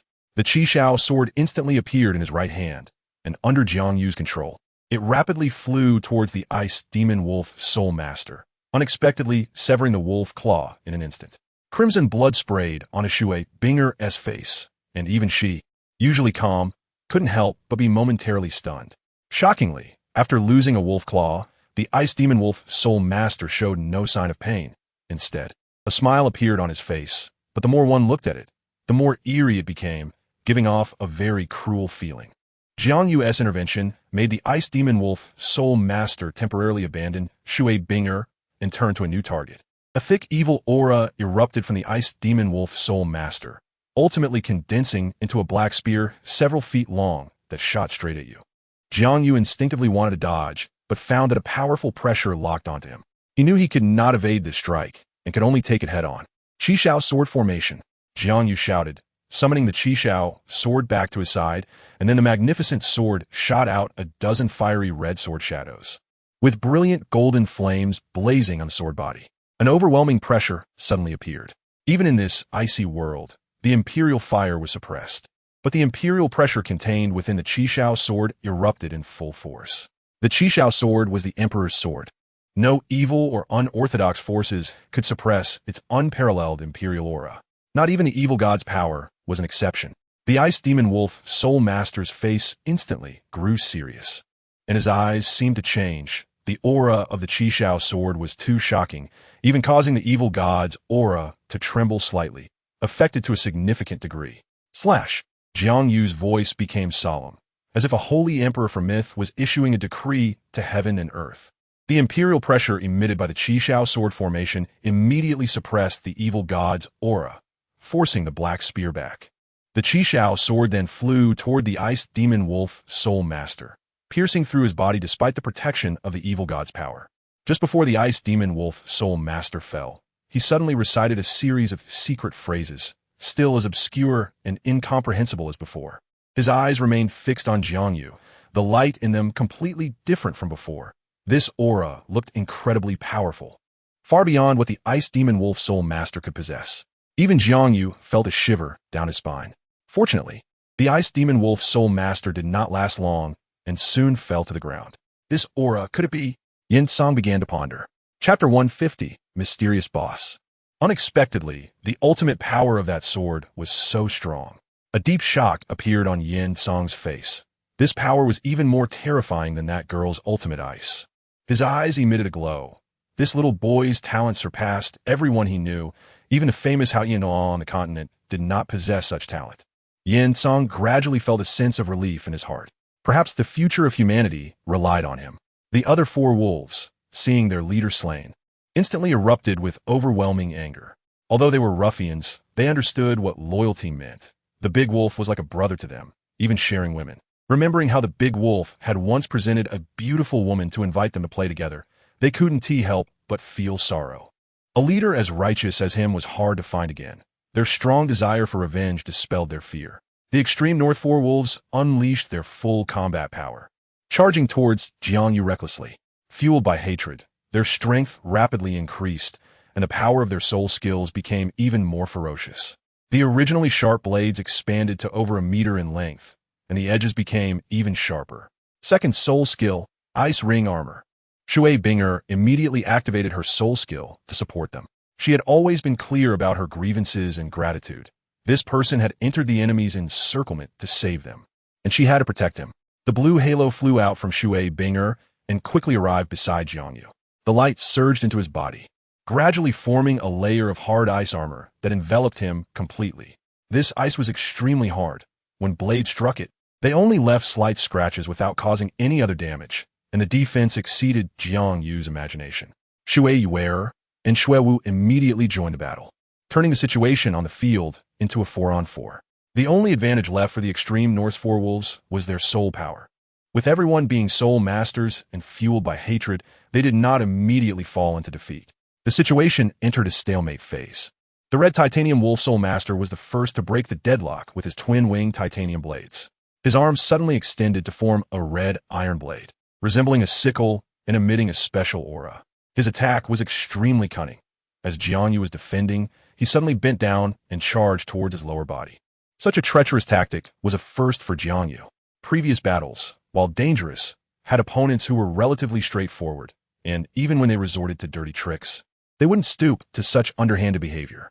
It was just as well that JiangYu underestimated the malice of human nature. The extreme Norse Five Wolves had been in Wind and Snow City for many years, committing all sorts of evils, showing no mercy from young children to elderly grandmothers.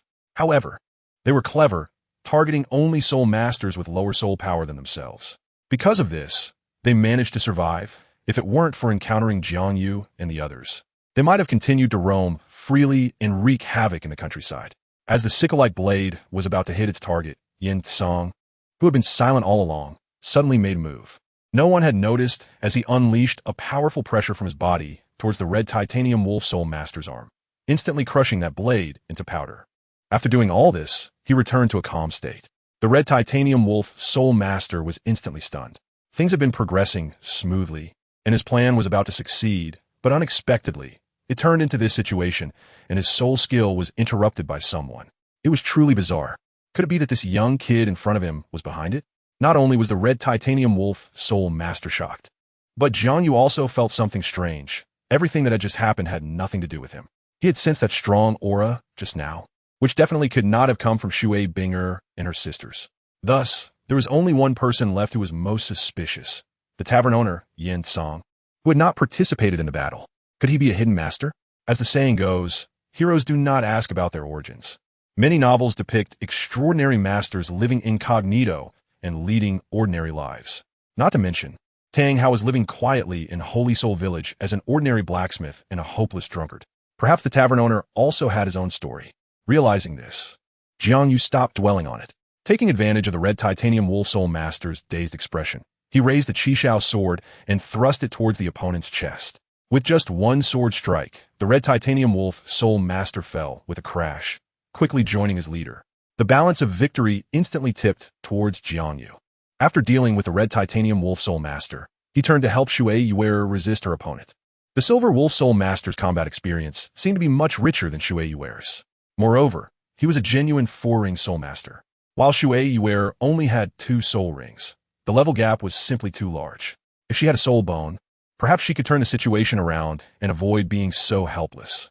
Unfortunately, soul bones were extremely precious. Even the Tianshui clan only had one, and only the generations of clan leaders were qualified to absorb it. Not to mention Shui Yuer, even the leaders of the younger generation, like Shui Binger, did not qualify to possess one. Before JiangYu joined the battle, Shui Yuer had already accumulated several blood marks on her fair skin. With JiangYu's assistance, Shui Yuer was finally able to catch her breath. The Silver Wolf Soul Master's expression became serious. Although these 2 kids were just at the rank of Great Soul Masters, they were not simple at all, especially the newly joined little boy. After all, even the leader of the extreme Norse Five Wolves had fallen to him, indicating that his strength was definitely not as simple as it appeared. At this point, neither side had any possibility of retreat. The Silver Wolf Soul Master understood that this was a fight to the death. The battle would only stop when one side was completely defeated. His attacks gradually became frantic, and he fought more desperately. Even with injuries from the Chixiao Sword, he still reached out with his wolf claws toward JiangYu. Although this fighting style was dangerous, it must be said that it was very effective. JiangYu had no interest in playing such a damaging game with a madman. The Silver Wolf Soul Master might temporarily gain the upper hand, but it would not last long. As his wounds increased, he would ultimately meet a tragic fate. Moreover, Shui Yuer occasionally unleashed cold spiral storms to assist JiangYu. Even the tavern owner was secretly helping JiangYu. Whenever the Silver Wolf Soul Master unleashed a fierce offensive, the owner would step in to dissipate the crisis.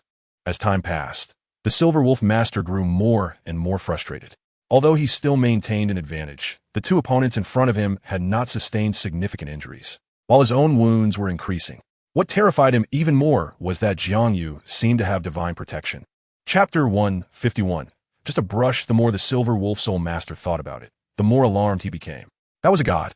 It had probably been nearly 10,000 years since a new deity had been born in the Douluo Continent. Yet this young boy before him had divine protection. Could he be a descendant of a deity? It was no wonder the Silver Wolf Soul Master was falling into a misunderstanding. Everything about this situation was strange. Every time he struck with deadly intent, an invisible force would dissipate his attacks. Who but a god could possess such terrifying means? As for the tavern owner, the Silver Wolf Soul Master had long since ignored him. Everyone in Wind and Snow City knew he was just an ordinary person. If it were truly his doing, the Silver Wolf Soul Master would willingly eat dirt. Clearly, the confused Silver Wolf Soul Master was now at a crossroads. With divine protection on the other side, no matter how fierce his attacks were, they could not harm JiangYu. If that was the case, it was better to escape. After realizing this, the Silver Wolf Soul Master no longer hesitated. He pretended to attack, but his real goal was the wooden door leading outside behind JiangYu. Wait. After JiangYu raised the Chixiao Sword to block the Silver Wolf claws, he suddenly understood that the Silver Wolf Soul Master was not using his full strength. At such a critical moment, he was actually holding back. This was not in line with his character. Coupled with the Silver Wolf Soul Master's gaze constantly glancing towards the door outside, JiangYu quickly gained insight. It turned out he wanted to run away. JiangYu had no intention of letting the Silver Wolf Soul Master escape. The Extreme North's 5 wolves were not good people. If they got away, others would surely suffer. Such scum might only repent in hell. JiangYu did not intend to educate them. That was the task of the Lord of Hell. His task was to send them to hell. The Silver Wolf Soul Master believed his scheme had succeeded, and a faint smile unconsciously appeared on his lips. Little did he know, all his actions were observed by JiangYu. Since he was so eager to escape, JiangYu deliberately left a flaw. Rather than driving a dog into a corner, it was better to beat a drowning dog. The Silver Wolf Spirit Master certainly would not miss such a great opportunity. With a quick movement, he broke through the encirclement from the right side, just as the Silver Wolf Spirit Master was joyfully approaching the wooden door. A whoosh sounded from behind. Before the Silver Wolf Spirit Master could realize what was happening, a luxurious fire-red, long sword flew out from his abdomen, directly piercing the wooden door that was just a foot away. Upon closer inspection, the sword was stained with bright red blood, splattered on the door like dots of cold plum blossoms. As a result, JiangYu had already taken down 3 of the 5 Extreme North wolves, leaving the remaining 2 in a state of panic. The Nether Wolf Spirit Master and the Grey Rock Wolf Spirit Master were the weakest among the 5, and even their leader, a Soul King with the Ice Magic Wolf Martial Soul, had been slain. Not to mention them. The 2 exchanged glances and made a decision. Wait a minute. What kind of hero is it to bully the weak with numbers? The first to speak was the Nether Wolf Spirit Master, wearing a righteous expression that made one think he was a great hero of justice. Bah, shameless. Shui immediately scolded. How dare you say such things? Wasn't it you who bullied us with your numbers at the beginning? Oh, now that you're not skilled enough, you blame us. What kind of reasoning is that? It's fine for me to bully you. Anyway, we're not heroes. Shui wasn't fooled by the enemy's tactics. Provocation wouldn't work on her. The Nether Wolf Spirit Master didn't expect Shui to be so straightforward and shameless. He immediately felt the urge to follow her example. He even had the impulse to become her disciple. But he also knew that this was not the time for personal idolization. The priority was to escape. Thud! The Nether Wolf Spirit Master suddenly collapsed, kneeling on the ground. Please, heroes, spare our lives.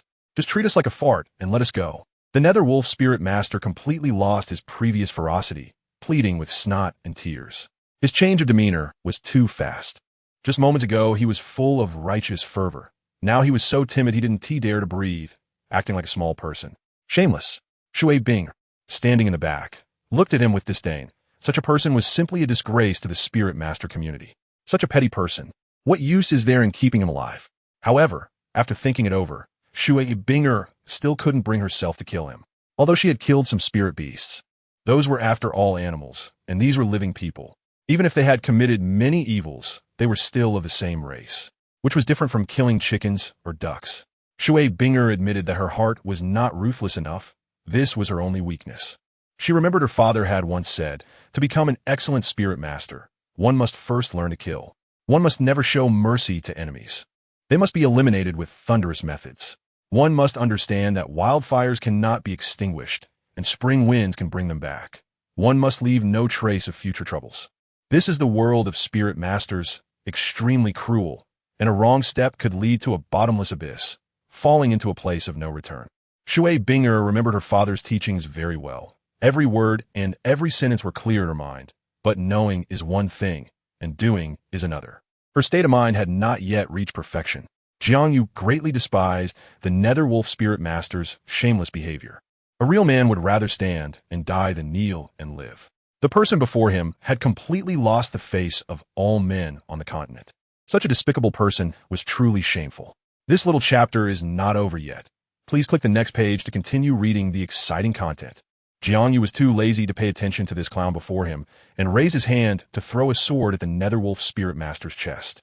After piercing him, Jiang Yu didn't forget the Grey Rock Wolf Spirit Master, continuing to control the Chixiao Sword to stab forward, resolving both of them as if they were skewer kebabs.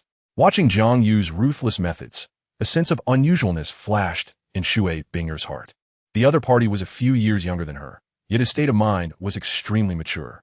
He definitely possessed the excellent qualities necessary for an outstanding spirit master, and his future prospects would surely be limitless. Little brother, you are so powerful. Shui Wearer was direct and not shy at all, immediately rubbing against Jiang Yu's arm. With a beaming smile, she said, I've never met such a capable man like you. Let's have a match sometime and see who is more powerful. Shui Wearer then threw a flirtatious glance at Jiang Yu. Wearer. Shui Binger couldn't help but scold, although her younger sister was older than her. Her psychological age was quite immature. Every time she saw a handsome guy, she couldn't help but be captivated, completely lacking the excellent demeanor of a noble young lady. All right, Jiang Yu wasn't pretentious. Since the girl was so proactive, why refuse? It would be good to spar a bit. They were all young people. There was no generation gap in playing together. After agreeing to Shui Yuer's request, Jiang Yu headed straight to the bar. Thank you, manager, for your help. Jiang Yu's eyes were fixed on Yin Song, feeling quite grateful for the secret assistance from this stranger. Chapter 152. The hotel incident. Yin Song was taken aback by these words, but quickly smiled again. They were all smart people, and there was no need for unnecessary probing, so he didn't deny it. Sorry to trouble you, manager. Jiang Yu spoke with a hint of embarrassment. After all, that pile of corpses on the ground was his handiwork. You know what's the trouble, huh? Yin Song pouted. He would have to clean up later. It had been over 10 years since he had dealt with cleaning up corpses. The last time was... Sigh. Thinking of the past made Yin Song feel a wave of emotion, and his gaze turned dim. It seemed the manager also had a story. Jiang Yu observed everything. Although he was curious why such an extraordinary expert would hide in a small tavern in Snowstorm City as a brewer, he wondered if he had also fallen in love with a spirit beast. How could there be so many people with beastly love? Jiang Yu couldn't help but scoff at himself. In the spirit master community, human spirit masters being with spirit beasts was a huge taboo. Thousands of years ago, the most debauched and immoral emperor of the Douluo Empire, the Star Serpent Emperor, violated the taboo and forcibly partnered with a 100,000-year transformed spirit beast, the Heart Moon Fox, even giving birth to a demon seed that nearly destroyed the entire continent. In the end, the founder of the Spirit Hall risked his life to defeat that demon seed, ending his decades-long reign of terror, sealing him in the God Burial Land. Only then did peace return to the continent. Unfortunately, after the disaster of the demon seed, the originally unified Douluo Empire also began to split, becoming the Tiando Empire and the Xingluo Empire, along with countless kingdoms and principalities. Even to this day, unification has not been achieved. After that lesson, the founder of the Spirit Hall established the rule that humans must not fall in love with spirit beasts when founding the Spirit Hall. Those who violate this rule shall be punished by the world, with the strict rules set by the Spirit Hall. The trend of beast spirits on the continent was finally suppressed, although there were still some people who, relying on their genius, deliberately tried to stand out and associate with soul beasts. They still paid a heavy price under the powerful iron fist of the Spirit Hall. In this process, the Spirit Hall inevitably made some mistakes, which also aroused the rebellious hearts of certain individuals. Even more so, a large number of tragic love stories about the union of humans and soul beasts were fabricated, such as between humans and snakes, humans and foxes, and even humans with fish and flowers. These love stories inspired humanity's yearning for another kind of love, spreading widely across the continent.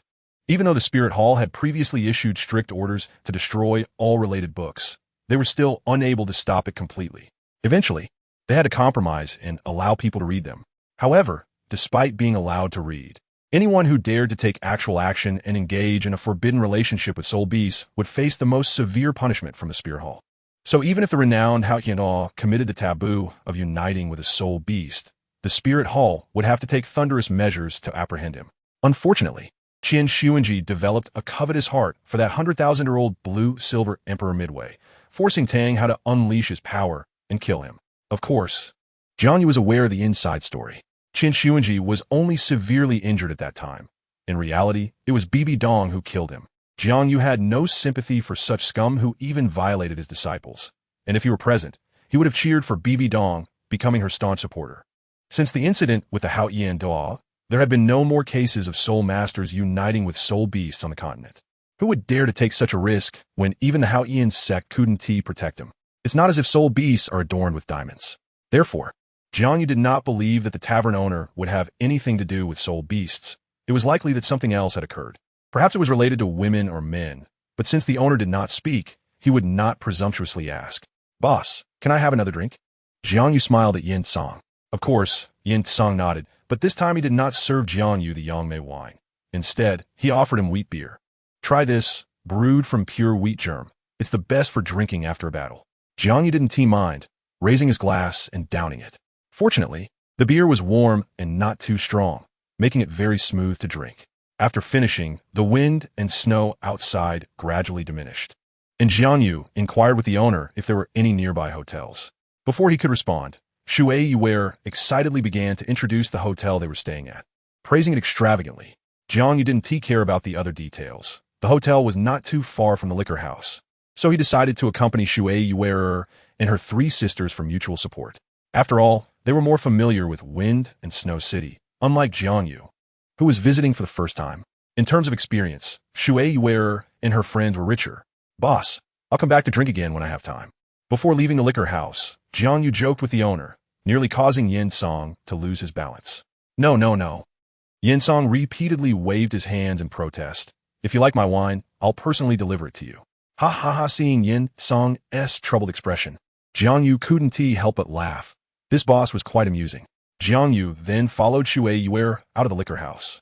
The outside world was still shrouded in darkness, but Shui Wu seemed to be well prepared. Her hand reached toward the towering peaks, touching a small round hanging down. This little pink dot was tied with a chain, looking somewhat like a necklace. But as soon as Shui Wu's hand touched the small dot, a burst of yellow light radiated out. It was clear that this was a spatial soul guide. After the light flashed, a milky white orb appeared in Shui Wu's hand, emitting a bright warm light.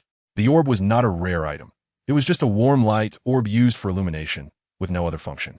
With the warm light orb, everyone's speed increased, and Shui Wu and her friends no longer proceeded cautiously. After about 10 minutes, they arrived at the hotel. It was more like a slightly larger wooden house than a hotel, and looking ahead, there were probably dozens of wooden houses, with a small blue house in the front that was not very large. The color was also different from the other wooden houses. Shui Yuer led everyone into the blue house, and as soon as they stepped into the room, they heard intense shouting. After piecing together the surrounding people's words, JiangYu finally understood what was happening. It turned out that for some unknown reason, the blizzard in the extreme north had suddenly arrived ahead of time, causing most adventurers outside to return to Wind and Snow City. As a result, the hotels in the city naturally became scarce, all fully booked. Looks like there are no rooms left. JiangYu couldn't help but sigh. "No worries, you can sleep with me." Shui Yuer patted JiangYu's shoulder, her large Castellan eyes shining brightly. "Anyway, we booked a suite in this hotel for a year, so we don't have to compete with others." Since Shui Yuer had extended the invitation, JiangYu had no reason to refuse. After all, it was late, and it would be impossible to find another hotel. Moreover, other hotels might not have any vacancies either. After some consideration, JiangYu agreed. Upon hearing her sister's words, Shui Bing's expression instantly changed. A girl actually sleeping with a man while unmarried. It was simply embarrassing. However, in an urgent situation, she couldn't say anything. After all, JiangYu had helped them. Shui Bing didn't have the heart to let him sleep on the street. In Shui Yuer's wooden house, it was already deep into the night. The room was still brightly lit, and occasionally, Shui Yuer's voice could be heard. Don't stop. Chapter 153. Communication inside the wooden house. In the small space, there were only Jiang Yu and Yu. The two, who should have been sleeping, were instead engaged in a fierce struggle. They had maintained the same position for half an hour. Are we done yet? Yu was sweating profusely with anxiety. Not yet, it's too deep. Jiang Yu thought he had used all his strength. But unfortunately, the entrance was just too deep, almost like an abyss. No matter how hard he tried, that pillar still couldn't be pulled out. I beg you to speed up. Yu looked at Jiang Yu with a pitiful expression. She was really too tired and just wanted to sleep. But unless Jiang Yu pulled that pillar out, she couldn't possibly sleep, so she could only wait anxiously. I don't believe it. Jiang Yu rolled up his sleeves and once again reached into the entrance. He didn't believe the cave could be deeper than the ice caves of the extreme north. Hard work pays off. Jiang Yu's efforts finally bore fruit, and the pillar began to show slight movement. Jiang Yu's arms exerted force continuously, slowly pulling the pillar out of the cave, during which water droplets sprayed out. Jiang Yu's hands were already soaked with water. As the cylinder was gradually pulled out, Yu excitedly exclaimed that the annoying piece of wood was finally coming out. Don't stop. Keep going. Yu knew she couldn't help much, but cheering for him was something she could do. Half a minute later, with a shake, Jiang Yu finally pulled the cylinder out. Leaning forward to take a look, he found that the hole in the ground was indeed quite deep, and he could faintly hear the sound of dripping water. It seemed like blocking it up would be a big problem. Jiang Yu was too lazy to care and had Yu step aside before moving the wooden bed to a different position. Fortunately, the wooden cylinder that had fallen into the hole was pulled out, and with Jiang Yu's strength, he was able to move the heavy bed to another spot. He wasn't sure if it was because it hadn't been used for too long, but the bed actually collapsed. He had to complain to the boss tomorrow. Yu pouted and complained. Originally, she and Jiang Yu were lying comfortably on the bed, but unexpectedly, one of the large supporting cylinders had sunk into the deep pit, causing the wooden bed to tilt significantly. This made it impossible for them to sleep on the bed. Now that the bed was no longer a problem, Yu jumped onto it and sat on the bedding. Sister, can you be a bit lighter? Jiang Yu quickly reminded her. It was you shaking on it that caused the bed to collapse while we were sleeping. Yu's little face turned red. She didn't think her movements were that big. She only blamed the bed for being unable to withstand it. If it were a proper bed, how could it collapse just from a little shaking? It must be that the wooden bed used by the hotel was of poor quality. Yu instinctively shifted the blame to the bed. Oh, it's all because this bed is unstable. How can you blame me? She said. Forget it. Let's not talk about this. Yu suddenly felt a bit guilty, trying to act calm, then wave her hand at Jiang Yu. It's getting late. Let's hurry up and go to bed. All right. Since Yu said so, Jiang Yu didn't want to dwell on whether it was a human problem or a bed problem. He flipped over and got onto bed. Jiang Yu didn't mind much. After all, he had been sleeping with Ulaina since he was young, so he was used to it. Instead, Yu was a bit excited. This was her first time sleeping on the same bed as a boy, especially since Jiang Yu was so handsome. Just thinking about it made her a little thrilled. Jiang Yu ignored Yu's thoughts and soon fell asleep. Seeing this, Yu felt a bit disappointed. However, thinking about Jiang Yu's age, she felt relieved. It wouldn't be too late to talk about it when she was older. Time passed quickly, and a month went by in the blink of an eye. During this time, Jiang Yu got to know Binger and the others better. It turned out that the reason they had traveled thousands of miles to the extreme north was to complete their sex training. In preparation for the Senior Soul Master Academy competition for the entire continent in a few years, they needed to make sufficient preparations to lead the Tian Shui Academy, which belonged to their sect, to win the championship. The extreme north was indeed the best place for honing their skills, especially for Binger, her martial spirit. The Ice Phoenix could only undergo transformation in such a snowy and icy world. And indeed, this was the case. Binger had only been in the extreme north for a little over a year, but her soul power had increased by a full 5 levels, and she even broke through the threshold of Soul Sovereign, gaining some impressive soul skills. Her understanding and application of soul skills had also greatly improved, even more so than when she was in the sect. One day, a rare bright sun rose in the sky. Estimating that the blizzards in the extreme north had likely stopped, the adventurers set off once again.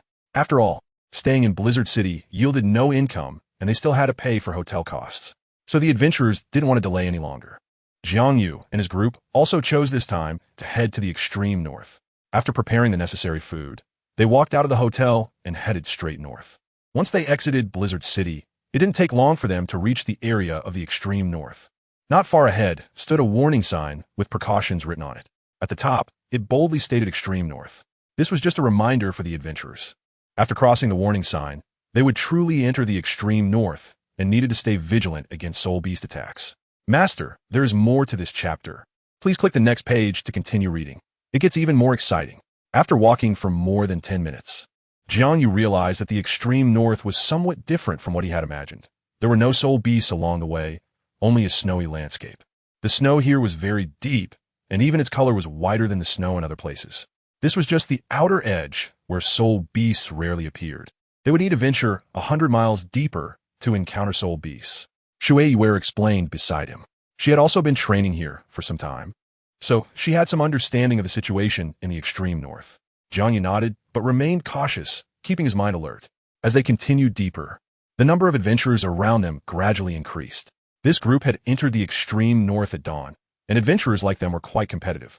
If they were a step slower, it was very likely that good things would be taken by others, leaving only a pile of low-priced items. This was something the adventurers did not want to see. Although the Extreme North was a well-known gathering place for soul beasts on the continent, filled with various dangers, it was also rich in resources, and many items were not found in other places on the continent. It was precisely this scarcity that made the items here extremely valuable. Driven by enormous profits, countless adventurers flocked here in search of treasure. Even with dangers, they were unafraid. After a while, everyone noticed that soul beasts occasionally appeared by the roadside. But most of them seemed to be just 10-year soul beasts, mainly ordinary penguins and water fish. Although these soul beasts posed little threat, everyone realized they were close to the core area of the outskirts, and if they continued, they might encounter even stronger soul beasts. Everyone began to be alert. Look at that penguin up ahead. It's so cute and chubby and a bit silly, Shui Yuer exclaimed as she watched a group of passing penguins. Particularly one plump penguin that caught her attention, making her want to rush over and hug it. Sister, do you think we should take it back to the sect as a pet? Shui Yuer suggested boldly and somewhat naively, not realizing that the penguins in the Extreme North could only survive in cold places, making it difficult to keep them alive elsewhere. So Shui Binger did not agree. Chapter 154. The wonderful use of the sword after being rejected by Shui Binger. Shui Yuer could only helplessly pout and plead with her to let her bring the penguin back to the sect. Unfortunately, Shui Binger was not swayed. She coldly pulled Shui Yuer along and continued walking. Although Shui Binger was the youngest among the three sisters, she was undoubtedly the authority figure. Without her permission, Shui Yuer's wish would definitely come to nothing. She also knew the personality of her half-sister in front of her. Once she made a decision, it was impossible to change it. An hour later, Shui Yuer completely gave up on the idea of raising a penguin, and without realizing it, they were already approaching the core area of the outskirts, with many soul beasts around. Even century-old soul beasts were quite numerous, and one could even catch a glimpse of thousand-year soul beasts. Fortunately, the temperament of these soul beasts was generally mild. As long as humans did not take the initiative to attack, they would not act rashly. So cold, Shui Wu kept rubbing her small hands, exhaling a puff of breath. As an auxiliary soul master, her physique was obviously not as good as her other companions, and she was shivering. Can I hug your sword? The temperature in this extreme northern land was simply too low, and Shui Wu could hardly bear it, so she hurriedly moved closer to Jiang Yu. With her red lips slightly parted, she said, "Sister, I urgently need the warmth of your big sword to warm myself up." Seeing that Shui Wu's delicate body was slightly reddened from the cold, Jiang Yu did not refuse her request. Helping others is the source of happiness. Moreover, Shui Wu's request was not excessive. Jiang Yu immediately summoned the Chixiao Sword and casually handed the fiery red long sword to Shui Wu. "Thank you." Shui Wu excitedly took the Chixiao Sword and quickly hugged it to her chest. But unexpectedly, the sword was a bit too hot, and it accidentally burned her chest. His Shui Wu couldn't help but let out a soft moan. She quickly moved the Chixiao Sword away from her chest. After learning her lesson, Shui Wu switched to holding the sword with one hand, keeping some distance from her body, which was much more comfortable. In fact, Shui Wu should consider herself fortunate. Luckily, this was in the extreme northern land. Otherwise, her chest would have been burned, leaving an imperfect mark. If that were the case, it wouldn't be pretty.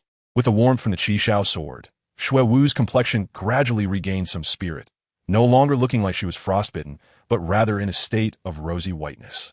Soon, they arrived in front of a snow-capped mountain. This was the true core area of the outskirts. and it was said that there was even a 10,000-year snow woman lurking inside the mountain. To be precise, it should be a snow demoness. Although this type of soul beast had some resemblance to the ice fairy, they were entirely different soul beasts. If the ice fairy's appearance could be called a fairy in the snow, then the snow demoness was a fierce woman in the snow. It was rumored that she particularly liked to seduce male soul masters and then take them back to drain all their energy. Over time, the snow demoness had become a demon soul beast in the mouths of human male soul masters.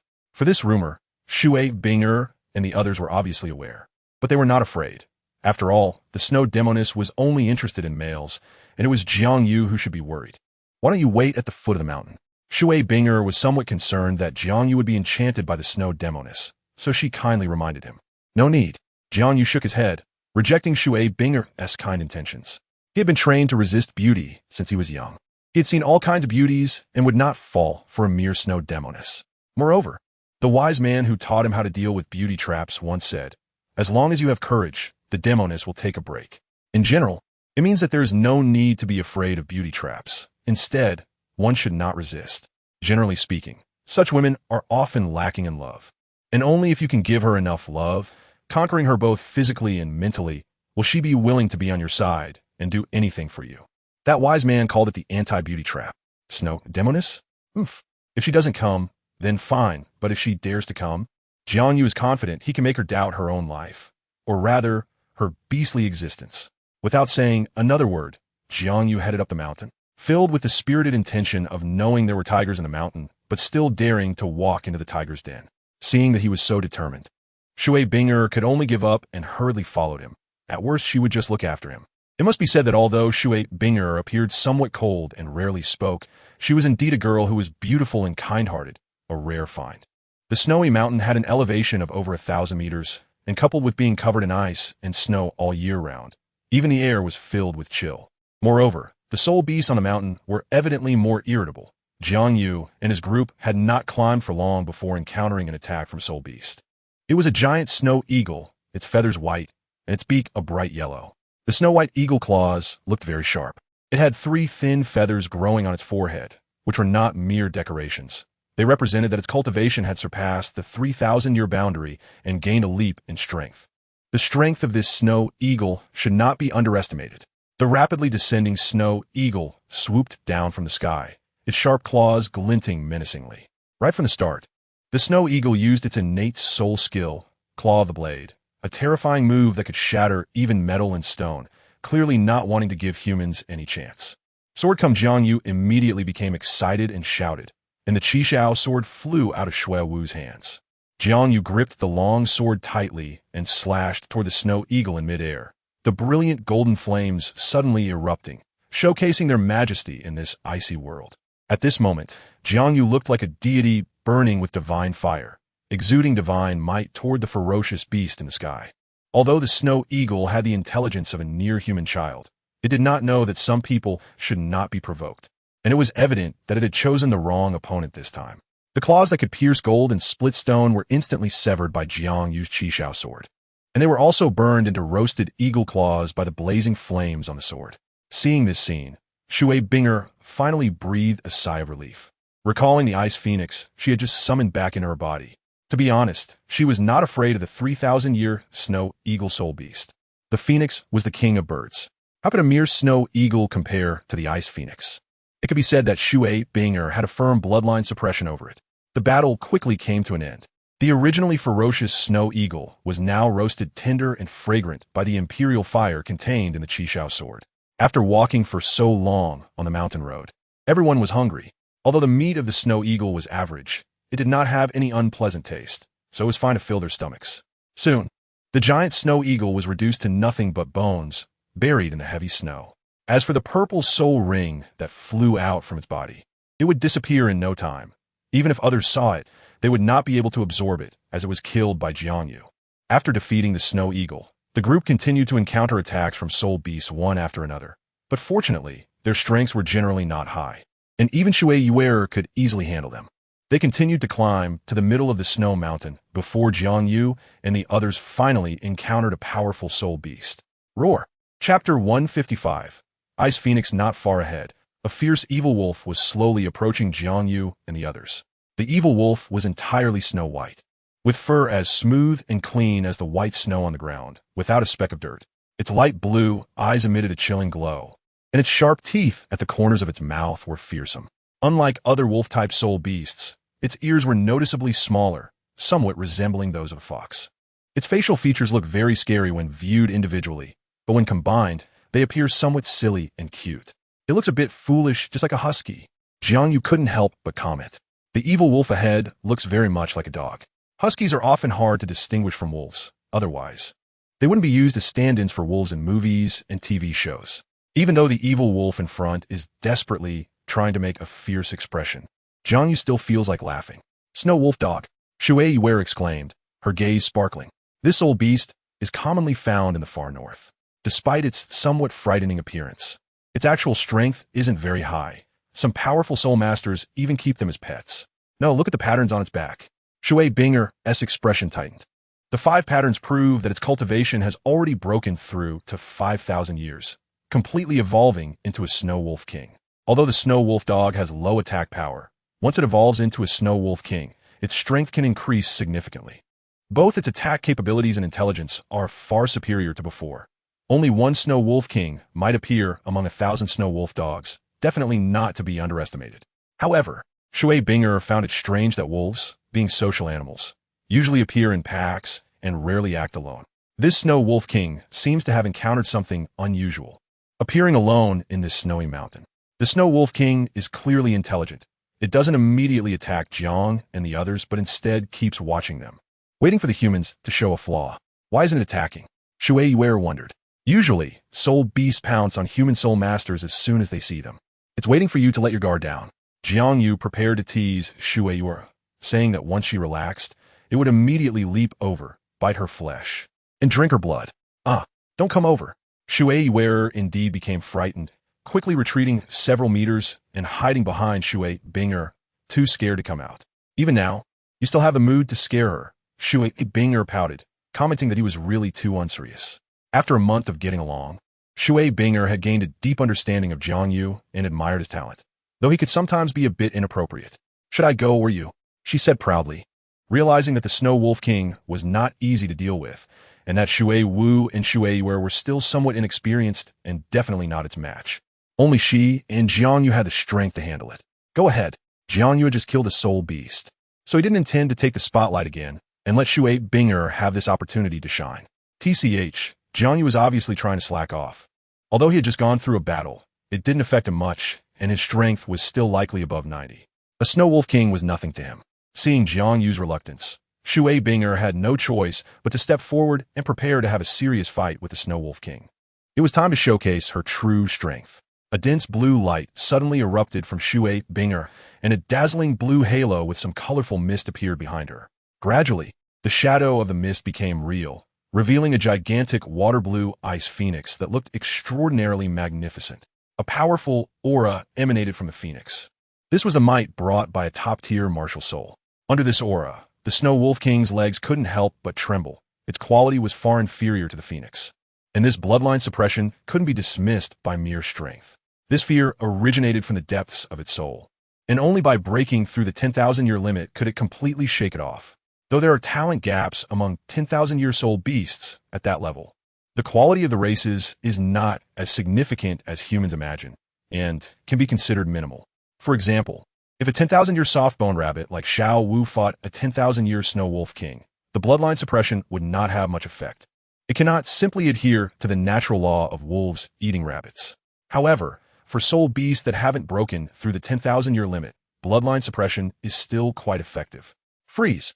A cold wind suddenly appeared in the air. Shui Binger danced in the wind, stepping on the white snow, and her yellow soul ring burst forth with brilliant light, unleashing extreme ice power from her body. The level of the Ice Phoenix was much stronger than Ma Hongjuan's evil Fire Phoenix. After all, although his mixed-breed chicken successfully mutated into a phoenix, it had significant flaws compared to the naturally Ice Phoenix. Once the extreme ice power was unleashed, the Snow Wolf King shrank back in fear. In this icy world, Shui Binger's strength could undoubtedly be fully unleashed. With the quality of her top-tier ice martial soul, she could navigate the extreme north with ease, facing little danger unless she encountered some powerful 10,000-year-soul beasts. Seeing the situation turn against it, the Snow Wolf King quickly released a wave of cold air from its mouth, which was its innate soul skill, extreme ice-freezing air. Master, there's more to this chapter. Please click the next page to continue reading. It gets even more exciting. Of course, it was still far from the true ultimate ice and snow power, so the Snow Wolf King did not expect to defeat Shui Binger. Its real goal was to buy some time, hoping to entangle the powerful girl ahead. Then, it would have more chances to escape this dangerous place. Unfortunately, the Snow Wolf King did not get its wish. That icy air could not withstand the powerful effect brought by the freezing, but instead amplified its might.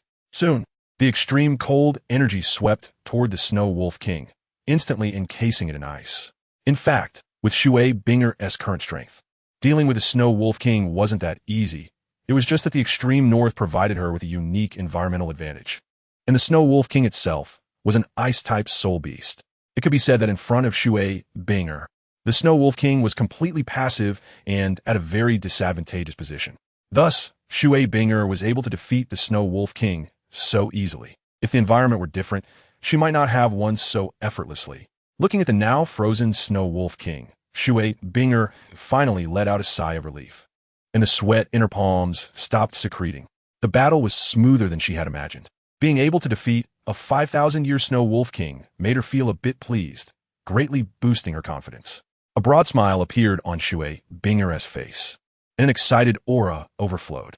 Soon, she glanced at Jiang Yu, her eyes filled with strong pride, as if showing off her strength. Jiang Yu didn't mind Shui Binger's little girl mentality. After all, defeating the Snow Wolf King was quite an achievement.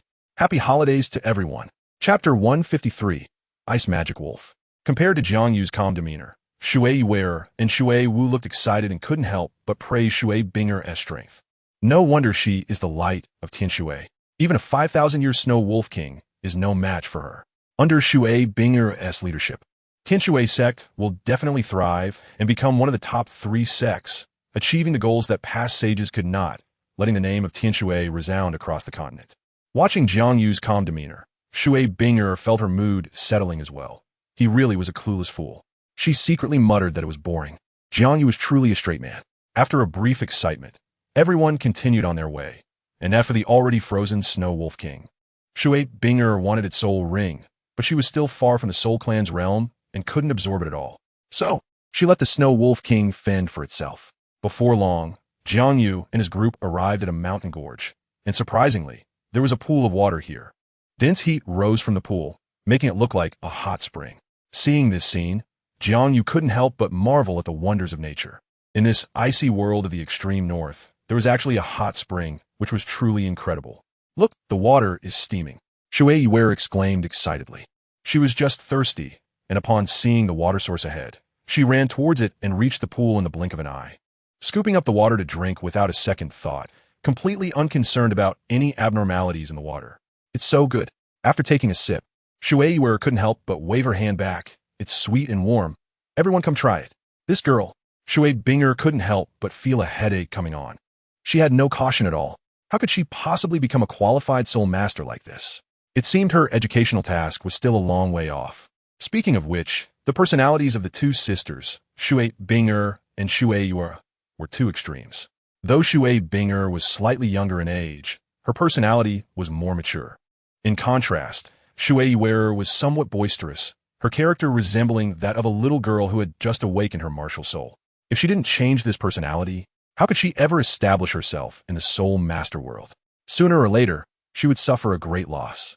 Just as Shui Binger was about to speak, a shadow suddenly darted out, rushing towards Shui Yu. It was a blue wolf-shaped soul beast with black stripes, looking very sinister. Ice Demon Wolf. Shui Binger quickly recognized the soul beast ahead.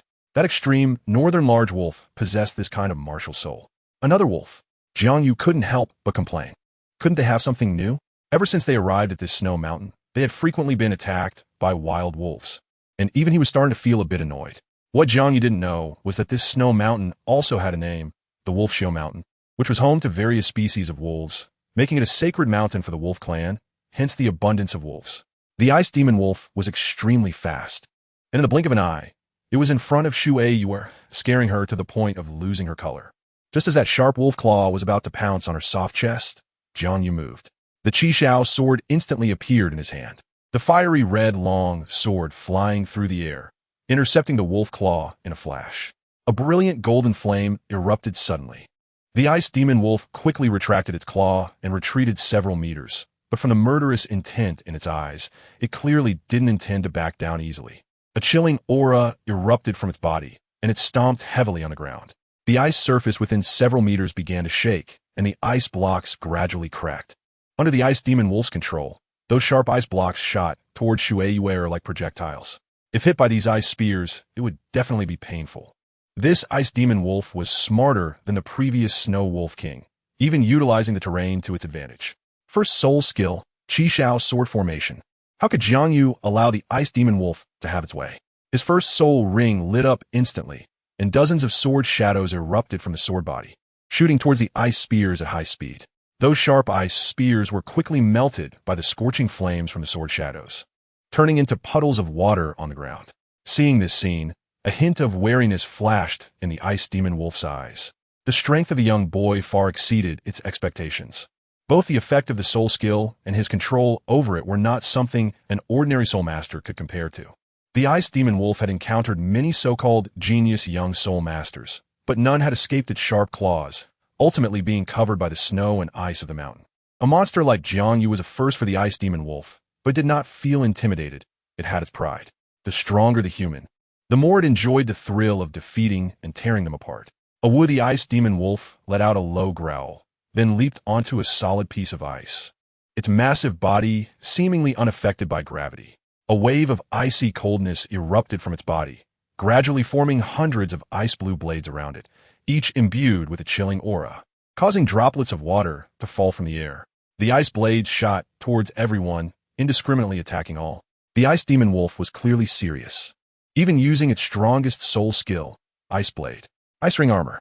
Seeing the densely packed ice blades in the air, Shui Binger quickly released her second soul skill. Soon, a thick layer of ice armor appeared on Jiang Yu and the others. Although Shui Wu wanted to help, at this moment, her soul skills were of no use. Even though she was the only support soul master present, she had become the most useless person, only able to watch anxiously. Shui Yu finally came to her senses and hurriedly released her martial soul, using her soul skill to counter. Seeing that she was temporarily safe, Jiang Yu quickly recalled the Chixiao Sword, holding in his hand and swinging it. A powerful sword energy erupted from the Chixiao Sword, shooting towards the ice blades in the air. The Chixiao Sword was the king of swords. How could it tolerate being provoked by the blades emitted by the ice demon wolf? Even though those blades were condensed from ice, they were merely tangible, yet insubstantial. But with the pride of the Chixiao Sword, it would not allow those ice blades to run rampant here. The sword energy emitted by the Chixiao Sword was stronger than ever, as if it were trying to prove its kingly power. As the ice blades shot toward them, the ice demon wolf was not idle either. Its massive body quickly approached Jiang Yu. According to human logic, when capturing a thief, one must capture the king first. Jiang Yu is undoubtedly the greatest threat. Once it dealt with this greatest danger, the other girls would merely be easy prey. It believed they couldn't turn the tide. The ice demon wolf's idea was quite good, but the premise was that it could truly handle Jiang Yu. Otherwise, it was all just empty talk. Chapter 157. Evil God under Jiang Yu's impenetrable sword dance. The ice blades in the air were all thwarted. Facing the sudden attack of the ice demon wolf, Jiang Yu remained calm. Each wolf claw attack was cleverly deflected by the Chixiao Sword. Although Jiang Yu was still young, his combat experience was extremely rich. During his time at the seven-treasure Glazed Tile School, the sword law had practiced with him many times, and coupled with his journey in Liangshan Kingdom, he had witnessed real battlefield combat. So even when facing a cunning soul beast like the ice demon wolf, Jiang Yu could remain composed. The ice magic wolf, seeing that the human before it had no weaknesses, immediately became anxious. The beast's instincts gradually began to take over, and the frequency of its attacks became even more frenzied. Although this caused considerable trouble for Jiang Yu, it also exposed many flaws in the wolf, creating opportunities for him. Taking advantage of the ice magic wolf's momentary inattention, Jiang Yu tightened his grip on the Chixiao Sword and thrust it towards its waist. With a piercing sound, the ice magic wolf's waist was instantly pierced, blood gushing out, and the area was also burned by the flames on the sword. The wolf let out a mournful cry. Wolves are known for their tough heads and bones, but have soft waists. Jiang Yu's strike had thoroughly hit its vital point, causing immense pain that made the ice magic wolf howl. However, at this critical moment in battle, the wolf's intelligence was not low. It knew it could not show weakness now, or would miss any chance to counterattack. It had to endure the pain, opening its massive jaws to reveal its sharp fangs. The distance between the wolf and Jiang Yu was very close, which was also why it was unwilling to give up. In an instant, the sharp wolf fangs lunged towards Jiang Yu's neck. Countless phantom wolf fangs flew from the ice magic wolf's mouth, resembling a sky full of deadly blades. This was its other soul skill, Wolf Fang Hunter Strikes. If bitten, the victim would fall into an extreme negative state, with a 30 decrease in soul power and a chance of losing their sanity. As the phantom wolf fangs were about to bite down, Jiang Yu decisively swung the Chixiao Sword forward with all his might. However, to his surprise, when the sword struck the phantom, they merely shook slightly, inflicting no damage at all. How could this be? Jiang Yu's expression showed suspicion. Such a bizarre soul skill was rare, and the ice magic wolf's strength was quite impressive, almost equivalent to a genius among humans. Soon, the phantom wolf fangs bit down on Jiang Yu, some targeting his sword, others his legs, hands, and waist. Jiang Yu was completely restrained by the phantom wolf fangs, unable to move at all. Although the phantom wolf fangs appeared illusory, the pain they caused was incredibly real, indistinguishable from actual wolf fangs. Chixiao Sword arrayed Jiang Yu did not give up resisting despite being entangled by the phantom wolf fangs. He shouted towards the Chixiao Sword, which seemed to understand his command. The yellow soul ring suddenly lit up. Fiery red sword shadows shot out, but Jiang Yu did not rush to deal with the phantom wolf fangs. Instead, he controlled the sword shadows in the air to stab towards the ice magic wolf's body. The ice magic wolf sensed the terrifying threat of the sword shadows, but all its focus was on the phantom wolf fangs. Even though it knew the sword shadows were about to land on it, it had no choice but to endure. At this point in the battle, it was a test of endurance. Whoever could not hold on would be the first to fall. The sword shadows of the Chixiao Sword were even more powerful than the ice magic wolf had imagined, leaving dozens of bloody gashes on its skin, deep enough to see bone. Blood flowed uncontrollably outwards, and the ice magic wolf suddenly felt weak.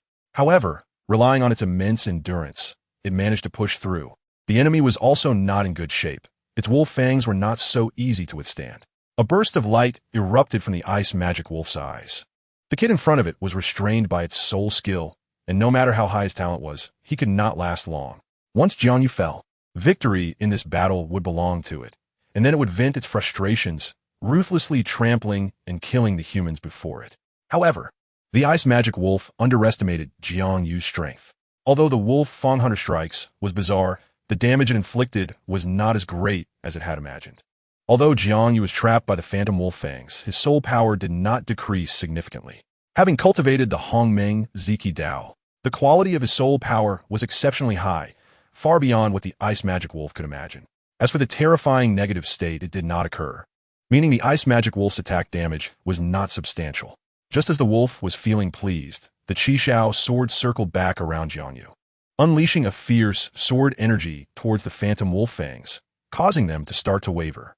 Before long, they became increasingly transparent and eventually disappeared, as if they had never existed.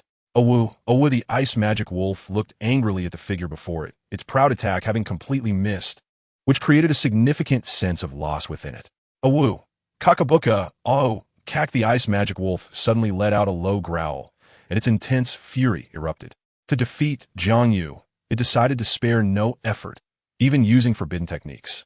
The incantation it had just recited was a powerful spell inherited from the bloodline of the ice magic wolf clan, capable of drawing great power from the evil god. However, the devil's gift always comes at a price.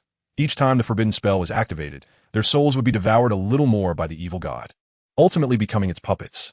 According to the rules of Douluo Continent, once a god is formed, they cannot remain on the continent for long and must ascend to the divine realm. Otherwise, they will face punitive consequences. However, some gods have devised special methods to circumvent this, with the evil god descending to the Douluo Continent through the sacrifice of its creatures. Soon, the aura of the ice magic wolf completely changed, a massive wave of evil energy sweeping through the surroundings, and its light blue eyes turned crimson. It looked incredibly terrifying. Those eyes emitted a strange glow, reminiscent of something familiar, identical to the gaze of Soul Master who had been corrupted by the ice magic wolf a month ago. The red eyes gave a chilling sensation, as if the legendary evil god had penetrated layers of restrictions and appeared before you. That terrifying and evil divine power could even affect title Douluo-level experts, let alone Jiang Yu and the others. Especially for the relatively lower-ranked Shui Yuer and Shui Wu. Their martial soul qualities were significantly inferior to Jiang Yu and Shui Binger. Chapter 158. The Resurrected Evil God. It's this evil god again. Jiang Yu couldn't help but feel a headache. It was all the fault of the world consciousness of Douluo Continent still existing. Otherwise, how could it allow such an obvious act of divine descent? However, he also knew this was not the time for complaints. The cultivation of the ice magic wolf before him would not be less than 5,000 years, and with its mastery of evil god mysticism, the difficulty of dealing with it was not much different from that of a typical 10,000-year soul beast. Understanding this, not only Jiang Yu, but also Shui Binger quickly realized the impending crisis they would face. At this point, they had no choice but to go all out. Shui Wu, let us go. Shui Binger's gaze turned to Shui Wu. The reason she brought Shui Wu on this journey to the extreme north was not only for emotional reasons, but also because the two of them could use their martial soul fusion skill together. With this killer move, their safety in the far north has gained an extra layer of protection, and the chances of completing the sect trial have increased significantly. After all, the effect of the martial soul fusion technique is not just 1 + 1 = 1. In the state of the ice phoenix amidst the falling snow, their combined strength will far exceed that of an ordinary soul king. Shui Wu nodded immediately. She and Shui Binger had been cooperating for so long that their synergy was extremely tacit, understanding each other's thoughts with just a glance. A strong light erupted from Shui Wu, and a dark cloud appeared in the sky, instantly pouring down a torrential rain. Soon, the cold ice rain transformed into snowflakes dancing in the air, with cold light flashing intermittently. Each snowflake concealed a deadly threat, sharp as a blade, swirling into a vortex of ice and snow, sweeping towards the frost demon wolf ahead. Don't be fooled by the beautiful name of falling snow. The hidden deadly intent within is far from simple. The sounds of cutting and friction rang out wherever the ice and snow vortex passed. This was just the prelude. Although the attack power of the ice and snow vortex was not hard to withstand for powerful soul masters, its continuous and relentless nature was its strength. Countless snowflakes were like a meat grinder, constantly slicing into the frost demon wolf, and soon, pieces of flesh began to fall from its body.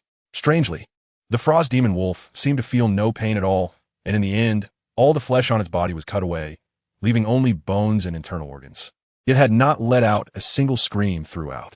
At this moment, the frost demon wolf was truly terrifying, sending chills down the spine, akin to a skeletal monster. One could hardly imagine how it endured such agony. The frost demon wolf, or rather, it was no longer a simple wolf, was truly controlled by the evil god that often incited bloodshed across the continent. Since ancient times, behind the cruel events that occurred on the continent, the evil god has been at work. This evil god, born from chaos, is difficult to eliminate even by a god king. Every 1,000 years, she awakens from her silence, sparking disputes and plunging the continent into chaos.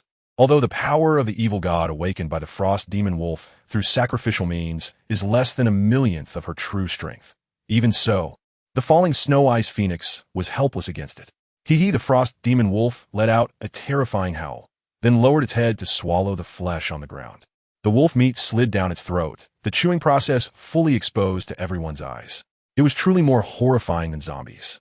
Shui Yuer was almost brought to tears. She had never seen such a disgusting scene, instantly breaking her psychological defenses. Jiang Yu attempted to wield the Chixiao Sword against the frost demon wolf. But that ordinary skeleton was even harder than iron.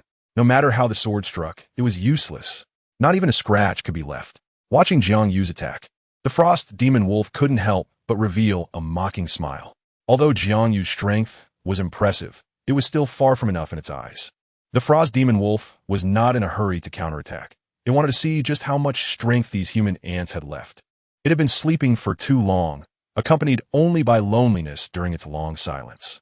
It was rare for someone to use secret methods to awaken its consciousness, and it didn't mind playing with these humans, especially the young boy. Last time, he had defeated that puppet. The powerful attack of the Chixiao Sword, which was unstoppable against other foes, completely lost its effect when facing the Frost Demon Wolf. Seeing the Frost Demon Wolf's nonchalant demeanor, Jiang Yu became unusually impatient. Since his debut, he had encountered many troublesome opponents, but none like the Frost Demon Wolf. Was this the power of a god? Just a bit of consciousness descending had such terrifying strength. To be honest, Jiang Yu did not think there was much danger in the Douluo Continent. After all, this was a fantasy world, far from the terrifying realms where one could destroy stars with a single punch. Therefore, Jiang Yu's mentality had always been very stable until he faced the Frost Demon Wolf ahead, which forced him to seriously contemplate. As for the evil god, her power was definitely more frightening than he had imagined. Even Jiang Yu's Chixiao Sword and Shui Binger's martial soul fusion technique had no effect on the Frost Demon Wolf. The mocking laughter of the demon wolf echoed through the skies. A deep, abyss-like evil aura erupted from the Frost Demon Wolf, and the bones immediately emitted a buzzing sound. A powerful majesty swept across the entire world. Even the white snow on the ground was eroded by the black, evil aura, instantly turning black. That evil aura was like a demon god, destroying the life on the ground, and even Jiang Yu began to pant heavily. Just when everyone thought everything was about to end, a brilliant golden sunflower suddenly flickered on Jiang Yu's forehead, and sacred sunlight shone through the petals, releasing an unprecedented radiance. The holy sunlight illuminated the earth. The black evil aura seemed to encounter its nemesis, and the previously rampant expansion suddenly slowed down, retreating hurriedly back towards the Frost Demon Wolf.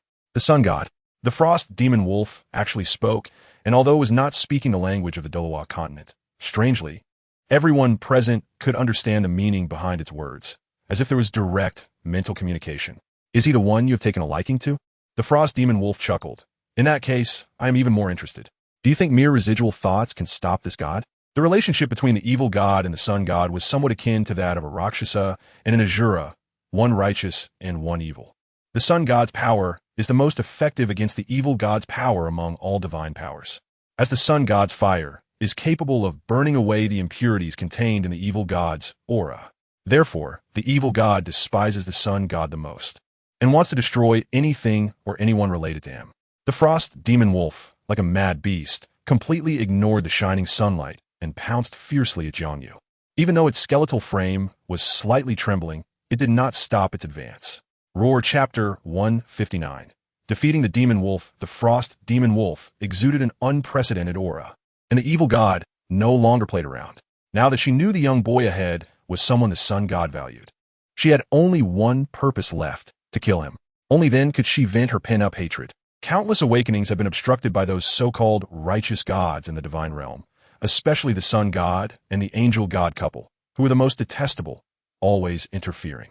The sun god's and the angel god's powers had a restraining effect on her evil aura, and even after the sun god was ambushed and injured at his source, it was unexpected that the angel god could still utilize a small portion of the true sunfire. It was likely that the sun god had passed on part of his source power to the angel god, causing her plans to fall through. Now, the sun god actually intended to pass on his divine position to Immortal, forcing the evil god to take it seriously. She would never allow the sun god to succeed.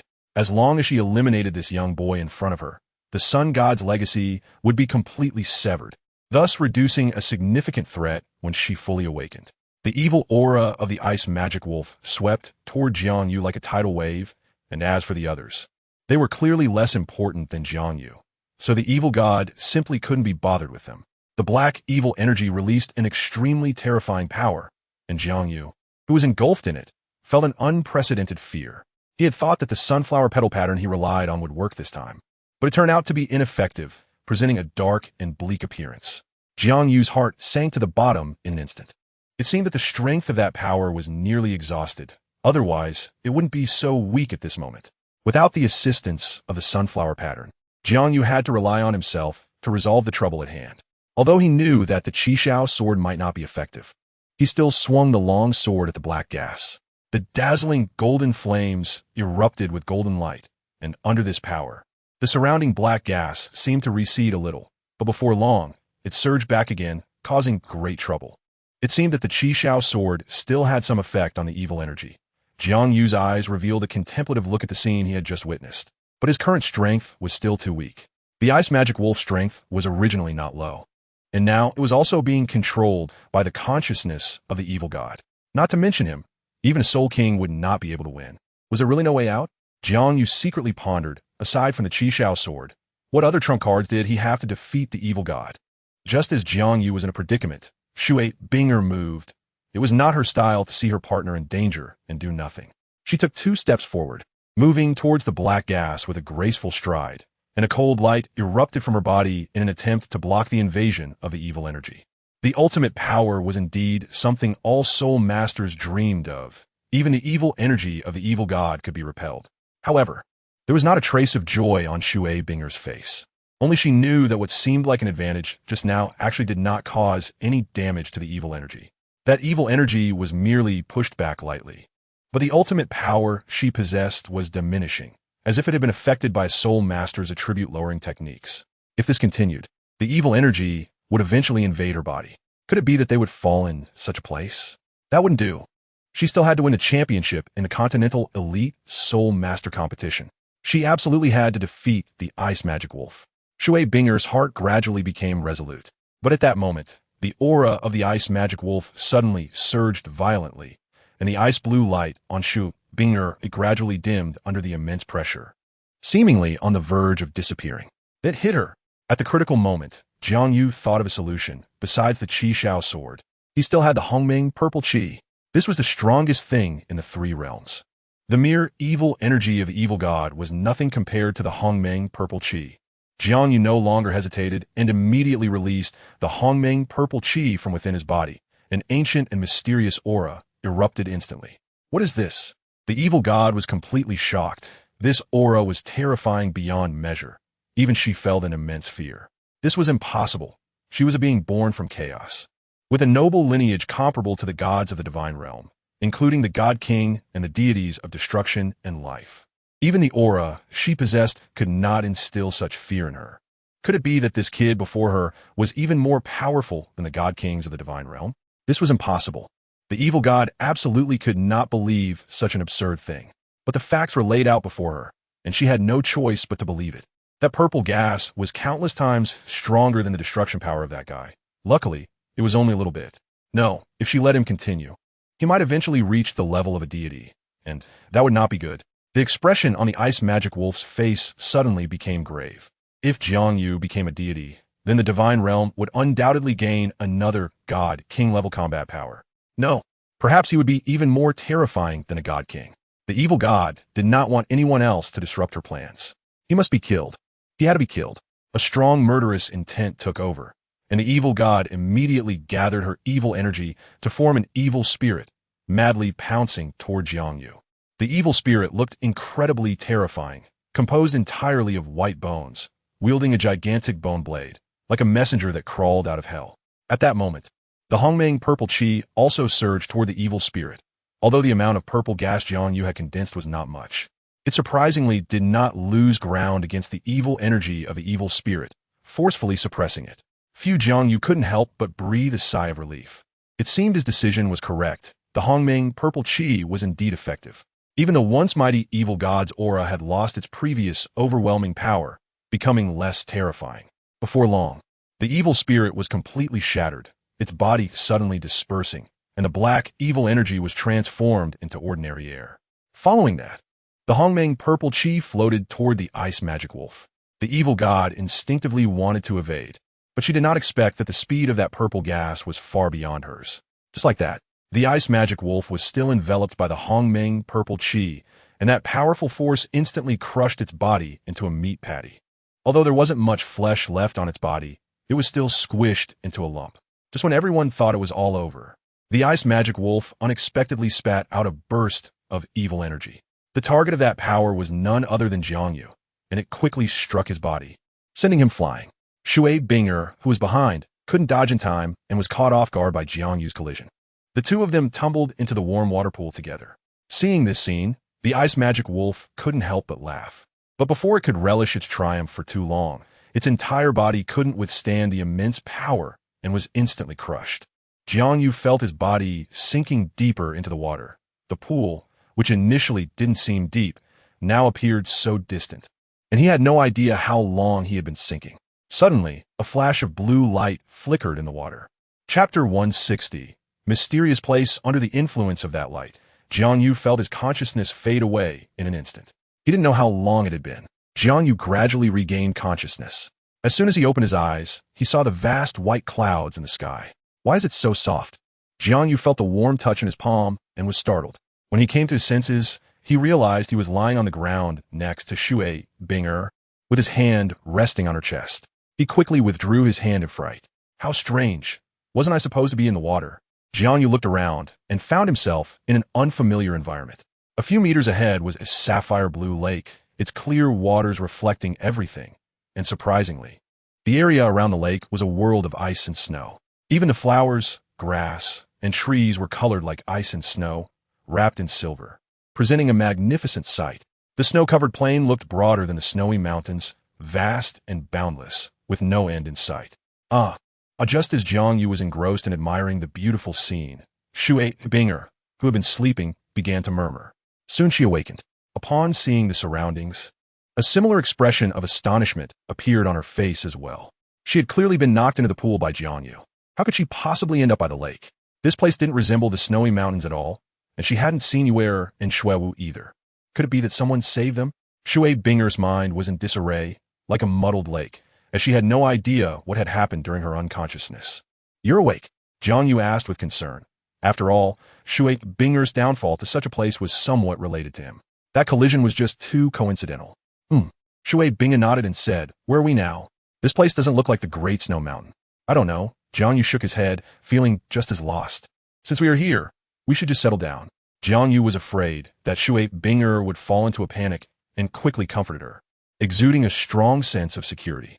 A strange feeling arose in Shui Binger's heart. He was so young, yet why did he give off such a powerful sense of security?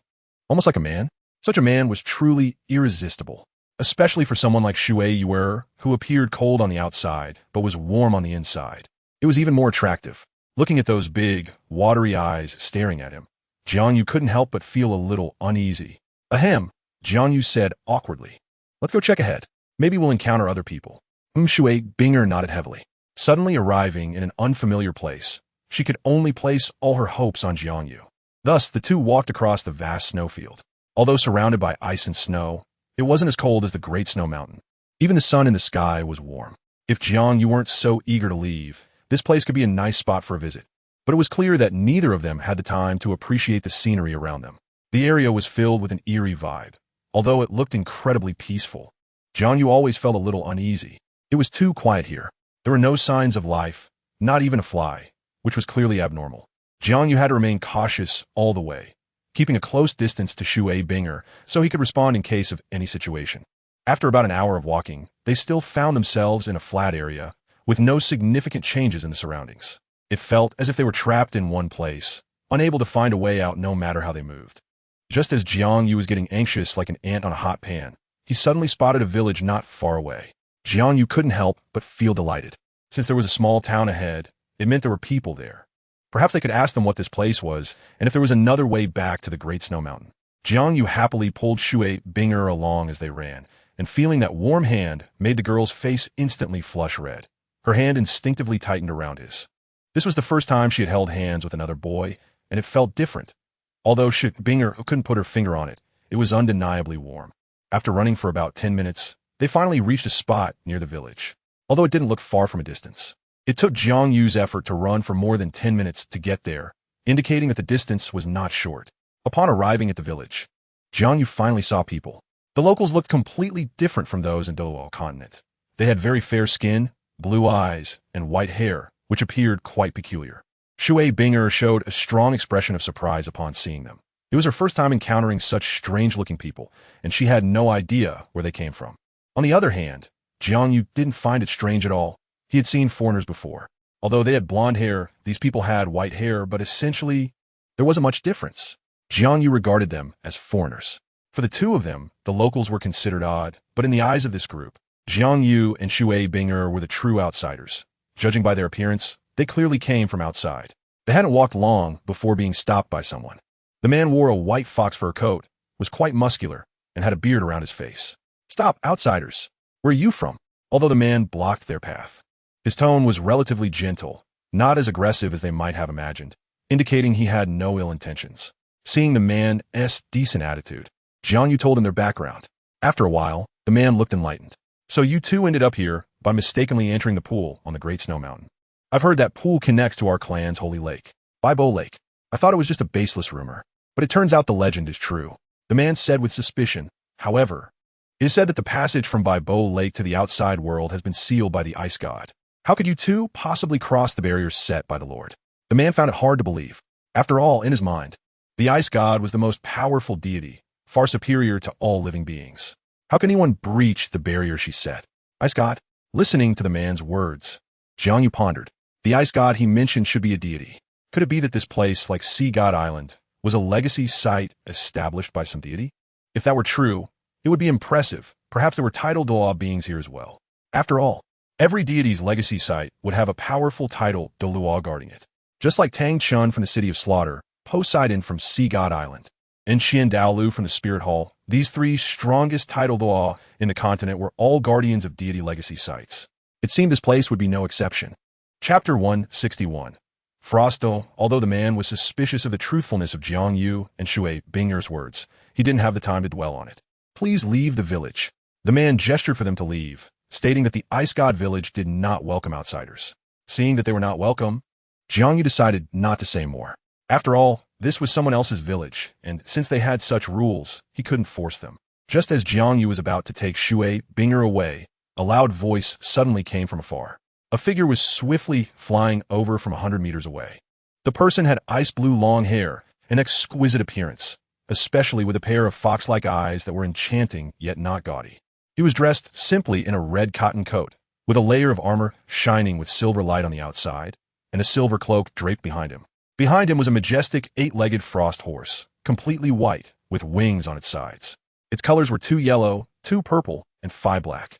9 soul rings were even floating around him, indicating that he was a powerful tidal Douluo. It's Lord Aoki. The man couldn't help but feel a surge of emotions, not expecting this lord to come out from the divine palace. Soon, Aoki landed from the air. Everyone around quickly knelt down in his direction, as he was the god Dalu guarding the divine palace. Moreover, he was the Frost Douluo ranked 3rd, a great being with a soul power reaching level 95. Greetings, Frost Douluo. Respectful voices echoed, and everyone showed deep reverence on their faces. The Frost Douluo Aoki delivered a holy decree from the high priest. The tidal Douluo before him looked seriously at Jiang Yu and Shui Binger, announcing the arrival of outsiders to the divine palace for an audience. As soon as he finished speaking, a wave of gasps erupted around them. No one expected the high priest to summon 2 outsiders into the divine palace, the sacred place serving the ice god. Even though they were from the village, they had never set foot in the divine palace area. And now they were being outpaced by outsiders. In an instant, everyone was envious. The high priest, hearing the words from the Frost Douluo, Jiang Yu secretly thought that he had indeed guessed correctly. This place must be the ice goddess inheritance site, otherwise it wouldn't have a tidal Douluo present. After considering the invitation from the Frost Douluo, Jiang Yu decided not to refuse, and he had no other choice. If he wanted to leave this place, he would probably have to rely on that high priest. Surely, only she would know the way to leave. Thus, Jiang Yu took Shui Binger and headed towards the divine palace. The 7th spirit ring on the Frost Douluo suddenly lit up, and then he released his martial soul, transforming into a majestic horse, a powerful aura rushing towards them. Aoki nodded, signaling for the two to get on. Jiang Yu was not polite, pulling Shui Binger onto the imposing white giant horse. Once they settled, the 8-legged frost horse swiftly took to the sky, galloping away with agile strides. Gradually, they became as small as broad beans. Sitting atop the 8-legged frost horse, Jiang Yu looked down at the ground, and by the end, the figures below appeared as small as flies. The speed of the flying horse was incredibly fast. In the blink of an eye, they flew out of Ice God Village, heading northward, quickly crossing several villages. Finally, the flying horse brought Jiang Yu and Shui Binger to a mountainous area, which was their first sight of high mountains since arriving in this mysterious place. The 8-legged frost horse flapped its white wings and flew all the way to the mountain peak. A massive blue palace rose from the ground, looking very magnificent, and this structure was not at all inferior to the 7-treasure Glazed tile school. Moreover, the shock it brought in this icy world was much greater than the buildings outside. Behind the palace was an unfathomable abyss, pitch black inside, appearing very mysterious. It was unclear why the divine palace would be built in such a place, giving a sense of abruptness. After dismounting from the 8-legged frost horse, the Frosdalaw reverted to his original form, and then led Jiang Yu and Shui Binger towards the divine palace ahead, his pace not fast. Each step he took was filled with utmost reverence. To him, the ice god was his only faith, which is why he showed such special respect. Upon arriving at the Silver Gate, the doors on both sides automatically opened, as if the people inside had known they were coming to the divine palace. The interior space was extremely vast. An enormous dome was covered with glass murals, depicting a stunning beauty clad in ice blue clothing. She held a brilliant blue long sword in her hand, exuding a sense of strength. If Jiang Yu was not mistaken, the woman in the mural must be the ice god. Jiang Yu thought to himself. Following the direction at the end of the mural, Jiang Yu saw a gigantic statue standing there, identical in style to the woman in the painting. In front of the statue knelt a woman, and when Jiang Yu approached her side, she turned around, instantly stunning both him and Shui Binger. The woman before them was extraordinarily beautiful. She had long blue hair and was dressed in a simple blue robe, with a circle of blue pearls crossing over her chest, and in the center, she wore a round gold medal. The woman's figure was exquisitely outlined, with an impressive curvature. Her facial features were extremely delicate, with not a single flaw, and her aura was quite cold, giving off a feeling that she could only be admired from afar. She held a gigantic spear, inscribed with unknown characters, emanating an extremely dangerous aura, as if it could pierce the heavens with a single thrust. Even the Frosdalaw couldn't help but tremble slightly.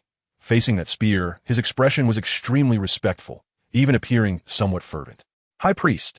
The Frosdalaw knelt before the woman in the hall, clasping his hands in front of his chest, and said reverently, "I have brought the one you wanted. Thank you for your hard work, Aoki." The woman displayed a faint smile. It was no trouble. Aoki shook his head repeatedly, smiling as he said, "Lady Heluna, serving you is an honor for Aoki. Without you, we would never have achieved the status of the 7 ice gods today, so please do not say that." The 7 ice gods.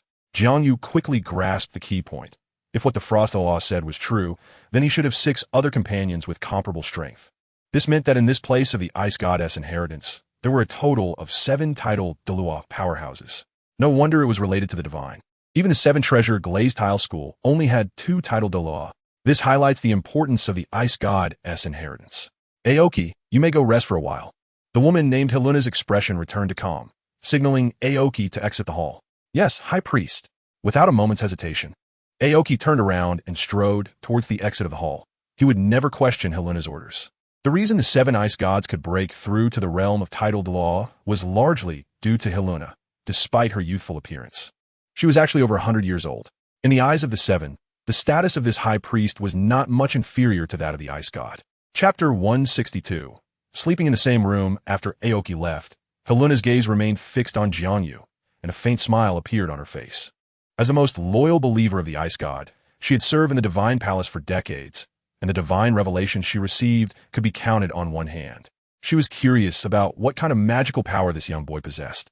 Even the ice god had specifically sent down a divine revelation to hold a grand ice ceremony for him. You are JiangYu. Heluna had already received insight from the ice god, and her question was mainly to draw closer to him. After all, she spent most of her time in the divine palace, and the people she saw most often were just the 7 ice gods.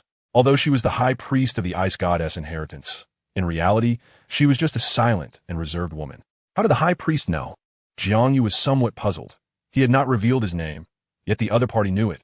The ice god just sent down a divine revelation for me to treat you well, and I too find it strange why even the deity knows your name. Logically, she shouldn't be able to pay attention to this in the divine realm. Not only was Jiang Yu puzzled, but even Heluna had no idea of the ice goddess' intentions. This supreme deity was actually willing to bestow the greatest ice ceremony upon an outsider. This was a privilege only she and the 7 titled law could have among the entire ice spirit clan. Ice god? Jiang Yu's doubts deepened. He had no connection with the ice god, so why would she have the high priest treat him? Did she take a liking to him? That didn't seem right. If the ice god were looking for a successor, she should be looking at Shui Binger beside him, who possessed a top-tier ice attribute martial soul, the Ice Phoenix. And although Jiang Yu hadn't inquired about her innate soul power, it could be assumed that she had at least level 9. It was not impossible for her to have full innate soul power. This is the best candidate to inherit the ice god position. As for himself, Jiang Yu was somewhat self-aware. Although his talent was very high, neither the Chixiao Sword nor his sword was related to ice attributes. Could it be because of the dream ice silkworm? This was the only possibility Jiang Yu could think of, as the only thing related to ice attributes on him was the Dream Brother, as an unprecedented million-year soul beast on the continent. Although the dream ice silkworm had poor attack ability, its cultivation level was still top-notch. Could it be that the ice god favored him for this reason? Otherwise, he really couldn't think of anything else about himself that could attract the attention of a deity. Dream Brother. Jiang Yu tried to awaken the dream ice silkworm in his mind. This guy had been silent since its brief awakening last time, and even in the extreme northern land, there had been no signs of awakening. He didn't know what had happened. It was necessary to wake it up. After all, it had stayed in the extreme north for such a long time, and although most of the time it was sleeping, it should know a little about the legends of the ice god. Jiang Yu called for a long time, but the dream ice silkworm in his mind did not appear. He didn't know if it had consumed too much energy last time and had fallen into a weak state. Two guests. You can rest in this divine palace first. The ice ceremony will not commence until dawn tomorrow. Kaluna raised her hand and pointed to the portal at the back of the main hall, which led to the resting area. Although the divine palace usually had only her, there were no shortages of rooms. Seeing that Haluna had spoken, Jiang Yu had no choice but to walk towards the portal with Shui Binger. He believed that the high priestess in front of them did not have any malicious intentions towards them. Otherwise, she would have instructed the titled Douluo to take action long ago. There is no need to go through so much trouble to bring the two of them to such a prestigious divine palace. No believer would do anything out of line in front of the deity they believed in. That would be a great sin that tarnishes the deity. So Jiang Yu was not worried about safety. Stepping through the portal led to a straight corridor, with a massive ice crystal wall blocking the left side, while the right side was the only path to walk. Looking at the seemingly endless corridor, Jiang Yu was not afraid and boldly walked forward. Shui Binger felt a bit fearful, but she could only trust Jiang Yu now. She didn't want to stay here alone, so she closely followed him. The corridor was even larger than Jiang Yu had imagined. After walking for about 10 minutes, he still hadn't seen any rooms, with nothing but the ice crystal walls on both sides. The layout of this divine palace was too strange. Jiang Yu couldn't help but complain. The spirit hall had a grand atmosphere, looking like a place serving a deity, while the ice god's divine palace completely lacked any divine style. Just look at how magnificent the spirit hall is. This divine palace, as a place of inheritance for a deity, is far inferior to that of the angel god. Didn't the ice god feel ashamed? Their essay saying that goes, people need to dress up, and Buddhas need to be adorned. Even deities need to be packaged. No wonder the angel god could accumulate a large number of followers, while the ice god could only be trapped in this extreme northern land. Just as Jiang Yu was lost in thought, he finally saw a glimmer of light not far ahead. A strong blue light illuminated a nearby area, giving a completely different feeling. Upon stepping into the blue light's range, Jiang Yu noticed some changes in the surrounding environment. The ground was covered with colorful flower petals, and even the walls on both sides were lined with neatly arranged flower pots, resembling a garden. In such an exceptionally cold place as the extreme north, these flowers grew remarkably lushly. It was indeed a miracle, completely defying the laws of nature. Seeing the rooms on both sides, Jiang Yu did not hesitate and casually opened the door closest to his left. The first thing that caught his eye was a huge floor-to-ceiling window. The blue curtains swayed gently in the breeze, and soft light streamed into the room. The room's environment was quite nice. Jiang Yu prepared to rest here. But just as he was about to close the door and separate from Shui Binger, a beautiful figure had already walked in. Shui Binger, rubbing her smooth little hands and lowering her head, said in a delicate voice, "Can I sleep in the same room as you? I'm a bit scared in this unfamiliar place." Seeing Shui Binger's weak appearance, Jiang Yu was taken aback for a moment, but soon a smile appeared on his face. Even though Shui Binger was a very talented soul master, she was still a girl who had not experienced the harsh life of soul master. Suddenly coming to such a strange place, it was only natural for her to feel some fear. Jiang Yu glanced at the bed. The bed is quite wide. Not to mention 2 people. Even if a few more came, it wouldn't feel crowded. Then you can sleep here tonight. Jiang Yu agreed to Shui Binger's request, walked to the door, closed it, and locked it. This was not his territory, so it was better to be cautious when outside. After all, whenever staying outside, Jiang Yu would always lock the door. Chapter 163, Divine Light. Click. Hearing the sound of the door locking, Shui Binger felt a bit at a loss, her small hands rubbing against each other. A lonely man and woman, sharing the same room. Shui Binger's heart suddenly became chaotic. Although she had taken the initiative to suggest sharing a room with Jiang Yu, she still felt a bit nervous. This was her first time sharing a room with a boy. Even her father had never afforded her such treatment. If word got out, how would she ever marry in the future? Compared to Shui Binger's nervousness, Jiang Yu's state of mind was quite calm. There was no other way. He had been sleeping with various beauties since he was young. Even Hulina had shared a bed with him. He had long since become indifferent to such matters. Shui Binger was not enough to stir his emotions. This bed is pretty big. We can each take half. Jiang Yu pointed to the large round bed in the room. He then walked over to the bedside and lay down on the right side. Aye. Shui Binger's little face turned bright red. She didn't expect Jiang Yu to just lie down on the bed without considering her. What a straightforward guy. Shui Binger secretly complained. She did not immediately lie down, but kept pacing in place. After a long while, Shui Binger finally gathered her courage and stubbornly lay down on the round bed. But she did not dare to get too close to the center, fearing there might be some skin-to-skin contact, and lay on the side instead. She didn't know how long she lay there. Gradually, Shui Binger fell asleep, her entire body relaxing, and unconsciously, she moved closer to the center, without even realizing it. During the sleep, both of them slept very comfortably. The next morning, sunlight streamed through the huge floor-to-ceiling window into the room, waking Jiang Yu up. As soon as he opened his eyes, he found Shui Binger lying in his arms like an octopus, tightly wrapping around him. The sunlight illuminated Shui Binger's delicate face, and the cold feeling completely disappeared. At this moment, she was no longer the cold goddess of before, but resembled a warm, lovely neighbor girl, looking very adorable. Especially that little tongue that keeps flicking in and out. Jiang Yu found himself liking it more and more. Although Shui Binger wasn't bad-looking, she was quite a distance away from the stunning beauty of Hulina, who could attract attention at first glance. Even Ning Rongrong was somewhat prettier than her. However, there seemed to be a magical charm about Shui Binger. At first glance, she wasn't stunning and could even be considered an ordinary beauty. Yet she could deeply attract people's gaze, making one want to look more and more. Moreover, the more one looked, the more beautiful she seemed. From this perspective, Shui Binger was not much inferior to the top-tier beauties like Zhu Zhuqing, Qian Renxue, and Hulina. 3 minutes later, Shui Binger murmured and then opened her eyes, meeting Jiang Yu's gaze, and then she suddenly screamed. Shui Binger quickly jumped up from Jiang Yu's arms, her face suddenly turning redder than a monkey's bottom. You rogue. Shui Binger was a bit angry and embarrassed, as expected of a man. So dishonest, taking advantage of her while she was asleep. Just me. Jiang Yu pointed at himself, looking somewhat astonished. He couldn't take the blame for this. It was obviously Shui Binger who had been restless in her sleep, and she had thrown herself at him. So how could it be his fault? You can't blame me for this. Jiang Yu smiled awkwardly.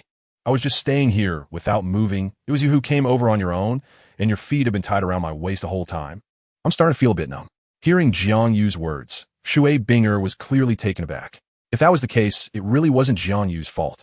It was indeed her problem. Shui Binger couldn't help but feel a bit embarrassed. Early in the morning, the Divine Palace was busy preparing for the upcoming ceremony. Seluna even summoned some ordinary villagers from the village to help decorate the Divine Palace. Even the 7 ice gods arrived at the Divine Palace. These 7 titled Douluos, along with the High Priestess Seluna serving the ice god, represented the highest combat power in the entire secret realm. The ordinary villagers decorating the place were startled by this lineup. This ceremony was definitely extraordinary, having attracted 8 supreme authorities. Such a thing hadn't happened in many years. The last time was decades ago, when Seluna inherited the position of High Priestess of the Ice God. It seemed something significant was about to happen. The villagers worked faster and faster, not daring to delay a major event. What originally required some time was completed in no time. When Jiang Yu and Shui Binger arrived at the main hall, they saw the ice blue ribbons tied around the pillars. So grand. Jiang Yu was also a bit surprised. He initially thought it was just an ordinary ceremony, but now it seemed he had underestimated it. What was the ice god really planning? The ceremony was about to begin, and you arrived just in time. Seeing the main person had arrived, Seluna greeted Jiang Yu, her tone resembling that of a little girl. Today Seluna had changed into a priestly outfit, looking like a saint, and even her aura had become holy.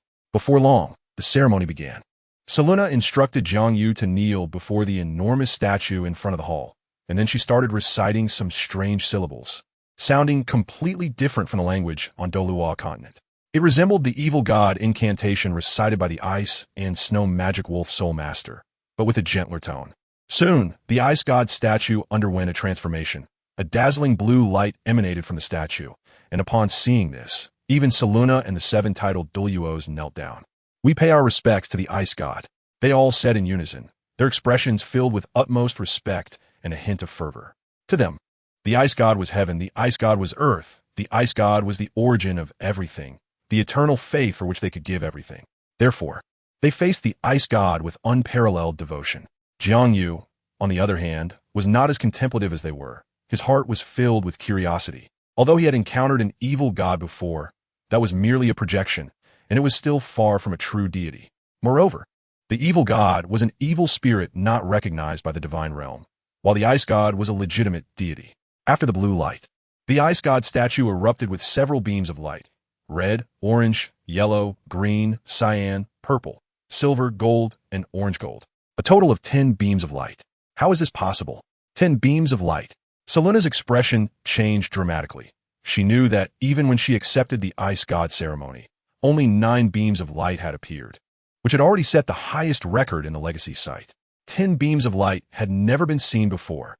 Seluna couldn't believe it. JiangYu could actually invoke 10 beams of light. Why would the Ice God value him so much? Seluna's expression was filled with confusion. Chapter 164, The Ice God Legacy. She had thought her talent was already the best. Invoking 9 beams of light was unprecedented. But to her surprise, JiangYu could trigger 10 beams of light, which also implied that the Ice God believed he could become a deity in the future. This level of talent hadn't been seen in tens of thousands of years. Seluna's expression grew complicated. She was already 130 years old, and her soul power had reached an astonishing level 98, just one step away from level 99. It seemed like a small distance, but the gap between these levels was like heaven and earth.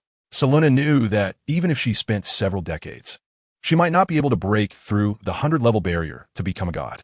After all, it had taken her 30 or 40 years to progress from level 97 to level 98.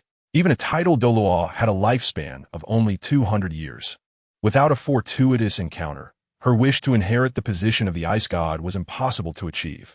However, even though she knew the chance of becoming a god was extremely low, she still held some hope.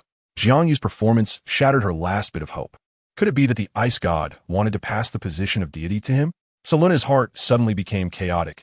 Her originally calm mind was disturbed. Just as Seluna was having an intense inner conflict, the 10 beams of light had already surged into JiangYu's body. Warmth, peace. That was all JiangYu felt. He had originally thought that the Ice God's aura would be extremely cold, but unexpectedly, it was so warm. After the light entered his body, it continuously flowed into JiangYu's meridians, quickly widening all his meridians. Even the impurities contained within his body were expelled through his pores. In the end, JiangYu realized that all his extraordinary meridians had been completely connected, and his body felt indescribably comfortable. His soul power also surged dramatically under the divine light. Rising from level 25 to level 30, JiangYu could feel that this magical power still had surplus energy. However, he hadn't absorbed his soul ring yet, so his soul power couldn't continue to grow. Only after absorbing the 3rd soul ring could his soul power possibly break through the level 30 barrier. However, JiangYu was already very satisfied. Ever since he cultivated the Hongmeng Purple Qi Dao, the improvement of his soul power had been more challenging than that of ordinary soul masters. This time, he had actually managed to increase 5 levels, which was already very surprising. Feeling the soul power fluctuations coming from JiangYu, Shui Binger was both moved and a little envious. After all, he was only 8 or 9 years old, yet his soul power had already broken through to level 30, and with just one more soul ring, he would become a genuine soul zone. JiangYu had undoubtedly made history. According to the records of the Spirit Hall, the fastest person to reach the Soul Zune realm was the Haoyan Duo from the Haoyan sect, Tang Hao, who achieved it at the age of 10. Now, this record had been broken by JiangYu, and perhaps he would also break Tang Hao's record of being the youngest titled Duo, becoming famous throughout the Douluo Continent. Shui Binger felt a deep sense of envy. After all, a titled Duo was the pinnacle of power on the continent. Even though she was hailed as the rare genius of the Tianshui sect, and the girl most likely to break through to the titled Dalu realm in 100 years. It was still just a possibility. After all, breaking through from Soul Da to titled Da required more than just the accumulation of soul power. Otherwise, there would have been more than just a few titled Douluos on the continent. While there weren't many level 89 soul Douluos, there were still enough to make a two-digit count. However, over the years, only 2 soul Douluos had broken through to the title Douluo realm, one being the Haotian and the other being the Poison Douluo. This shows how difficult it is to pass that hurdle to become a title Douluo. Even Shui Binger didn't have confidence in herself. The entire ceremony lasted for an hour, and just before it was about to end, the ice god statue suddenly emitted a beam of light that surged into Jiang Yu's left hand, finally condensing into a blue small sword imprint on the back of his hand. The ice god sword. After seeing that imprint, Ziluona let out an incredulous voice. This was the divine artifact wielded by the ice god, and it was only one step away from being a super divine artifact. Even in the entire divine realm, it was well known. Apart from the divine artifacts in the hands of the 5 supreme gods, only the sun god sword and the sea god trident could rival the ice god sword. In the entire divine realm, there were only a few divine artifacts of the same quality as the ice god sword, such as the angelic holy sword and the Rakshasa scythe. The ice god actually bestowed it upon Jiang Yu. It seemed she had already regarded him as her successor. Ziluona's expression darkened. After all, she had served the ice god for decades, dedicating her most precious time to this cold and frosty temple. Yet now, the ice god had chosen an outsider as her successor. It was only natural for her heart to feel a great sense of disparity, making it hard for her to accept.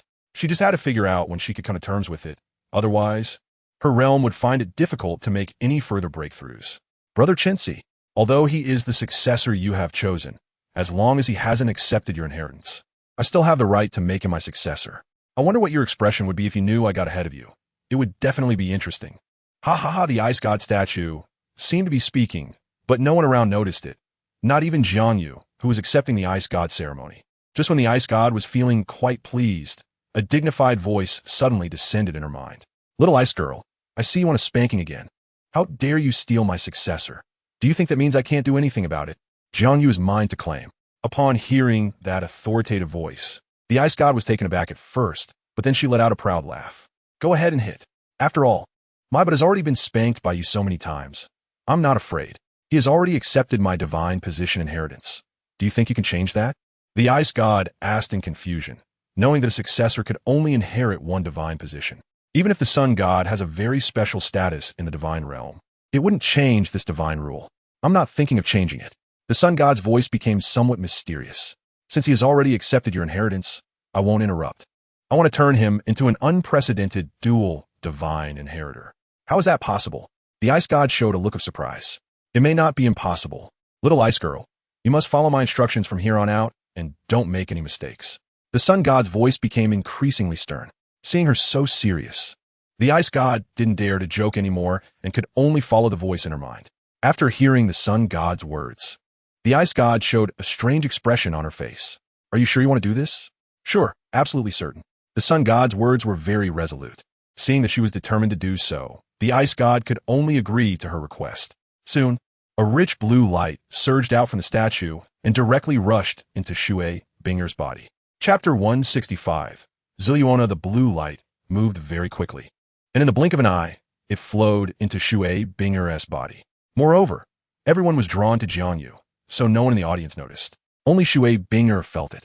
That blue light possessed a magical power that continuously roamed within her body, swirling like a small snake, making Shui Binger feel a tingling sensation. More surprisingly, the cold ice power within her actually became even more chilling than before, and even her soul power instantaneously increased by 1 level, reaching a strength of level 34. Is this a reward from the ice god? Shui Binger's heart filled with joy. She hadn't expected to receive the ice god's favor during the ice god ceremony. Although the benefits she received were far less than Jiang Yu's, she was already very satisfied. At this moment, her heart was filled with infinite gratitude toward Jiang Yu.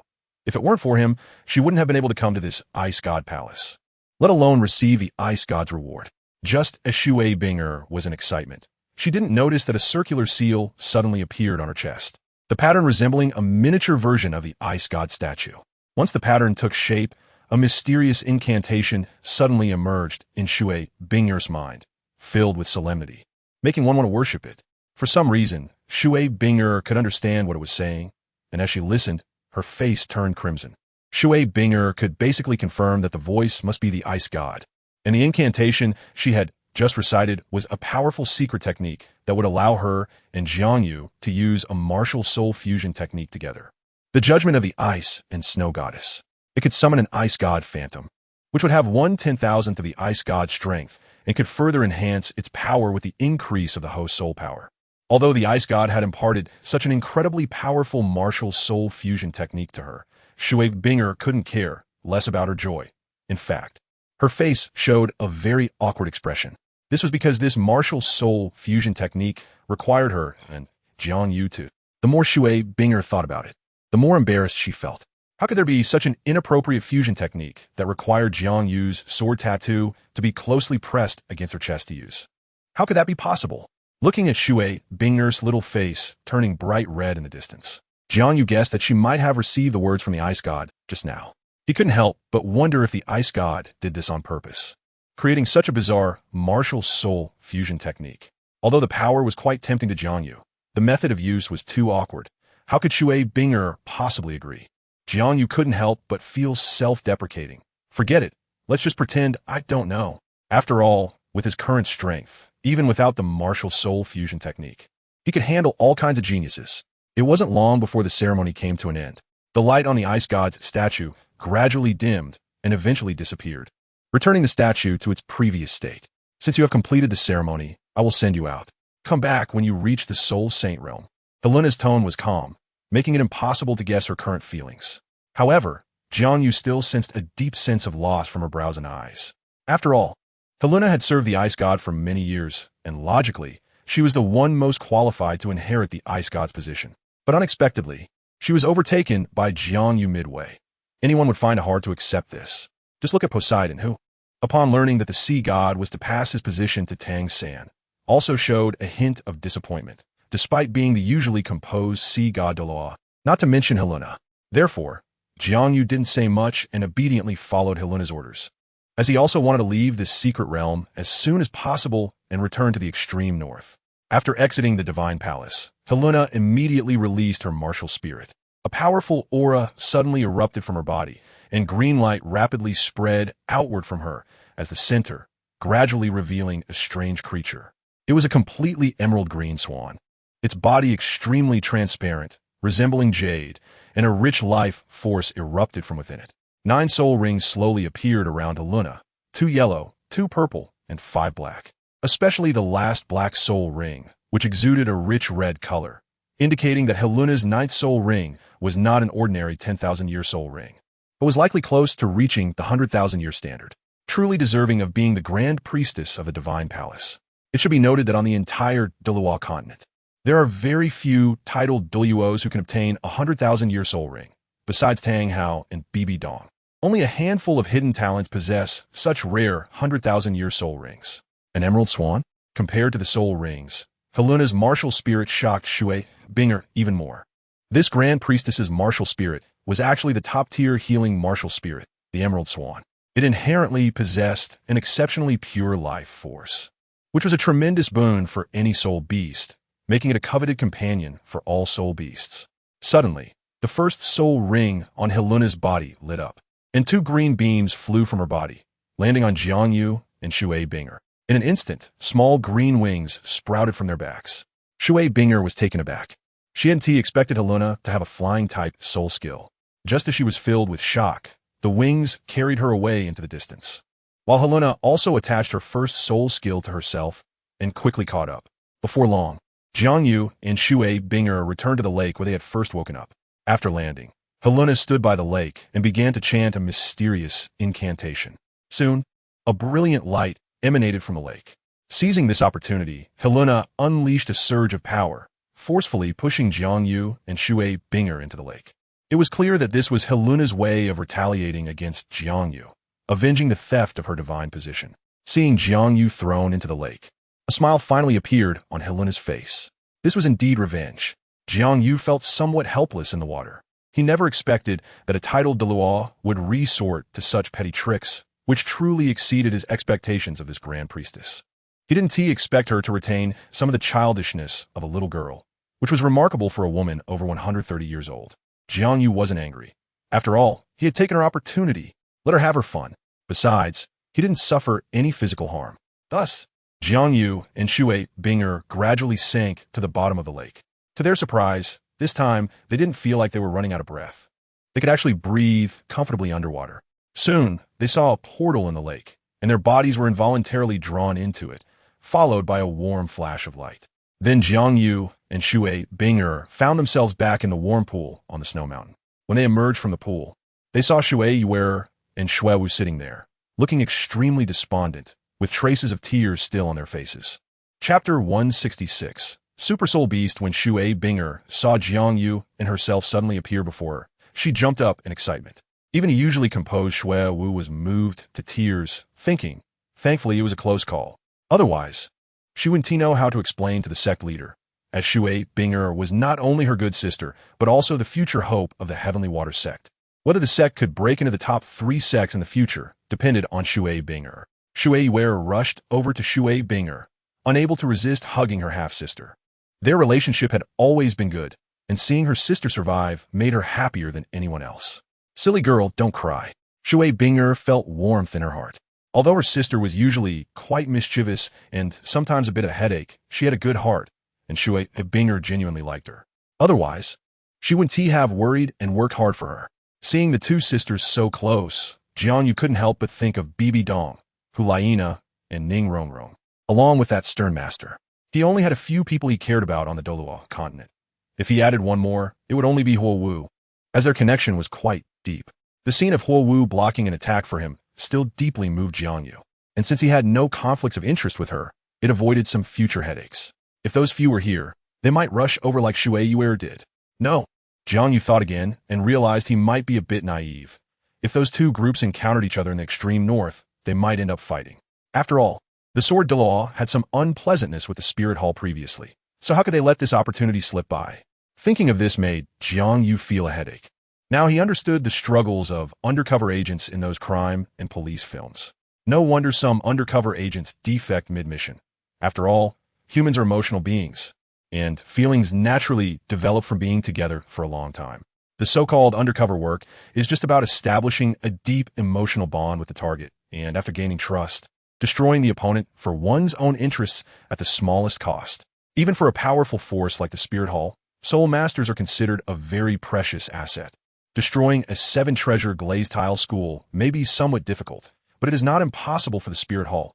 However, it would certainly come at a cost. They might have to lose over 1,000 Soul Masters and at least 3 or 4 titled Douluos, knowing that the Sword Douluo and Bone Douluo are not easy opponents. Each of them can handle 2 titled Douluos simultaneously, and the Sword Douluo might even take on 3 without issue. This means that the Spirit Hall would need to mobilize thousands of Soul Masters and at least 5 or 6 powerful titled Hall-level experts to annihilate the 7-treasure glazed tile school. This deal is not worth it. In contrast, sending undercover agents is much simpler, and the costs are not high. They can also use the enemy's resources for cultivation, achieving the goal of exhausting the enemy while saving a significant amount of money for the Spirit Hall.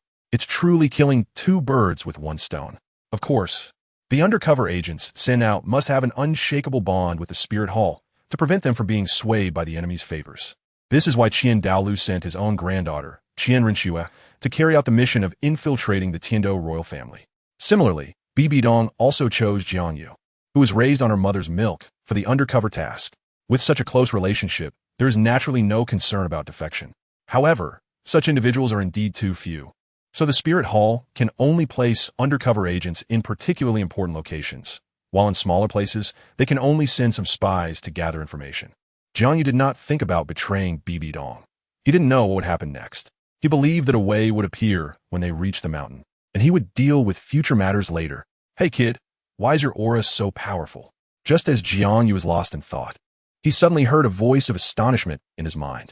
The Tianming ice silkworm, which had been dormant for some time, actually woke up at this moment. Tianming, you finally woke up. Jiang Yu couldn't help but be overjoyed. Although it refused to wake up when needed, it chose to do so when everything was calm again. But Jiang Yu was still very happy. This million-year soul beast was somewhat amusing.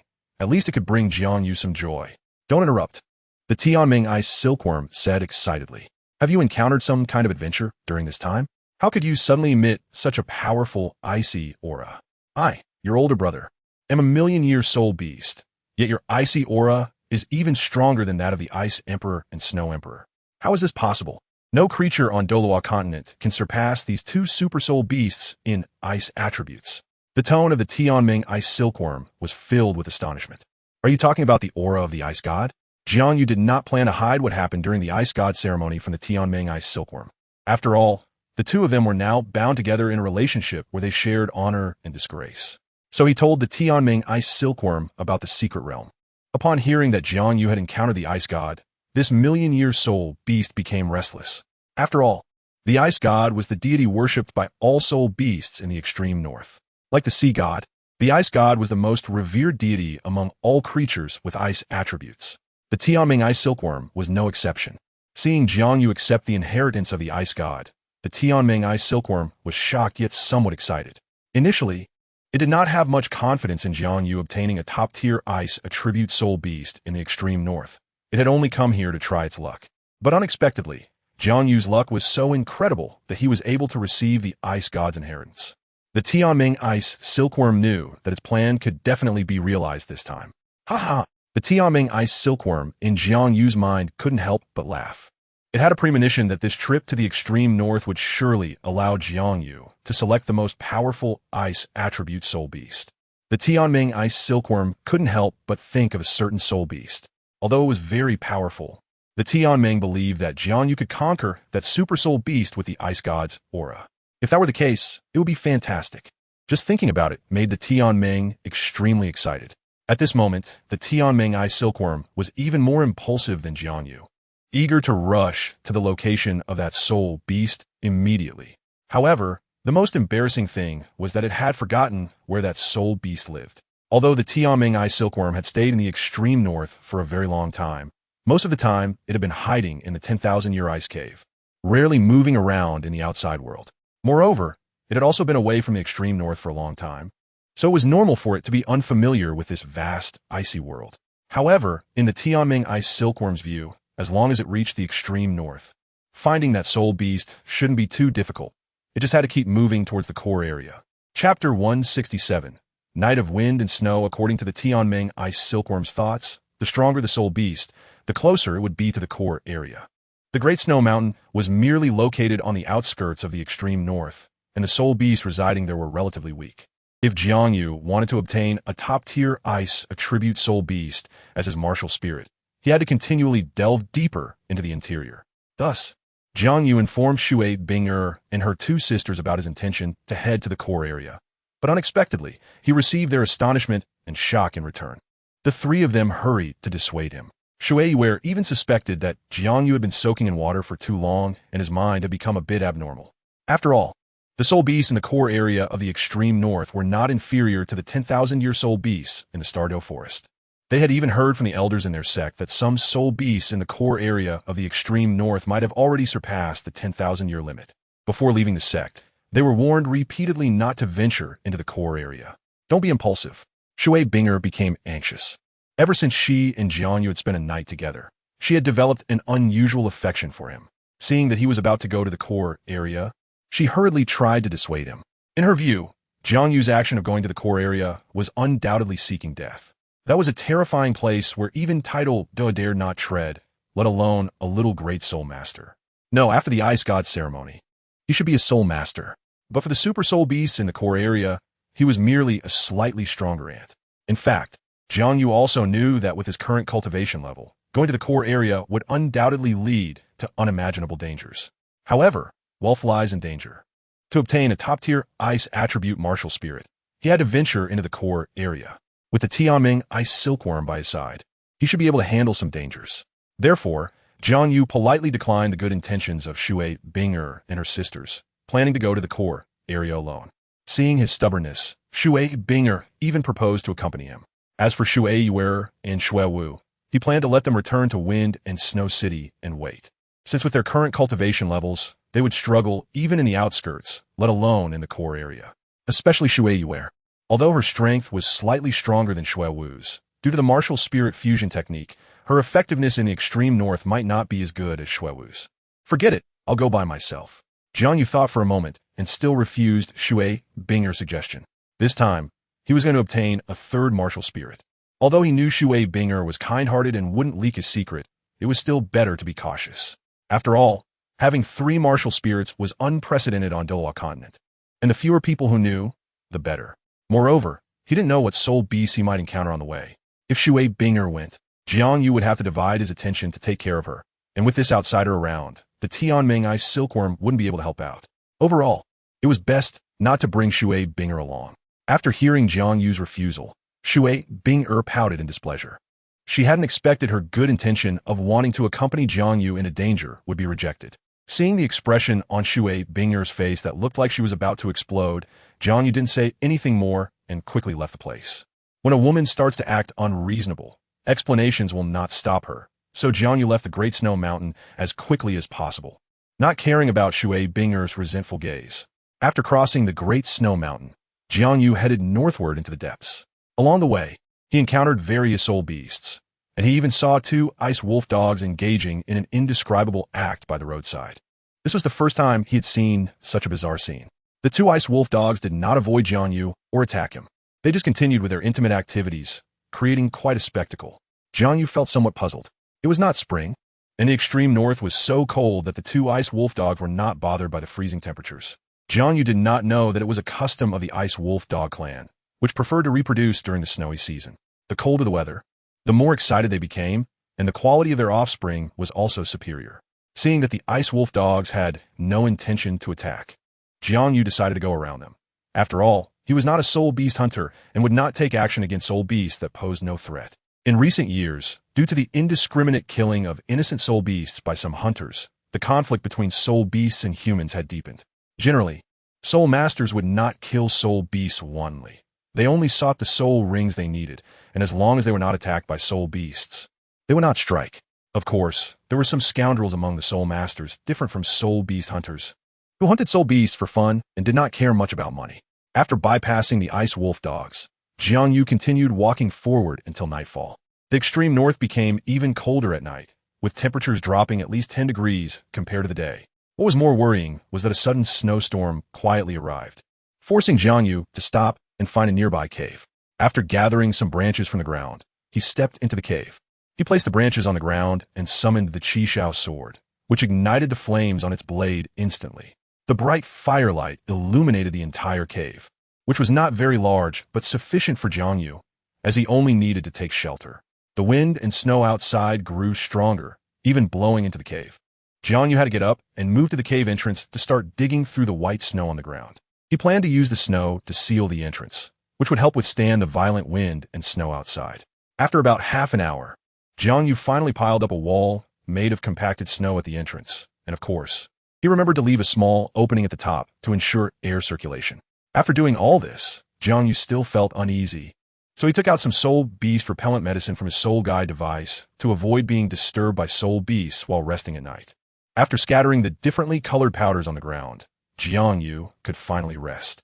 This time he took out a wool blanket and a comforter from the soul guide device, which he had prepared before coming to the extreme north. He had also packed a lot of cured meat, over 100 bottles of clean water, and some snacks. The space in the soul guide device was quite large, and it had a preservation function. Aside from not being able to store people inside, it was very convenient. Not knowing when the snowstorm would pass, Jiang Yu lay down on the ground, ready to sleep well. As he went deeper into the extreme north, he needed to be well rested to face any sudden challenges. Soon, Jiang Yu fell into a deep sleep, dreaming of a refreshing scene. He found himself by the seaside, surrounded by beautiful women. Qian Renxue was giving him a back rub, Ning Rongrong was massaging his feet, Huo Wu was preparing barbecue for him, and Shui Binger was blowing cold air, making even the scorching summer feel cool. Zhu Zhuqing sat in front of him, feeding him milk. Chapter 168. The Will of the Emperor. When Jiang Yu woke up, it was already bright outside. The wall of snow he had built was blown down at some point and was now melting on the ground. The glaring sunlight shone on Jiang Yu's smooth face, forcing him to quickly raise his hand to shield his forehead. The sunlight was too bright, causing his eyes to hurt. Seeing that the snowstorm had stopped, Jiang Yu collected his belongings and put them back into the soul guide device before stepping out of the cave. At that moment, the Tianming Ice Silkworm also woke up. With this native of the extreme north by his side, Jiang Yu avoided a lot of trouble. After all, the Tianming Ice Silkworm had incredibly powerful mental strength. Although it was not strong in combat, it had other uses, such as releasing strong mental interference if they encountered powerful soul beasts. This way, JiangYu would not be easily discovered. With the Tianming Ice Silkworm as his ally, the next few days became much easier for JiangYu. Many powerful soul beasts they encountered were deceived by the Tianming Ice Silkworm's mental power.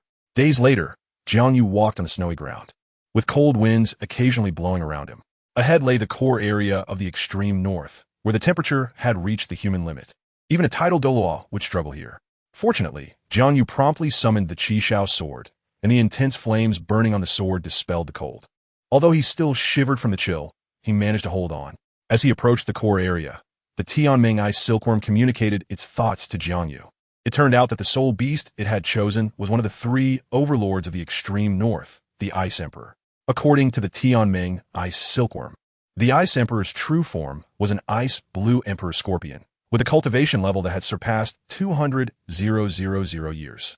Moreover, the Ice Emperor possessed an extremely powerful ice attribute, and in the entire extreme north, only the Snow Emperor and the Titan Snow Demon King could match it, making it one of the best among the best. From the Tianming Ice Silkworm's tone, it seemed to have a good relationship with the Ice Emperor and knew a lot about its situation. With it around, JiangYu felt more confident. Once they entered the core area, the Tianming Ice Silkworm did not rush to continue forward, but instead had JiangYu build an ice house underground. Although JiangYu did not understand its intentions, nevertheless, he used the Chixiao Sword to dig into the snow, which concealed thick, hard ice beneath, as tough as steel.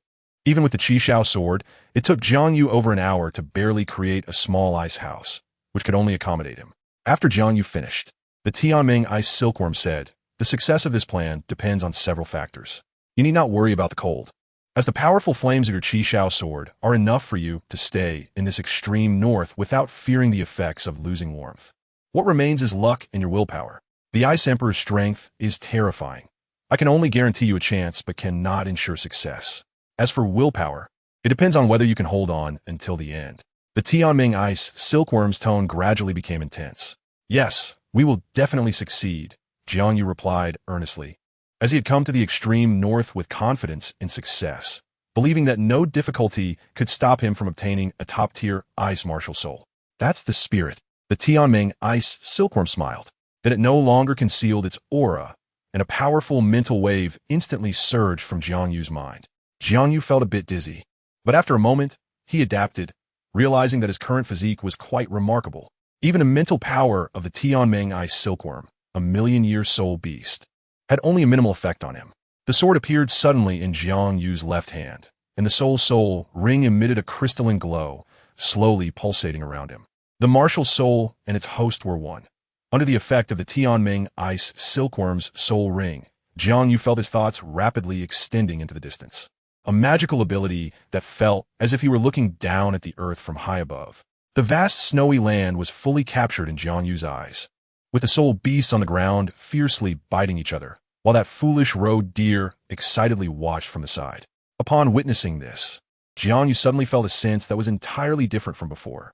At this moment, he seemed to be the god of this world, looking down at the creatures on the ground with a feeling of superiority. This was the thrill of ruling over everything. The earth, the snow, and all the creatures beneath his feet bowed in submission. Everything was within his control, and it seemed that with just a word, he could destroy everything. Wherever his gaze fell, he could issue judgments like an emperor. As JiangYu's thoughts spread, the core area of the extreme north, encompassing tens of thousands of square kilometers, suddenly darkened, as if day had turned to night in an instant. An invisible majesty was released from JiangYu. The originally gloomy sky suddenly echoed with thunder, and JiangYu noticed that his body had turned golden. The soul rings on his sword gradually began to change color, from yellow to light gold, until they finally turned bright gold. The golden brilliance emanating from the soul rings was incredibly dazzling, incomparable to any other soul ring.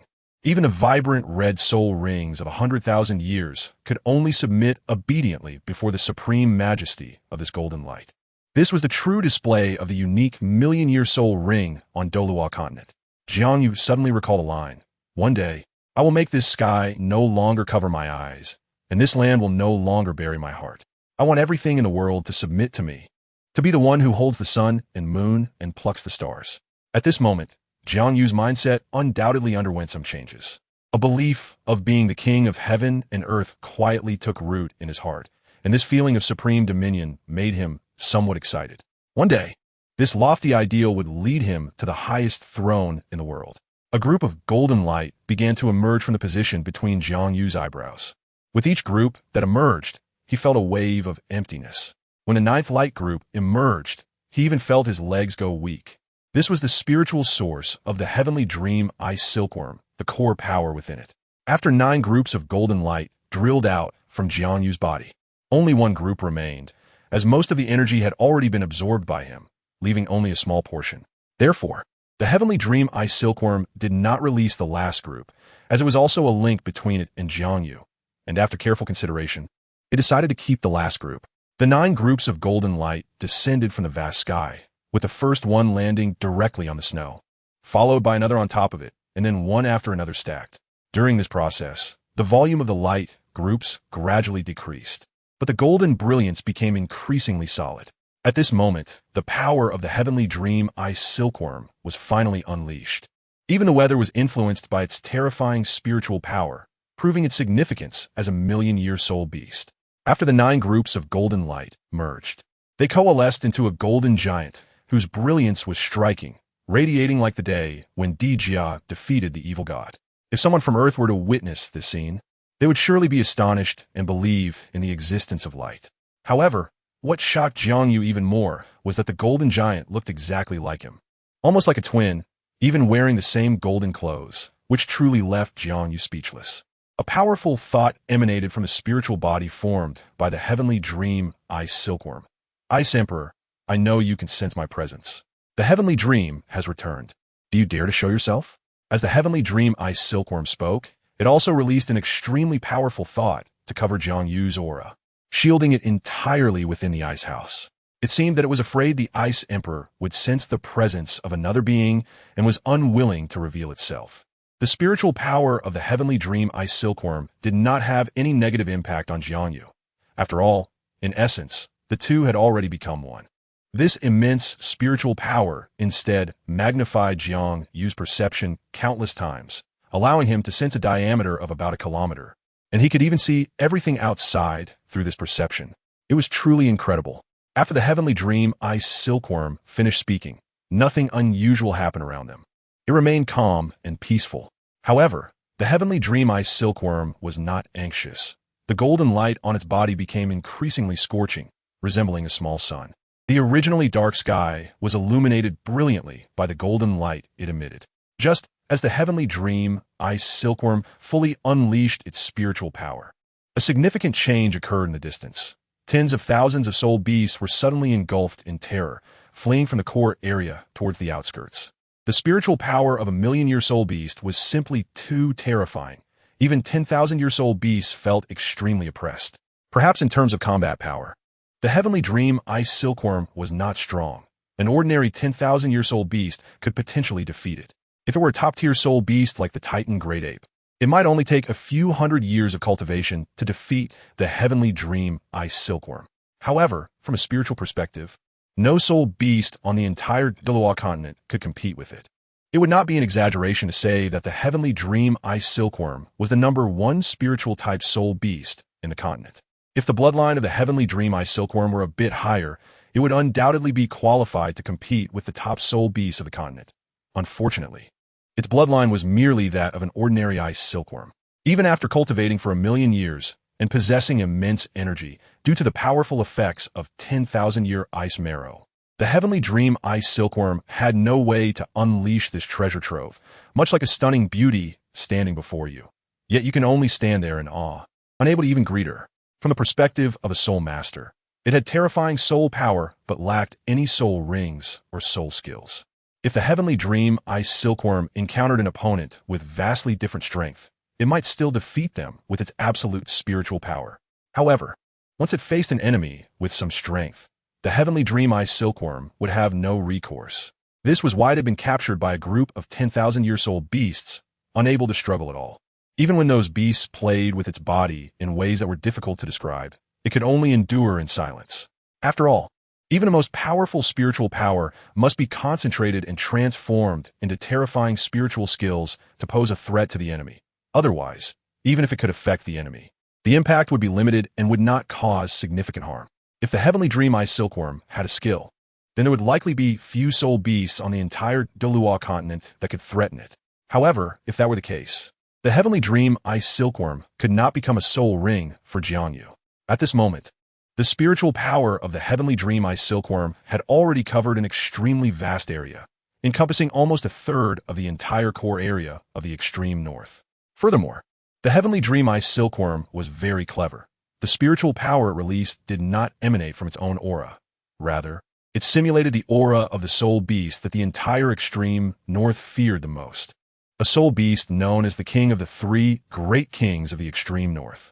It was undoubtedly the ruler of the extreme north, regarded as the emperor among all soul beasts there, possessing nearly 500,000 years of terrifying cultivation, and its bloodline was exceedingly noble, far surpassing that of the Heavenly Dream Eye Silkworm. Of course, the Heavenly Dream Eye Silkworm did not extend its consciousness into the territory of the king of the three great kings. If it did, the Heavenly Dream Eye Silkworm would have no means of escape. All it wanted was to let the other soul beasts escape from the core area and not come here to cause trouble for JiangYu. Moreover, the Ice Emperor was extremely familiar with its aura and would never mistake it for that soul beast king. Besides, the reason it spoke so arrogantly just now was to let the Ice Emperor know that it had come to the extreme north. With the knowledge that the Sky Dream Eye Silkworm had about the Ice Emperor, that guy would definitely come looking for it. It believed that no soul beast on the Douluo Continent could resist the temptation of a million-year soul beast with strong primordial power, especially not a powerful soul beast like the Ice Emperor. Others might not know, but it was aware that the Ice Emperor's cultivation had already exceeded the limit of 300,000 years, and it was not far from breaking through to 400,000 years. It estimated that with about 10,000 more years, it could advance further. But this was not simple. Even with the Ice Emperor's talent, breaking through the limit of 400,000 years would be extremely difficult. However, if it had the help of the Sky Dream Eye Silkworm's primordial power, the probability of breaking through would undoubtedly increase significantly. Perhaps the Ice Emperor wouldn't have to wait another 10,000 years and could immediately break through to the realm of 400,000 years. The Sky Dream Eye Silkworm believed that the Ice Emperor would definitely come looking for it. When the Ice Emperor's cultivation had just broken through to 300,000 years, it encountered a severe disaster. Although it eventually survived, it was still injured at its core. Therefore, it was only after absorbing the vast and pure primordial power of the Sky Dream Eye Silkworm that it had the possibility of breaking through the constraints in one go. And even surpassing the first of the three great kings of the extreme north was not impossible. The Sky Dream Eye Silkworm felt lucky that the top-ranked Super Soul Beast had no idea of its existence. Otherwise, even in the Stardow Forest, it might be captured, considering how terrifying that being's strength was. As time slowly passed, the Sky Dream Eye Silkworm was not in a hurry, and it wore a calm smile that was identical to JiangYu's, as if it believed that its plan would surely succeed. JiangYu, who was huddled in the ice house, could only wait patiently. Although he did not know whether the Ice Emperor mentioned by the Sky Dream Eye Silkworm would come, he had no choice but to wait. What worried him was what kind of assurance the Sky Dream Eye Silkworm had to kill that super soul beast whose cultivation far exceeded 100,000 years. What preparations did it have? Chapter 170. Ice Blue Emperor, Scorpion Jiang, you did not know about the entanglement between the Sky Dream Eye Silkworm and the Ice Emperor. If he did, he would surely feel completely at ease. Just then, a sudden violent fluctuation appeared in the distance of the extreme north, followed by a wave of emerald green light that instantly spread out, turning the originally dim sky into a vibrant green. The brilliant luster resembled emerald gemstones. It's coming. It's coming. Seeing the phenomenon in the sky, the Sky Dream Eye Silkworm was not surprised, but rather delighted. No one knew better than it what this green light was. It hadn't seen this shade of green for hundreds of thousands of years, and many past memories surged to the forefront of its mind. Back then, it loved this green the most. Sky Dream, you are still alive. A voice full of surprise rang out. Indeed, it was the longest living creature in the extreme north. Its combat ability was lacking, but its vitality was incredibly strong, truly enviable. The voice carried a thick sense of envy. After all, a long life was something all creatures pursued. Whether it was emperors of the human realm or common folk, everyone hoped for immortality. Even the ancient emperor, the Dragon Emperor, was obsessed with alchemy and seeking immortality, hoping to rule the human realm forever. The long life of the Sky Dream Eye Silkworm was undoubtedly something all creatures desired. Even the Ice Emperor was no exception. The previous disaster had already injured its core, and without a fortunate encounter, it would have been impossible for it to break through the limits of life again. Thus, no matter what means it used, it had to obtain the Sky Dream Ice Silkworm. A powerful aura emanated from the distance, and the snow on the ground was instantly lifted into 3-meter-high snowflakes under the influence of this power, causing ripples on the calm surface. Fortunately, Jiang Yu was surrounded by the protective spiritual energy of the Sky Dream Ice Silkworm, so he was not significantly affected. Ice Emperor, you haven't died. How could I bear to let you go? Do you still remember what I said to you back then? The Sky Dream Ice Silkworm suddenly laughed, its face identical to Jiang Yu's, radiating a brilliant smile. One day, I will become your partner, and I will press you down and caress you fiercely. The words of the Sky Dream Ice Silkworm were gentle, even a bit greasy. It was hard to imagine such words coming from its mouth. Jiang Yu instantly felt a bit awkward, with goosebumps all over. No wonder the Sky Dream Ice Silkworm was so confident. He hadn't known who had given it that confidence. Now he finally understood. It seemed that this guy had a romantic connection with the Ice Emperor. Perhaps they were even a couple before. It was hard to imagine that a scorpion would be entangled with an ice silkworm. That scene was indeed somewhat strange. Did the scorpion usually? Jiang Yu couldn't help but want to laugh. Just as he was lost in thought, a very peculiar soul beast quickly approached from the north. Its shape was hexagonal, which looked quite rare. Its body shone with an exceptionally brilliant luster, resembling diamonds, with countless facets reflecting myriad colors on its 6 long, hard legs. Its 2 front pincers were over 1 meter long, similarly covered with strange hexagons and diamond-like facets, with only the tips of the pincers and mouth parts shining like a mirror in silver. The most special feature was its pair of eyes. The yellow eyes looked like yellow diamonds embedded in its hexagonal face, dazzling like gemstones. This was the true hexagonal warrior. No wonder the Ice Blue Emperor Scorpion was so formidable. Aside from its unique upper body, its long, raised tail at the back of its body was also incredibly stunning. Generally, scorpions have tails with many joints, giving a creepy impression, but the Ice Emperor's tail was different from ordinary scorpion tails. The massive long tail had only 5 segments, each a vibrant emerald green, full of life. The top segment was the widest, tapering downwards, and at the end, there was a diamond-like tail hook raised high, with the tip also radiating a silver sheen, looking extremely sharp.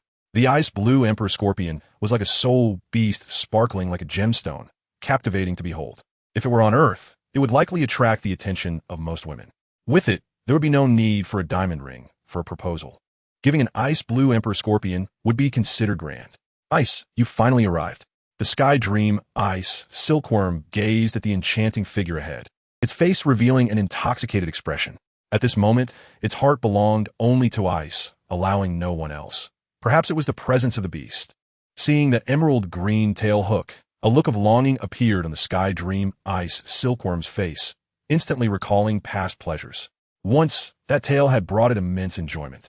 If Jiang Yu were not beside it, it might have already lost control and rushed over. Watching the golden body of the Sky Dream Ice Silkworm, condensed by its spiritual power, the Ice Emperor's crystal-colored eyes flashed with a hint of surprise. Unexpectedly, Sky Dream had transformed into a handsome form to meet her. The Ice Emperor was not someone who was obsessed with looks. Otherwise, it wouldn't have entangled itself with the Sky Dream Ice Silkworm. After all, that large silkworm was indeed not very aesthetically pleasing. Tianming, it's been a long time since I've seen you. Why have you become so timid? Even afraid to reveal your true form? You insist on taking this appearance, and even in a human form. Do you think I want to be able to find your true self? The Ice Emperor chuckled lightly. Even as a spiritual entity, you can't be too far from your true body. You must be within a few hundred meters. Why not show yourself? Dear. The tone of Tianming Ice Silkworm was very provocative, like a rogue teasing a girl in the street, sounding even more lewd. Time flies, and you are still so charming. The last time I saw you, your tail was 6 segments, and now it has fused into 5, and in this alluring green color. If I'm not mistaken, you should be close to your limit. You might not survive this tribulation. Listening to Tianming, the Ice Emperor did not rush to refute. What said was not wrong, which is why the Ice Emperor was eager to absorb the powerful life essence from Tianming Ice Silkworm. Only by doing this could the Ice Emperor successfully overcome the tribulation. The Ice Emperor's voice, sounding like a young girl, emerged. I originally had no confidence, but I didn't expect you to rush to your own death. This is a gift from heaven. As long as I absorb the essence from you, the tribulation 1T be a problem at all? Ha, Tianming Ice Silkworm let out a lewd laugh. Dear, that 1T do. To be with you. A 1T let you have your way. You know, every time I sleep, I dream of you, of our happy times together. Dear, we can finally be together forever. Tianming Ice Silkworm looked very lewd. The Ice Emperor could no longer tolerate its lewd demeanor and immediately swung its sharp tail hook. A pure white beam of light instantly lit up, piercing through Tianming Ice Silkworm's body. Jiang Yu felt that Tianming Ice Silkworm's massive spiritual power suddenly shook violently. Even his vision became somewhat blurry, like a mosaic. Absorbing your energy, I will become the most powerful soul beast on the Douluo Continent. Even the Snow Emperor 1T be my opponent. So you should obediently submit to me. The Ice Emperor was not swayed by Tianming Ice Silkworm's sweet words. It had to do this to break through its limits. The white ray from the Ice Blue Emperor Scorpion that pierced Tianming Ice Silkworm's body did not disappear, but instead slowly spread within the entirely spiritual body of Tianming Ice Silkworm. That golden body was being destroyed bit by bit. However, there was no sign of pain on Tianming Ice Silkworm's face, only a slight hint of regret in its eyes. Sigh. You're still so impulsive, but it's okay. This way, we could be together forever. As soon as Tianming Ice Silkworm's words fell, the Ice Emperor sensed something was wrong. A strong sense of crisis suddenly emerged. At its cultivation level, the perception of danger was incredibly accurate. Suddenly, Tianming Ice Silkworm's golden body became ethereal and pounced onto the Ice Emperor. At that moment, the Ice Emperor felt its speed slowed down drastically, and the surrounding area became somewhat sticky. Tianming Ice Silkworm's terrifying spiritual power engulfed it like an ocean, making it unable to extricate itself. Tianming, are you seeking death? The Ice Emperor's gaze turned sharp, and the sharp tail hook swung violently. The emerald green long tail erupting with a rich glow, so green that it made one feel uneasy. How dare you use spiritual power? Do you not want to return to your true form? Do you think you can trap me like this? You probably 1T last a few seconds. Tianming Ice Silkworm calmly said. 1 or 2 seconds is already enough. In a corner unnoticed by the Ice Emperor, a white light membrane quietly crept along the ground. And at the same time, Jiang Yu, hidden in the ice house, also sensed something unusual. His whole body trembled uncontrollably. Although the ice house could shield against the outside cold, at this moment, Jiang Yu felt an exceptionally cold aura. Fortunately, after undergoing the ice god ritual, his resistance to ice power had significantly increased. Otherwise, he might have been frozen on spot. Just as Tianming Ice Silkworm released its powerful spiritual power without holding back, the Ice Emperor suddenly tensed up, and its body lost the ability to move. The Ice Emperor was taken aback. Its beautiful body began to twist violently, the white and green light shimmering together, releasing powerful soul skills with all its might. This time, the Ice Emperor was using all its strength, no longer holding back at all. But even so, its desperate struggle had no effect. This terrifying soul beast that had roamed the extreme north for hundreds of thousands of years finally felt fear. The feeling of being bound was increasing at an astonishing rate, forcing the Ice Emperor's body to make intense cracking sounds. No matter how it struggled, that powerful binding force kept strengthening something it could not resist. Even the raised front pincers were suppressed, and its tail hook was pressed tightly against its body. The Ice Emperor, one of the 3 great kings of the extreme north, was thus firmly suppressed by Tianming Ice Silkworm's overwhelming spiritual power. No. The Ice Emperor had an incredulous expression. How could you, a worthless being, bind me? What kind of skill is this? Why can't even my abilities resist it? As the golden light gradually receded, Tianming Ice Silkworm, transformed into Jiang Yu's form, reappeared in front of the Ice Emperor, wearing a faint smile. Don't worry, it's not time to explain yet. After we leave here, I will slowly talk to you, and then the reasons will naturally be revealed. Now we are leaving. Saying this, Tianming Ice Silkworm raised its right hand, pointed towards the Ice Emperor, and a burst of golden light flashed. The Ice Emperor's massive body suddenly vanished into thin air. Tianming Ice Silkworm couldn't help but sigh. I didn't expect that after losing my body, I could actually use some abilities that I had never dared to imagine before. Unfortunately, this is the only opportunity. I hope you 1T disappoint me, Ice Emperor. In the blink of an eye, the white light membrane reappeared in the air, then slowly descended to the ground. drilling into the ice house and covering Jiang Yu's entire body. The extreme cold aura was instantly isolated. But Jiang Yu's body was still a bit purple from the freezing, and a layer of white frost suddenly appeared on the surface of his body. Golden light entered the body. Tianming Ice Silkworm's voice rang out. Jiang Yu, how are you? Brother succeeded. At this moment, although Jiang Yu's body was trembling, his consciousness was incredibly clear. You and the Ice Emperor have known each other for a long time. Jiang Yu asked in the spiritual world.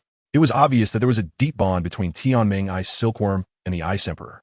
The reason it chose the Ice Emperor as its third martial soul must be related to their relationship. In this moment, Jiang Yu even felt a sense of betrayal. He felt used by Tianming Ice Silkworm, having come to the core area of the extreme north at all costs, only to witness Tianming Ice Silkworm's love for the Ice Emperor. Although he was willing to take risks, Tianming Ice Silkworm had not revealed the true reason behind it.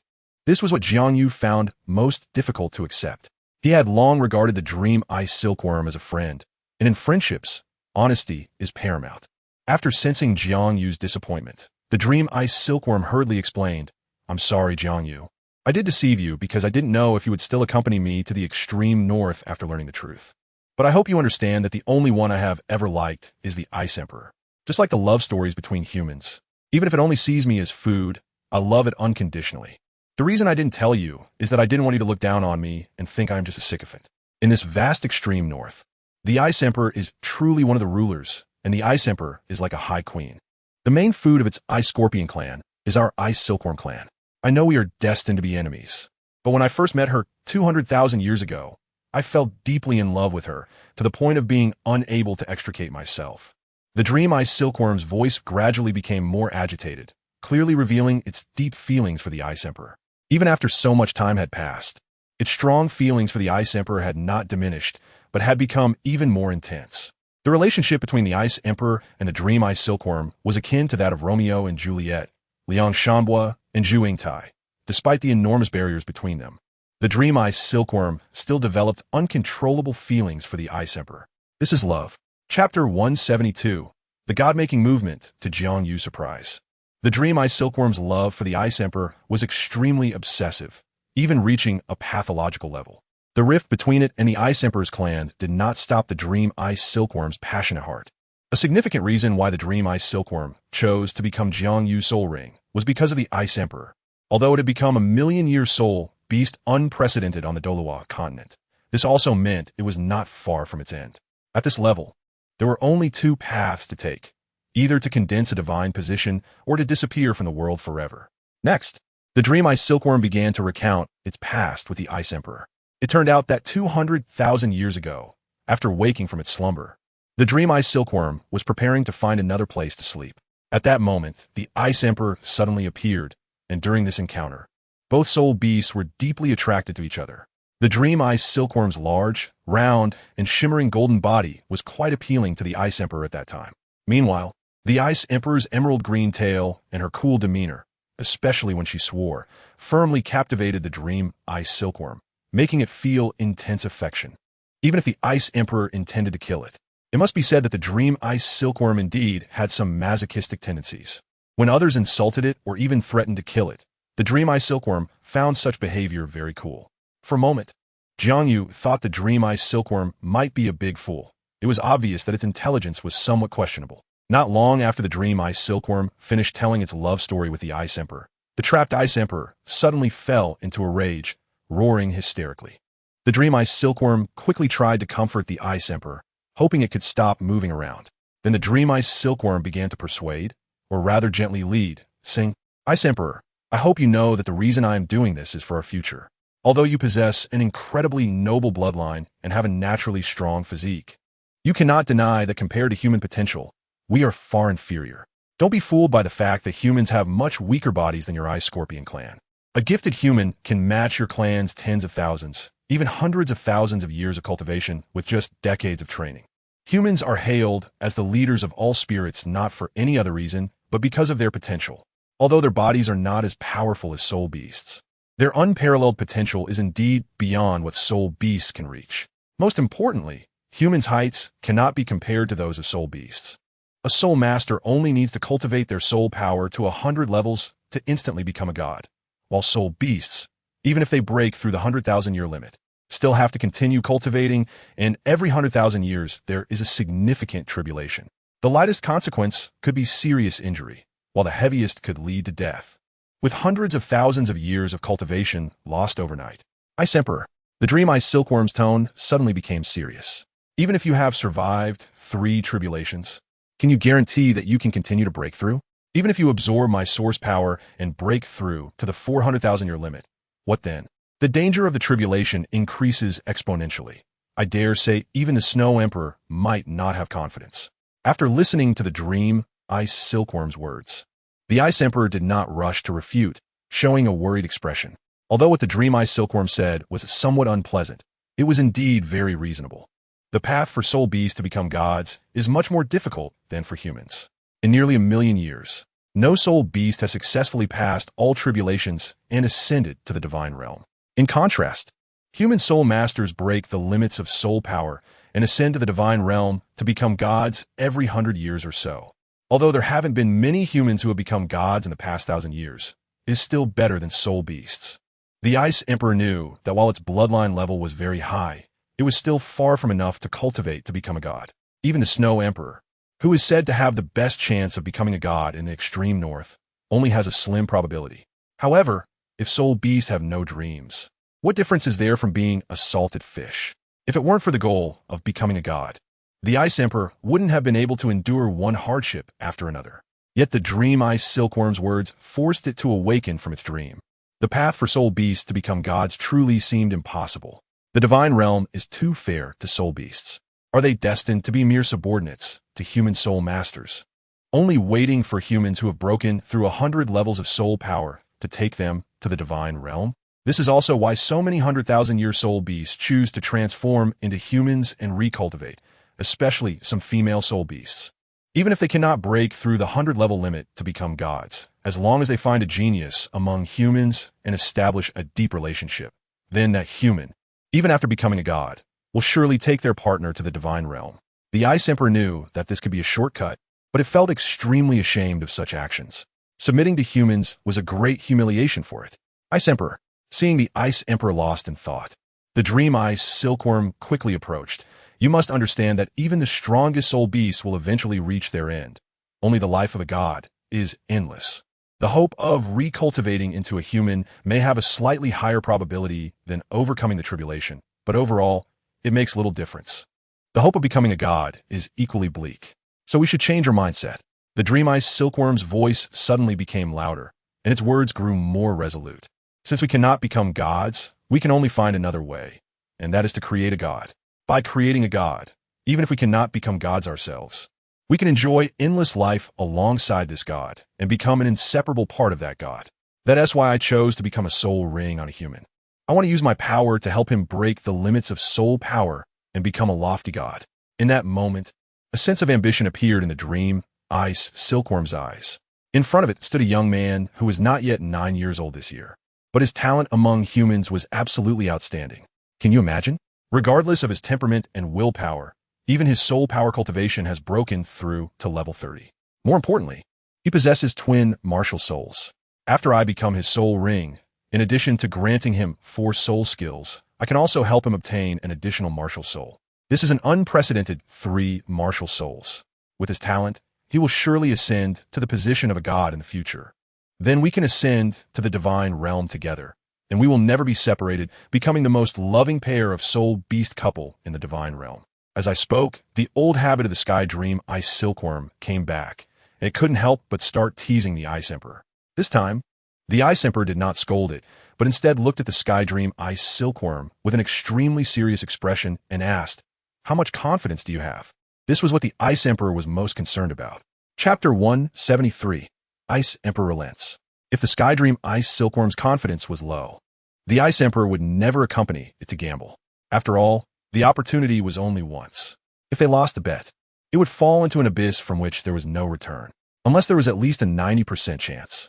The Ice Emperor would not go mad with the Sky Dream Ice Silkworm. If it were just me, the confidence would only be half at most. After all, I have no attack capability. Although this kid's sword martial soul is powerful, he is not yet grown, and it would still be dangerous if he encounters a strong enemy. The Sky Dream Ice Silkworm did not panic, but honestly told the Ice Emperor that since they were both firmly tied to Jiang Yu's ship, they would be comrades in the future, so there was no need to deceive it. It was better to speak the truth to gain some goodwill. What? The Ice Emperor said in shock. Are you crazy? Only a 50% chance, and you dare to be so bold? Do you know that if you fail, there will be no chance of turning back? It thought that the Sky Dream Ice Silkworm was so confident, so there should be a very high chance. But it turned out to be only half. Isn't this clearly a trap for it? Let me finish. The Sky Dream Ice Silkworm rolled its eyes helplessly. The Ice Emperor was good in many ways, but its personality was too impatient. Before it could finish, the Ice Emperor was already making a fuss. It wasn't being rational at all. Forget it. Who told the Sky Dream Ice Silkworm to love it so much it had to tolerate this flaw of the Ice Emperor? The Sky Dream Ice Silkworm immediately explained, but now that I have you, this opportunity is at least over 90%. You are much stronger than me in many aspects, which is definitely a great help to JiangYu.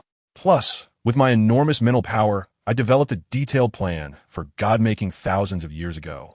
Not a moment of impulse. Over the past 10,000 years, I have conducted countless plans, and I finally succeeded with this kid JiangYu. This is heaven helping us. The Sky Dream Ice Silkworm looked affectionately at the Ice Emperor. My dear, are you willing to walk this path with me? Oomph. A hint of annoyance flashed across the Ice Emperor's face. Do you think it's useful to say these useless things now? I'm trapped here by you. Do I have any other choice?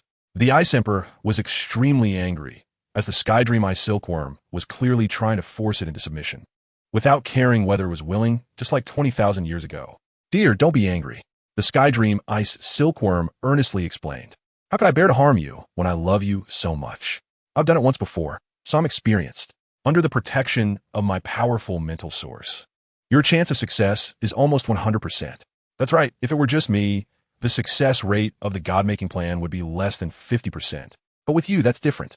This opportunity is at least 90%, a 90% chance of immortality. Are you sure you don't want to take a gamble? The Sky Dream Ice Silkworm's words were undoubtedly quite persuasive. For both humans and soul beasts, immortality had a huge allure, and even a glimmer of opportunity could draw one in. The Ice Emperor was clearly moved. Its pair of crystal yellow eyes could not help but look at JiangYu, revealing a strange brilliance. When the Ice Emperor's eyes turned to JiangYu's wrist, it was completely shocked, showing an incredibly bewildered expression. It actually saw. It couldn't be wrong. That was the mark left by the Ice God. You, impossible. How could this be? Kid, how could you have the mark of the Ice God? The Ice Emperor's tone was filled with surprise. Oh, you mean this? JiangYu raised his hand and explained. This was done during the Ice God ceremony. It's the Ice God's masterpiece. Although JiangYu spoke lightly, it sounded like spring thunder in the Ice Emperor's ears. It never expected that the Ice God would choose a human as the inheritor. At this moment, it had no doubts left. If the Ice God believed in him, it had no reason not to believe. With such a huge opportunity before it, how could it be foolish enough to refuse? It immediately became resolute. Sky Dream, why didn't you say earlier that he has a connection with the Ice God? If I had known this, I would have agreed long ago. The Ice Emperor gave the Sky Dream Ice Silkworm a roll of its eyes. I forgot. The Sky Dream Ice Silkworm smiled awkwardly, rubbing its bald head to ease the embarrassment. Indeed, it was still so unreliable. The Ice Emperor was speechless. This Sky Dream Ice Silkworm still couldn't change its nature. Don't just stand there, hurry up. The Ice Emperor looked at the Sky Dream Ice Silkworm with disdain, feeling extremely urgent at this moment, and actively urged. Ice, you agreed. The Sky Dream Ice Silkworm jumped for joy, truly worthy of being my beloved Ice. You will never regret today's choice. From now on, we could be together forever. The Ice Emperor angrily shouted, Sky Dream, if you dare to take advantage of me, believe it or not, I'll cut you. From now on, say less of this nonsense. The Ice Emperor said coldly. Sky Dream Ice Silkworm's voice sounded resentful. Ice, how can you be so heartless? Do you know how much I've sacrificed for you? The Ice Emperor did not respond to the Sky Dream Ice Silkworm's words. For such a shameless person, it should not hold back. It suddenly swung its green scorpion tail behind it, ready to attack. Don't. I won't say any more nonsense. The Sky Dream Ice Silkworm immediately surrendered. It was not the Ice Emperor's opponent. Although it loved that incredibly beautiful scorpion tail, it only wanted to hug it and did not want to be stung. The thing would hurt a lot if it got stung on the butt. The Ice Emperor then stopped. The Sky Dream Ice Silkworm did not dare to continue talking nonsense. After all, the Ice Emperor's strength ranked second in the extreme north, and it did not dare to really anger the Ice Emperor. Let's begin. The Ice Emperor no longer hesitated. It had cultivated to its current level, which definitely required decisiveness. Since it had made up its mind, it did not want to drag it out any longer. Moreover, the Skydream Ice Silkworm had already lost its body, and it was impossible to play tricks again, given the Skydream Ice Silkworm's infatuation with it. The Ice Emperor believed that the Skydream Ice Silkworm would not harm it. Not long after, the Ice Emperor's crystal yellow eyes gradually turned into a jade green, and its long jade green tail also stood up. A gentle jade green light began to ripple from the base of its tail. Finally, it condensed at the tip of its tail hook. As the green light flickered, a small light ball separated and slowly floated towards the sky, while the Ice Emperor's eyes suddenly lost their brilliance and darkened. The small ball of light is its spiritual source. Although the release process looks simple, it is not something an ordinary soul beast can achieve. Only soul beasts that have broken through their limitations and have a cultivation level of over 100,000 years can exhibit this. Of course, this is no problem for a stunning powerhouse like the Ice Emperor. Seeing this, the Heavenly Dream Ice Silkworm hurriedly released the golden light orb from its body. Chapter 174. The third martial soul, the golden orb, immediately floated out from the Heavenly Dream Ice Silkworm. As the emerald green orb gradually approached, the golden orb suddenly expanded. Then, like a whale swallowing, it quickly engulfed the emerald green orb and swiftly returned to JiangYu's body. With a whoosh, it drilled into his forehead, once again protecting the slightly shivering JiangYu within. After losing its spiritual source, the ice blue Emperor Scorpion's body could no longer be controlled and suddenly fell towards the ground. Without the control of the spiritual source, its massive body emitted a terrifying ferocity. Even the sky turned emerald green under the influence of this aura. This is the powerful strength of the Ice Emperor, capable of affecting even the weather. No wonder it ranks second among the super soul beasts in the extreme north. Even the sky blue bull python and the titan giant ape are likely not its match, as these two soul beasts only have a cultivation level just entering 100,000 years, unlike the Ice Emperor. It has survived 3 tribulations. Although tribulations pose a significant threat to soul beasts, overcoming one greatly boosts their strength. The gap created by this is not something other external factors can compensate for. For instance, even a soft-boned rabbit that has just survived its first tribulation can disregard the bloodline gap and easily defeat a titan giant ape that has not survived a tribulation, even achieving a one-hit kill. This is the benefit that tribulations bring to a soul beast body. The reason the Ice Emperor can't defeat the Super Soul Beast ranked first in the extreme north is simply due to having survived fewer tribulations than it. It has little to do with bloodlines. Birrar, it's so cold. JiangYu couldn't help but rub his body. Even he was struggling to withstand the extreme cold emanating from the Ice Emperor's source. If it were someone else, they would probably freeze instantly. Kid, your endurance is indeed impressive. You haven't been frozen by my cold aura. However, this is just the beginning. My massive power hasn't fully erupted yet, the Ice Emperor said proudly. My unparalleled cultivation is still benefiting you. Just thinking about it feels a bit unfair. Hearing its words, JiangYu couldn't help but want to retort. This ice blue Emperor Scorpion is indeed aloof. Even after becoming a spiritual entity, it doesn't forget to boast about its power. Its narcissistic personality is quite similar to that of the Heavenly Dream Ice Silkworm. No wonder they can get along. Just as JiangYu was lost in thought, he suddenly heard a moaning sound from the Ice Emperor in his mind.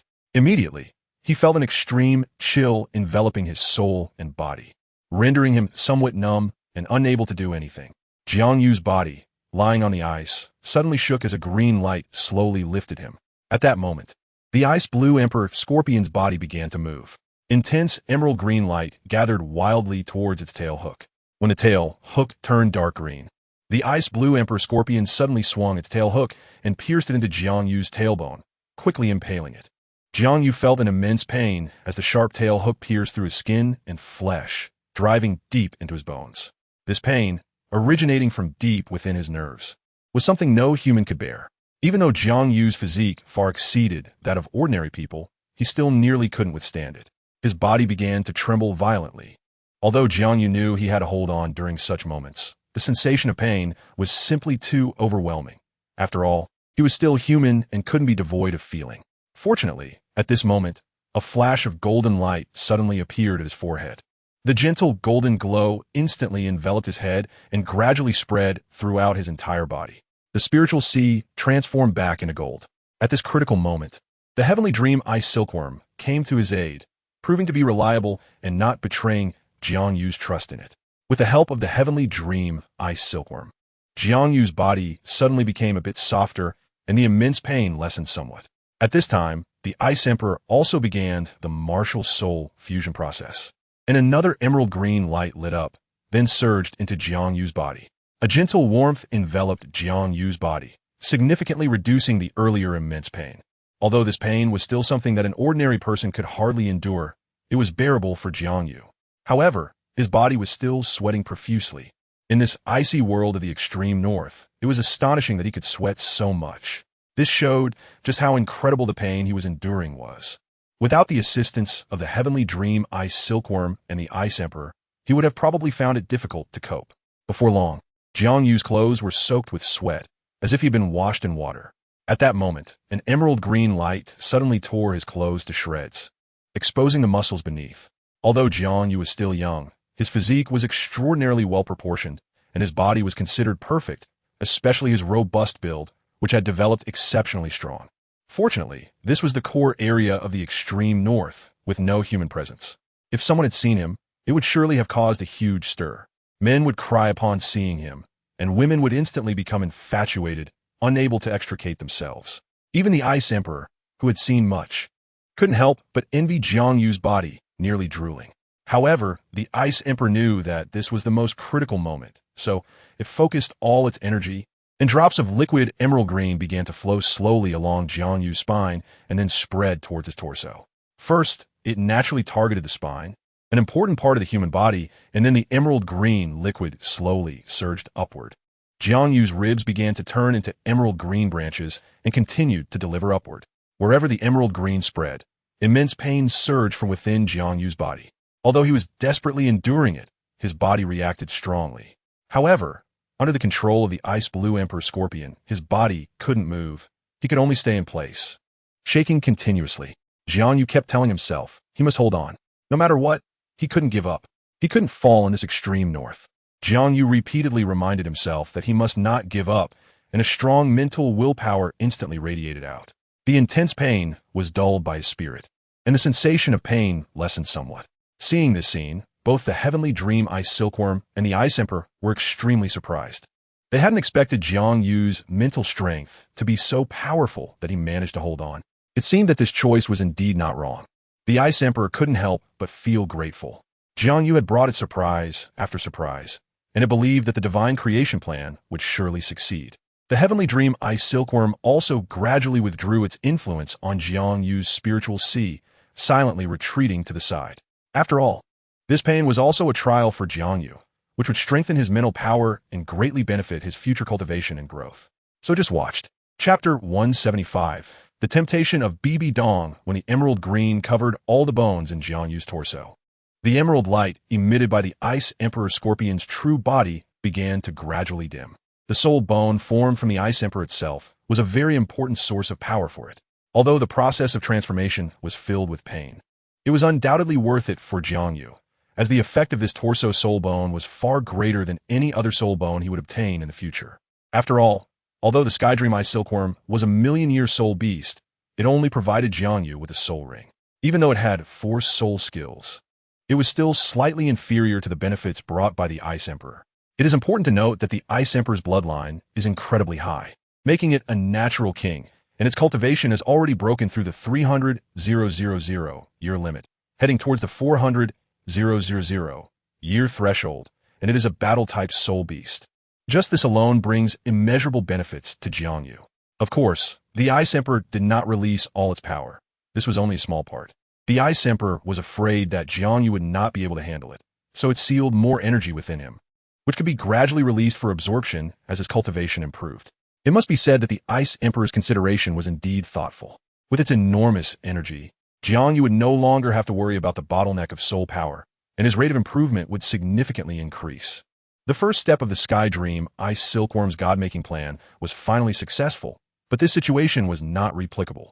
After all, on the Douluo Continent, the only million-year soul beast was the Sky Dream Ice Silkworm. which is also a unique spiritual-type soul beast.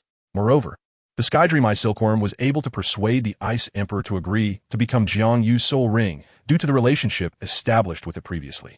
Others simply could not meet such conditions. Even if someone did, they would not be able to withstand the immense energy of the Ice Emperor. Perhaps even Tang San, who practiced the Jing Tian skill, would not be able to, let alone the natives of the Douluo Continent. Therefore, even if someone figured out how to obtain the Sky Dream Eye Silkworm, they could not complete the god-making plan. The Ice Emperor's energy was extremely domineering, far more ferocious than the spiritual power of the Sky Dream Eye Silkworm, causing Jiang Yu's body to tremble continuously. A thick layer of ice beads began to form on his skin, dripping down to the ground. These ice beads were composed of the sweat on his body, and blood vessels began to show on his skin, dyeing the surface covered by the ice beads a bloody red. At this moment, the blood and energy throughout Jiang Yu's body were operating at high speed. If it were anyone else, they would have long since collapsed under such pressure. Fortunately, he had cultivated the Hongming Purple Qi Dao and underwent transformations from the 10,000-year whale glue and purple-red fruits, allowing his physical quality to reach an extremely high level, which is why he could endure.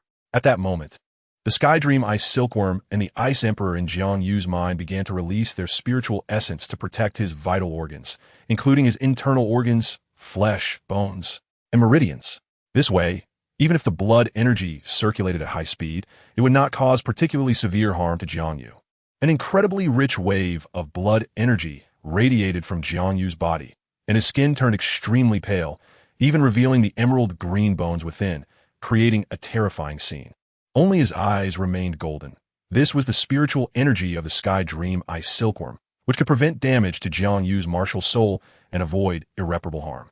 As time passed, the emerald green began to gradually strengthen and widen, like paint completely outlining the bones. The pain Jiang Yu felt also changed. His torso began to alternate between extreme cold and extreme heat, as if he was sometimes in a 10,000-year ice cave in the far north, and at other times on the sun, creating immense torment. This was the true essence of ice and fire coexisting. From extreme cold to extreme heat, and then from extreme heat back to extreme cold, these two extreme forces alternated. And although Jiang Yu's was already quite strong, he gradually began to hallucinate, even seeing Bibi Dong dancing seductively in front of him. This was a scene he wouldn't even dare to dream of. As Bibi Dong shed one piece of clothing after another, Jiang Yu's body began to heat up, turning completely red. But just as he started to react, the figure that was about to reveal her snowy white peaks suddenly vanished, replaced by a green-haired girl with twin ponytails. Although she had a cute and delicate appearance, the aura she emitted was extremely strong. She looked like a lowly with a queen's demeanor, presenting a unique temptation. The girl did not dance like Bibi Dong, but instead swung her scorpion tail whip fiercely towards Jiang Yu, quickly wrapping around him. Jiang Yu felt the restraints tighten around him, a chilling cold infiltrating his body, causing even his lips to turn purple. In fact, the mere fusion of soul bones would not be so painful. It was simply because Jiang Yu's cultivation was still too low, barely reaching the level of a Zune. And the quality of the soul bone he was fusing was extremely high, far beyond that of a 100,000-year soul bone. It could be said to be the highest level of soul bone ever absorbed by a human soul master. Even the angel family and Bibi Dong had never encountered a 30,000-year soul bone, which caused the incredible pain he was experiencing. Under the impact of this powerful force, Jiang Yu felt himself becoming somewhat disoriented. At that moment, the Sky Dream Ice Silkworm's spiritual power surged in once again, instantly awakening Jiang Yu and simultaneously protecting his spiritual essence. Only then did Jiang Yu feel a slight reduction in pain. Although the Sky Dream Ice Silkworm hoped Jiang Yu could endure the trial, it would not stand by and watch his spirit collapse. When Jiang Yu was about to reach his limit, the Sky Dream Ice Silkworm immediately intervened to protect his consciousness. Jiang Yu's spirit began to recover. But because of this, that incredibly perplexing scene reappeared. Bibi Dong had transformed into a completely bare figure, her snowy skin unblemished, and not a single hair could be seen on her body. Her body was as smooth and translucent as white jade, looking so tender that it seemed one could squeeze water out of it. How could any man withstand such a test? Jiang Yu's resolve nearly collapsed, but fortunately, that image did not last long and quickly changed. The aloof, lowly beauty reappeared. And this time she did not bind him with her hair, but instead raised her emerald green scorpion tail and thrust it toward Jiang Yu. A wave of immense pain surged forth. Jiang Yu quickly steadied his mind. Chapter 176. Success time felt long, and Jiang Yu did not expect that the process of obtaining his third martial soul would be so painful. He had no time to think, and all his attention was focused on how to withstand the pain inflicted by the Ice Emperor Scorpion. Fortunately, whenever Jiang Yu's spirit was about to collapse, the Sky Dream Ice Silkworm would intervene to protect his spiritual essence, providing him with a moment of relaxation.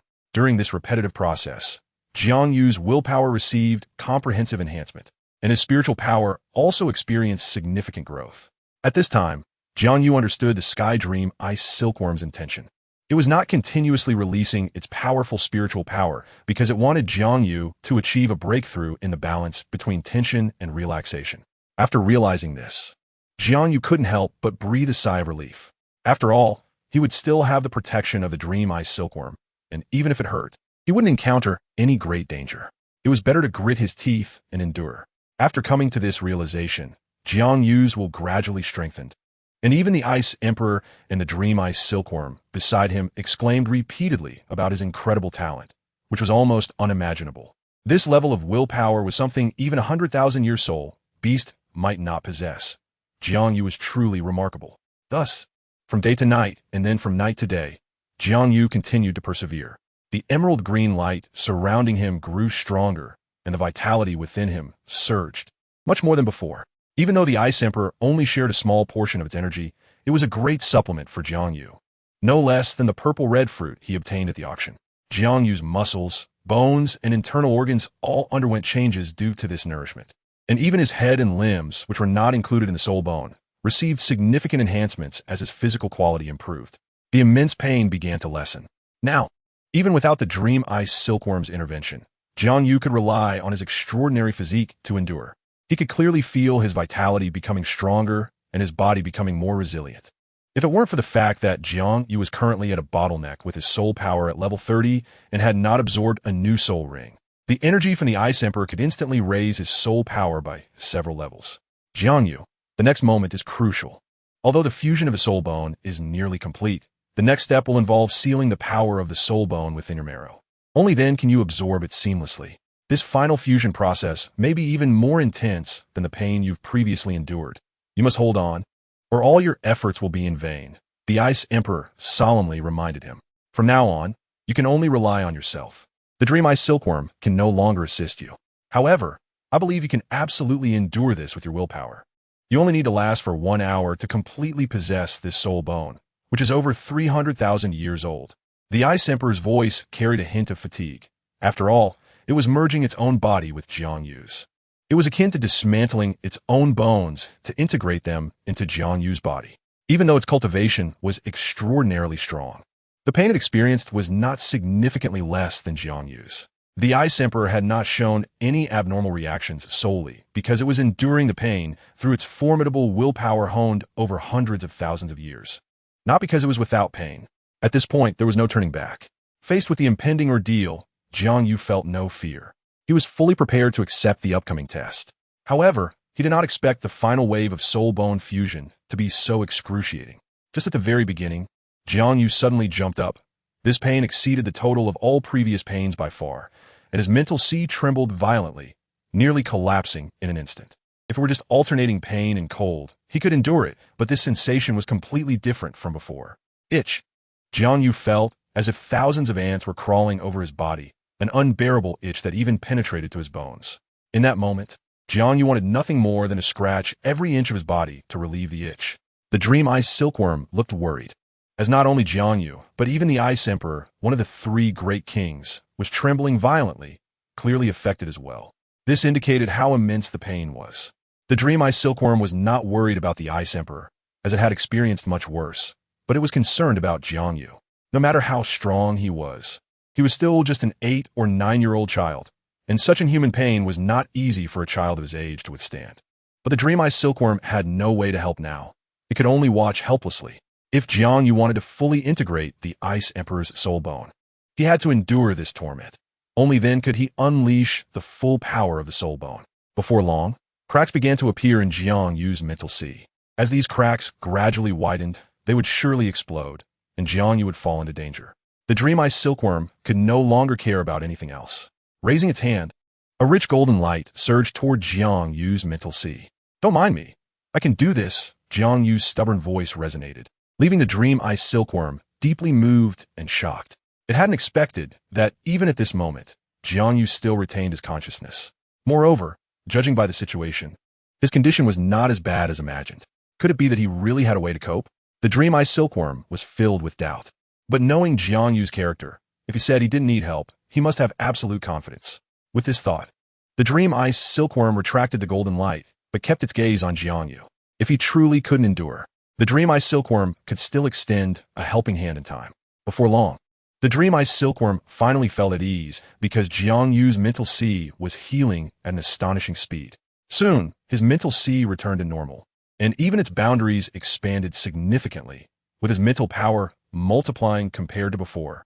Then, a dazzling ring of light rose from Jiang Yu's feet. This ring was incredibly strange, displaying a rich blood-red color, noble and cold, exuding an overwhelming majesty like that of sea of blood. On this blood-red ring, four golden patterns appeared faintly, though the fourth pattern looked rather dim and was far less brilliant than the first three. The moment this soul ring appeared, Jiang Yu's aura soared dramatically, and an ancient wild energy rapidly spread around him. At that moment, Jiang Yu resembled an unparalleled sovereign of the extreme north. Jiang Yu's body did not exhibit any obvious changes, but a greenish-blue emblem appeared on his back, shimmering with light, depicting the Ice Emperor Scorpion. Chapter 177. The three top martial spirits. The emblem of the Ice Emperor Scorpion was quite large, covering Jiang Yu's entire back. Its 6 long legs coiled around his ribs, while a pair of pincers manifested on his shoulders. The long tail extended down the spine, deviating to the right at the tail vertebra, resting on the right side of his hip. Besides this emblem of the Ice Emperor Scorpion, the most astonishing change was in Jiang Yu's arms.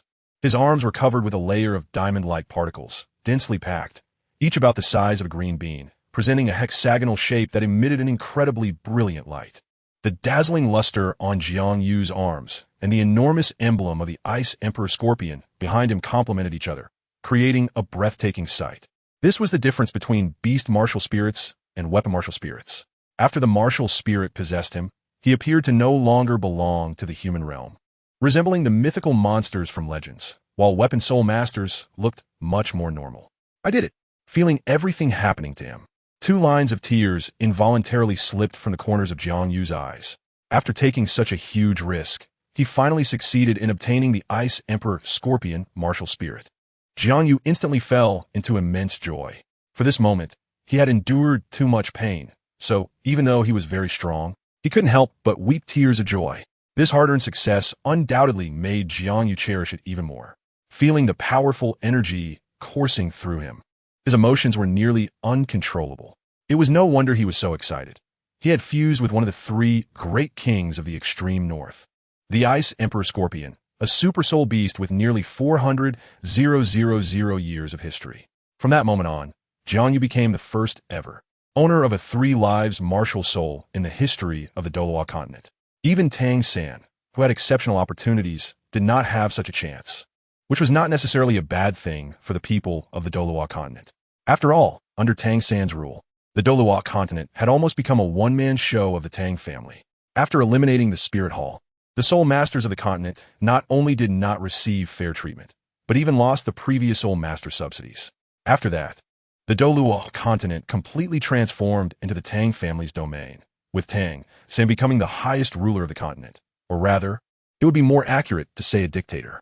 He truly achieved the principle: those who follow will prosper, and those who oppose will perish. Now that Jiang Yu possessed the 3 lives martial soul, he was undoubtedly the most likely person to crush Tang San in the future. After all, the first soul ring of the Ice Emperor Scorpion martial soul on Jiang Yu's body was nearly 400,000 years old, and that blood-red soul ring shimmering with golden patterns could almost rival Tang San's 9th soul ring from the deep-sea demon whale king. From this moment on, Jiang Yu's strength completely surpassed Tang San's, and as his soul power increased, this gap would only widen. Even if Tang San awakened the bloodline of the Blue-Silver Emperor, he could not be Jiang Yu's opponent. Finally, he succeeded. The tone of the Dream Ice Silkworm was very excited, saying that all its hard work had not been in vain. Jiang Yu's success in obtaining the 3rd soul ring was also its success. as they had long been completely bound together. Thank you, Dream Brother. Jiang Yu sincerely expressed his gratitude to the Dream Ice Silkworm, realizing that without it, he would not have such a fortuitous encounter. We're like family, no need to say thanks. The Dream Ice Silkworm smiled slightly, saying, we have finally taken the most important step. With the body-soul bone brought by the Ice Emperor, your physical quality has increased at least 5 times compared to before, and your endurance has greatly improved. I estimate that you can now handle a 10,000-year soul ring without any problem, and the terrifying soul impact from a 10,000-year soul beast probably won't affect you. This is why I let you fuse with the Ice Emperor first before obtaining the 3rd soul ring.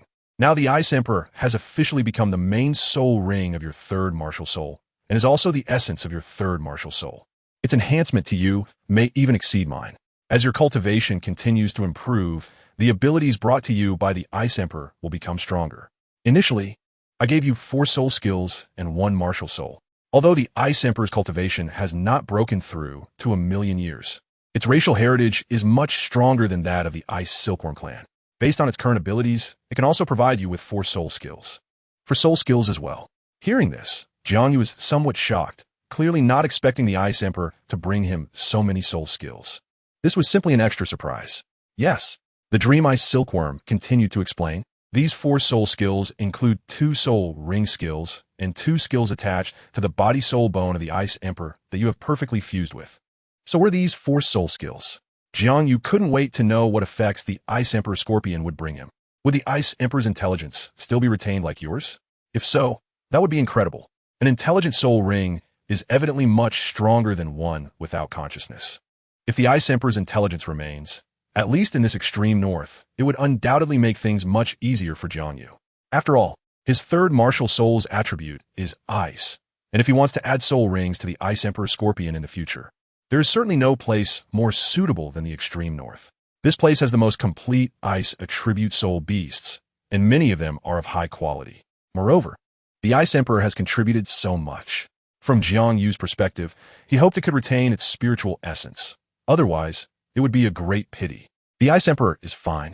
The Dream Ice Silkworm's mood suddenly became cheerful, explaining that it had consumed a lot of energy during the fusion with Jiang Yu's body and was now very tired, having fallen into a deep sleep. It should wake up soon.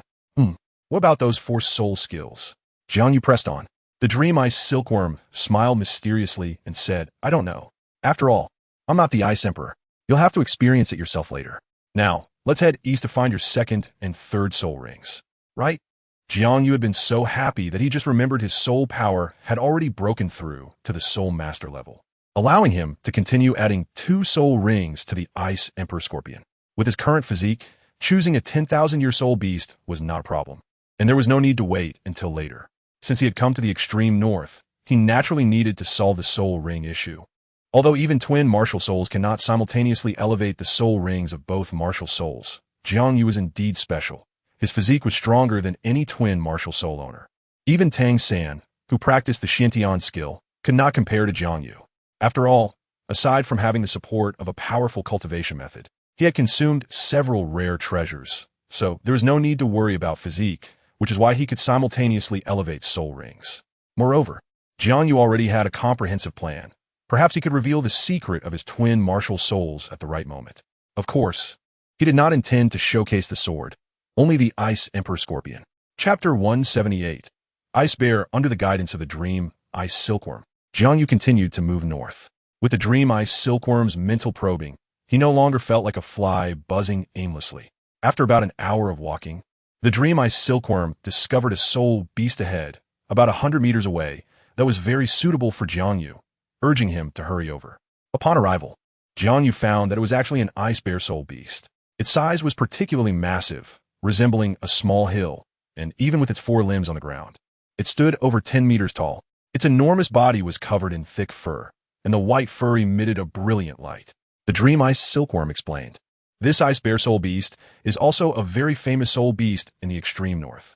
Although it cannot compare to the Ice Emperor Scorpion in terms of bloodline, it ranks among the top 10 powerful clans, especially in terms of strength, which is truly terrifying. Probably not much inferior to the Titan Giant Ape clan of the Stardow Forest. Hearing this, Jiang Yu's face showed a thoughtful expression. This ice bear soul beast actually possessed strength comparable to the Titan giant ape, undoubtedly making it a high-level soul beast. Dream, brother. Do you know its cultivation? JiangYu asked seriously. The Dream Ice Silkworm nodded and said, the cultivation age of the ice bear ahead is approximately between 13,000 to 15,000 years. With your current physical quality, it should not be a big problem for you to absorb it. JiangYu immediately understood. Since he had clarified this, he no longer hesitated and immediately released the Ice Emperor Scorpion Martial Soul. In this extreme north, the Ice Emperor's Martial Soul was clearly more effective, and he could take this opportunity to learn more about the abilities of the Ice Emperor Scorpion, killing two birds with one stone. After the martial spirit possessed him, Jiang Yu exuded a powerful chill, making his presence feel like an emperor in the snow, evoking a natural sense of submission in others.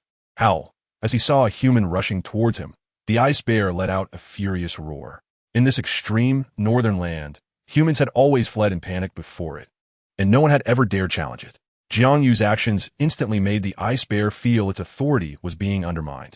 As the bear's roar echoed, a massive blizzard rapidly formed around its body, quickly expanding to cover a radius of hundreds of meters, with the cold wind and snow intensifying.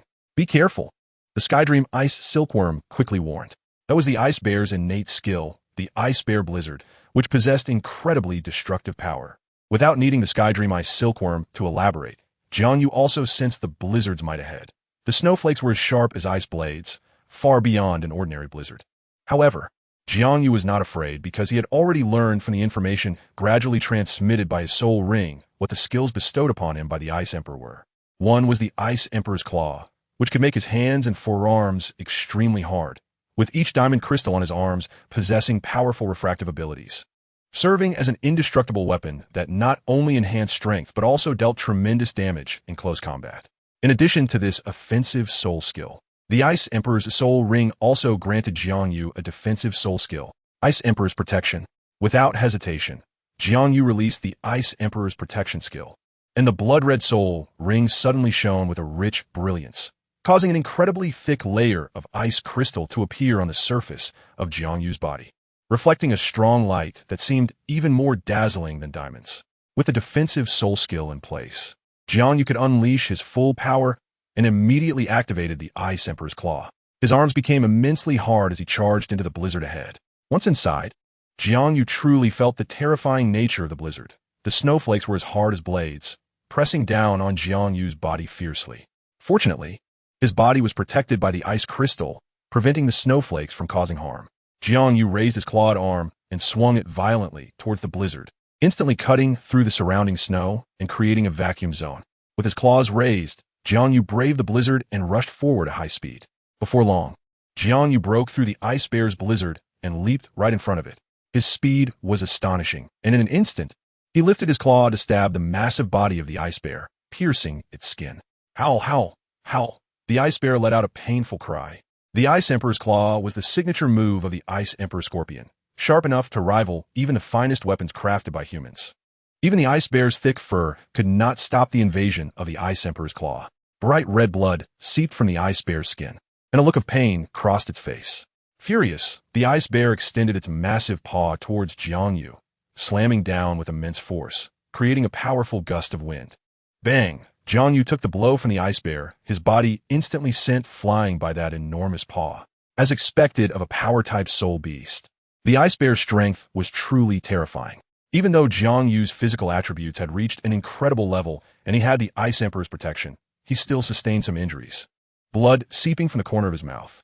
At that moment, Jiang Yu truly realized that the Skydream Ice Silkworm's words were not exaggerated. Perhaps the strength of the Titan Great Ape was similar to this, and even if it were stronger, it wouldn't be by much. However, this only strengthened Jiang Yu's resolve to hunt the ice bear.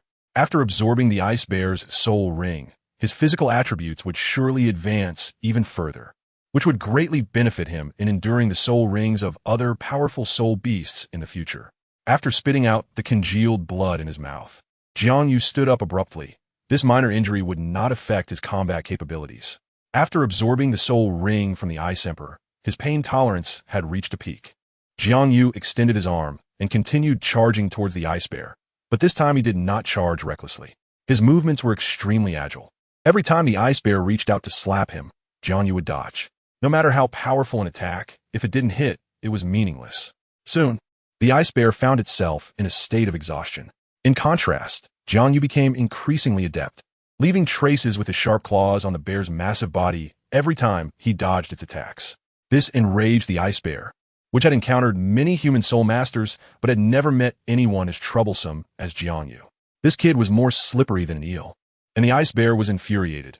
Although its strength was immense, its speed had a significant flaw, a common issue among many power-type soul beasts.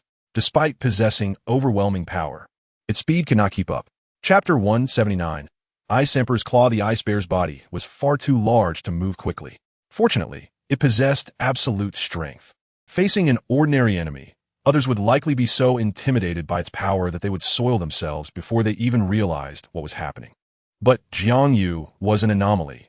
With his current physical attributes, he could barely withstand the ice bear's terrifying strength, and coupled with his agile movements, the ancient ice bear soul beast could not subdue him. JiangYu was like an eel, escaping from the bear's grasp whenever it thought it had him cornered, infuriating the ice bear further. Gradually, the ice bear lost its rationality, falling into a state of frenzied rage. It was like a beast consumed by desire, constantly swinging its arms in frustration, its heavy paws smashing into the snow, creating an astonishing tremor. The thick layer of snow on the ground was scattered by its strikes, and the ground within dozens of meters erupted with intense sounds, resembling an earthquake. Yet, despite the ice bear using all its might, it still could not touch JiangYu, watching helplessly as he danced around it without a way to counter. As the ice bear's movement slowed, JiangYu couldn't help but feel a sense of satisfaction. It seemed it had exhausted a lot of strength. If he waited a little longer, he could seize the perfect opportunity to strike. Not bad. The Sky Dream ice silkworm in his mind couldn't help but voice its praise. Initially, it thought JiangYu would need its assistance to defeat the ancient ice bear ahead. It was unexpected that JiangYu was performing so impressively. His tactics were far beyond what an ordinary child could imagine, executed perfectly without a hint of error. JiangYu's approach was undoubtedly correct. When facing a power-type opponent, one must not engage in a head-on clash, as this would only lead to mutual destruction. Even if one emerged victorious, they would suffer significant damage.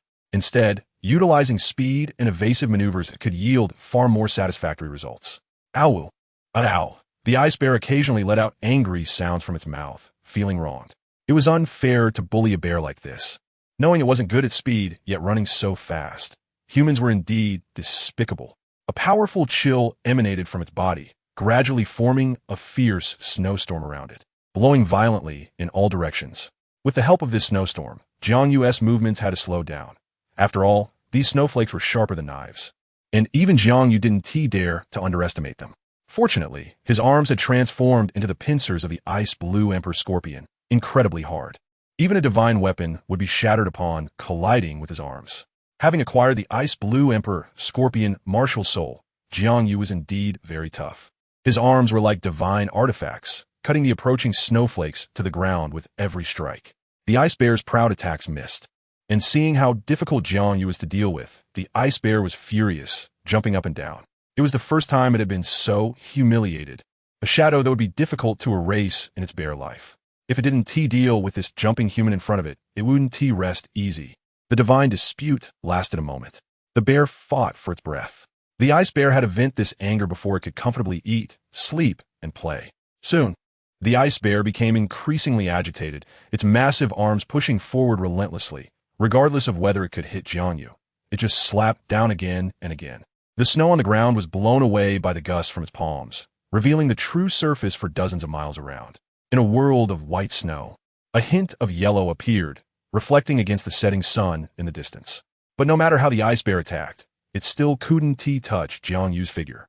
And gradually its strength was depleted, its movements beginning to slow down. About 3 minutes later, the ice bear was exhausted and suddenly collapsed onto the ground. In such a cold place in the extreme north, sweat surprisingly began to form on its body. The ice bear was truly too tired to have any strength left. Even though JiangYu was still glaring at it from the front, it was too lazy to make another move and chose to lie down. The only thing that left the ice bear feeling aggrieved was that it had fallen in such a manner at the hands of a human. This was something it had never expected. Seeing that the ice bear was no longer attacking and was sitting there looking fearless, JiangYu hesitated a bit. No one knew whether the ice bear really had no strength to counterattack or was pretending to appear this way to lure him into action. Just then, the voice of the heavenly dream, ice silkworm, echoed in his mind. Don't worry, that ice bear really has no strength left. Take this opportunity to finish it off. The tone of heavenly dream was very firm. Since it said so, Jiang Yu certainly believed it. After all, the psychic power of the heavenly dream ice silkworm was the strongest on the continent.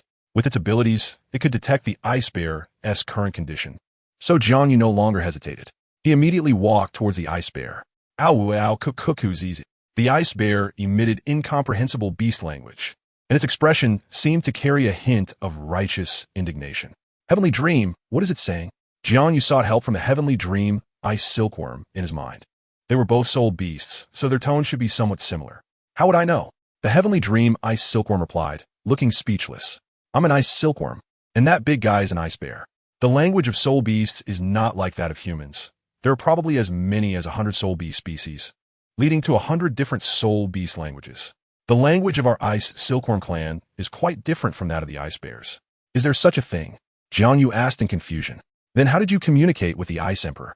If what the heavenly dream ice silkworm said was true, he wondered why there hadn't been a communication barrier between it and the ice emperor, leading him to doubt if the heavenly dream was lying. I'm joking. I stayed with the ice emperor for a while, and during that time, it taught me quite a bit, including the language of its ice blue emperor scorpion clan. The heavenly dream ice silkworm replied honestly. Don't underestimate its attacking ability. Its language aptitude is quite good. It can even learn human languages. If that ice bear in front were willing to teach me its language, I guarantee I could learn it quickly.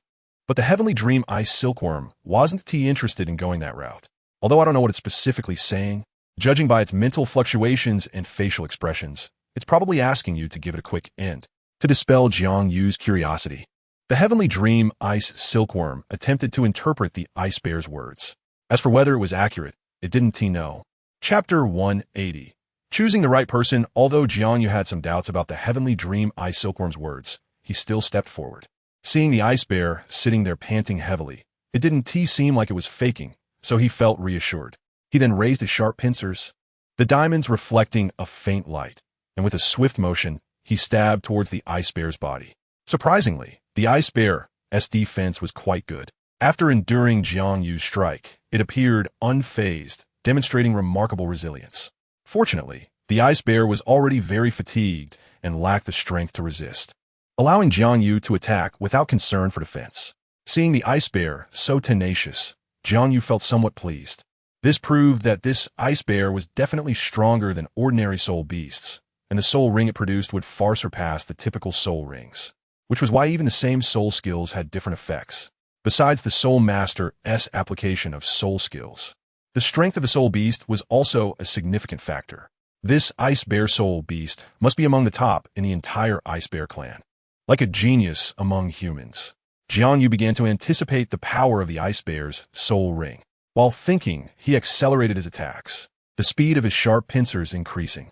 After about 10 minutes, Jiang Yu finally dealt with the ice bear completely.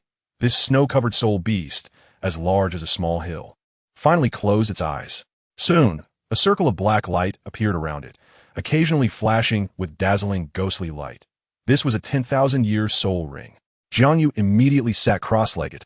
He had gained plenty of experience in absorbing soul rings, so he quickly entered a meditative state, using his mind to communicate with the shining ring. Soon, the black 10,000-year soul ring was drawn to Jiang Yu's side, and the power within began to flow towards him bit by bit, appearing to go smoothly. However, Jiang Yu did not let his guard down. This was just the beginning, and the main event had yet to unfold. Jiang Yu cautiously absorbed the power of the soul ring. As the ice bear's power surged into him, his body became increasingly cold. But Jiang Yu didn't feel as uncomfortable as he had imagined. After all, he had absorbed plenty of power from the ice blue emperor scorpion. And even if the ice bear was powerful, it couldn't compare to the ice emperor. The pain he endured this time was even less than 1/10,000th of that from the ice emperor, and he didn't even need the heavenly dream ice silkworm to help. Just then, a strong shockwave occurred. Soul shock. Bring it on. Jiang Yu was not worried about the soul shock that could only be caused by a 10,000-year soul beast. He had already endured the pressure of a 100,000-year soul beast. And although there was a voluntary element from the ice emperor, a mere 10,000-year ice bear, was far inferior to the Ice Emperor Scorpion. Speaking of soul shock, Jiang Yu couldn't help but think of Yu Xiaojing, the knowledgeable master of soul theory who surprisingly did not know what soul shock was, and had to learn about it from Xiao Wu. It was quite amusing, but thinking about it, it made sense, given the level of the master. He wouldn't even have the opportunity to absorb a 1,000-year soul ring, let alone a 10,000-year one. With that in mind, it was not surprising that he didn't know about the impact of a 10,000-year soul ring, as his strength was simply too low, and he could only learn about soul master knowledge for books. How could Yu Xiaojing, who had never stepped onto the pinnacle of soul masters, understand what the world of high-level soul masters was like? Suddenly, the residual consciousness of the ice bear within the soul ring erupted entirely, transforming into a shining light cluster, which gradually coalesced into the shadow of the ice bear. The phantom appeared extremely furious, and a strong sense of hatred emanated from its deep-set eyes. Although the ice bear ultimately accepted its fate of being hunted by humans, it did not mean it truly gave up resistance. It was waiting for this opportunity. As far as it knew, the maximum age limit for humans to absorb a second soul ring was only around 700 years, while its own cultivation had already surpassed 10,000 years. The gap between them was immense. Although JiangYu's first soul ring was not the common white or yellow, but an unusual red, the ice bear thought it might simply be that he absorbed a soul ring from a special soul beast, which turned it red. It estimated that the age of the ring would not exceed 500 years. It was no wonder the ice bear misunderstood. It had no idea that only a 100,000-year soul beast could produce a red soul ring, as it had never seen a human soul master with a red soul ring in the extreme northern region after cultivating for 10,000 years. So it was understandable that it didn't know. However, because of this misconception, the ice bear's plan was doomed to fail, and it could only blame its limited perspective. Facing the soul shock unleashed by the ice bear, Jiang Yu remained completely unafraid, even refusing the help of the heavenly dream ice silkworm. If he could withstand the mental source of the Ice Emperor Scorpion, he could definitely handle a mere 10,000-year ice bear. Jiang Yu suddenly felt an unprecedented confidence, and his aura transformed entirely, radiating a strong imperial presence, as if he could easily grasp even the stars in the sky if he wished. The ice bear suddenly realized that no matter how many times it unleashed soul shocks towards Jiang Yu, there were no signs of his mind collapsing. It merely swayed slightly. This level of impact was just a tickle for Jiang Yu and had no effect on him. The ice bear had no way of knowing that Jiang Yu's spiritual power was now extremely strong, and unless it broke through to the 30,000-year limit, it would have little chance of affecting Jiang Yu. Unfortunately, it would never have the opportunity to cultivate again. Jiang Yu steadied his mind and continued to absorb the power from the ice bear's soul ring. The soul shock posed no threat to him. Instead, it accelerated his absorption speed. After about 15 minutes, the ice bear's figure began to fade, and the soul shock ceased. By this time, Jiang Yu had absorbed 90% of the energy from the soul ring and was entering the final stage of absorption. The heavenly dream ice silkworm looked at Jiang Yu and couldn't help but nod in appreciation. It also felt a sense of relief, realizing that its choice was indeed correct. Thankfully, it did not choose the other boy lying there. He could never compare to Jiang Yu. The heavenly dream ice silkworm couldn't help but feel proud. With Jiang Yu's talent, becoming a deity was certainly not an issue. All it needed to do was stay comfortably in Jiang Yu's mind, and it would eventually ascend to the divine realm. This deal was simply too advantageous. It was a sure win. The heavenly dream ice silkworm happily began to whistle.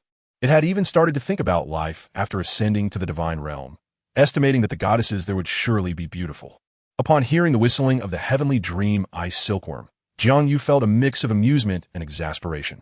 It really was not worried at all and still had the mood to whistle at such a time. If it were to whistle, it should wait until he successfully absorbed the ice bear's soul ring. Celebrating now was a bit premature. However, Jiang Yu did not have time to complain.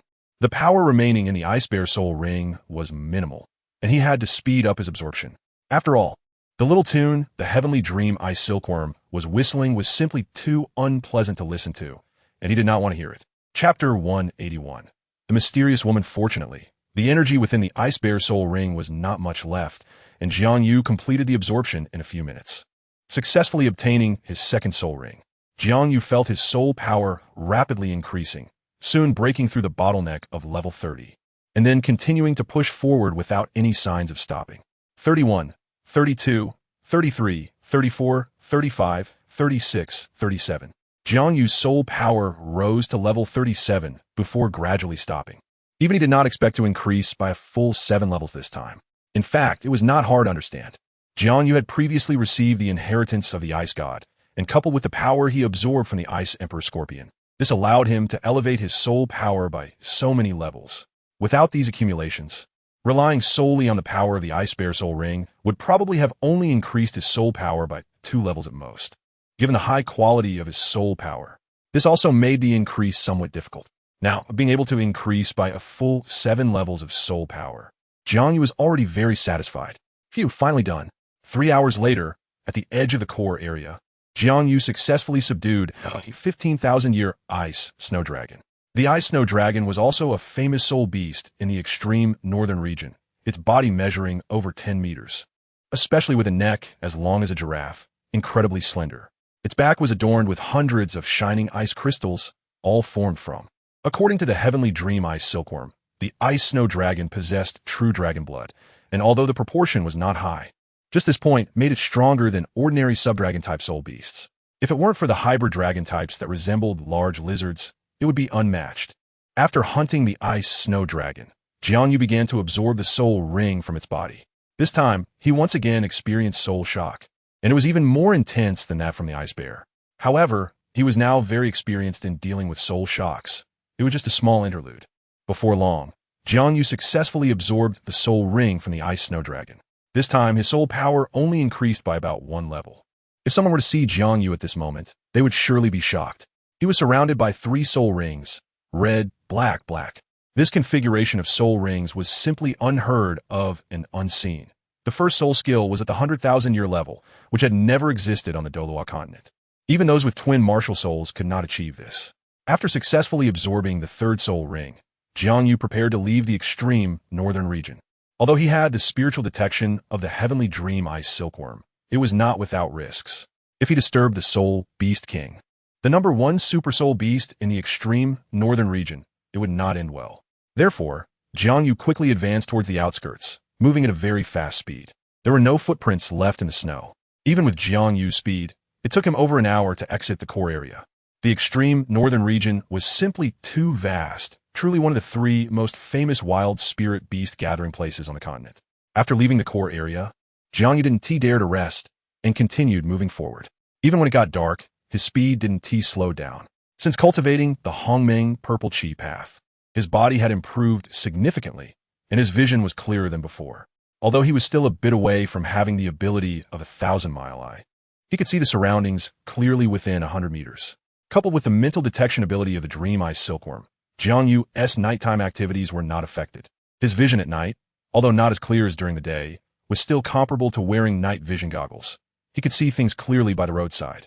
Thus, Jiang Yu walked for 3 consecutive hours until he arrived in front of a wooden cabin before stopping.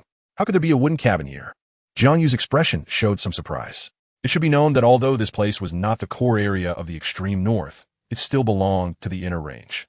How could humans survive here? Moreover, such a large wooden cabin had been built, measuring at least over 100 square meters. 2 lanterns hung at the entrance, emitting a warm yellow light that brought a glimmer of brightness to the dark winter night. Strange, it truly is strange. The Dream Eye Silkworm in Jiang Yu's mind also felt some confusion. It had never seen such a strange wooden cabin. It was not surprising that the Dream Eye Silkworm didn't know, as it had spent most of its time sleeping in the extreme north, and hadn't really been to many places. Its familiarity with the extreme north might not even be as good as Shui Benger's Creek, just as the man and beast were in doubt. The door of the wooden cabin suddenly opened, and a figure walked out. Jiang Yu focused his gaze and was surprised to find it was a woman. Moreover, she was a stunning beauty. The woman stood about 173 meters tall, with an extremely alluring figure and a perfect S-curve. She wore black stockings on her lower body, leaving a bit of space at the hips before being drawn up by ribbons to the chest. Her ample bosom was covered by a thin, pure white short garment. But even so, it couldn't hide her roundness, which was snow white and enticing. What was most astonishing was the woman's face, which was fair and pink, with not a single flaw, not even a wrinkle. It was as smooth as that of a newborn baby. The woman slowly walked towards Jiang Yu, her steps light and sprightly, like a snow spirit. With each movement, her snow-white hair released a hint of fragrance. This scent was quite special, very different from the usual fragrances of women, and Jiang Yu even felt his desires being stirred instantly. A certain part of him reacted unusually. This reaction was very abnormal. Jiang Yu, who considered himself well-versed in women, couldn't he believe such a scene could happen. Although the woman before him was a stunning beauty, she shouldn't he have elicited such a response at first sight. Dream brother, something is off. Jiang Yu secretly communicated with the dream ice silkworm in his mind.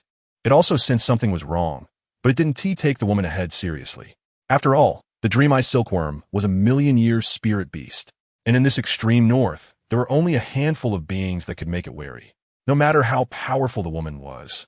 Could she compare to the Ice Emperor? The strong had already been subdued by it. Just take a look, and then we can talk.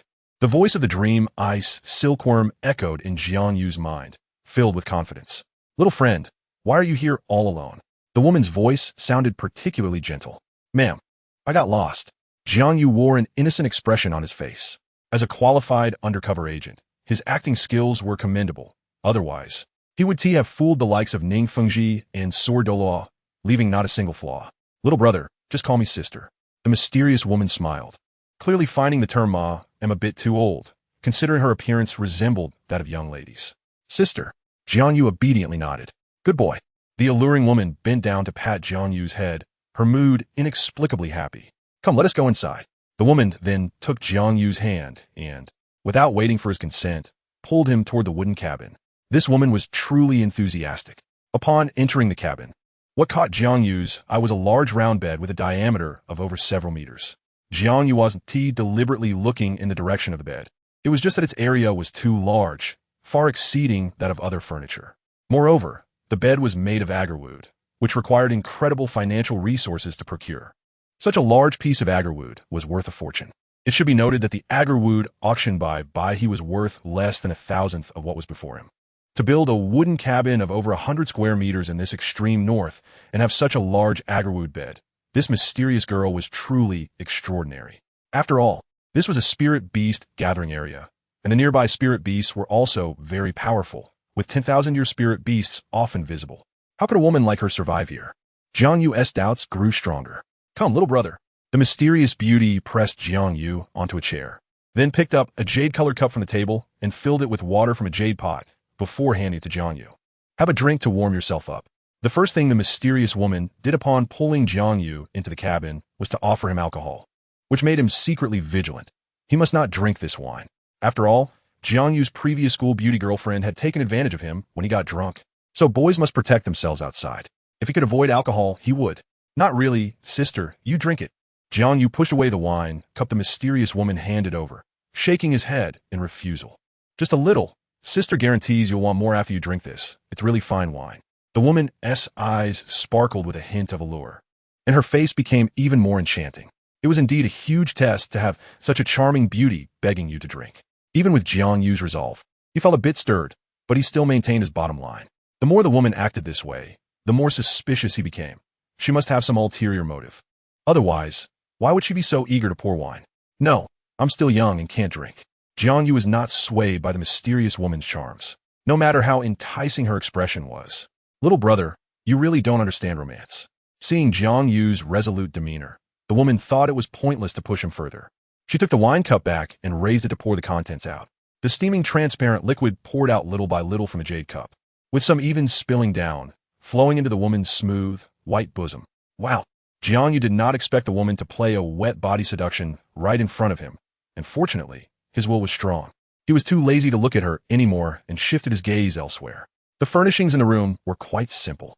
Besides the large bed and the table and chairs, there was only a wardrobe. The overall decoration style was extremely minimalistic, with no extra items at all. Hee. The mysterious woman saw that Jiang Yu dared not look at her and couldn't help but laugh. This kid was quite mature for his age. If it were an ordinary child, they would probably remind her when she spilled the wine, but Jiang Yu clearly dared not look at her, which was obviously a cover-up. Little brother, I didn't expect you to know quite a bit. The mysterious woman's voice was filled with temptation. Cool me. Let us exchange some ideas and see who has more tricks up their sleeve. Exchange. Jiang Yu was taken aback. This mysterious woman was really shameless. He was not the kind of person to easily engage with other women, especially not with someone he was meeting for the first time. Before Jiang Yu could refuse, the mysterious woman suddenly picked him up and walked straight to the bed, throwing him onto it. What do you want to do? Jiang Yu pretended to scream in terror. Little brother, the more you scream, the more excited I get. This is the extreme north, and no one will come to help you, even if you scream your throat raw. Why not obediently submit to your sister? The mysterious woman instantly revealed an evil grin. Her eyes filled with desire, her tongue flickering as if she wanted to devour JiangYu. Tianming, what should I do? JiangYu called out to Tianming, ice silkworm, in his mind. This is a big benefit. The familiar lewd voice rang out. Why Haven T? I encountered this before. Little you might as well give in. Tianming ice silkworm's tone was surprisingly full of envy, truly living up to its lascivious nature.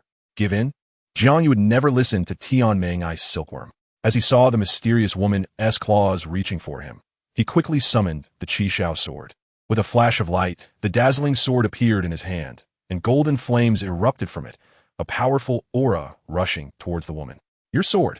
The mysterious woman was shocked when she sensed the aura emanating from the Chixiao Sword.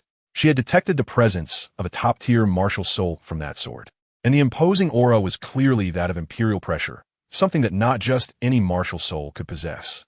Sister, it would be better not to move recklessly. Jiang Yu tightened his grip on the sword, pointing it at the mysterious woman who was now within arm's reach, his tone filled with threat. Ha! The woman couldn't help but laugh mockingly. Although Jiang Yu's martial soul was powerful, the sword only had 2 soul rings. How could a mere great soul master be her opponent? The mysterious woman did not know that Jiang Yu had already broken through to the soul venerable realm. After all, the Chixiao Sword had not yet added a 3rd soul ring, and she had not expected Jiang Yu to have 3 martial souls. Little brother, I advise you not to resist. Otherwise, I cannot guarantee your safety. The mysterious woman warned. If she were to make a move, she wouldn't hold back. And she couldn't guarantee that she wouldn't hurt Jiang Yu. Jiang Yu would not back down so easily. He was a real man. Chapter 183. Using hands and feet, seeing Jiang Yu's stubbornness, the mysterious woman stopped talking and immediately reached out to grab him. Her hands looked particularly pale, giving a sickly impression. Jiang Yu was not going to indulge the mysterious woman. He thrust his sword forward. However, a strange scene unfolded. The Chixiao Sword clearly pierced through her palm, yet the mysterious woman did not bleed at all, leaving Jiang Yu in shock. Could it be that she is not human? But if the mysterious woman isn't human, then what is she? A soul beast? That didn't make sense either. Soul beasts have blood too, and moreover, a soul beast must break through the 100,000-year limit to transform into a human and continue cultivating. Though there were many soul beasts in the extreme north, only a handful had cultivations exceeding 100,000 years, and they were all in the core area of the extreme north. How could this woman possibly be a 100,000-year soul beast? Not to mention, Jiang Yu didn't believe it. Even Tianming ice silkworm in his mind was confused. Besides the 3 great kings of the extreme north, the number of soul beasts that had broken through 100,000 years could be counted on one hand. Even if it hadn't seen them, it had heard of them, but it had no impression of the woman before it. It hadn't even heard of her. Ha! The mysterious woman laughed when she saw her palm pierced by Jiang Yu. There was no trace of pain on her face, only a strange smile. Although her laughter sounded odd, even more unsettling than crying, it could not hide the joy within it. You can't possibly hurt me. The mysterious woman laughed. Even a titled Douluo among your kind might not be able to hurt me, let alone you, a great soul master who has just begun your cultivation journey. Her words were filled with mockery, but Jiang Yu did not take them to heart. Instead, he grasped a crucial point. The mysterious woman repeatedly referred to you humans, which indicated that she was indeed a soul beast. Although Jiang Yu and Tianming ice silkworm did not know her origins, since she could take human form, her cultivation must have surpassed the 100,000-year limit. This was troublesome. A 100,000-year soul beast was definitely not something Jiang Yu could handle right now. The reason he could trap the Ice Emperor was thanks to Tianming ice silkworm, but had now lost all its power. Not to mention a 100,000-year soul beast. Even a 1,000-year soul beast might be beyond his capability. Who exactly are you? Why do you want to capture me? Jiang Yu voiced his inner doubts. What was the purpose of the mysterious woman's actions? He was just an ordinary human. Apart from being a bit handsome, what was worth her going to such lengths? Jiang Yu did not believe that the woman was acting purely out of desire. If that were the case, it could only mean she was too shallow. Who am I? The mysterious woman hesitated for a moment, but seeing Jiang Yu lying helplessly on the bed, she no longer concealed her identity.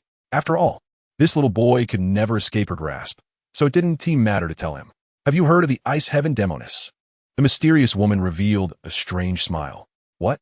Upon hearing this name, Tianming Ice Silkworm in Jiang Yu's mind became flustered.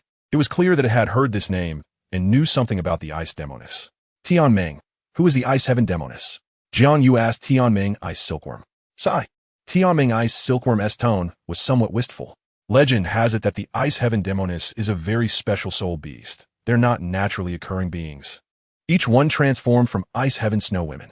The Ice Heaven Snow Women are the most powerful and rarest group in the extreme north. And the super soul beast that ranks among the 3 great kings of the extreme north is an Ice Heaven Snow Woman, whose cultivation is probably close to 500,000 years. The Ice Heaven Demoness is an existence born from resentment. Each Ice Heaven Snow Woman can enter the demonic path due to a moment of wicked thought, and once they do, their cultivation speed will greatly increase, far surpassing other kin. There are such soul beasts. Jiang Yu was also stunned. Of course, he knew the famous Ice Empress. According to the records of the Spirit Hall, she was undoubtedly the ruler of the extreme northern lands. However, there were no records of the Ice Demoness in the Spirit Hall's books. This meant that humanity had yet to discover the existence of such a soul beast as the Ice Demoness. This was a major discovery. Tianming, do you know what the Ice Demoness abilities are? How do they compare to the Ice Empress? Jiang Yu quickly asked the most important question at that moment. If he didn't even know the Ice Demoness abilities, how could he come up with a way to counter her? I really don't know, Tianming Binkin replied somewhat helplessly. It had never encountered the Ice Demoness. The existence of this soul beast was something the Ice Emperor mentioned to it during a boring moment. Tianming Binkin hadn't asked many questions because it preferred to communicate with the Ice Emperor rather than inquire about the Ice Demoness. Thinking of this, Tianming Binkin couldn't help but feel a bit regretful. If it had restrained its desires a little and learned more about the Ice Demoness, it could have helped Jiang Yu today, instead of just watching him fall into a predicament without being able to assist at all. Okay, Jiang Yu had only asked casually. After all, Tianming Binkin was often unreliable, and truly useful opportunities were quite rare. Little brother, don't waste any more time. The mysterious woman suddenly leaned close to Jiang Yu. A fragrant breath wafted from her mouth, and her body kept rubbing against him, nearly causing him to lose his resolve. No matter how strong Jiang Yu's will was, he was still a vigorous young man, and some instinctive reactions were unavoidable. Although he knew that the mysterious woman before him was full of danger and was not human, but rather a soul beast that had cultivated for 100,000 years, her beauty was simply too captivating. At that moment, Jiang Yu finally understood the feelings of Su Xian and Tang Hao and others. It was really not their fault for betraying humanity. It was just that soul beasts were too beautiful. The smile on the mysterious woman's face grew even more radiant, and her delicate hands kept rolling. Jiang Yu felt a bit itchy. This feeling was truly delightful. The last time he felt this way was during a deep exchange with his school beauty girlfriend. That time was indeed quite enjoyable. His school beauty girlfriend used both hands and feet, giving Jiang Yu an unprecedented sense of pleasure, and he still reminisced about it. The Ice Demoness methods were almost on par with that school beauty girlfriend, if not surpassing her. Chapter 184. Ice Demoness imagine a stunning beauty who looks just like a celestial fairy, constantly whispering and tempting you. Which man would not be moved? Unless he was a eunuch. As a mentally mature and normal man, it was perfectly normal for Jiang Yu to be influenced by the mysterious woman. Seeing Jiang Yu give up resistance, the mysterious woman revealed a proud smile. No normal man could remain unaffected upon seeing her. In the extreme northern lands, she had relied on this tactic to bring countless adventurers to their knees, ultimately draining them dry. Although Jiang Yu looked like a child, his vitality was extremely vigorous, far surpassing that of many robust adult men. If she absorbed his essence, she could gain a huge boost in her cultivation.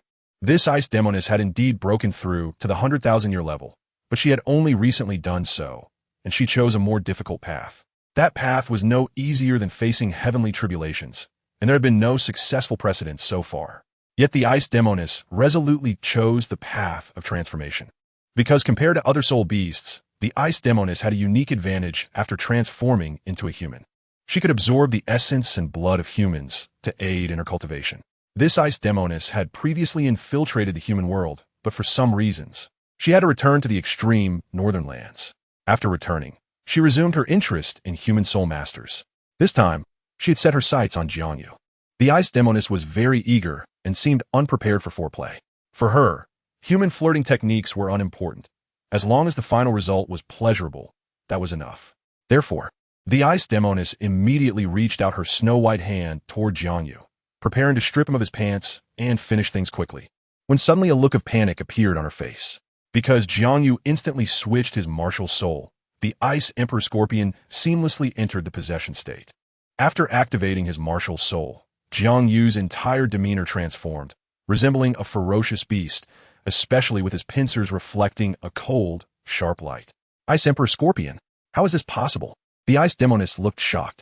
This was impossible. Wasn't your martial soul that sword? How could it be the Ice Emperor Scorpion?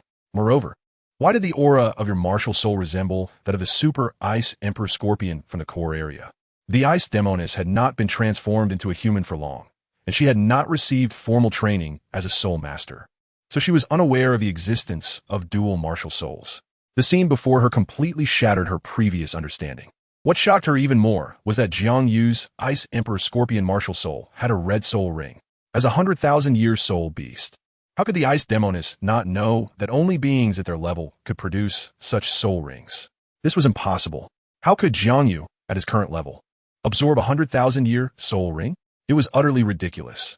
Yet the fact was right in front of her. That blood-red soul ring was genuinely covering Jiang Yu's martial soul, shining with brilliant light. Soul rings could not be faked. Even a peak Dalu could not enhance the age of a soul ring on a soul master. Nor could anyone change the color of a soul ring. This was an ironclad rule recognized in the soul master world. Therefore, the Ice Demoness did not believe that the soul ring on Jiang Yu was fake. She was simply astonished. This handsome young boy before her actually possessed such talent, something that had never been seen on the Douluo Continent. Could he be the reincarnation of a divine king carrying the will of heaven? A bold idea emerged in the Ice Demoness mind. Jiang Yu's qualifications were no longer just extraordinary talent. There had never been a precedent in human history for the first soul ring to be a 100,000-year soul ring, not to mention 100,000 years. There had never been a 1,000-year soul ring either. This was an unprecedented first, and she never expected to encounter such a historical discovery. The Ice Demoness even felt a bit swayed. If such a remarkably talented genius were to perish at her hands, it would be too regrettable. It could be said that as long as Jiang Yu was given some time, he would surely succeed in breaking through the 100-level limit and cultivate into a divine body. That was a god, a realm that countless humans and soul beasts dreamed of achieving. Even with the Ice Demoness' powerful bloodline, she might not be able to break the limits of her own body to ascend to the divine realm, but with Jiang Yu's conditions, there was almost no doubt he would become a god. To let such a figure fall into her hands, the Ice Demoness couldn't help but feel a twinge of compassion. Although it is a pity if I can absorb his essence blood, then my own bloodline will definitely undergo a new evolution, and I will surely have the hope of becoming a god in the future. The Ice Sky Sorceress knows that this might be her only opportunity to become a god. If she misses it, there will definitely be no such fortuitous encounter in the future. After so many years of hard cultivation, all her powerful skills would ultimately be destroyed in an instant. After weighing her options, the Ice Sky Sorceress made up her mind. The opportunity was right in front of her, and she absolutely could not miss it. She believed that when she became a deity in the future, this handsome little boy in front of her would also feel honored. The Ice Sky Sorceress no longer hesitated and decisively launched an attack on Jiang Yu. Instantly, her eyes turned red, and those blood-red pupils began to spin, looking like a kaleidoscope, vibrant yet somewhat eerie. Soon, the Ice Sky Sorceress's blood-red eyes released two red beams of light, directly aimed at Jiang Yu's eyes, and then drilled into his mind. Jiang Yu suddenly felt a wave of drowsiness, and his will gradually became confused, even though he kept silently telling himself to stay awake in his mind. It had no effect. Instead, his consciousness became more and more lethargic. Even the dream ice silkworm in his mind could only watch. Although it was an unprecedented million-year soul beast with incredibly strong mental power, the Ice Sky Sorceress's attack was indeed very strange. It seemed to cause no harm to Jiang Yu's spirit, so even the dream ice silkworm could not interfere. Before long, a voice echoed in Jiang Yu's mind. The owner of this voice was very similar to the Ice Sky Sorceress, but it carried a solemnity. It sounded like a Buddhist whisper, making one involuntarily feel a sense of seeing through the mundane world and wanting to take refuge in Buddhism. As the voice continued to echo in his mind, Jiang Yu gradually fell into it. He was involuntarily attracted by the voice, and slowly a strange scene began to emerge in his mind. Chapter 184. Ice Sky Sorceress imagine a stunning beauty, as beautiful as a fairy, constantly tempting you with her whispers. Which man would not be moved, unless he is a eunuch? As a mentally mature, normal man, Jiang Yu was perfectly normal to be influenced by this mysterious woman. Seeing Jiang Yu give up his resistance, the mysterious woman revealed a proud smile. No normal man could be unaffected by her. In the past, she had relied on this tactic to make countless adventurers who came to explore in the extreme north fall under her skirt, ultimately being drained by her. Although Jiang Yu looked like a child, his vitality was extremely strong, even surpassing that of robust adult men. As long as she absorbed the essence from him, she could gain a huge boost and advance her cultivation. This Ice Sky sorceress had indeed broken through to the 100,000-year level, but she had only just broken through for about 100 years, and she had chosen a more difficult path. That path was not easier than facing a heavenly tribulation, and so far, there had been no successful precedents. However, the Ice Sky sorceress still resolutely chose the path of transformation, because compared to other soul beasts, the Ice Sky sorceress had a unique advantage after transforming into a human. She could absorb essence blood from humans to aid in her cultivation. This Ice Sky sorceress had actually infiltrated the human world before, but later had to return to the extreme north for some reason. After returning to this place, she resumed her interest in human soul masters. This time, she had set her sights on JiangYu. The Ice Sky sorceress was very eager and seemed unprepared for foreplay. To her, human flirting techniques were not important. As long as the final result was pleasurable, that was enough. So, the Ice Sky sorceress immediately reached out her snow-white hand toward JiangYu. Just as she was about to remove JiangYu's pants to settle things quickly, she suddenly showed a look of panic, because JiangYu had instantly switched his martial soul, seamlessly entering the spirit possession state of the Ice Emperor Scorpion. After activating his martial soul, JiangYu transformed into a fierce beast, especially his large pincers, which reflected a chilling light. The Ice Emperor Scorpion? How is this possible? The Ice Sky sorceress looked shocked. This was impossible. Wasn't your martial soul that sword? How could it be the Ice Emperor Scorpion?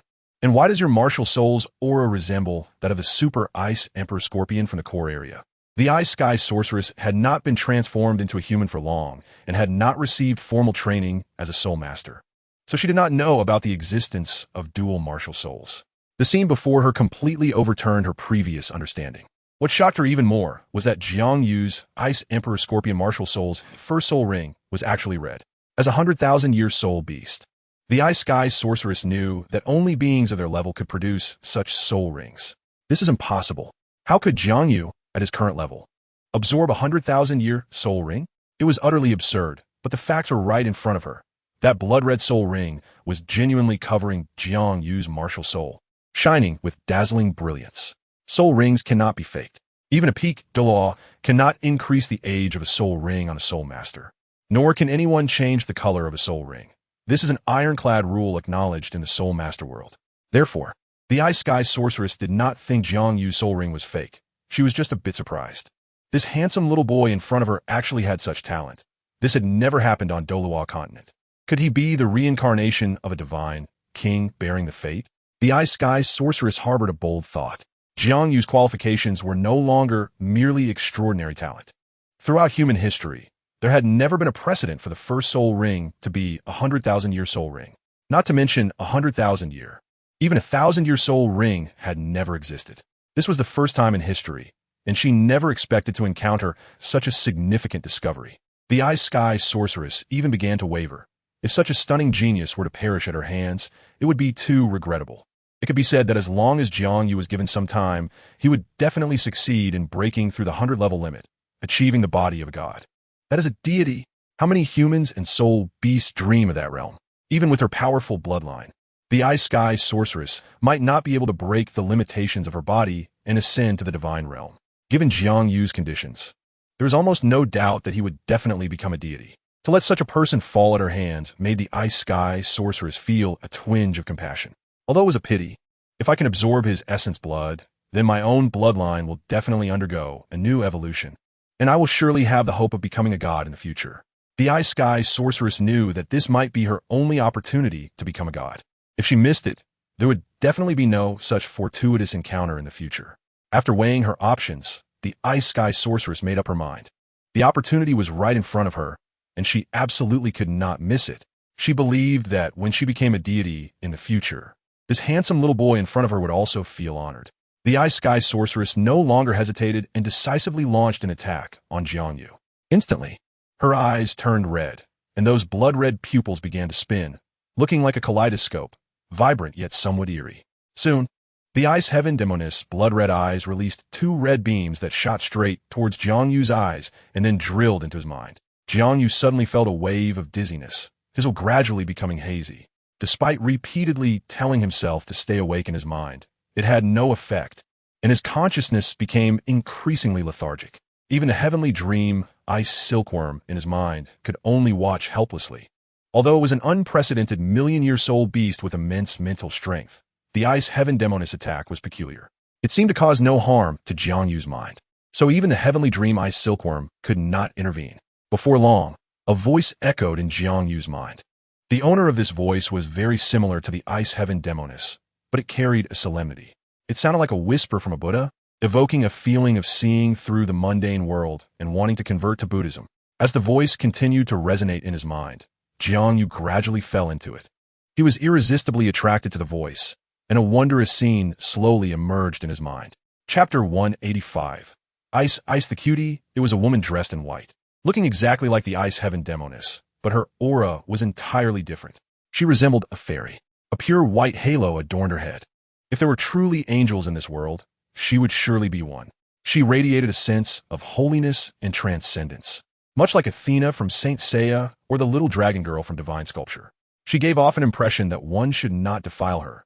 Before her, Jiang Yu felt no desire to resist. He only wished to be beneath the fairy sister's skirt.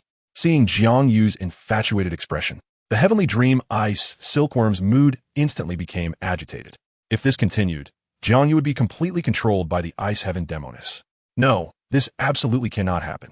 The expression on the heavenly dream Ice Silkworm's face grew serious. Ice, don't sleep. I beg you to wake up quickly. If you don't wake up soon, Jiang Yu will be controlled by other soul beasts, and our plan will be ruined. The heavenly dream Ice Silkworm had no choice but to place its last hope on the Ice Emperor, thinking that with its cultivation, there might be a way. It was unclear whether it sensed Jiang Yu's current danger or heard the heavenly dream Ice Silkworm's plea for help, but a green light suddenly appeared in Jiang Yu's mind. Gradually, the light revealed a figure, a woman with an incredibly charming appearance, looking like a neighbor's little sister. On either side of her lovely, fair face were 4 green magical patterns, and her long dark green hair was casually draped behind her. Her skin was as pure and white as snow, with a translucence that ordinary people could hardly match. The woman wore a simple green long dress, and beneath her skin, a faint green light circulated. Even though she was merely a spiritual entity, her appearance caused the temperature in the wooden house to drop sharply. Ice. The heavenly dream Ice Silkworm looked puzzled. Although it had never seen the Ice Emperor in human form, the aura emanating from the woman was unmistakable. She was definitely its Ice. Why have you taken on a human form? The heavenly dream Ice Silkworm was utterly confused. Isn't it because this body was given to this kid? That's why my spiritual form has become like this. Pretty, right? The Ice Emperor winked at the heavenly dream Ice Silkworm. Upon seeing this, the icy heart of the heavenly dream Ice Silkworm melted instantly. The transformed Ice was still so adorable. Everything about her aligned with its aesthetic preferences. Beautiful, truly beautiful. The heavenly dream Ice Silkworm instinctively swallowed, a smile blooming on its face like spring sunshine. Ice, no matter how you change, I will always like you. My heart will always belong to you. The heavenly dream Ice Silkworm looked like a lovesick fool, completely forgetting about Jiang Yu, utterly captivated by the Ice Emperor's beauty. Virtue. The Ice Emperor showed a disdainful smile, but seeing the heavenly dream Ice Silkworm's infatuated expression, she felt pleased. This indicated that her charm was quite significant. By the way, why did you call for me? The Ice Emperor's tone carried a hint of impatience. Her spiritual form had not fully restored yet, and she needed to remain in slumber to recuperate. Unexpectedly, she heard the heavenly dream Ice Silkworm's urgent call, forcing her to wake up. However, waking up early came at a cost. Her barely restored energy was consumed. If the heavenly dream Ice Silkworm had no important matters, the Ice Emperor would definitely let it know just how fierce the wrath of a super soul beast could be. The heavenly dream Ice Silkworm suddenly remembered Jiang Yu and hurriedly sought help from the Ice Emperor. It's all Ice's fault for being too beautiful. I forgot that Jiang Yu is in big trouble. He's now trapped in the Ice Heaven Demoness trap. You need to think of a way quickly. Otherwise, we'll be making clothes for others. The Heavenly Dream Ice Silkworm did not want its arduous efforts and the loss of numerous experimental subjects to result in JiangYu being ruined by the Ice Heaven Demoness. Ice Heaven Demoness. Hearing this name, the Ice Emperor was somewhat surprised. She was one of the few soul beasts in the extreme north that knew detailed information about the Ice Heaven Demoness. After all, the Ice Heaven Demoness was a mutation of her greatest rival. Furthermore, her relationship with the Ice Heaven Snow Maiden was more than just that of simple opponents. Their entanglement was quite profound. The Ice Emperor learned about the Ice Heaven Demoness from the Snow Emperor, who was known as the top of the three great kings of the extreme north. The Ice Heaven Demoness abilities were absolutely not to be underestimated. The illusions she created were not just simple illusions. Once trapped inside, one would be influenced by the Ice Heaven Demoness spirit, losing their autonomy at best or becoming her puppet at worst. Therefore, upon hearing the Heavenly Dream Ice Silkworm mention that the enemy was the Ice Heaven Demoness, the Ice Emperor couldn't help but frown. This is a bit challenging. If she were at her peak, it would be no problem at all. But now her strength was nearly depleted, making it quite difficult to deal with a powerful Ice Heaven Demoness. What's wrong? The Heavenly Dream Ice Silkworm noticed the Ice Emperor's hesitation and asked in confusion, Ice, can't you do anything about her? Hee. With the Ice Emperor's proud personality, how could she admit defeat? She didn't want to be mocked by the Heavenly Dream Ice Silkworm in the future. I'm just thinking of a plan. You interrupted my moment of inspiration, and if you keep making noise, I'll hook you. The Ice Emperor's tone was filled with threats. No. The Heavenly Dream Ice Silkworm waved its hands in surrender. The hook on the Ice Emperor's body was not something one could easily endure. It didn't want to experience that feeling again. Just hearing the Ice Emperor mention it made it tense up, nearly convulsing. So, the Heavenly Dream Ice Silkworm immediately covered its little mouth, not daring to urge the Ice Emperor any further. The Ice Emperor nodded in satisfaction.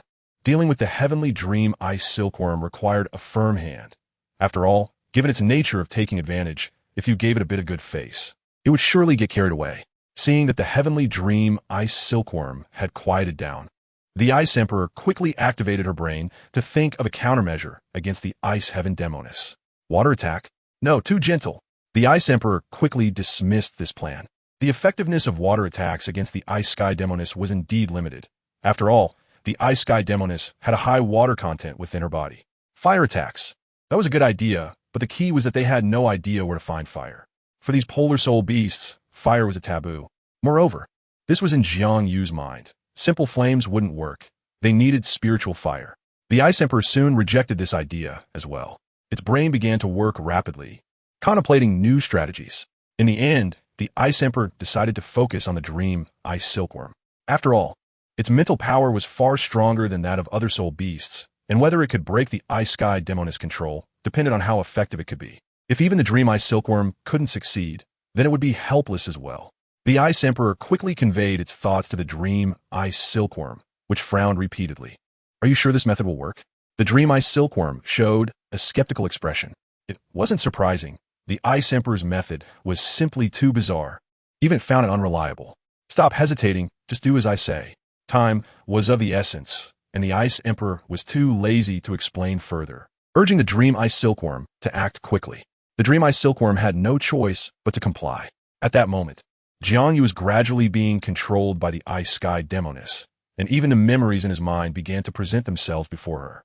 Thus, the Ice Sky Demoness began to sift through JiangYu's memories, starting from when he fought against 10,000-year soul beasts and successfully obtained spirit rings from them. Just as she was about to look into the memories regarding the Ice Emperor Scorpion, a sudden intense commotion erupted in JiangYu's mind, and he instantly regained consciousness. Seeing his privacy about to be exposed, his consciousness resisted the Ice Sky Demoness invasion. The matter concerning the Ice Emperor Scorpion was instantly shrouded in a layer of fog, preventing the Ice Sky Demoness from seeing inside. Many important memories were covered up by JiangYu, and the Ice Sky Demoness could only see some trivial matters, which were utterly meaningless to her until she unexpectedly discovered images of the Aoi Izakaya and that Mr. Aoi within JiangYu's memories. Upon seeing the familiar figure in the memories, the Ice Sky Demoness was instantly engulfed in complex emotions, even neglecting her control over JiangYu. While the Ice Sky Demoness was lost in the image of Mr. Aoi, the Dream Ice Silkworm, following the Ice Emperor's instructions, launched a counterattack. At this moment, the Dream Ice Silkworm had transformed significantly. Its appearance had changed drastically, Even its gender had shifted. According to the Ice Emperor, the Ice Sky Demoness despised the Ice Sky Snow Woman the most. So the Ice Emperor suggested that the Dream Ice Silkworm take on the form of the Ice Sky Snow Woman to divert the Ice Sky Demoness' attention. Once the Ice Sky Demoness saw the Dream Ice Silkworm in this form, she would surely abandon Jiang Yu without hesitation and rush out to settle the score. To save Jiang Yu, the Dream Ice Silkworm had no choice but to transform into the Ice Sky Snow Woman. The Dream Ice Silkworm released a strong wave of mental energy that penetrated into Jiang Yu's mind. With the help of this external force, Jiang Yu, now fully awake, gradually began to regain control over his body. Meanwhile, the Ice Sky Demoness showed no reaction. She seemed unaware of Jiang Yu's counterattack. She remained dazed, staring at the figure in Jiang Yu's memories, completely devoid of focus. As the balance shifted, Jiang Yu began to gain the upper hand, gradually taking the dominant position in his body until finally his will completely overwhelmed that of the Ice Sky Demoness. He regained full control over his body. Jiang Yu couldn't help but feel relieved. The Ice Sky Demoness methods were truly bizarre, capable of creating illusions and controlling human thoughts to turn them into her puppets. Completely at her mercy, with no room for resistance. If the Ice Sky Demoness hadn't looked into his important memories, he might not have been able to break free from her control. It was indeed a stroke of luck. The figure of the Ice Sky Snow Woman descended into Jiang Yu's subconscious, standing before the Ice Sky Demoness. Upon seeing the familiar figure, the Ice Sky Demoness was instantly engulfed in a towering rage. In the Ice Sky Snow Woman clan, every member who became an Ice Sky Demoness would be hunted down and exterminated. She had endured countless hardships, evading one assassination after another from her kin. The difficulty of cultivating to the level of 100,000 years was beyond anyone's imagination. When ugly people meet, they become especially envious. The Ice Sky Demoness suddenly lunged at the Dream Ice Silkworm disguised as the Ice Sky Snow Woman, occasionally letting out fierce roars, instantly transforming from a fairy into a ruthless demoness, releasing a thick aura of malice. Seeing the Ice Sky Demoness charge fiercely, the Dream Ice Silkworm quickly fled from the subconscious. However, its fear wasn't just out of cowardice. The most important thing was to follow the Ice Emperor's instructions and lure the Ice Sky Demoness away. Whoosh! Whoosh! Two beams of light began to flee from Jiang Yu's subconscious, with the Ice Sky Demoness following closely behind. Although she set off later, her speed was not slower than that of the Dream Ice Silkworm. The distance between them was rapidly shrinking. Alarmed, the Dream Ice Silkworm had to exert all its strength. It didn't want to be trampled by the Ice Sky Demoness. During that long period in the Stardow Forest, it had already suffered greatly. Those despicable soul beasts had no beastly nature at all. Wax dripping and whips were merely minor punishments. What truly terrified the Dream Ice Silkworm was, the Dream Ice Silkworm quickly stopped reminiscing. It hoped that those unbearable memories would dissipate with the wind. It didn't want to recall them at all. Just thinking about the tragic fate that awaited it if it fell into the Ice Sky Demoness' hands caused the Dream Ice Silkworm's potential to explode, and its speed began to increase. The distance that had been closing and became further apart again, infuriating the Ice Sky Demoness. She hadn't expected that her enemy could actually accelerate, while she had already used her fastest speed and could not go any faster. Helplessly watching the Ice Sky Snow Woman move further away, only able to see her rear end with no way to catch up, especially since she didn't possess the same level of strength. In this light, the Dream Ice Silkworm was not entirely useless. At least its explosive power in adversity was quite impressive, not inferior to other soul beasts. After exiting Jiang Yu's subconscious, the Dream Ice Silkworm saw the Ice Emperor looking worried. Didn't he expect you to care so much about me? At least I didn't waste my efforts to go into the tiger's den for you. The Dream Ice Silkworm couldn't help but feel pleased with itself. Stop wasting time. The Ice Emperor, not in the mood to indulge the Dream Ice Silkworm, shouted, "How did it go? Did you lure her out? Don't worry about me. I'll handle it."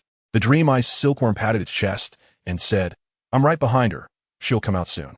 Upon hearing the affirmative answer, the Ice Emperor finally breathed a sigh of relief. As long as they could lure the Ice Sky Demoness out, then both it and the Dream Ice Silkworm would be able to deal with this 100,000-year Ice Sky Demoness. After all, the battlefield was in Jiang Yu's mind. The Ice Emperor was confident in this regard. Chapter 187. Mental Attack. After a moment, the Ice Heaven Demoness finally emerged from Jiang Yu's subconscious. Upon seeing not only the Ice Heaven Snow Maiden outside, but also a mysterious woman, it couldn't help but feel a bit surprised. The green-skinned woman ahead, although appearing quite delicate, exuded an extremely dangerous aura that the Ice Heaven Demoness could sense. At that moment, the Dream Ice Silkworm also returned to its original form. It was not used to pretending to be a woman. No, it should be a female soul beast. Seeing the Dream Ice Silkworm reveal its true form, the Ice Heaven Demoness' face instantly filled with anger. It had been deceived. For the sake of the Ice Heaven Snow Maiden, it had even given up control over JiangYu, only to find out it was just a big, fleshy silkworm in disguise. The appearance of the Dream Ice Silkworm was truly unappealing, and the Ice Heaven Demoness found it quite distasteful. Can you imagine a giant, disgusting silkworm with a lewd expression speaking to you? Not to mention humans, even a soul beast like the Ice Heaven Demoness, which had cultivated for so many years, found it somewhat unbearable. In a fit of rage, the Ice Heaven Demoness began to attack the Dream Ice Silkworm, condensing its mental power into a sharp, elongated spike several meters long and thrusting it towards the silkworm. Upon seeing the gleaming, sharp spike, the Dream Ice Silkworm was terrified and panicked, continuously emitting cries for help. Witnessing its cowardly demeanor, the Ice Emperor loudly expressed its embarrassment, not wanting to admit familiarity with it. However, the Ice Emperor still took action. It didn't want to see the Dream Ice Silkworm get so scared that it wet itself. To avoid witnessing that disgusting scene, the Ice Emperor immediately unleashed its sharp scorpion tail. Although it was currently in human form, the important scorpion tail was still retained. The vibrant green scorpion tail shot out from the Ice Emperor's rear, aimed at the spike, creating a massive collision as the two faced off, neither willing to back down. As super soul beasts that had both broken through to the 100,000 year realm and were both female, the Ice Heaven Demoness and the Ice Emperor were certainly unwilling to yield to one another. This battle was about dignity. Even though the Ice Emperor could fully recover, it could temporarily cope with its retained powers. The lack of a physical body was the Ice Emperor's greatest disadvantage, and it knew this. So it would never allow the Ice Heaven Demoness to drag it into a prolonged battle. Only a swift resolution with a thunderous strike could completely dismantle the Ice Heaven Demoness concealment. The Ice Emperor immediately used up its remaining strength, not caring about the potential harm to its current spiritual form. The massive scorpion tail instantly shimmered with brilliant light, bursting forth with dazzling brilliance. The Ice Heaven Demoness, positioned opposite the scorpion tail, was momentarily blinded by the light, causing it to close its eyes. At that moment, the scorpion tail suddenly split into four. The four long scorpion tails shot towards the Ice Heaven Demoness like rockets. Sensing the impending danger, the Ice Heaven Demoness suddenly opened its eyes. It saw a circle of white light suddenly radiate from its body, and under the influence of this light, the Ice Heaven Demoness' physical form became illusory. The sharp ends of the scorpion tail pierced the Ice Heaven Demoness' body, as if encountering an illusion, and that figure did not suffer any harm, merely swaying slightly. Seeing this scene, the Ice Emperor couldn't help but frown. The strength of the Ice Heaven Demoness was clearly much greater than what the Snow Emperor had described, and it possessed such bizarre methods. It seemed that the bloodline contained within it was only slightly inferior to that of the Ice Heaven Snow Maiden, not at all weaker than this entity ranked among the three great kings of the far north. This time, the Ice Emperor had encountered a rival. It had always been one of the most powerful soul beasts in the far north. Apart from the Snow Emperor, even the Titan Snow Demon King was not its opponent. In a direct confrontation, it would only suffer. Thus, this was the first time the Ice Emperor faced a rival of equal strength. Of course, if it were at its peak, this 100,000 year Ice Heaven Demoness wouldn't even qualify to challenge it. However, it had sacrificed everything for JiangYu, leaving only its soul. In contrast, the Ice Heaven Demoness was currently in its prime state, and due to the deceit by the Dream Ice Silkworm, its rage had reached an unprecedented level, causing its power to surge. Even the Ice Emperor might not be able to subdue the enraged Ice Heaven Demoness. This battle was undoubtedly full of uncertainties, and the Ice Emperor did not have a guaranteed victory. The Ice Heaven Demoness condensed several giant spikes and rapidly hurled them towards the Ice Emperor and the Dream Ice Silkworm. Oomph! The Ice Emperor snorted coldly, taking big strides forward while keeping the Dream Ice Silkworm protected behind it. Seeing this scene, the Dream Ice Silkworm was so moved it nearly burst into tears, wishing to collapse into the Ice Emperor's embrace immediately. The Ice Emperor was indeed the ruler of the far north. Seeing the spikes approaching, it remained completely unafraid, not even blinking, standing still. Moments later, a powerful icy force erupted from the Ice Emperor. As that aura emerged, The spikes released by the Ice Heaven Demoness began to tremble uncontrollably, and before they could reach the Ice Emperor, they were already on the verge of disintegration. Never even touching the Ice Emperor's skin, I knew ice would be reliable. The previously cowardly Dream Ice Silkworm, witnessing the Ice Emperor's might, immediately began to dance with joy. Huh, the Ice Heaven Demoness? It was about to be silenced by ice. If the Snow Emperor did not intervene, who could contend? The Dream Ice Silkworm completely forgot how terrified it had been of the Ice Heaven Demoness moments ago and instantly grew bold. How outrageous! The Ice Heaven Demoness, seeing the Dream Ice Silkworm's petty antics, felt its face swell with anger. It was this shameless and despicable soul beast that had lured it out, and now it had the audacity to mock it. The Ice Heaven Demoness couldn't help but secretly vow to devour that big fleshy silkworm across from it. Although its flesh looked a bit aged, it was still meat, and it didn't care about the taste. The Ice Heaven Demoness merely wanted that shameless creature to pay the price, to let it know that wrongdoing would incur consequences. With this thought, the Ice Heaven Demoness temporarily abandoned the Ice Emperor, focusing all its energy on the Dream Ice Silkworm. The big fleshy silkworm had not made a move except to flee, indicating it likely had no offensive power. The Ice Heaven Demoness quickly condensed spikes once more, this time choosing an exceptionally tricky angle. The spikes glided close to the ground, not moving in a straight line, but continuously changing angles, making it impossible to predict their target. Just as the Ice Emperor had yet to react, the spikes had already found their mark. Chapter 188. Ice Emperor's Power Wow. The Dream Ice Silkworm suddenly let out a sharp scream. Because the ice spikes released by the Ice Heaven Demoness were aimed directly at its rear, it was incredibly uncomfortable. The Dream Ice Silkworm hadn't expected the Ice Heaven Demoness to be so unscrupulous, attacking in such a tricky region. It didn't even spare its rear. While the Dream Ice Silkworm's screams grew louder, clearly prioritizing its rear end over everything else. What a useless creature. The Ice Emperor looked towards the direction of the Dream Ice Silkworm, shaking its head. Was it really necessary to make such a fuss over getting hit there? It was a soul beast of unprecedented 1,000,000 years, after all. It had no dignity as a super soul beast. The Ice Emperor did not immediately go to rescue the Dream Ice Silkworm. After all, its cultivation level was there. The mental attack from the Ice Heavenly, which would not cause too serious harm to the Dream Ice Silkworm. At most, it would only suffer some minor injuries.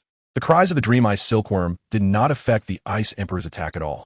It fiercely swung its dazzlingly large scorpion tail, which was like a diamond, and swiftly stabbed towards the Ice Heavenly Witch. Although the Ice Emperor's strength was greatly limited, that scorpion tail was its most important weapon, far exceeding others' imagination and power. Even a 100,000-year soul beast might not be able to withstand the immense force contained within the scorpion tail. Seeing the Ice Emperor's aggressive attack, the Ice Heavenly Witch dared not take it head-on. Its movements suddenly became unpredictable, making it impossible to guess its trajectory. At the same time, the Ice Heavenly Witch condensed several ice spikes and charged towards the brilliant scorpion tail. To its surprise, the ice spikes did not function as it had imagined. The sharp scorpion tail suddenly shattered the ice spikes. What terrified the Ice Heavenly Witch even more was that the scorpion tail seemed to have a locking function. No matter where it changed direction, the scorpion tail followed. The Ice Emperor's true strength was finally revealed. As a super soul beast from the extreme north, second only to the Snow Empress, its methods were far beyond those of other soul beasts. Even though it had now become a spiritual entity, some of its abilities could still be utilized. Soon, the green scorpion tail pierced into the body of the Ice Heavenly Witch. The Ice Heavenly Witch's plan to dodge repeatedly fell through, and the sharp stinger pierced its skin. The crystalline green liquid seeped into the Ice Heavenly Witch's snow-white body, causing its surface to emit a green glow. Under the influence of this liquid, the Ice Heavenly Witch's movements began to slow down. It felt the power within it gradually declining, and before long, the ice spike that had pierced into the Dream Ice Silkworm's chrysanthemum also began to dissipate due to the influence of the Ice Heavenly Witch's main body. After being tormented by the ice spike for a long time, the Dream Ice Silkworm finally breathed a sigh of relief when it saw the ice spike suddenly disappear. Upon witnessing the Ice Heavenly Witch being struck by the Ice Emperor's scorpion tail, it immediately revealed an excited smile. Serves you right for not following the rules of combat. You've finally encountered a worthy opponent. The Dream Ice Silkworm immediately waved its chubby white hands and applauded, praising, "Ice, you truly are my favorite. A true model among all female soul beasts. How outrageous! Seeing the smug expression on the dream ice silkworm's face, the Ice Heavenly Witch instantly became furious. It was clearly a waste. If it weren't for the protection of the Ice Emperor, it would have been eliminated long ago. How dare it mock her here? The Ice Heavenly Witch came from the most noble soul beast lineage of the extreme north. How could it tolerate being laughed at by a mere ice silkworm? After all, ice silkworms were the weakest soul beasts in the extreme north, destined to become food. No, it didn't even deserve to be called food in the Ice Heavenly Witch's eyes, as it usually feasted on caviar from sturgeons. And ice silkworms were clearly too lowly for it. But now, such a lowly food dared to mock her, 100,000-year super soul beast. The Ice Heavenly Witch's feelings at this moment were understandable. It wished to tear the dream ice silkworm apart immediately and roast it over fire. However, no matter how angry the Ice Heavenly Witch was, it could do nothing to the dream ice silkworm, as its current situation was not good. The scorpion tail on the Ice Emperor was too peculiar, and even it could not find a way to break it. If this continued, it was likely that the power within it would be completely absorbed by the Ice Emperor. In a moment of crisis, the Ice Heavenly Witch held nothing back. If it could not expel that scorpion tail from its body, it would eventually become prey for the few in front of it once its power was exhausted. No, I absolutely cannot let this happen. The Ice Heavenly Witch's momentum erupted instantly, and the power contained within it burst forth, forcing the green scorpion tail out. However, this also caused its wound to spurt a large amount of crimson liquid, like a geyser erupting. Blood is the source of life, even for soul beasts. It is an extremely important thing. Although the Ice Heavenly Witch was a 100,000-year soul beast, it could not escape the realm of biology. The Ice Heavenly Witch had to gather a large amount of cold air to the wound. The most important thing in such a situation was to stop the bleeding, and its decision was not wrong. Once the wound was frozen by the cold air, it indeed stopped bleeding. Seeing this scene, the Ice Emperor couldn't help but glance sideways. This Ice Heavenly Witch's intelligence far exceeded that of an ordinary ice goddess. If it had not evolved in an evil direction, perhaps it could have been another Snow Empress. What a pity. It chose the wrong path, deviating from the righteous way and falling into the demonic path. It must be known that the Ice Heavenly Witch was not only seen as a target to be eliminated by the Snow Goddess clan. The Snow Empress, one of the three kings of the extreme north, even issued the highest order. It commanded all soul beasts in the extreme north to kill on sight if they saw the Ice Heavenly Witch. Any soul beast that dared to conceal the Ice Heavenly Witch's whereabouts would face the Snow Empress's brutal punishment. Because of this, all soul beasts in the extreme north dared not approach the Ice Heavenly Witch, fearing being caught up in the conflict between the two. After all, the Ice Heavenly Witch's bloodline level was also very high, ranking among the top in extreme polar soul beasts. Ordinary soul beasts had no chance of fighting back if they encountered the Ice Heavenly Witch, but they had to obey the Snow Empress's orders. Thus, extreme polar soul beasts did not wish to encounter the Ice Heavenly Witch, avoiding any trouble. Enchantress, you do have some skills. No wonder you have cultivated to 100,000 years. Your talent doesn't seem to be much inferior to the Snow Empress. What a pity. The existence of the Ice Heavenly Witch contradicts the world's consciousness. Ha ha ha. What is the original intention? The Ice Heavenly Witch's expression suddenly became fierce, and the smile at the corner of her mouth looked so strange. Chapter 189. The Demonic Path. What is the original intention? The Ice Heavenly Witch couldn't help but scream. Do you think I really wanted to fall into the demonic path and become what I am now? It's the things contained in my bloodline that changed me. Which? Hee. The Ice Heavenly Witch let out an incredibly mournful laugh. What is justice and what is evil? In the world of soul beasts, it has always been the survival of the fittest. It's all about survival. So where does the distinction between right and wrong come from? You all say I'm a witch. How ridiculous is that? Has the Snow Goddess never hunted soul beasts? The Ice Heavenly Witch's words echoed in Jiang Yu's mind, even leaving the Ice Emperor, known for its wisdom, at a loss for a rebuttal. Upon careful reflection, the Ice Heavenly Witch had not committed any heinous acts. It was merely the normal killings among soul beasts.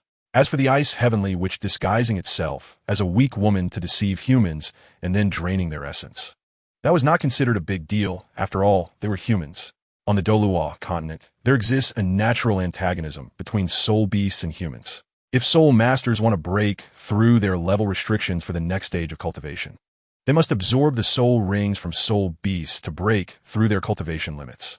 Otherwise, their strength will remain stagnant. No soul master would do otherwise. So even the most merciful soul masters would inevitably choose to hunt soul beasts to advance. and so do soul beasts. Since soul masters can benefit from soul beasts, it stands to reason that soul beasts can also gain what they desire from soul masters. It is well known that the cultivation of soul beasts is infinitely more difficult than that of human soul masters. Humans can reach peak states in a century, while soul beasts require hundreds of thousands of years, and the gap is evident. However, if soul beasts want to improve their cultivation speed, there is still a shortcut. Absorbing the power from human soul masters can break the limits of their training. There was once a powerful soul beast that absorbed all the power from a human titled Dalu, breaking through from 70,000 year cultivation to 100,000 years, saving 30,000 years of hard work and becoming a super soul beast. Therefore, the conflict between humans and soul beasts is fundamentally irreconcilable. Unless one day human soul masters no longer need to hunt soul beasts to advance, and soul beasts no longer need to absorb the power from soul masters to speed up their training. Only then can the conflict be completely resolved, and peaceful coexistence may become possible. What wrong have I done? The voice of the Ice Empress was filled with unwillingness. Why do all the soul beasts in the extreme north have to be my enemies? The Ice Emperor looked at the hysterical Ice Empress and couldn't help but feel a bit emotional. Indeed, what she said had some truth. But the other soul beasts were merely following the orders issued by the Snow Emperor. In the extreme north, the Snow Emperor is the common ruler of all soul beasts, the greatest ruler of the extreme north. Even the Ice Emperor is much inferior to her. Who among the soul beasts in the extreme north would dare to disobey the command of the king of soul beasts? Thus, although the Ice Emperor felt some sympathy for the Ice Empress's plight, he didn't believe the other soul beasts were in the wrong. After all, the Ice Empress had succumbed to evil. I know you are very unconvinced. The Ice Emperor's tone was calm, but now was not the time to discuss right or wrong. As long as you're willing to leave JiangYu's body and no longer threaten him, we can let bygones be bygones and spare your life. This was already the greatest compromise he could make. If the Snow Emperor found out, she would definitely come looking for trouble. However, the Ice Emperor had already become what he was now and no longer cared about the Snow Emperor's wrath. The Ice Emperor's words gradually calmed the Ice Empress down. To be honest, she did not have a guaranteed win. The strength of the Ice Blue Emperor Scorpion far exceeded her expectations. As the two fought, she had not gained any advantage. But to give up this tremendous opportunity, the Ice Empress was somewhat unwilling. After absorbing JiangYu's energy, her cultivation would definitely advance further. And based on that, it was not impossible for her to break through the limit of level 99 in the future. The temptation of becoming a god at level 100 was undoubtedly huge. Since the Ice Empress chose to take human form, the only path before her was this one. However, if breaking through the limit from 99 to 100 were that easy, no one would have failed to break the level 100 soul power limit for 1,000 years. Although the Ice Empress was not sure that absorbing JiangYu's energy would definitely break the soul power limit, judging by JiangYu's talent, the opportunity was still significant. The Ice Empress did not want to give up this chance, but the Ice Blue Emperor Scorpion was extremely difficult to deal with, and she did not think of a way to completely resolve the conflict. It was impossible to maintain this stalemate forever. After all, she had only cultivated to the Soul Sage level. If her soul power was depleted too much, she could no longer maintain her martial soul true form. In that case, she could not continue to stay in JiangYu's mind. So the Ice Empress found herself in a dilemma. The opportunity was right in front of her, and if she missed it, she might not encounter such a fortuitous encounter again in the future. However, she had no way to break the current deadlock. The Ice Blue Emperor Scorpion was just too fierce, definitely not an ordinary 10,000-year soul beast, but a being that had survived a heavenly tribulation. The Ice Empress thought this way. A 10,000-year soul beast that had survived a heavenly tribulation possessed terrifying strength. Even if she had transformed into human form, it was uncertain whether she could defeat the Ice Blue Emperor Scorpion, even if she still retained her previous 10,000-year cultivation. After all, the bloodline difference between the two races had not reached the level of crushing, and the Ice Blue Emperor Scorpion was slightly inferior to the Ice Empress clan, but not by much. Moreover, after undergoing the heavenly tribulation, the bloodline differences between soul beasts had become less significant. The Ice Empress was still somewhat self-aware. Even at her peak, she might not be able to handle the Ice Blue Emperor Scorpion ahead, let alone now. Furthermore, JiangYu had already awakened, and her mental control had failed. It was important to know that they were all in JiangYu's mind now, and it would be very difficult for the Ice Empress to turn the tables. Rationality told her that perhaps retreating was the best choice. Seeing the Ice Empress lost in thought, the Ice Emperor did not rush her, but waited beside her with the Dream Ice Silkworm for her decision. After an unknown period, impatience finally appeared on the Ice Emperor's face. It seemed that he had to help her think of something. A cunning look flashed in the Ice Emperor's eyes. How to help? As soon as the Dream Ice Silkworm's voice fell, the Ice Emperor's green tail hook was swung out, directly targeting the Ice Empress. Chapter 190, Yin Song. Ice Empress. Seeing the approaching green scorpion tail, the Ice Empress couldn't help but curse the opponent for being unprincipled. Taking advantage of her contemplation to launch a surprise attack instantly interrupted her thoughts. Forget it, I'll let you go this time. The Ice Empress knew that if this continued, she would gain nothing. Rather than maintain this stalemate, it was better to retreat first. Although the opportunity before her was rare, she could not grasp such a large opportunity with her current strength. I believe we will meet again. The tone of the Ice Empress revealed deep unwillingness, indicating that she did not intend to give up easily. In the next moment, the Ice Empress transformed into a point of light and swiftly left Jiang Yu's mind. Whoosh! The Ice Emperor let out a sigh of relief.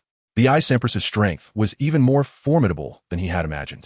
Continuing in his current state might not guarantee victory over the Ice Empress. Fortunately, she was frightened by his earlier attack and left. Otherwise, it was uncertain who would win in the next battle. Wind and Snow City. After repelling the Ice Empress, Jiang Yu finally made it out of the extreme north without any danger. Upon entering the city, Jiang Yu did not rush to reunite with Shui, Binger, and the others at the hotel, but headed straight for the Songjing Izakaya. He had long suspected that the tavern owner's identity was not simple, but he did not expect that Mr. Yin Song had a connection with the Ice Empress. From the Ice Empress's performance in his mind, Jiang Yu could guess that the two definitely had a deep relationship, likely breaking some taboo like Tang Hao and Yin. As soon as he entered the tavern, Jiang Yu saw Mr. Yin Song alone at the bar, gently wiping a wine glass. His movements were soft, as if the glass before him was not an ordinary cup, but valuable collectible artwork. Mr. Yin Song. Jiang Yu did not intend to beat around the bush and went straight to the point, asking, "Have you ever seen a soul beast, the Ice Empress, with a cultivation of over 100,000 years?" Ice Empress.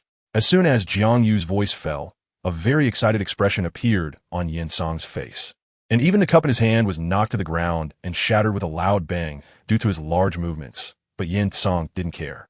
He quickly jumped from a bar position and, in the blink of an eye, leaped out from inside. Yin Song took a quick step and crossed in front of Jiang Yu, extending his arms to grab his shoulders and loudly began to question him. "What did you see it? What did you see it? Is it still there?"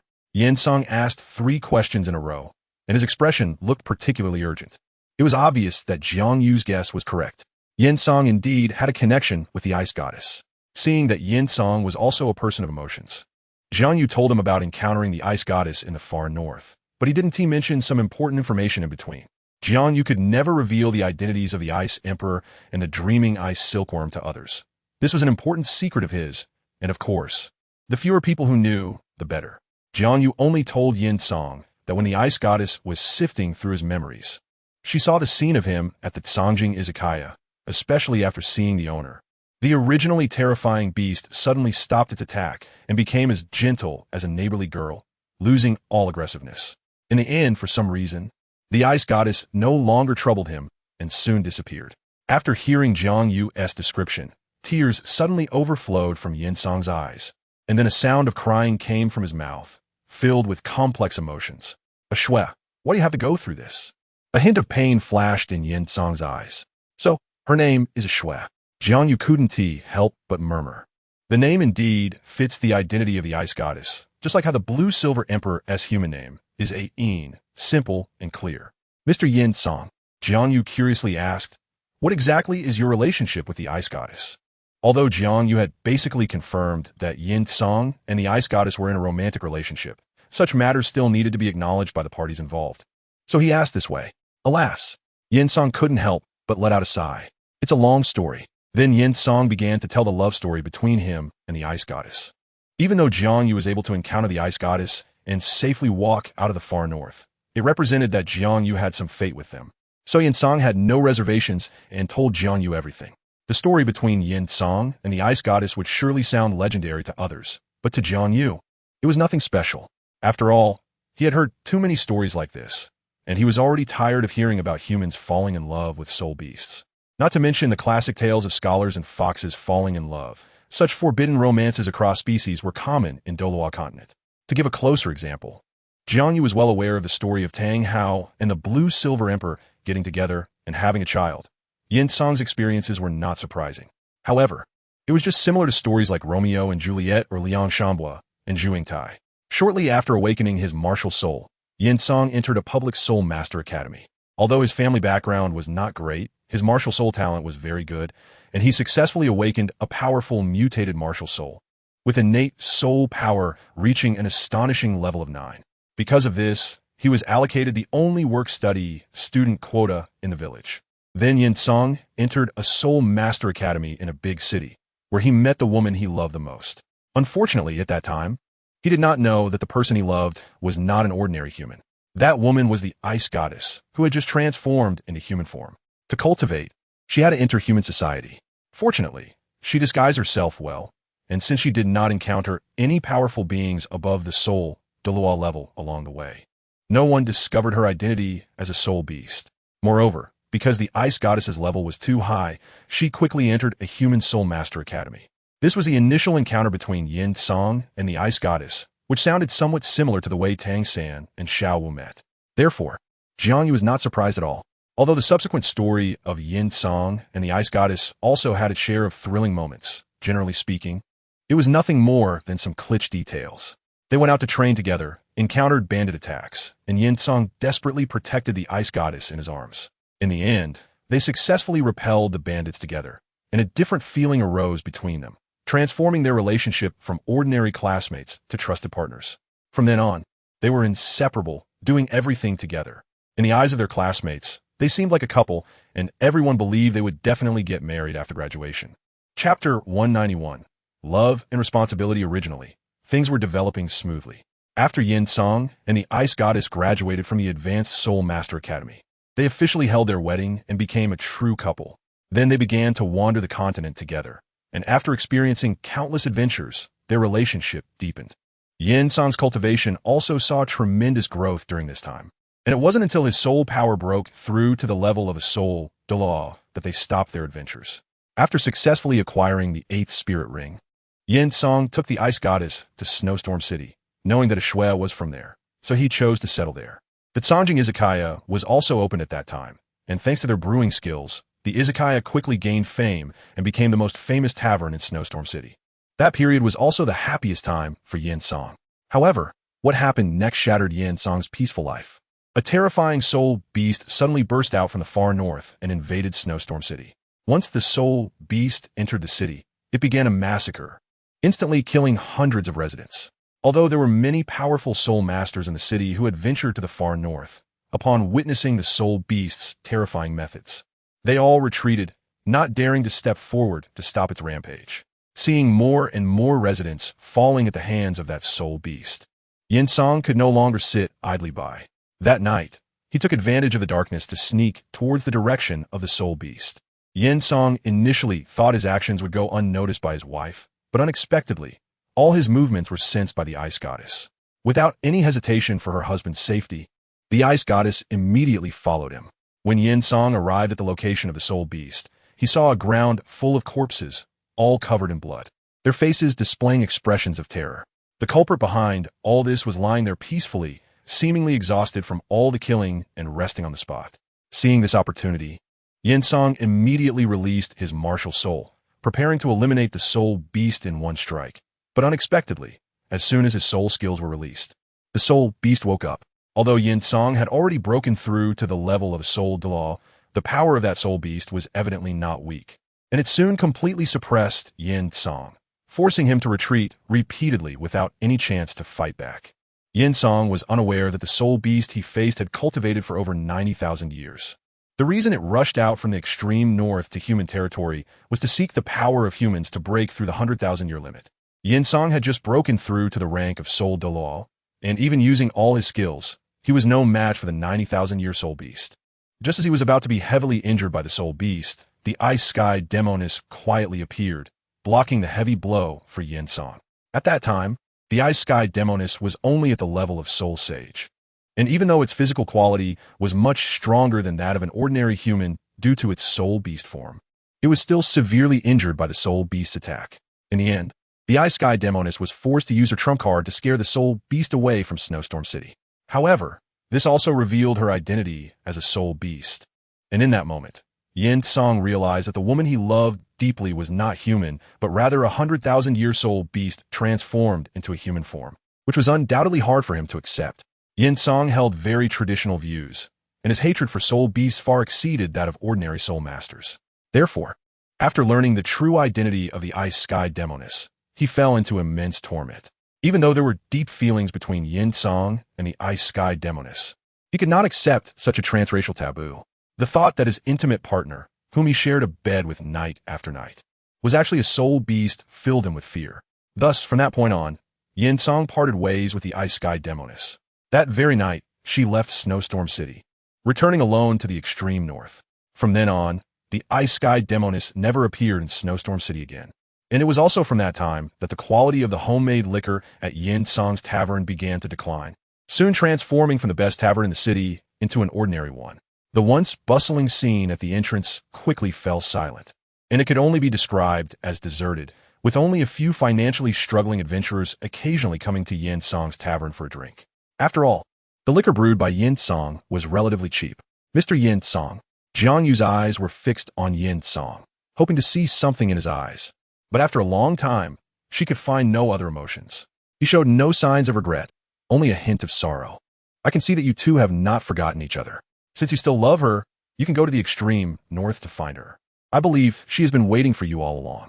Jiang Yu's suggestion did not move Yin Song. He simply shook his head, having no intention of going to the extreme north. How can humans combine with soul beasts? Yin Song said stubbornly.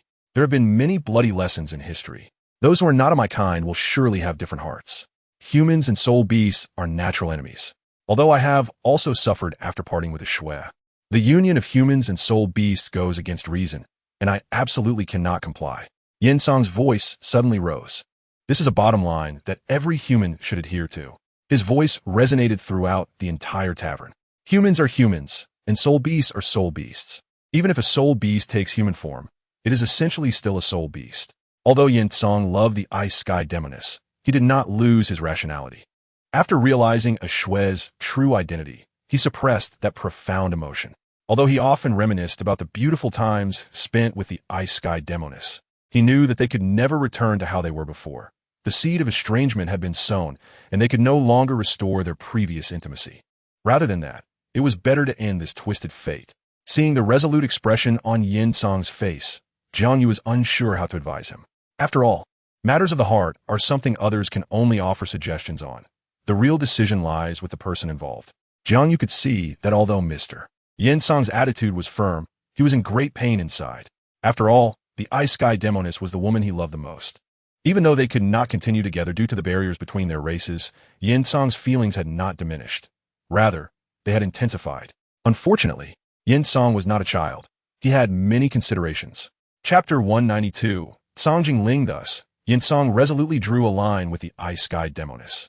In this regard, he was completely different from Tang Hao. While Yin Song did not possess the reckless demeanor of the Haute Duo who would risk everything for love, Jiang Yu could understand. This taboo love that crossed racial boundaries is truly not something everyone can accept. Mr. Yin Song's actions are also understandable. After all, this world is not solely about love. Let's not talk about it. Yin Song seemed unwilling to continue discussing the Ice Sky Demoness. He picked up 2 wine glasses from the table, filled with a milky white liquid that emitted a rich, milky fragrance. Little brother, this is the first time I've shared my secret with someone else. I don't know why, but you give me a very special feeling. This can be considered a kind of fate. Let's set aside matters of love for now. Cool me. Drink a few cups with me. Yin Song handed a glass to Jiang Yu, laughing heartily. Men are like this. They keep their sadness deep inside. No matter how much they cry at night, they must maintain a calm demeanor in front of others. Okay, Jiang Yu didn't say much. Some things don't need to be elaborated on. A glass of wine is enough to settle everything. All emotions are in the wine. Jiang Yu took the glass and poured the liquid into his mouth, and a special taste instantly filled his mouth. This wine actually had a flavor of fresh milk, and it was not bitter at all. He never expected that fresh milk could blend so wonderfully with wine.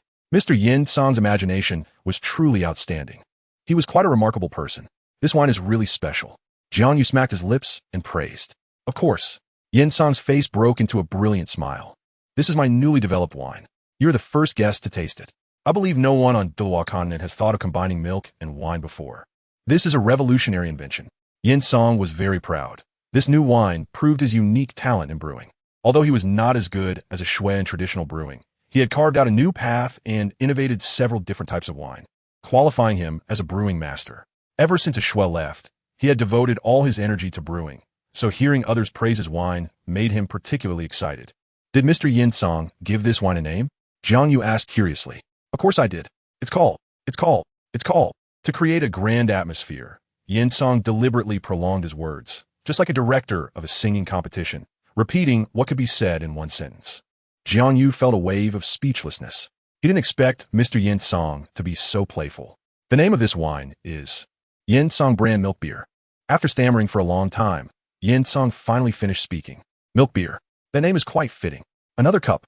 As soon as Jiang Yu's voice fell, Yin Song cheerfully poured him another cup of milk beer, filling it to the brim. Thus, the two began to drink, and soon several cups of milk beer were downed. Fortunately, the alcohol content of this milk beer was not high. At most, it was similar to rice wine. This degree of alcohol is nothing for Jiang Yu. Although he rarely drinks, ever since he cultivated the Hongming Purple Qi Dao, his physique has completely surpassed that of ordinary people. Even strong liquors like the one from certain brand would not get him drunk, no matter how many cups he had. After downing more than 10 cups in a row, Yin Song became increasingly impressed by Jiang Yu. After drinking so much, he felt a bit tipsy, but the young boy showed no signs of intoxication, as if he were drinking water. Come on, Mr. Yin, let's keep drinking.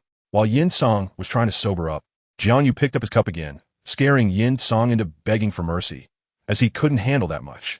Seeing his reaction, Jiang Yu didn't push him and continued drinking by himself. After an unknown amount of time, Jiang Yu finally felt satisfied and put down his cup, stopping his drinking. Noticing that he had had enough, Jiang Yu bid farewell to Yin Song. When Yin Song saw him about to leave, he hurriedly took out a blue token from his pocket, which had 2 small characters engraved on it. Songjing, take this token. You can come here for free drinks anytime in the future. Drink as much as you want. Yin Song said cheerfully, explaining that he had specially commissioned a famous blacksmith in the city to make this token, and there were only a few of them. Only those he recognized would receive this token. It was clear that Yin Song had recognized Jiang Yu as a friend. Upon seeing the words on the token, Jiang Yu thought of a teacher he had on his computer's hard drive. That teacher was an inspiration for many young people. Therefore, when he thought of the name of Yin Song's tavern, Jiang Yu felt a sense of familiarity, prompting memories of his time on Blue Star. Jiang Yu didn't refuse and immediately reached out to take the token, placing it into his soul guide.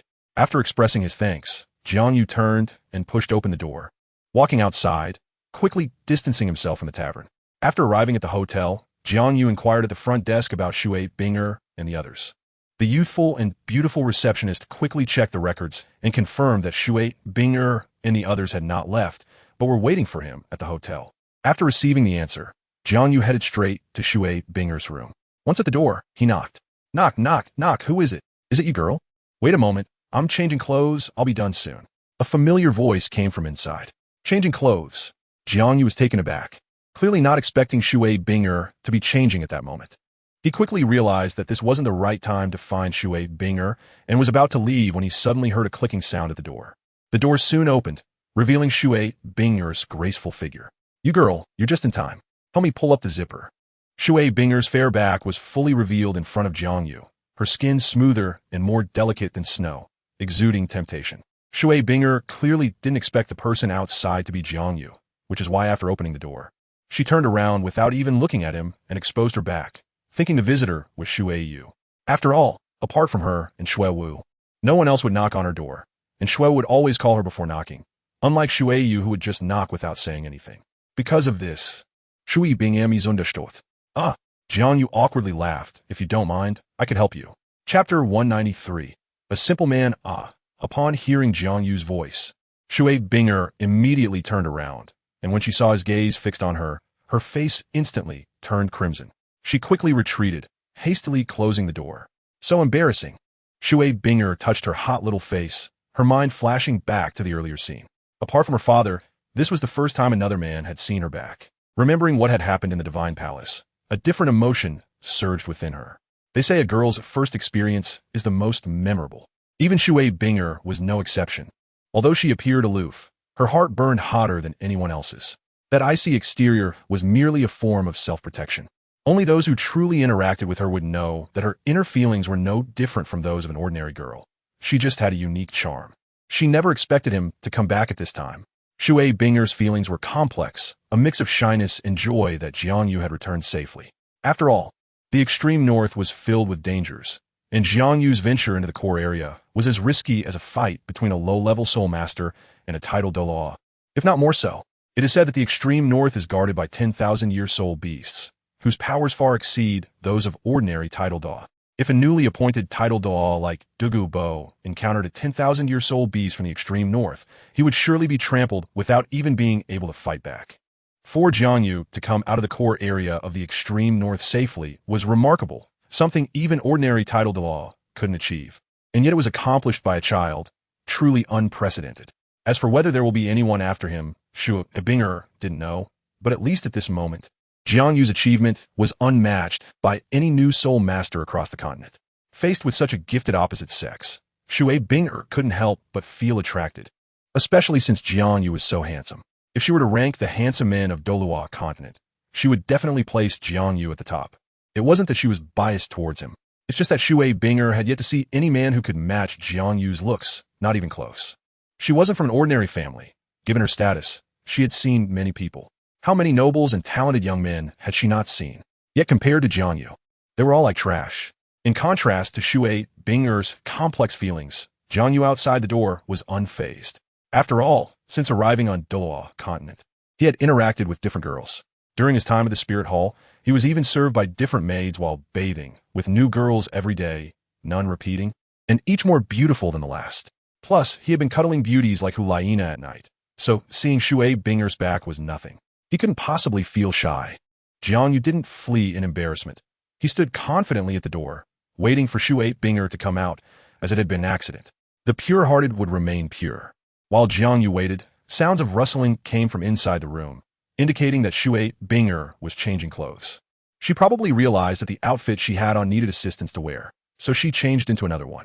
Shui Binger didn't change as quickly as one might imagine, even slower than most girls. However, Jiang Yu had good patience. He stood there without moving, showing no signs of impatience. For Jiang Yu, this is also a form of cultivation. Many soul masters focus solely on improving their strength, forgetting the refinement of their mindset. Such soul masters cannot possibly reach the pinnacle of soul masters. Compared to others, Jiang Yu pays much attention to the cultivation of his mental state, especially when it comes to resisting the temptations of female soul masters. He has rich experience in this area. It's unclear how much time has passed, but the sounds in the room finally ceased, and the door opened once again. Shui Binger had changed into a water blue long dress, with a deep V neckline that revealed a hint of snow-white skin. Any more would seem overly revealing, and any less would be too conservative. It was perfectly tailored to hit the male G-spot, especially since the water blue hem just covered her calves, and beneath it was a thick layer of black stockings, adorned with small diamonds that added a unique touch to the stockings. Bright and noble. Under the attire, Shui Binger's aura transformed entirely.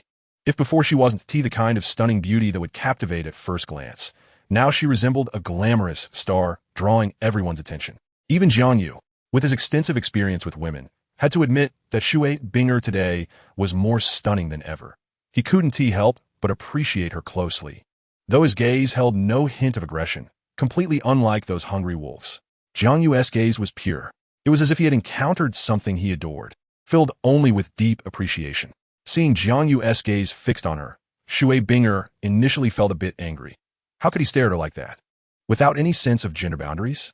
But when she realized there were no improper thoughts in his eyes, her heart gradually became calm. Jiang Yu was indeed different from other men. Other men looked at her with a strong possessiveness, appearing very eager, but Jiang Yu held no desire to possess her. His gaze was so clear and untainted, devoid of any impurities. Shui Binger found herself almost lost in Jiang Yu's autumn-like eyes. This young boy was so pure and clean that facing him made her feel somewhat ashamed. She even felt guilty for misunderstanding Jiang Yu earlier. This outfit suits you well. Just as Shui Binger was feeling self-reproach, Jiang Yu's magnetic voice reached her ears. Did I hear that right? Shui Binger was pleasantly surprised. He actually praised me. This was the first time she heard Jiang Yu's compliment. Although she often received compliments from other boys, JiangYu's praise made her feel particularly excited, evoking a strange feeling within her. It truly surprised Shui Bing. In her impression, JiangYu had never complimented a girl before. Yet today, he praised how beautiful her outfit was. This surprised Shui Bing. Can we talk inside? Seeing Shui Bing frozen at the door, JiangYu couldn't help but ask. They couldn't just stand outside forever. Some topics were more convenient to discuss indoors. Upon hearing JiangYu's suggestion, Shui Bing's face instantly turned red. He wants to come into my room. Could it be? What should I do? Should I agree to him? I can't let him stay outside. But what if I let him in and he? Shui Bing fell into a dilemma. I'm preparing to return to the Heavendo Empire and wanted to ask if you all would like to come back with me. Perhaps sensing Shui Bing's concerns, JiangYu's voice rang out. So that is how it is. It seems I misunderstood. How could I think of it that way? Shui Bing, how can you? That is too impure. Shui Bing suddenly felt a wave of shame. To avoid JiangYu noticing her unusual reaction, she quickly invited him into her room. Then, JiangYu and Shui Bing planned a route back to the Heavendo Empire. Since Luna was still in Douluo City, JiangYu had to go there to pick her up before returning to the Heavendo Empire together. After hearing JiangYu's reasoning, Shui Bing's expression clearly showed some displeasure. JiangYu was actually going to Douluo City to pick up a female companion, which made her feel a strong sense of threat. Even Shui Bing didn't realize that her current state was called jealousy. She had unknowingly developed feelings for JiangYu. Somewhere in Douluo, the soul-hunting forest. Late at night, the soul-hunting forest, which should have been under strict guard, welcomed a guest. The warriors from the spirit hall guarding the entrance initially wanted to drive him away. According to the rules of the spirit hall, soul masters were prohibited from entering the soul-hunting forest at night, primarily for the safety of the soul masters, as the forest at night was the most dangerous. At night, human soul masters' vision would be significantly impaired, while the soul beasts in the forest were less affected by the dark environment. Their perception was much stronger than that of ordinary soul masters. Hence, the Spirit Hall specifically issued a decree prohibiting soul masters from entering the soul-hunting forest at night. Halt! A tall warrior clad in silver armor, wielding a silver spear, raised his weapon and pointed it at the mysterious visitor, commanding him to stop. The forest is closed. Entry is prohibited. If you wish to hunt soul beasts, you must wait until tomorrow. The mysterious figure, dressed in a black robe, was completely shrouded, making it impossible to see his face, and thus difficult to discern anything from his expression. The two warriors remained cautious as they observed him.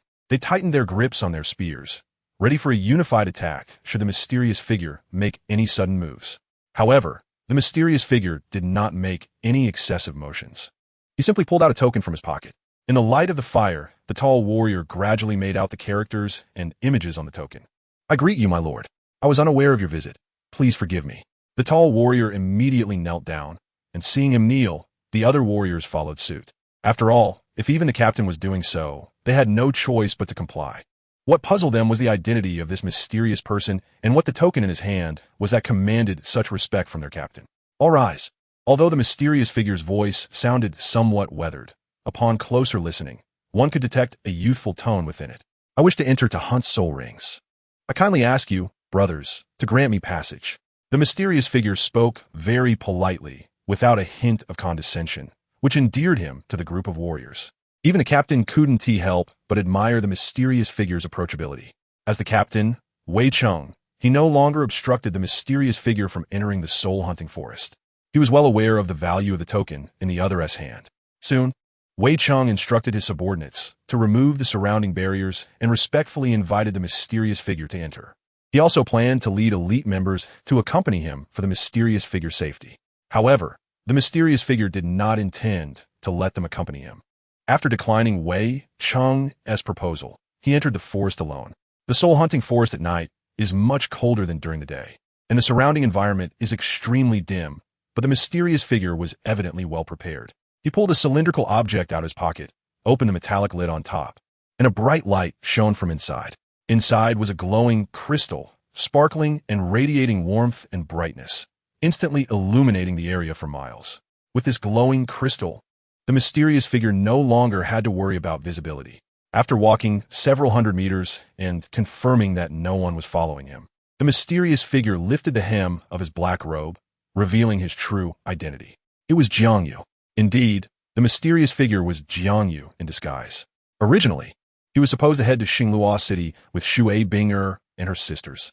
But when he heard people say that there were many fire attribute soul beasts nearby in the soul hunting forest, and that their quality was not bad, he decided to sneak away at night to the soul hunting forest without telling Shui Bing'er and the others. After walking for a few hundred meters, he saw some soul beasts by the roadside, but they were all 10-year soul beasts, which Jiang Yu looked down upon. So he continued to venture deeper. Gradually, Jiang Yu began to see many 100-year soul beasts by the roadside, and even encountered a medium-level soul beast, the fire lizard, which seemed to be around 500 years old. However, it wasn't suitable for Jiang Yu at this moment. After undergoing the baptism of the ice-blue emperor scorpion, he no longer valued ordinary 100-year soul beasts. Jiang Yu's target here was the 10,000-year soul beasts. Before coming, he had learned that this soul-hunting forest was the largest in the surrounding provinces, and that there were even 10,000-year soul beasts inside. With Jiang Yu's current physique, absorbing a 10,000-year soul ring was no problem. The soul shock was nothing to him. After all, he had withstood the soul shock of the ice-blue emperor scorpion. What did ordinary 10,000-year soul beasts count for? Once he entered the depths of the soul-hunting forest, the number of 1,000-year soul beasts around increased significantly. Their aggressiveness was much greater than that of 100-year soul beasts. Once inside, Jiang Yu fought several battles. Although those 1,000-year soul beasts were formidable, Jiang Yu ultimately defeated them with his strength. Just as Jiang Yu had just killed a 1,000-year fire wolf, a fiery red shadow suddenly flashed through the air. Jiang Yu clearly heard the sound of wings flapping inside, but before he could see it clearly, the shadow flew forward at an incredible speed, nearly outpacing Jiang Yu's eyes. Chapter 195. Descendant of the fire god Jiang Yu had a strong intuition that the fiery red shadow contained the soul beast he needed. Ignoring the 1,000-year fire wolf on the ground, Jiang Yu darted forward in pursuit. Although the shadow moved quickly, he wasn't slow either. Even if Jiang Yu couldn't outpace the shadow, he still closely followed behind it. The shadow seemed to have something to deal with. As it didn't fly in a straight line, its flight path was quite complex. After about half an hour, the shadow finally stopped, and at that moment, Jiang Yu also saw its true form. The shadow turned out to be a bug-type soul beast, but it was much larger than typical bugs, measuring over a meter. Its eyes were red, with a pair of fiery red antennae circling its cheeks. Its body was very robust, surrounded by a ring of golden fluff, and it had 4 small golden legs. Its abdomen was red, while its exterior was light blue. It had 4 pairs of fiery red wings on its back, with golden spots scattered on the wings and the outer side of its abdomen. Fire god insect. Jiang Yu instantly recognized the soul beast in front of him, and based on its appearance, he inferred that this fire god insect was at least 10,000 years old. This was because every time a fire god insect broke through to a major stage, it would grow an additional pair of wings, 2 pairs for 100 years, 3 pairs for 1,000 years, and so on. 4 pairs of wings indicated that its cultivation had reached 10,000 years. The fire god insect was not an ordinary soul beast. A 10,000-year fire god insect represented a very high talent, and it might have awakened a bloodline derived from the fire god. Although the amount of fire god blood contained within the fire god insect was limited, it was still pure fire god blood, which made its control over fire power extremely strong. Among fire attribute soul beasts, it was a well-known existence and one of the most formidable soul beasts in this soul-hunting forest. However, at this moment, its expression was somewhat serious, as if it were contemplating something. Soon, the answer would reveal itself. A figure engulfed in blazing flames rushed towards a fire god insect. It was a large red bird with a sharply pointed forehead, topped with a fluffy spike. Its back was a bright red, while its abdomen was mostly yellow, with black tips on its wings and tail feathers. If one looked closely, they would see that the patterns on its wing tips, back, and abdomen were very similar to flames. Moreover, the size of the bird exceeded 1 meter. Rocket Sparrow. Jiang Yu thoughtfully gazed in the direction of the sky. According to the records from the Wuhuan Hall, the fire god insect and the rocket sparrow were not on good terms. Normally, bird-type soul beasts should be the natural enemies of bug-type soul beasts, so the fire god insect shouldn't be able to compete with the rocket sparrow. However, the fire god insect was different because it possessed the fire god bloodline, which made it unafraid of bird-type soul beasts. The rocket sparrow, being another fire attribute soul beast, became the target chosen by the fire god insect. Every fire god insect would select a rocket sparrow as its opponent, just like human soul masters, and they would gradually grow through competition with each other. The rocket sparrow before them was likely the opponent of the fire god insect. Jiang Yu was not mistaken. The 2 soul beasts in front were indeed longtime rivals. Every time they broke through their cultivation limits, they would seek each other out for a battle. The rocket sparrow in front had a talent far exceeding that of its kin. Even though the fire god insect possessed the fire god bloodline, it did not gain an advantage in battle. As soon as the two soul beasts met, they ignited a strong battle intent, and both their auras grew stronger. The rocket sparrow took the initiative. No, it should be said it was targeting the insect. It flapped its wings and charged fiercely towards the fire god insect. And in an instant, raging flames erupted around its body. The scarlet flames illuminated the dark night sky. The fire element controlled by this rocket sparrow was exceedingly powerful, with even a few strands of purple flames mixed in, which explained why it could contend with the fire god insect. Jiang Yu speculated that the rocket sparrow had a phoenix bloodline. It was very likely that it had undergone a reversion phenomenon, which made its flames more powerful than those of an ordinary rocket sparrow. Otherwise, it wouldn't be able to compete with the fire god insect. After all, the flames controlled by the phoenix were among the few that could rival the divine power of the fire god. It seemed that the talent of the rocket sparrow in front was not inferior to that of the fire god insect. This battle was indeed worth watching. Jiang Yu crouched down and observed the battle ahead. With the cover of plants, he was not worried about being discovered by the soul beasts. At this moment, Jiang Yu was in no hurry to intervene. As the saying goes, when the clam and the heron fight, the fisherman benefits. Regardless of which soul beast won or lost in the end, they would merely become Jiang Yu's prey. Seeing the rocket sparrow charge in, the fire god insect did not panic at its attack. Instead, it rationally counterattacked. A powerful flame erupted from its body, and the flames quickly gathered together, ultimately forming a massive, flaming round shield. The fire god insect did not stop its movements. Its wings continued to flap behind it, scattering scales everywhere. And as the scales left the fire god insect's body, they transformed into sparks. This was the fire god insect's innate soul skill, Fire Scale Shield. This soul skill combined both offense and defense, being practically flawless. It could be used for defense while also possessing considerable attacking power. Those sparks were even more formidable than Tang's Sec's hidden weapons, capable of smashing the stones on the ground to pieces. The places struck by the sparks instantly turned into a sea of flames, igniting with roaring fire. These sparks appeared light, but the weight they carried was not low. And coupled with the powerful flame force they contained, it was undoubtedly a rare soul skill. Jiang Yu couldn't help but feel a bit envious. The fire god insect's soul skill was very suitable for him. If he could obtain its innate soul skill, his attacking and defensive capabilities would be enhanced. The fire rocket sparrow seemed to understand the power of the fire scale shield, so it immediately abandoned its reckless charge. Its speed was not inferior to that of the fire god insect, allowing it to dodge each time the sparks were about to touch its body. Then, the fire rocket sparrow changed direction and created distance from the fire god insect. Having fought each other several times, they were both very familiar with each other's soul skills weaknesses. While the fire scale shield was indeed powerful, it was not without its drawbacks. Distance was the fire scale shield's weakness. The attack range of those sparks was only about 100 meters, so the fire rocket sparrow had to retreat first, as long as it increased the distance. The threat from the fire god insect's soul skill would be greatly reduced. Soon, the fire rocket sparrow was more than 100 meters away, and then it flapped its wings, causing fiery red feathers to detach from its wings and rapidly shoot forward, bursting into intense flames during flight. These flaming feathers flew towards the fire god insect. Chapter 196. Fire Scale Shield. Those burning feathers shot towards the fire god insect like sharp hidden weapons. Unfortunately, the defensive power of the fire scale shield was simply too abnormal. Even the incredibly sharp feathers from the fire rocket sparrow could not break through its defense. However, the fire rocket sparrow did not seem surprised. It appeared to have a deep understanding of the fire god insect's power. Indeed, the one who knows you best in this world may not be your friend, but your opponent. The fire god insect and the fire rocket sparrow had fought many times and were very familiar with each other. The fire rocket sparrow's actions were merely meant to distract the fire god insect's attention and to prevent it from interrupting the innate soul skill it was about to unleash. At the moment it released its feathers, the fire rocket sparrow was already well prepared.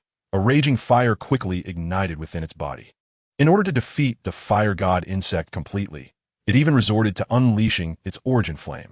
Soon, the flame surrounding the fire rocket sparrow began to contract, becoming inwardly restrained, so that the outside world could hardly feel the intense heat it emitted, as if it did not exist at all. Jiang Yu knew that the real contest was just beginning. This was the true strength of the fire rocket sparrow. While the flames did not seem as powerful as before, the more restrained they were, the more terrifying they became. The ability to control flames to such an extent showed how high the Fire Rocket Sparrow's talent was. This battle was going to be something to watch. Jiang Yu, hiding in the grass, couldn't help but murmur. Although the overall talent of the Fire Rocket Sparrow was slightly inferior to that of the Fire God insect, the one in front was clearly a genius of its kind.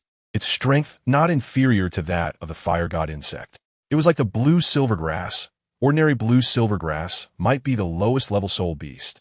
But once it evolved to the level of the blue silver emperor, it could rival the top soul beasts and was not weaker than powerful soul beasts at all. In fact, the Fire Rocket Sparrow competing with the Fire God insect indeed belonged to the royal descendants, containing powerful bloodline from the Fire Rocket Sparrow emperor. As the flames on the Fire Rocket Sparrow became restrained, their color also began to change. The bright red flames developed a hint of orange, which gradually spread until it occupied half of the area. The Fire Rocket Sparrow's face revealed a broad smile. Its origin flame was no ordinary fire.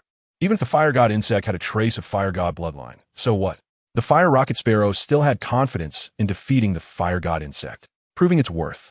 Soon, it charged towards the Fire God insect, activating its innate soul skill, Divine Bird Charge. This soul skill could convert all the Fire Rocket Sparrow's energy into attack power, and coupled with the strength of its origin flame, it was enough to contend against ordinary 20,000-year soul beasts. Challenging higher levels was not a problem at all. The Fire Rocket Sparrow's speed was incredibly fast, even faster than a meteor, so much so that even Jiang Yu's eyes could barely keep up with its speed.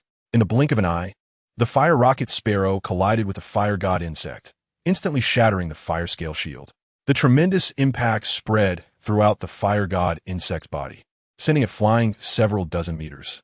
Blood spurted from the corner of the Fire God insect's mouth, clearly indicating that the Fire Rocket Sparrow's strike had inflicted significant damage. The most terrifying part was, the origin flame of the Fire Rocket Sparrow enveloped it, emanating a strong energy that was devouring its body, which was what shocked the Fire God insect the most. It had not expected that the Fire Rocket Sparrow had such a powerful trump card.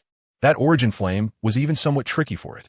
Watching the Fire God insect spitting blood, the Fire Rocket Sparrow did not cease its attack. Although its Divine Bird Charge was powerful, it could not last too long. Moreover, this soul skill also had a backlash on it. Therefore, it had to end the fight quickly, defeating the Fire God insect at the fastest speed to leave it with no chance to counterattack. The Fire Rocket Sparrow charged directly towards the Fire God insect. Seeing this, the Fire God insect could no longer care about anything else. After suppressing its injuries, its body quickly reacted. Since the opponent had a trump card, it surely had one too. A powerful aura erupted from within it, and purple flames ignited around the Fire God insect's body, forming a long sword. Innate soul skill, sword dance activated. A long sword made of fire elements, 9 meters long, danced in the air, and the surrounding air became scorching hot. As the sword moved, boundless flames rapidly appeared. This was the Fire God insect's trump card. Seeing the powerful soul skill in front of it, Jiang Yu couldn't help but feel envious. If he could obtain the soul ring from the Fire God insect, then his Chixiao Sword could gain this sword dance soul skill.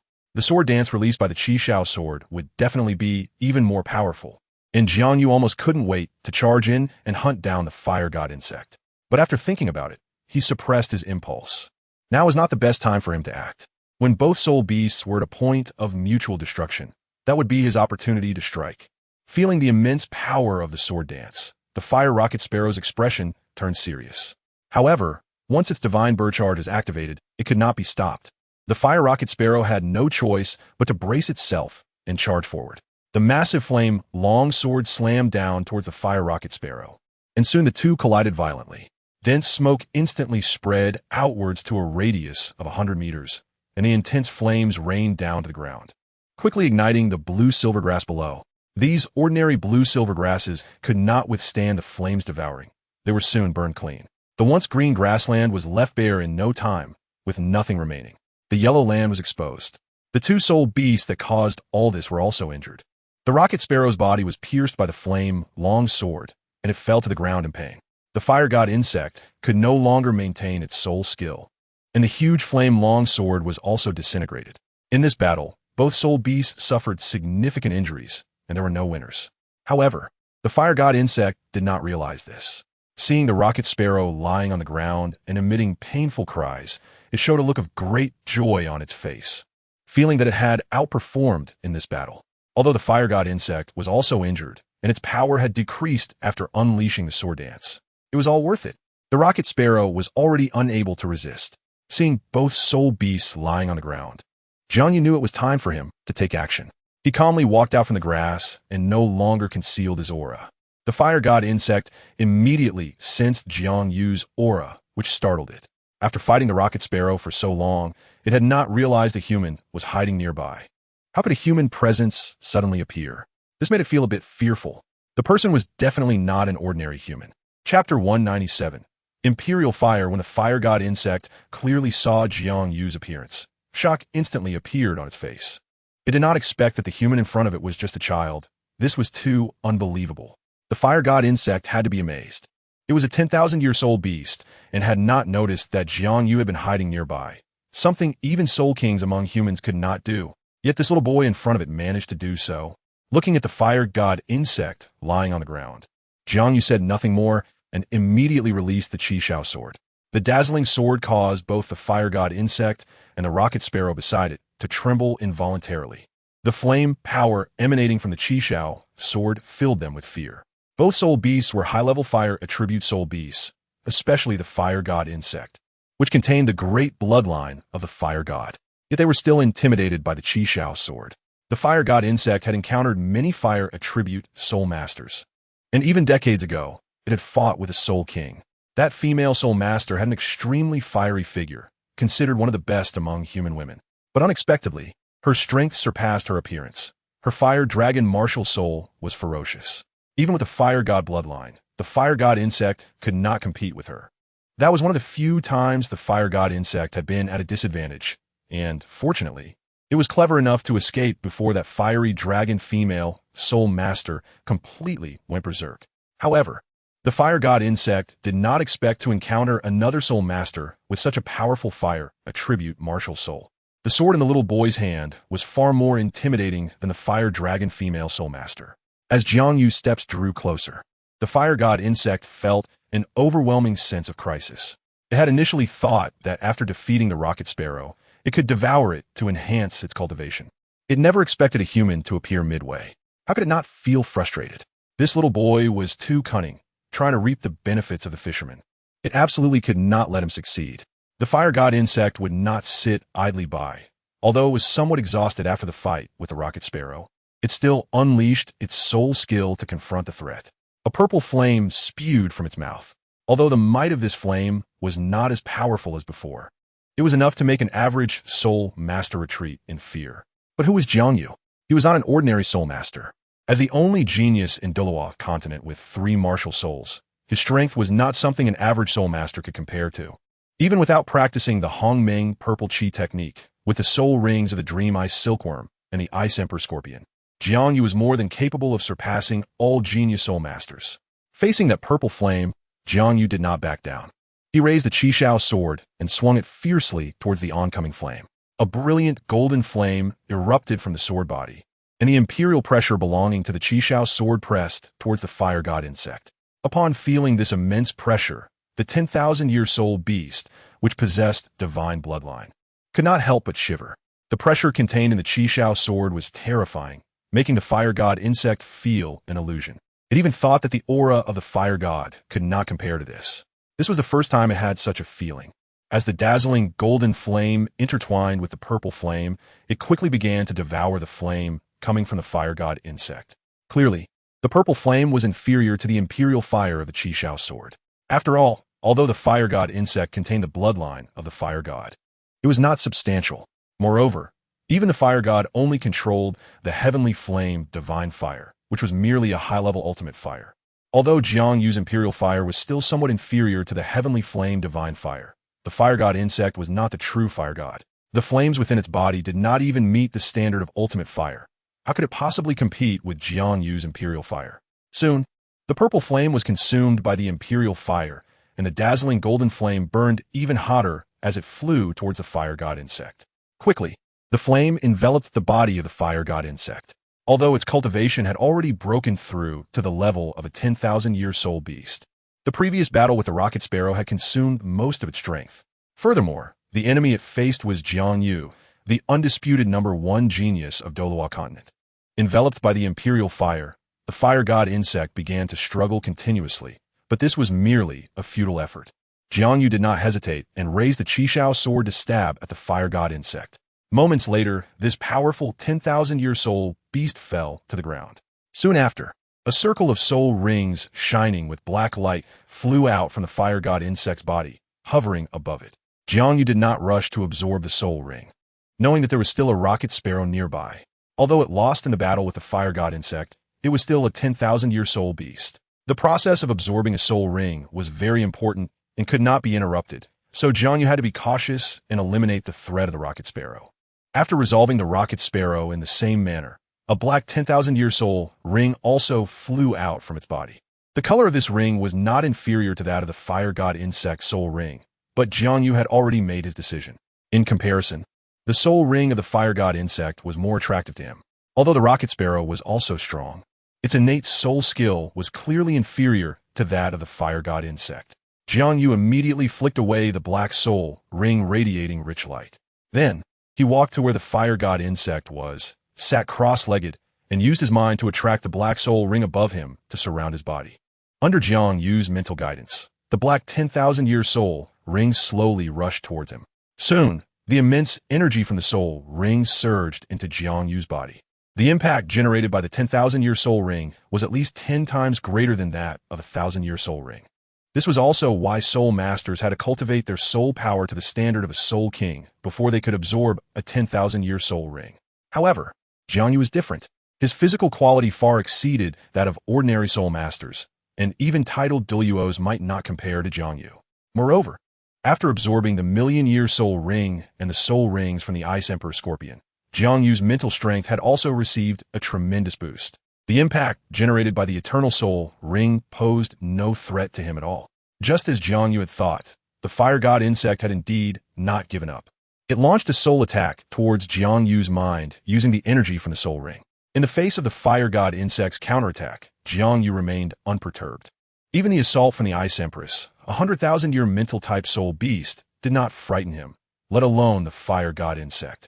Jiang Yu ignored the mental attack from the fire god insect. It was merely a tickling sensation to him, causing no harm whatsoever. The fire god insect soon felt an overwhelming sense of frustration.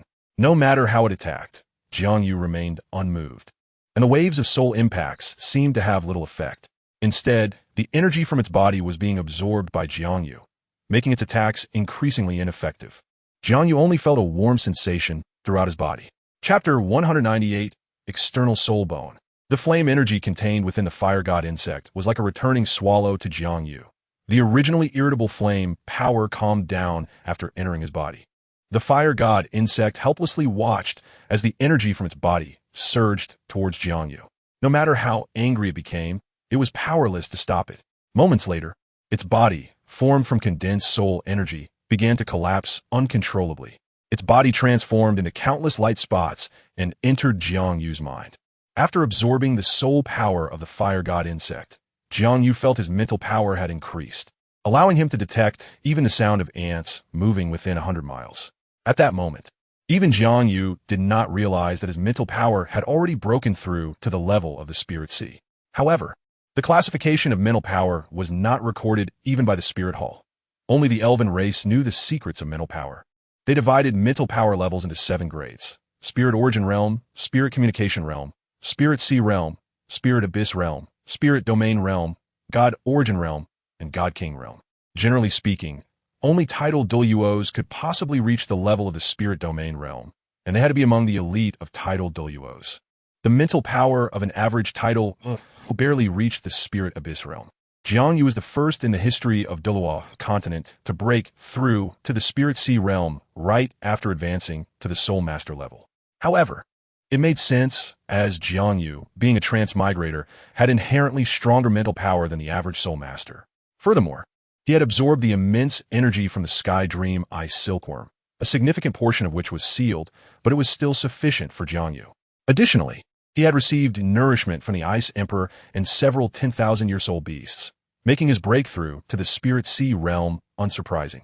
Yet, Jiang Yu was unaware that his mental power had reached a level comparable to that of a soul, Dalu, feeling only that his mental power was somewhat stronger than before, which would aid him in battle. Finally, the absorption was complete.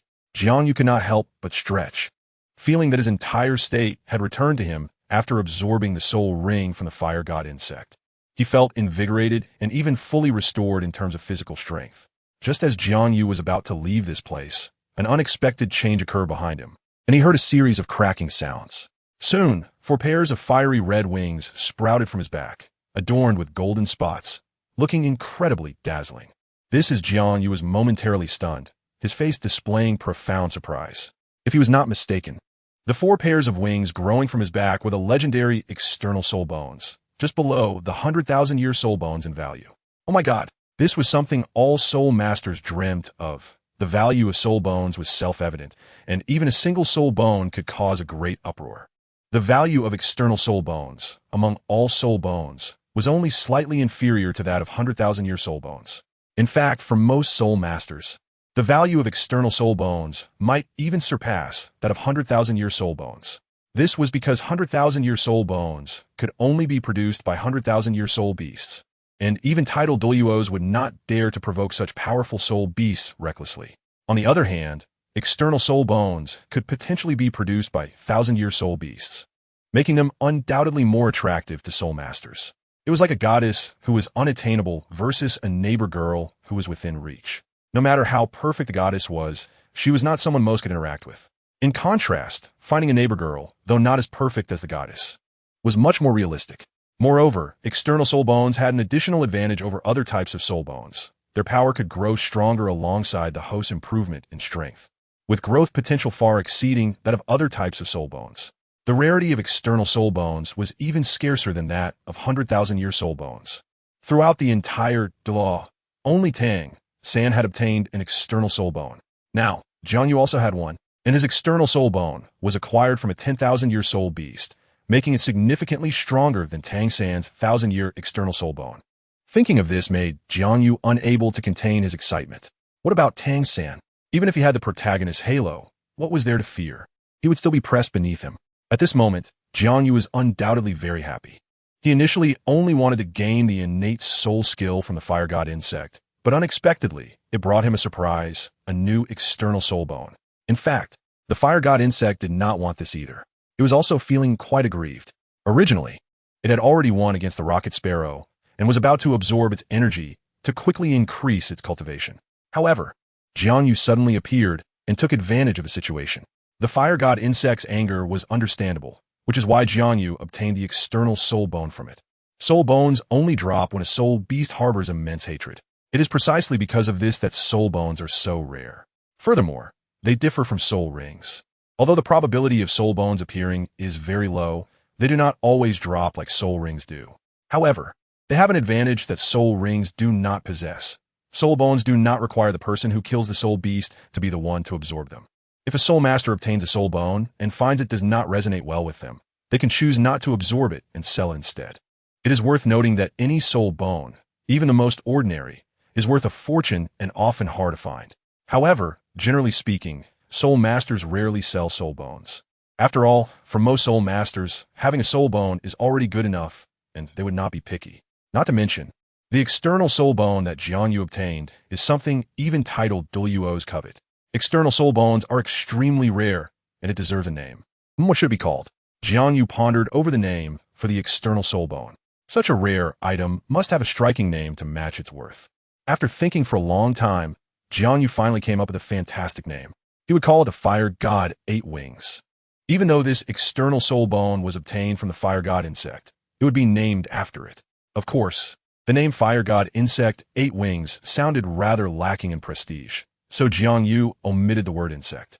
As for 8 wings, it was easy to understand because this external soul bone had 8 wings. So it was decided.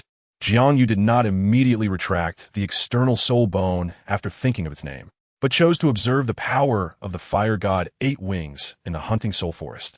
Chapter 199. New soul skill. JiangYu's plan was quite good, but it caused trouble for the soul beasts in the Hunting Soul Forest. In order to quickly master the skills of the external soul bone, JiangYu had to use the soul beast for experimentation. Of course, Jiang Yu did not provoke 10,000-year soul beasts. Although he was not afraid with his current strength, he was too lazy to deal with the hassle. After all, 10,000-year soul beasts were still very powerful, and even if he could win, it would come at a cost. Plus, he didn't need a soul ring right now. Jiang Yu had no intention of adding a soul ring to his sword at this moment, as the quality of the soul beasts in the hunting soul forest was not very high, and there were not many soul beasts at the level of the fire god bug to begin with. Moreover, from a property standpoint, they were not suitable. Jiang Yu flew through the dark forest with the fire god 8 wings. Although the light was dim, the glow emitted by the wings behind him illuminated the surrounding area, so he didn't have to worry about visibility. Before long, Jiang Yu noticed a soul beast resting on a large tree ahead. It was a monkey with a completely fire-red body, and it had 3 tufts of hair on its head that looked like burning flames, forming a mountain shape. Its ears appeared to be very large, resembling flying discs. The monkey had thick golden fur around its neck, looking like a scarf, and on either side of that golden fur were 2 strong fire-red arms. Its fingers were similar to a human's, only colored fire-red, and its bright red buttocks were significantly larger than a human's. This monkey's tail was also completely different from an ordinary monkey's. Its fire-red tail looked very dazzling and was extremely soft, especially the tuft of fire-red fur on its tail, which made one feel an irresistible urge to touch it. However, Jiang Yu knew very well that the monkey's tail was not to be touched lightly, as that was where it generated its flame energy. If someone touched it, that soft tail would emit intense sparks. This monkey was named the Fire Monkey, recorded in the Soul Beast Compendium, Spirit Monkey Edition. According to the description, the Fire Monkey loved to eat kiwi fruit. It seemed that kiwi fruit contained something special that could stimulate the flame energy within it, and no matter how much it ate, it could immediately transform into energy and burn. Because of this, the Fire Monkey was very fond of collecting kiwi fruit. Wherever it was, kiwi fruit would hardly be seen. As it had collected them all, Jiang Yu directed his gaze towards the tree hole and found that it indeed contained a large amount of kiwi fruit, enough to fill the hollow. Just what I need. Jiang Yu chose to practice with this fire monkey. He waved the fire god 8 wings, and soon hundreds of sparks gathered on the wings, flying toward the direction of the fire monkey. The fire monkey, which had been sleeping, seemed to sense something and suddenly opened its eyes. Faced with the dense sparks, the fire monkey did not choose to evade, but instead swung its fire-red tail and jumped up and down. That seemingly soft tail played a significant role at that moment, showing no fear of the intense sparks that could knock it away. The fire monkey appeared extremely relaxed, treating the sparks like ping-pong balls, batting them back with its tail, which suffered no damage. Instead, it burned even more vigorously, which was quite incredible. Jiang Yu was not in a hurry. The fire monkey's strength was quite good and qualified to be his sparring partner. At that moment, the fire monkey launched a counterattack, condensing a huge fireball with its tail and suddenly flinging it in Jiang Yu's direction. The fireball moved extremely fast, like a shooting star heading towards Jiang Yu. However, Jiang Yu was already prepared. The fire monkey's attack was exactly what he wanted. Jiang Yu waved the fire god 8 wings, and the 8 fire-red wings unfolded in front of him, wrapping around his body. It looked like a ball, and even though Jiang Yu was wrapped up by the wings in midair, his body still floated in the air. This defiance of gravity would surely astonish anyone who saw it. The fireball hit the wing-formed sphere, but did not break through its defense. Shortly after, it was bounced back, and the fire-red wings began to emit flames outward. It looked remarkably similar to the fire-scale shield, and Jiang Yu speculated that the skill of the fire god 8 wings should be that fire-scale shield. Jiang Yu was quite satisfied with this skill. The fire-scale shield was both offensive and defensive, possessing strong defensive capabilities along with considerable offensive power. The sparks shot rapidly towards the fire monkey, making it busy trying to handle them. Just then, Jiang Yu released the defense of the fire god 8 wings and immediately unleashed the Chixiao Sword. The third soul ring, glowing with rich black light, slowly lit up, and then the Chixiao Sword in Jiang Yu's hand rapidly grew larger, ultimately transforming into a massive longsword 9 meters in length. A vast aura of flames quickly spread outwards, with scorching golden flames burning fiercely. Sensing the momentum emanating from the longsword, the fire monkey suddenly became anxious. It continuously made sounds. The fire monkey had a keen sense of flames. It knew that the human-s attack before it had exceeded its capacity to endure. Gurgle, gurgle, gurgle. The fire monkey's voice sounded somewhat like a plea for mercy, and combined with its gestures of waving hands, Jiang Yu quickly understood its meaning. Indeed, soul beasts also possessed intelligence. Realizing it could not win, the fire monkey quickly gave up its resistance, repeatedly waving its hands in supplication. After thinking for a moment, Jiang Yu retracted the longsword. He did not want to kill indiscriminately. Since the objective had been achieved, Jiang Yu no longer pressed the fire monkey. And the third soul skill of the fire god bug was indeed quite good. The power of the sword dance exceeded Jiang Yu's expectations. It was indeed the fire god bug's innate soul skill. Moreover, equipping the sword dance skill on the Chixiao Sword was even more suitable than the fire scale shield, allowing it to unleash its full potential, or even be more powerful. Jiang Yu put away the Chixiao Sword, and then ignored the fire monkey, flapping his wings and flying away. Seeing Jiang Yu leave, the fire monkey finally breathed a sigh of relief, repeatedly patting its forehead. It then took out several kiwi fruits from the tree hole and started eating them without even peeling them. Soon, the fire monkey had eaten a dozen kiwi fruits, and the flames on its tail burned even more fiercely. Perhaps this was the only way it could feel secure. Jiang Yu's strength was indeed too terrifying. Chapter 200. Entering the royal city, once Jiang Yu had mastered the new soul skill and soul bone skill, the hunting soul forest, which had been thrown into chaos by him, finally returned to tranquility. The soul beasts in the forest felt quite aggrieved. They hadn't expected that a little human boy would possess such terrifying strength, which was truly hard to believe for both beasts and humans. Especially for some century-old soul beasts, Jiang Yu's actions undoubtedly caused them immense psychological trauma. This also led to them no longer daring to attack the little boy who entered the soul hunting forest. Jiang Yu did not expect that his disturbance would bring such great convenience to other new soul masters, greatly increasing their safety in the soul hunting forest. In Xingluo City, a hint of fish belly white rose from the eastern horizon, and the earth gradually brightened. The dawn spread like rippling water, with fine parabolas slowly rising. The red lines translucent, shining with brilliant golden light. The bright daylight burst forth in the night sky, bringing vitality to the earth. Moments later, the red sun rose slowly, illuminating the sea of clouds. The early birds chirped incessantly, and the city gate was already crowded with pedestrians entering the city. Most of them were residents from nearby Xingluo City, carrying shoulder poles with baskets underneath filled with various fresh vegetables. The villagers from nearby had set out early from their villages to transport fresh vegetables and fruits to Xingluo City, ensuring the supply for the city's residents, while also making a little money. After all, Xingluo City was the imperial city, and a carrot that sold for 1 copper soul coin in the village could be sold for at least 3 copper soul coins here. After days of travel, Jiang Yu finally arrived at Xingluo City with Shui, Bing and the others, and they followed the crowd to the city gate. The city guards on both sides diligently checked everyone entering, and according to the laws of Xingluo, commoners were not allowed to bring weapons into Xingluo City. Not even small knives for cutting fruit, which had to comply with specific regulations. Otherwise, they would be confiscated immediately. However, the restrictions on soul masters were much more lenient. Although soul masters could not openly bring weapons into the imperial city, they were allowed to keep weapons in soul guide devices. This was considered a compromise by the Xingluo Empire. After all, soul masters with soul guide devices were definitely not ordinary, most of them coming from noble backgrounds. And the high prices meant that common soul masters could hardly own soul guide devices. In the Douluo Continent, soul masters were the most noble profession, and among soul masters, nobles were undoubtedly held in even higher regard. They enjoyed real privileges on the Douluo Continent, with both major kingdoms and the Xingluo and Tiando empires offering preferential treatment to nobles. The long line surged into the city gate, and Jiang Yu and the others waited a full hour before reaching the entrance. When they saw that Jiang Yu was accompanied by 3 beautiful women, the surrounding guards looked on with envy. It was so unfair. Why could a little kid have 3 beautiful women while they had none? It is said that beautiful women can represent a man's status, and in the eyes of the city guards, Jiang Yu must be a young nobleman.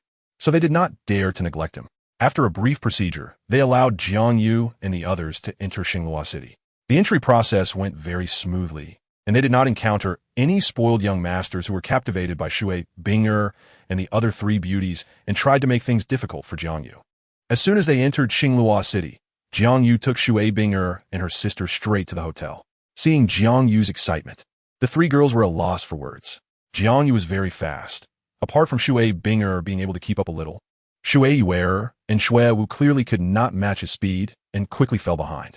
However, they could still see Shui, Bing's figure ahead, so they wouldn't get lost.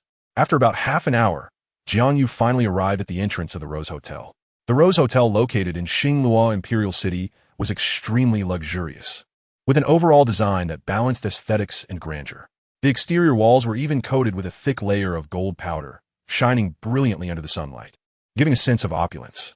Although the Rose Hotel had many branches throughout the Douluo Continent, only 3 had such standards. The only ones comparable to Xinglua City were the 2 Rose Hotels located in Tiando City and Wuhan City.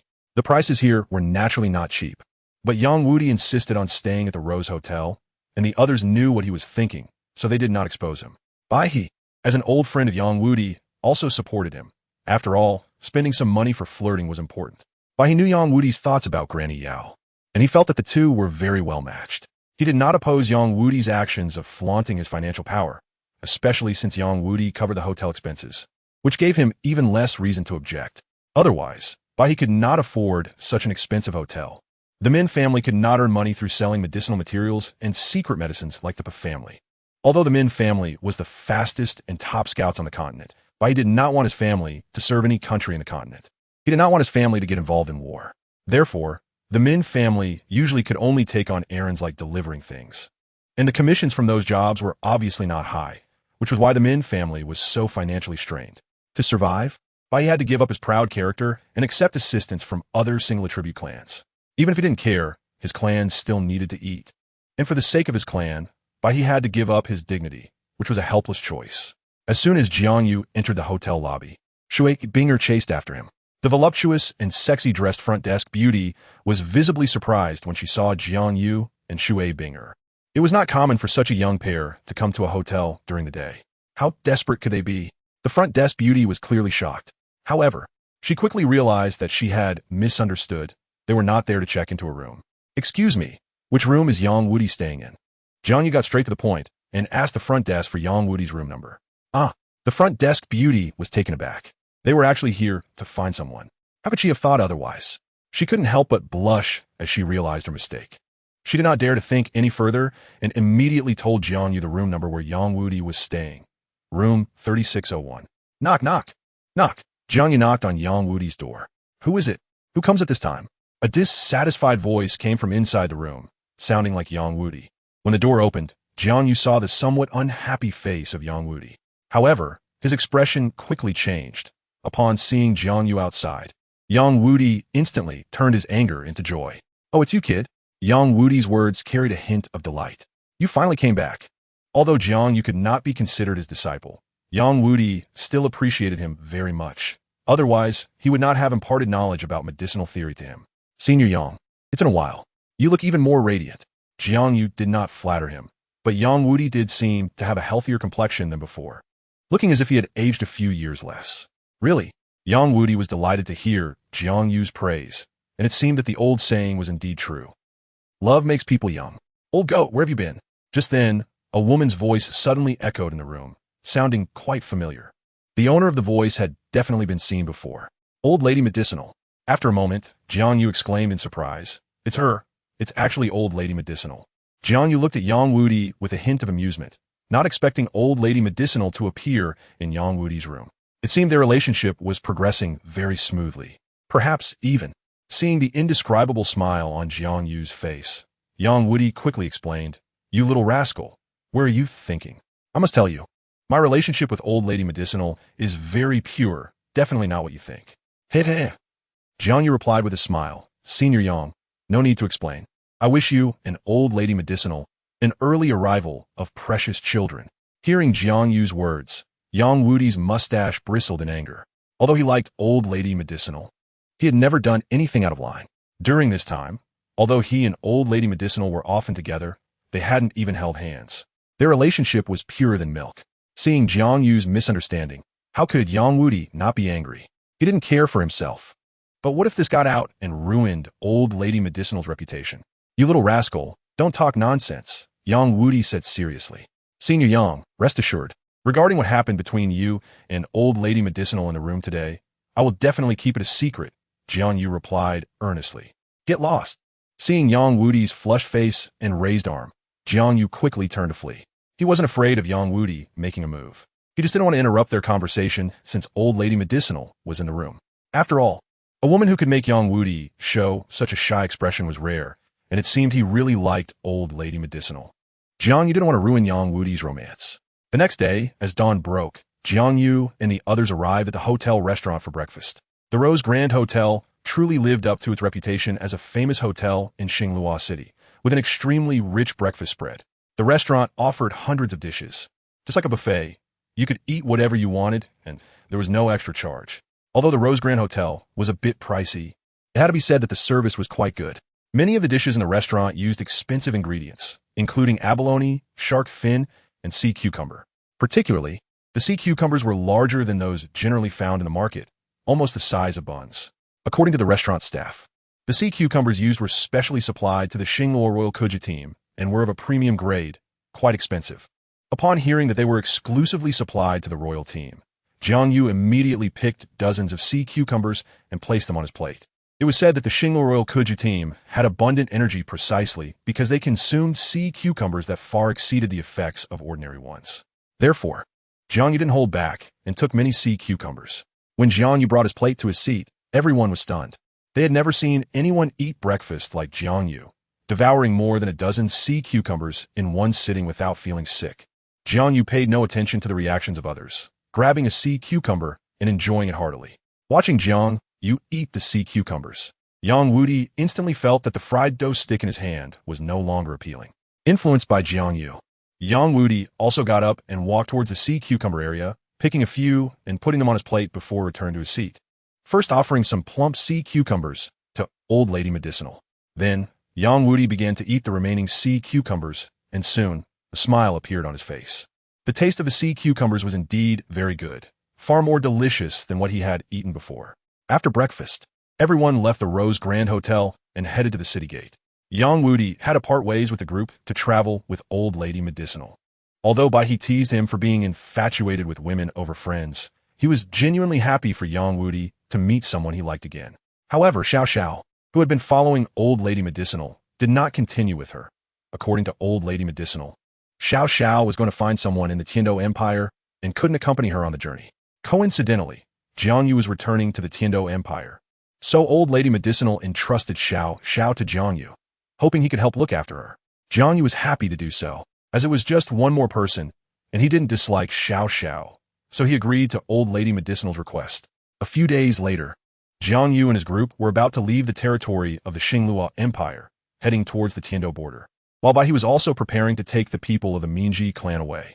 However, before he left, he pulled Jiang Yu aside and began to whisper. Jiang Yu initially thought Bai He was just feeling a bit reluctant, but he didn't expect him to propose handing over Bai Qinxiang to him. Hoping Jiang Yu could take her along for more training and cultivate her into a strong person. Bai He's action was clearly well thought out. With his experience, how could he not see that Qinxiang had feelings for Jiang Yu? Moreover, this young man before him had top-notch talent that could rival anyone on the continent, even surpassing Tang Hao. If his granddaughter could establish a deep friendship with him, then the Minji clan would also see a complete revival. Chapter 202, Duke Tiando City. After many days of traveling, Jiang Yu finally returned to this magnificent city. As the capital of the Tiando Empire, Tiando City is one of the most prosperous cities on the Douluo Continent, even slightly surpassing Xinglua City. Looking at the wide city walls, Jiang Yu couldn't help but sigh.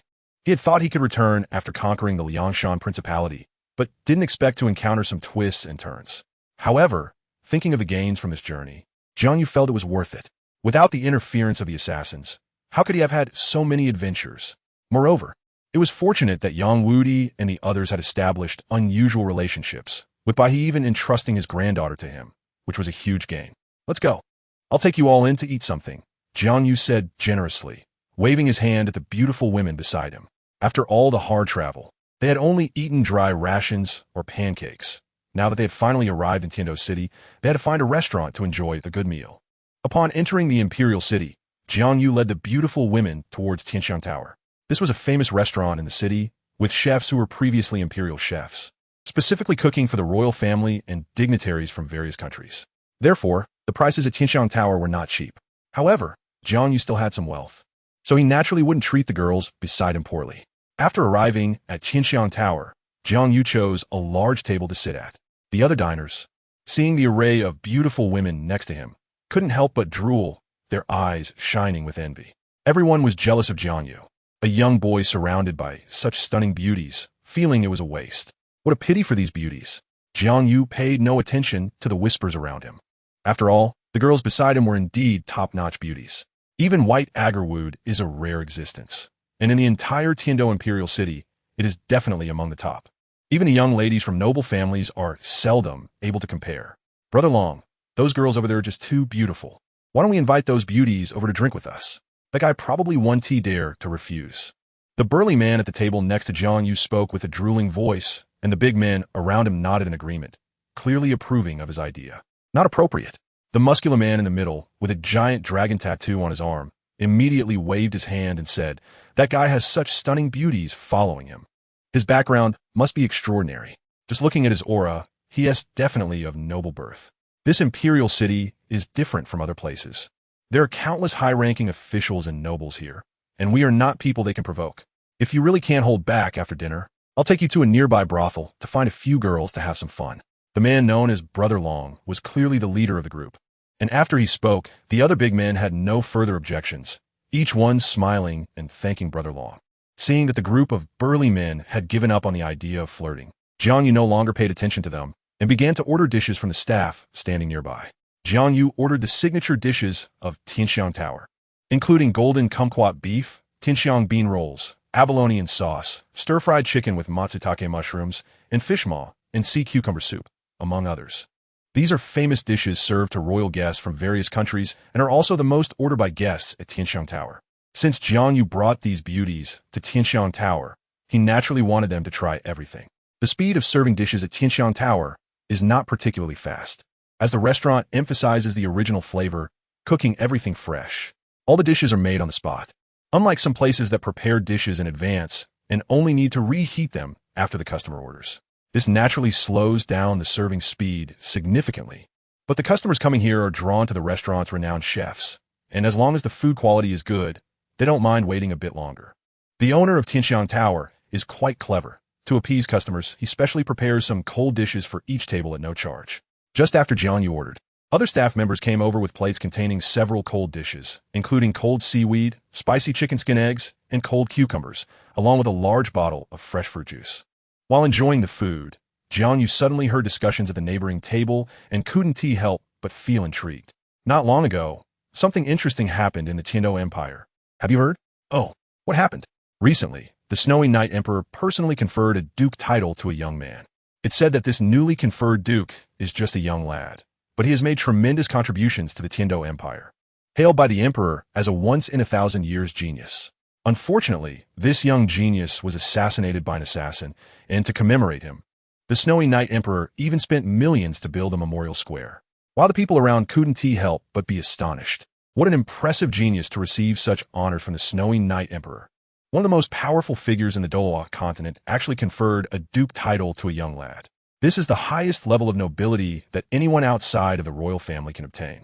It is said that this young genius not only has exceptional talent and soul master abilities, but also possesses remarkable skills in military strategy. Alas, what a pity. If he hadn't been assassinated, the Tiando Empire could have completely wiped out the Xingluo Empire and unified the entire Douluo Continent. Old Hong, you're exaggerating too much.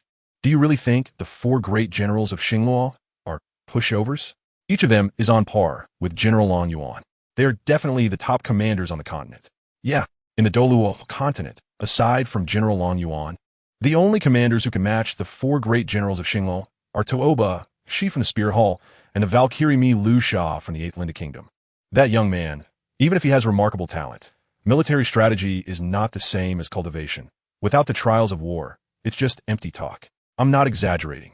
Even General Long Yuan, the commander-in-chief of the Tiando Empire has 3 armies, highly praises that young man. Oh, hearing you say this, I really want to see how impressive this young genius is. How about we go to the memorial square later? Upon hearing their discussion, Jiang Yu was also a bit surprised. Could it be that another remarkable genius had emerged in the Tiando Empire recently, receiving such recognition from the Snowy Knight Emperor? Even Jiang Yu want to go see. Young genius. Shue's eyes sparkled with excitement as she shook Shui Bing's hand and said, "Sister, shall we go see too?" Chapter 203. Duke of the Heavenly Sword, the memorial square built by the Snowy Knight Emperor for the young genius, is known throughout the entire Tiando city. As such events are rare in the history of the Tiando Empire. Only a few founding figures in the empire's history have received such treatment. Therefore, the fact that the Snowy Knight Emperor specially built a memorial square for a young man has become a hot topic, known even among the ordinary residents of the city. This magnificent memorial square is located in a bustling area on one side of the city, covering an area as large as a football field, with lush flowers and trees surrounding it. Because it is open to the public, since the completion of the memorial square, many tourists have come to visit. And this square has become a well-known attraction in Tiando City, drawing many people. After finishing their meal, Jiang Yu and his companions hurried to the memorial square. Seeing that Shui Yu and the others wanted to take a look, Jiang Yu brought them along.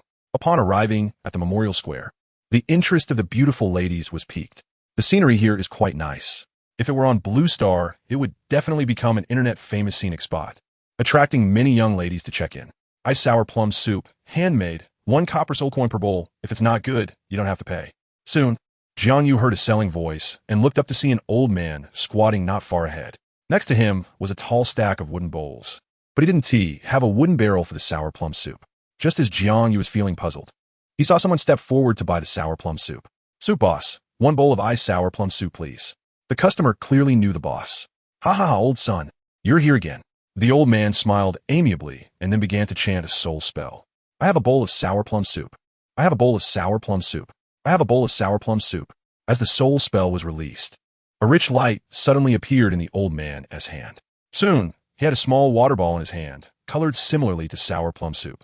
The small water ball was surrounded by 3 dazzling soul rings, 2 yellow and 1 purple. It seems that the old man is a food-type soul master. It is well known that food-type soul masters have the slowest cultivation speed among soul masters, and they cannot be compared with battle-type soul masters. Therefore, it is not bad for a food-type soul master to reach the rank of soul master. First soul skill, ice sour plum soup. As the first soul ring on the old man shone brightly, the small water ball in his hand gradually became cold, emitting a slight chill. Soon, the old man picked up a wooden bowl from the side, and the water ball moved above the bowl. With a bang, the water ball burst, and the sour plum soup spilled into the bowl. Seeing the scene, Jiang Yu immediately understood why the old man did not prepare a wooden barrel to hold his sour plum soup. It turned out that his sour plum soup was all made using his martial soul. This is the advantage of food system soul masters. Although they cannot compete with soul masters of other systems in terms of cultivation, their ability to make money is not inferior. It may even be stronger, because they can use their martial souls to create food for sale, which is essentially at 0 cost. Whether it's the old man sour plum soup or the beautiful woman Jiang Yu encountered earlier selling abalone, they are all like this. Even the rare genius with innate full soul power in the food system, Oscar, has set up a sausage stall in the academy to sell his small sausages. Therefore, even though food system soul masters lack combat power, they can still live comfortably. Most of the wealthy figures in the culinary world of Douluo Continent are food system soul masters. They have built a vast culinary empire based on their food system martial souls. They then use their wealth to recruit powerful soul masters to serve them. And ordinary soul masters generally do not dare to offend them, because in Douluo Continent, aside from strength, wealth is also very important. Having money means having a vast amount of resources, which can attract many powerful soul masters. This is also why the 7 Treasure Glazed Tile School can recruit so many strong individuals from the martial soul community to serve them. There's no doubt that the reason is partly because the 7 Treasure Glazed Tile Pagoda is the top auxiliary martial soul in the continent. But it also has a lot to do with the fact that the 7 Treasure Glazed Tile School is the richest sect in Douluo Continent. After all, for soul masters, cultivation resources are incredibly important. Ah, so refreshing. The customer took the chilled sour plum soup and began to drink. The cold liquid flowed into his mouth, filling his body with a refreshing coolness. After finishing, the customer took out a copper soul coin and handed it to the old man. This money is well spent, boss. Your chilled sour plum soup is much better than other shops.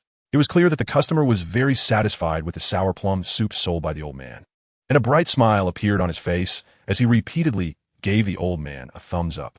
Seeing this, Jiang Yu also approached. The weather in Tiando City was extremely hot. Even in the morning, it was very warm. Chilled sour plum soup could drive away some of the heat. And soon he arrived in front of the old man. He immediately asked for a bowl of chilled sour plum soup. The old man, seeing another customer coming, skillfully released his soul skill and soon a bowl of chilled sour plum soup emitting cold air was ready. Jiang Yu took the large bowl and began to drink. But he was different from the previous customer. If that person was just guzzling water, then Jiang Yu was savoring the sour plum soup like fine wine, drinking slowly and carefully.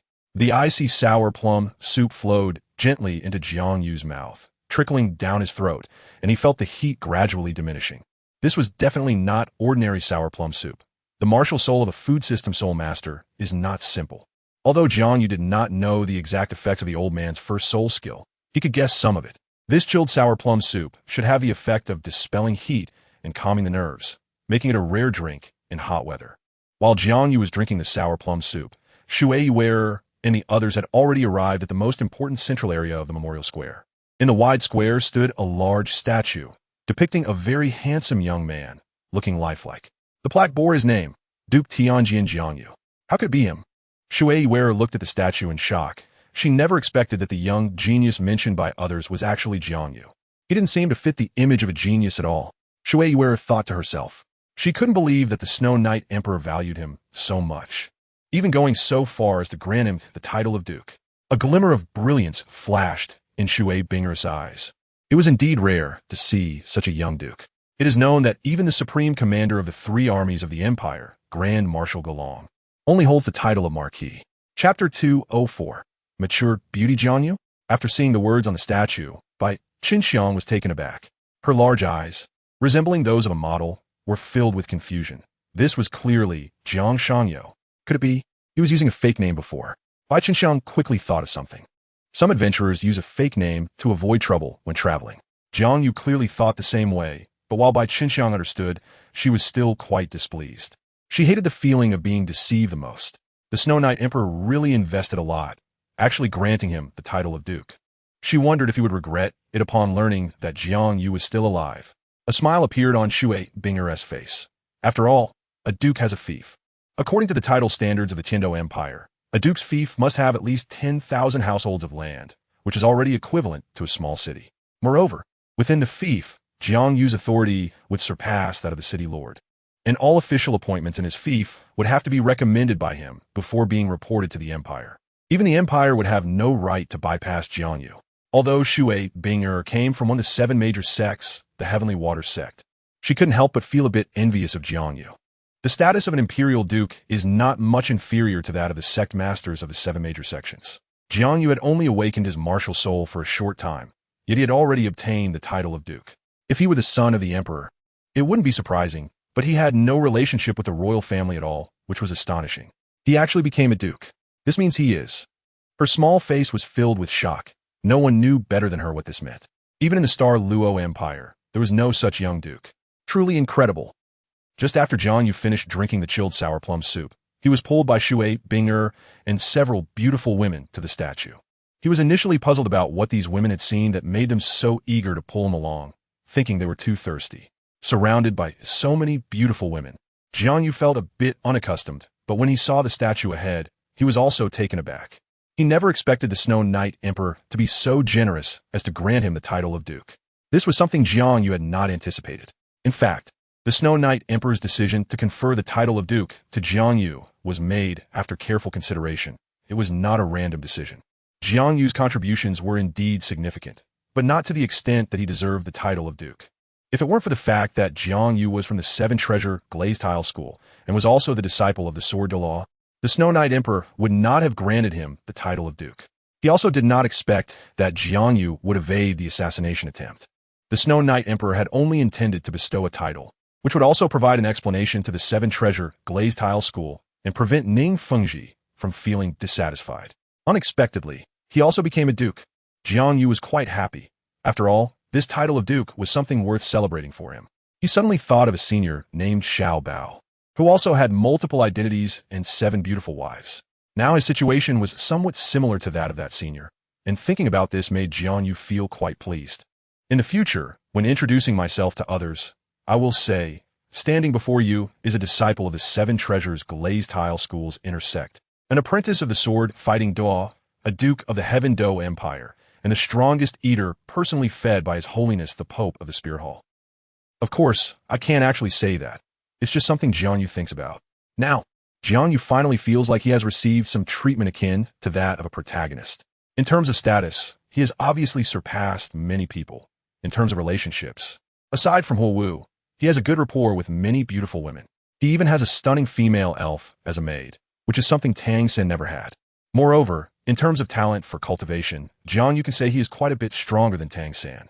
Whether it's the Chixiao Sword or the sword itself, their quality is higher than the Haotian hammer and the Blue-Silver Emperor.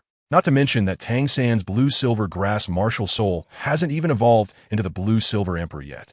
Upon reflection, Tang San isn't that terrifying. Aside from his Tang sect hidden weapons being a bit tricky, Jiang Yu has completely outperformed him in other aspects. As for hidden weapons, although Jiang Yu finds them somewhat troublesome, he doesn't fear them too much. After all, he has cultivated the Hongming Purple Qi path, and coupled with the many medicinal treasures he has consumed to improve his physique, his physical strength is likely not inferior to that of a titled Dalu. Even Tang San's Zhuge crossbow wouldn't be able to harm him. Furthermore, the very advanced hidden weapon techniques are impossible for Tang San to use with his current strength. So there's no need to worry too much. After learning that Jiang Yu had been granted the title of Duke, Bai Chunxiang and Shui Yuer began to press him for gifts. Jiang Yu didn't refuse. He was in a very good mood, so he took a few beautiful women to the Heaven Do Great Soul Arena to shop for gifts. As one of the largest buildings in the Heaven Do Imperial City, the Heaven Do Great Soul Arena is not just a venue for soul master competitions. It is also the largest commercial center in the Imperial City. It has the most comprehensive range of goods, from gold and silver jewelry to divine weapons, and even soul bones. As long as you have enough money, you can buy anything you need at the Heaven Do Great Soul Arena. Upon entering the Great Soul Arena, a staff member came to attend to Jiang Yu and the others. It was a female staff member, standing at least 6 meters tall with long black hair. Her figure was exceptionally mature, resembling a ripe peach. All her flesh was in the right places. Although she looked a bit plump, she did not appear overweight. While the female staff member's looks couldn't compare to those of the beautiful women next to Jiang Yu, her figure was very attractive. Shui Binger and the others were indeed beautiful, but they had yet to fully mature. It seemed this one was a big client. Jin Xiang saw the various beautiful women surrounding Jiang Yu and immediately realized that his status was extraordinary. How could an ordinary person have so many stunning beauties? There's no doubt Jiang Yu must be a noble. Thinking of this, a brilliant smile instantly appeared on Jin Xiang's face, completely different from her previous mechanical smile. She had been at the Heaven Do Great Soul Arena for a while and knew that powerful figures often came and went, so even if there were better jobs, she still chose to work at the Great Soul Arena. Her goal was to find a wealthy husband and achieve a leap in social status. After all, doing well is not as good as marrying well. For a girl like Jin Xiang, who came from an ordinary background, it was incredibly difficult to rise to a higher social status.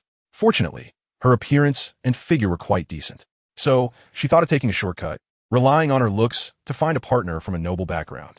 Chapter 205. Temptation. Seeing the female staff member ahead, Jiang Yu's eyes lit up. Although her looks were slightly inferior to those of the beautiful women beside him, her figure was top-notch. She had clearly developed very maturely. Even with Jiang Yu's discerning eye, he couldn't help but glance at her a few more times, which made Jin Xiang feel a bit smug. She was very confident in her body. No man had ever escaped her captivating figure. All the male employees in the Great Soul Arena had long been enamored with her, but unfortunately, her standards were too high, and she looked down on the men around her. At most, she considered them backup options. "Welcome, young sir," Jin Xiang said with a bright smile, slightly bending at the waist. "I am Jin Xiang, and I am very happy to serve you." A dazzling flash of white caught Jiang Yu's eye, almost blinding him. "Wow, that's really big." Jiang Yu swallowed hard, trying to remain calm, not wanting to lose composure with so many beautiful women watching. How shameless. Bai Qinxiang looked down at her own somewhat flat chest and couldn't help but mutter, "Is being big that impressive? She looks like a cow, with no sense of beauty at all." A hint of red appeared on Bai Qinxiang's face. She disliked cows the most, compared to the hostility from other women. Shui Yuer seemed indifferent. There was even a hint of appreciation in her eyes. She seemed to swallow hard like Jiang Yu, showing that she was quite satisfied with Jin Xiang. "Sister, you are really beautiful." Shui Yuer suddenly jumped in front of Jin Xiang and immediately hugged her arm. Faced with such sudden praise, Jin Xiang was a bit at a loss, but she still appreciated Shui Yuer's words. After all, no woman dislikes being complimented by others, especially by someone of the same kind. This made her feel even more accomplished. Jiang Yu began to suspect that Shui Yuer was, as the person involved. Jin Xiang didn't think too much about it. The culture in Douluo Continent was still relatively conservative, so she couldn't think in other directions. Jiang Yu, on the other hand, had seen too much of this kind of thing back on Blue Star. After being influenced by various films and novels, he naturally associated Shui Yuer's actions with that aspect. Under Jin Xiang's guidance, Jiang Yu and his companions quickly arrived at the gift shopping area. This area spanned thousands of square meters, filled with a dazzling array of goods. With at least hundreds of merchants operating there, the items for sale were categorized into many types, including not only jewelry and jade, but also many local snacks from Heavendo City. Even roast soft-bone rabbit and Heavendo sausages were beautifully packaged and could be given as gifts. The vast space didn't feel chaotic at all. All the stalls were arranged aesthetically. Upon entering, the beautiful women around Jiang Yu seemed to have entered a grand exhibition, each showing great interest in the place. After all, it's said that a woman's nature is to shop. Even someone as cold as Shui Binger, a genius girl, had her eyes sparkling at the sight of so many items. It seems that even the most capable women cannot escape the powerful pleasure that shopping brings. As they rushed off to choose items, Jiang Yu decided to wander around alone. But Jin Xiang clearly wouldn't miss this rare opportunity to be alone with him, quickly moving closer to Jiang Yu. Faced with her enthusiasm, Jiang Yu said nothing. After all, this was her job. It's not easy for anyone. So Jiang Yu didn't refuse. Along the way, Jin Xiang intentionally or unintentionally leaned closer to Jiang Yu. If it were any other man, he probably would have immediately started showing off his skills. However, Jiang Yu was not like ordinary men. After all, he was already accustomed to being taken advantage of by beautiful women, so this could only be considered a small matter to him. Jiang Yu was generous and didn't hold it against her. A real man could take a loss without fuss. It wasn't a big deal. With Jin Xiang by his side, he had explanations for some unfamiliar items, which saved him a lot of trouble, and he quickly bought several things. Throughout this process, Jin Xiang kept trying to tempt Jiang Yu, but he wasn't easily swayed, so she could only take advantage of him in small ways, without gaining anything substantial. Jiang Yu wasn't that foolish. Looking at an older woman was one thing, but marrying her was out of the question. Seeing that Jiang Yu was so unyielding, Jin Xiang realized she had encountered a tough opponent. Jiang Yu's performance exceeded her expectations. She had thought dealing with such a young man would be easy, but she didn't expect him to be so experienced. No matter what tricks she used, Jiang Yu could easily deflect them. Jin Xiang had no idea that Jiang Yu had grown up among women, not to mention Bibi Dong and Hulaina. Even one of his maidservants would be considered a school beauty adored by many men on Blue Star. Such level of beauty could only help Jiang Yu with bathing massages and foot rubs. It was clear that Jiang Yu was not comparable to ordinary boys, and the beauty trap had no effect on him. Seeing that she couldn't get a hold on Jiang Yu for a long time, Jin Xiang felt a bit anxious, but the other party was very astute. He neither rejected her physical contact, nor said anything superfluous, completely unlike a child, but more like a seasoned old fox. Jin Xiang couldn't help but sigh. She had met her match this time, but she wouldn't easily admit defeat, as dealing with men was her forte. If she couldn't handle a mere child, how could she have the face to continue in the entertainment industry? Soon, Jin Xiang unleashed all her skills and continuously threw out big moves at Jiang Yu. But Jiang Yu on the opposite side seemed like an old monk in meditation, completely unresponsive. No, to be precise, he did have some reaction. Jiang Yu was a bit more rigid than before. His posture was straight, especially his legs, which were as straight as pillars, firm and upright. His whole body radiated a sacred light. Jin Xiang suddenly felt a sense of guilt, as if the person before her was no longer Jiang Yu, or rather, he had transformed into a divine being. The figure before her was so pure and noble that it evoked no feelings of desecration. No, Jin Xiang quickly shook her head, suppressing the distracting thought. How could she have such absurd ideas? The other party was just a kid. Apart from being a bit handsome, he was no different from other men. How could he compare to a god? Jin Xiang couldn't help but think to herself, her expression quickly returning to normal. Chapter 206. Bibi Dong's pride. The items in the Soul Arena were incredibly abundant. Even though Jiang Yu was not someone who enjoyed buying things, he still ended up purchasing quite a lot during his visit, spending several thousand gold soul coins. No wonder people say that soul masters, despite being the noblest profession on Douluo Continent, are also the most extravagant, making it extremely difficult for ordinary soul masters to compete with noble soul masters. In Douluo Continent, the rich can rely on resources to enhance their cultivation speed, while the poor can only depend on mutations. Just like Ma Hongjun, He was able to escape the plight of being an ordinary soul master because his awakened chicken spirit mutated and evolved into a phoenix spirit, which allowed him to receive Flander's training. Otherwise, he wouldn't even be able to enter the Shrek Academy, as Flander looked down on ordinary soul masters. He needed students who were already geniuses, not those who could be trained into geniuses. In this world, where martial spirits were paramount, possessing a phoenix spirit made Ma Hongjun undoubtedly a genius. That is why Flander made an exception to take Ma Hongjun as a disciple and allowed him to enter the academy for study. Thinking of this, Jiang Yu felt fortunate, his mind flashing back to the moment he met Bibi Dong. It was a sunny day, and the two met deep within the Douluo forest. Though Jiang Yu didn't know why he was there, he only knew that the encounter was spectacular. Bang, bang, bang, boom.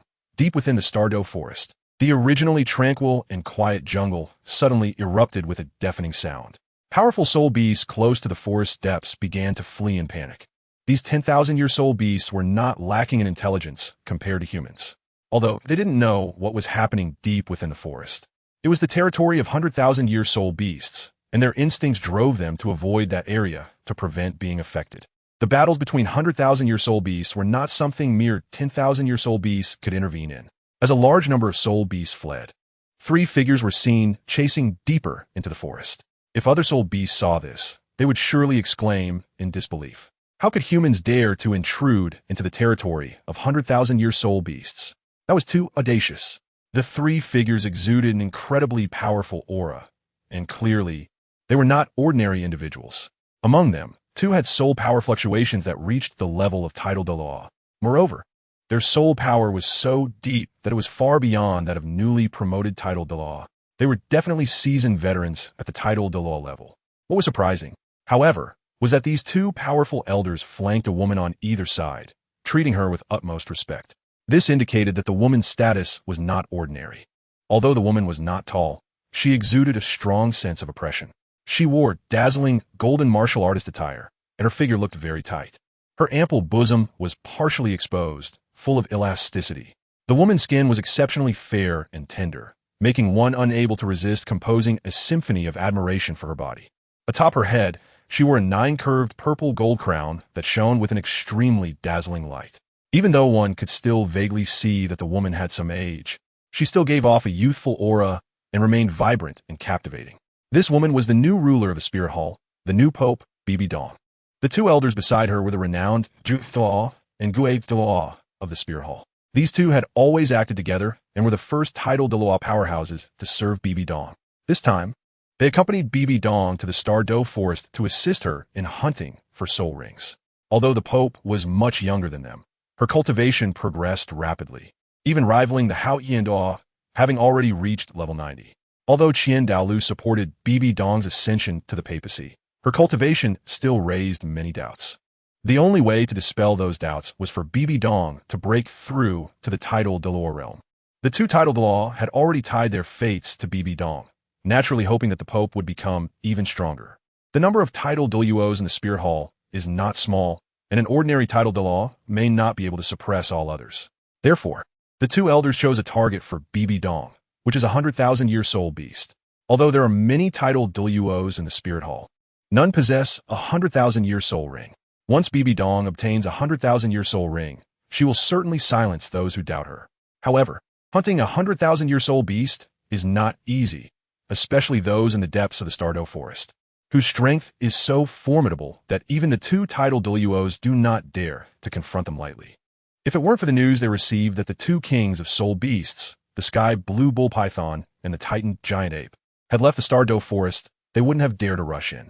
Upon arriving in the depths of the Douluo forest, Bibi Dong and her group quickly locked onto their target, a soft-bone rabbit that had cultivated for 100,000 years. Although the talent of the soft-bone rabbit is not comparable to that of the titan giant ape, an ancient beast, the level of the soul beast after reaching 100,000 years does not differ greatly. The combat power may vary slightly.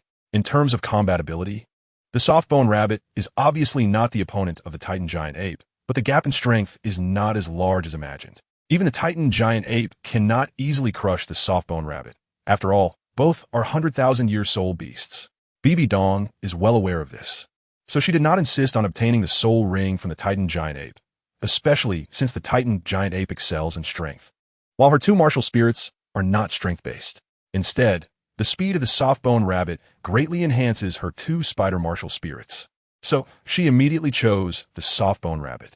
As expected of a 100,000-year soul beast, its speed is astonishing. Looking at the incredibly fast figure ahead, Bibi Dong couldn't help but exclaim, which made her more determined to acquire the soft-bone rabbit's soul ring. It seemed she would have to trouble the two elders. Bibi Dong said to the two titled Douluo experts beside her, clearly having prepared in advance. The reason she brought the Juth Douluo and the Gui Douluo on this mission was not only because of their powerful strength, but also due to their martial spirit fusion technique. Although their extreme stillness domain has average attack power, it is a rare binding-type martial spirit fusion technique. If used properly, it is definitely not inferior to any other fusion technique. Therefore, Bibi Dong brought the two of them to this place. Chapter 207. Success, let's make our move. The two titled Douluos looked at each other and said in unison. As they spoke, both released their martial spirit fusion technique. The Gui Douluo and Juth Douluo had been together for decades. Although they were not blood brothers, they shared a bond closer than that of blood brothers. And their tacit understanding was not something others could match. Extreme stillness domain. Soon, the martial spirit fusion technique was activated, and both titled Douluos emanated dazzling golden light. The brilliance instantly enveloped the area surrounding hundreds of meters in the forest, and a massive power broke through the void, descending upon the Stardow forest.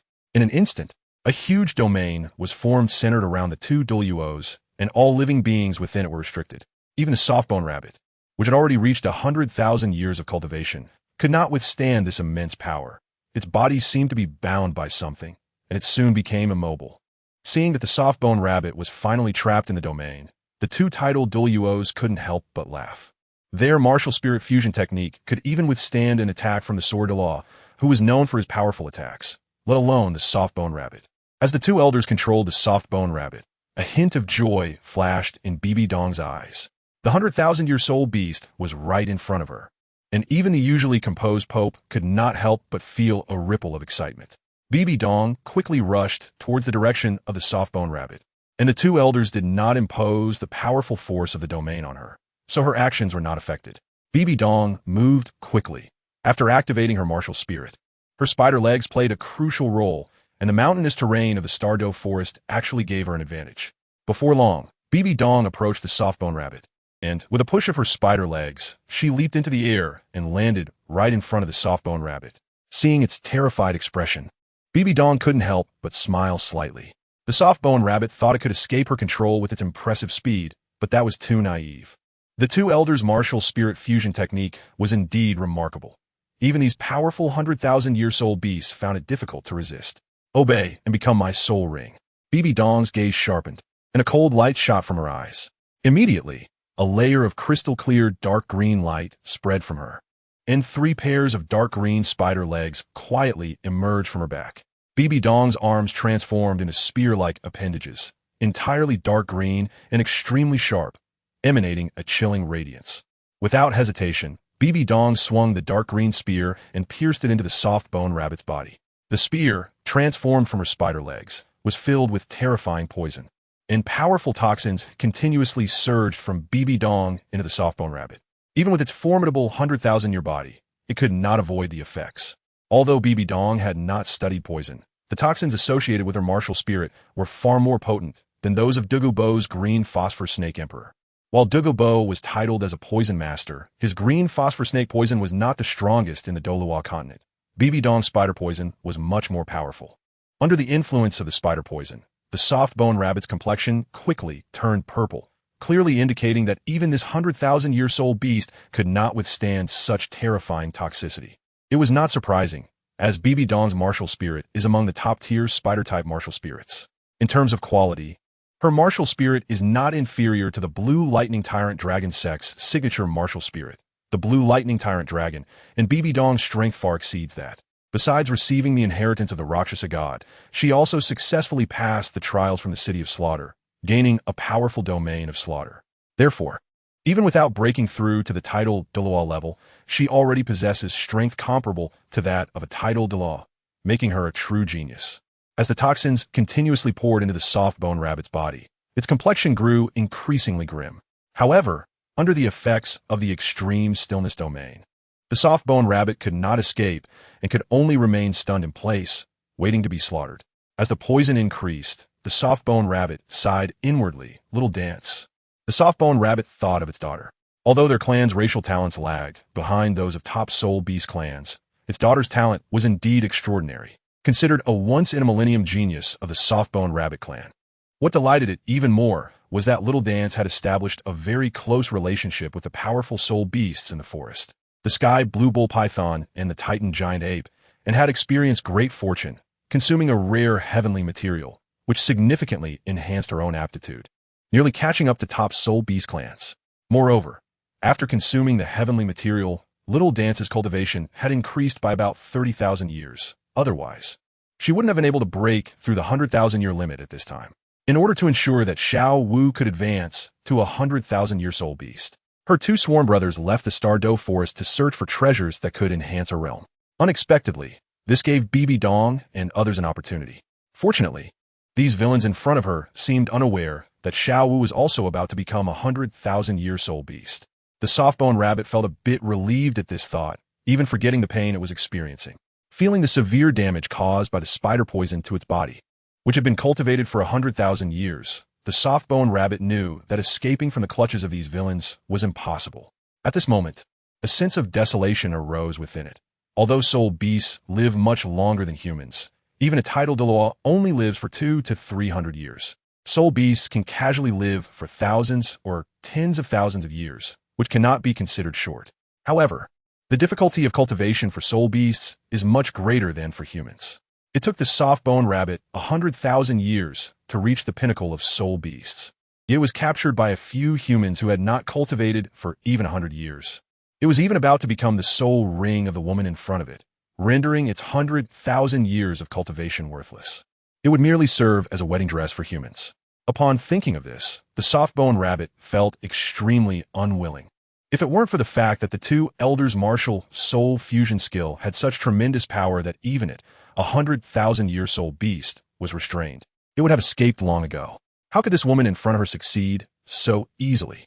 Seeing the soft-boned rabbit's appearance, Bibi Dong's smile grew even more exuberant because she knew that this 100,000-year soft-boned rabbit was completely hers. Chapter 208, Soulbone. Bibi Dong was not deceived by the soft-boned rabbit's cute appearance and quickly dealt with this powerful soul beast that had broken through to 100,000 years. Before long, the soft-boned rabbit fell into a pool of blood, and a dazzling red halo slowly emerged from its body. A smile instantly spread across Bibi Dong's face. "Thank you, two elders, for protecting me." Without any hesitation, Bibi Dong quickly sat cross-legged on the grass, directing her consciousness into the red soul ring, absorbing the powerful energy within it. Buzz, buzz, buzz, the soul ring emitted a series of sounds. Bibi Dong remained unfazed, fully opening her soul power to accelerate the absorption of the energy inside. The energy within the 100,000-year soul ring was immense, even with Bibi Dong's talent. She almost couldn't withstand the energy impact of the soul ring. Fortunately, Bibi Dong had awakened her dual martial souls, and the two martial souls absorbing the soul ring had strengthened her body to an incredible degree. Her physical quality was absolutely not inferior to that of the likes of Zhu Douluo, and she might even surpass them. Moreover, Bibi Dong's was incredibly strong. It could be said that she was on the verge of being unbreakable. Except for Yu Xiaojing, perhaps no one could shake her powerful will. Not even the soul impact of a 100,000-year soul beast. During the process of wrestling with the remnants of the soft-boned rabbit's soul, Bibi Dong's defenses became increasingly solid. Initially, the soul that surged into her body posed a slight threat to her. But as the energy within the soul ring was continuously absorbed, the fluctuations of the remaining energy diminished, becoming completely non-threatening.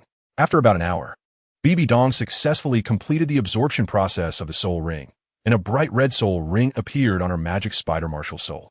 This was the coveted 100,000-year soul ring, a treasure so rare that it was even more precious than external soul bones.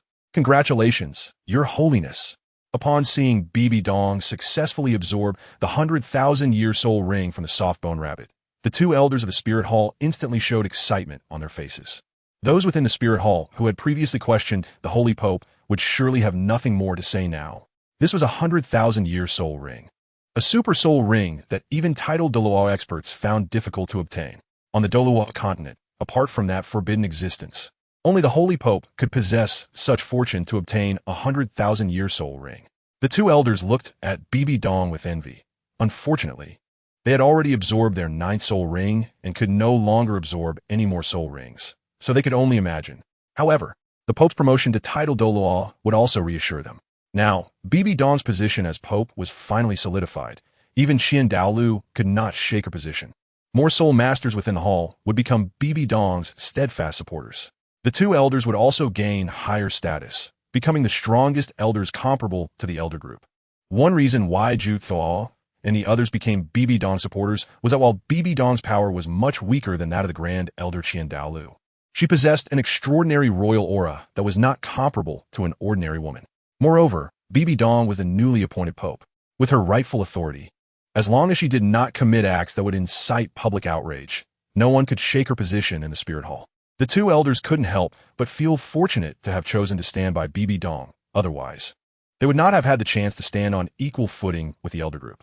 Those elders, relying on their relationship as sworn brothers of Dalu, had always acted recklessly in the spirit hall, disregarding everyone. Even Douluo and the others had suffered at their hands, but unfortunately, this group of elders was very powerful, each having soul power exceeding level 95, with Dalu backing them. This former pope, although he had not been the pope for many years, had accumulated prestige that no one could match, not even Bibi Dong. Thus, even though the elder group's members had offended many, no one dared to say anything.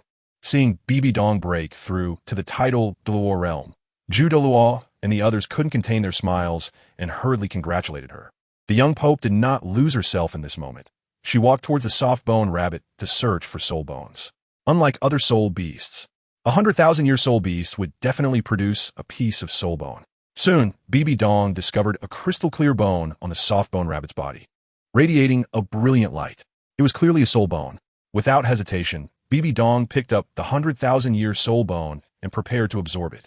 The process of absorbing a soul bone was much easier than that of a soul ring. Bibi Dong effortlessly absorbed this treasure that all soul masters desired into her body. After absorbing the powers of the soul ring and soul bone, Bibi Dong's soul power remarkably broke through to level 93.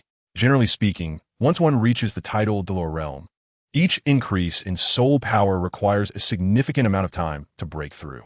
Some might even take years to raise their soul power by just one level. Yet Bibi Dong had increased her soul power by 3 levels in one go. However, it was not surprising. Bibi Dong absorbed a 100,000-year soul ring and the power of a 100,000-year soul bone.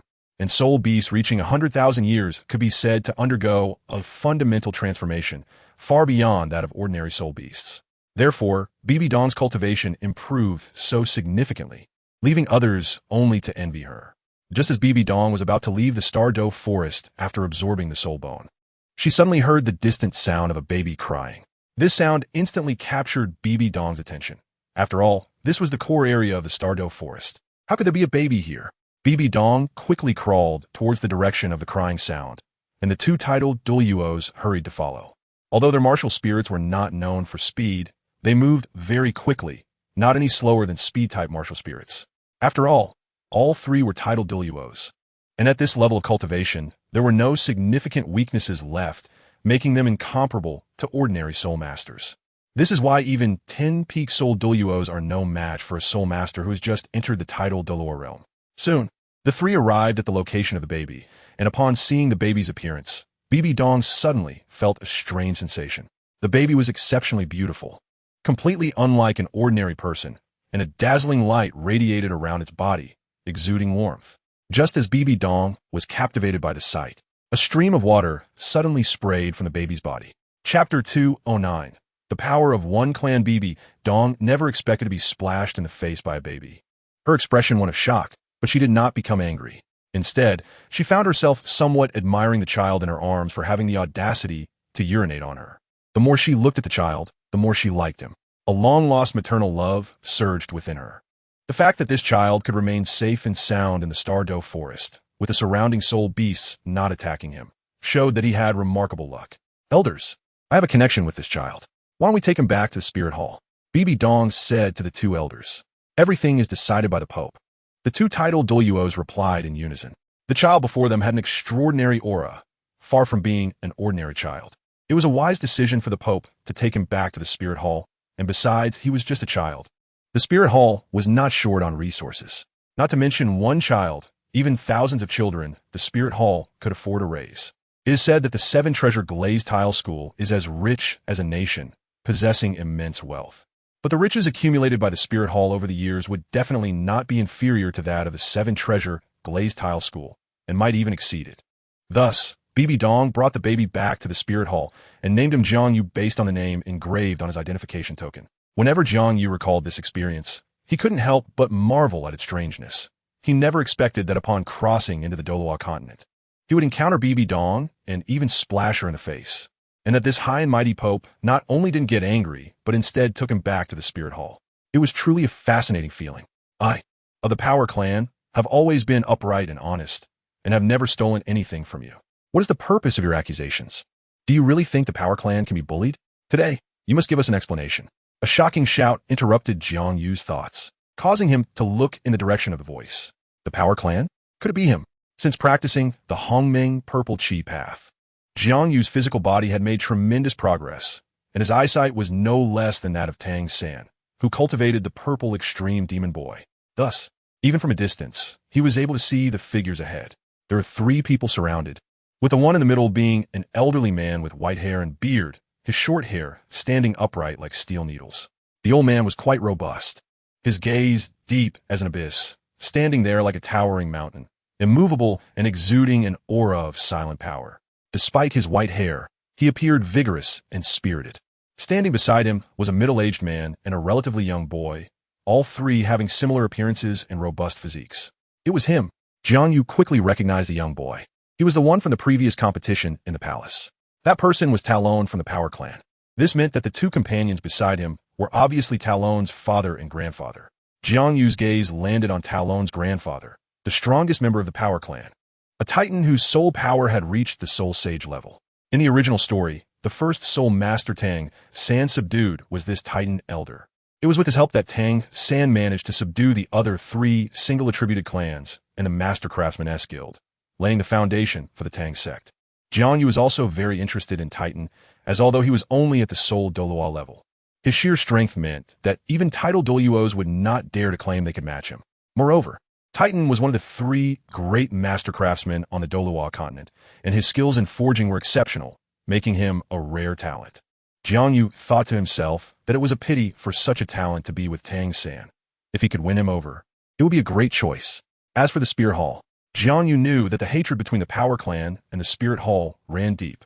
Initially, due to Tang Hao, the entire Spirit Hall attacked the Haotian clan.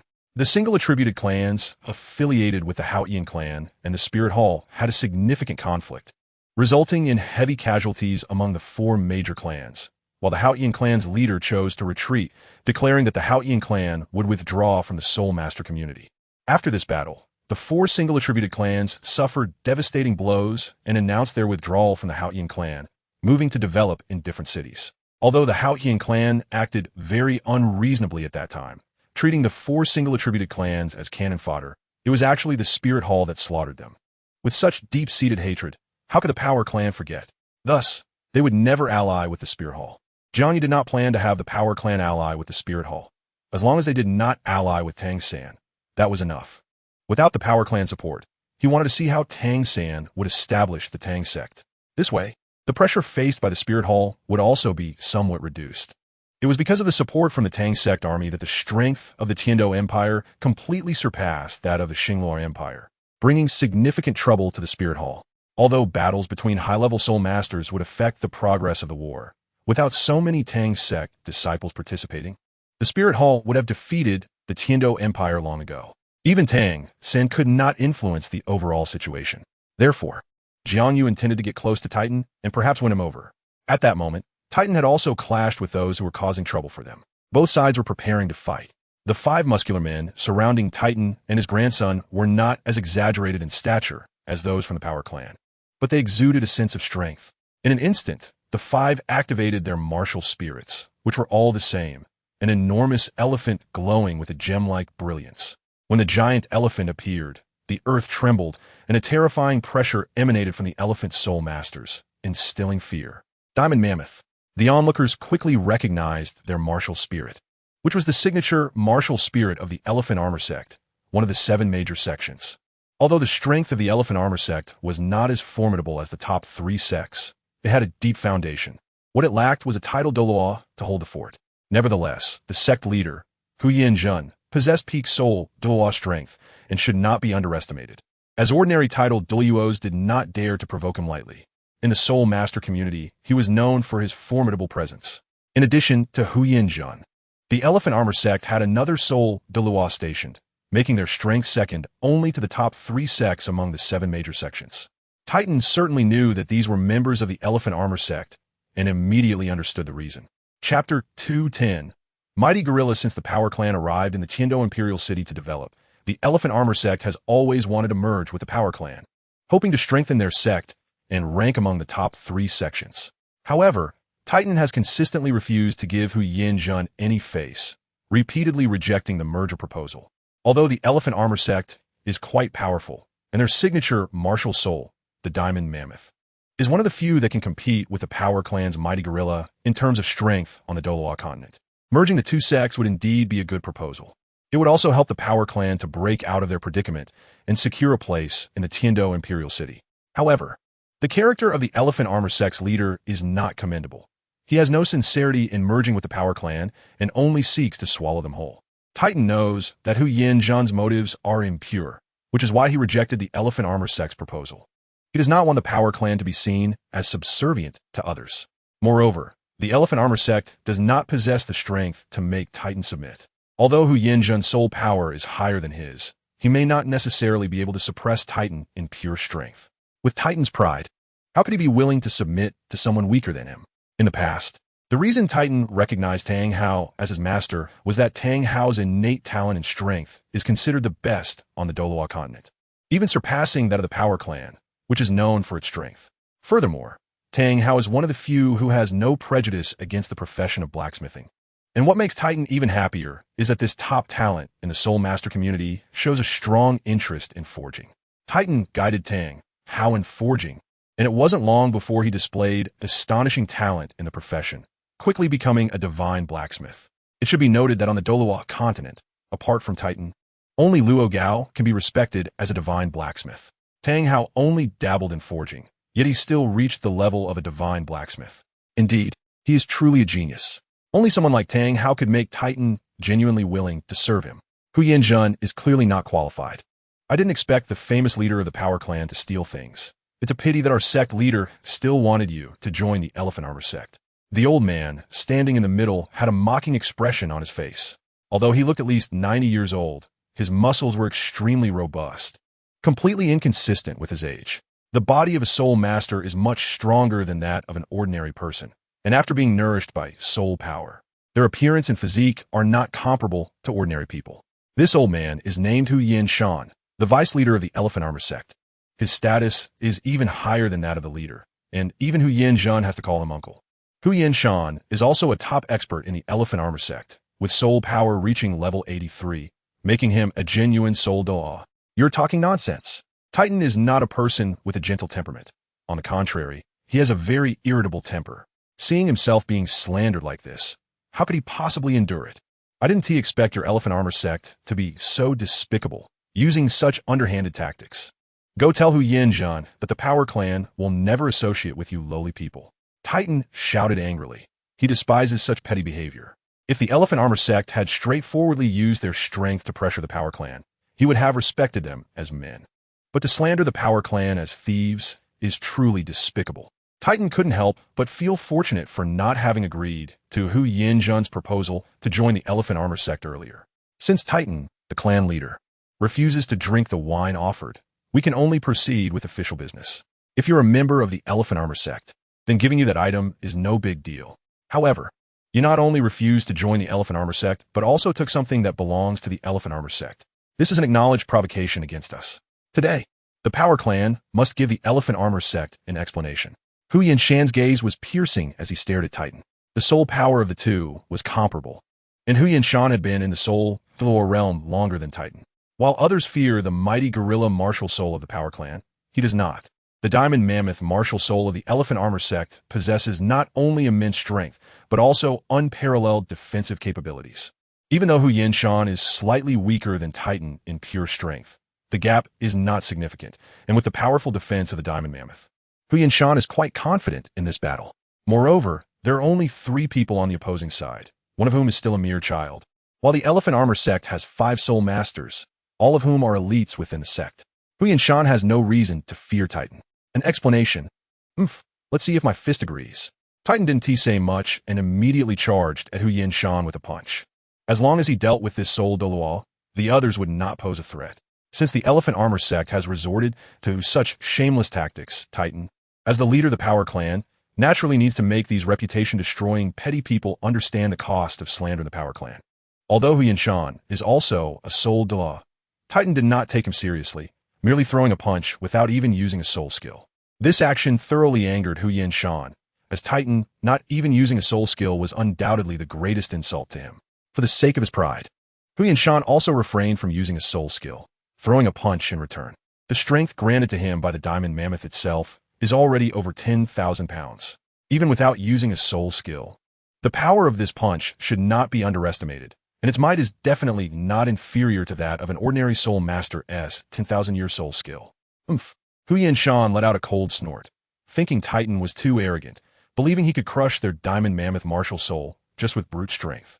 The mighty gorilla is indeed known for its strength, but the Diamond Mammoth is not weak and may even have a slightly higher overall quality than the mighty gorilla. Titan clearly miscalculated. Hu Yinshan confidently watched this punch, unleashing his own pressure completely. Bang, the 2 massive fists quickly collided, producing an astonishing sound, and a strong gust of wind swept around, causing the surrounding spectators to retreat in disbelief. This can't be human. How can there be such powerful strength?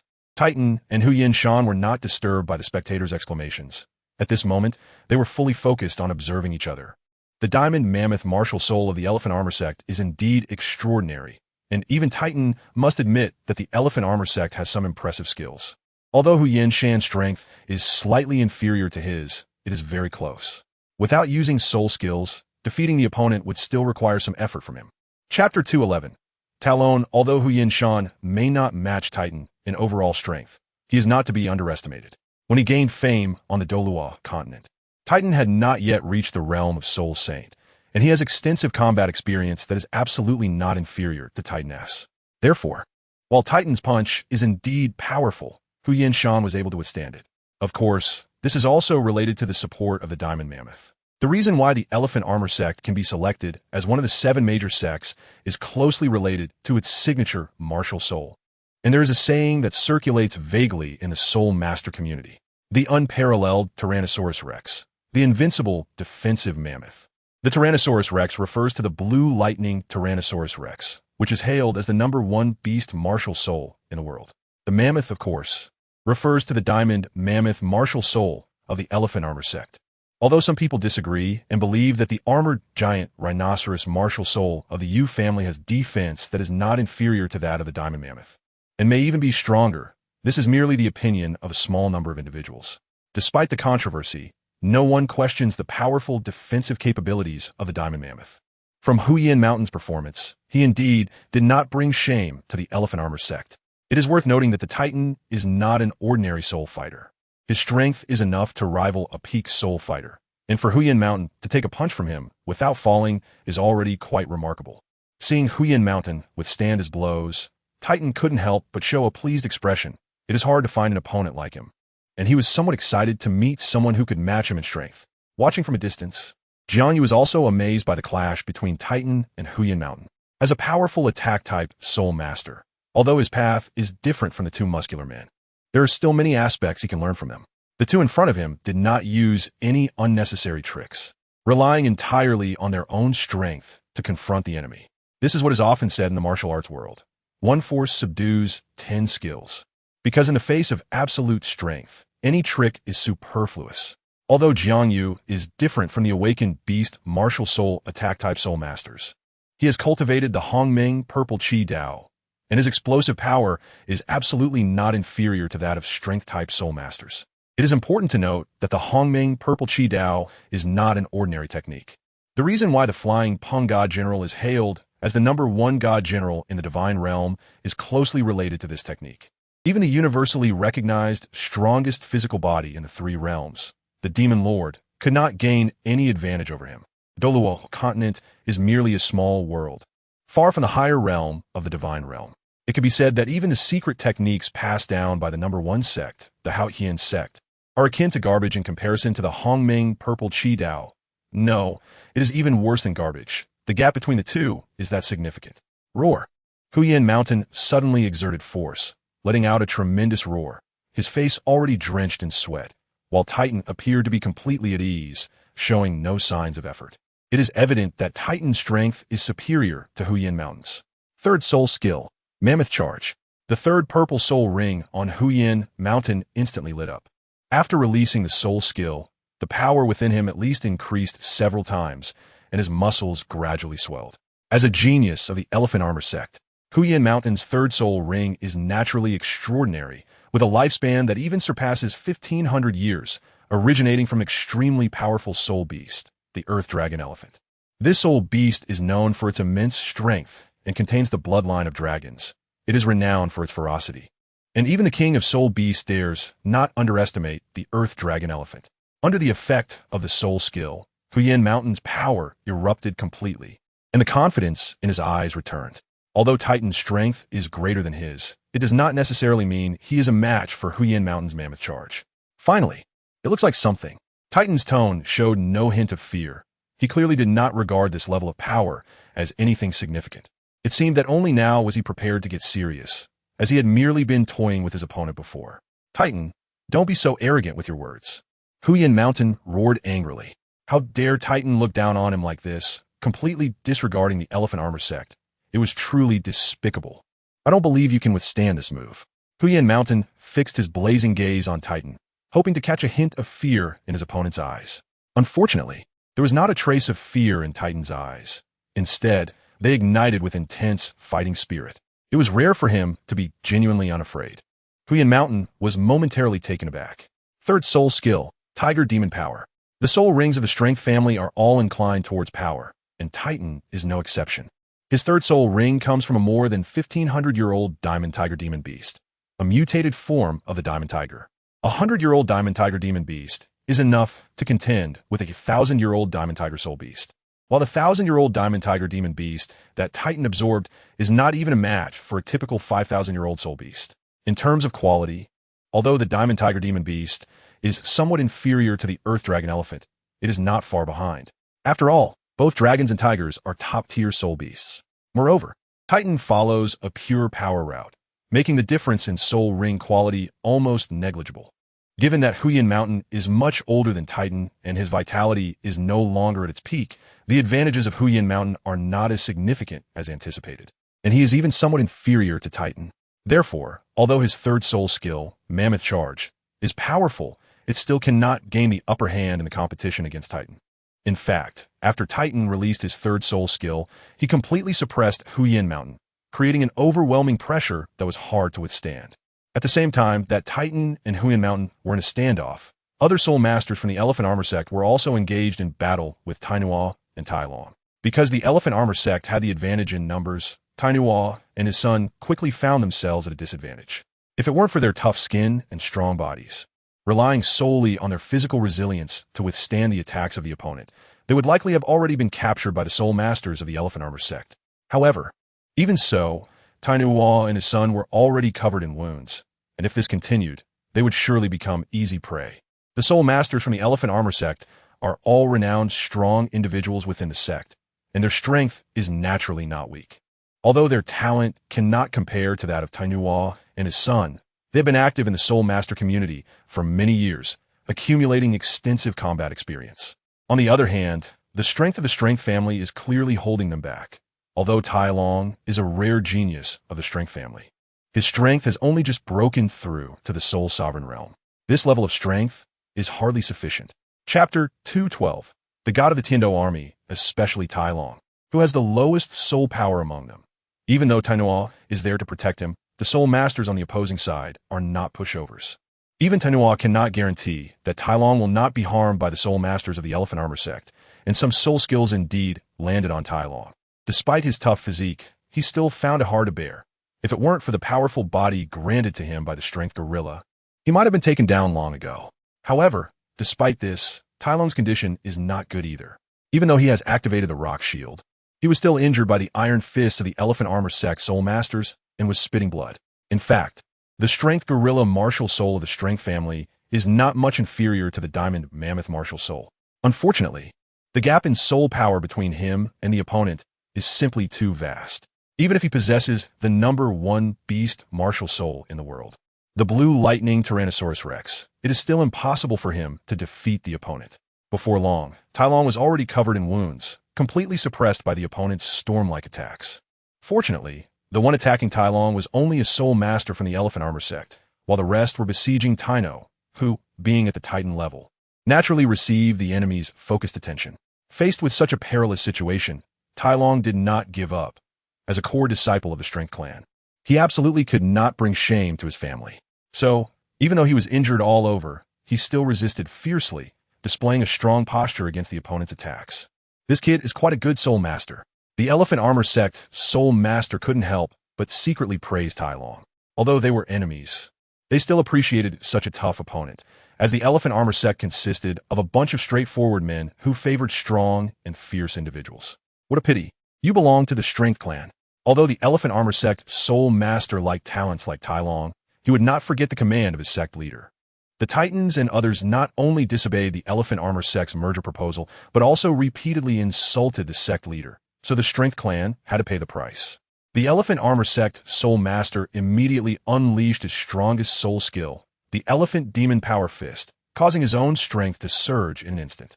With his muscles rapidly expanding, the situation gradually turned unfavorable for Tai Long. The gap in soul power between him and the Elephant Armor Sect soul master was simply too great, making it impossible to withstand this blow.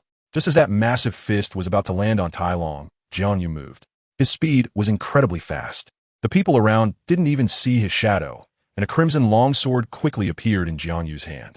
The moment the Chixiao Sword emerged, a blazing aura spread from Jiang Yu, causing the temperature around to rise rapidly. Just when the Elephant Armor Sect's soul master thought he could finish off Tai Long with one strike, he suddenly realized that his fist had not hit the enemy at all, but was instead blocked by the suddenly appeared fiery red longsword.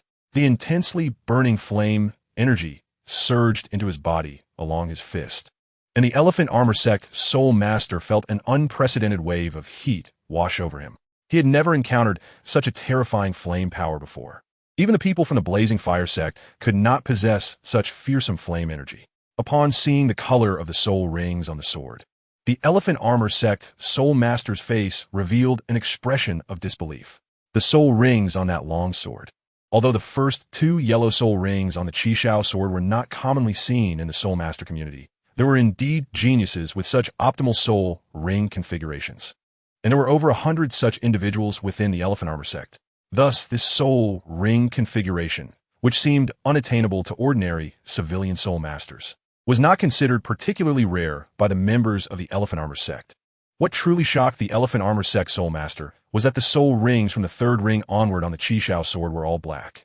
Everyone in the soul master community knows that only the 10,000-year soul beasts can produce black 10,000-year soul rings, which means that the opponent actually possessed 10,000-year soul rings at the soul sovereign level, something only soul kings could absorb. This had never happened in the soul master community before, and it could no longer be described simply as talent. Jiang Yu.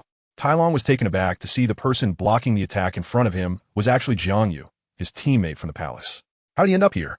The whole Tiando Empire knew that Jiang Yu had encountered an assassination on his way back from the Liangshan Principality, and even the Snow Knight Emperor believed he had died for the country, which is why he was awarded the title of Duke to honor his contributions as a role model for the people. But unexpectedly, Jiang Yu appeared unharmed in the imperial city, indicating that the assassins had failed. What was even more shocking was that his strength had significantly improved during this time, and he had absorbed 10,000-year soul rings. Tai Long slapped his face, feeling a sharp pain, and realized he was not dreaming. The person in front of him was indeed the real Jiang Yu. Who are you, and why are you intervening in the affairs of the Elephant Armor Sect?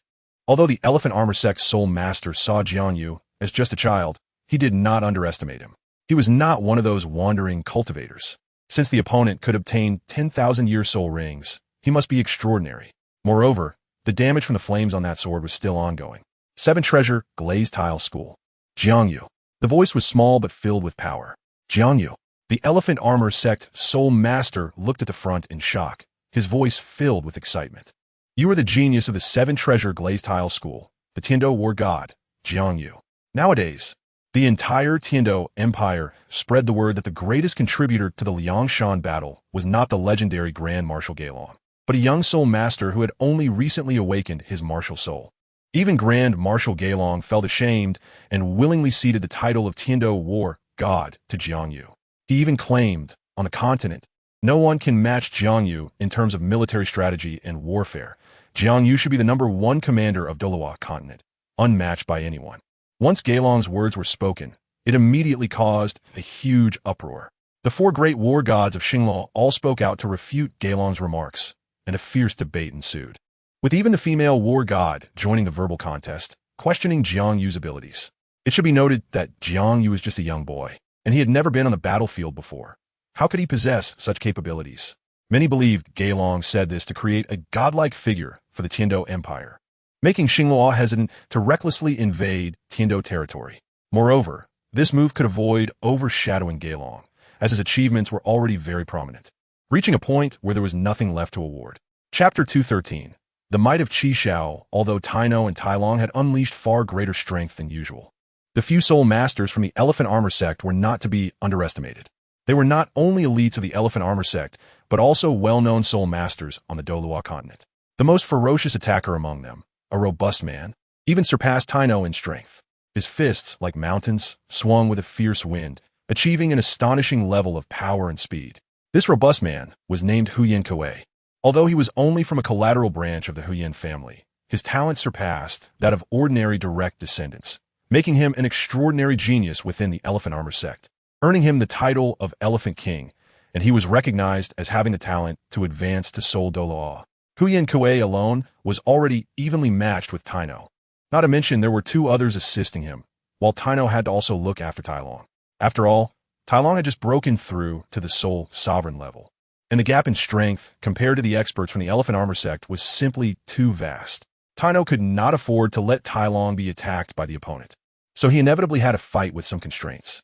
A few members of the Xiangjia sect, of course, did not overlook Tianyuo's weakness, completely disregarding any notions of martial ethics.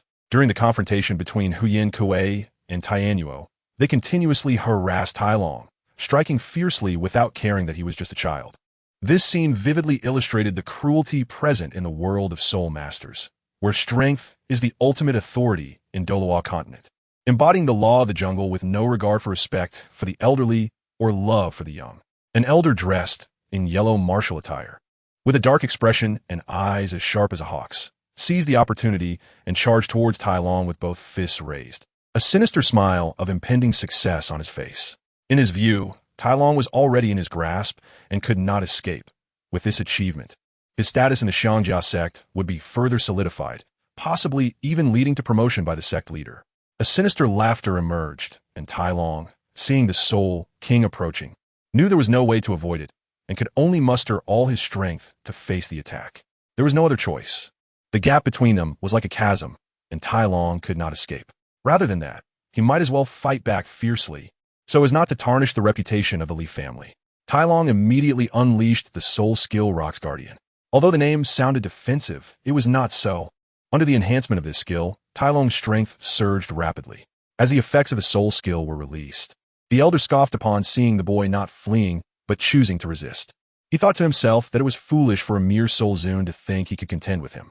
The elder looked at Tailong with arrogance, his steps quickening. Bang! As their fists collided, a tremendous shockwave erupted, tearing a large hole in the elder's sleeves. His expression changed dramatically as he stared in disbelief at Tailong. Clearly, he had underestimated Tailong's power. This genius of the Leaf family was far from an ordinary power-type soul master. No wonder he was the grandson of the Leaf family's leader. The elder couldn't help but marvel internally. No wonder the sect leader wanted to absorb the Leaf family with their addition. The Xiangjia sect would certainly qualify to compete for the top 3 sections. This way, the Xiangjia sect would not lag far behind the Blue Lightning Tyrant Dragon sect in terms of strength. Without Hao Yan, it would be difficult for other sects to contend with the Xiangjia sect. since the Haotian sect was forced into seclusion by the Spirit Hall.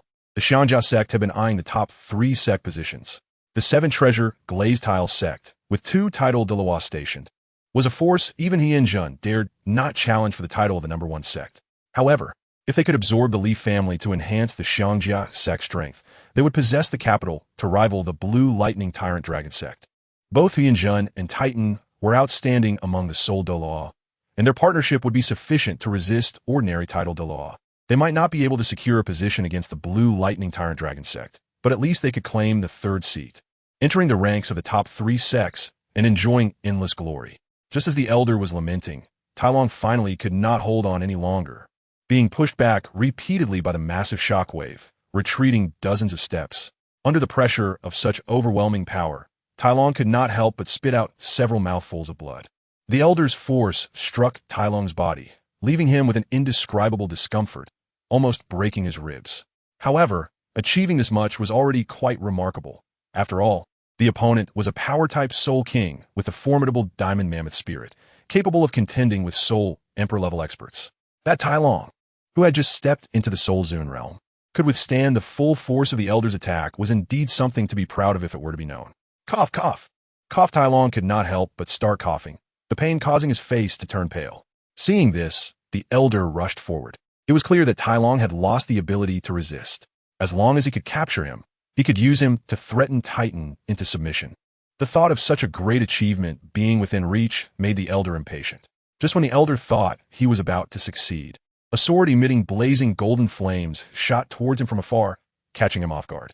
The fiery long sword was extraordinarily magnificent. The elder, having traversed the Soul Master world for many years, had never seen such a dazzling long sword. Moreover, the pressure emanating from the sword was incredibly powerful, overwhelming him with its terrifying force, making him tremble involuntarily. Whose martial spirit is this? It exudes an unparalleled royal aura. The elder's expression suddenly turned grave, as the soul ring configuration on the sword shocked him greatly. If the first 100-year soul ring was somewhat acceptable, the 3rd black soul ring was nothing short of astonishing. Who would have thought that someone could absorb a 10,000-year soul ring at the Soul Zune level? This was truly an unprecedented miracle in the world of Soul Masters. What kind of hero bullies child? This is simply a disgrace to all Soul Masters. A tender voice rang out, and the elder turned towards the sound, seeing its owner, a small boy. Indeed, the one who acted was Jiang Yu, someone Tai Long was somewhat familiar with. Moreover, the opponent had used numbers to overpower them, which was truly disgraceful. Hence, Jiang Yu intervened, using the Chixiao Sword to thwart the elder's attack. It's him. Seeing Jiang Yu, Tai Long couldn't help but be surprised. Although he had only met Jiang Yu once, he had heard many rumors about him. He was naturally aware of Jiang Yu's strength. In Chapter 214, one word drives away the Xiangjia. If it weren't for the genius Jiang Yu, how could their hastily assembled team have won the competition back then? After all, they were up against super talents like Yu Qianheng and Feng Xiaotian. Yet even these 2 formidable figures could not gain any advantage against Jiang Yu, ultimately losing the match and becoming a stepping stone for his rise. The Li family had always revered the strong, and Jiang Yu's power had long conquered Tai Long. He even felt an urge to call Jiang Yu his elder brother, although he was slightly older than Jiang Yu. There were not so many rules in the Soul Master world. It was more about strength. Whoever had the hardest fist could be the big brother, and no one would question that. Even a famous Soul Master with some notoriety on Douluo Continent had taken a disciple much younger than him, and no one mocked him because his master was a title Douluo. Others could only envy him. That was someone standing at the peak of Douluo Continent. The status of a title Douluo was enough to rival the emperors of the 2 great empires, and even surpass them. Not to mention being a disciple of a title Douluo, even being a servant had many people fighting for the opportunity, and it wasn't guaranteed to get it. With Jiang Yu's potential, he would undoubtedly cultivate to the title Douluo level, and Tai Long felt no shame in being a younger brother to a future powerhouse. Although the strength of the Li family is not weak, it has been a long time since a title Douluo-level powerhouse has emerged. Although his grandfather's strength is not much worse than that of an average title Douluo, someone like Douluo Bo, as long as he does not use poison, Titan might not necessarily lose. However, Titan is only a Soul Douluo. He hasn't reached that level yet. Even if he can barely compete with an average title Douluo, his strength ultimately does not reach that level. Not to mention, if Titan's strength broke through to the title Douluo level, Will the people from the Elephant Armor sect dare to bully them so much? Hu Yanjun dared to pressure them into joining the Elephant Armor sect because he relied on his soul power being higher than Titan's. The people of the Elephant Armor sect initially thought this operation was almost certain to succeed. Although the Li family is not weak, they still held the advantage. However, unexpectedly, because of the intervention of a young man, the situation reversed. With Jiang Yu's current strength, Hu Yanshan did not take him seriously, but his background was too powerful. Even the Elephant Armor sect did not dare to underestimate him. No matter how arrogant Hu Yanshan was, he did not dare to offend the Seven Treasures Glazed Tile School. Moreover, Jiang Yu is a disciple of the Sword Dalu, and just based on that identity, even Hu Yanjun, the sect master of the Elephant Armor sect, would have to be polite. Kook in the Douluo Continent does not know that the Sword Dalu is extremely protective of his disciples. If he found out that his disciple was being bullied outside, even Hu Yanjun, as the sect leader, would not be able to withstand the Sword Daluo's wrath. Furthermore, the emperor of the Tiando Empire, Shui, also valued Jiang Yu greatly, even going so far as to confer him a duke title, which made his intention to win him over very clear. Although the Elephant Armor sect has a close relationship with the Spirit Hall, Hu Yanshan also knew that if the Seven Treasures Glazed Tile School and the Tiando Empire really wanted to cause them trouble, the Spirit Hall might not help them at this time. In recent years, although the situation on the continent has been turbulent beneath the surface, it still appears relatively calm on the surface. The Spirit Hall would not break the hard-won peace for the sake of the Elephant Armor sect. After much consideration, Hu Yanshan decided to stop the attack on the Li family for now and see if he could persuade Jiang Yu not to interfere in the matters between the Elephant Armor sect and the Li family. Little brother, Hu Yanshan said as kindly as possible, I have heard your name even in the Elephant Armor sect. I have heard that not only is your talent remarkable, but your military skills are also exceptionally profound, even better than the Tiando army god, Marshal Galang. Today, I see it is indeed well-deserved. I, Hu Yanshan, as the Grand Elder of the Elephant Armor sect, hope that you can show some face and not interfere in our dispute with the Li family. In the future, the Elephant Armor sect will surely reward you greatly. If an average soul master heard the words of the Grand Elder of the Elephant Armor sect, they would likely hesitate and might even give face to the Elephant Armor sect. After all, the strength of the Li family is still quite inferior to that of the gigantic Elephant Armor sect. However, what Hu Yanshan faced was Jiang Yu. Others might fear the Elephant Armor sect, but he did not. Face. Jiang Yu really did not want to give the Elephant Armor sect that face. This was an opportunity to win over the Li family. If he could gain Titan's gratitude, this deal would be incredibly worthwhile. What is the mere Elephant Armor sect? It is important to know that Titan is one of the three great craftsmen renowned on the continent, with profound forging skills. Even the forging techniques of the Hao Ian Duo were learned from Titan. If it were not for the quality of the Hao Ian hammer itself, Tang Hao might not surpass Titan in technique. Moreover, what is rare is that Titan does not reject innovative forging methods, so among the three great craftsmen, his spirit of innovation surpasses that of the other two. For such an outstanding talent, Jiang Yu did not want to miss the opportunity. He even wanted to subdue Titan, or else leave him for Tang San. It would be better to intercept him now, even if he could not subdue Titan. Establishing a deep relationship with him would still be quite beneficial. Additionally, Jiang Yu wanted to learn forging techniques from Titan. If he could resolve the conflict for the Li family, he would definitely not refuse that request. What is the Elephant Armor sect? Jiang Yu's attitude became extremely firm.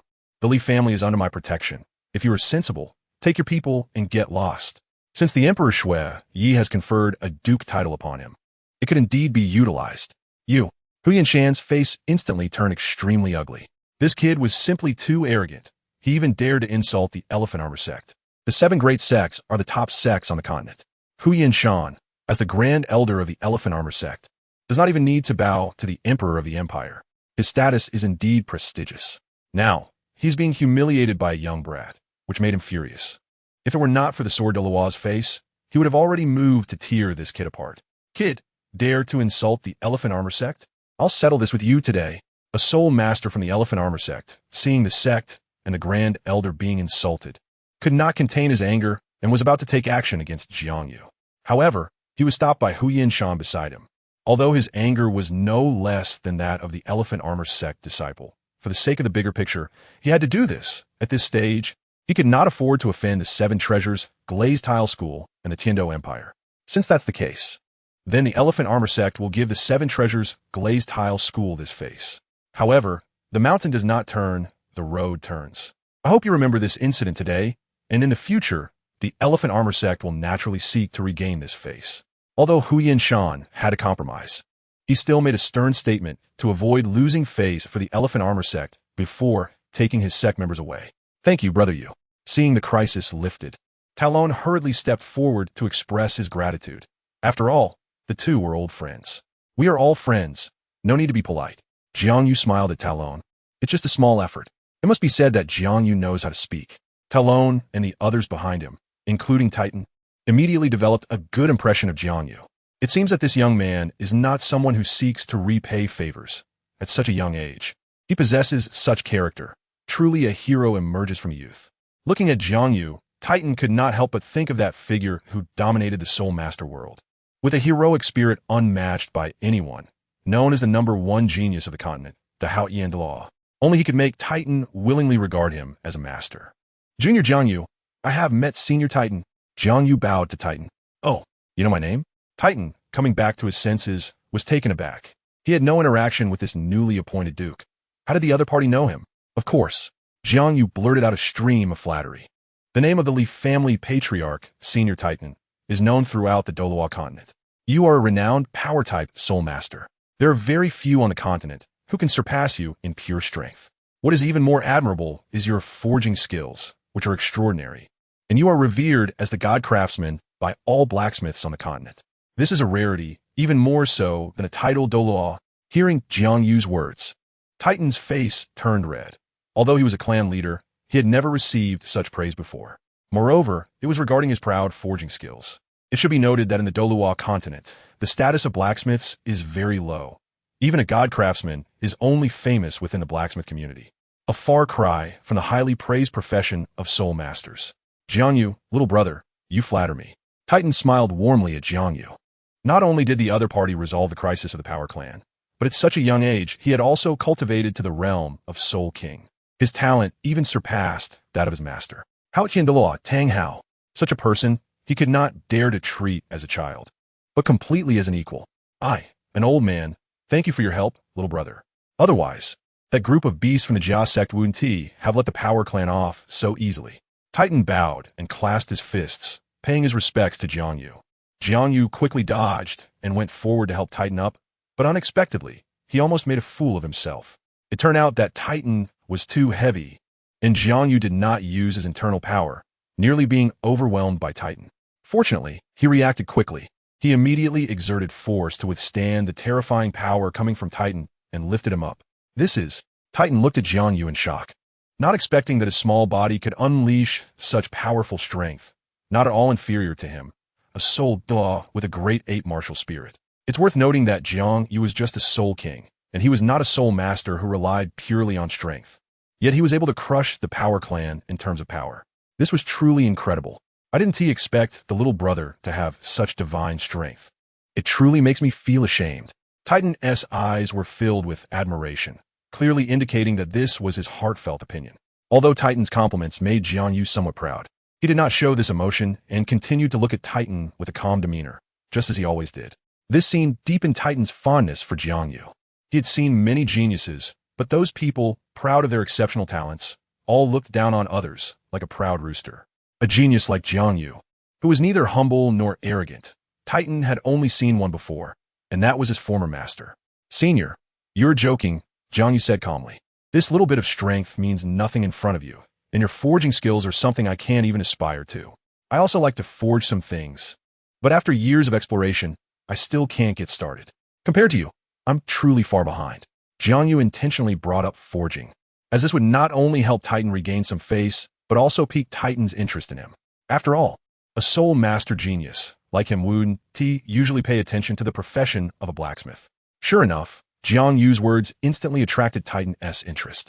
The two began to chat regardless of the noise around them, and they talked for a long time. The more they chatted, the more excited they became. Although Jiang Yu's forging skills were not remarkable, he often expressed many creative ideas, which even made Titan, the master craftsman, marvel. After all, Jiang Yu had been influenced by modern knowledge. Although he had not specifically studied the forging industry, he had at least researched some history related to it. This was a foundation of thousands of years, and even Titan had to bow down to it. Although the Douluo Continent had developed significantly over tens of thousands of years, many professions had made great progress, but there were also many that remained stagnant or even regressed, and blacksmithing was one of them. There was simply no way around it. The status of blacksmiths was too low, which led to many people being unwilling to engage in this exhausting profession that earned little money. Therefore, the profession of blacksmithing had never developed. Even Titan, as a master craftsman, probably wouldn't be looked upon favorably if he weren't the leader of the power clan. This was the current situation of blacksmiths on the continent. It was rare to encounter such a talented young genius who was so interested in forging. And Titan was very pleased, talking nonstop for an hour. The nearby Talon stared at his grandfather in shock. He rarely saw him so talkative. It was as if he had become a different person. Through this conversation, JiangYu also gained a lot, gaining a deeper understanding of forging skills. Titan was indeed one of the 3 master craftsmen of the Douluo Continent, and his forging skills were truly unparalleled. JiangYu wanted to learn forging techniques, and for him, Titan was the best teacher. He listened carefully to everything Titan said, absorbing all the knowledge. Tiando City, the residence of the Power Clan.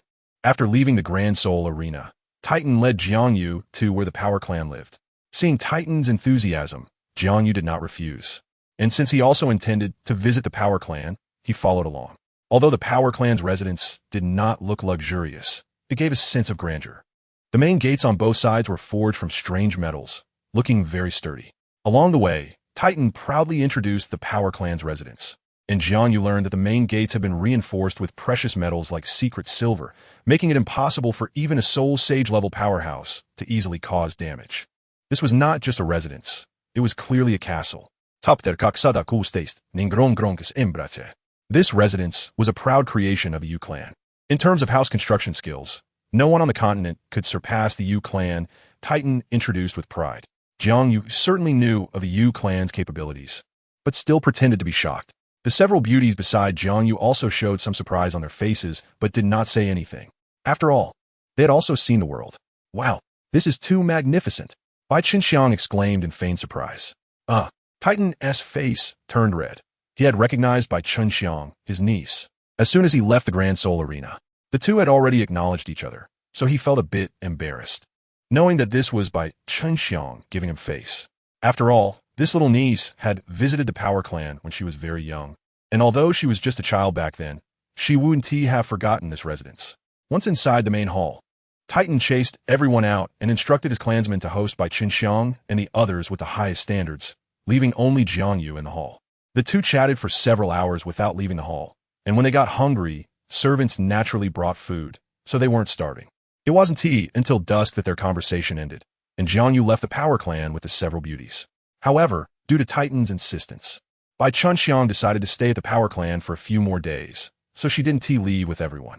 After leaving Tiando City, Xiao Xiao and Shui Binger also said goodbye to Jiangyu.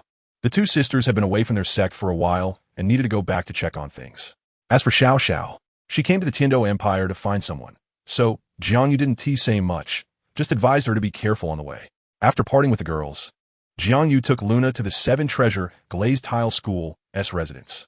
With Jiangyu's current soul power, it didn't take long for him to arrive at the 7-treasure Glazed Tile School. When the disciple guarding the gate saw Jiangyu's appearance, he was so surprised that he stepped back repeatedly. After a moment, he finally reacted. Why you, Jiangyu, you didn't? The gatekeeping disciple stammered. I'm fine. Quickly go notify the sect master and my master. Just say Jiangyu has returned. Jiangyu said with a calm expression. Understood, understood. The disciple hurriedly released his martial soul, which took the form of a brown bird. After unleashing his first soul skill, a pair of wings sprouted from his back. Before long, Jiangyu saw several figures rushing over, including Ning Fengji, Sword Dalu, Bon Doluo, and Ning Rongrong. Jiangyu's gaze fell on Ning Rongrong, who looked even more beautiful after such a long time apart. Heaven bless the 7-treasure Glazed Tile School. Seeing Jiangyu return safely, Ning Fengji's smile reappeared. He hadn't smiled since Jiangyu went missing. Only upon seeing him again did he regain his former spirit. You brat, where have you been? Although Sword Daluo concealed it well, the concern on his face was evident. Before Jiangyu could answer, a graceful figure suddenly leaped into his arms. It was, of course, Ning Rongrong. Feeling the budding softness against his chest, Jiangyu's heart warmed. Wah! Ning Rongrong immediately burst into tears. They all said you were harmed. and I didn't believe it, but after so long without seeing you, I'm so glad you're back. JiangYu gently stroked Ning Rongrong's hair, looking down at the beautiful girl in his arms, and felt a surge of affection seeing her tearful expression. Don't cry. I'm back now. JiangYu comforted Ning Rongrong in his arms, watching his daughter throw herself into JiangYu's embrace. Ning Fengji felt a twinge of jealousy, but chose not to disturb the couple, especially since he intended to betroth Ning Rongrong to JiangYu. So he didn't say much. After a moment, JiangYu shyly pushed Ning Rongrong away. It wasn't that he didn't want to hold her a bit longer, but the others were staring at him, making him uncomfortable. Plus, her father was right there.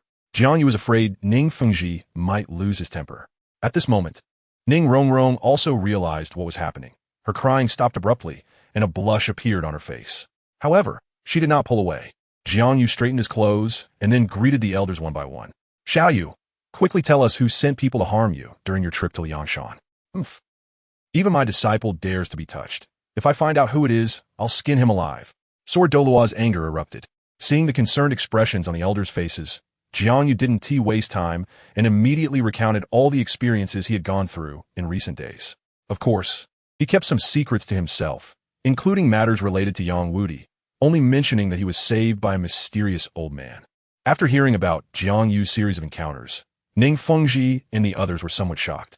They hadn't expected that JiangYu would gain so many fortuitous encounters from misfortune. It should be noted that both the 10,000-year whale glue and the purple-red Zhu fruit were rare treasures for body refinement.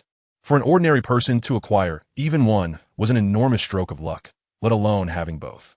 Even more enviable was that in just a few months, JiangYu's soul power had broken through to rank 39. Moreover, he had also obtained a treasure of the soul master world, an external soul bone second only to a 100,000-year soul ring. Brat, release the soul bone, Sword Douluo said with envy.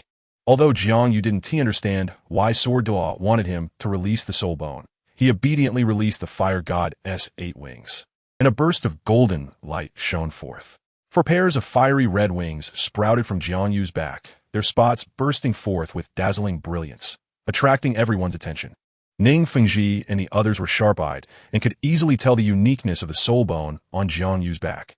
Watching the external soul bone on JiangYu, Sword Douluo's eyes narrowed, and then a massive wave of soul power erupted from his body, pressing down on JiangYu. The sudden change did not frighten JiangYu. He knew Sword Douluo would not harm him. Sure enough, Sword Douluo then stated his intention. He wanted to use external power to help JiangYu fully integrate with the external soul bone.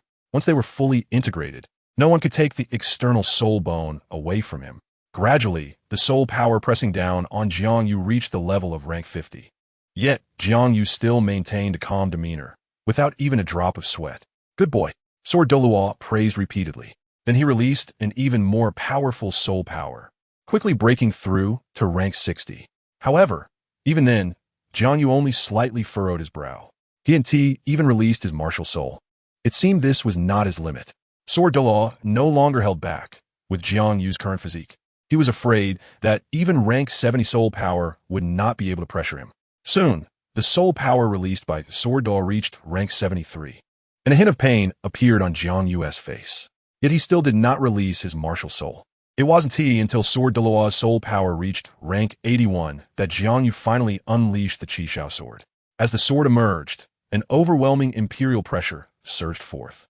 Charging towards Sword Douluo, the Chixiao Sword sensed the power belonging to the 7-killing sword and mistakenly thought it was being provoked, immediately unleashing unprecedented strength. The Chixiao Sword is the emperor among swords. In its presence, all swords must submit, leaving no room for offense. Feeling this astonishing sword intent, even Sword Douluo felt a bit startled, and the 7-killing sword within him betrayed a hint of panic. Sword Douluo quickly withdrew his soul power and then asked Bone Douluo for assistance. Old Bone, I'll give you a chance, you come. Sword Douluo felt a bit uneasy. Having been companions for many years, how could Bone Douluo not see Sword Douluo's facade? However, he also knew this was not the time for jokes. He immediately released the Bone Dragon Martial Soul, unleashing rank 90 soul power right from the start. This time, JiangYu felt unprecedented pressure.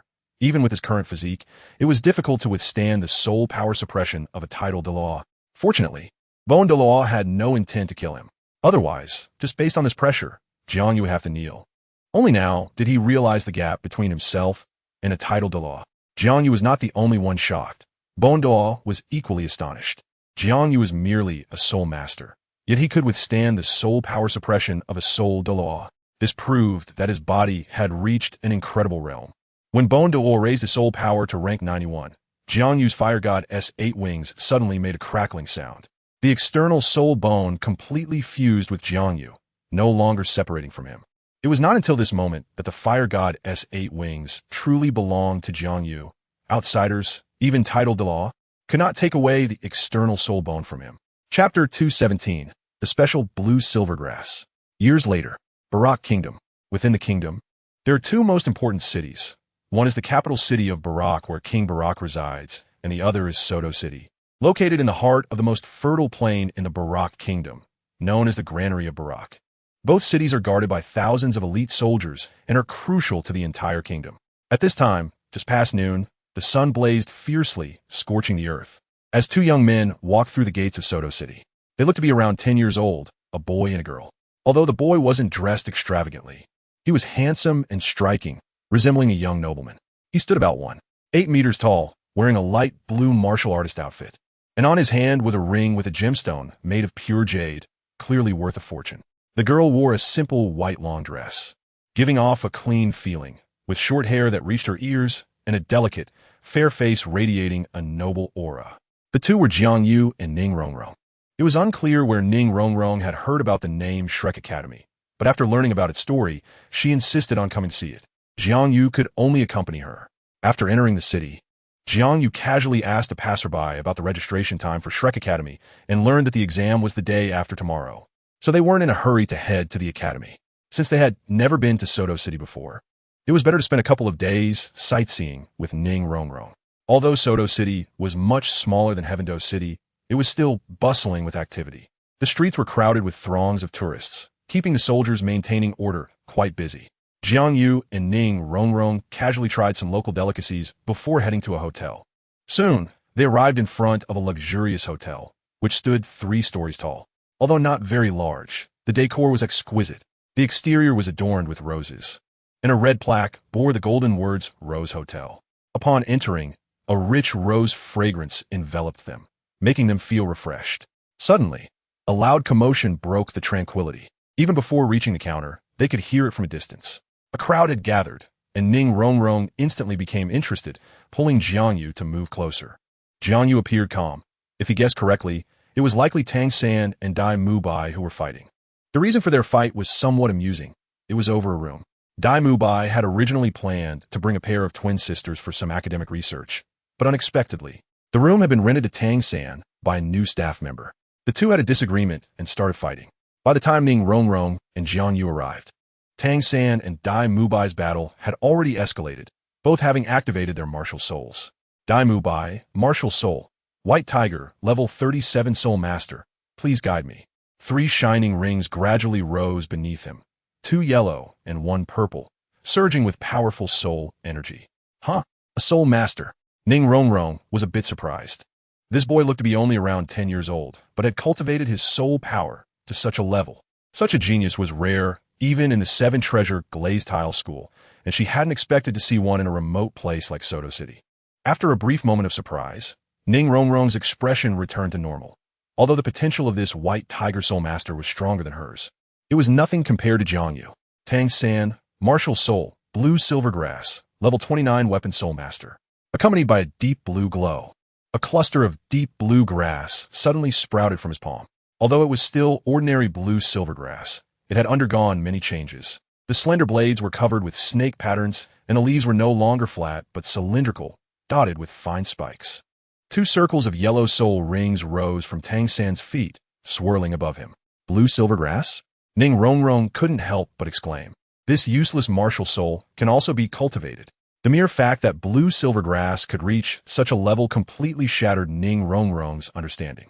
In the eye of the storm, Tang San's expression darkened, but he quickly concealed it. Your martial soul is just blue silvergrass. Dai Mubai also looked astonished. There are no useless martial souls, only useless soul masters, Tang San responded loudly, seemingly wanting everyone nearby to hear. The waves of skepticism came one after another. Tang San's statement did not gain the approval of the crowd. In the Douluo Continent, talent is linked to martial souls, and only those who awaken top-tier martial souls are considered geniuses. Useless martial soul? They had never seen anyone rise to the pinnacle of soul masters relying on a useless martial soul. Brother Yu, didn't you say that before? Ning Rongrong nudged Jiang Yu with her jade arm, knowing that he had said this when awakening his martial soul. Looks like you're really famous. Even in a small place like Soto City, you have fans. Ning Rongrong couldn't help but tease. Jiang Yu felt a bit embarrassed. That phrase wasn't his original. Well said.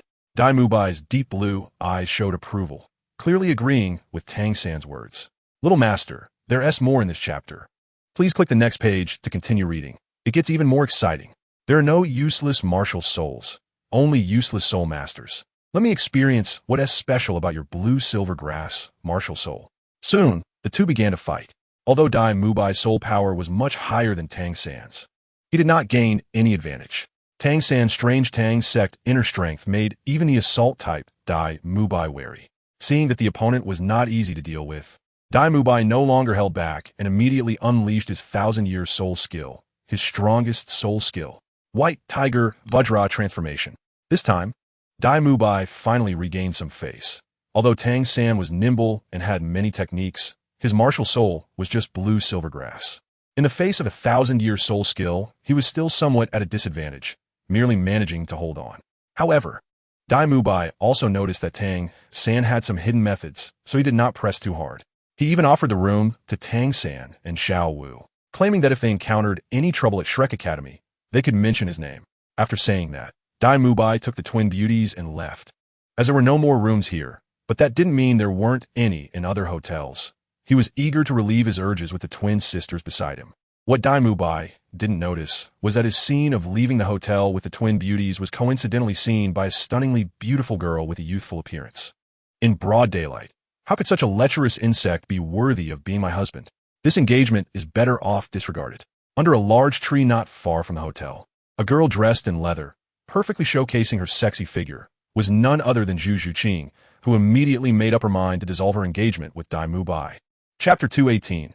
Meeting Tang San again after a long time, I didn't expect Xiao San to learn how to book a room. Jiang Yu walked straight toward Tang San. He was no longer the Jiang Yu who had just crossed into the Douluo Continent.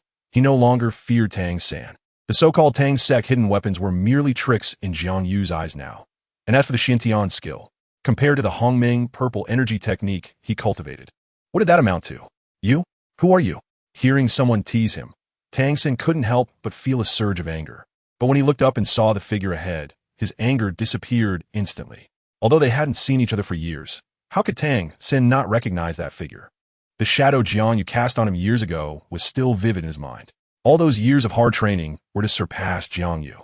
However, as Jiang Yu approached, and Tang San sensed the aura emanating from him, his expression changed. He could feel that Jiang Yu was at least several dozen times stronger than before. A sense of helplessness arose within him. What are you doing here?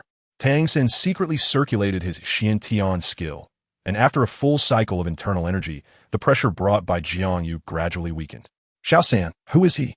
Xiao Wu felt the aura from Jiang Yu and quickly hid behind Tang San. She sensed that the person ahead was extraordinary, possessing a mysterious power.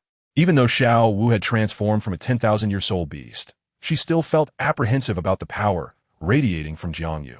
With her head lowered, she didn't dare look up at Jiang Yu. Having met him once before, Tang San didn't think much of it and assumed Xiao Wu was just shy. Xiao San, is this your girlfriend? Jiang Yu said, pointing at Xiao Wu with a hint of knowing curiosity. This was his first time seeing Xiao Wu, and he couldn't help but scrutinize the beauty before him. Although the girl was young, her figure was remarkably developed. Her silky black hair was neatly braided into a scorpion braid that hung down to her calves. She wore only a pink top that wrapped around her budding curves. And even more attractive was her slender waist that seemed too thin to grasp. Her long, straight legs were encased in white pants, displaying a perfect golden ratio. The girl's eyebrows resembled a crescent moon, and her bright, large eyes complemented her somewhat round, rosy face, making her not only beautiful, but also a bit charming. Oof. Seeing Jiang Yu's gaze fixed on the girl in front of him, Ning Rongrong immediately felt uncomfortable and reached out to pinch Jiang Yu's waist. Jiang Yu couldn't help but hiss in pain. Although Ning Rongrong's temper had calmed down over the years, her innate rich girl demeanor remained unchanged. Every time JiangYu chatted with other girls, Ning Rongrong would inevitably feel jealous, which made things difficult for JiangYu, as his charm could easily attract many girls. "Stop it," JiangYu said sternly, stopping Ning Rongrong's mischievous hand. Ning Rongrong had to give up, although she had a bit of a spoiled temperament. She knew that she had to give her man face in public and couldn't let him lose face. "Brother Jiang, you're joking," Tang San said seriously. "This is my adopted sister." Although he said that, a hint of confusion flickered through Tang San's heart. Could he really treat Xiao Wu as a sister? Could their relationship remain purely sibling-like? How could I think like that? Tang San, she is your sister. Even if she is just an adopted sister, she is still a sister. How can you? Tang San immediately extinguished that thought, not daring to continue down that path. "By the way, Brother Jiang, what brings you to Suatawa City?" Tang San quickly changed the subject, feeling puzzled about Jiang Yu's appearance here. Did he also come to study at Shrek Academy? Just thinking about that possibility made Tang San feel helpless. He didn't want to attend classes at the same academy as Jiang Yu. Jiang Yu didn't expect Tang San to have so many inner thoughts, and he certainly didn't expect that today, in Tang San's eyes, he had become his greatest rival. "I heard there's a special Soul Master Academy in Suatawa City called Shrek Academy. Although it's not very large, it has produced many famous Soul Master powerhouses. So I brought my little sister here to take a look." Indeed, he was here for Shrek Academy. Upon hearing this answer, Tang San instantly wanted to give up on participating in the entrance exam for Shrek Academy, but thinking about the task the master had given him, he knew that was impossible. What a coincidence! Tang San forced a smile. "My sister and I are also going to register at Shrek Academy. Maybe we'll be classmates in the future." Thus, Jiang Yu and Ning Rongrong stayed at the Rose Hotel. Although there was only one room left in the hotel, the room was spacious enough. Not to mention just a few of them, even 10 people could stay without any problem. Although the hotel room was decorated somewhat ambiguously, both Jiang Yu and Tang San had matured enough in their hearts, so they didn't feel awkward at all. However, Ning Rongrong and Xiao Wu couldn't help but feel a bit shy, as young girls often have many thoughts. But this strange emotion didn't last long and was quickly diluted in their conversation. Ning Rongrong and Xiao Wu found common interests in the original story. They were relatively close friends, so there was no awkwardness in their chat, and they quickly became familiar with each other. Little Master, there's more to this chapter. Please click the next page to continue reading. It gets even more exciting. The next day, after having breakfast at the hotel, Xiao Wu suggested going out for a stroll, and they soon arrived at a small shop located in a bustling area of the city. The shop wasn't large, but the sign hanging above was unlike any other store. It depicted a circular imprint with several special symbols. Ordinary people might not understand the meaning of these symbols, but Jiang Yu, Ning Rongrong, Tang San, and Xiao Wu knew exactly what they were. It depicted a sword, a hammer, and a blue lightning Tyrannosaurus Rex, identical to the imprint on the Martial Soul Hall's token. They wondered why it appeared on the sign of such a small shop. Seeing this shop, a smile appeared on Jiang Yu's face. If he guessed correctly, this shop was one of the famous Golden Triangle shops in the Soul Master world, operated by Flender, the founder of Shrek Academy. The golden dragon beard needle that Tang San held was obtained from Flender here. As they stepped into the dimly lit shop, a unique energy fluctuation instantly caught their attention. This energy was very similar to that in the Martial Soul Hall, and they quickly realized it was due to the presence of soul guidance devices. They never expected that such a small shop would have soul guidance devices. Ning Rongrong was somewhat surprised. After all, while most soul guidance devices didn't have offensive capabilities, their manufacturing process was extremely complex and had long been lost. Therefore, all existing soul guidance devices today were passed down from ancient times. As the saying goes, rarity makes something precious. Thus, each soul guidance device was quite valuable, and just one could buy the entire shop in front of them. It seemed the shop's owner was not an ordinary person. Ning Rongrong, being a genius from a major sect, deduced that the owner of this shop was someone extraordinary from such subtle observations. Chapter 219, Fish Bladder in the Dimly Lit Shop. A large space held only one person lying on a wooden recliner, eyes closed, swaying with the chair. It goes without saying that this person was the shop's owner. He appeared to be around 50 years old. Although he had entered middle age, he maintained a good physique with very strong muscles, clearly a practitioner. However, this person's appearance is somewhat unrefined, with a protruding chin, wide cheekbones, a flat face, and a slightly hooked nose. His face resembles the sole of a shoe, giving off a crafty impression. At first glance, he looks like a shrewd businessman. What is even more amusing is that he wears a pair of crystal glasses, which adds a touch of absurdity to his appearance, making it seem mismatched. As Tang San and Xiao Wu entered the store, they immediately focused on the soul guide devices inside, but Jiang Yu was carefully observing the friend in front of him. This director of Shrek Academy, although not described in detail in the original text, has quite a few highlight moments and is even more likable than Yu Xiaojiang. Boss, how much for this crystal? Not long after, a sudden voice broke the tranquility of the store. It turned out that Tang San had discovered the existence of the board crystal and wanted to acquire it. Fran, who was disturbed, clearly felt quite affected and started teasing Tang San. Soon, the originally priced 100 gold soul coins board crystal had skyrocketed to 500 gold soul coins. This infuriated Xiao Wu, and even Tang San shook his head, preparing to leave the store, as that amount of money was not trivial.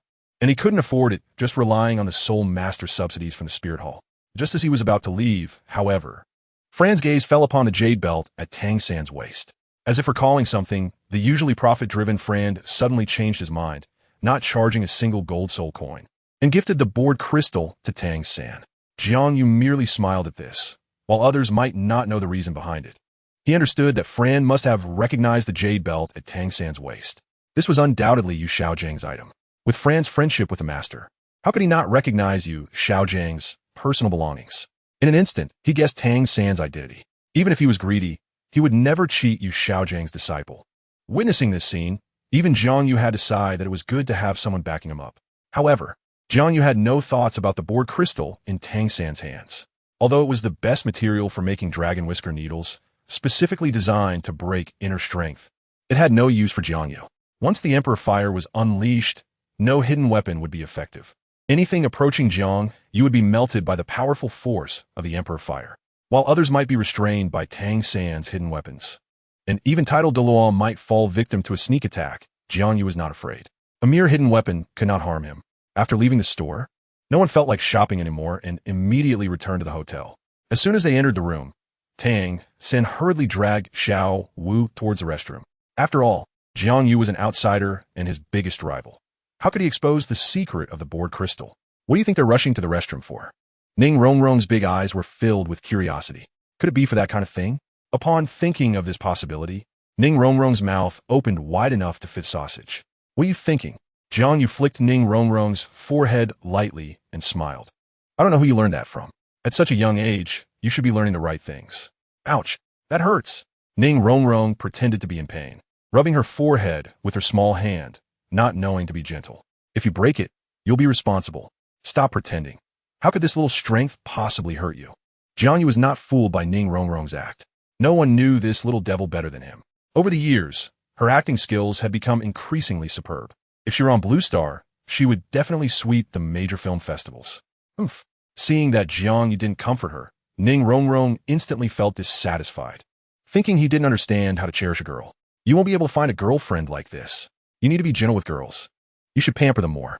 How can you be so blunt and rough? Jiang Yu smiled slightly and said, Anyway, I'm not sure girlfriends. A bunch of beauties are chasing after me. You. Ning Rongrong immediately exploded, her face full of resentment. Although Jiang Yu's words sounded a bit arrogant, upon reflection, they were not wrong. Over the years, countless women had thrown themselves at him, from fire dance far away to the women he brought back from outside. Ning Rongrong could feel the admiration from Bai Chunxiang and the elven girl towards Jiang Yu. Moreover, she heard that Shui Binger from the Tianshui Academy also had special feelings for Jiang Yu, and even the Emperor of Tiandou had intentions to marry his daughter Shui Ku to Jiang Yu. If it weren't for Ning Rongrong pestering her father Ning Fengji and Sword Daluo grandfather to temporarily decline the Tiandou Emperor's marriage proposal, Jiang Yu might have already become the prince consort of the Tiandou Empire.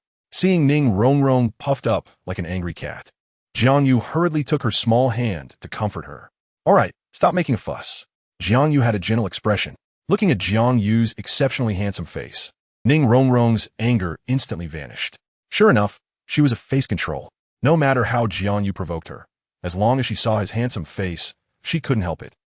The moon slowly climbed into the sky. During the long night, Jiang Yu and the others did not go out of the hotel, even having dinner delivered to their room, during which some misunderstandings arose. Little Master, there's more in this chapter. Please click the next page to continue reading. The following is even more exciting. It was unclear what the waiter was thinking, but he handed Jiang Yu and Tang San each a transparent fish bladder. The shape was almost identical to that of a condom. Although the materials were different, Jiang Yu quickly understood the purpose of this item. As for Tang San, upon seeing the fish bladder, his face couldn't help but turn red. In his era, this fish bladder was used as a contraceptive. Although he had never used one, many of his senior brothers and sisters in the Tang sect had. When he first entered the outer sect, he was responsible for taking out the trash. And every day he would collect a basket full of these fish bladders, especially those elders with profound inner strength who would use at least 3 of these every time.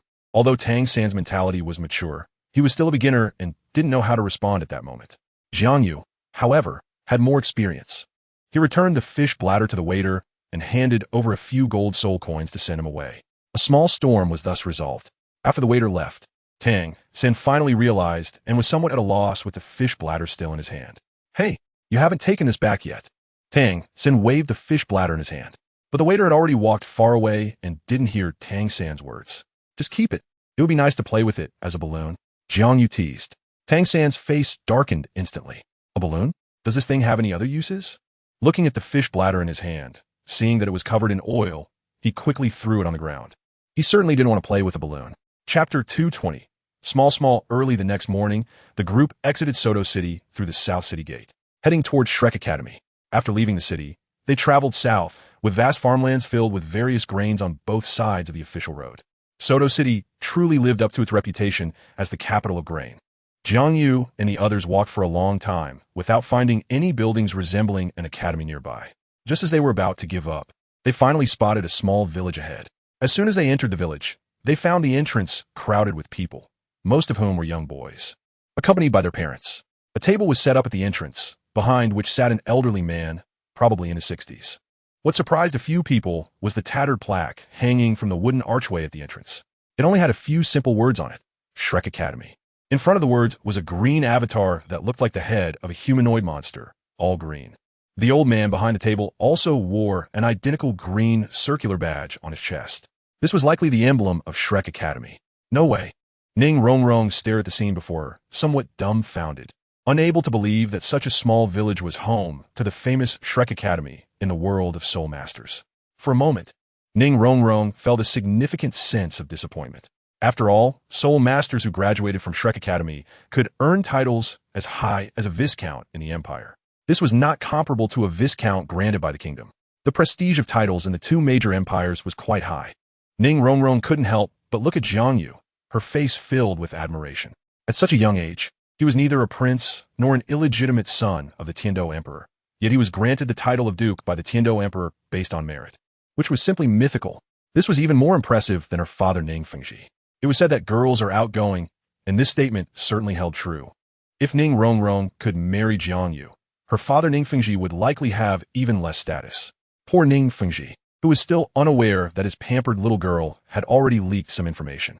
Looking at the somewhat shabby registration area, Jiang Yu said nothing and immediately pulled Ning Rongrong into line. Tang San followed suit, taking Xiao Wu into the queue. The first few boys had poor qualifications, and none of them were selected successfully. This made many people angry, as the registration fee was not cheap, 10 gold soul coins. In the end, they were dismissed by the old man's statement that their ages did not meet the requirements, as the academy only accepted children under the age of 13.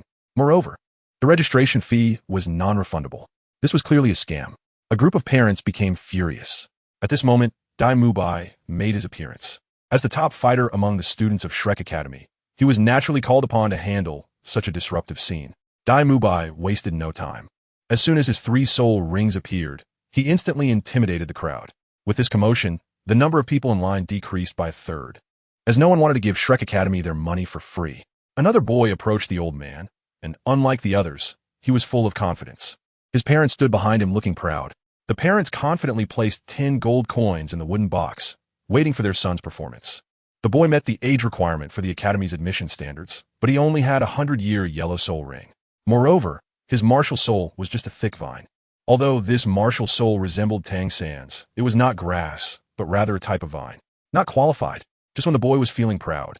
The old man's words hit him like cold water, causing him to shiver. The parents were clearly dissatisfied with the old man's statement. After all, their son's first soul ring was a 100-year soul ring. Not everyone could have that. The parents couldn't help but argue back. The old man's expression turned cold, and he snorted. Shrek was a type of monster. Even among soul beasts, it was a very strange existence. The meaning of Shrek Academy was Monster Academy. It only accepted monsters. Anyone over the age of 13 or with a soul power below level 21 should not waste time here. This place did not welcome waste. As he spoke, the old man released an incredibly powerful aura, causing Tang San, Xiao Wu, and Ning Rongrong to tremble, while Jiang Yu remained calm and indifferent, as if unaffected. The old man's reaction made him somewhat surprised. Even with his soul emperor-level pressure, he could not shake a child, which made him look at Jiang Yu with higher regard. A flash of red light appeared, and a long soul with countless fine patterns appeared in the old man's right hand. Even more shocking was that 6 soul rings appeared on him, instantly becoming the focus of the crowd. The colors of the 6 soul rings were 1 white, 1 yellow, 3 purple, and 1 black. 1 10-year soul ring, 100-year soul ring, 3,000-year soul rings, and 1 10,000-year soul ring. Although it was not the best soul ring combination, he was a genuine 6-ring soul emperor. Upon seeing this, the group of parents fell silent, not daring to protest any further. Who would dare offend a soul emperor-level powerhouse, especially one with a 10,000-year soul ring? Soon, the parents took their children and left, and the originally crowded line of over 100 people dwindled to just a dozen. Soon it was Ning Rongrong's turn. Upon seeing Ning Rongrong, the old man trembled, as if recognizing her identity. His expression instantly changed to one of fear and respect. He quickly allowed her to pass the test. Then it was JiangYu's turn. The old man determined through bone reading that JiangYu was already 13 years old. Logically speaking, he did not meet the standards, but upon seeing he was accompanying Ning Rongrong, and judging from his earlier performance, it was clear that this boy was extraordinary, definitely a genius among geniuses. Thus, he allowed JiangYu to pass the test as well. Following that, Xiao Wu and Tang San also passed the first admission test of Shrek Academy. Just as the registration was about to end, a girl suddenly arrived late, rushing to the registration site like a gust of wind. She looked even younger than Ning Rongrong, with long black hair cascading over her shoulders, standing about the same height as Ning Rongrong with fair skin. However, her presence felt very different from Ning Rongrong's. Her extremely voluptuous figure was very mismatched with her age. If one did not look at her face, they might think she was a young adult, especially with her impressive bosom, which would attract the attention of all men. In contrast to her sultry figure, the expression on the girl's face was very cold, exuding an icy arrogance that seemed to emanate from her bones, giving off a feeling of keeping people at arm's length. Xiao Xiao. Upon seeing the arriving girl, Jiang Yu's eyes lit up, unexpectedly encountering a familiar face here. Wait. Xiao Xiao, why are you at Shrek Academy? Looking at her figure and temperament, Jiang Yu instantly thought of a certain possibility. Chapter 221. Tang San's shock. Although he had his suspicions, Jiang Yu did not reveal them. He stepped forward and took Xiao Xiao's delicate hand, his face full of excitement. It's you. Xiao Xiao, no, it should be Zhu Zhuqing. Seeing Jiang Yu here, her frost-like beautiful face actually flushed with a rare blush, becoming shy. At this moment, she realized that her feelings for Jiang Yu were different from those for others. Even when facing Dai Mubai, she had never experienced such a wonderful feeling. Watching Jiang Yu pull and tug at the big-breasted beauty behind him, Ning Rongrong's face instantly turned green. A strong sense of crisis emerged. Her intuition told her that the beauty before her posed a far greater threat than Ho Wu and the others. Looking at those undulating peaks and then glancing down at her own slightly flatter areas, Ning Rongrong couldn't help but sigh. If he were a man, he would also choose the beautiful woman across from him. After all, beauty can cover up many flaws. The girls in the sect said that men like women with ample figures. Are you still going to sign up? Just as Jiang Yu and Zhu Zhuqing were pulling at each other, an annoying voice sounded nearby. It was the old man responsible for registration, who was eager to return for a meal and didn't want to continue dawdling. Sign up. Zhu Zhuqing gently pushed Jiang Yu's large hand away and quickly went to the old man. Soon the old man determined that she was qualified. More students passed the test than he expected. After completing the first round of testing, the old man handed them over to Dai Mubai and hurried off to eat. Dai Mubai had no choice but to lead the newcomers into the village. The buildings in the village were all wooden, very simple and plain. It was clear that this village was not wealthy. After walking a short distance, Dai Mubai took them to an open area, surrounded by wooden houses. This open space was about 500 meters wide. The students who had passed the test earlier were waiting in front. After Dai Mubai briefly explained the rules, he hurried away. At that moment, a lazy voice called out, "Sausages for sale." Come and take a look. Oscar brand sausages, delicious and sweet, cheap and plentiful. Looking up, they saw a person not far away pushing a cart and calling out. The person was dressed simply, with tidy short hair and a full beard, but had big peach blossom eyes. His gaze shifted to the girls in the candidate lineup, and it was clear his intentions were not pure. Smelling the aroma of grilled sausages, the nearby group couldn't help but feel their appetites stir. Having only eaten a little that morning to participate in the entrance exam, they now felt a wave of hunger triggered by the scent of the sausages. Tang San saw that Xiao Wu was also hungry and immediately went to buy a sausage. Ning Rongrong wanted to buy one for Jiang Yu too, but just as she was about to stride towards the sausage stall, Jiang Yu grabbed her. Confused, Ning Rongrong was brought close to Jiang Yu and Zhu Zhuqing. Jiang Yu then quietly informed them that the sausages in front of them were not real grilled sausages, but produced by the owner's martial soul. Huh? How could there be such a disgusting martial soul? Ning Rongrong's appetite was instantly extinguished. Just thinking that the sausage was produced by a soul master made her lose her desire to eat. Even Zhu Zhuqing no longer looked at the grilled sausages. Only Tang Sen foolishly bought 2 sausages and happily handed one to Xiao Wu. Just as they were about to eat, Dai Mubai arrived just in time to stop Tang San and Xiao Wu from consuming the expired sausages. He then seriously instructed Oscar to make new sausages. After all, he appreciated Tang San and didn't want him to be taken advantage of. What? Is there something wrong with these sausages? Tang San looked suspiciously at the fragrant grilled sausage in front of him. Oscar also knew he couldn't provoke Dai Mubai. As a food-type soul master, even if his soul power was higher than that of a strong attack-type soul master, he was still not their match. Moreover, Dai Mubai was a 3-ring soul master, with much higher soul power than him. I got a big sausage. Oscar's lewd voice rang out, momentarily stunning everyone. 2 yellow rings appeared around him, and then a sausage identical to the one in Tang San's hand appeared in his grasp. Originally, Ning Rongrong had some doubts when Jiang Yu said the sausages were produced by the owner's martial soul, but seeing this scene, her disgust towards Oscar instantly grew. Although food-type soul masters can awaken various meat-related martial souls, they're usually steaks, chicken legs, etc. This was the first time she had seen someone awaken a sausage. This made it especially hard for people, especially girls, to accept from a sensory perspective, especially combined with the soul incantation Oscar recited. Even Tang Sen couldn't accept it, quickly placing the sausage back on the charcoal grill. Then he followed Dai Mubai away from the sausage stall. Upon reaching the teacher responsible for the front test, Dai Mubai whispered to him before leading the way, as their talents meant they didn't need to participate in the current assessment and could pass directly. Other students, seeing this scene, couldn't help but voice their discontent, loudly declaring it unfair and clearly suggesting there was a hidden agenda, demanding an explanation from the teacher. The teacher in charge of the assessment coldly informed them that any student with soul power exceeding level 25 did not need to participate in this round of assessment. The students didn't believe that Jiang Yu and the others could reach level 25 soul power. Little Master, there's more in this chapter. Please click the next page to continue reading. It's more exciting ahead. They thought it was just the teacher's excuse to allow this group of privileged students into the academy. Facing the doubts, Dai Mubai directly took out the crystal ball used to test soul power. The group wasted no time. Tang San was the first to place his hand on the crystal ball, and sure enough, his soul power reached the standards set by the teacher. Following him, Xiao Wu, Ning Rongrong, and Zhu Zhuqing also tested their soul power, and all met the standard. It was Jiang Yu's turn to test. He did not immediately place his hand on the crystal ball. You might as well change to another crystal ball, Jiang Yu said with a faint smile. I'm afraid your level of crystal ball won't be able to withstand the pressure of my soul power. Hearing Jiang Yu's words, Dai Mubai was obviously taken aback. After all, the crystal ball in his hand could withstand fluctuations of 30-level soul power. Jiang Yu looked only slightly older than Tang San.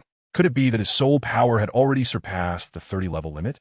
Seeing Dai Mubai's disbelief, Jiang Yu said nothing more and directly summoned his martial soul. A long sword exuding imperial might appeared in his hand, surrounded by 4 soul rings. Yellow, yellow, black, black. If the first 2 soul rings were still somewhat normal, then the 3rd and 4th soul rings were somewhat incredible. The black soul rings represented that these soul rings had been around for about 10,000 years. How could this be possible? Generally speaking, the age of the 3rd soul ring a soul master can absorb would never exceed 1,700 years. Seeing the soul rings on Jiang Yu's martial soul, everyone was shocked. This scene shattered their long-held perceptions and completely overturned the ironclad rules of the soul master community. Even someone as composed as Tang Sen couldn't help but take a step back, feeling a strong sense of defeat. He had thought that after all his hard work over the years, even if he didn't surpass JiangYu, he wouldn't be weaker than him. But now they had a 2-soul ring gap. The age difference between them wasn't significant, but the gap in soul power was like a chasm. How could he possibly surpass JiangYu? Upon seeing JiangYu's martial soul, Dai Mubai's expression instantly turned grave. The moment his evil-eyed, white tiger martial soul was summoned, it actually trembled. After all, his martial soul was a top-tier beast martial soul. Even facing the continent's #1 beast martial soul, he would not feel the slightest fear. Yet now, JiangYu's martial soul had instilled fear in his own martial soul. The teacher in charge of the assessment looked at the soul rings on Jiang with a face full of disbelief. Even though Shrek Academy is known as the Monster Academy, the admission requirements only ask for students to be around 12 or 13 years old and to have obtained 2 soul rings. JiangYu's current strength is already enough to graduate. With his talent, he would be considered a monster-level figure even in the continent's top forces. He never expected to come to Shrek Academy. The assessment teacher immediately instructed Dai Mubai to take JiangYu and the others to participate in the final round of the assessment. Although he knew that with the talents of JiangYu and the others, they would definitely be able to enter the academy, the rules still had to be followed. And moreover, these geniuses probably wanted to prove their strength as well. Soon, Dai Mubai led the group to another open area. This place was much smaller than the previous one. A middle-aged man, looking about 50, was sitting on a chair, dozing off. "Teacher Zhao, I've brought people for the assessment." "Oh, I can't believe there are actually people who made it to this round this year, and there are 5 of them. Not bad, not bad." The middle-aged man opened his hazy eyes and looked at the group of young boys and girls with surprise. After a moment, this teacher, Zhao, got up from his chair. He was not tall and looked quite ordinary, but his muscles were well developed, making him appear extremely strong. His broad shoulders were like city walls, and his outerwear could not conceal his robust muscles, giving off a strong sense of oppression. Teacher Zhao stretched lazily, looked at the young boys and girls in front of him, and rubbed his large fist, which was as big as a sandpot. "Since you were able to come to this round, it proves that your talents are quite formidable. However, talent does not mean everything. Soul masters must speak with strength. Combat experience is essential for every soul master." With a smiling gaze sweeping over JiangYu and the others, Zhao Wujia announced his name and requested to battle with them. As long as they could withstand his attacks for the duration of an incense stick, they would pass the assessment. Moreover, as long as one person could hold out until the end, it counted as all of them passing the test. Dai Mubai, upon hearing this, immediately opposed, saying jokingly that Zhao Wujia was a soul sage. Even the most talented JiangYu might not be able to pass the test. However, Zhao Wujia did not heed Dai Mubai's advice and insisted on testing the new students. He quickly took out an incense stick from his pocket, pinched it with his fingers, and surprisingly lit it directly. With a snap of his fingers, the incense was already inserted into the ground. Seeing that the decision was made, Dai Mubai had no choice but to inform the new students about Zhao Wujia's strength. Upon hearing that Zhao Wujia was a soul sage, except for JiangYu, the faces of the others showed shock. Even Tang San was no exception. Despite his own abilities, he had to be cautious. After all, besides having high soul power, Zhao Wujia's martial soul was also a very powerful beast martial soul, the Great Strength Diamond Bear. This martial soul had almost no weaknesses and possessed terrifying defensive capabilities, making it difficult for soul masters of the same level to shake his defense. He was indeed the immovable King Zhao Wujia.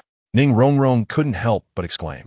She initially thought it was just a person with the same name, but upon learning that this teacher's martial soul was also the Great Strength Diamond Bear, she realized that this seemingly unremarkable teacher was indeed that legendary figure. She never expected him to be hiding in Shrek Academy as a teacher. Back then, the immovable King Zhao Wujia offended the Spirit Hall, the most powerful force on the continent. The Spirit Hall sent dozens of bishops to besiege him, but unexpectedly, Zhao Wujia burst out of the siege. The bishops of the Spirit Hall were at least Soul Emperor-level powerhouses, and at that time, Zhao Wujia was merely a Soul Emperor. Moreover, the Soul Emperors of the Spirit Hall were not comparable to those of ordinary forces. Even so, a dozen Soul Emperors could not stop Zhao Wujia, which showed how terrifying he was. Ning Rongrong looked at JiangYu, realizing that whether they could win this assessment depended greatly on him. Although Zhao Wujia was very formidable, Ning Rongrong believed in JiangYu, convinced that he would have a way. Despite knowing Zhao Wujia's strength, the group did not back down and began to introduce their own abilities. when they heard that Jiang Yu's soul power had reached level 49. Everyone except Ning Rongrong was taken aback. They never expected Jiang Yu to be on the verge of obtaining his 5th soul ring. Moreover, both his 3rd and 4th soul rings were 10,000-year soul rings, while Zhao Wujie, as a soul sage, only had 3 10,000-year soul rings. It seemed that the key to the outcome of this match rested on Jiang Yu. Everyone looked at Jiang Yu, waiting for his plan. Even the usually arrogant Tang San was eager to see what he would do. Jiang Yu took the initiative and began to lay out the strategy. Rong, you will be responsible for support. Xiaowu, you will handle close combat. Zhu Qing, you will take the flank and use your speed to distract him. Tang San, you will control Zhao Wujie's attacks, and the rest will be left to me. After Jiang Yu finished speaking, he looked at everyone and said, who agrees and who disagrees?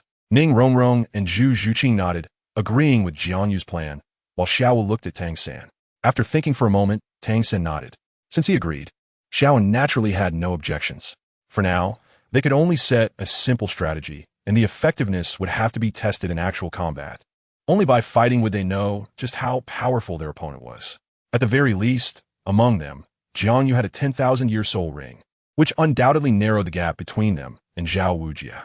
Otherwise, with their 100-year soul rings, how could they compete with Zhao Wujie's 10,000-year soul rings?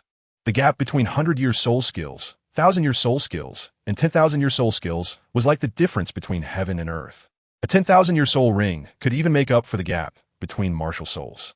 Even a 10,000-year soul skill released by the blue silvergrass, which was widely regarded as a waste martial soul, was stronger than a 1,000-year soul skill from a strong attack system soul master. Although it had not been heard in the soul master community that a blue silvergrass soul master possessed a 10,000-year soul ring. This was also why all soul masters hoped to have a 10,000-year soul ring. Chapter 233. Sword Intent. The 7 treasures turned into Glazed. As a support type soul master, Ning Rongrong was the first to take action. She spun in the air, and brilliant 7-colored light surged from her body, where the 7-colored light gathered. A 7-colored pagoda, over a foot tall, appeared in Ning Rongrong's right hand. The pagoda shone with light, exuding an aura of nobility. Ning Rongrong looked like a fairy from the heavens, exuding a celestial quality. 2 circles of yellow soul rings quietly circled around her. The 7 treasures are famous. The first being strength. The first yellow soul ring slowly floated up and enveloped the 7-colored pagoda. Ning Rongrong pointed with her left hand, and 4 beams of colorful light simultaneously released, enveloping Jiang Yu and the other 3 teammates. In an instant, Jiang Yu felt a warm energy surge into his body, filling him with power, and even the soul power within him began to boil. Hey! Zhao Wujie looked at the pagoda in Ning Rongrong's hand, his eyes gleaming with interest. He did not expect that among the candidates this time, there would be a descendant of the 7 treasures Glazed Tile clan. This was one of the wealthiest families on the continent. It seemed that the academy's funding would not be a concern. Zhao Wujie couldn't help but chuckle to himself. The 7 treasures Glazed sect is well known, and the second ability is speed. Several beams of colorful light floated out again, enveloping a few people. They felt their bodies lighten. Truly, it is the strongest auxiliary martial soul on the continent, and its support effects are indeed impressive. At that moment, Zhao Wujie moved, but he didn't rush towards Jiang Yu and the others. Instead, he crouched slightly, and with great force, he slammed his fists into the ground. Zhao Wujie knew the power of the 7 treasures Glazed sect. Although the students before him were vastly inferior in soul power, he understood that even when fighting a rabbit, a lion must use all its strength, so he did not underestimate these children. His attack was not specifically aimed at Ning Rongrong, but the large-scale release of energy was clearly intended to interrupt Ning Rongrong's support effects. Jiang Yu flashed and stood in front of Ning Rongrong. With all his soul power unleashed, the Chixiao Sword manifested and emitted a loud sword cry. As the Chixiao Sword appeared, all swords bowed in submission. Holding the Emperor's sword, Jiang Yu looked like an emperor. Within 100 miles, soul masters who had awakened their sword martial souls sensed the invincible sword intent radiating from the Chixiao Sword and trembled in fear, not daring to unleash their martial souls. The powerful sword intent blocked Zhao Wujie's pressure, causing this soul saint to frown secretly. Jiang Yu's strength shook even Zhao Wujie, who was known for his power. With a loud rumble, the earth trembled, and a wave of yellow energy was released towards the students. Especially, more power was directed at the direction where Jiang Yu was located. A blue-black vine struck silently. Tang San also made his move. The vine did not have spikes. as Tang Xin only granted it the effect of his first soul skill. The vine quickly wrapped around Xiao Wu's waist, and as Tang Xin leaped, he lifted her body into the air. With Jiang Rongrong protecting him, Tang Xin knew there was no problem, so he only focused on Xiao Wu. As for Zhu Zhuqing, they were not familiar, and with his current strength, he could only lift Xiao Wu. He could only watch her performance. Zhu Zhuqing, being a soul master, reacted very quickly, darting out from the side to avoid the shockwave. Xiao Wu go! Tang Xin shouted, raising his hands to push forward, flinging Xiao Wu like a hidden weapon. Having been together for so many years, their tacit understanding needed no words. Xiao Wu didn't even need to look to know where Tang San's hands were. With a push from Tang San, Xiao Wu sprang off his hands like an arrow shooting toward Zhao Wujie on the ground. Seeing Xiao Wu pouncing towards him, Zhao Wujie did not dodge. He was somewhat bored and felt that the opponent's soul power was too low, and as a soul master, their strength was limited. Therefore, Zhao Wujie allowed Xiao Wu to attack. Xiao Wu certainly would not miss this opportunity, her body curling up in the air, rolling forward. Just before reaching Zhao Wujie, she extended her body, completing the martial soul possession in midair, and both feet stepped onto Zhao Wujie's shoulders. Two muffled grunts sounded as Xiao Wu's feet landed on Zhao Wujie's shoulders, but Zhao Wujie had a look of enjoyment. Comfortable, little girl, put in a bit more strength. Feeling looked down upon by Zhao Wujie, Xiao Wu snorted coldly, her entire body bursting with power, twisting and spinning in the air. At that moment, the spike vines had already wrapped around Zhao Wujie's body, tightening and releasing the toxins contained within, while at the same time, the vines that surged from the ground pushed his body up, lifting his feet off the ground. Although Zhao Wujie was very strong, he still couldn't stabilize his body once off the ground, and Tang San's blue-silver grass wrapped around him, preventing him from moving wildly. With Ning Rongrong's support, the soul power exerted by Tang San and Xiao Wu had already exceeded their previous levels. However, Zhao Wujie, known as the Unmoving King, did not use all his strength until he was controlled by the opponent, at which point he unleashed his internal power. Xiao Wu, who was spinning, suddenly froze. Her body was pulled back by Zhao Wujie. With a loud bang, the vines on Zhao Wujie's body shattered, scattering to the ground. The blue-silver grass martial soul was merely a useless martial soul. Tang San had not yet awakened the bloodline of the blue-silver emperor, even though he had added 200-year soul rings to enhance the toughness of the blue-silver grass. But against a powerful opponent, it was still insufficient. This was also his greatest weakness. At that moment, Zhao Wujie let out a low roar, and his body began to swell. His already terrifying muscles almost doubled in size. Even his height increased by a meter. He looked extremely imposing. 7 dazzling soul rings emerged, 2 yellow, 2 purple, and 3 black. 7 terrifying soul rings attached to him. Ding ding ding ding ding ding ding ding. A series of dense sounds came from behind Zhao Wujie, and Xiao Wu seized the opportunity to entangle him. The dense sounds were the attacks launched by Zhu Zhuqing. After activating her martial soul, Zhu Zhuqing's eyes became very different. Her left eye turned dark green, and her right eye was bright blue. Her hands transformed into claw-like spikes.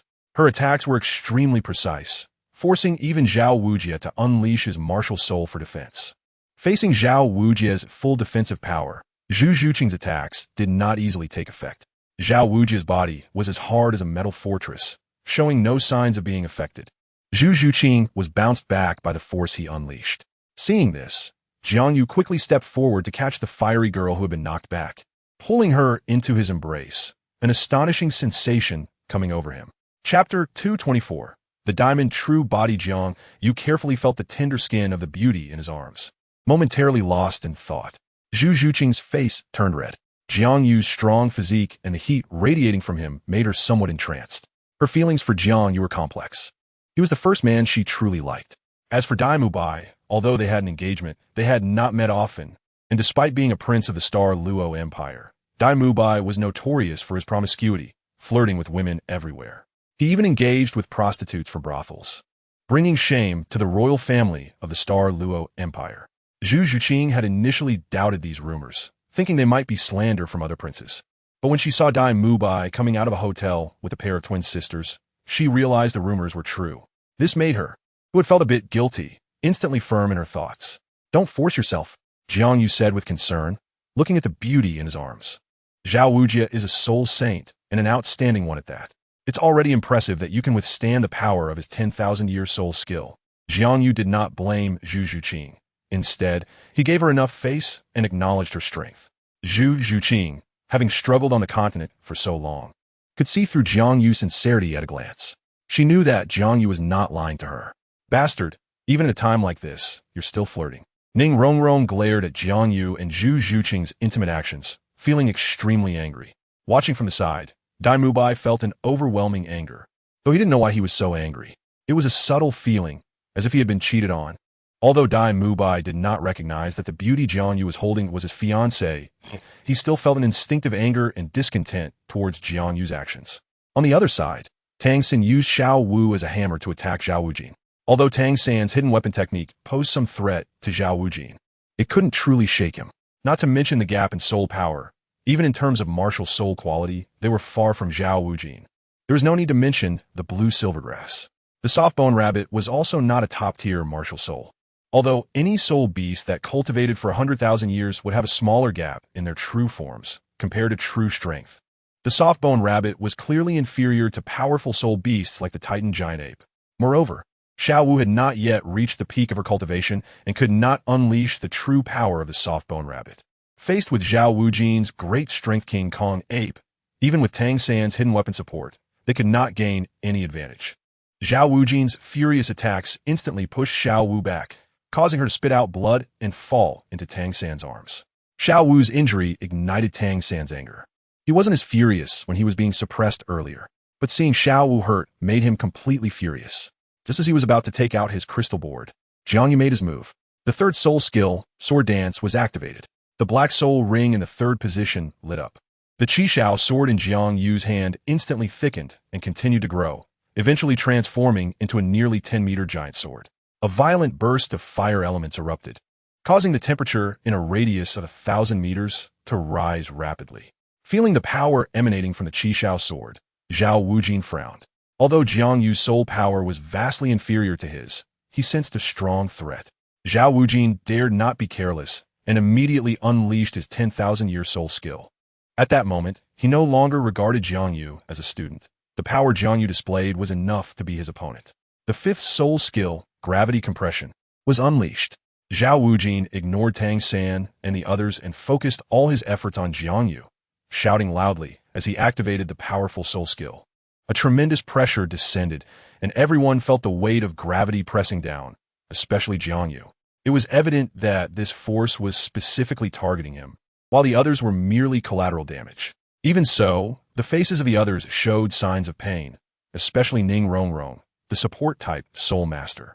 Although JiangYu had been training Ning Rongrong daily to enhance her endurance and physical attributes over the years, Ning Rongrong was still a support-type soul master. Even though her physical qualities had significantly improved compared to her original self, facing a powerful attack type, Soul Sage's 10,000-year soul skill was still challenging. Comfortable. Although JiangYu bore most of the gravitational pressure, there was no sign of pain on his face. Instead, he looked relaxed. Comfortable? Zhao Wujin looked at JiangYu in astonishment. It was the first time he had seen someone shout that they felt comfortable in front of his gravity compression. Even Frank couldn't do that. Although Frank's soul power was higher than his, if it weren't for the cat eagle martial soul's flying ability. Zhao Wujin feared he wouldn't lose to Frank. Seeing JiangYu so relaxed made Zhao Wujin furious. It was the greatest humiliation to him. As a soul sage, he couldn't deal with a student. It was truly a huge disgrace. You forced my hand. Zhao Wujin was enraged, and without caring for the assessment anymore. His expression clearly indicated that he was about to get serious. The seventh soul skill, Martial Soul, True Body. The seventh soul ring flickered, and Zhao Wujin's body began to swell, hair rapidly spreading over his skin, covering his entire body. He transformed completely. No, he could no longer be called a human. Zhao Wujin was changing into a bear-like creature. Martial Soul, True Body. Dai Mubai looked in horror at the Zhao Wujin ahead of him. He hadn't expected that in this ordinary assessment, Zhao Wujin would unleash his Martial Soul, True Body. Looking back at JiangYu, his gaze had changed. To force a soul sage to use their Martial Soul True Body was beyond the description of a monster. Compared to JiangYu, he was merely an ordinary person. No wonder the teacher said that only those above Soul Sage could be called advanced soul masters. The Martial Soul True Body was indeed powerful, and ordinary soul masters were no match for it. Tang Sen recalled what the master had said. This was his first time witnessing the martial soul true body, and the shock it brought him was unimaginable. Kid, to force me to use my martial soul true body, even if you lose, you can still be proud. Zhao Wujin had now transformed into a real great strength King Kong bear, but his accent remained unchanged. It was clearly Zhao Wujin speaking. My martial soul true body allows me to use all soul skills within the 7 rings, except for the martial soul true body itself. At 150% of their original power, with a 200% increase in defense. With your strength, it is impossible for you to win.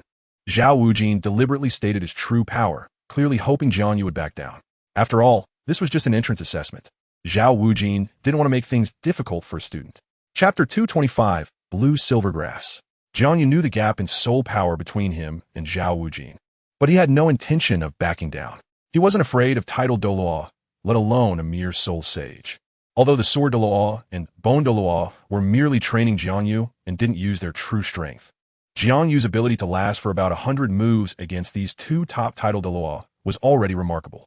If it were someone else, they might not even last a single move. They would likely kneel in the face of the pressure from a title Douluo. Thank you, Teacher Zhao, JiangYu confidently responded. But as a fellow attack-type soul master, I would like to experience the true power of the great strength King Kong bear. JiangYu's words drew gasps from the crowd. Ning Rongrong and Zhu Zhuqing looked worried, while Tang San and Xiao Wu also showed expressions of concern. One must understand that Zhao Wujin had already unleashed his martial soul true body, and his strength had reached its peak. With Zhao Wujin's power, let alone JiangYu, even an ordinary soul sage would not be able to match him. Dai Mubai looked at JiangYu, feeling increasingly unable to see through this new student. Others might not know, but he was aware of how terrifying Zhao Wujin was after unleashing his martial soul true body. He feared it could withstand the might of a soul Douluo. Even he dared not engage Zhao Wujin in battle. This new student was too formidable. Oscar, hiding in the corner, watched everything happening on the field and couldn't help but mutter to himself. I thought Dai Mubai was already strong enough, but it turns out this newcomer is even stronger. Once he enters the academy, Dai Mubai's position may need to be adjusted. It was not surprising for Oscar to think this way. After all, he had never seen anyone confront Zhao Wujin head-on. Even Dean Flinder had only managed to slowly wear him down by leveraging his flying advantage. Seeing JiangYu appear so unassuming yet confident, Zhao Wujin's eyes flashed with appreciation. He thought back to when he was the same way. Even when facing a formidable enemy, he never shrinks back.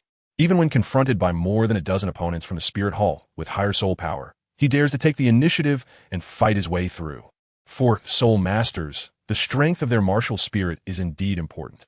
But the courage to confront strong enemies and still draw their sword is the most crucial aspect of being a soul master.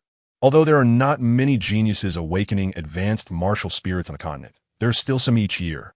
However, those who possess such courage are few and far between. At least, Zhao Wujia has never seen such courage.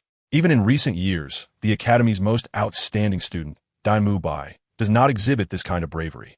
Although JiangYu was not suppressed by his momentum, which made Zhao Wujia feel a bit embarrassed and slightly annoyed, the thought of encountering such a genius excited him.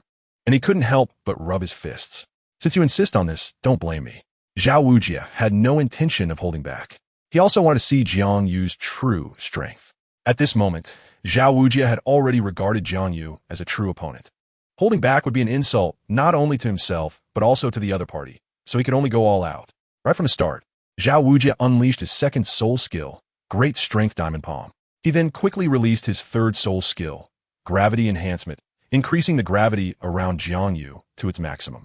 JiangYu felt a powerful force of gravity pressing down on his body.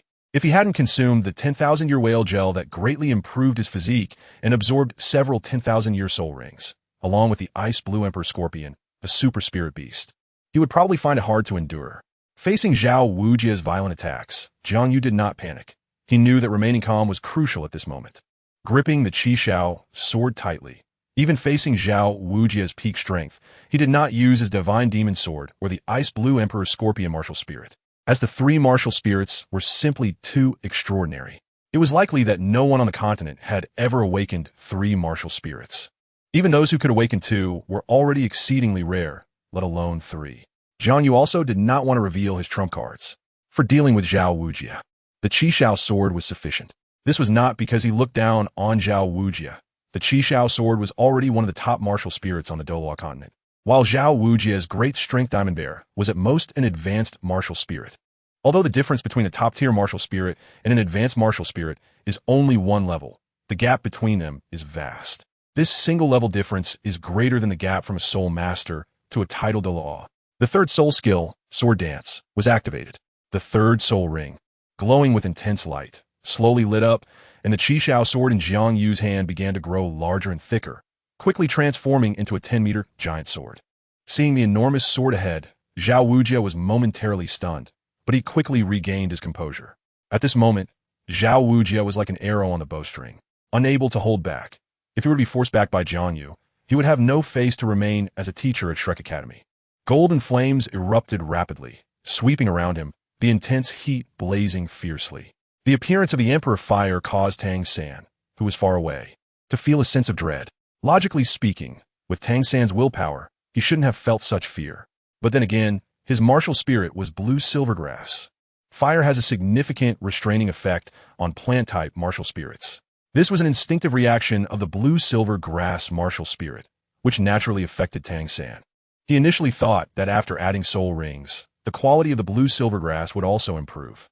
Although the current blue-silver grass was much stronger than when it first awakened, it was still insufficient when encountering a more powerful martial spirit, especially a fire-type martial spirit. Tang San glanced at his other hand, where the Haotian hammer martial spirit was located. At this moment, he even had the impulse to add a soul ring to the Haotian hammer martial spirit. If he could cultivate the Haotian hammer, he would possess the most powerful force, making him fearless against anyone. However, he was merely thinking about it. The master had said that he could not add a soul ring to the Haotian hammer until the conflict between the two martial spirits was resolved. Forget it. Although the blue-silver grass martial spirit has significant limitations, the Tang San's hidden weapons are enough to deal with some powerful soul masters. Tang San recalled his greatest trump card. That is the Tang San's hidden weapons. Jiang Yu didn't expect that his performance would even shake Tang San a bit. At this moment, he had no time to worry about Tang San. Zhao Wujia's bear paw was already fiercely pushing towards him. Watching the enormous bear paw descending from the sky, Jiang Yu grasped the Chixiao Sword and struck back. Bang! When the Chixiao Sword made contact with the bear paw, the ground trembled, and even though Zhao Wujia had powerful soul power shielding him, the scorching flames still charred his bare paw, releasing a savory aroma of cooked meat. This caused the students present to swallow their saliva secretly. Of course, Dai Mubai and Oscar did not dare to show it. If Zhao Wujia found out, they would be in trouble. After all, Zhao Wujia was their teacher, and he had plenty of ways to deal with them. How could this kid's fire attribute be so intense? Zhao Wujia found it hard to believe. Chapter 226. Student Zhao Wujia had traversed the Soul Master world for many years and had seen many fire-type Soul Masters. Yet even that fiery woman, known as the Killing Angle in the Golden Iron Triangle, who possessed a fire dragon martial spirit, had never controlled flames of such extremity. The flames released by Jiang Yu had clearly reached the standard of ultimate fire. Otherwise, it would not have been able to break through the defense of his great strength Diamond Bear. This was not something ordinary flames could achieve. Although he temporarily forced Zhao Wujia back, Jiang Yu did not let his guard down. After all, the opponent was a soul sage. If pushed to his limits, one cannot be sure what Zhao Wujia might do, and it was very likely he would forget that this was just an assessment and unleash his true power. Sure enough, moments later, Zhao Wujia let out a loud roar, enduring the scorching power of the Emperor Fire, and with all his might, he pushed towards Jiang Yu. His massive body, like a mountain, rushed forward. Although the great strength Diamond Bear martial spirit was not known for speed, it was not as sluggish as other powerful attack-type beast martial spirits. As those colossal hands overshadowed the sky and pressed down from afar, Jiang Yu slid to the back of the great strength Diamond Bear, and the Chixiao Sword in his hand erupted with force. Jiang Yu threw it with all his strength. The fire sword shot towards the great strength Diamond Bear's rear. Zhao Wujia initially felt a tingling sensation. However, soon the intense pain forced him to halt his attack on Jiang Yu. He clutched his backside, crying out in agony. Although Zhao Wujia's great strength Diamond Bear martial spirit was known for its high attack and high defense, it depended on who the opponent was. The Chixiao Sword was hailed as the Emperor's Sword, the King of Swords. If it couldn't even shake the defense of the great strength Diamond Bear, then it wouldn't deserve to be called an Imperial Sword. Unexpectedly, he could even defeat a soul sage. Tang San had an expression of disbelief. Although he was confident that he could withstand Zhao Wujia's attack using hidden weapons, if he said he could defeat Zhao Wujia, especially as easily as Jiang Yu did, Tang Sen would not dare to assert that. Ever since encountering Jiang Yu, Tang Sen had faced setbacks at every turn. Even though he had cultivated the Tang sect's internal skills and hidden weapon techniques, he still felt a sense of being suppressed. Tang Sen even had a gut feeling that even if he revealed all his trump cards, he would not be Jiang Yu's opponent. Jiang Yu, on the other hand, did not realize that his earlier performance would put such immense pressure on Tang Sen. Finally, I didn't lose. Jiang Yu silently sighed. Facing a soul sage, especially one as powerful as Zhao Wujia, who could challenge opponents of higher ranks, even a soul Dalu would find it tricky. Moreover, there was a huge soul power gap between Jiang Yu and Zhao Wujia. If one were to say Jiang Yu could win, no one would believe it. Yet the result before him, Jiang Yu actually won against Zhao Wujia without relying on external forces, purely based on his own strength. This was simply outrageous. Even Dai Mubai, standing nearby, wore a look of shock. As a strong attack-type soul master himself, he understood Zhao Wujia's strength very well. If it were him, even just in training, he wouldn't dare to spar with teacher Zhao, who had the Titan Great Bear martial soul, let alone a real battle like Jiang Yu's. It seemed that in the future, the position of the top student at Shrek Academy would change hands. However, Dai Mubai had no objection to this. Although he was arrogant, he always respected the strong, as the Xingluo royal family had always revered power. Whoever had strength could rise to power. Even the position of emperor was determined by strength. Without it, no matter how wise one was, they could never inherit the throne. For instance, Dai Mubai's father, in terms of wisdom and influence, was not as good as several of his brothers back then. Yet he was the first to cultivate to the soul emperor realm, with a talent far surpassing that of his brothers. Because of this, Dai Mubai's father was able to inherit the throne of the Xingluo Empire.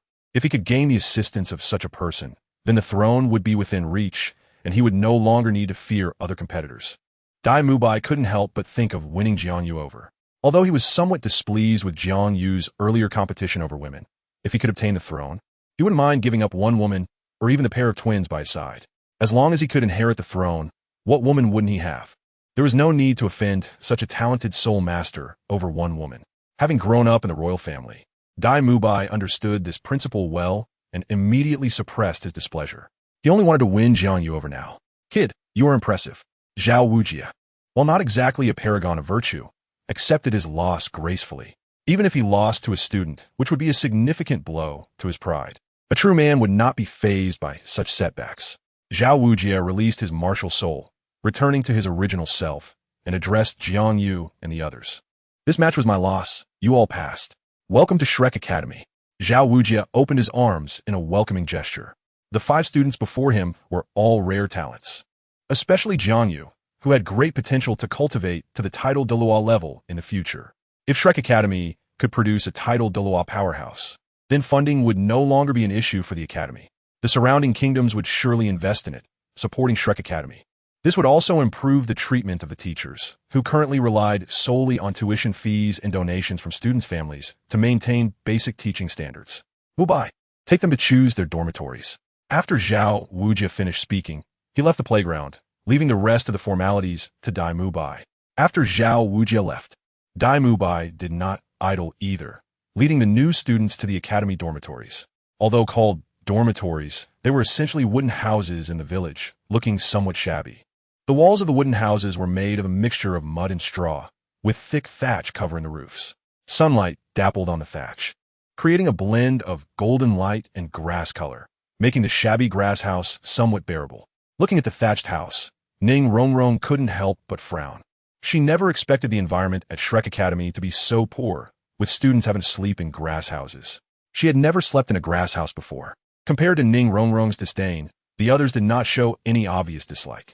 The inside of the thatched house featured large communal sleeping areas, with no individual rooms, forcing Ning Rongrong and the other girls to share a room. Jiang Yu had to squeeze in with Tang San and Oscar, thus solving the room issue. Time quietly passed into the evening. The sky outside was gradually darkening. Oscar, meanwhile, revealed his lecherous side and began discussing the allocation of female students with Jiang Yu and Tang San. Oscar attempted to allocate one female student for himself, but unexpectedly faced collective resistance from Jiang Yu and Tang San. Chapter 227, The Mysterious Person. Are you kidding? Although Tang Xin claimed to see Xiao Wu only as a younger sister, in reality, his feelings for her were more than just that. How could he allow Oscar to have a chance? As for Jiang Yu, among the new female students, apart from Xiao Wu, they were all his women. How could he allocate them to Oscar? Seeing that both new students disagreed, Oscar intended to continue speaking, but upon seeing their resolute expressions, he had to stop. Who told him he was just an auxiliary soul master? Even if he had strong offensive power, he couldn't possibly match these two new students, especially Jiang Yu. This was someone who wasn't afraid even of Zhao Wujie. Oscar dared not retort. Late at night, when all was quiet, Tang San and Oscar had already fallen asleep. Jiang Yu put on his clothes, tiptoed to the door, opened it, and let the moonlight pour in. After closing the door, Jiang Yu was about to find a place to relieve himself when a noise came from a distance. Who is it? Jiang Yu followed the sound and quickly pursued it. Someone intruding into Shrek Academy at this late hour surely had ulterior motives. Soon, Jiang Yu chased the mysterious person out of the boundaries of Shrek Academy. They arrived in a nearby forest where the person disappeared into the trees, making it impossible to see them. Without hesitation, Jiang Yu followed into the woods, unafraid that the mysterious person would take action against him. Observing their behavior, they did not seem like a bad person. Inside the forest, the underbrush was thick, and the ground was covered with blue grass. Although this blue-silver grass had strong vitality, it was commonly found across the continent. It was a very ordinary plant. Those that could cultivate to 1,000 years of age were few and far between. This common grass was mostly food for soul beasts, especially the soft-bone rabbit, which fed on blue-silver grass. Come out. Jiang Yu stopped and looked into the dim space ahead, his eyes slightly wary. Who are you? The mysterious person did not respond directly, but said faintly, I didn't expect to find such a talent in this small place. With your talent, reaching the title Douluo level is completely within your grasp. Draw your sword. As the mysterious person spoke, he stepped out from the dark space and stood a few meters away from Jiang Yu. Let me see your sword. The mysterious person was tall, cloaked in black, with a black hood covering his head. From his appearance, one could only tell he was a man.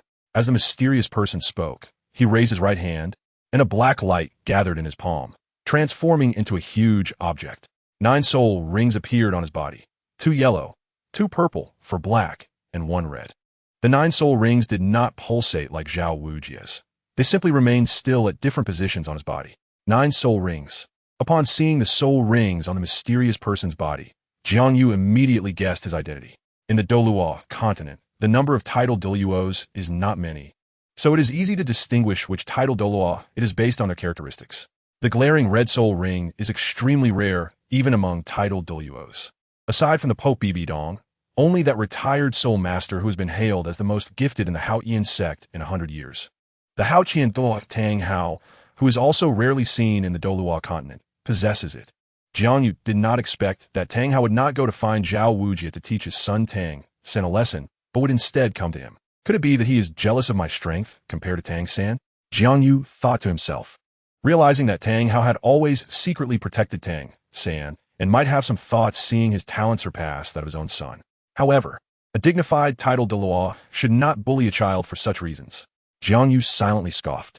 The mysterious person saw that Jiang Yu did not show any fear upon seeing the 9 soul rings on him and couldn't help but nod in approval.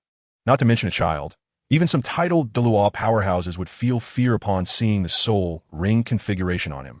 100,000-year soul ring is not comparable to ordinary soul rings. Aside from him, there is probably only the current Pope of the Spirit Hall who possesses one. Kid, don't say I'm bullying you, the mysterious person said confidently. I will suppress my soul power to your level, and I won't use self-created soul skills, only relying on the power of the martial soul itself. With that, the mysterious person lifted the hammer in his hand. Then bring it on. Jiang Yu didn't hesitate. Since he had the opportunity to meet the famous Haotian Duo, he wanted to see just how powerful this legendary strength-type soul master was. A flash of red light appeared, and a long sword appeared in Jiang Yu's hand. This sword was magnificent in appearance, looking cold and imposing, giving a strong sense of pressure. Indeed, the mysterious person saw the words Chixiao in pure gold on the sword and showed an excited expression. It truly is the Chixiao Sword. The mysterious person's tone was filled with shock. 3,000 years ago, the continent's #1 weapon martial soul was not the current Haotian hammer. Back then, there was a saying on the continent, martial soul supreme, the sword Chixiao. If the divine soul does not emerge, who can resist? The mysterious person, highly revered, the Chixiao Sword. In his opinion, even though it was a divine bestowed martial soul at the peak of martial souls, it still fell slightly short compared to the Chixiao Sword. His clan had fought against several clans with divine bestowed martial souls, and even those with angel martial souls like the Qian family did not intimidate them. The angel martial soul was not significantly stronger than their clan's inherited martial soul, but the Chixiao Sword was different. 3,000 years ago, the mysterious person's ancestor had fought against a soul master with the Chixiao Sword martial soul. In that battle, the Chixiao Sword soul master completely suppressed his ancestor's hammer with the sword in hand. If it weren't for the subsequent disappearance of the entire Chixiao Sword sect, and no soul master awakening the Chixiao Sword appearing again on the Douluo Continent, how could the position of the continent's #1 weapon martial soul have fallen to their clan? Although the mysterious person knew the reputation of the Chixiao Sword, he still felt unconvinced. He wanted everyone to know that the Haotian hammer was not inferior to the Chixiao Sword. The title of the continent's #1 weapon martial soul was well-deserved, and as long as he defeated the Chixiao Sword soul master, he could prove this, and no one would question it anymore. The mysterious person also wanted to see what was so special about the legendary Chixiao Sword martial soul that it could suppress all weapon martial souls for so many years. Therefore, in order to have a fair fight, the mysterious person not only sealed most of his soul power, but also did not plan to use self-created soul skills or some powerful techniques. He wanted to compete fairly with the power of the martial soul itself against the Chixiao Sword martial soul. The mysterious person gripped the hammer tightly, staring ahead, not intending to strike first. At his level, he naturally had the dignity of a powerhouse and would not take advantage of others. Chapter 228, The Imperial Sword Domain Today. While Zhao Wujie and Jiang Yu were fighting, Tang Hao had been secretly watching. When he saw that Jiang Yu's martial soul was the Chixiao Sword, even Tang Hao couldn't help but be a bit surprised. That's why he came to find Jiang Yu late at night. He didn't even care that Zhao Wujie was bullying his son.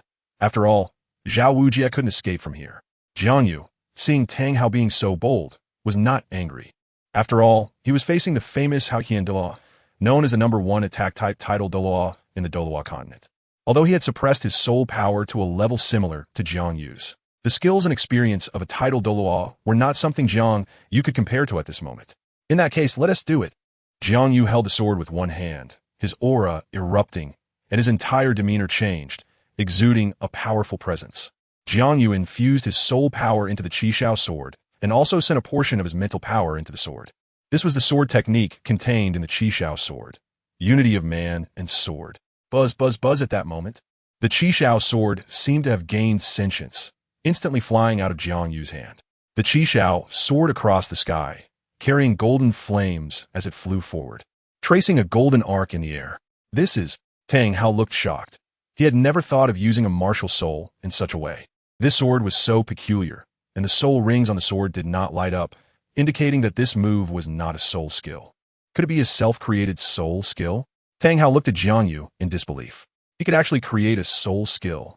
This was even rarer than having innate, full soul power. The number of soul masters who could create their own soul skills was very few. Facing Jiang Yu's self-created soul skill, Tang Hao, although confident he could withstand it, still focused intently since he did not know the effect of the opponent's soul skill.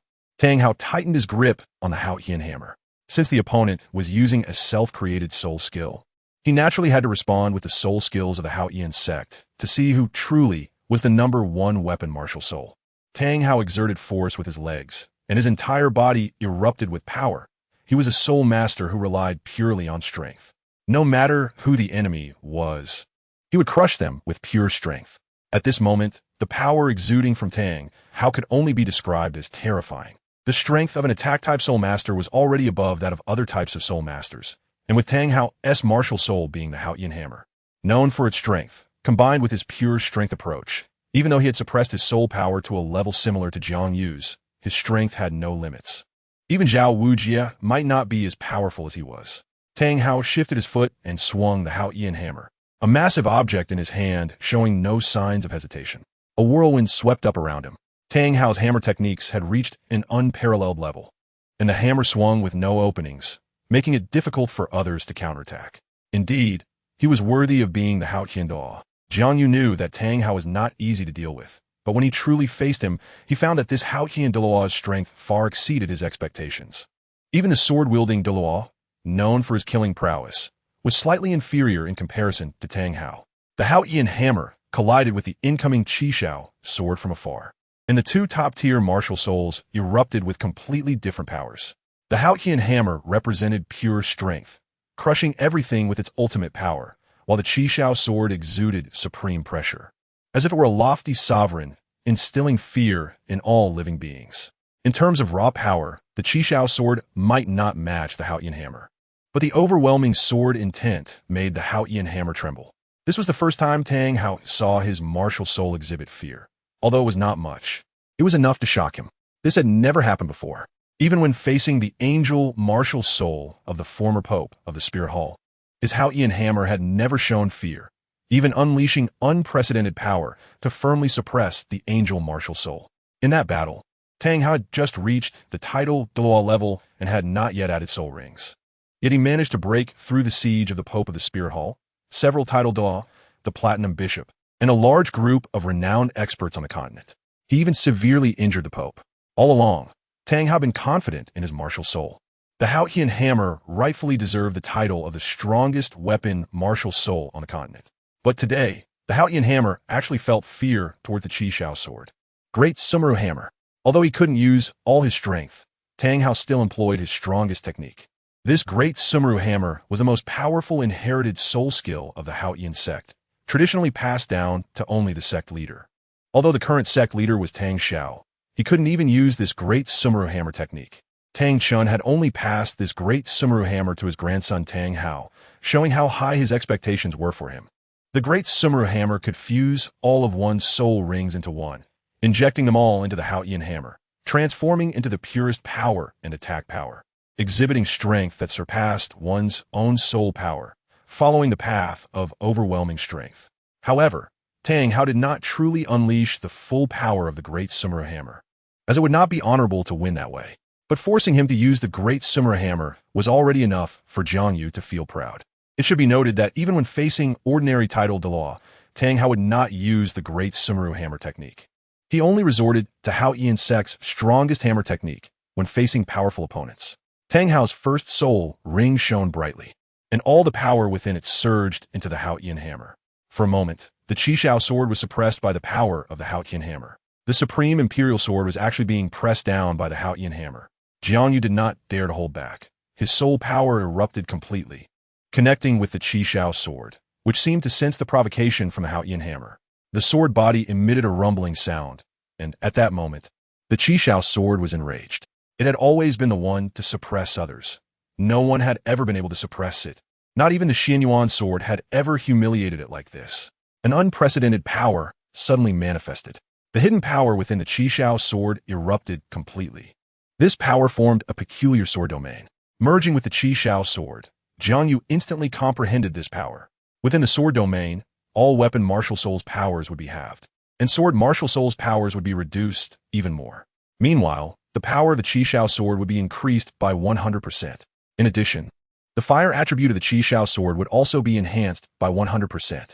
Moreover, within this sword domain, the opponent's mental power would also be affected, potentially causing dizziness. Imperial Sword Domain. JiangYu named this completely new power the Imperial Sword Domain. After all, the Chixiao Sword was the sword of Imperial Way. Tang Hao furrowed his brow, seeing that he was about to suppress JiangYu. He did not expect that the Chixiao Sword in his hand would erupt at this moment, awakening the power of the domain. Even titled Douluo, who stood at the pinnacle of soul masters, might not necessarily awaken the power of the domain. Chapter 229. The Power of the Domain. JiangYu had actually awakened the power of the domain. Tang Hao looked at the young man in front of him with shock.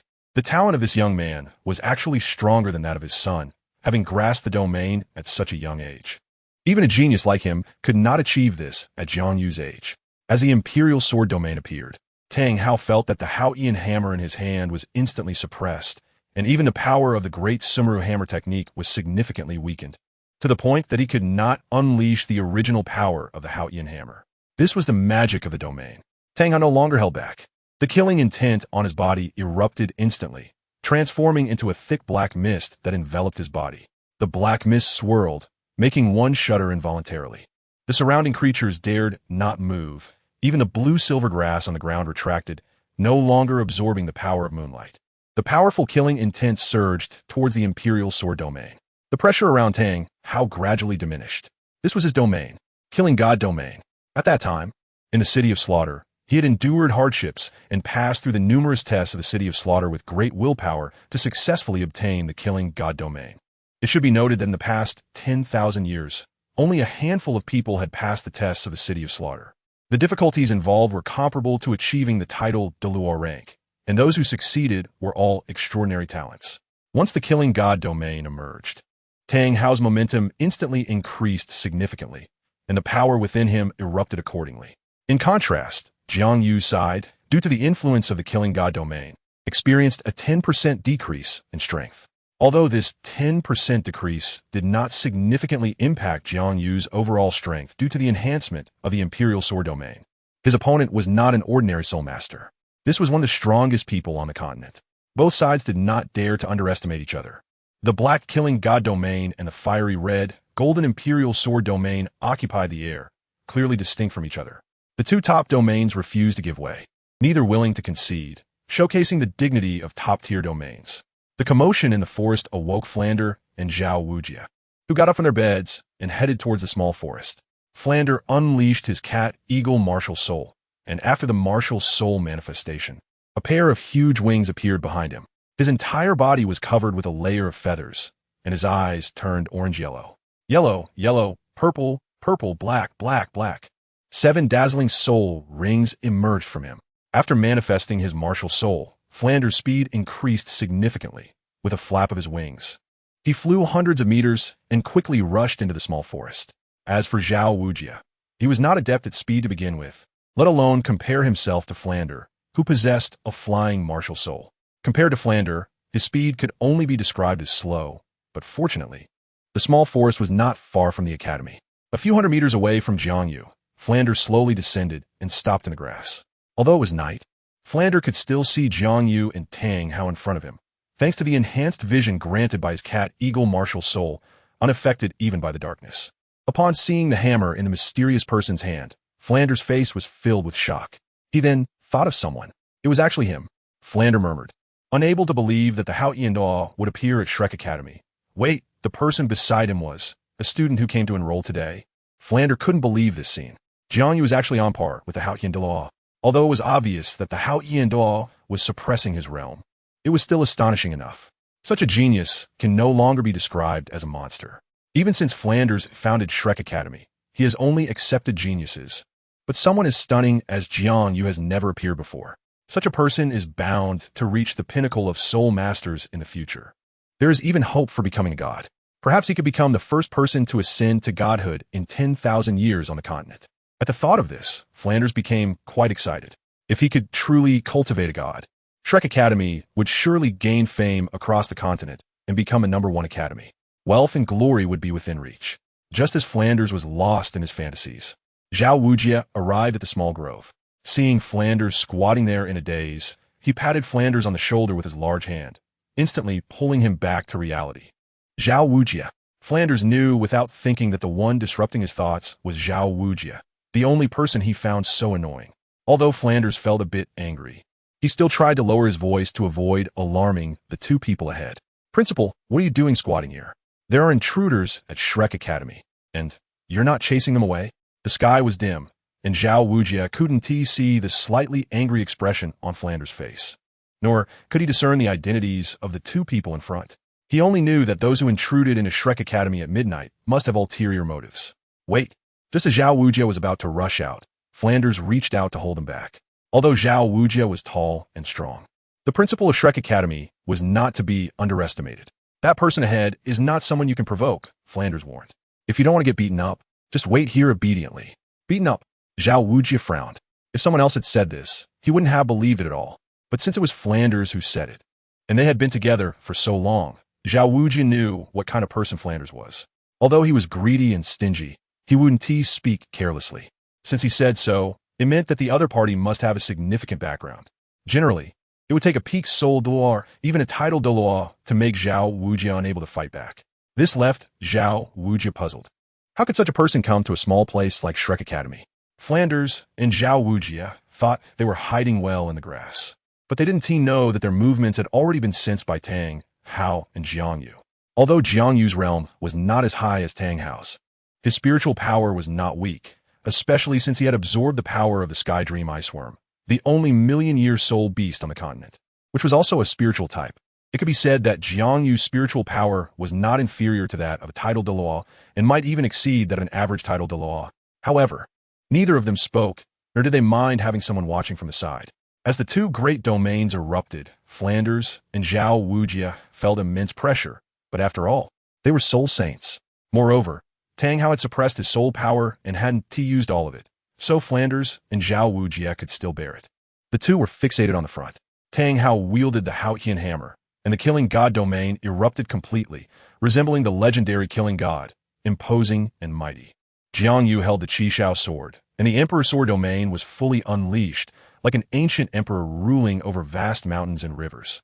Chapter 2:30, Primordial Purple Qi. When encountering a talented individual, it was a match of equals. Neither Jiang Yu nor Tang Hao was willing to back down. One wielded a sword, the other held a hammer. The two great domains were released to the extreme. Jiang Yu rarely used the Earth Shackle Sword technique, and the Chixiao Sword burst forth with a strong sword light. The yellow sword light contained boundless murderous intent and a mysterious aura. Faced with this mysterious power, Tang Hao couldn't help but grip his Haotian hammer tightly. The 100-meter sword light was dazzling like the sun. Flanders and Zhao Wujia, hiding in the grass, felt a bit of fear from this power. It seemed that this kid hadn't shown his true strength in today's assessment. Otherwise, Zhao Wujia couldn't help but murmur. At this moment, seeing Jiang Yu's performance, Zhao Wujia finally understood how powerful Jiang Yu's true strength was. Seeing that 100-meter sword light, Tang Hao was surprised but not afraid. He had never yielded to anyone, not even to a peak Dalu. That was what he was most proud of. Tang Hao swung the Haotian hammer and charged forward. The enormous hammer was incredibly light in his hands, as if it weighed nothing. His attack appeared simple and unadorned, lacking flashy effects, but it was filled with immense power. Bang, the large hammer collided with the Chixiao Sword, and the powers of the two great martial souls intertwined, creating a storm that erupted outward from their point of contact. Surrounding 100-meter tall trees were bent by the strong wind, and the blue-silver grass on the ground was even uprooted and scattered everywhere. Even Flanders and Zhao Wujia, who were several hundred meters away, were pushed back by the strong wind. However, it seemed that Flanders retreated further, as he was a sensitive attack-type soul master and did not have Zhao Wujia's robust build, so he naturally had to retreat more. In contrast, although Zhao Wujia's soul power was lower than Flanders, his strength was greater. The Haotian hammer and Chixiao Sword clashed, and the power that erupted grew stronger and stronger. The chaotic sword energy of the Chixiao Sword impacted the hammer, and the host, being one with the martial soul, also faced tremendous pressure. Both Tang Hao and Jiang Yu's soul power was rapidly depleting. The more powerful the soul skill, the greater the consumption. After a series of clashes, the soul power within both of them had dropped to less than 10%. Unless Tang Hao released the suppression on his soul power, this battle was likely to determine a winner soon. With Tang Hao's character, he would never resort to bullying the weak. He would not release the seal. Seeing that he couldn't suppress Jiang Yu for a long time, Tang Hao instantly understood why the Chixiao Sword had always been regarded as the #1 weapon martial soul on the continent. It was indeed powerful. Even Tang Hao had to admit that with the Chixiao Sword present, the Haotian hammer could not be called the #1 weapon martial soul. Realizing this, Tang Hao reluctantly withdrew the Haotian hammer. At this moment, his soul power was no longer sufficient to launch a powerful attack, and he had already gained significant advantages in this battle. Continuing to entangle would not be the act of a great man. Watching Tang Hao retract the Haotian hammer, Jiang Yu finally relaxed. If they continue to fight, he might not be able to achieve victory either. Fortunately, he held on against this immense pressure. No wonder it's the Chixiao Sword. You haven't tarnished this sword. Although Tang Hao was completely covered in clothing, it was not difficult to hear from his tone that he was sincerely praising Jiang Yu. In the future, in the world of soul masters, there may be only a handful who can compare to you. No, there may be no one who can stand shoulder to shoulder with you. Tang Hao clearly recognized Jiang Yu's strength, and for him to say such words was already quite remarkable. Although his son Tang San had awakened innate full soul power and even possessed twin martial souls, in his view, these were not enough to surpass Jiang Yu. Tang Hao did not know that Jiang Yu had 2 more martial souls, Otherwise, his expression would likely have been even more interesting. Even so, the fact that he could say such words with his strength has already proven that Jiang Yu's position as the number one is basically unshakable. After all, Tang Hao's vision and realm are not something an ordinary title Dalu can compare to. You two come out. After losing to Jiang Yu, Tang Hao didn't say much, but he couldn't help feeling a bit unwilling. Right now, he urgently needed someone to vent his frustrations. Originally, he wanted to find Zhao Wujie to seek an explanation for Tang San, and now he was already here, so he didn't need to go looking for him anymore. Greetings, my lord. Although Flinder recognized the identity of the mysterious person, he didn't reveal it and respectfully flew in front of him. Zhao Wujie also didn't dare to be negligent and hurriedly quickened his pace toward the mysterious person's direction. A title Douluo was not someone he could provoke. Tang Hao didn't say much, grabbing this renowned soul master and giving him a beating. However, Tang Hao was still measured and did not injure any vital areas. So although the other party felt pain, there was no actual damage. After the beating, Tang Hao also taught the other party some techniques and how to use power. Then he turned around and left.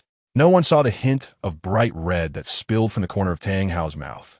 The previous sword energy had clearly affected him somewhat. Although this effect was quickly suppressed, what Jiang Yu was able to achieve was already remarkable. Jiang Yu also didn't stay in the small woods any longer. He had gained a lot from the earlier conflict and had a deeper understanding of how to use power. So he hurriedly took his leave from the two academy teachers. Jiang Yu quickly ran back to his dormitory. He gently sat cross-legged on the bed, carefully reflecting on the battle with Tang Hao. As the sky began to brighten, Jiang Yu stepped out of his room and went to an open space to practice the Hongmeng Purple Qi. A great sun slowly rose in the sky, and a wisp of purple energy gradually emerged. Jiang Yu operated his technique, slowly absorbing the purple gas from the sky. As the purple energy entered his body, his skin emitted a rich purple glow, making him appear even more divine. The innate purple energy is extremely precious. It only appears at the moment the sun rises on the Douluo Continent. No one on the entire Douluo Continent knows the mysteries of the innate purple energy, so no one has been able to cultivate with it. Moreover, even if someone knew the effects of the purple energy without a high-level technique, they wouldn't be able to absorb the purple energy around the sun. Only Jiang Yu and Tang San could utilize the purple energy for cultivation due to their techniques. Just as Jiang Yu was absorbing the purple energy to nourish his body, Tang San also got up to cultivate, as only the morning's innate purple energy could allow his purple extreme magic eyes to reach full mastery. However, Tang San didn't absorb much purple energy, as the technique he practiced was far inferior to Jiang Yu's, making it impossible for him to compete with Jiang Yu for the innate purple energy. Tang San only absorbed the leftover purple energy after Jiang Yu had finished absorbing it. So for all these years, his purple extreme magic eyes hadn't even reached the small success stage. Tang San was unaware that most of the innate purple energy had been absorbed by Jiang Yu and thought there was only that little amount available. Chapter 231, Strategy.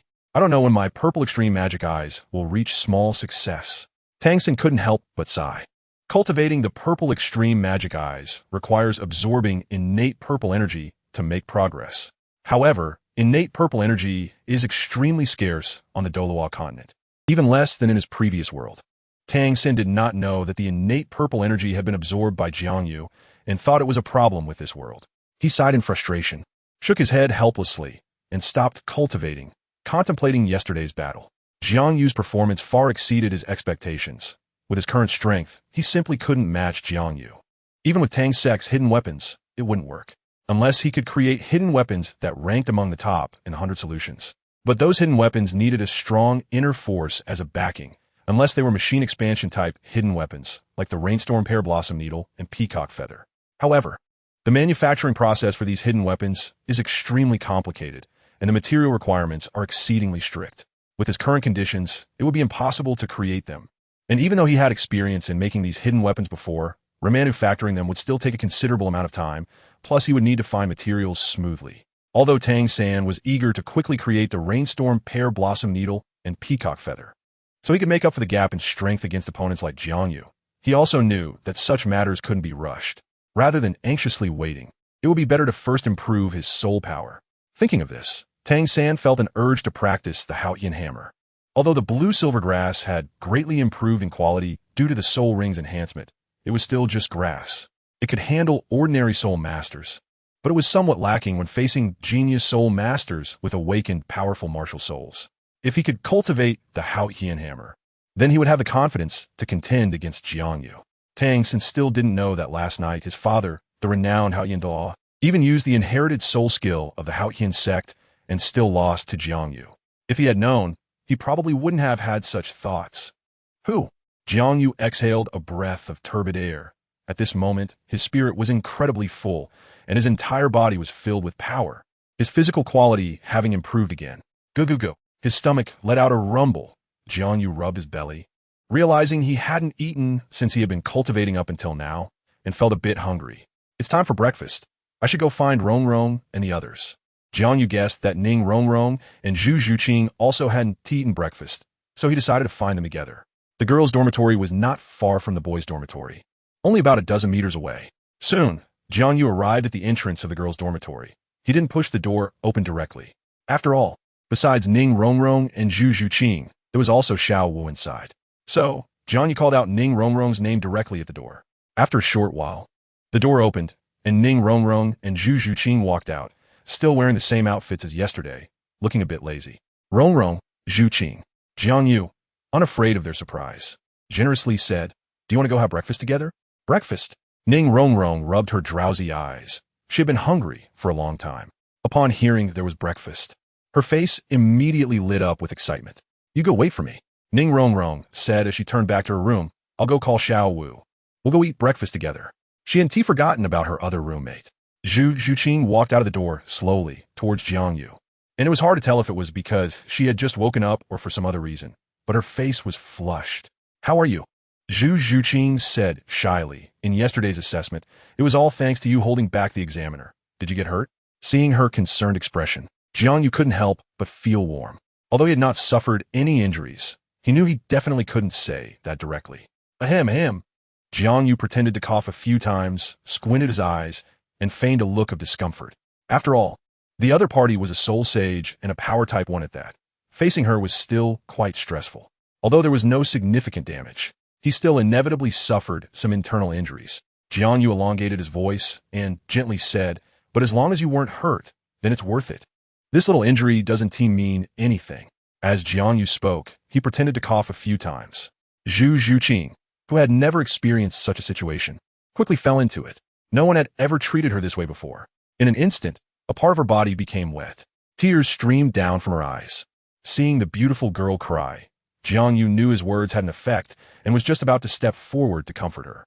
Just then, Ning Rong's footsteps came from inside the room, and Zhu Zhuqing hurriedly rubbed her tears. She didn't want Ning Rong to see this scene. Jiang Yu had no choice but to withdraw his embrace. Soon, Ning Rong and Xiao Wu came out, with a hint of fatigue on Xiao Wu's face. But otherwise nothing seemed unusual. No wonder she was a transformed spirit beast for 100,000 years, after being toyed with by Tang San as a weapon yesterday. She suffered no damage. She was truly resilient. At that moment, Tang San also arrived at the girls' dormitory. Seeing Jiang Yu at the door, he was momentarily taken aback. But then he understood. Jiang Yu was here for the same reason he was. Only he was looking for Xiao Wu to have breakfast together. When Xiao Wu saw Tang San, her fatigue disappeared in an instant, and she bounced over to him. After chatting for a while, they saw Xiao Wu wrap her arm around Tang San's, appearing intimate. Seeing this, Ning Rong followed suit and reached out to hold Jiang Yu's hand. Her straightforward personality didn't adhere to the notion of gender differences, and given the open atmosphere of Douluo Continent, Ning Rong felt no wrongdoing in her actions. Zhu Zhuqing watched Ning Rong hold Jiang Yu's hand and couldn't help but feel a bit envious. She wanted to be like Ning Rong, but with her personality, she found it difficult to hold a man's hand in front of so many people. Noticing Zhu Zhuqing's hesitation, Jiang Yu felt a bit of pity for her. She was different from Ning Rong. Ning Rong was loved by her father and two grandfather-like titled Daluos, growing up in an enviable environment. Although Zhu Zhuqing's father was a duke in the Star Luo Empire, a position of great power, her background was not inferior to Ning Rong's.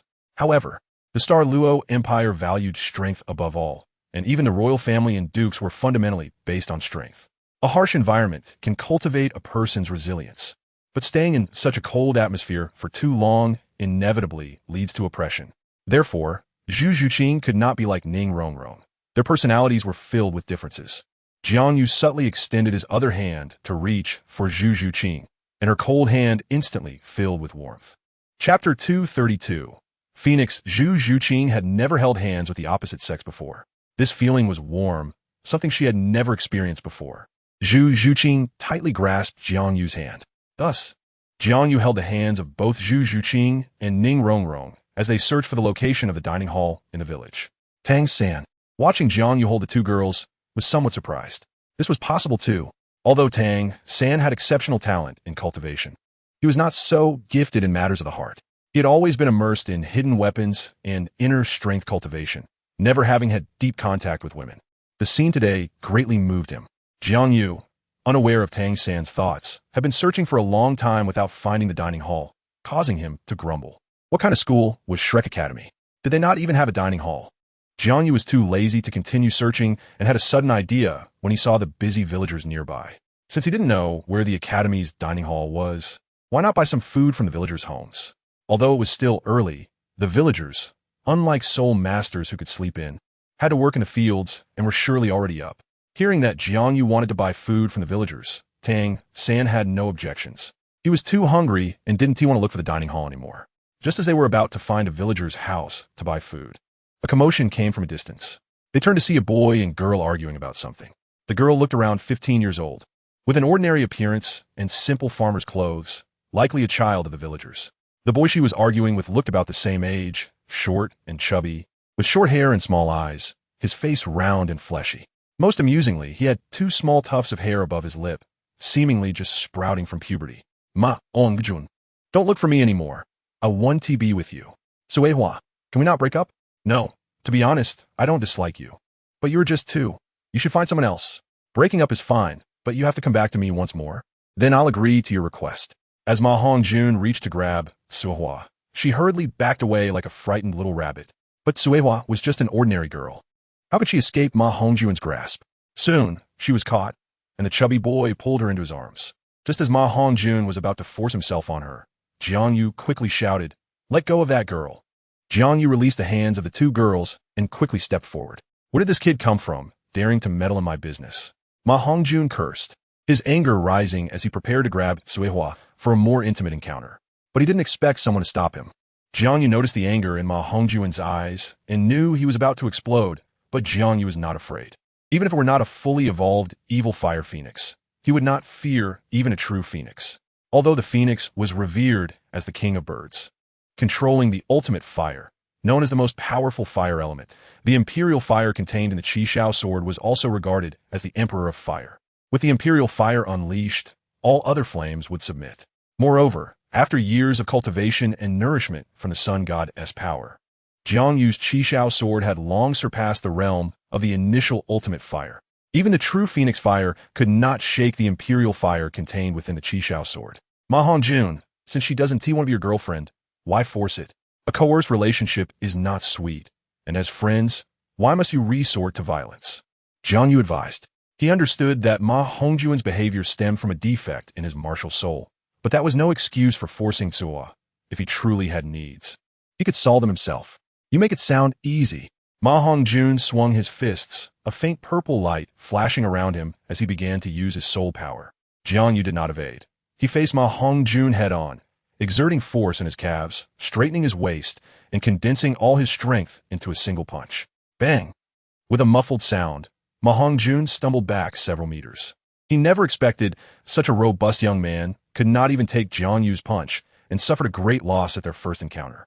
No, it's impossible. Ma Hongjun looked at Jiang Yu in shock. You are also a soul master. Since entering Shrek Academy, he had never suffered such a huge loss. Among the students, Ma Hongjun considered himself no worse than anyone else.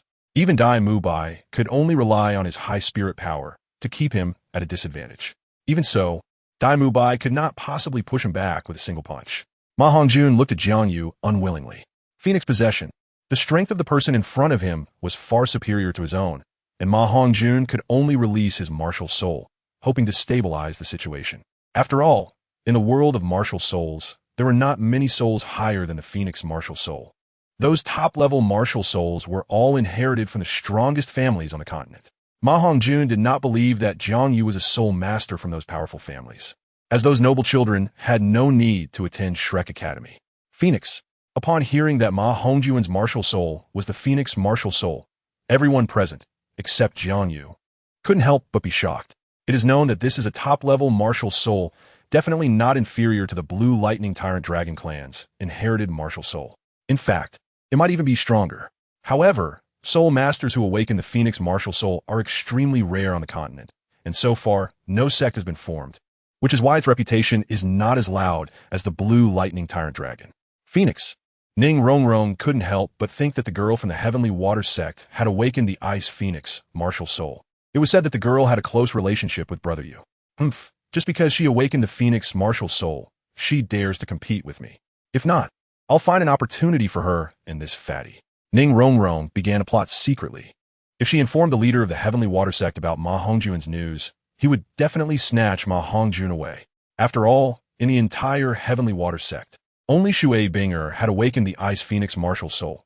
Most members of other sects had awakened water attribute martial souls like dolphins and water flying phoenixes. If Ma Hongjun and Shui Binger were to combine, their child would have a high probability of awakening the Phoenix martial soul. Perhaps after the combination of the two Phoenix martial souls, an even more powerful mutated Phoenix martial soul would be born.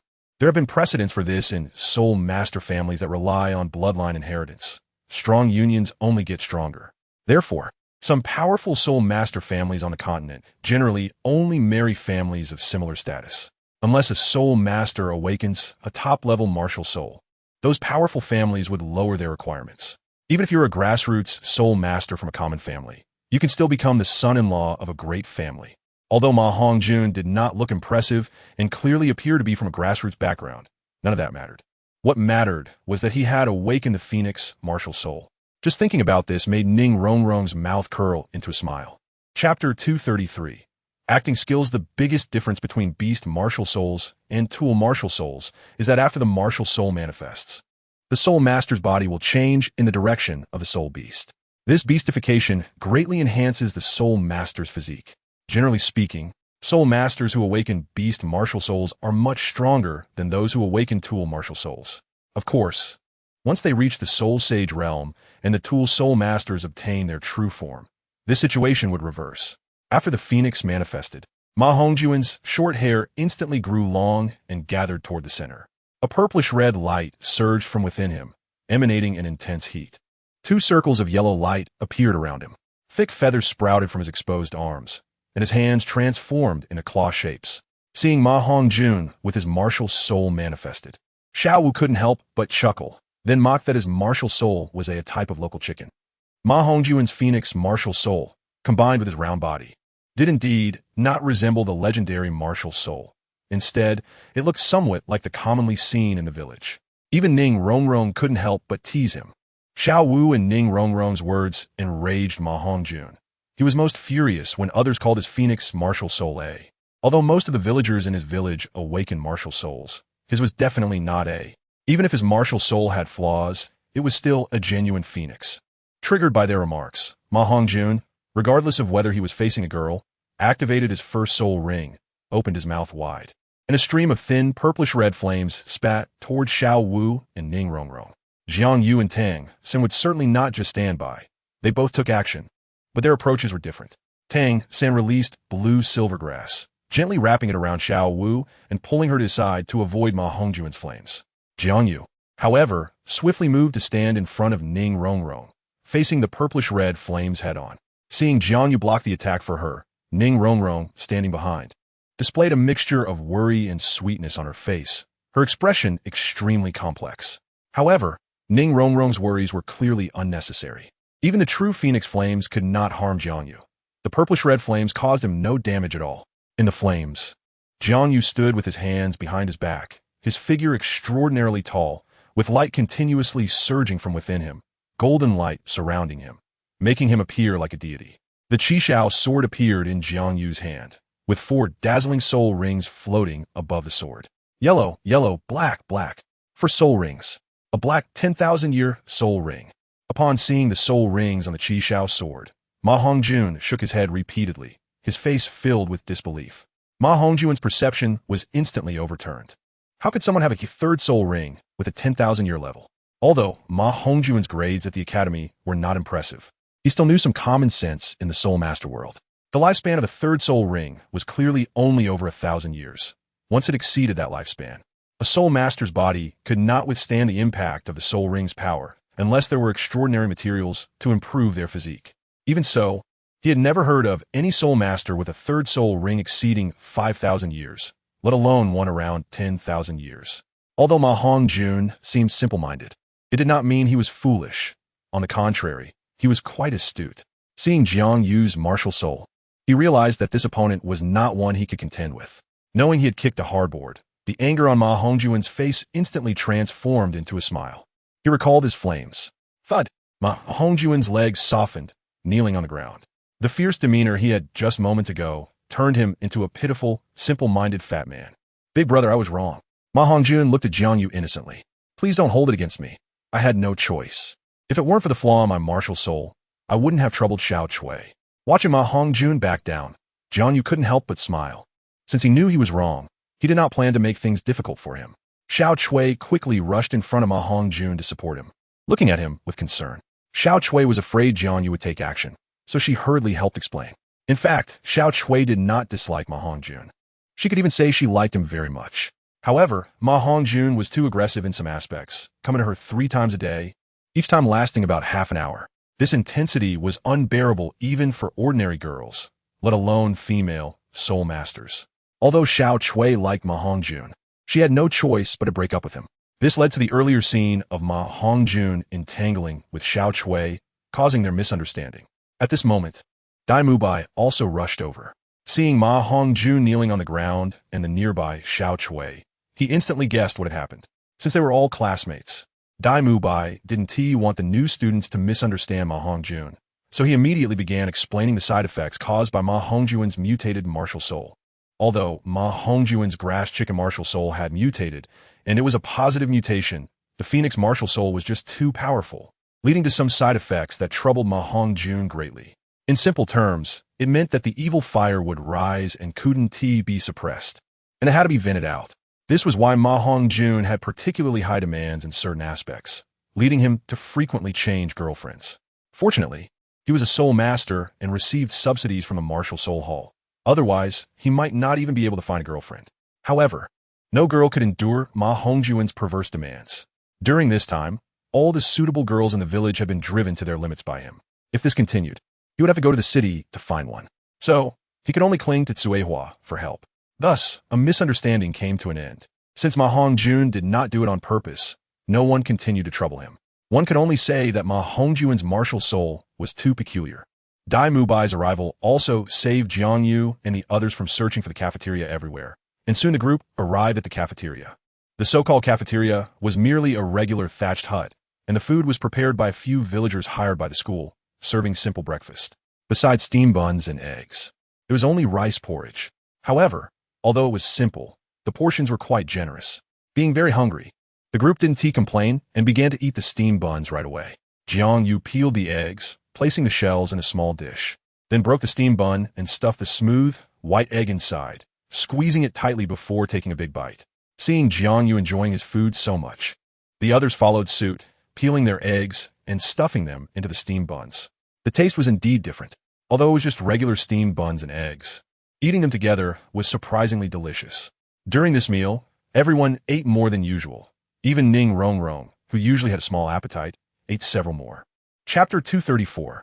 Oscar. While eating, Dai Mubai explained the rules of Shrek Academy to the new students. Compared to the rules of other Soul Master Academies, Shrek Academy's rules were incredibly lenient. In simple terms, aside from prohibiting robbery and pillaging, there were hardly any restrictions, and they even encouraged gambling and fighting, hence the nickname Monster Academy. Of course, while these rules seemed somewhat bizarre, upon reflection, they made some sense. After all, Douluo Continent was a mysterious world that emphasized martial power. Individual martial power could override everything. Encouraging fighting was thus understandable. After all, the importance of battle in familiarizing oneself with one's martial soul was self-evident, and enhancing battle experience was crucial for a soul master's strength improvement. So it was reasonable for the academy to encourage students to fight each other. However, Jiang Yu thought that encouraging gambling was unnecessary. Although the dean said that gambling was a psychological game that greatly benefited mental resilience, judgment, and observation skills, Jiang Yu still believed this was merely Flender's personal quirk and shouldn't be imposed on the students. After explaining the academy's rules, Dai Mubai reminded the new students to prepare their tuition fees because the first class of the semester was collecting money. There was no way around it. Shrek Academy was too poor. All the teachers had to rely on the students' tuition to live. Each year, the tuition wasn't too expensive, only 100 gold coins, which was manageable for low-level soul masters who received subsidies. However, Shrek Academy didn't enroll many students each year. Even with the new ones admitted this time, there were only 8 students. Therefore, the teachers at the academy didn't live very well. Fortunately, the dean had a shop in the city to do some business to support the academy. Additionally, Dai Mubai also contributed some gold coins to the academy, allowing Shrek Academy to maintain normal operations. Ding ding ding, just as Dai Mubai finished speaking, anxious voices echoed in the academy. This was a call for students to gather on the playground. When the group arrived at the playground, they discovered someone already standing there, looking quite tired, holding a sausage and eating it slowly. Who was this? Ning Rongrong looked at the person with some confusion and secretly said to Jiang Yu, "Could it be that there's another new student? But I didn't see him during yesterday's assessment. Could it be that the dean took money and let him in through the back door?" Jiang Yu looked at the person ahead and instantly recognized his identity. Oscar had completely changed. His facial hair was cleanly shaved off. His peach blossom eyes, paired with his handsome features, made him even more attractive than Dai Mubai. He looked like a dashing young nobleman. That was why Ning Rongrong didn't associate him with the Oscar who looked lewd, had a lewd martial soul, and lewd soul skills. Not to mention Ning Rongrong, even Tang San and Xiao Wu didn't recognize him as the sausage vendor from yesterday. Unexpectedly, even Xiao Ao was paying attention to his image. Seeing Oscar like this, Dai Mubai couldn't help but tease. Looks like the allure of beautiful women is quite strong. As if his thoughts were seen through, Oscar awkwardly scratched his head. He indeed had some thoughts about the new female students, as Dai Mubai had said. However, he also knew that Tang San and Xiao Wu had a deep relationship, and Ning Rongrong was clearly a pair with JiangYu, so his target was Zhu Zhuqing. Although she looked cold, her figure was the hottest among the girls. A standard cute face with ample bosom. Oscar knew that if he maintained his previous image, he would definitely not be liked by girls, so he had changed his appearance. He was quite confident about his looks. To be honest, Oscar's appearance was indeed good. In the academy, he was only slightly less attractive than Jiang Yu. In terms of looks alone, Dai Mubai couldn't compare to him. However, Oscar's plans didn't work out. Zhu Zhuqing didn't even look at Oscar. Her affection was solely for Jiang Yu, and no matter how handsome other men were, it didn't matter. Moreover, in her eyes, Jiang Yu was the most handsome in the world, and no one could compare. This left Oscar feeling quite frustrated. He didn't expect that even his most prided looks couldn't impress the girls. This was what he considered his greatest asset. As a food system soul master, Oscar didn't excel in other aspects. Although he was a rare innate full soul power, his limitations as a food system soul master were quite significant. It's well known that food system soul masters basically had no offensive capabilities, and their physique was at most slightly stronger than that of ordinary people. Even if a food system soul master cultivated to the level of a titled Douluo, their attack power still couldn't compare to an ordinary battle soul master. It was precisely because of the limitations of food system soul masters that although Oscar was handsome, he still couldn't find a girlfriend. In this regard, he was even worse off than Ma Hongjun. Don't be fooled by the fact that the latter was a little chubby. But after all, he is a battle soul master, and he has awakened the Phoenix martial soul. Although it looks like a lowly chicken, according to the dean, it is indeed a genuine phoenix. It just hasn't successfully transformed yet. Once the transformation is successful, it will amaze the soul master world. It can be said that Ma Hongjun's future is very bright, even more dazzling than Dai Mubai. Oscar, this innate full soul power student, is actually at the bottom of the academy.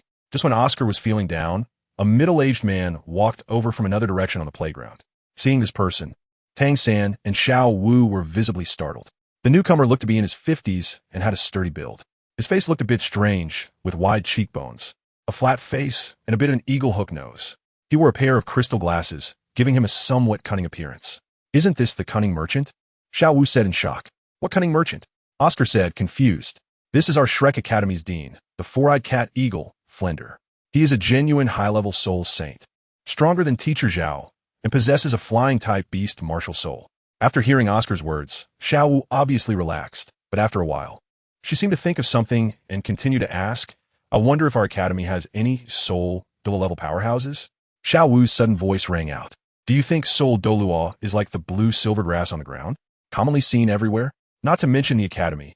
Even the surrounding kingdoms don't have any Seoul Douluo-level powerhouses. Only then did Xiao Wu stop feeling nervous.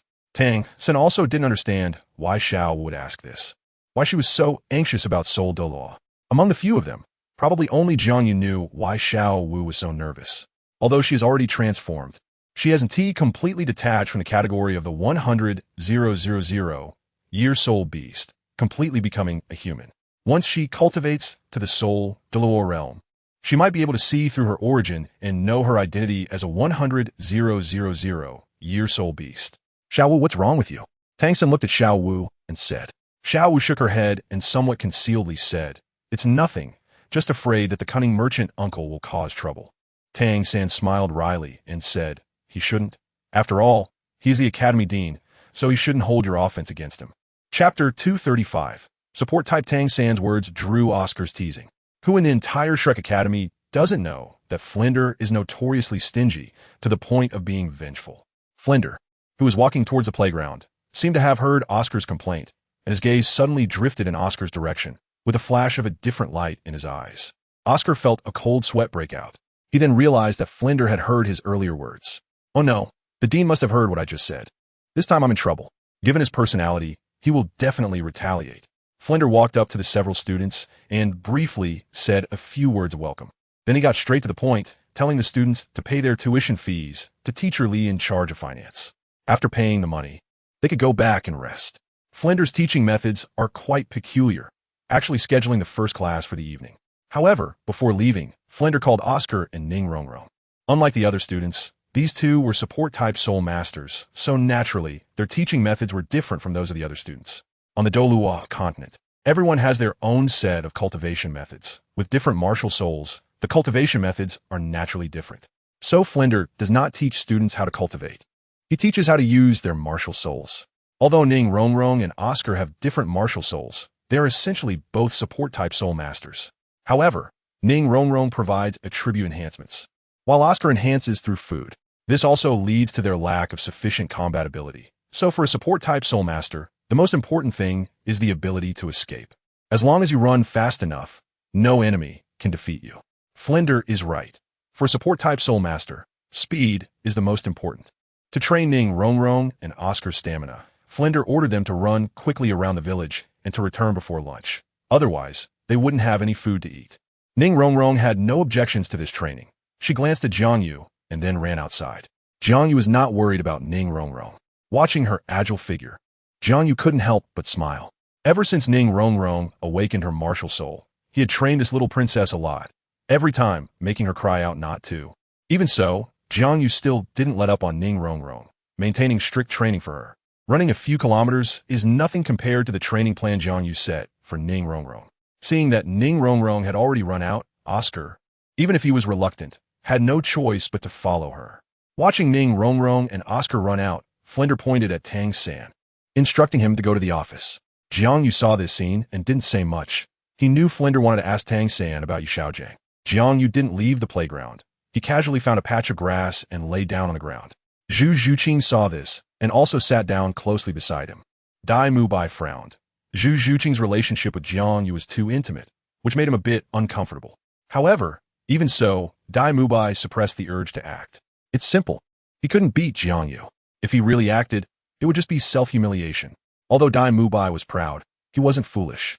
Jiang Yu lay there, enjoying the sunlight, with a faint body fragrance wafting from beside him. This fragrance naturally emanated from Zhu Zhuqing. As the spring breeze brushed by, the girl's fragrance drifted into Jiang Yu's nostrils, making his mood soar. Zhuqing, you smell so good. Jiang Yu turned his head, glancing at the beauty beside him. You. Zhu Zhuqing's face instantly turned bright red. She didn't expect Jiang Yu to be so direct, daring to tease her so openly in public, seemingly not shy at all. Upon hearing this, Dai Mubai was so angry that his nose twisted. He prided himself on being a master at picking up girls and wouldn't dare to tease girls so blatantly. Jiang Yu's courage was even greater than his. Even more infuriating was that the girl Jiang Yu was teasing was the one he liked. How shameless. Zhu Zhuqing stammered for a long time before saying this one sentence. But from her tone, it was clear she wasn't angry, just a bit shy. Just when Jiang Yu and Zhu Zhuqing were being ambiguous, Ning Rongrong had already run for several hundred meters. Her physical fitness was much stronger than Oscar's, who couldn't catch up with her at all. Seeing this, Oscar became anxious. He didn't want to lose to a girl, so he quickly recited a soul chant. I have a big sausage. Support-type soul masters must match their soul skills with soul chants to complete their soul skills. Oscar's martial soul is a sausage, which is why his soul skill sounds a bit lewd. However, the sausages his martial soul produces are of excellent quality. After all, they are rare meat products. Moreover, Oscar is also a rare innate full soul power, and those who can awaken innate full soul power are geniuses among geniuses. Moreover, Oscar is a food-type soul master, and his talent even surpasses Tang San's. After eating the sausage, Oscar felt a surge of power throughout his body, and his fatigue was instantly wiped away as he rushed towards Ning Rongrong. However, Ning Rongrong turned out to be more resilient than he had imagined. She released the 7-treasure Glazed tile, granting herself agility enhancement, which significantly increased her speed. The 7-treasure Glazed sect is indeed the #1 auxiliary martial soul in Douluo Continent, and the power it adds far exceeds that of other auxiliary martial souls. If Oscar were not born with full soul power, his auxiliary ability could not compare with the 7-treasure Glazed tile. This little chapter is not over yet. Please click the next page to continue reading the exciting content. With the help of the 7-treasure Glazed tile, Ning Rongrong quickly distanced herself from Oscar, soon covering half the distance. After training with Jiang Yu, Ning Rongrong's endurance had greatly improved, and even after running thousands of meters, she showed no signs of fatigue. Despite eating the large sausage, Oscar still couldn't catch up to Ning Rongrong and soon gave up, slowing down. His physical quality couldn't match Ning Rongrong's, so he could only rest while running, and before long, it was noon. Ning Rongrong had already completed the laps set by Flinder and returned to the academy playground. When she saw Zhu Zhuqing beside Jiang Yu, she couldn't help but feel a bit jealous. Originally happy to see Jiang Yu waiting on the playground, she didn't expect him to be flirting here. This made it hard for her to be happy. Ning Rongrong angrily ran towards Jiang Yu, forcefully pushing Zhu Zhuqing aside before sitting down on ground. Seeing Ning Rongrong's angry expression, Jiang Yu thought she was mad at Flinder and didn't think much of it. Rongrong, don't blame the dean, Jiang Yu hurriedly comforted. He is not wrong. Although the auxiliary ability of the 7-treasure Glazed tile is considered the best on the continent, it lacks sufficient offensive power. Even with my protection, it is still not your own strength. Therefore, your self-protection ability is particularly important. If you can have a speed that the enemy cannot catch up to, then even the strongest enemy cannot threaten you. Facing Jiang Yu's comfort, Ning Rongrong was somewhat speechless. She wasn't angry because of Flinder. It was all Jiang Yu's fault for attracting so many women. Chapter 236. Competition thanks to Jiang Yu's training. Ning Rongrong's physical quality was much stronger than in the original. Therefore, she did not slack off on the tasks assigned by Flinder and even exceeded the expectations. This also meant that the scene of Ning Rongrong arguing with Flinder did not occur. So after Oscar completed the task, Flinder took the academy's students to continue training. He lightly tapped his toes on the ground and swiftly headed towards the academy's exit. Although the new students didn't know why Flinder was no longer training on the playground, they still followed him. Everyone quickly caught up. Although Flinder intentionally controlled his speed as a sensitive attack-type soul sage, his speed was not something ordinary students could match.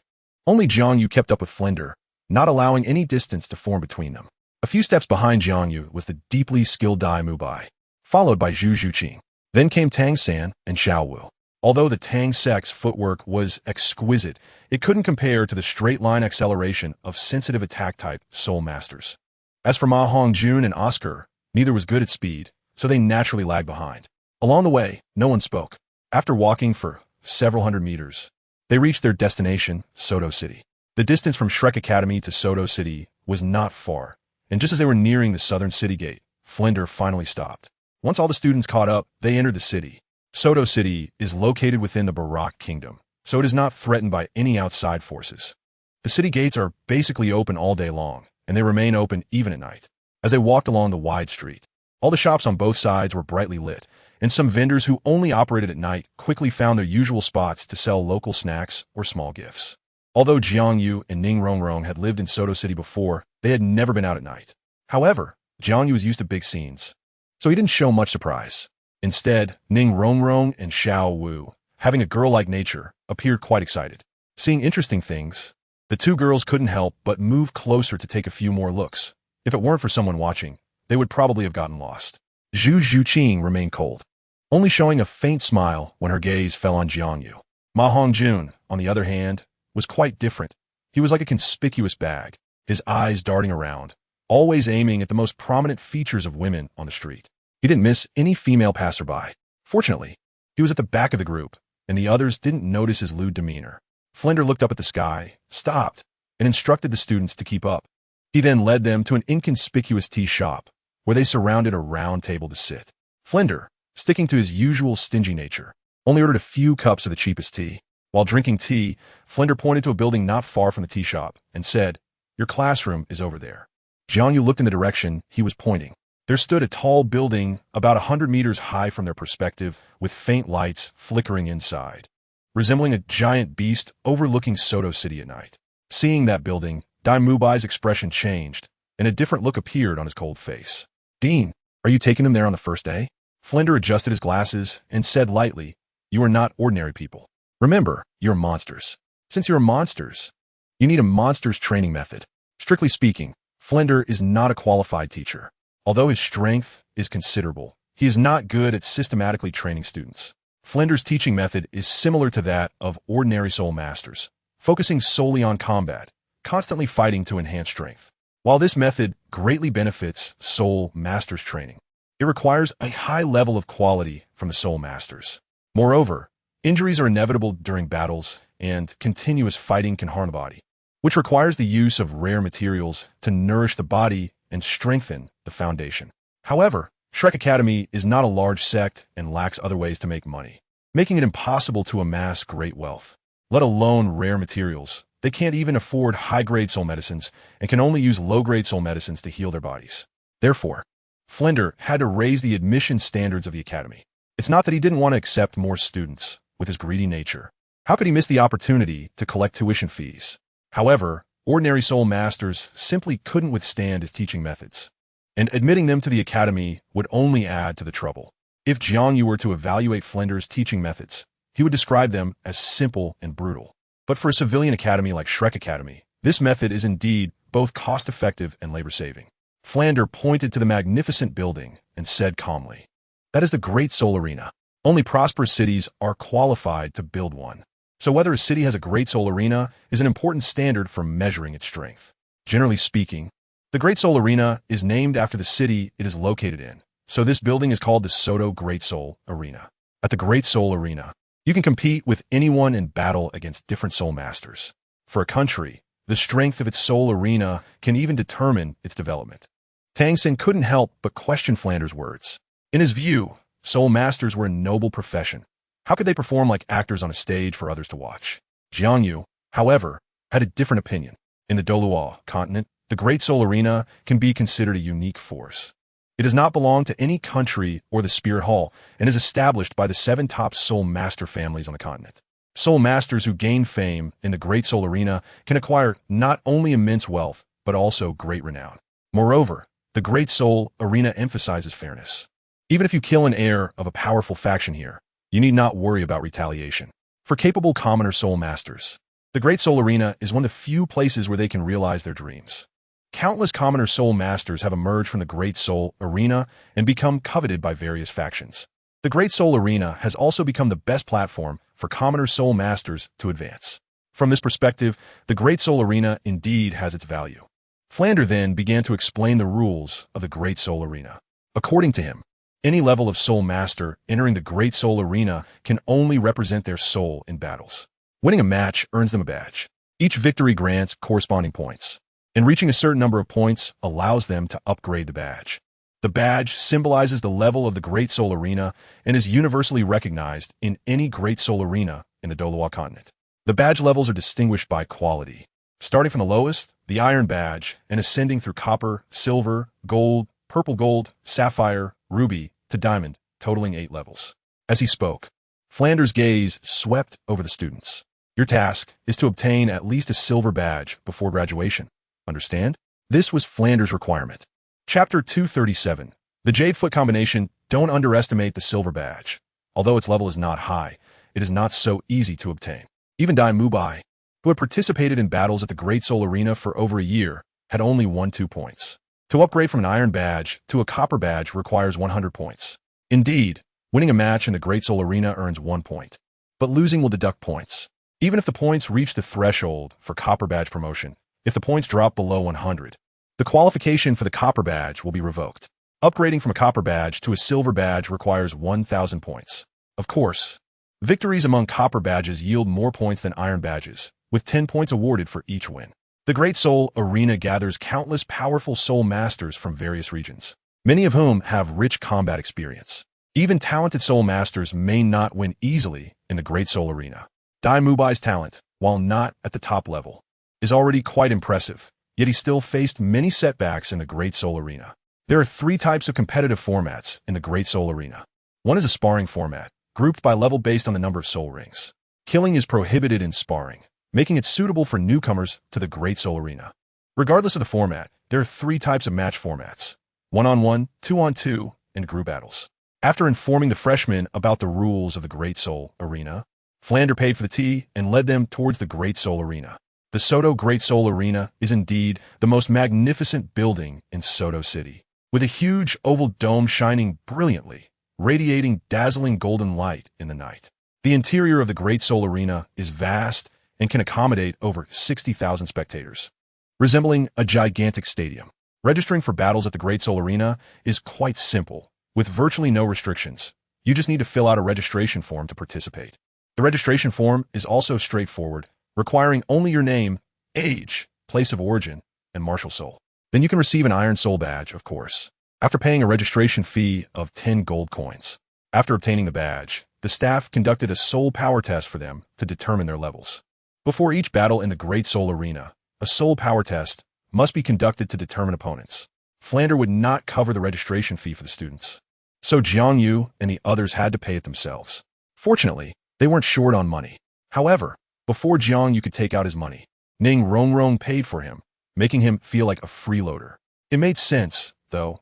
Ning Rongrong's family was incredibly wealthy, a true little heiress, and being with her did make Jiang Yu feel like he was living off her. When the staff registered the badge, they found that Jiang Yu had already registered before and informed him that he could not register again. Jiang Yu then remembered that he had participated in a match at the Great Soul Arena with Fong Ping, but after the match, his Iron Soul badge went missing, so he had forgotten about it. Jiang Yu had to inform the staff that his badge was lost and asked if it could be replaced. The staff had clearly dealt with such situations before and naturally helped Jiang Yu with the replacement process. A new badge still required 10 gold coins, and the staff did not refund the coins he had just paid. After successfully registering, they quickly moved on to the battle ranking. As newcomers, they were not qualified to compete in the main arena and could only participate in sub-arenas. Winning a match with an iron badge not only earns points, but also a bonus of 10 gold coins. Losing means no bonus. Many soul masters come for the prize money, so every arena is packed with competitors. Since Jiang Yu and the others came together, they were all assigned to the same arena, though their opponents' levels varied according to the number of soul rings. Different Great Soul arenas have different ticket prices. For example, the one-on-one matches in the sparring sub-arena that Jiang Yu and the others participated in had the cheapest ticket prices and the least audience. The participating soul masters were housed in a common resting room, which was quite spacious. The arrival of Jiang Yu and the others quickly drew the attention of others, especially since they were quite young. However, no one mocked them or sought trouble. Everyone was meditating to ensure they maintained their best condition for the upcoming matches. Ning Rongrong tugged at Jiang Yu's clothes excitedly and said, "Brother Yu, although each soul master can participate in only 1 match per day, they can participate in different types.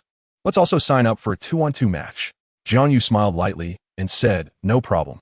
After all, Ning Rongrong was a support-type soul master, and there was no way she could win in a 1-on-1 match. She could only participate in 2-on-2 and group battles.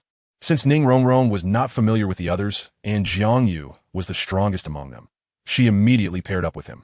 Seeing Jiang Yu and Ning Rongrong form a team, Tang San and Xiao also teamed up. Dai Mubai took the opportunity to invite Zhu Zhuqing. However, Zhu Zhuqing didn't want to team up with Dai Mubai and went straight to where Jiang Yu was, blushing and timidly sending out a team invitation. Of course, Jiang Yu wouldn't refuse. Thus, the two successfully formed a team. This move triggered Ning Rongrong's dissatisfaction. However, although she was called the Little Witch, she wouldn't throw a tantrum at Jiang Yu, and outside, she gave Jiang Yu enough face and wouldn't cause trouble. Ning Rongrong secretly grew angry. Little Master, there's more in this chapter. Please click the next page to continue reading. It gets even more exciting. Dai Mubai had no choice but to team up with Ma Hongjun or Oscar. Although he was unhappy, he could only do so, since the one-on-one battles still had to wait. The few of them went to register for the 2-on-2 area. Jiang Yu and Ning Rongrong raised their Iron Fighting Soul badges for the staff to check. You need to come up with a name for your combination. According to the rules of the Great Fighting Soul Arena, both the 2-on-2 matches and team battles required a combination name, which would help the arena's host introduce them. Jiang Yu thought for a moment and said, the combination with Rongrong will be called Jiangrong combination, and with Zhu Qing, it will be called Yuzhu combination. Jiang Yu's combination names were quite simple. Tang San, upon seeing this, also named his combination with Xiao Wu the Sanwu combination.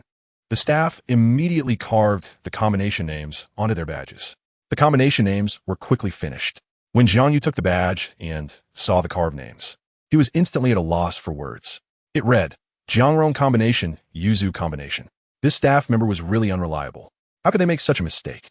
Not only Jiang Yu and the others were affected, but even Tang San and Xiao Wu's combination was engraved as Sanwu combination instead of Sanwu combination. Just as Xiao Wu couldn't help but get angry, her one-on-one fight was about to start, so she could only accept this combination name and ran off to the one-on-one fighting area. Jiang Yu didn't want to carry this combination name.